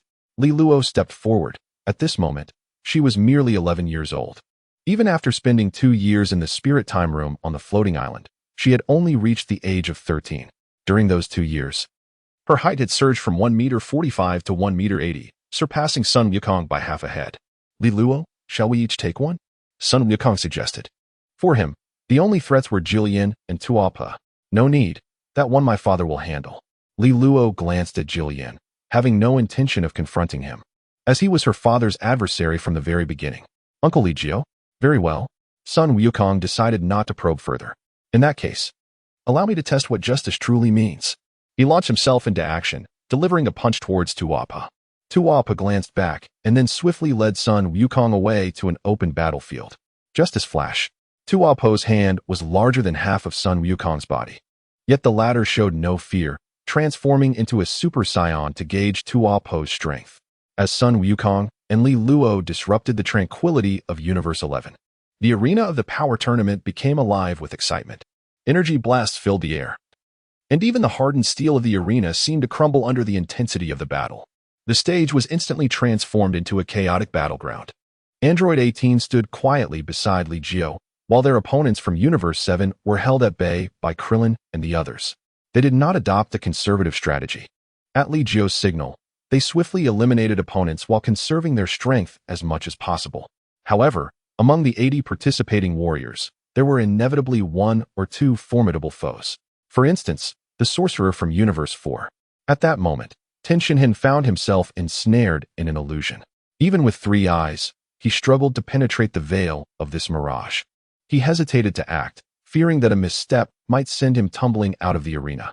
Suddenly, a fireball hurtled towards him. Ten Shinhan's gaze sharpened, and he countered with a punch. Not hot, just a fake. Despite recognizing it as an illusion, he remained cautious. He advanced slowly, while the sorcerer laughed maniacally. The warriors of Universe 7? Hardly impressive. Since you cannot see through my illusion, you shall succumb to its assault. Ten Shinhan focused on the sorcerer from Universe 4, and a brilliant light erupted from his third eye. This is real. He shattered a stone with ease, harnessing its essence to craft a small vial, which he placed on the ground. Oh, what is this? Seeking water? The sorcerer mocked. You will find out soon enough. Although it is rather taxing to deal with you using this technique, I have no other choice. Tianjin Fan thrust his hands forward with great force, unleashing a surge of green energy. Demon Sealing Wave, a technique he had not employed in over a decade. The last time was to seal the Demon King Piccolo. However, Tianjin Fan's power far surpassed that of the sorcerers from the 4th universe, and casting this wave would not deplete his stamina significantly. The energy tide enveloped the sorcerer from the 4th universe, accurately depositing him into a stone jar. With a swift motion, Tianjin Fan casually crafted a stone lid to cover the jar and tossed it out of the arena. Even if the jar shattered midair, the sorcerer was beyond salvation. What sort of technique is this? The god of destruction, witnessing Tianjin Fan's display, felt a chill of trepidation. Such power could even rattle a deity. How is it possible that a human wields such a fearsome technique? His own strength was not formidable, if a more powerful individual were to wield it. The gods of destruction exchanged glances, acknowledging the exceptional talent chosen from the 8 universes, each mastering various techniques. Wow, the Demon Sealing Wave is incredible, exclaimed the Omni King, resembling a child as he marveled at the expulsion of the sorcerer from the 4th universe. Tianjin Fan exhaled with ease, glancing at his hands, a slight smile tugging at his lips. The energy required for the Demon Sealing Wave seemed manageable for him now. It all depended on the strength of his opponent. Formidable adversaries could not simply be sealed at will. With a soft sigh, he turned his gaze towards the direction of a fierce battle. It was Gohan. Tianjin Fan caught sight of a yellow figure with golden, lightning-streaked hair. Son Gohan, in his Super Saiyan second form. Has that guy become arrogant again? Tianjin Fan murmured, then abruptly pivoted, stepping into the realm of divinity in an instant, spreading his hands. New Spirit Bomb. The rectangular energy beam flashed and struck down an assailant attempting to ambush, as Tianjin Fan concealed his aura. Chapter 124. For love they fought in a formation centered around Li Jiu, with Krillin, Piccolo, Yamcha, and Tianjin Fan each guarding a direction. If anyone approached, they would be intercepted by this quartet. This was not merely protection. They aimed to prevent unnecessary distractions from Li Jiu. They all understood that Li Jiu was the key to determining victory. Their singular objective was clear: to eliminate their opponents as efficiently as possible before their stamina ran out. The Battle of Li Luo has commenced, his adversaries being Tispo from the 11th universe and several other teammates. Despite facing multiple opponents, Li Luo remains composed. However, his allies from the 6th universe cannot bear to watch any longer. Hey, you there, we're here to assist. Caulifla approaches Li Luo's battleground alongside Kale. In an instant, Kale transforms into the legendary Super Saiyan, effortlessly pinning Quince to the ground. Well done, Kale. Wrap this up quickly. I wish to engage with those from the 7th universe. The thought processes of Scions are perpetually unique. Caulifla's arrival is not to support Li Luo, but rather to seek a confrontation with him. Hey, you two. Keep your distance from me. Li Luo cast a glance at Kair. Although he was not affected by the overwhelming aura, he knew that should he transform, it would inevitably impact Kair. If that moment came, and Kair lost control, just as Li Luo contemplated urging Califura and the others to depart, a sudden wail of anguish emanated from Sun Wufan's direction. Sun Wukong was still engrossed in a lively bout with 3 huskies, who were merely warming up. Upon hearing his son's scream, Sun Wukong glanced briefly but soon dismissed it. Hey, it seems your comrades from the universe are in dire straits, Bazel sneered. While Lavanda quietly exhaled 2 clouds of toxic gas, seizing the opportunity while Sun Wukong was distracted to launch an assault. Sun Wukong swiftly countered, blocking Lavanda's attack, yet was still caught by a whiff of the noxious fumes. What is this stuff? Sun Wukong exclaimed, attempting to rub his eyes, but his hands were tainted with poison, rendering him hesitant to touch his face. Ha ha ha, having been tainted by my poison, if not treated promptly, you shall perish, Lavanda cackled, then glanced at Sun Wufan, who was locked away by Tuapa. That individual must be your son, correct? And you remain utterly unconcerned as he is so cruelly tormented. After initially being flustered, Sun Wukong quickly regained his composure, standing amidst the 3 huskies, whose presence was devoid of any aura, posing a considerable challenge for him. Yet, in relative terms, he felt assured. Are you referring to Wufan? His strength requires no rescue from me. If provoked, that person will face dire consequences. Sun Wukong held unwavering confidence in his son. Even without becoming a candidate for the Supreme Kai, Sun Wufan already possessed formidable power. With his ascension to the status of a candidate Supreme Kai, Wufan's dimensions of strength expanded dramatically. Ha ha ha, even if you now worry for your son, it is futile. Surrender gracefully, or my poison shall corrode your insides, Lavanda boasted with a laugh. However, Sun Wukong remained unfazed, sneering. Humph, poison? It shall be eradicated. Eradicated? Lavanda's expression shifted to one of astonishment, struggling to fathom how Sun Wukong intended to eliminate the poison within him. Yet, Sun Wukong did not keep him waiting. A brilliant crimson energy surged skyward, casting a radiant glow over his hair and eyes. The power of a Super Saiyan god possessed formidable regenerative capabilities, and its pure divine energy could thoroughly cleanse the toxins. Visible dark energy was incinerated from Sun Wukong's form, and in the next instant, he vanished. I have thoroughly assessed your combat styles. Now, I kindly ask you to vacate this arena. Lavanda was abruptly sent flying, along with Bazel and his elder brother. The Kamehameha surged skyward, engulfing the 3 huskies. In the next moment, the trio was eliminated, and Sun Wukong reverted to his normal state. The Super Saiyan god. Sun Wukong gazed at his clenched fist, then turned his attention towards Jiren, casting a fleeting glance at Tokpo, who had Gohan ensnared. After a moment's hesitation, he steeled himself and moved in that direction. However, before Sun Wukong could advance, Liro initiated the action first. Make way. Li Luo sought to rescue Sun Wukong. At this moment, Sun Wukong had yet to enter the realm of divinity, his neck ensnared by a chain, struggling for breath. Hey, your opponent is me. Tispo unleashed his incredible speed, directly obstructing Li Luo's path. Li Luo's gaze was slightly frosty as he spoke in a chilling tone. Are you certain you wish to obstruct me? Humph, my speed. Then prepare to meet your demise. With a furious roar, Li Luo unleashed a surge of verdant energy. Even though Tispo was renowned for his unparalleled speed, he found himself swiftly subdued by Li Luo, pressed firmly against the ground. The ground trembled as it buckled under the force of Li Luo's terrifying strength and velocity, leaving Tispo questioning his very existence. Before he could even muster a response, Li Luo seized him, swinging him forcefully and sending him crashing down onto the earth. Tispo. The terrifying power of Li Luo instilled fear in the hearts of the members of the Pride team, even prompting Jiren to open his eyes and gaze at Li Luo. Release Brother Gohan. With a single strike, Tispo found himself plunged into a state of dizziness. only to be flung towards Toppo by Lilo, as if he were a mere rag doll. Tispa slipped from his grasp, while Lilo, with both hands, began to embody the essence of Tai Chi, gathering a formidable energy that locked onto Toppo's position. Lilo, don't worry about me. Gohan gritted his teeth after the dimensional breakthrough. He had once again fallen into the same old trap. Toppo gradually loosened his hold on Gohan and caught Tispa instead. Tispa was a formidable warrior of the 11th universe. Alongside Jiren and himself, there was no room for error. At least at this stage of the competition, he could not afford to be eliminated. Furthermore, although he had restrained Gohan, he could sense the immense power hidden within Gohan's body, which even sent tremors through him. Gohan landed and gasped for breath. Slowly, he rose to his feet and turned towards Lilo, saying, "Lilo, leave it to me." Gohan's expression turned grave. "I will not commit such a trivial mistake again." Li Luo gazed at Sun Wukong as the gathered energy gradually dissipated, only to be replaced by a surging torrent of ferocious power rising from behind him.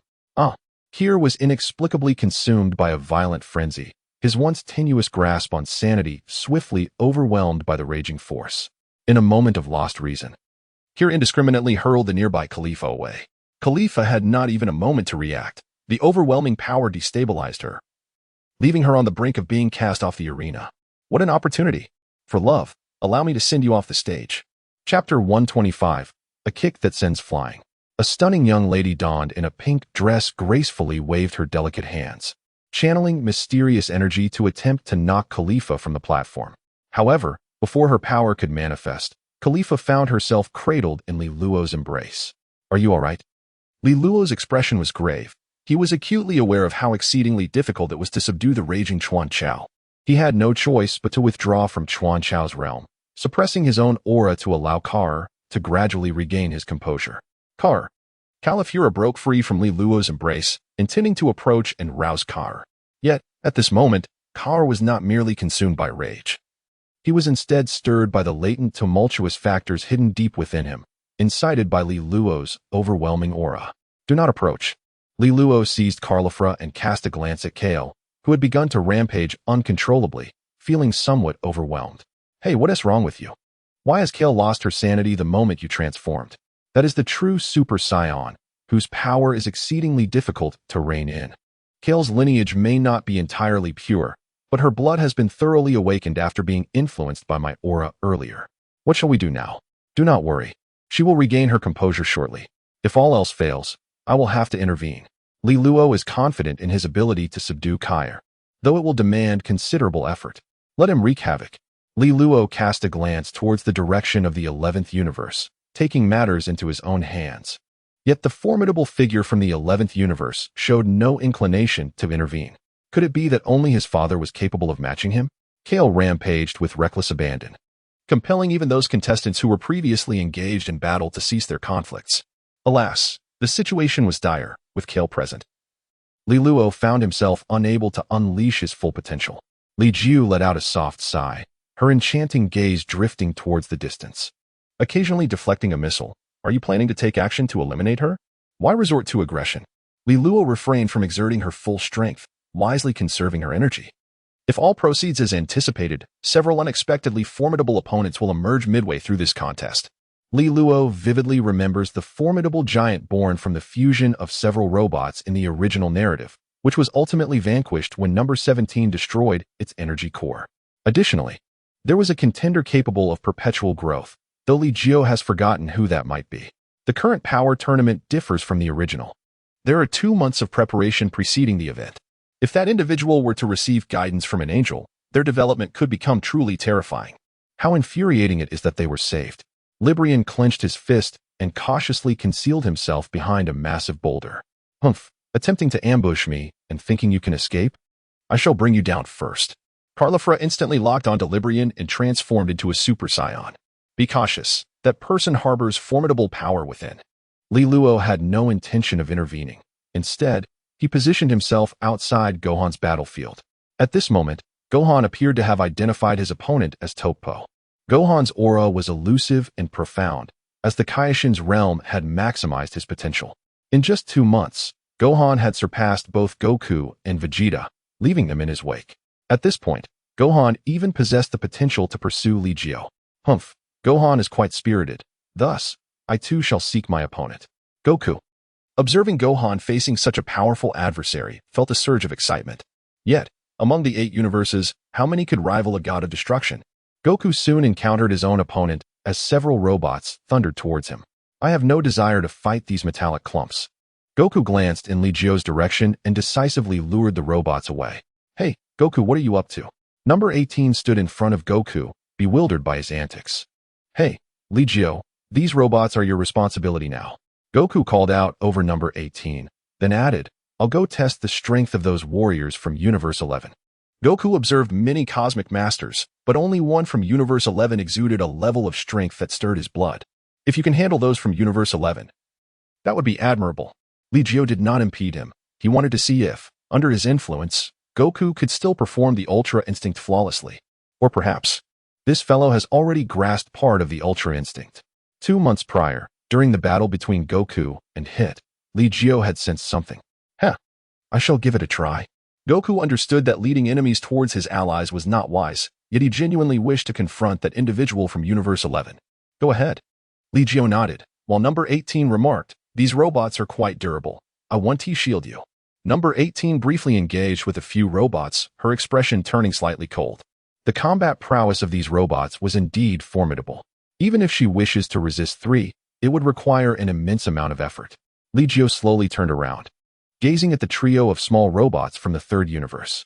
If memory served him right, it was these very robots that had summoned a formidable entity. However, the crux of the matter lay with that doctor. Allow me, he murmured. With a glance around, he noted that Klin, Tien, Yamcha, and Dend had all found their respective opponents. The pressure on Android 18 was substantial as she faced the challenge alone. Vegeta had long since vanished, presumably off to indulge in his own pursuits, while Goku's thoughts were entirely consumed by Jiren. Meanwhile, Gohan and Toppo were engaged in an intense battle, the conflict escalating rapidly. It was evident that Gohan was incensed by Toppo's relentless assault, and he was now dominating the encounter with a sheer display of strength. The crimson attire of justice he wore was gradually being torn apart, and Toppo's expression darkened further. The only one seemingly at leisure was Li Luo. But even he was under the watchful gaze of Tispa and several members of the Proud Warriors. I'll shield you from one, Android 18 declared, her focus honing in on the robot equipped with 2 massive hammers. Li Jiu shook his head upon hearing this, expressing his refusal. There is no need. Let us cast them down together. Li Jiu took a few steps forward and stood firm, while before him, 3 robots vigilantly gazed at him. The aura of a formidable presence rendered these machines hesitant to act recklessly. 3rd universe, commence, commanded the god of destruction from the 3rd universe, intending to lift Li Jiu off the arena with the 3 diminutive robots. However, Li Jiu took the initiative, moving with remarkable swiftness. Few could perceive his actions as he suddenly appeared before the white robot, delivering a powerful kick that caused its chest to rupture. The white figure was sent flying across half of the arena, tumbling out of bounds. The Supreme Kai of the 3rd universe stared in disbelief at the nearly destroyed white robot, momentarily rendered speechless. Chapter 126, Sun Wukong provokes so formidable. The gods of destruction from other universes wore expressions of grave concern, while only the clown god of destruction kept his head bowed, a slight smirk playing at the corners of his mouth. Jiren was invincible. He held steadfast to this belief. Competitors on the arena turned their gazes toward Li Jiu, recognizing that there were indeed some individuals on this battlefield who should not be trifled with. Nevertheless, it mattered little, as long as their universe faced the fewest eliminations. All would be well. However, the Supreme Kai of the 9th universe seethed. Damn it, 9th universe, cast those fellows from the 7th universe down. Observing his 6 teammates, he noted that the 9th universe had already lost 6 members due to their initial aggression towards the 7th universe. Meanwhile, Krillin was exuberantly shouting, that S4. The keenly perceptive Fox Warrior had been decisively taken down by Krillin, marking his 4th opponent vanquished. Yamcha stood quietly atop a stone, refraining from seeking out adversaries. He clearly remembered the ultimate goal of this tournament, to endure until the end. Combat was merely a means to an end, not the end itself. Yamcha's task was to thwart any challengers attempting to disrupt Li Jiu while eliminating as many opponents from other universes as possible. In doing so, the 7th universe would secure a triumphant victory in the final contest. He now seized the moment to rest, his robust physique allowing for swift recovery. The fatigue from previous battles was quickly dissipating during this brief respite. Suddenly, just as Yamcha had fully recuperated, a voice pierced the air. He turned sharply to see dozens of energy blasts hurtling towards him. With remarkable agility, he evaded them, maintaining a calm demeanor. "Hi, I am Rogi from the Second Universe's Love Team, and I intend to smash you to pieces." As the battle commenced, Yamcha noted that he had not encountered Rogi before. "I can certainly transform," Rogi boasted, seemingly disdainful of Yamcha's knowledge. Yamcha pressed his lips together and slowly clenched his fist. "In that case, allow me to witness the true power of your transformation." In the next moment, Yamcha abruptly vanished from sight, and immediately, phantoms began to materialize around Rogi. A technique of duplication? Rogi's eyes widened in disbelief as she beheld the shadows encircling her. This was the Phantom Fist. If one cannot break free from such a technique, their strength is indeed limited. An antiquated maneuver, it is hardly effective against formidable opponents like Sun Wukong and others. However, against those of lesser martial prowess, the Phantom Fist remains quite formidable. For instance, Rogi before her could not discern the truth of the phantoms. Whether it's a technique of duplication or the Phantom Fist, I shall obliterate them all. With fervent determination, Rogi swiftly waved her hands, unleashing a barrage of energy orbs that pierced through Yamcha's phantoms, stirring up clouds of dust and debris. Can't even tell the difference? Yamcha's figure suddenly appeared behind Rogi, followed by a swift kick that sent her crashing into the mountainside. Standing before the diminutive figure of Rogi, Yamcha's expression remained void of emotion. "My apologies, but I shan't waste my energy on you." Yamcha had discerned Rogi's weaknesses. While her strength might be considerable, her martial realm was notably low. Thus, as long as Yamcha's strength was comparable and with the application of certain techniques, defeating Rogi would be effortless. Defeating me will not be an easy task. For love. Rogi gradually rose to her feet, her aura surging with intensity. "I am not Wukong. I shall not grant you any opportunities." Yamcha slowly closed her eyes, arms extended before her. "Tien, may I borrow your technique?" Solar Fist. A searing burst of sunlight erupted, causing Rogi's eyes, which were fixed on Yamcha, to sting painfully, rendering her vision obscured. Kamehameha. A radiant beam soared through the sky, and in an instant, Rogi's figure vanished beyond the arena's edge. "My apologies, but I cannot permit you to reveal your true strength." Yamcha exhaled slowly. In dealing with Rogi, she had not even stepped into the realm of divinity, achieving a swift resolution while her opponent remained unaware of her capabilities. Such a scenario would be impossible against Sun Wukong. Yamcha's gaze gradually shifted towards Sun Wukong, who had already approached the team from Universe 11. The diminutive Quincy positioned himself directly in front of Wukong. However, Wukong had no intention of engaging him. Instead, he looked towards Jiren. "I wish to face him. You would do well to step aside." Not everyone is worthy to face Jiren. The Quincy remained steadfastly in Wukong's path. "Very well, then do not blame me for being impolite."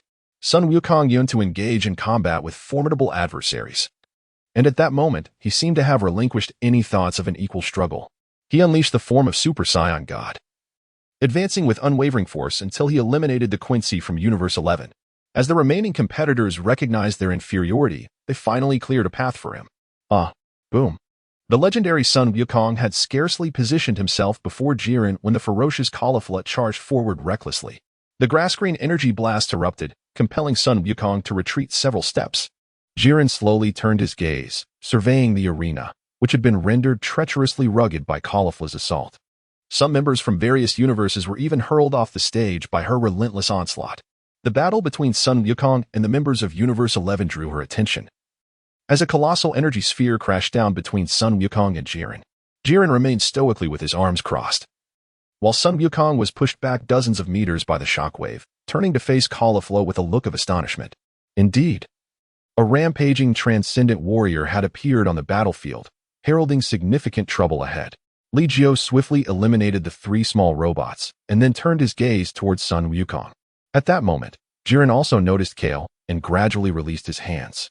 However, Kale did not approach Sun Wukong. Instead, she sought out Jiren.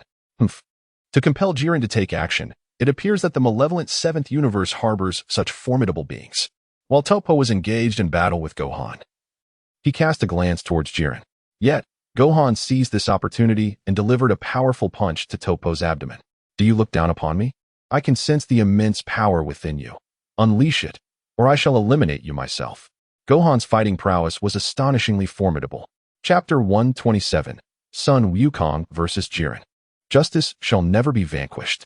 Topo, with his bushy beard and robust arms raised, declared, "Justice shines bright. To hell with your justice. You are already a candidate for the god of destruction. What do you have left to proclaim about justice?" Gohan shouted vehemently, his divine aura intensifying. The formerly dark hue now adorned with a silvery sheen. His silver-gray hair resembled that of the Supreme Kai, and Gohan's eyes sparkled with a radiant gleam. "I shall witness how long your so-called justice can endure." A flicker of anger crossed Gohan's face. Are they implying that our seventh universe is wicked by endlessly boasting of their so-called justice? Without the seventh and sixth universes, the tournament of power would never have occurred. Those at the bottom of the rankings would be obliterated by the Omni King. There would be no opportunity to vie for survival. These individuals remain oblivious to the truth, only proclaiming themselves as virtuous. Absurd. Gohan advanced step by step, while in the distance, on a massive boulder, Vegeta observed the unfolding battle. Gohan. At that moment, Gohan exerted pressure even upon Vegeta. Scion. Vegeta smirked slightly, then abruptly turned, raising his hand to unleash a wave of energy. Darn it, who is ambushing me? Vegeta glanced at his smoking hand. The power of that laser was not to be underestimated. A cry of pain echoed as Caulifla fell victim to the unexpected laser strike, leaving a charred mark on her shoulder. "Hey, you can't be that weak." Vegeta crossed his arms, adopting a spectator's demeanor. "You scoundrel, Vegeta. We are allies. Hurry and assist Caulifla," Kampa shouted, but Vegeta remained indifferent. After all, he was a Scion who had touched the realm of the gods. How could he be so easily defeated? As Vegeta's voice faded, Caulifla slowly rose from the ground, warily scanning her surroundings. A sniper? Caulifla glanced at Vegeta, then leaped to stand before him. "Vegeta, have you sensed the location?" "No, it is well concealed." Vegeta shook his head, remaining steadfast in his position. The worthy adversaries on the field had already been swiftly dealt with, and he chose to wait for someone to seek him out. "Perhaps we should collaborate to locate that sniper?" suggested Gabe, expressing his frustration over the sniper's lingering silence after the initial strike. "Find it yourself. Do not disturb me." Vegeta had no intention of cooperating, as he was thoroughly engrossed in the battle between Gohan and Toppa. At that moment, Toppa found himself thoroughly dominated by Gohan's relentless assault. The destructive energy within him surged. For justice. Amidst the rubble, the proud attire of Toppa lay in tatters, his bare torso exposed, as a dark purple energy gradually emanated from his being. "For the sake of justice, I must unleash this devastating power." As the destructive energy surged, Toppa's aura vanished, replaced by that of a divine presence. Yet, to Gohan, this transformation held no significance. He yearned to experience the terror of the destructive energy, but had never been afforded the opportunity. Gohan's blood ignited, the warrior spirit within him stirred. After years of training, he had nearly forgotten that the blood of a Scion coursed through his veins. Faced with a formidable opponent, his heart surged with admiration.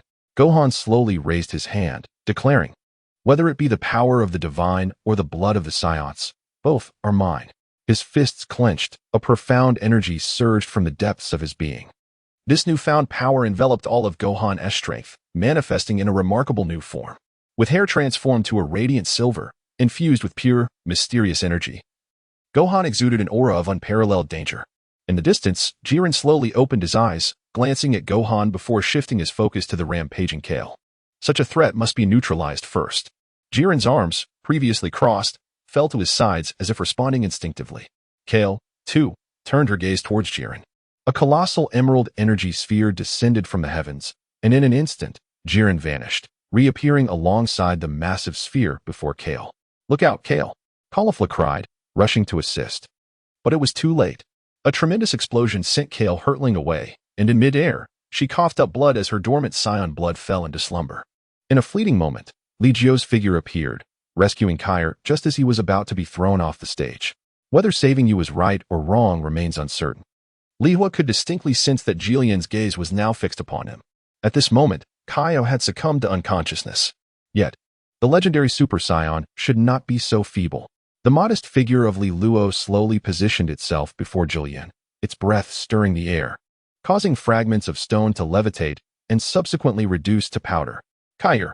Caulifla cradled Kair in her embrace as he gradually opened his eyes. "Sister. Hey, you too." assists Sun Wukong in blocking the other individuals from the 11th universe.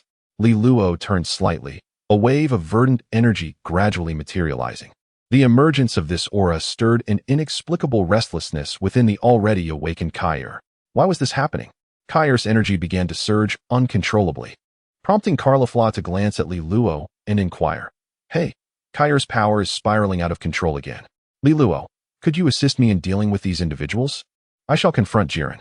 Suddenly, Sun Wukong appeared before Li Luo, having finally extricated himself from the clutches of the Pride Troopers. "All right, fine," Li Luo conceded, retracting his transcendent power and slowly advancing towards the remaining members of the Pride Troopers. "Hey, wait up, Li Luo. You can't just hog all the glory." Carlifla, alongside Kair, positioned themselves to confront the members of the Pride Troopers. At last, Sun Wukong stood before Jiren, eager to engage. "That fellow, go on. Let me see what he is made of." Vegeta shifted his gaze to Sun Wukong and Jiren, while at that moment, Li Jiu also focused on the two. Yet, with so many formidable warriors present, how could they remain merely spectators? For love, Ribrian cautiously appeared behind Vegeta, forming a heart shape with her hands in an attempt to launch a surprise attack. However, before she could act, Vegeta turned with a dark expression and commanded, "Get lost." Startled, Ribrian fled and concealed herself behind a rock, quietly observing the ongoing battle. The conflict intensified, transforming the arena into rolling hills, yet the sudden tension permeated the atmosphere, affecting the majority present. "Father." Son Gohan glanced in Sun Wukong's direction, stepping back to widen the distance from Topo.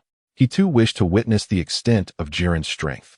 An unusual situation unfolded as all eyes in the arena converged upon Jiren and Sun Wukong. Such formidable energy, could Wukong truly match that adversary? Beerus glanced ahead and noted with satisfaction, "Excellent. No one from Universe 7 has been eliminated thus far." Chapter 128, The Unleashing of Li Luo. Uncertain. Wukong's recent state appeared peculiar. He seemed to have touched the threshold of the Ultra Instinct. If Jiren's might could propel him to that next level, perhaps Li Jiu would indeed be surpassed. Whis spoke up, while Beerus eagerly cracked his knuckles, remarking, "Saiyans are an exceptionally powerful race.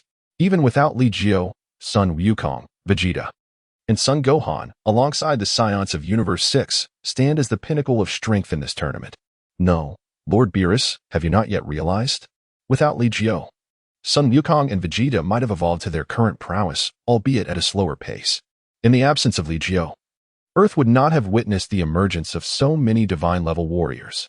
Krillin, Yamcha, and Tien possess formidable martial arts talents, even without Li Jiu. Their combat abilities could potentially reach 10,000, a million, or even 100 million. However, they would undoubtedly fall short of surpassing the first stage of Super Saiyan.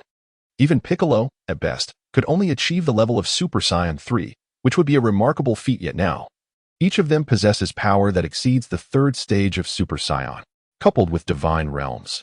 Their combat strength is now comparable to that of the original Super Saiyan God.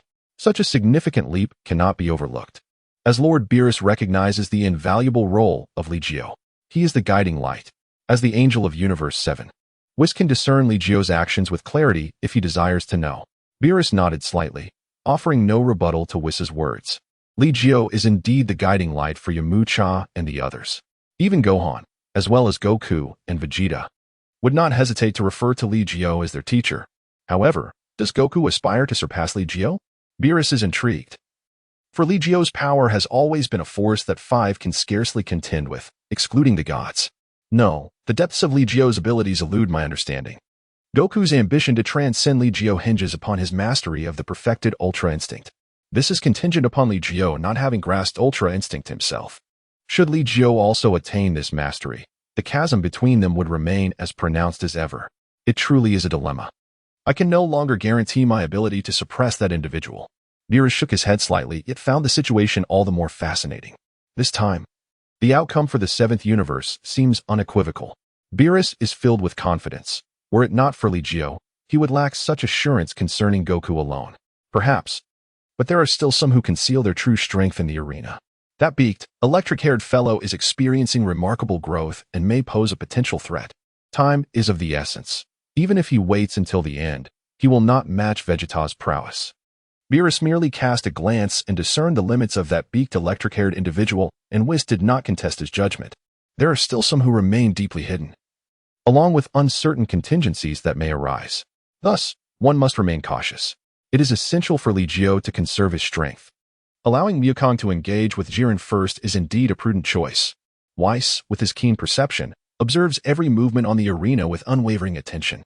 At this moment, the standoff between Son Wukong and Jiren has captivated everyone's focus, prompting even Son Gohan to temporarily cease his battle. The malevolent universe cannot triumph over righteousness. Whether one watches or not yields the same outcome. He stands no chance against Jiren. The bearded Trappa interjects, and Son Gohan casts a cold glare in his direction. If you wish to avoid resting, I can send you down myself. We shall see if you possess the capability. Trappa's expression turns grave as he finds himself at a disadvantage against Son Gohan's overwhelming presence. Within him lies a force that starkly contrasts with the destructive energy, a power of high caliber that is not subdued by destruction. Although Trappa has issued a harsh remark, he refrains from further provocation. He too desires a moment of respite, as the pressure from Son Gohan is formidable. At this juncture, Son Wukong and Jiren stand merely 3 steps apart, their confrontation crackling with tension. Jiren. Son Wukong fixes his gaze upon Jiren, his black hair swirling with energy, transforming to a fiery red in an instant. The atmosphere shifts slightly. Jiren speaks, yet remains motionless, and it is Son Wukong who initiates the action. His punch is akin to a landslide, yet it bears no effect upon Jiren. Once more, Son Wukong presses his lips together, seemingly unfazed, and with his next strike, he doubles his power. Jiren's gaze subtly alters. With the third strike, Son Wukong's demeanor grows earnest, and Jiren slowly raises his hand to deflect Wukong's blow. Very well. Son Wukong continues to probe, moving with the swiftness of lightning, leaving behind a flurry of afterimages. Jiren manages to block all of Son Wukong's attacks with one hand, but as Wukong's force escalates, Jiren is compelled to employ his other hand as well. Super Saiyan Blue. Abruptly, Son Wukong transforms, an enigmatic aura surging forth. As he strikes, Jiren's form trembles, retreating half a step. At last, has he been shaken? Li Luo observes the fierce clash from a distance, flanked by Kale and Caulifla, who also watch in astonishment at the spectacle of Jiren and Son Wukong. Such power. To think that it could only push him back by half a step? Kale gazes timidly at the scene, while Caulifla, brimming with excitement, exclaims, "Incredible. Only I, your great aunt, can defeat such a formidable opponent." "Please, calm down," Li Luo remarks, placing a hand on Caulifla's shoulder, rendering her unable to escape. "Hey, you little brat. Don't hinder me. Never mind, I won't concern myself with you. Once eliminated, I shall have no more reservations." Li Luo cast a glance at Kale. Even without exerting his full strength, he was more than capable of handling the situation. However, when it came down to the final moments, Li Luo would not hesitate to disregard Kale. If she remained, he would contemplate whether to cast her aside first. Unstable elements were indeed a source of considerable annoyance. As if I need your concern. Kale, let us move. Caulifla's eyes gleamed with determination, yet they had only advanced halfway when they were obstructed by Trappa. Enveloped in a shroud of destructive energy, "I will not permit you to interfere with Jillian," Trappa declared, extending a massive hand. Destruction. A colossal wave of annihilative energy surged toward the two. Li Luo observed the scene, contemplating intervention, yet ultimately shook his head. There was no other option, should he act. Kair would only spiral further into chaos. It was better to allow her to succumb to her own frenzy. As he anticipated, the combined efforts of the two could not withstand the destructive force unleashed by Tuapa. Witnessing the imminent annihilation of Caliphyra, Kair erupted once more. This second surge of fury momentarily preserved her rationality. "Sister, keep fighting." Kair forcibly redirected the destructive energy while casting a glance at Li Jiu. "Protect my sister." "I will." Li Luo spoke softly, uncertain whether Kair would hear him. Chapter 129, Contending Rivals. Li Luo's voice was soft and casual, uncertain if Kair could hear him. Yet, his words fell distinctly upon Topo's ears. "A child, a malevolent child. You should depart from this arena together." Topo's bushy beard quivered as he raised his hand once more, and the radiance of justice cascaded down like a meteor shower. The endless flashes of righteous light instantaneously severed all avenues of retreat for Li Luo and Caulifla. Caulifla's expression darkened, her entire being brimming with tumultuous energy. However, she was facing Topo. Despite her remarkable talent, Her time in the realm of Super Saiyan was far too brief. How infuriating. Caulifla seethed, the relentless flashes of justice constricting her breath. This battlefield is not suited for you. Seek out another opponent. The figure of Lilo suddenly obstructed Caulifla's path. With a swift motion of his right hand, the celestial shower of meteors was instantly extinguished, fading away like fireworks that, after their brilliant display, succumbed to darkness. Tuan narrowed his bulbous eyes. Li Luo evokes an extraordinary sensation within him. Such a young child. Li Luo may be young, yet the power that resides within him is not to be underestimated by anyone. Hey, Li Luo. Sun Wukong noticed the standoff involving Li Luo and called out to him, leaping in his direction. However, before he could set off, Beerus's brother, Dispo, obstructed Sun Wukong's path. You are not my match. Step aside. Sun Wukong's brow furrowed slightly. Although this rabbit-like figure resembling Beerus was incredibly swift, he could discern Dispo's weaknesses at a glance. His speed, albeit impressive, was confined to linear motion.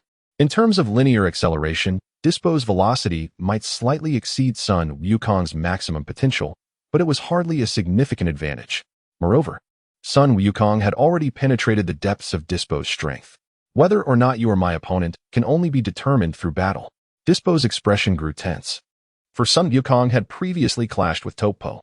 How could he possibly contend with the overwhelming force that had driven Topo to retreat?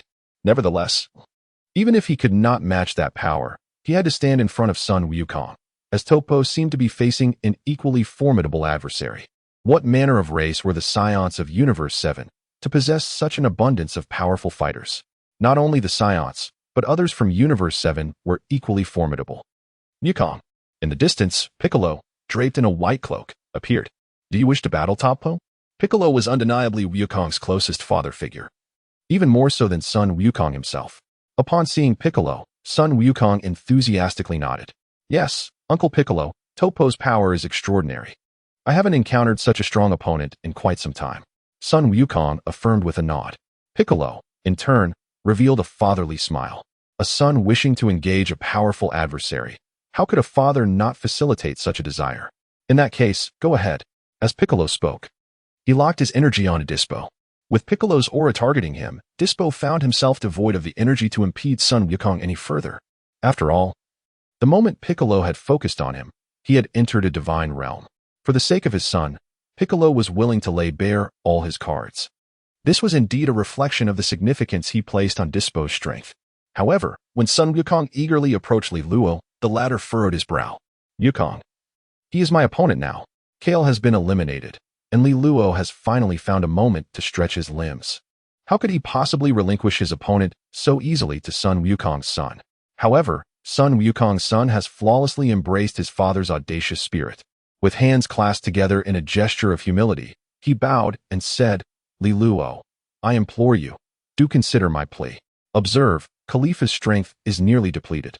Please, hasten to protect her. As for Topo, leave that to me, if you would be so kind. Khalifa? If she lacks the strength, let her be eliminated. Gohan. It has been quite some time since I last engaged in battle. Li Luo shook his head, his aura gradually intensifying.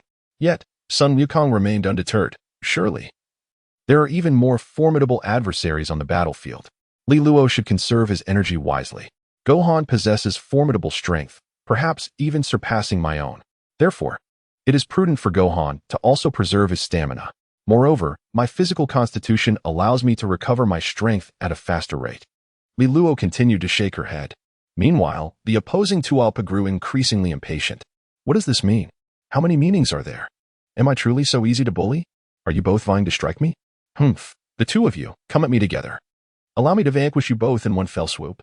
Tualpa acted decisively. The light of justice flashed with a swift brilliance.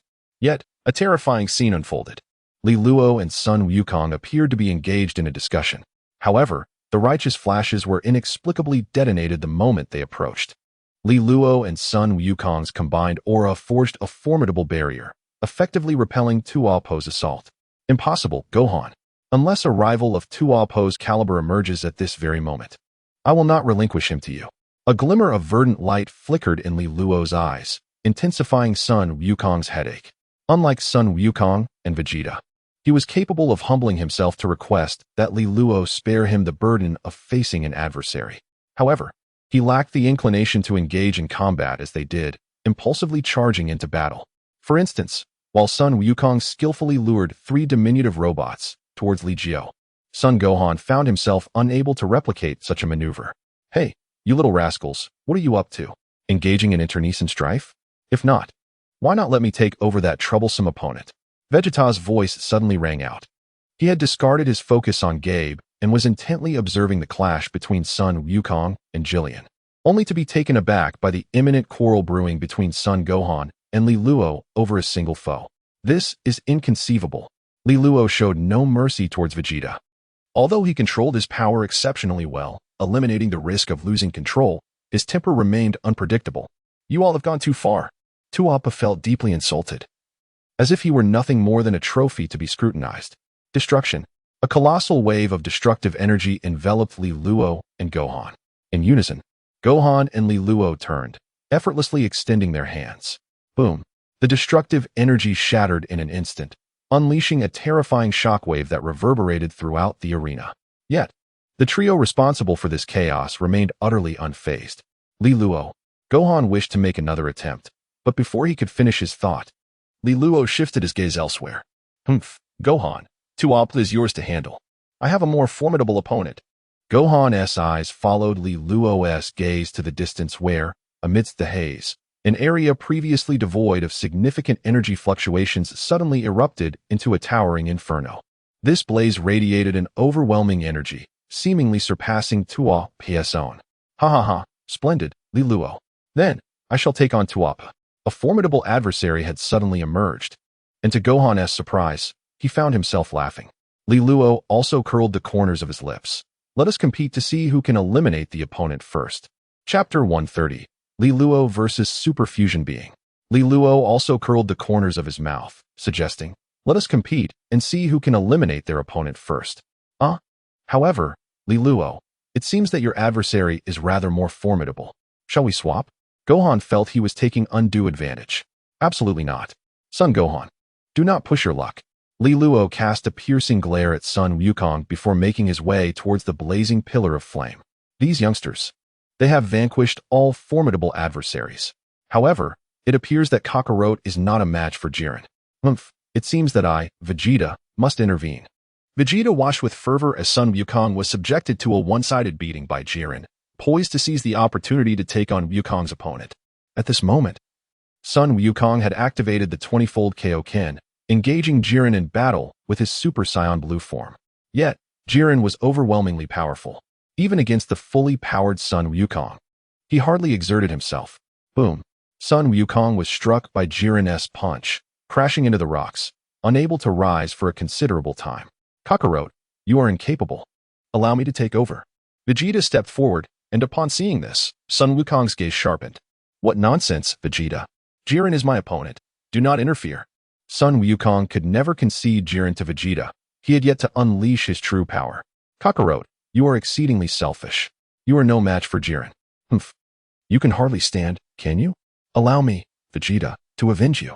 Without further ado, Vegeta charged at Jiren. However, before he could advance, Sun Wukong grasped his leg. Vegeta, let me try once more. Sun Wukong suddenly stood up, startling Vegeta. That punch from Jiren had struck Sun Wukong with considerable force. How resilient is this guy? Indeed. When he first arrived on Earth, he showcased remarkable durability, akin to an indomitable cockroach. Yet, at that moment, Jiren spoke. You may all come at me together. His peculiar large eyes, devoid of hair and eyebrows, did not even glance at Sun Wukong or Vegeta. You bastard. What are you looking at? Vegeta was well aware of whom Jiren was scrutinizing. He was focused on Li Jiu. At present, the only individual in the arena who instilled a sense of crisis in Jiren was Li Jiu. At this moment, Li Jiu had just eliminated 3 small robots from the arena, while the bioengineer on the other side unleashed a formidable move. The ultimate fusion warrior had emerged. Dr. Pepperoni from Universe 3 summoned the ultimate fusion warrior at the cost of his own life. This colossal being, adorned with wings and sporting enormous ears resembling street lamps, represented the ultimate weapon of Universe 3. Li Jiu had anticipated that this formidable being would attract Vegeta's attention. However, to his surprise, Li Luo took the initiative, while Vegeta chose to contend with Son Goku for his opponent. The emergence of the ultimate fusion warrior dramatically disrupted the current dynamics of the arena. Terrifying energy waves ravaged the entire platform, instantly sending several weaker contestants flying. Such a frightening surge of energy. Son Goku was compelled to abandon his intention to engage Jiren, instead leaping to a higher vantage point to cautiously observe the super fusion warrior. How could this be? A beam of energy swept across, forcing Son Gohan, who had just re-entered combat with Toppo, to swiftly dodge the attack. Was this yet another uncontrollable and fearsome adversary? Son Gohan furrowed his brow in contemplation. Uncontrollable opponents were particularly troublesome. Take Kale, for instance, possessing immense power yet unable to harness it, leading to widespread destruction and eventual elimination. The presence of such chaotic disruptors was indeed maddening. Most importantly, these uncontrollable beings were increasingly challenging to confront. The one currently manifesting seemed even more formidable. Son Gohan couldn't help but worry whether Li Luo could triumph over this giant. Taking advantage of Son Gohan's momentary distraction, Toppo withdrew from the battlefield. While on the other side, Dispo approached Jiren's side. Faced with such a terrifying presence, they could only band together for safety. Acting alone could easily result in being targeted and eliminated. The 11th universe was now down to 6 fighters, whereas the 7th universe had yet to lose a single member. Consequently, all surviving universes began to conspire against the 7th universe. Unexpectedly, before the terrifying fusion warrior, a figure of modest stature stepped forward. This individual advanced steadily, their aura and battle intent escalating wildly. Li Luo. Li Jiu gazed at Li Luo's figure, while number 18 stood quietly beside him. She had been diligently assisting Li Jiu in clearing away the debris, which included Tianjin Rice, Yamcha, and Klen. They all aimed to conserve Li Jiu's strength.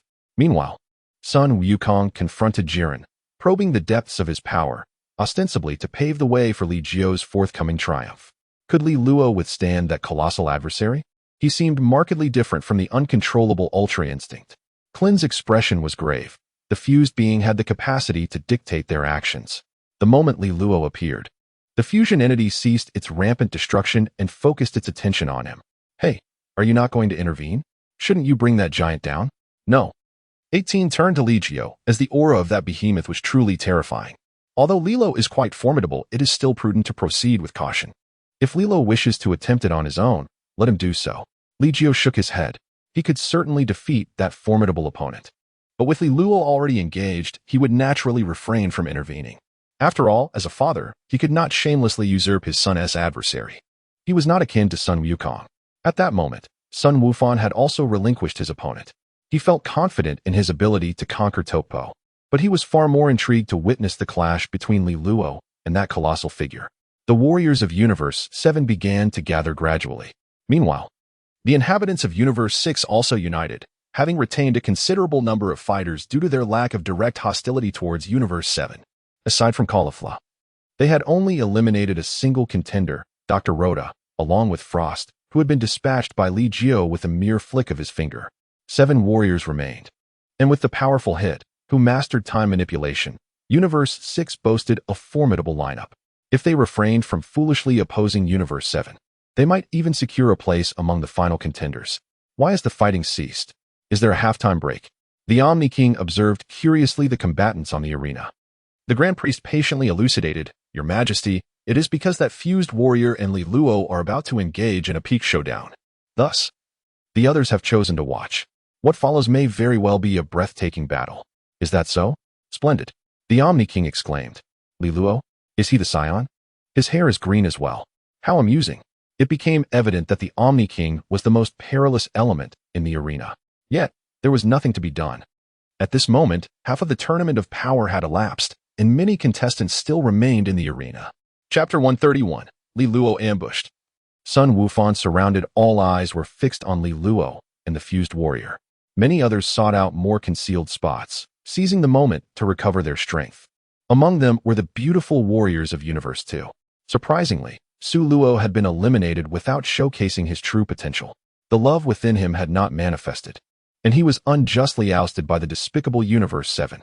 Sankako felt a profound sense of regret. It matters not. Love will not vanish. As long as there is love, each of us can harness formidable power. Su Luo, convey your love to us. Ribrian gazed beyond the arena. Initially disheartened, Su Luo perked up upon hearing Ribrian's call. For love, Librian, I shall bestow upon you all my affection. An intangible force converged upon Librian. The corpulent figure of Librian was instantly filled with confidence. With Sor Luo's love, I shall undoubtedly eliminate those who fail to comprehend love from the seventh universe. Librian strode proudly out of her cover. But after taking just a single step, she swiftly retreated. Immediately thereafter, a terrifying wave of energy surged forth. Even their shelter was riddled with cracks from the impact. Several innocent figures were even swept off the arena. How could this be? Librian, having yet to engage in battle, found herself retreating. She then cautiously peeked out to observe the center of the arena. There, Li Luo had yet to make a move. He had merely completed his enhancement of energy. His dark hair transforming into a vibrant green, dancing in the wind. Even his pupils had taken on that same verdant hue. Outside the arena, the presence of Chuan Chao began to stir restlessly once more. Kair's aura erupted uncontrollably, only to be quelled by a strike from Battos's staff, plunging him into unconsciousness. The legendary Super Saiyan, with such a pure lineage, was indeed the offspring of Li Jiu and Natasha, coupled with the dimensions and power befitting a prospective destroyer god. One could not help but wonder if that fused being would prove to be his adversary. Batos and Whis stood side by side. These angels would not vanish with the demise of the universe. Thus, their observation of this power tournament resembled that of an audience at a play. Oh, it appears that the fused being may indeed be the trump card of the third universe. There should be some noteworthy distinctions, wouldn't you agree? Li Luo may not be a formidable opponent. Before Weiss could finish his words, Bruce rushed over, exclaiming, Weiss, what nonsense are you uttering? How could Li Luo possibly be a match for that formidable opponent? Li Luo, strike with all your might and bring that monstrous being down, Bruce shouted. Li Luo slowly raised his hand and gestured an OK sign towards Beerus. Rest assured, Lord Beerus, he replied. Although Li Luo's demeanor had grown considerably more indifferent after wielding the power of transcendence, his mind remained lucid. Li Jiu guided him through the vast expanse of the starry sky, and he had now mastered the power of transcending perfectly. Suddenly, the combined entity stirred. He would not permit Li Luo to outshine him in arrogance. A colossal fist descended, its size dwarfing Li Luo's entire being by twofold.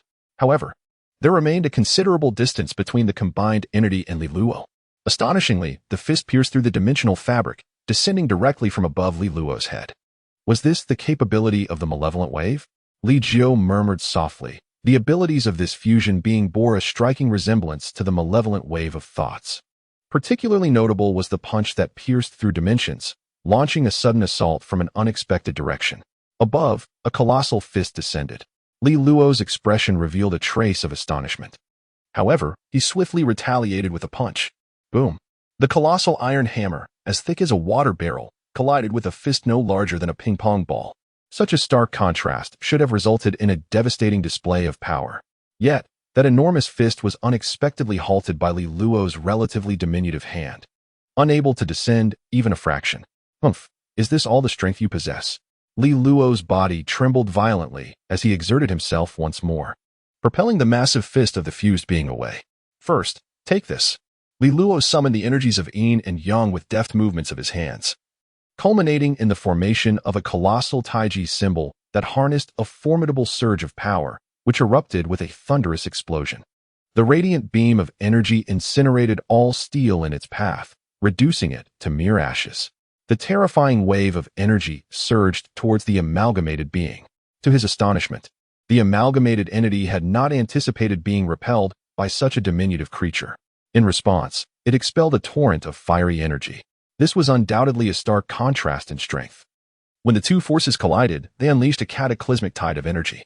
The winds howled fiercely. In this encounter, Li Luo did not gain the upper hand. He refrained from sustaining his output of power, merely seeking to gauge the might of this formidable opponent. It seemed evident that employing brute force to vanquish this giant would indeed require a considerable expenditure of energy. One could not help but wonder if this sudden emergence of the colossal entity bore any temporal limitations. Li Luo no longer confronted the fused beings directly. Meanwhile, the fused beings found themselves unable to contend with Li Luo in the short term. Instead, their attacks inadvertently affected numerous spectators, and unbeknownst to them, the number of remaining participants in the arena dwindled. Such formidable adversaries. If that is the case, let the power of love eliminate you. Librian emerged once more. Before her, A colossal pink heart suddenly erupted. She had been gathering her strength for quite some time. At this moment, the immense heart surged toward Li Luo. Li Luo could hardly anticipate the sudden assault from behind, and an attack so dreadful at that. Boom. The heart engulfed Li Luo and continued toward the fusion warrior. Li Luo. Son Gohan's expression abruptly shifted, his gaze darkening as he turned toward Ribrian. A sneak attack. A silver flash flickered, and in an instant, Son Gohan appeared before Ribrian. The second universe, is it? Having suffered once at Toppo's hands, Son Gohan became earnest. Even when faced with the corpulent Ribrian, he displayed no hint of complacency.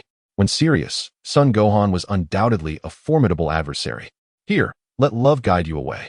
Sankaku's figure materialized behind Son Gohan, encircling him with two foes. Two, is that all? Without hesitation, Son Gohan launched a counterattack, delivering a swift kick just before Sankaku's strike landed. Whoa! Sankaku's frail form bent like a shrimp. Simultaneously, Son Gohan aimed at Ribrian, unleashing a single-handed energy wave. The battle reignited. Ribrian had amassed considerable power within that heart. And now, suddenly targeted by Son Gohan, she found herself at a disadvantage. Although Sankaku had been kicked, he did not lose his fighting spirit. The two struggled to fend off Son Gohan's onslaught. However, the 11th universe was on the move again. A prime opportunity. Toppo charged toward Son Gohan, seeking to eliminate him while the chance presented itself. The 7th universe would undoubtedly lose a key player. Chapter 132. A series of explosions and eliminations. Justice shines. Toppo's attack arrived in an instant. As the two champions of the 7th universe fell into peril, the entire arena erupted once more. First, let us eliminate the 7th universe. The Mouse Destroyer was relentless. However, Beerus scoffed, if such feeble attacks could eliminate Li Luo, you would underestimate the legendary Super Saiyan far too much. Son Gohan, who had been holding his own against Ribrian and Sankaku, was caught off guard by Toppo's sudden strike. Yet he quickly regained his composure. Gohan. Piccolo arrived, extending his arms to ensnare Sankaku's neck before slamming him brutally to the ground. Uncle Piccolo, I'm fine, but they won TB. After a brief moment of adjustment, Gohan fixed his gaze on Ribrian and Toppo. How dare you attempt a sneak attack? You are doomed. A silvery beam of light suddenly erupted, piercing through the mist that hung above the arena in an instant. The shimmering silver glow danced upon Gohan's skin, bestowing upon him an aura reminiscent of the Kaishin. Yet, the terrifying essence he exuded was something the Kaishin could never possess. Are you prepared for elimination? Gohan's gaze was piercing, and in a moment of ethereal movement, he stood before Toppo. Allow me, a mere apprentice Kaishin, to eliminate you, the candidate for destruction. Unbeknownst to us, Gohan had already positioned himself beyond our reach. Beside Dent, Yamcha approached with determination. Allow me to hold one of them off, though I doubt I can match that hefty opponent. Gohan was about to get serious. The battle would not last long. Dent remarked. That's good. I still have plenty of stamina left. Let me unleash my full power. Yamcha drew his fist to his waist, a divine aura quietly enveloping him. In the next moment, he stood directly before Ribrian. Attacking Limo was the gravest mistake you could have made. Wolf Fang Fist. A barrage of divine wolf heads surged forth. This marked Yamcha's first burst of power in the tournament. A man who knows not love, you are no match for me. Ribrian retreated while engaging in combat, unleashing a powerful move that required time to recover. Is that so? Yamcha smirked, placing his hands before his forehead. This technique is remarkably effective, especially when amplified 100-fold. 100 times, solar flare. A blinding brilliance instantly illuminated the entire arena. Ribrian, struck directly by the attack, was momentarily engulfed in blindness. Hey, Yamcha, that is my technique. Krillin's bald head suddenly appeared behind Ribrian, striking without hesitation. 10 times. Kamehameha. Ribrian's form was instantly sent flying. Struck by Krillin's tenfold Kamehameha, her ability to move vanished. She was on the brink of falling from the arena.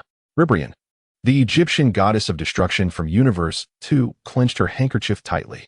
Fortunately, not many from Universe 2 had been eliminated. An elderly figure flashed by, catching Ribrian before she could fall. However, before they could escape, Limo, encased in a heart-shaped bomb, suddenly spoke. Ugly heart, you might as well keep it for yourself. The childish yet chilling voice echoed. The heart bomb, which had yet to fully explode, began to shrink slowly, condensing. Then, Limo's figure gradually became visible. In the next moment, he hurled the heart, now the size of a basketball, forcefully towards Ribrian. Here is your gift. The exterior of the heart is enveloped in a layer of verdant energy. No, Librian, quickly evade. Senkaku swiftly turned to rescue, disregarding the dent. Huh. How humiliating it would be to let you escape. In the palm of Den's hand, a bottle suddenly materialized. This was conjured. A manifestation of the divine power of the earth. Mystic Sealing Wave. In the next moment, the Mystic Sealing Wave re-emerged. That inexplicable and irresistible force once again presented itself before the gods. Even Beerus widened his eyes in astonishment. What is this? How could they all possess this technique? Will Li Jiu do it? Let him seal that Jillian directly. Beerus is sweating profusely, yet was chuckles lightly, saying, Lord Beerus, what you should truly be concerned about is whether Li Jiu might employ this very tactic against you, isn't it? The prowess of Li Jiu has become inscrutable to Weiss. If such an enigmatic technique were employed against Beerus, the outcome is all too predictable. How could this be possible? Despite Li Jiu's formidable strength, he remains no match for me, Beerus declared defiantly. Meanwhile, Li Jiu maintained a calm demeanor as he observed the multifaceted battle. In just a brief moment, the seventh universe had summoned the might of Piccolo, Yamcha, Krillin, and Gohan, achieving remarkable results. Piccolo's Demon Seal Wave undeniably struck the formidable Senkaku, who sought to aid Ribrian. In the next instant, a small capsule was hurled out of the ring. Piccolo exhaled deeply. Senkaku possessed considerable power. Although he utilized the Demon Seal Wave without exhausting himself, it still depleted half of his stamina. The Demon Seal Wave is effective in many ways, yet its toll on stamina is excessively taxing. Had Piccolo sealed Ribrian this time, he might have had to exit prematurely. Without Senkaku's original narrative, the remaining members of the second universe could not arrive in time. A terrifying surge of energy erupted, encompassing an additional layer of Ribrian's power. Ribrian and the old man, originally situated in a corner of the arena, were swiftly engulfed. With the obliteration of that corner, they appeared beside the god of destruction from the second universe. I apologize. Lord Hellas, we have failed, Ribrian murmured, lowering her head. Hellas gently shook his head in response. The seventh universe is simply too powerful. However, it matters not. As long as love resides in our hearts, our comrades still on the battlefield will inherit our strength. Hellas offered reassurance, instantly revitalizing Ribrian. Indeed, our comrades will carry forth our love. Well done, Krillin, Yamcha remarked, having concealed his energy, returning the favor in kind. Krillin's sudden strike exemplified a flawless synergy with Yamcha, a testament to Li Luo's contribution. Krillin patted his bald head and glanced towards Li Luo in the distance, who appeared significantly drained, having been ambushed. Although he had managed to neutralize the heart bomb, the exertion had undeniably taken its toll. Li Luo, let us confront this behemoth together, Krillin suggested as he and Yamcha stepped forward, but Li Luo shook his head. My match with Gohan is not yet concluded. Li Luo refocused his gaze on the fused being, and his aura began to surge with tremendous intensity. Gohan exerted himself to the utmost. Therefore, I must not fall behind. With a mighty roar, the earth trembled. Even Yamcha and Krillin were compelled to retreat hundreds of steps to avoid being affected by Li Luo's formidable power. That was the essence of a god of destruction. Is Li Luo truly prepared to exert his full strength? Clint is well aware that Sun Wukong and Li Luo have inherited the powers of the Supreme Kai and the god of destruction, respectively. The young one remains rather naive. Utilizing such power in this manner will lead to greater consumption, 18 remarked. Yet Li Jiu shook his head in response. Have you forgotten that Li Luo is the legendary Super Saiyan? His stamina is nearly boundless. Such an outburst may impose some pressure on him, but it is hardly significant. Chapter 133, Li Jiu's intent to engage. Indeed, the legendary Super Saiyan, it truly is extraordinary. 18 gazed at Li Jiu, her beautiful eyes profound. Li Jiu met her gaze. I sense that you are insinuating something about me, yet I possess no evidence. Under Li Jiu's intense stare, Number 18 awkwardly turned her head away, her ears tinged with a faint blush. Li Jiu smiled faintly, then shifted her gaze to the fierce battle between Li Luo and the Fusion Warrior. At present, the arena was witness to two intensely contested battles, one between Li Luo and the Fusion Warrior, and the other between Sun Wukong and Topo. After a brief respite, Topo had regained considerable strength, yet he refrained from intervening in the conflict between Sun Wukong and Topo. Several competitors from Universe 11 had already been eliminated. So he chose to remain cautious, recuperating beside Jiren. The tournament of power gathered the mightiest beings across the universe. I once thought there could be no greater challenge for self-improvement than this. Yet, I had forgotten that you were by my side, Gohan. At this moment, Sun Wukong had tempered his aura, choosing not to seek out Jiren, instead quietly observing Gohan's battle. With Sun Wukong refraining from challenging Jiren, the latter, in turn, had no reason to provoke him, for throughout, Jiren had never regarded Sun Wukong as a worthy adversary. Not even when Sun Wukong unleashed his Super Saiyan Blue form or the 20-fold Kaioken did Jiren take him seriously. Only Li Jiu, even when merely standing still, commanded his utmost respect. Destruction. Toppo's righteous battle attire had torn away, revealing his well-defined muscles. In comparison to Toppo, Gohan's physique appeared diminutive. However, the power surging within Gohan compelled Toppo to hold back any semblance of disdain, for it was an ominous strength that hinted at surpassing his own. I am grateful to Lord Zeno for the 2 months granted. Otherwise, I might truly have faced defeat at your hands. Toppo's aura continued to surge, escalating rapidly. Gohan made no attempt to hinder him. His own state had stabilized, and though he had not maximized his aura, he could unleash his full power with but a thought. Come, let me witness the might of a prospective god of destruction. Gohan clenched his fists tightly, exhibiting no hint of carelessness. As Toppo was enveloped in a shroud of destructive energy, his righteous attire turning to ash. What? Are you prepared to forsake your righteousness? Gohan scoffed. He claimed to embody justice, yet he had inherited the power of destruction. This inheritance was not without its burdens. However, if this power could vanquish you, I would not hesitate to wield it.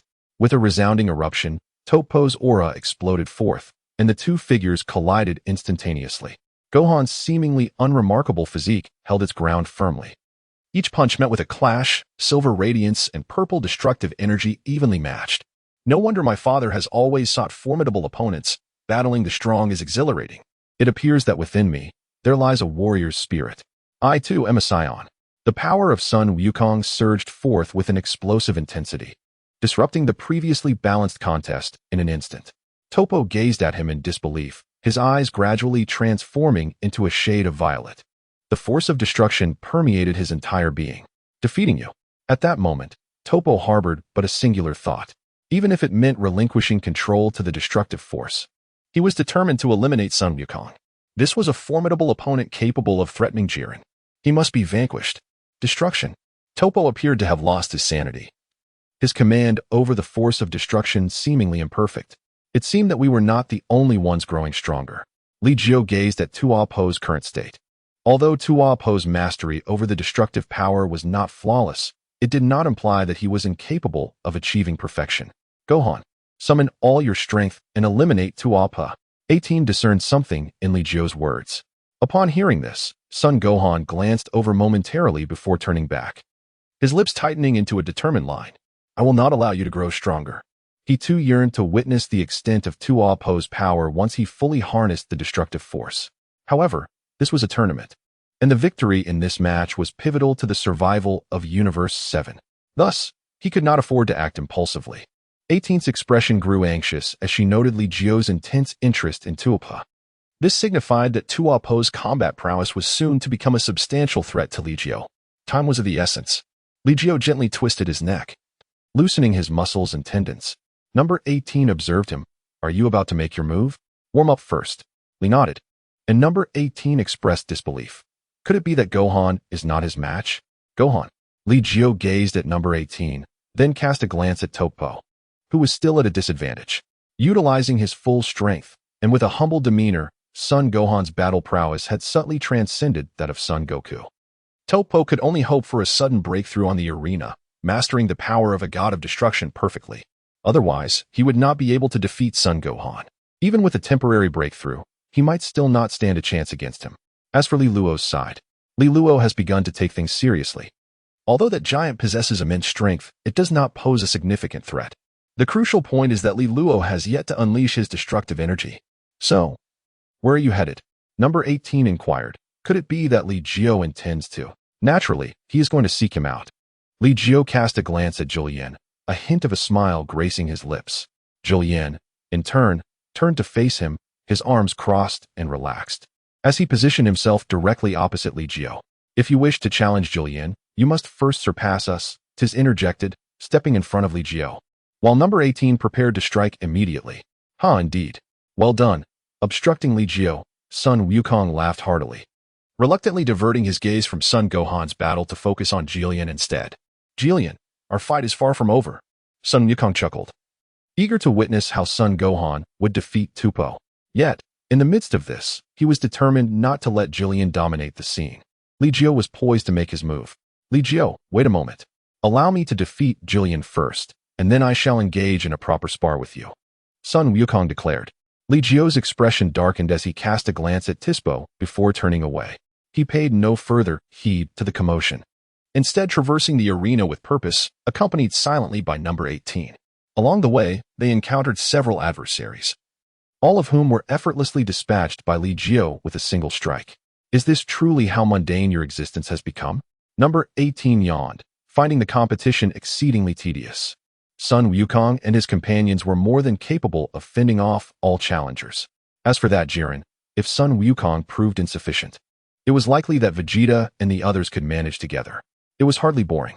Li Jiu shook his head, only to witness Vegeta engrossed in a game with a character resembling Outer Man. Come on, put some effort into it. Your speed is woefully inadequate. Vegeta, visibly displeased, lamented the fact that formidable opponents had been snatched away from him. The Outer Man before him, even in his most powerful form, was swiftly dispatched with a single kick. Li Jiu. He turned his gaze towards Li Jiu. Shall we engage in a sparring match? Li Jiu. The Super Saiyan Deep Blue is still insufficient. You must develop a more advanced transformation at the very least. Come, let me take you to find a worthy opponent. Chapter 134, Vegeta vs. Giant. I am quite curious to see what kind of opponent you can procure for me. I certainly do not wish for someone too lackluster. However, if you are willing to be my adversary, I would not object. Vegeta appeared eager and ready for the challenge. Li Jiu glanced back at him, seemingly intent on engaging in a confrontation with Vegeta.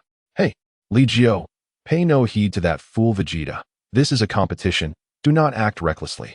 Beerus's voice was on the verge of boiling over. What nonsense is this?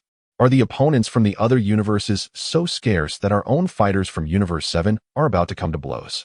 Rest assured, Li Jiu spoke softly, seemingly addressing both Beerus and Vegeta. Let us proceed. He appeared to wander aimlessly, with Android 18 and Vegeta quietly trailing behind him. In the distance, Jiren's gaze was fixed upon Li Jiu, uncertain of his intentions. Yet, did he possess the energy to devote to Li Jiu?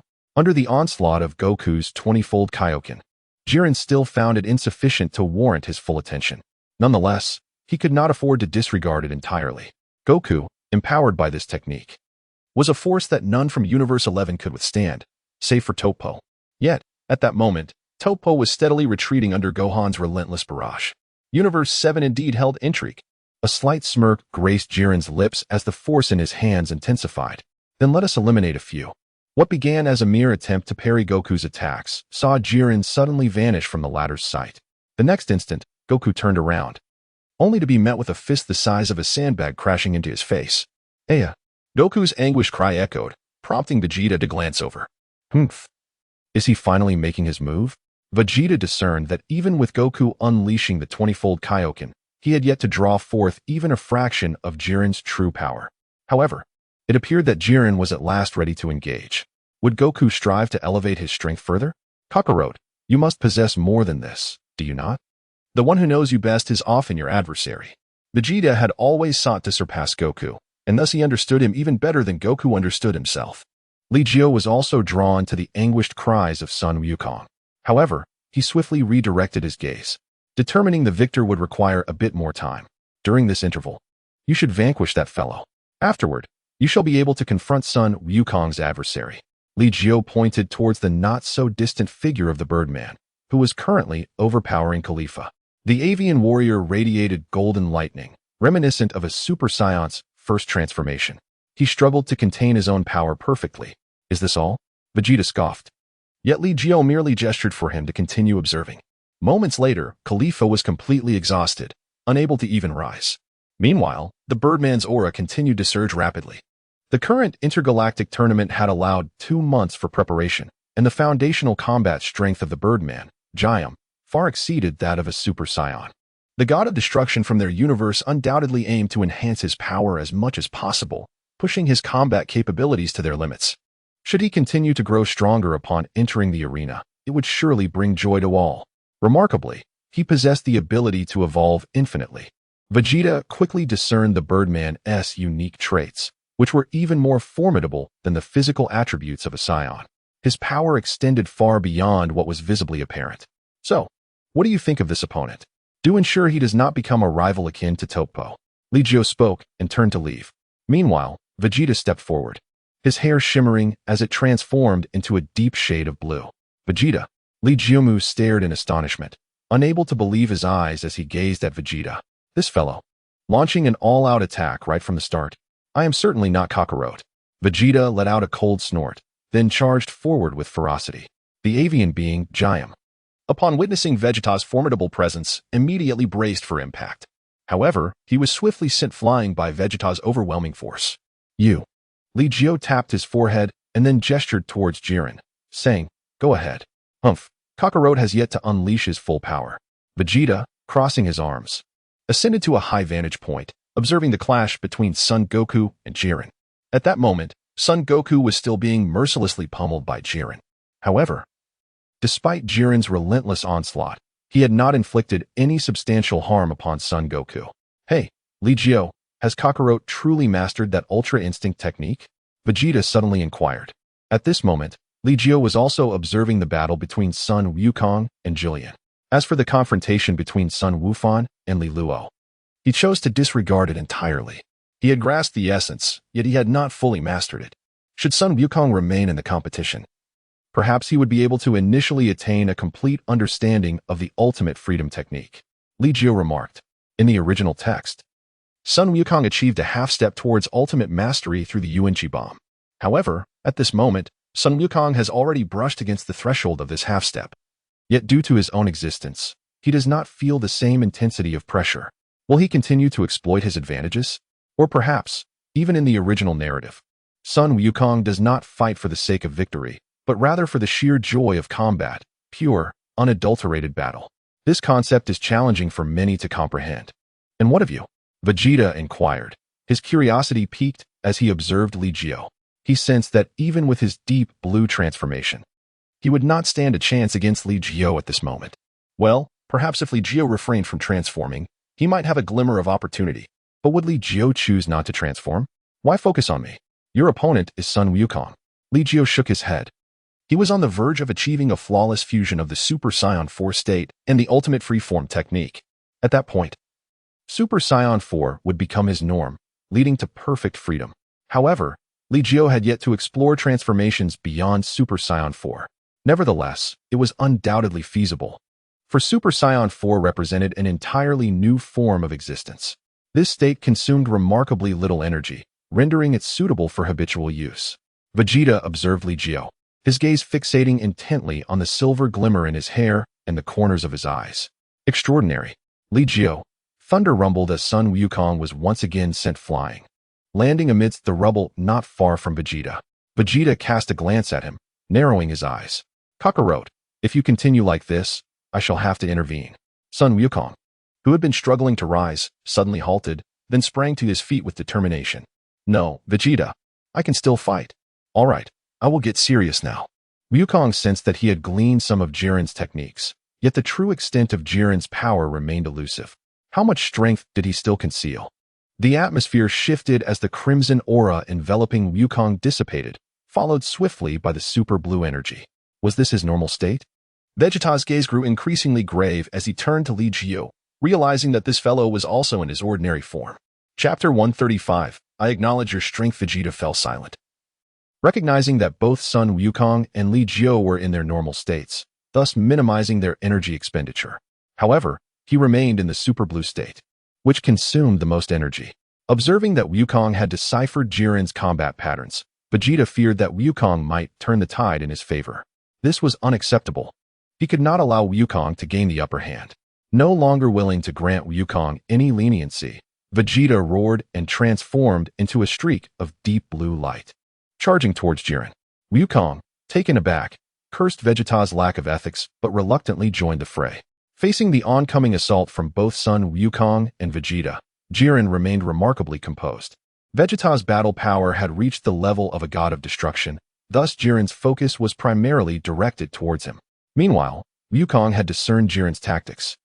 As Jiren prepared to deliver a punishing blow to Vegeta, Wukong utilized instant transmission to appear at Jiren's right side and delivered a powerful punch, catching Jiren off guard and sending him flying. Seizing the opportunity, Vegeta unleashed the Prince's technique, a vast energy cannon that engulfed Jiren. Well done. Just like that. Let's take Jiren down together, Beerus exclaimed in excitement. On this battlefield, the only entity capable of posing a threat to Universe 7 was Jiren. Eliminating Jiren would secure victory for Universe 7, as the other universes currently posed no significant danger. The only potential threat that remained was hit from Universe 6. Li Jiu did not take action, and number 18, standing aside, felt perplexed. Why has he not made a move yet? There is no need for haste. Even Sun Wukong has yet to unleash his full potential. Do not assume that the current Jillian is exerting his utmost strength. He has only tapped into less than half of his capabilities. Li Jiu stood with her arms crossed, exuding an air of calm indifference. Upon hearing this, number 18 curled her lips in response, choosing to refrain from further comment. In the very next moment after Li Jiu's words fell silent, Jillian, previously enveloped by Prince Zhonfa's might, surged forth once again, radiating a crimson glow. Despite having endured the devastatingly rapid attack, Jillian had merely suffered torn garments. He turned his gaze towards Sun Wukong, exclaiming, "Instantaneous movement. Intriguing. Indeed, I have deciphered your technique." With a triumphant grin, Sun Wukong felt that as long as he comprehended Jillian's moves and became familiar with them, he could turn the tide of battle. Vegeta snorted dismissively, eager to engage once more.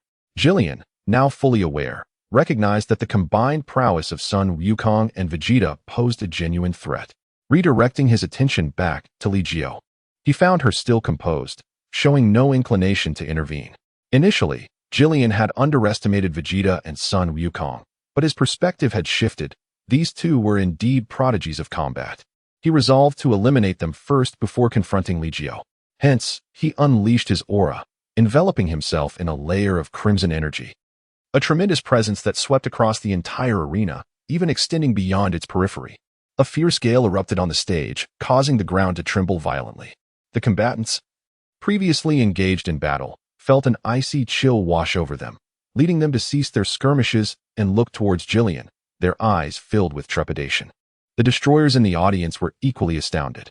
This individual's power had surpassed that of the destroyers. How could Jillian be so formidable? It was evident that ordinary destroyers might not stand a chance against him. The other destroyers on stage regarded Jillian with high esteem. The clown destroyer, brimming with excitement, reveled in the accolades bestowed upon Jillian by his peers, feeling elated. In the distance, Beerus cast a sidelong glance at the jubilant clown destroyer, but remained silent. Let him enjoy his moment. Li Jiu has yet to make a move. Once she does, Jillian will be of no consequence. Wouldn't you agree, Whis? Beerus inquired. Whis nodded with a smile, but upon observing Sun Wukong, he remarked, aside from Li Jiu, Wukong's potential is not to be underestimated. He has nearly grasped the threshold of the Ultra Instinct technique. Perhaps through intense battle, he might achieve complete enlightenment. After hearing this, Beerus merely nodded in acknowledgement. Placing greater hope on Li Jiu, Jiren unleashed his full power, hovering in midair, his gaze once again assuming that haughty demeanor. Looking down upon others with disdain as he faced Goku and Vegeta. Vegeta, feeling irked by Jiren's condescending glare, took the initiative to charge forward before any agreement could be reached with Goku. Without uttering a word, Goku recognized the seriousness of the situation and, facing Jiren's full might, unleashed a 20-fold Kaioken. The two, one clad in blue and the other in red, shot forth like streaks of light towards Jiren, and the battle recommenced. As their fists and feet collided, an explosion of power erupted, manifesting as a whirlwind of speed that transformed the entire arena into their battleground. Each clash resulted in terrifying blasts, sending competitors from other universes tumbling off the stage before they could react. Among them, Tien from Universe 7 found himself utterly bewildered. He had just been engaged in combat with a formidable opponent from Universe 11 when Jiren's onslaught struck, propelling both him and his adversary away with the force of the explosion. What a terrifying battle. We cannot possibly intervene. Krillin, perched on a distant rock, felt a surge of fear. The clash among Goku, Vegeta, and Jiren had escalated beyond the reach of ordinary beings. Even a moment's distraction could lead to being violently expelled from the fray. During the battle, Jiren began to regard both Vegeta and Goku with newfound seriousness. Vegeta had perfected his deep blue form, reaching a level that could rival a god of destruction. Goku, too, had mastered his offensive techniques, enhanced by the 20-fold Kaioken, with each strike as lethal as the last. Their teamwork was seamless, exhibiting an extraordinary synergy. If Jiren were to face either of them alone, he would undoubtedly triumph with ease. However, their combined strength was far greater than mere addition, transcending simple arithmetic. Gradually, Jiren began to sense the thrill of combat. A slight, almost imperceptible smile tugged at the corners of his cold lips. It had been many years since he had experienced such exhilarating battles since becoming the strongest in Universe 11. Goku, Vegeta, you have earned my respect. Chapter 136. Ultra Instinct Goku vs. Jiren. Jiren relished the intensity of the fight, acknowledging both Goku and Vegeta. Unfortunately, they had only succeeded in prompting him to engage seriously, yet still could not compel him to unleash his full power. Kakarot, you've come here to cause trouble. Jiren is my prey. Witnessing the collaboration between Sun Wukong and himself, as they managed to contend evenly with Julian, Vegeta felt a twinge of dissatisfaction. His proud disposition compelled him to yearn for the opportunity to confront the formidable foe alone. However, Sun Wukong, fully aware of Vegeta's temperament, responded with utmost seriousness. No, it is impossible for you to defeat him by yourself. Sun Wukong was well acquainted with Vegeta's nature. This was merely a display of bravado. The two of them, unleashing their full potential, had only managed to achieve a stalemate. In a one-on-one duel, the odds of victory were utterly non-existent. Julian, perceptive of Vegeta's character, resorted to psychological tactics to conserve his strength for the impending confrontation with Li Jiu. In a moment of necessity, he declared, without Sun Wukong's assistance, "You are no match for me. Let him aid you in our battle, or else you stand no chance." Julian's astute observation ignited Vegeta's pride, prompting him to deliver a forceful kick that sent Sun Wukong crashing into the ground below. "Vegeta, have you lost your mind?" Sun Wukong was utterly taken aback. Perceiving that Vegeta's intellect was even inferior to his own, it was evident that his opponent was deliberately provoking him, aiming to incite a solitary confrontation. Vegeta, however, was not a fool. He recognized it as Jiren's tactic of provocation. Yet, as the prince of the Saiyans, his pride was profoundly distorted, rendering him incapable of tolerating any challenge to his strength. He had already resigned himself to the fact that his chances of defeating Jiren were nearly non-existent. But he believed that through a desperate struggle, even if he could not vanquish Jiren, he could at least inflict substantial harm. At that point, a severely wounded Vegeta would undoubtedly be unable to overpower Sun Wukong, even in the event of an unexpected turn of events leading to Wukong's downfall. There remained a formidable Li Jiu, the true ace of their 7th universe. With a resolute mindset, Vegeta roared and charged once more at Jiren, this time unleashing his Super Saiyan deep blue form to its utmost potential. The battle became reckless, a perilous exchange where he opted to trade blows at the cost of his own well-being. Jiren found himself somewhat constrained by Vegeta's ferocious combat style. Under this perilous strategy of inflicting harm to oneself while attempting to vanquish the enemy, Jiren encountered such reckless tactics for the first time, and ultimately revealed a flaw during the skirmish. Seizing the opportunity, Vegeta unleashed a relentless barrage of attacks upon him. With a final roar, after a prolonged series of strikes, Vegeta delivered a powerful punch to the ground before executing his Super Gallic Gun. The terrifying energy amassed exceeded even that of a typical god of destruction, leaving the deities in the audience visibly shaken by the sheer magnitude of Vegeta's attack. The overwhelming force instilled a sense of dread within them. As the Super Gallic Gun surged forth, Jiren, astonishingly, rose into the air, positioning his own body to intercept the assault. This unexpected turn of events left many in disbelief. Jiren, was he out of his mind, willingly placing himself in the line of fire? Android 18 watched in disbelief. Li Jiu merely smiled faintly. The strength of Julian was terrifying, and he was utterly incapable of withstanding such an onslaught. How can you still smile? Number 18 was perplexed by Li Jiu's thoughts. Having no time to inquire further, suddenly, a violent explosion erupted from afar, shaking the very fabric of this world. Everything seemed to be engulfed in blinding light and a deafening roar. Vegeta, Son Goku shouted, ultimately swallowed by the brilliance. After a long while, tranquility returned. The once expansive arena was now marred by numerous cracks, and many peered anxiously at the spot previously occupied by Vegeta. Through the billowing smoke, Vegeta's figure emerged, albeit in a disheveled state. His deep blue form had vanished, reverting to his ordinary black-haired appearance, and he gasped for breath, clearly drained of nearly all his strength from that last strike. Incredible! Vegeta has triumphed, Krillin exclaimed, ecstatic, while Gohan and others were expressions of joy.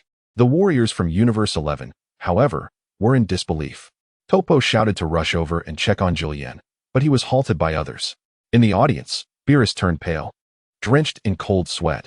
This is impossible. Jillian cannot be harmed. While the god of destruction from Universe 11 spoke thus, uncertainty gnawed at his heart. That last blow from Vegeta was something even he would not dare to withstand, let alone Jillian, who had bravely charged forward to absorb it. It was highly likely that something had gone awry. Just as everyone presumed Jillian had been defeated by Vegeta, as Vegeta approached, the ground beneath him suddenly cracked open. To his shock, Jillian surged forth and delivered a punch that sent him flying. In his normal state, Vegeta's defenses were significantly diminished, and that single blow knocked him out cold, sending him spiraling gracefully before crashing down from the arena. Father! Trunks gasped in horror, hastily producing a Senzu bean to revive Vegeta, who finally regained consciousness. Damn it, that bastard. I actually lost. Vegeta seethed with indignation, never anticipating that his downfall would unfold in such a manner. The profound sense of disappointment weighed heavily upon him. Particularly disheartening was the realization that his most fervent strike had only inflicted minor injuries upon Jiren, leaving him with an overwhelming sense of powerlessness. At that moment, Goku also rose to his feet, observing that Jiren had sustained little harm. A faint smile crept across his face as he refrained from idle chatter and prepared to confront the challenge once more. Though Goku's 20-fold Kaioken did not surpass the might of the deep blue Vegeta, it was nonetheless exceedingly close. Furthermore, Goku had become well acquainted with Jiren's combat style, initially engaging in a back-and-forth exchange. However, as he sought to conserve his energy, he resolved to unleash his true power. In a swift sequence of 3 punches, Goku was grievously injured, plummeting from the sky to the ground, followed by a devastating energy blast. With the explosion of energy, Goku let out a pained scream before crashing to the earth, rendered completely unconscious. Heavens, how could Goku have lost as well? Yamcha stood in stunned silence, while Krillin was momentarily bewildered, unable to fathom that both Goku and Vegeta had fallen in succession. Now only Li Jiu remained, and surely Jiren was far too formidable.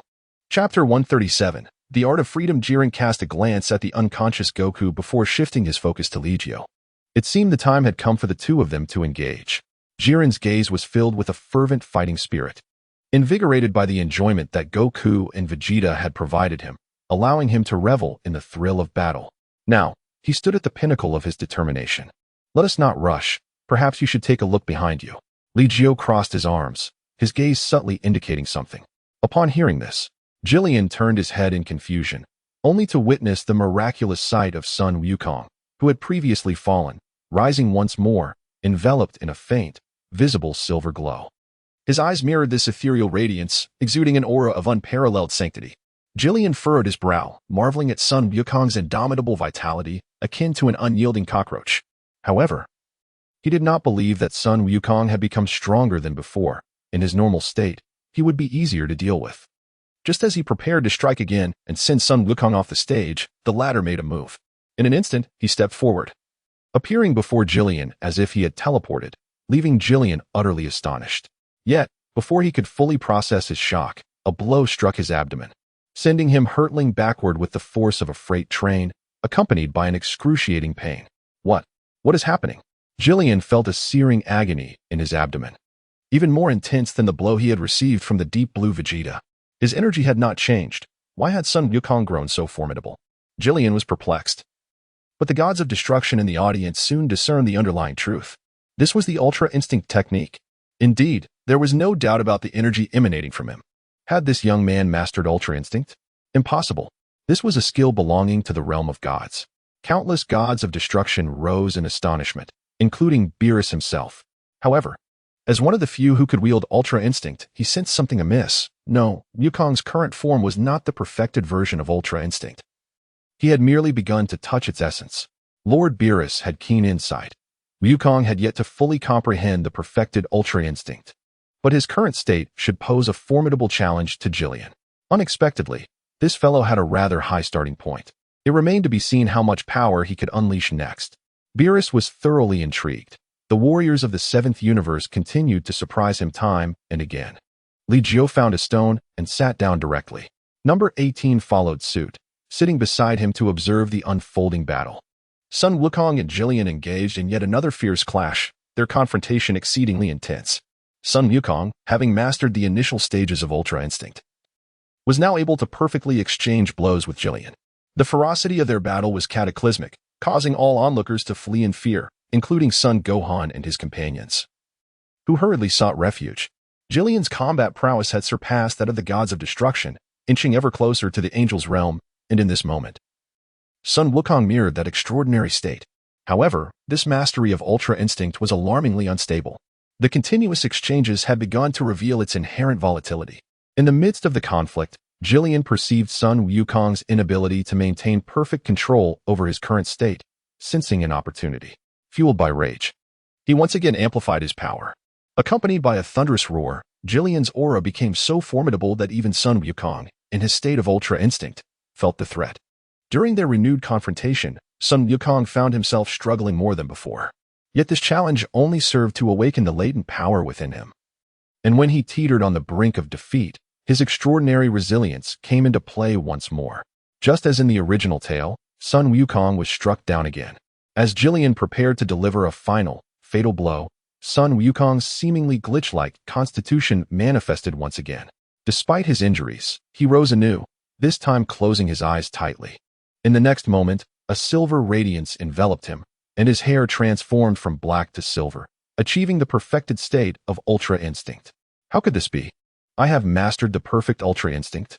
Belmont of Universe 11, as a god of destruction, clutched his multicolored pineapple-like head in disbelief, panic evident on his face. The Ultra Instinct had already instilled fear in most gods of destruction. Among them, only Beerus had managed to grasp a fragment of Ultra Instinct, albeit not at its perfected level. Now, suddenly, a formidable warrior capable of mastering the perfect Ultra Instinct had emerged from Universe 7. How could they possibly contend with such power? This was undoubtedly a domain of the divine, reaching angelic levels of combat strength. Beerus slapped his thigh in realization. This kid, Sun Wukong, once the tournament concludes, I shall reward him with a planet. However, Whis interjected, you would do better to offer him a meal. I suspect that would bring him more joy than a planet. Enough of your prattle. Can what I gift him be consumed? After years of searching for culinary delights, nothing compares to any dish from Earth. You are making me lose face. Beerus cast a sidelong glance at Whis and spoke leisurely. Whis, however, stifled a chuckle. Meanwhile, on the arena, unlike the others who were engaged in fervent discussions, Jiren fixed his gaze unwaveringly on Goku, feeling increasingly uneasy. With the emergence of a formidable opponent wielding the Ultra Instinct technique, he was still preoccupied with dealing with Jiren. What was happening in Universe 7? The weakest fighters had already attained godly levels of power. Before Jiren could fathom the true nature of Universe 7, Goku made the first move.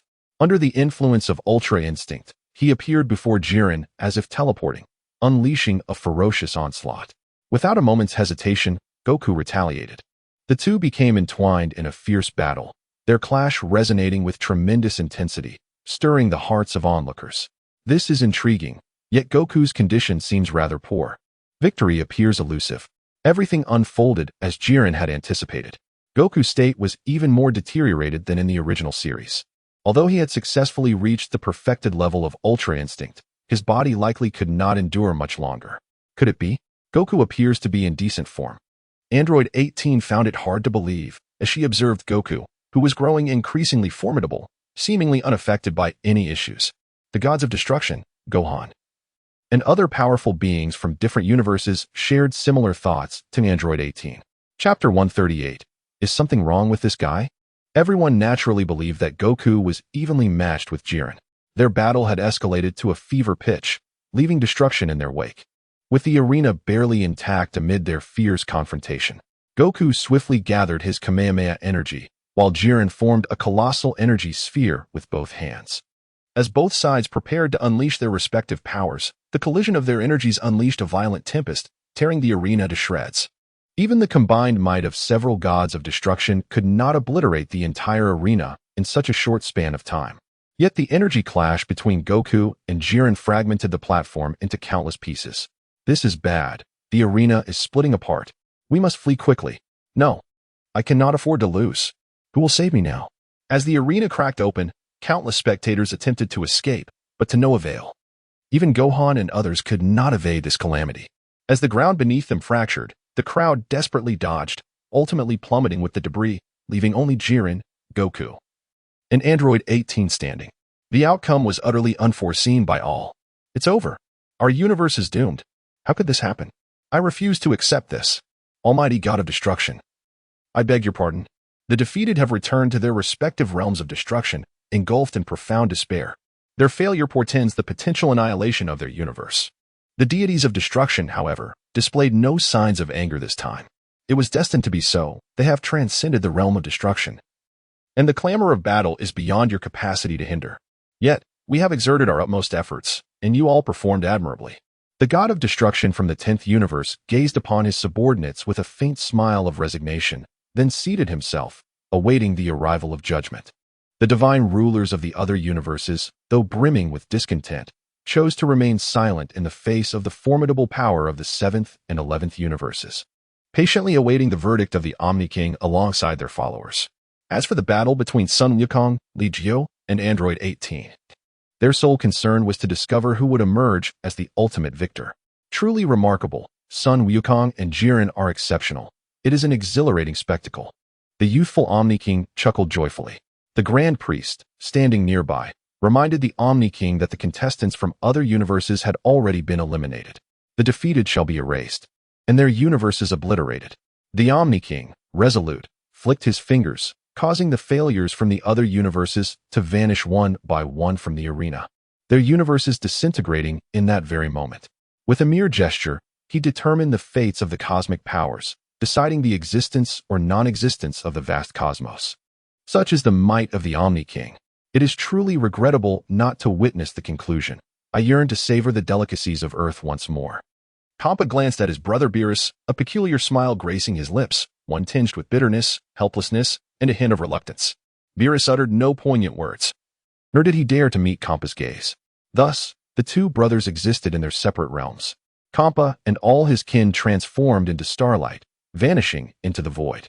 Beerus clenched his fists, his heart a tumult of emotions. Whis observed this scene in silence. With the final act approaching, the remaining beings of the 11th and 7th universes were enveloped in palpable tension. Go for it, Jiren. You must win, for if you do, you will be the heroic champion of the 11th universe. Belmont shouted fervently from the spectator stands, yet his spirit steadily sank. The formidable presence of Sun Wukong left him in a state of disbelief. On the arena, there stood Li Jiu and number 18. Remarkably, the tremendous shockwaves generated by the fierce clash between Sun Wukong and Jillian had no effect on Li Jiu whatsoever. A magnificent, vividly colored protective shield had materialized beside him, safeguarding the vicinity of the arena where he stood, untouched by the turmoil. This display left onlookers utterly speechless. Soon, the battle continued to unfold. Li Jiu casually crossed his legs and remarked, "The outcome of the battle has already been determined." What? That cannot be true. They are still fighting fiercely. 18 was utterly perplexed. Yet, in the very next moment, Sun Wukong, who had been engaged in combat with Jillian, let out a horrific scream. Accompanying his cry was a copious amount of blood that gushed forth. The commotion caused by Sun Wukong startled everyone, prompting both factions to hastily turn their gazes towards him. What on earth is happening? Beerus inquired, his anxiety palpable. Conversely, Belmont could not suppress his elation, exclaiming, "Splendid. It appears this fellow is utterly incapable of sustaining the Ultra Instinct technique." Both sides regarded the scene with a sense of bewilderment. After Sun Wukong's anguished cry and the expulsion of blood, he plummeted from the sky. Jillian ceased her assault and did not pursue the advantage. "What is the matter with you?" Jillian inquired, stepping in front of Sun Wukong to assess his condition. In the next instant, a figure suddenly materialized before them. "It's you?" Jillian's expression shifted to one of seriousness upon recognizing the newcomer, and she instinctively retreated to create distance between them. "You have performed admirably. Now go rest. I will handle the next phase of this battle. Krillin, toss over 2 sins of beans." Li Jiu shouted towards the audience, addressing Klin. "Ah?" Toss the magic beans over? This is against the rules. Clint did not heed Li Jiu's request to directly throw the precious magic beans. He could surmise what Li Jiu was truly attempting to accomplish. Li Jiu cast a reassuring glance at Clint without uttering a word. In his moment of hesitation, Gohan, standing nearby, placed a hand on Clint's shoulder and offered an encouraging expression. With a reluctant sigh, Clint ultimately complied and tossed the Senzu bean directly to Li Jiu. Upon receiving the bean, Li Jiu turned to the King of All and declared with clarity, "Your Majesty, would you like to witness a true exhibition of my and Jiren's abilities?" The King of All, filled with innocent enthusiasm, eagerly shook his head in affirmation, his large eyes sparkling with excitement. "Then let us establish this temporary rule. I shall allow Jiren to consume the Senzu bean to regain his strength. Otherwise, it would be somewhat unfair for me to engage him in battle at this moment." Chapter 139, Li Jiu versus Jiren. Upon hearing Li Jiu's words, Jillian's face was etched with disbelief. "I knew it." Clint, cradling his head, found himself in a state of exasperation mixed with amusement. Sun Wukong and the others wore expressions of wry smiles as well. Meanwhile, the god of destruction from Universe 11, Belmod, appeared quite elated. "Very well. I acknowledge your spirit of a true warrior." Belmod had previously harbored concerns about Jillian's stamina following the fierce battle with Sun Wukong. Knowing that facing Li Jiu again would likely result in an inevitable defeat, he had just witnessed the 7th Universe's Vegeta suffer grave injuries, only to recover completely after consuming a single magical bean. This was indeed a miraculous healing remedy. The Omni King contemplated this and deemed it reasonable, thus nodding in agreement. Consequently, Li Jiu presented a magical bean to Wukong and tossed another directly to Jillian. Wukong, now awakened, bore an expression of regret. "I sincerely apologize. I still cannot best him. Now, you should withdraw, along with Android 18. The ensuing battle is between him and me, so please do not interfere."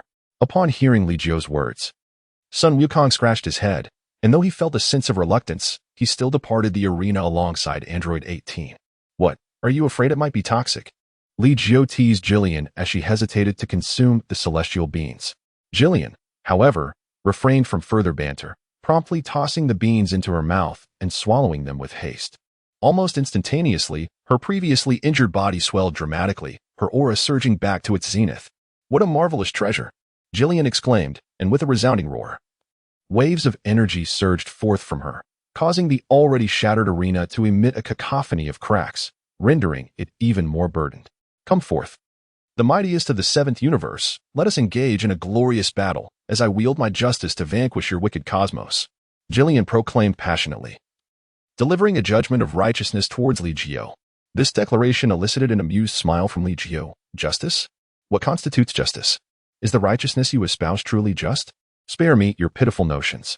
"Pitiful?" Jillian's brow furrowed slightly, as memories of her tumultuous childhood surged forth once more. "Unleash your emotions, and let us engage in a worthy battle." Li Jiu slowly approached Jillian, his tightly shut eyes suddenly flying open. In an instant, an overwhelming aura enveloped him, as fierce winds swirled around, creating a powerful vortex that distorted the surrounding space. The visible whirlpool spiraled around Li Jiu, exuding an imposing presence. In a heartbeat, he transformed into the striking Super Saiyan 4th form. Jillian regarded the transformed Li Jiu with great seriousness, sensing an undeniable threat. However, undeterred by the impending danger, he stepped forward toward Li Jiu, the two of them moving in tandem. In the next moment, both figures flickered and vanished from their original positions, only to reappear high in the sky, their fists colliding with a thunderous impact. A visible shockwave erupted from the point of their clash. Yet before the sound of the explosion could resonate, they disappeared once more, reappearing in another location. The two engaged in a fervent exchange of blows, their rapid movements dazzling to behold. Krillin, closely observing, felt a wave of astonishment wash over him. "I must concentrate fiercely, lest I fail to discern their actions. Capturing their trajectories perfectly eludes me. I can only perceive fleeting afterimages." Even Tien, possessing godly combat prowess, along with Krillin and others, found the situation astonishing. The speed of the two combatants rivaled that of the earlier confrontation with Goku. In the heat of battle, it was nearly impossible to track their movements with the naked eye, and even sensing with ki proved challenging for a flawless capture. The battle raged on. The formidable prowess of Li Jiu rendered Belmod once again unable to maintain his composure. Another entity surpassing the god of destruction has emerged. What on earth is happening in Universe 7? Torpo, listening from the sidelines, clenched his fists in confusion. Vegeta possesses strength comparable to that of a god of destruction, while Son Goku has attained power that transcends it. Now, with the advent of Li Jiu, whose strength also reaches beyond that of a god of destruction, it implies that Universe 7 is home to 3 super beings of godly caliber. This is utterly inequitable. In his heart, Belmont could only pray that Jiren would once again achieve glory by defeating Li Jiu. Yet, as the two combatants clashed, the sky erupted with violent thunder. The friction of their fists and feet generated countless bolts of lightning, and wherever they traversed, astonishing explosions ensued. Jiren, did you not proclaim your intent to judge the evil of Universe 7? Is this truly your method of judgment? It appears to me you are merely playing at house. Amidst the confrontation with Jiren, Li Jiu could not resist interjecting with mocking remarks. His intention was to provoke Jiren, hoping to elicit the latter's true power. For beneath the surface of what seemed to be a formidable battle, Jiren harbored even greater potential yet to be unleashed.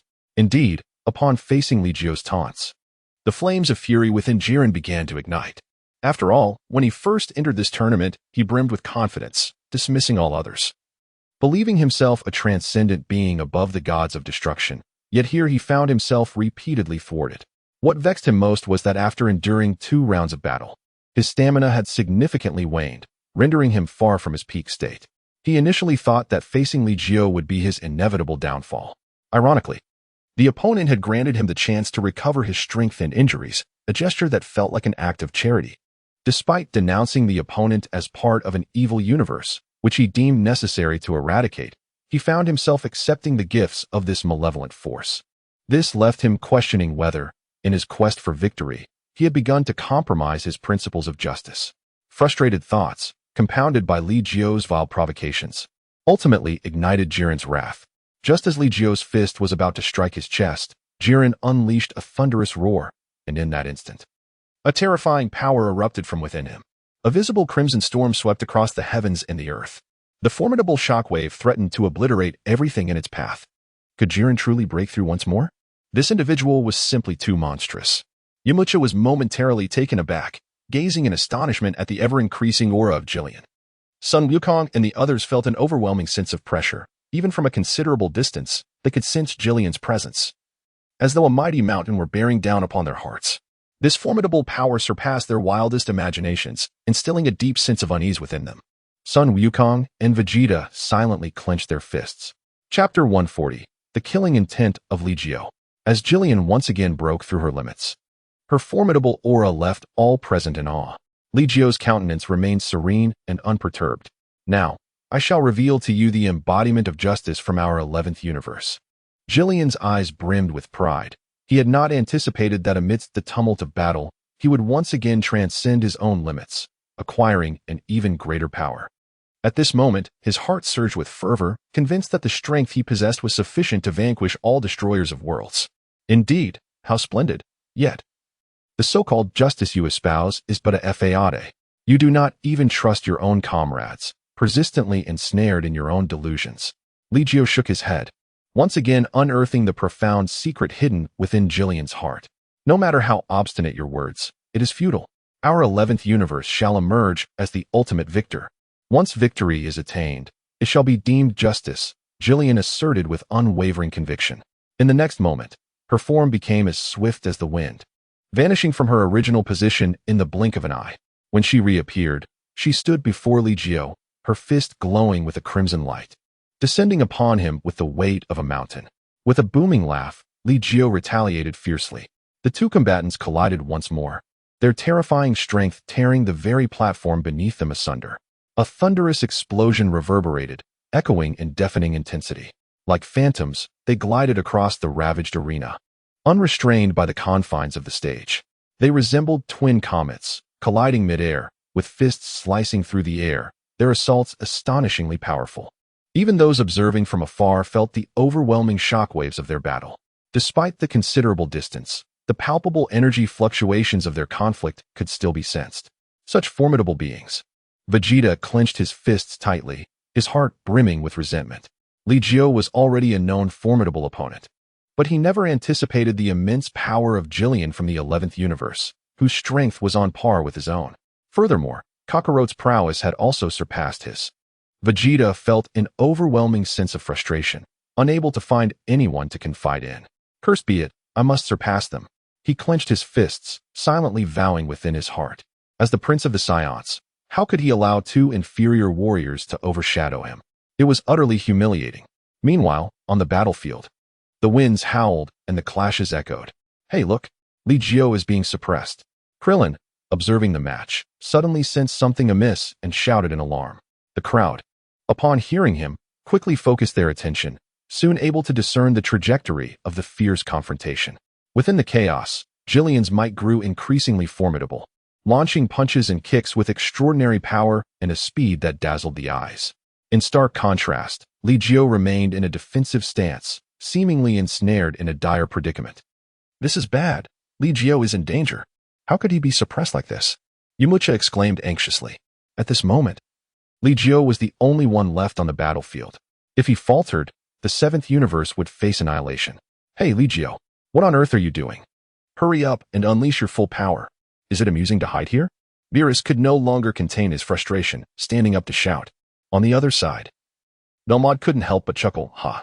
You should cease your foolishness. He has already exerted his utmost strength. How could he possibly be a match for Jillian? If you wish to assign blame, consider your Scion's arrogance. You were granted a chance to survive. Had you not fed that peculiar being to Jillian, perhaps victory would have been yours. Belmod, having gained an advantage, took the opportunity to taunt Beerus, igniting the latter's fury. You insufferable clown. If you dare, come and face me. I will tear your mouth apart. Beerus was genuinely enraged this time. Yet, Belmod stood unfazed, engaging in a heated exchange. The two deities in the audience were hurling insults at each other, much to the dismay of those around them, who observed with disapproving expressions. The gods of destruction arguing was akin to a street brawl, a disgraceful display for their esteemed positions. Enough. The reigning champion in the audience furrowed his brow, expressing his dissatisfaction with a grunt. At his words, both Beerus and Belmod broke into a cold sweat, silenced and obediently taking their seats. You are disturbing my viewing of the battle. I shall obliterate you both if this continues. The champion spoke gravely, instilling fear in Beerus and the others, who broke into a cold sweat and ceased their quarrel. The crowd once again turned their attention to the battlefield. At that moment, Jillian delivered a powerful punch to Li Jiu's crossed arms, sending him flying. To an outside observer, it appeared as though Li Jiu had been struck and propelled away by the force of the blow. In reality, however, Li Jiu had skillfully harnessed that very power, using it to gracefully shift his position. Are you toying with me? Jillian's expression darkened, a flicker of anger igniting within him. From the outset until now, he had engaged in no less than 1,000 exchanges with Li Jiu, the two of them initially evenly matched. Yet gradually, he sensed something amiss. Li Jiu evidently possessed hidden strength. Although it seemed as though he was under pressure, Jillian could distinctly perceive that his opponent was handling the situation with remarkable ease, still retaining the energy to continue. Toying with you? Not at all. I merely seek to draw forth your true potential, as you are now. You are no match for me. Is this truly your limit? After enduring a life-and-death struggle, you should have achieved a greater breakthrough. Li Jiu candidly expressed that his previous provocations towards Jillian were intended to elicit the latter's true potential. Although his current strength surpasses that depicted in the original narrative, Jillian possesses a unique ability to grow stronger when faced with formidable opponents, reminiscent of Goku's constitution. Furthermore, his capacity for learning is exceptionally profound, harboring an immense potential within. With the right guidance and stimulation, he could unleash unimaginable power. Jillian fell into contemplation, struggling to comprehend the enigmatic nature of Li Jiu. Li Jiu did not engage in idle chatter.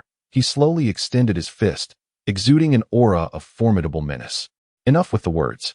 If you do not find a way to kill me, once my patience wanes, I shall not hesitate to end your life, along with everyone in Universe 11. Do not doubt my words. My fingers are already stained with blood, and whether one more joins the count matters little to me. His words dripped with lethal intent. A palpable sense of murderous energy surrounding him. Is Li Jiu being serious or jesting? Krillin pondered, momentarily taken aback, acutely aware of the chilling aura emanating from Li Jiu. Chapter 141. Perfect serenity. This individual does not appear to be joking. Vegeta too sensed the gravity of the situation, his expression shifting with concern. Li Luo, could it be that your father is genuinely serious? Krillin inquired, swallowing hard. Though uncertain of his father's actions, Li Luo firmly believed that there must be a rationale behind them. He trusted that his father would not engage in wanton slaughter. Meanwhile, Goku nodded emphatically, revealing his unwavering faith that Li Jiu would not harm the inhabitants of Universe 11. That damned Scion. Does he seek death itself, to speak so brazenly? Belmont seethed, clenching his fists in frustration. On the other hand, Beerus quipped, "What is this? Afraid before the outcome has even been decided? You are the one who is afraid. Your entire family is terrified. My Universe 10 would laugh at your Universe 7's ranking. After all, we are far ahead of you." Belmont retorted, shifting his focus to Beerus. At that moment, the boxing champion coughed lightly, causing both to fall silent in trepidation. On the arena, in Li Jiu's eyes, a fierce glint ignited, shrouding Jillian in a palpable aura of murderous intent. Jillian, upon hearing those words, was struck with terror, entirely believing in the gravity of Li Jiu's statement, for he was unaware of Li Jiu's true nature. The thought that failure would lead to the irrevocable demise of the 11th universe ignited a burgeoning fury within him. As he contemplated the obliteration of the universe upon which his existence depended, a tempest of rage began to rise. His tightly clenched fists crackled with burgeoning energy, and suddenly, he closed his eyes, suppressing an eerie, bone-chilling aura that surged violently within him. In the next moment, after an internal struggle, he unleashed a deafening roar, and a terrifying energy erupted forth. Jillian ascended once more, his entire being enveloped in a radiant crimson glow, a visible aura that manifested as a tangible wave of intense heat. The rocks beneath his feet began to crack under the scorching blaze. The oppressive heat wave left onlookers parched and breathless. "Marvelous! Jillian has broken through again. The Saiyans are doomed," Belmont exclaimed, unable to contain his elation upon witnessing Jillian's renewed strength. Trope joined in the celebration, reveling in the prospect of victory for their universe. "What a monster! How could he possibly break through again?" Krillin lamented, clutching his head in despair as if the sky were collapsing. Android 18 covered her face, recognizing that Li Jiu had intentionally provoked Jillian to unleash even greater power. Whis saw through the ruse but chose to remain silent. "Damn it, Scions are all of a similar temperament. If Li Jiu cannot secure victory, I shall personally flay him alive," Beerus declared with fierce determination. Meanwhile, upon the arena, Li Jiu felt increasingly satisfied with Jillian's vibrant energy. Ever since Jillian acquired powers surpassing that of the god of destruction, his progress in cultivation had stagnated. As time passed, without engaging in intense battles, the formidable strength he had accumulated remained dormant. However, after experiencing a surge of stimulation and exhilarating combat, his body finally awakened, successfully unleashing the terrifying power he was destined to wield. "You will come to regret your previous words," Jillian declared with a fierce determination. Upon hearing this, Li Jiu chuckled. The true spectacle was about to unfold, and he hoped it would not disappoint him. Li Jiu now wished to gauge the extent of Jillian's current prowess. However, he refrained from making the first move, instead beckoning with his fingers in a gesture of provocation. Jillian, undeterred, swiftly vanished from sight. When he reappeared, he had traversed a distance of 200 meters, standing before Li Jiu. Amidst the flickering crimson light, energy coalesced in his right fist, and he launched a powerful strike aimed at Li Jiu's abdomen. Li Jiu was momentarily stunned, taken aback by Jillian's surprising swiftness. His abdomen endured a strike, delivering a genuine wave of agony. His body involuntarily soared into the air, hurtling towards the distant rocks. Just as Li Jiu was about to collide with the mountainside, a figure named Fang Tung stood firmly atop, absorbing all the force. "Now this is more like it. You have sufficiently provoked me to reveal my true power," Li Jiu said with a smile. As he spoke, his body ascended effortlessly, radiating a cascade of silvery light. His eyes underwent a profound transformation, turning a striking silver hue. As an extraordinary power surged within him, even his Super Saiyan 4 hair transformed into a luminous silver. In an instant, his aura shifted dramatically, imbued with a sense of the divine. Has Li Jiu truly mastered the Ultra Instinct to perfection? Beerus exclaimed in astonishment. Previously, although Li Jiu could utilize Ultra Instinct, he was unable to do so in his Super Saiyan 4 state.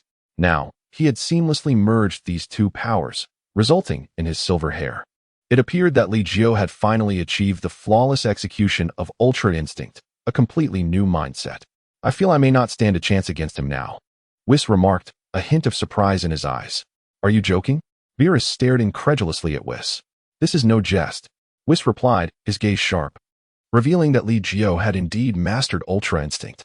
Moreover, he could now wield it in a state of Super Saiyan 4, an unfathomable feat, elevating his strength to an astonishing level. Upon hearing Whis' assertion, Beerus felt a sinking dread. The Scion capable of defeating him in dreams was indeed Li Jiu. In such a brief period, he had attained power that transcended even that of angels. However, having come to terms with this, Beerus waved his hand dismissively and reclined comfortably in his chair. The outcome of this tournament is clear. Our Universe 7 has triumphed, Beerus declared with a smirk, announcing the victory of the battle. Yet, Belmont held a different opinion, letting out a heavy huff. He feigned a strong demeanor, yet internally he was in turmoil. Acutely aware that Li Jiu was extraordinary, the intensity of his aura surpassed that of angels. Jillian was in a dire predicament. What kind of existence had emerged from Universe 7, rivaling even angelic levels? On the arena, Jillian marveled at Li Jiu's transformation, yet he remained resolute, convinced he would not be defeated. Chapter 142. The final battle, is this your true power? Jillian could distinctly sense that Li Jiu now harbored an extraordinarily formidable power, particularly that radiant silver glow, which she had previously perceived emanating from Sun Wukong, was a testament to an extraordinary force. Now, Li Jiu possessed the same power, perhaps even surpassing that of Sun Wukong. The silver-white hair appeared reminiscent of Super Saiyan 5. Li Jiu was well aware that beyond the realm of Super Saiyan 4, there existed the possibility of ascending to an even higher level. However, the path he had chosen was one that led toward the divine realm, distinctly different from the route that explored the ultimate limits of the Super Saiyan within the GT universe. Nonetheless, the current form of Li Jiu, now shimmering in silver, bore a resemblance to the white-haired mode of Super Saiyan 5. Jillian, observing Li Jiu's silence in response to her inquiry, found herself muttering to herself, feeling an acute sense of being disregarded. This newfound power ignited a spark of eagerness within her.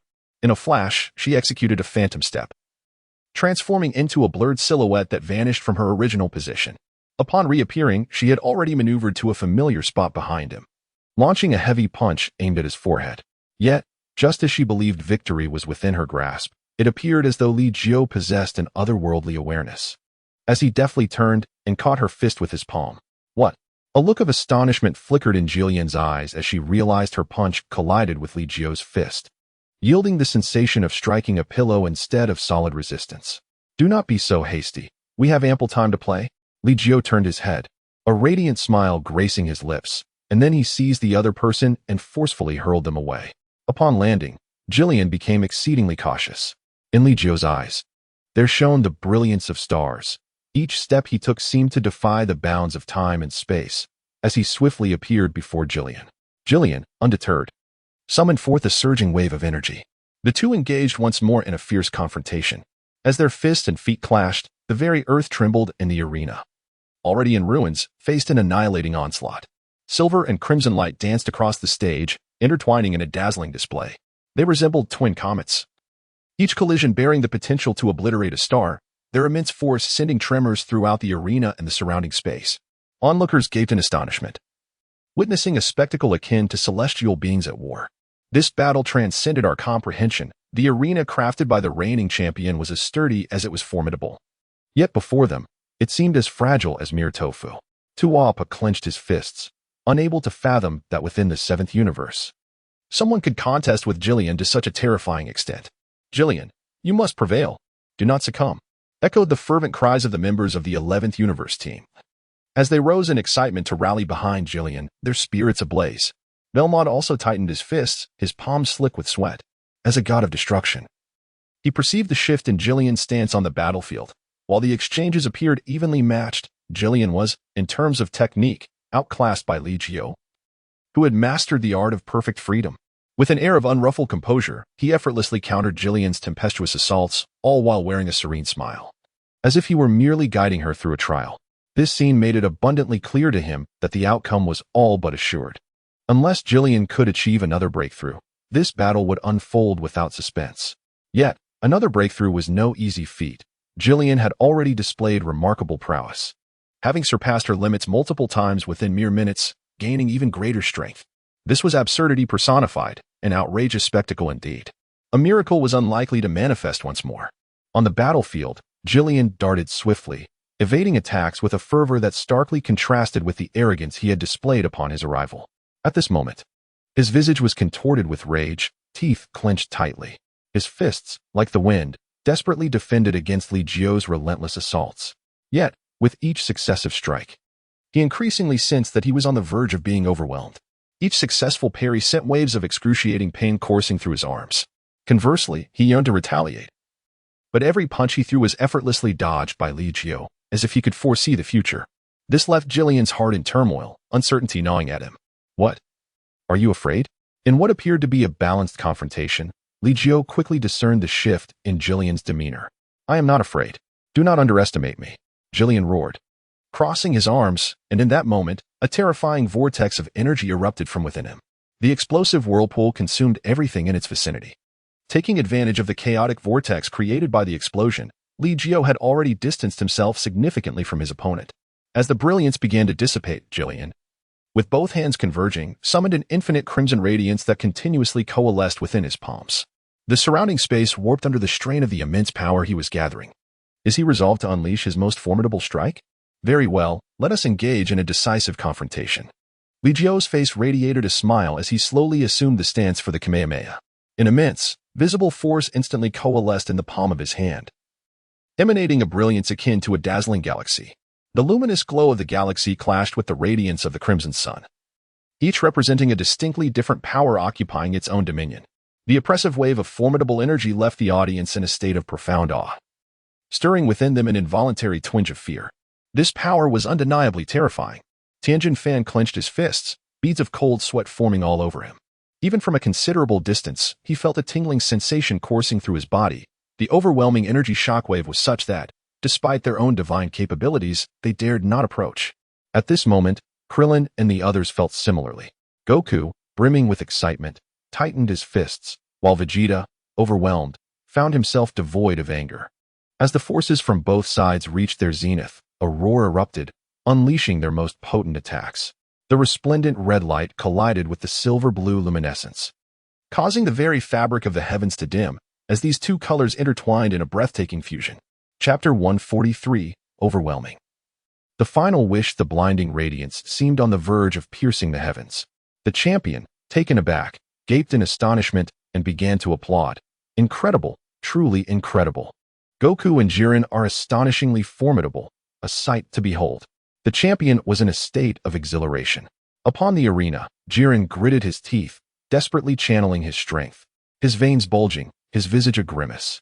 In stark contrast, Li Jiu's smile faded, acknowledging that Jiren was indeed worthy of praise at this moment. The sheer capability to elicit such a response from him was nothing short of remarkable. Li Jiu became acquainted with the limitations of his own power, and after offering a compliment, he intensified his output. The visibly formidable Kamehameha swiftly obliterated Jillian's energy wave, rendering Jillian's attack utterly futile. Ultimately, he closed his eyes in resignation, surrendering to the inevitable as the radiant energy enveloped him and the shockwave successfully propelled him off the arena. However, Li Jiu's Kamehameha did not cease. It surged relentlessly toward the heavens, fading only after a considerable time. In the audience of Universe 11, Jillian materialized on the arena. Though he was in a state of unconsciousness, his body severely injured and drenched in blood, appearing gravely wounded. Jillian! Topo exclaimed, hastily lifting him to administer healing. Meanwhile, a thunderous cheer erupted from Universe 7. We won! We won! Li Jiu, you are simply magnificent! Krillin leaped with joy, his previously anxious heart finally at ease. The members of Yamcha also breathed a sigh of relief. Vegeta, however, remained seated, clearly having anticipated the outcome long before. Unlike Krillin and the others, Beerus did not share their exuberance. He had already known that Li Jiu was destined to triumph in this battle, and felt no joy regarding the result. In stark contrast to the jubilant atmosphere in the audience of Universe 7, the stands of Universe 11 were shrouded in silence. At that moment, Jillian finally regained consciousness. Though still gravely injured, he had improved significantly after a brief period of treatment. I'm sorry, Lord Belmont, I have failed. The awakened Jillian blocked the angel who was aiding him, casting an apologetic glance towards Belmont, who sat nearby with a somber expression. Jillian had braced himself for a harsh reprimand from Belmont, but to his surprise, Belmont merely sighed deeply. It's all right, you've done your best. It's beyond our control when faced with an overwhelming opponent. We encountered an extraordinary challenger, it is no disgrace to lose. Belmont had come to terms with the defeat. fully aware that had he been in Jillian's position against Li Jiu, he too would likely have succumbed. Absolutely thrilling. Absolutely thrilling. The young champion clapped his hands in exuberance, celebrating the moment. Universe 11 has been vanquished. The young champion exhibited no sympathy, directly pointing towards Universe 11. At that instant, the members of Universe 11 transformed into twinkling starlight before disappearing from sight. Yet, just before vanishing, Jillian gazed at Li Jiu and, with a hint of defiance, declared, "Give me some time, and I will surely surpass you. I will have that opportunity." Li Jiu revealed a faint smile, softly uttering a few words. Upon hearing this, Jillian, who had been fiercely battling moments before, cast a perplexed glance at Li Jiu's serene countenance, momentarily unable to comprehend the meaning behind those words. Just as he pondered asking for clarification, he was transformed into a flurry of starlight, vanishing entirely as he was utterly obliterated. Congratulations to Li Jiu, for you have emerged as the ultimate victor. This Super Dragon Ball is now yours. The Grand Priest exhibited a satisfied smile, and with a flick of his hand, imbued with the command of the champion, several nearby stars erupted into brilliant explosions, revealing a Super Dragon Ball that was considerably larger than that of Earth. Gazing upon the majestic form of the Super Dragon Ball, Li Jiu's face illuminated with admiration. To be candid, this Super Dragon Ball appeared remarkably extraordinary, possessing capabilities and effects that far surpassed those of the Dragon Balls found on Earth and Namek. The Grand Priest intoned an incantation, and in an instant, the colossal 7 Dragon Balls emitted a dazzling radiance, soaring into the sky and coalescing into a resplendent golden dragon. This dragon's size was immense, obscuring the sun and shimmering with a brilliance unmatched by any previous dragon. Only the Dark Dragon summoned by the Dark Dragon Ball could rival its grandeur. Li Jiu, you have attained final victory. This Super Dragon Ball can fulfill all your wishes. What kind of wish shall you make? Inquired the champion, floating before Li Jiu with keen curiosity.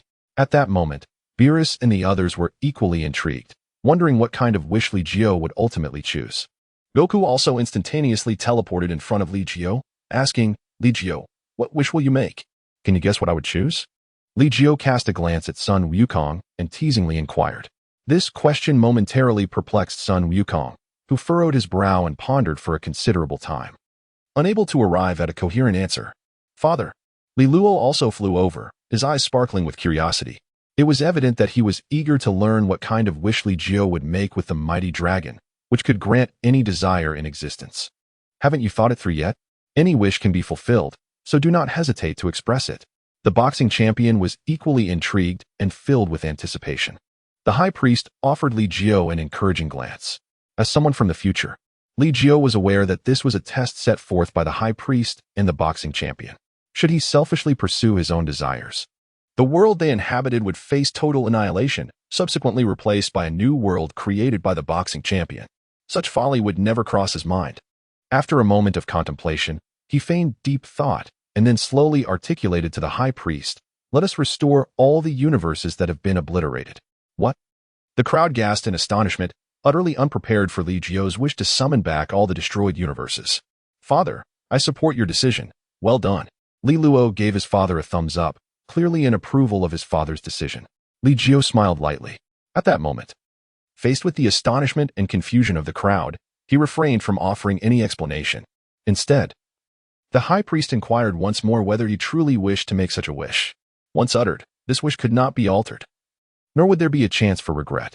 As Li Jiu stood resolutely, the high priest ceased further questioning. He then articulated the wish to the super dragon in his own words, detailing Li Jiu's heartfelt desire. It was remarkably straightforward. The super dragon's eyes radiated a beguiling crimson light, which swiftly transformed into a golden beam, soaring into the heavens. The visible crimson waves of light spread across the globe. At that moment, the previously obliterated universes began to revive. The 9th universe, the 8th universe, the 6th universe, every universe that had been annihilated was now restored. The 11th universe. What was happening? I was certain I had perished. Jilin recalled his demise, yet as he raised his gaze, he found himself back on his home planet. Jilin. The voices of Tua Pa and his companions reached him, and Jilin turned to meet them. What on earth is happening? We were clearly annihilated by the Omni King. How are we here again? Tua Pa and his allies approached him. However, faced with such inquiries, Jilin could offer no reasonable explanation. At that moment, the god of destruction of the 11th universe, Belmod, suddenly appeared beside them, his expression peculiar. Heh, your revival is thanks to the 7th universe. The ultimate victor, Li Jiu, made a wish to the super dragon to restore all worlds that had been destroyed. The angel accompanying Belmod replied with a smile. The angels were not among those obliterated. Thus they witnessed the entire unfolding of events. Upon hearing the angel's words, Belmod's expression grew even more strange as he gazed up at the stars, sighing deeply. It was perplexing to owe a favor to the 7th universe. This situation was rather displeasing, particularly with that Li Jiu, who had previously expressed intentions to annihilate our universe, evidently to provoke Jilin. Belmod recalled the events that transpired during the power tournament, as well as Li Jiu's demeanor and words directed at Jilin, and now witnessed their revival. It was clear what his initial intentions had been. Who would have thought they would ultimately be outmaneuvered? It was indeed rather amusing. When I next encounter you, Li Jiu, I shall personally defeat you. Jilin clenched his fists. Through this clash in the power tournament, he had indeed learned a great deal. Ultimately, he was genuinely grateful to Sun Wukong and Li Jiu, for from both of them, he had garnered invaluable lessons. Jilin, keep going. We will all support you. Tua Po and his companions approached Jilin, each placing a reassuring hand upon him, bestowing confidence and encouragement. A faint smile graced Jilin's lips as he beheld the unwavering recognition from his comrades, a unique sensation blossoming within his heart. Li Jiu, wait for me. One day I shall surpass you and ultimately defeat you. At the power tournament, following the granting of wishes by the super divine dragon, it ascended to the edge of the heavens, and with a flash of brilliance, the 7 Dragon Balls scattered across various universes. I never anticipated that you would make such a wish. It truly took me by surprise, remarked Beerus as he approached Li Jiu with a sense of reflection. Son Goku and the others also gathered, their faces adorned with relieved smiles. For they too did not wish for the inhabitants of other universes to perish due to a mere power tournament. Such a fate would be too grievous. Thankfully, Li Jiu made the right choice. Li Jiu merely smiled without uttering a word. It was no jest. He was fully aware that had he chosen a selfish wish, the Omni King would have annihilated not only him but also the entire 7th universe. His current strength was insufficient to contend with the Omni King, and thus, he would never make such a foolish decision. As the crowd praised Li Jiu, the Grand Priest approached, standing with his hands clasped behind his back, and remarked with a smile, "You have done well. You made a correct wish." A correct wish? Son Goku and others were left puzzled, unable to comprehend the meaning behind his words. The Grand Priest elaborated that had Li Jiu made a grievously wrong choice, namely, a self-serving wish, he would inevitably face the consequences of his actions. Upon hearing this, the crowd broke into a cold sweat, terrified by the potential repercussions. They were relieved that Li Jiu had indeed made a correct wish. Otherwise, they too would have suffered the dire consequences. They silently rejoiced in their good fortune. The Omni King floated before Li Jiu, his face alight with excitement. Li Jiu, I wish to witness another of your splendid battles.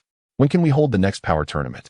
In response to the childish enthusiasm of the Omni King, Li Jiu felt a rare moment of vexation and replied, let us do this.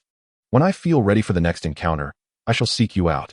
Now that everyone has endured this battle, I believe they have gained much and should earnestly refine their skills. When the time is ripe, I will extend an invitation to you. All right. But Li Jiu, you must not deceive me. The Omni King beamed, eager to seal their pact. Faced with such a request, Li Jiu found it difficult to refuse and readily agreed.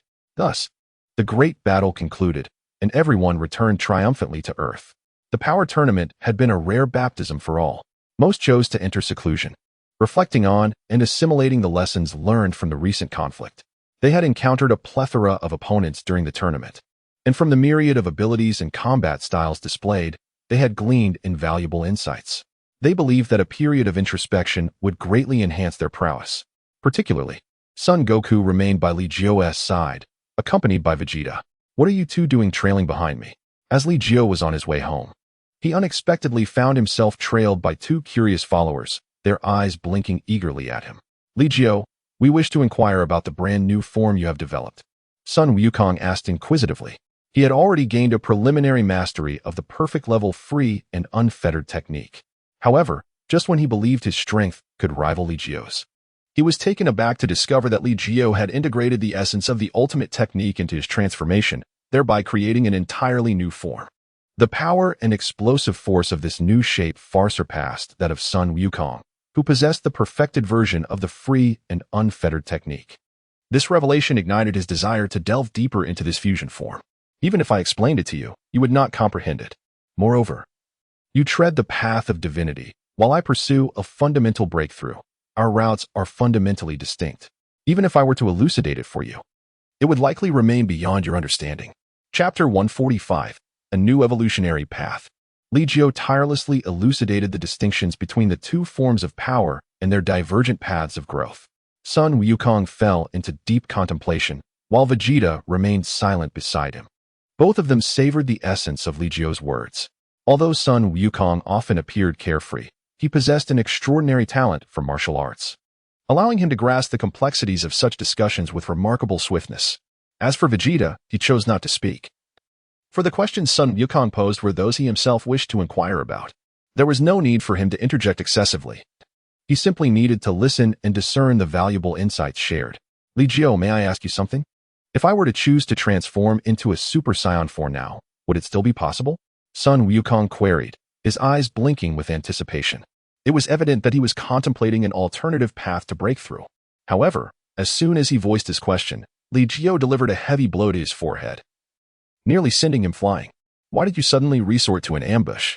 Sun Wukong groaned, clutching his throbbing head and gazing at Li Jiu with teary eyes. I want you to listen carefully, Li Jiu admonished. The path of growth and evolution is not something you can whimsically alter. I am on the route of developing the physical limits, while you are treading the path of divinity. You have each painstakingly carved out your own trajectories.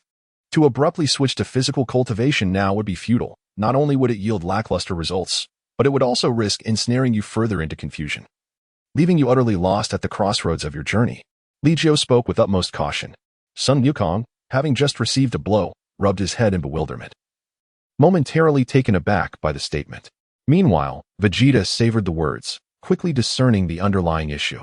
Having grasped the situation, Vegeta remained discreet, casting a glance at Li Jiu before solemnly declaring, I shall forge my own path, determined to surpass you. This time, Vegeta directly set his sights on Li Jiu as his challenge, his eyes ablaze with the spirit of battle. Ready to welcome the confrontation at any moment, Li Jiu let out a long howl, while Vegeta, consumed by rage, immediately soared into the sky, vanishing from sight. Li Luo approached Li Jiu, observing the meditative form of Sun Wukong, who sat cross-legged in deep contemplation. Curiously, he inquired, My father has articulated it in such a straightforward manner. Do you still not comprehend? Straightforward? Sun Wukong found himself perplexed by this remark. Was this truly considered simple and easy to understand? The question was exceedingly challenging. At a loss for words, Sun Wukong struggled to respond. Meanwhile, Li Jiu gently patted Sun Wukong, encouraging him to continue pondering, assuring him that understanding would come in due time. With that, he took Li Luo by the hand and departed. Homeward bound, Li Jiu pushed the door open and entered. You are back? Natasha, who was leisurely seated on the sofa, watching television and enjoying delicacies, immediately stood up, approached him joyfully, and enveloped Li Jiu in a warm embrace. Be careful of the baby. Li Jiu found herself both amused and exasperated. It had only been a short while since their last meeting. Yet the thought of her had lingered so strongly. It was, after all, a concern for her well-being that prompted such thoughts. She had heard whispers of impending battles with other universes, which filled her with trepidation. Are they formidable adversaries? Natasha, despite her formidable prowess, found herself unable to participate in the power tournament due to her pregnancy, leaving her with a sense of regret. Do not worry, mother, she reassured. Father is truly capable. This time, he successfully vanquished the formidable warriors from other universes, safeguarding Earth. The combined might of several universes pales in comparison to his strength. Upon entering, Lilo wore a playful grin, and he pulled Natasha to sit on the sofa, elucidating the entire sequence of events. After listening, Natasha's mind pieced together the occurrences, allowing her to vividly imagine the intensity of the battle that had transpired. Fortunately, all ended without incident. Thus, Li Jiu returned to his family, temporarily embracing a life of ease and comfort. As time passed, 3 months later, Natasha finally sensed the onset of labor. Father, let us take mother to the hospital. Li Luo was overjoyed to learn that his mother was expecting a child, dancing with delight. Li Jiu also felt immense happiness at the impending arrival of his offspring. Subsequently, he escorted Natasha to the hospital. On the 18th, as well as Bulma and others, gathered together, anxiously waiting outside the delivery room. The sound of a baby's cry resonated, and everyone knew that Natasha had given birth. Dad, Mama's brought the baby into the world. Li Jiu was undoubtedly the most exhilarated, his heart brimming with excitement at the thought of finally having a sister.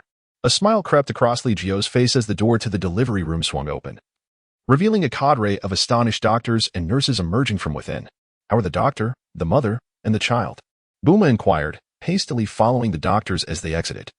The expression on the doctor's face was one of bemusement, and with a gesture, he indicated the figure of Natasha, who emerged leisurely, cradling a child, devoid of any signs of the exhaustion typically associated with childbirth. The doctors exchanged knowing glances, hesitant to speak. Finally, an elderly physician approached Li Jiu and remarked, "This child exhibits some peculiarities. I recommend a thorough examination. The issue is not particularly grave. A minor procedure may suffice." The doctor's words were veiled, hinting that the child had been born with a tail characteristic of Saiyans. "Rest assured, whatever my child is perfectly fine." Li Jiu assured him with a reassuring pat on the shoulder. The doctor sighed, his thoughts left unspoken. "Dear, do consume the Sinza beans." Li Jiu stepped forward and planted a gentle kiss on Natasha's lips, presenting her with a mystical bean. "It's unnecessary. It's merely the act of bringing a child into this world." "I am perfectly fine," she insisted, declining the enchanted bean. The Scion constitution is remarkably resilient after childbirth. There is no need for a period of confinement. Upon hearing this, Li Jiu turned his gaze towards the infant nestled in Natasha's arms. The baby was undeniably adorable, plump and fair, with a tail that gently swayed from the moment of her birth. Moreover, she was a charming little girl. From the very beginning, she possessed a thick head of hair, a characteristic trait of Saiyans. The hairstyle one is born with remains unchanged throughout their life. How utterly delightful. Congratulations. Here is a red envelope from Annie, though it's not much, just 30 million. Bulma, being well versed in the intricacies of human relationships, produced a large red envelope and promptly placed it into the baby's embrace. Li Jiu and Natasha both smiled in acceptance. Chapter 146, Bestowing a Name Upon My Daughter. The baby is truly adorable. By the way, Li Jiu, what name do you intend to give this child? 18, standing nearby, gazed at Natasha with a look of fondness and couldn't help but inquire. "A name, you ask?" At this moment, Li Jiu found himself pondering what sort of name would be most fitting for the child. Bulma and the others nearby were chattering away, suggesting a myriad of names for Li Jiu to consider, leaving him feeling quite overwhelmed. To be frank, choosing a name is indeed a challenging endeavor. After pondering for a moment, Li Jiu was met with Natasha's cheerful suggestion. "She is a girl. Otherwise, we would have simply named her Lina." Upon hearing this name, everyone reflected for a brief moment before nodding in agreement, as it resonated pleasantly. "Lina, come here for a hug." "No, I want a hug too." After the group had collectively chosen a name for the child, they gathered around, each expressing their excitement. The little one, undeterred by the presence of strangers, revealed a beaming smile as she interacted with everyone who had come to see her. The affection for Lina was palpable among the crowd. "Come to my home. It's a rare occasion of such joy today. Let us celebrate together," proposed Bulma, and the group eagerly accepted the invitation. With the arrival of the second child, a new chapter unfolded. Li Jiu's days began to flourish, filled with moments spent alongside his beloved wife and playing with his son. He had recently acquired a grand villa in the West City, not far from Bulma's residence. This villa was, in fact, part of Bulma's family estate, allowing him to purchase it at an exceptionally low price. Thus, in the tranquility of daily life, 5 years swiftly passed. West City, a luxurious villa. In the skies above the city, several figures shot towards the villa at an astonishing speed, despite soaring thousands of meters above ground. The sonic booms generated by their flight stirred up clouds of dust throughout the city. "Goodness, why is the wind so fierce today? Wasn't it supposed to be clear and calm?" exclaimed one passerby, squinting against the grit. "I thought I saw someone flying in the sky." "Surely you jest. Who could possibly fly? Do you think they're deities?" The citizens of the city were either cursing or filled with curiosity. Nevertheless, a few keen observers managed to catch glimpses of Sun Wukong and his companions soaring past, though their speed was too swift for anyone to capture on camera. Ultimately, the figures all materialized above the villa, landing gracefully in the courtyard. "What a delight! Today, I shall indulge in a feast," exclaimed one of them. "It's been far too long since we last gathered." The group that had arrived at the villa included Sun Wukong and his family, along with Krillin and others. Welcome, everyone. It's been ages since we last met. Please, enjoy yourselves. Natasha immediately instructed her colleagues to bring forth an array of delectable dishes and drinks. As Saiyans, Sun Wukong and Gohan were exhilarated to see such a feast laid out before them. Without hesitation, they dove in, selecting their favorite treats. Today, Li Jiu was hosting a party at home, a splendid idea proposed by Bulma. She thought it had been years since everyone had gathered together.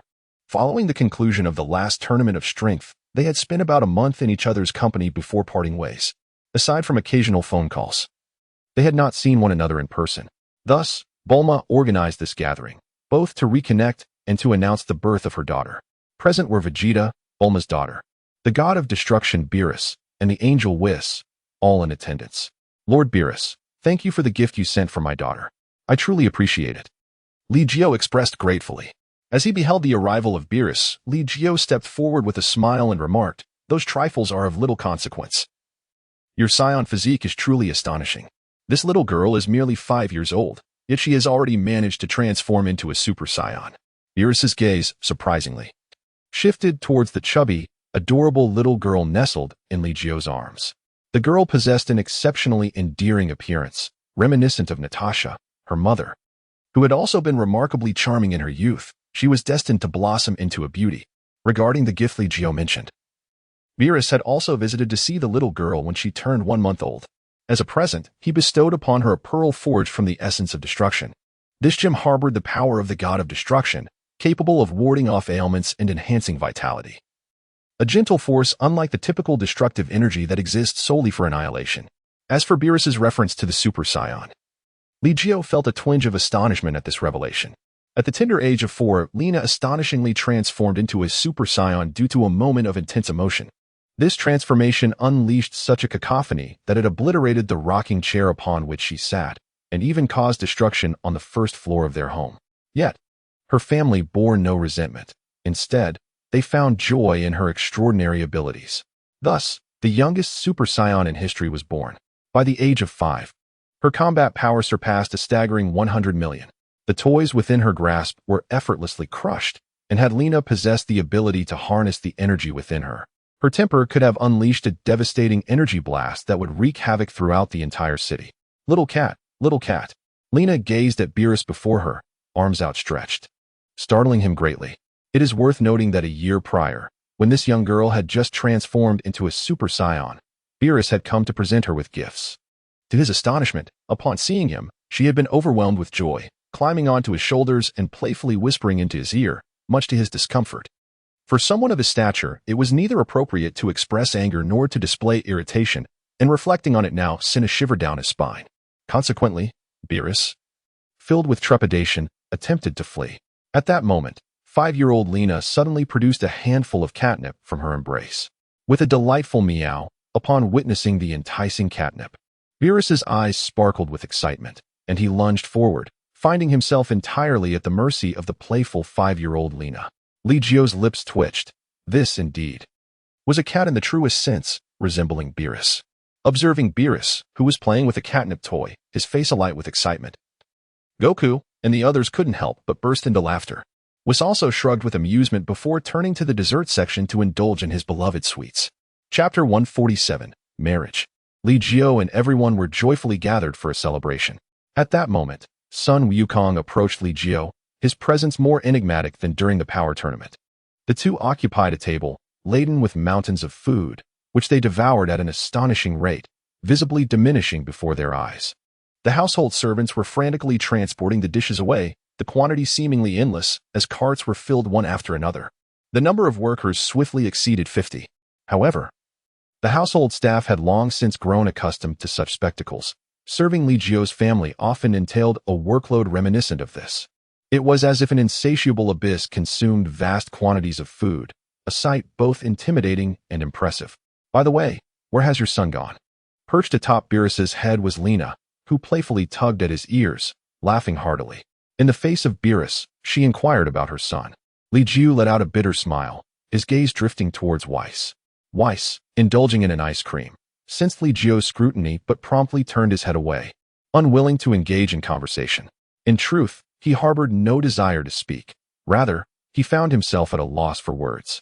Observing Weiss's reluctance to converse, Li Jiu decided to share his thoughts with Beerus for the time being.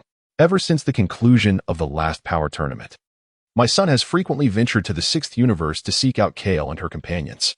It is said that he does so in order to acclimate to each other's strengths more swiftly, thereby assisting one another in enhancing their powers. Li Jiu said helplessly, "Is that so?" Beerus, clearly skeptical, was momentarily at a loss for words. The reason he sought out Li Luo was to have this fellow assume the role of an elder brother and whisk away the bothersome little girl. "Whis, you rascal. Hurry and bring Li Luo to me. I am truly tormented by this little girl. My ears are aching from her relentless tugging. It's unbearable." "Very well. I shall contact him immediately," Whis responded, taking up his staff and gently tapping it, sending ripples of energy cascading outward. However, after employing his abilities, he soon wore a peculiar expression. He said he would bring a few individuals over, so let him hurry. "I can't take it any longer." Beerus found it challenging even to enjoy a meal. As Whiss's staff radiated a brilliant light once more, a spatial ripple surged forth, and unexpectedly, Li Luo appeared, accompanied by Caulifla and Kale. Furthermore, they were joined by the god of destruction from Universe 6, Kampa, and the angel Vados. "My apologies, everyone, for our uninvited presence. I trust it will not be an inconvenience." Vados greeted the gathering with a sweet smile, her demeanor warm and welcoming. As the voracious Son Goku lifted his head, he immediately waved his hand, babbling enthusiastically, essentially conveying his delight at their arrival. "What brings him here?" Beerus scowled at his brother Kampa, who had audaciously come uninvited, causing his expression to darken further. "What with that face? ISNT today, a party hosted by Li Jiu? This ISNT your party. So why can't I attend?" Kampa dismissed Beerus's irritation completely. His eyes sparkled at the exquisite food laid out on earth, and without hesitation, he lunged into the food area, diving headfirst into the feast. "You scoundrel!" Beerus seethed with rage, snatching up the troublesome Li Na and tossing her directly at Li Luo. "Lord Beerus, please be careful." Li Luo was startled upon seeing his sister being tossed over and rushed to catch her. Meanwhile, the Beerus brothers turned and plunged into the culinary area, voraciously devouring the food like true Saiyans, each unwilling to yield to the other. "Father," Li Luo, accompanied by Kyle and the others, approached Li Jiu with a hint of shyness and greeted him. "Ah, I didn't expect you all to come. Please, make yourselves at home and eat to your heart's content." As Li Jiu continued his meal, he invited Kyle and her companions to join him. After exchanging glances, the sisters nodded, their stomachs growling from hunger. They had just finished training when they were unexpectedly summoned. At Li Jiu's invitation, along with his son, the trio eagerly made their way to another table. At that moment, Vegeta arrived with his son, Trunks. The group wasted no time, seating themselves and diving into the feast, creating a scene of 10 Saiyans voraciously devouring their food. Observing the spectacle, Krillin couldn't help but feel a shiver of apprehension at the ferocity with which the Saiyans consumed their meals. "It's truly terrifying how Saiyans eat," he remarked, while Goku continued to enjoy his food beside him. Krillin turned to Goku and inquired, "Goku, how's your Ultra Instinct training going?" "I've managed to gain perfect control and have even developed a new form," Goku replied, his gaze shifting to Li Jiu, his eyes sparkling with eagerness. Although he had come here primarily to eat, there was more to his visit than mere sustenance. Meanwhile, Vegeta perked up upon hearing Goku's words, a subtle smile creeping onto his lips. After a 2-hour feast, the humans, including Krillin, had long since satisfied their appetites and were now engaged in casual conversation, while the Saiyans continued their relentless dining. Once everyone had finished eating, they finally had a moment to rest. However, Goku suddenly stood up, stretching his limbs. His eyes ignited with a warrior's spirit. Simultaneously, Vegeta, equally charged, rose and strode towards Li Jiu. As Li Jiu held his daughter, he sensed the approach of 2 potent auras brimming with combat intent. A slight smile graced his lips. He knew precisely what Goku and Vegeta were after. Just as he prepared to embrace their challenge, Li Luo stood up beside him, pulling Budos and Caulifla along, and bashfully said, "Dad, there's something I would like to discuss with you." "Eh?" Li Jiu cast a glance at Li Luo, his gaze falling upon the Kaya sisters, who were hand in hand behind him. Suddenly, a bewildering thought struck his mind. Chapter 148, The Challenge of Sun Wukong and Vegeta. What on earth is this young man up to? What are you all doing? Li Jiu gazed in astonishment at his son's actions. Even Sun Wukong and Vegeta, who had just approached, wore expressions of frustration, bewildered by the unexpected turn of events at such a critical moment. What on earth is this mischievous boy up to? Dad, I wish to get married. Li Luo's entire countenance resembled a crimson apple, blushing and bashful as she tugged at Kale and Califra. The two sisters also bore rosy cheeks, feeling quite embarrassed. Well, you rascal. Li Jiu was utterly astonished. He had never anticipated that his son could actually defeat both Care and the others. I wholeheartedly consent to your union, as this is indeed a joyful occasion. Son Wukong and Vegeta, I am aware that both of you have significantly enhanced your prowess. Yet should you wish to challenge me, you must wait until I have concluded the arrangements for my child's wedding before we engage in combat. Li Jiu was in high spirits and had no intention of paying any attention to Son Wukong or Vegeta. He was aware that Vegeta had, through his own diligence, attained the form of a god of destruction, standing as one of the most formidable among them, even reaching a level akin to that of an angel. The power between him and Son Wukong had become quite comparable. Over the past 5 years, Son Wukong had successfully mastered the Ultra Instinct technique, albeit with the drawback of emotional detachment. Consequently, he embarked on an alternative path, developing a new version of Ultra Instinct that not only allowed him to wield the technique with unparalleled finesse, but also eliminated its adverse effects. Today, Son Wukong truly possessed the battle prowess of an angel. No, he declared, I must wait until my son's wedding concludes before I can entertain your requests. Should you disagree, I shall refrain from engaging with you on any matters. Li Jiu's words left both Vegeta and Son Wukong utterly astonished. They exchanged glances, each wearing a wry smile. Ultimately, they acquiesced to Li Jiu's request. Once this matter was settled, everyone gathered to congratulate Li Luo. Li Luo, exceedingly bashful, has remarkably taken 2 wives in one breath. An extraordinary feat that has prompted widespread jubilation among all. As night fell, Califra and Gabe temporarily resided in the 7th universe, which is currently the home of Li Jiu. At this moment, the father and son found themselves on the balcony. How did you come to be acquainted with them? Was it during the power tournament? Li Jiu could not help but inquire with curiosity, surprised that his son truly possessed remarkable abilities, effortlessly winning over the Care sisters in one fell swoop, which was indeed characteristic of him. Li Luo, feeling somewhat embarrassed, scratched his head and candidly shared the situation regarding Li Jiu. It turned out that after the conclusion of the power conference, Li Luo intended to challenge Hit, so he sought out Whis. Wishing to initiate the challenge in his personal capacity, he presented an abundance of exquisite delicacies as a bribe, to which Whis readily acquiesced. Enchanted by the allure of the culinary delights, Whis successfully transported him to Universe 6. Upon arrival, however, circumstances deviated from his expectations. Since the conclusion of the Tournament of Power, Hit seemed to have undergone some transformation, retreating into seclusion for an extended period, 5 years, to be precise, without a single public appearance. Yet, this was not the crux of the matter. Once in Universe 6, Li Luo yearned to meet Caulifla, with whom he had forged a bond during the tournament through mutual assistance. During these 5 years, through relentless effort, Li Luo had significantly enhanced his own strength, rendering him sufficiently powerful to challenge Hit with a high probability of success. As for the two sisters, being Saiyans, their performance in the tournament had not been particularly remarkable. Upon returning to their planet, they too had entered a rigorous training regimen.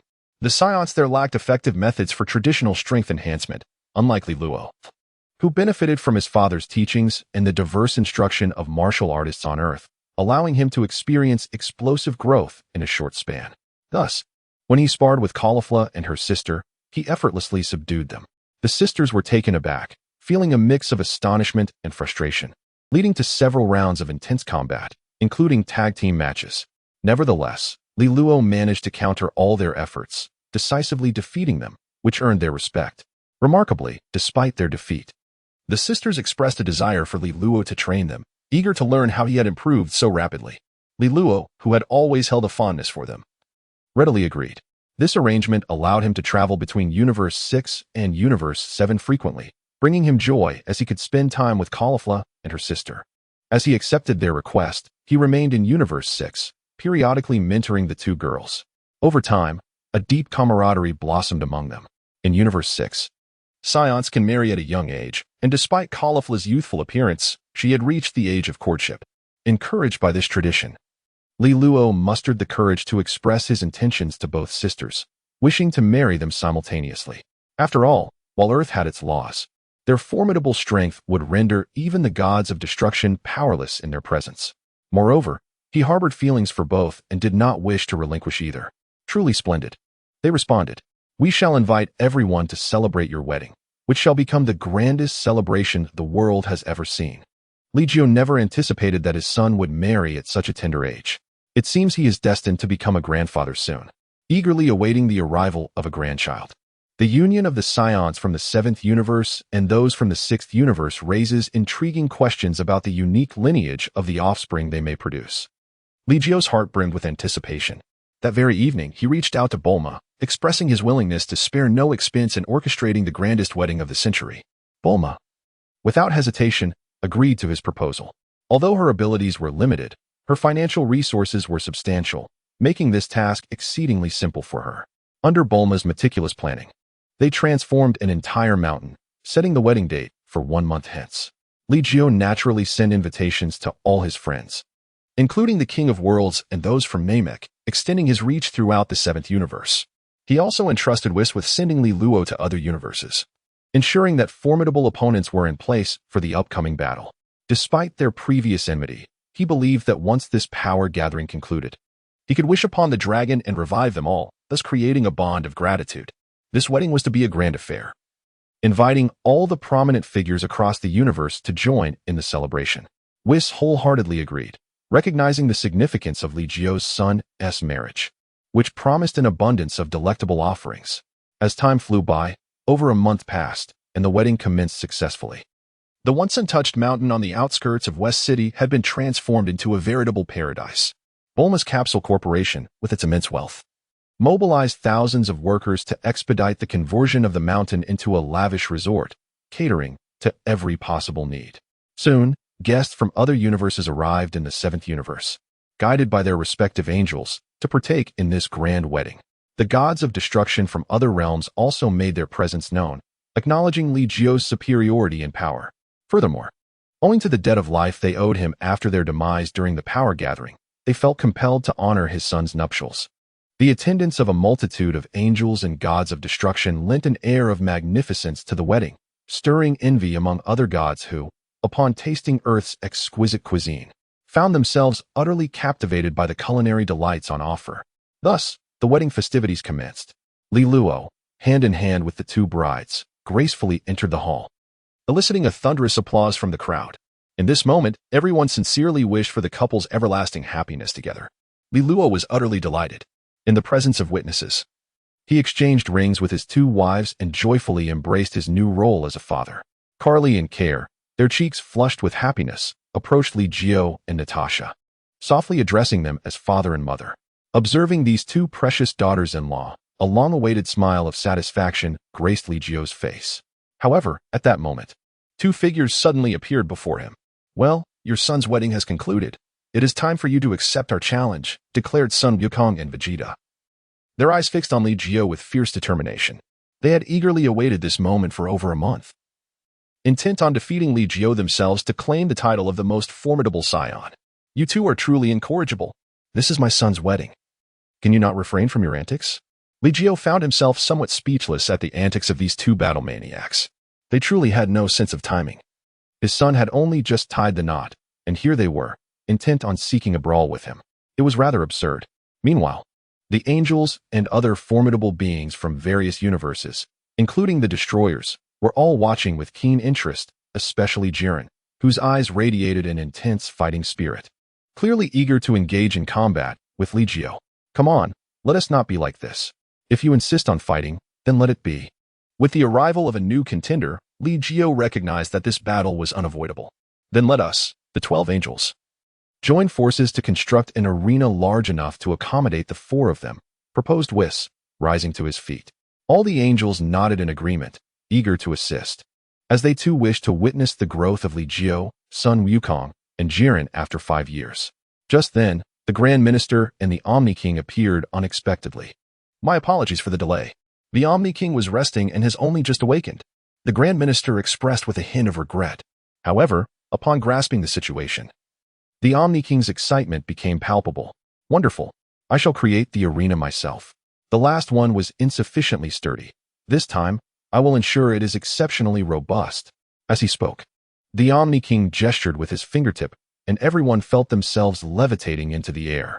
In an instant, they were transported to a virtual space, where an immense arena had already been meticulously crafted. This arena was not only larger, but also more resilient than the one used in the Tournament of Power, resembling a dimensional realm where battles could unfold without endangering other planets, allowing them to unleash their full power freely. Clearly, the Omni King had eagerly anticipated this day. Upon the arena, Sun Wukong, Vegeta, and Jiren all fixed their gazes upon Li Jiu. You may unleash your strongest powers, I assure you. I shall take on all three of you at once. Li Jiu boldly proclaimed his words, inciting the ire of Sun Wukong and his companions. In a fit of rage, Vegeta instantly transformed, wielding the power of destruction, and ascended into a new form that surpassed even the gods of destruction. His hair turned a vibrant purple. His eyes glimmered with an alluring intensity, yet his brows had vanished, reminiscent of the Super Saiyan 3 form. Meanwhile, Sun Wukong's hair stood on end, enveloped in a silvery glow that emanated from his being. His pupils became purer and more spirited, although his hair remained black. He successfully entered the new form of his self-developed technique, the ultimate instinct. Jiren, akin to a crimson sun, unleashed a terrifying wave of energy as he transformed once more, his power exceeding that displayed during the Tournament of Power. One purple, one silver, and one red. An overwhelming aura swept across the arena, causing the audience to pale in fear. Li Jiu, however, was filled with exhilaration. He closed his eyes, and at that moment, the entire arena began to tremble violently, the surrounding space twisting into a colossal distortion. With a thunderous roar, a terrifying wave of white energy surged skyward. His body sprouted white fur once more. But this time he did not employ the Ultra Instinct technique. Rather, he had successfully discerned the stage of Super Saiyan 5 over the course of 5 years. Super Saiyan 5 was characterized by its distinctive white hair. The strength of Super Saiyan 5 was already comparable to that of the previous Super Saiyan 4th form, enhanced further by the fusion with Ultra Instinct. But that was not the end. Once again, he closed his eyes, and a divine aura surged into Li Jiu's body like a tidal wave. The white hair stood erect, transforming into a brand new silvery hue, surrounded by flickering golden-purple lightning. Super Saiyan 5 in its sacred divine form. Come, delight me.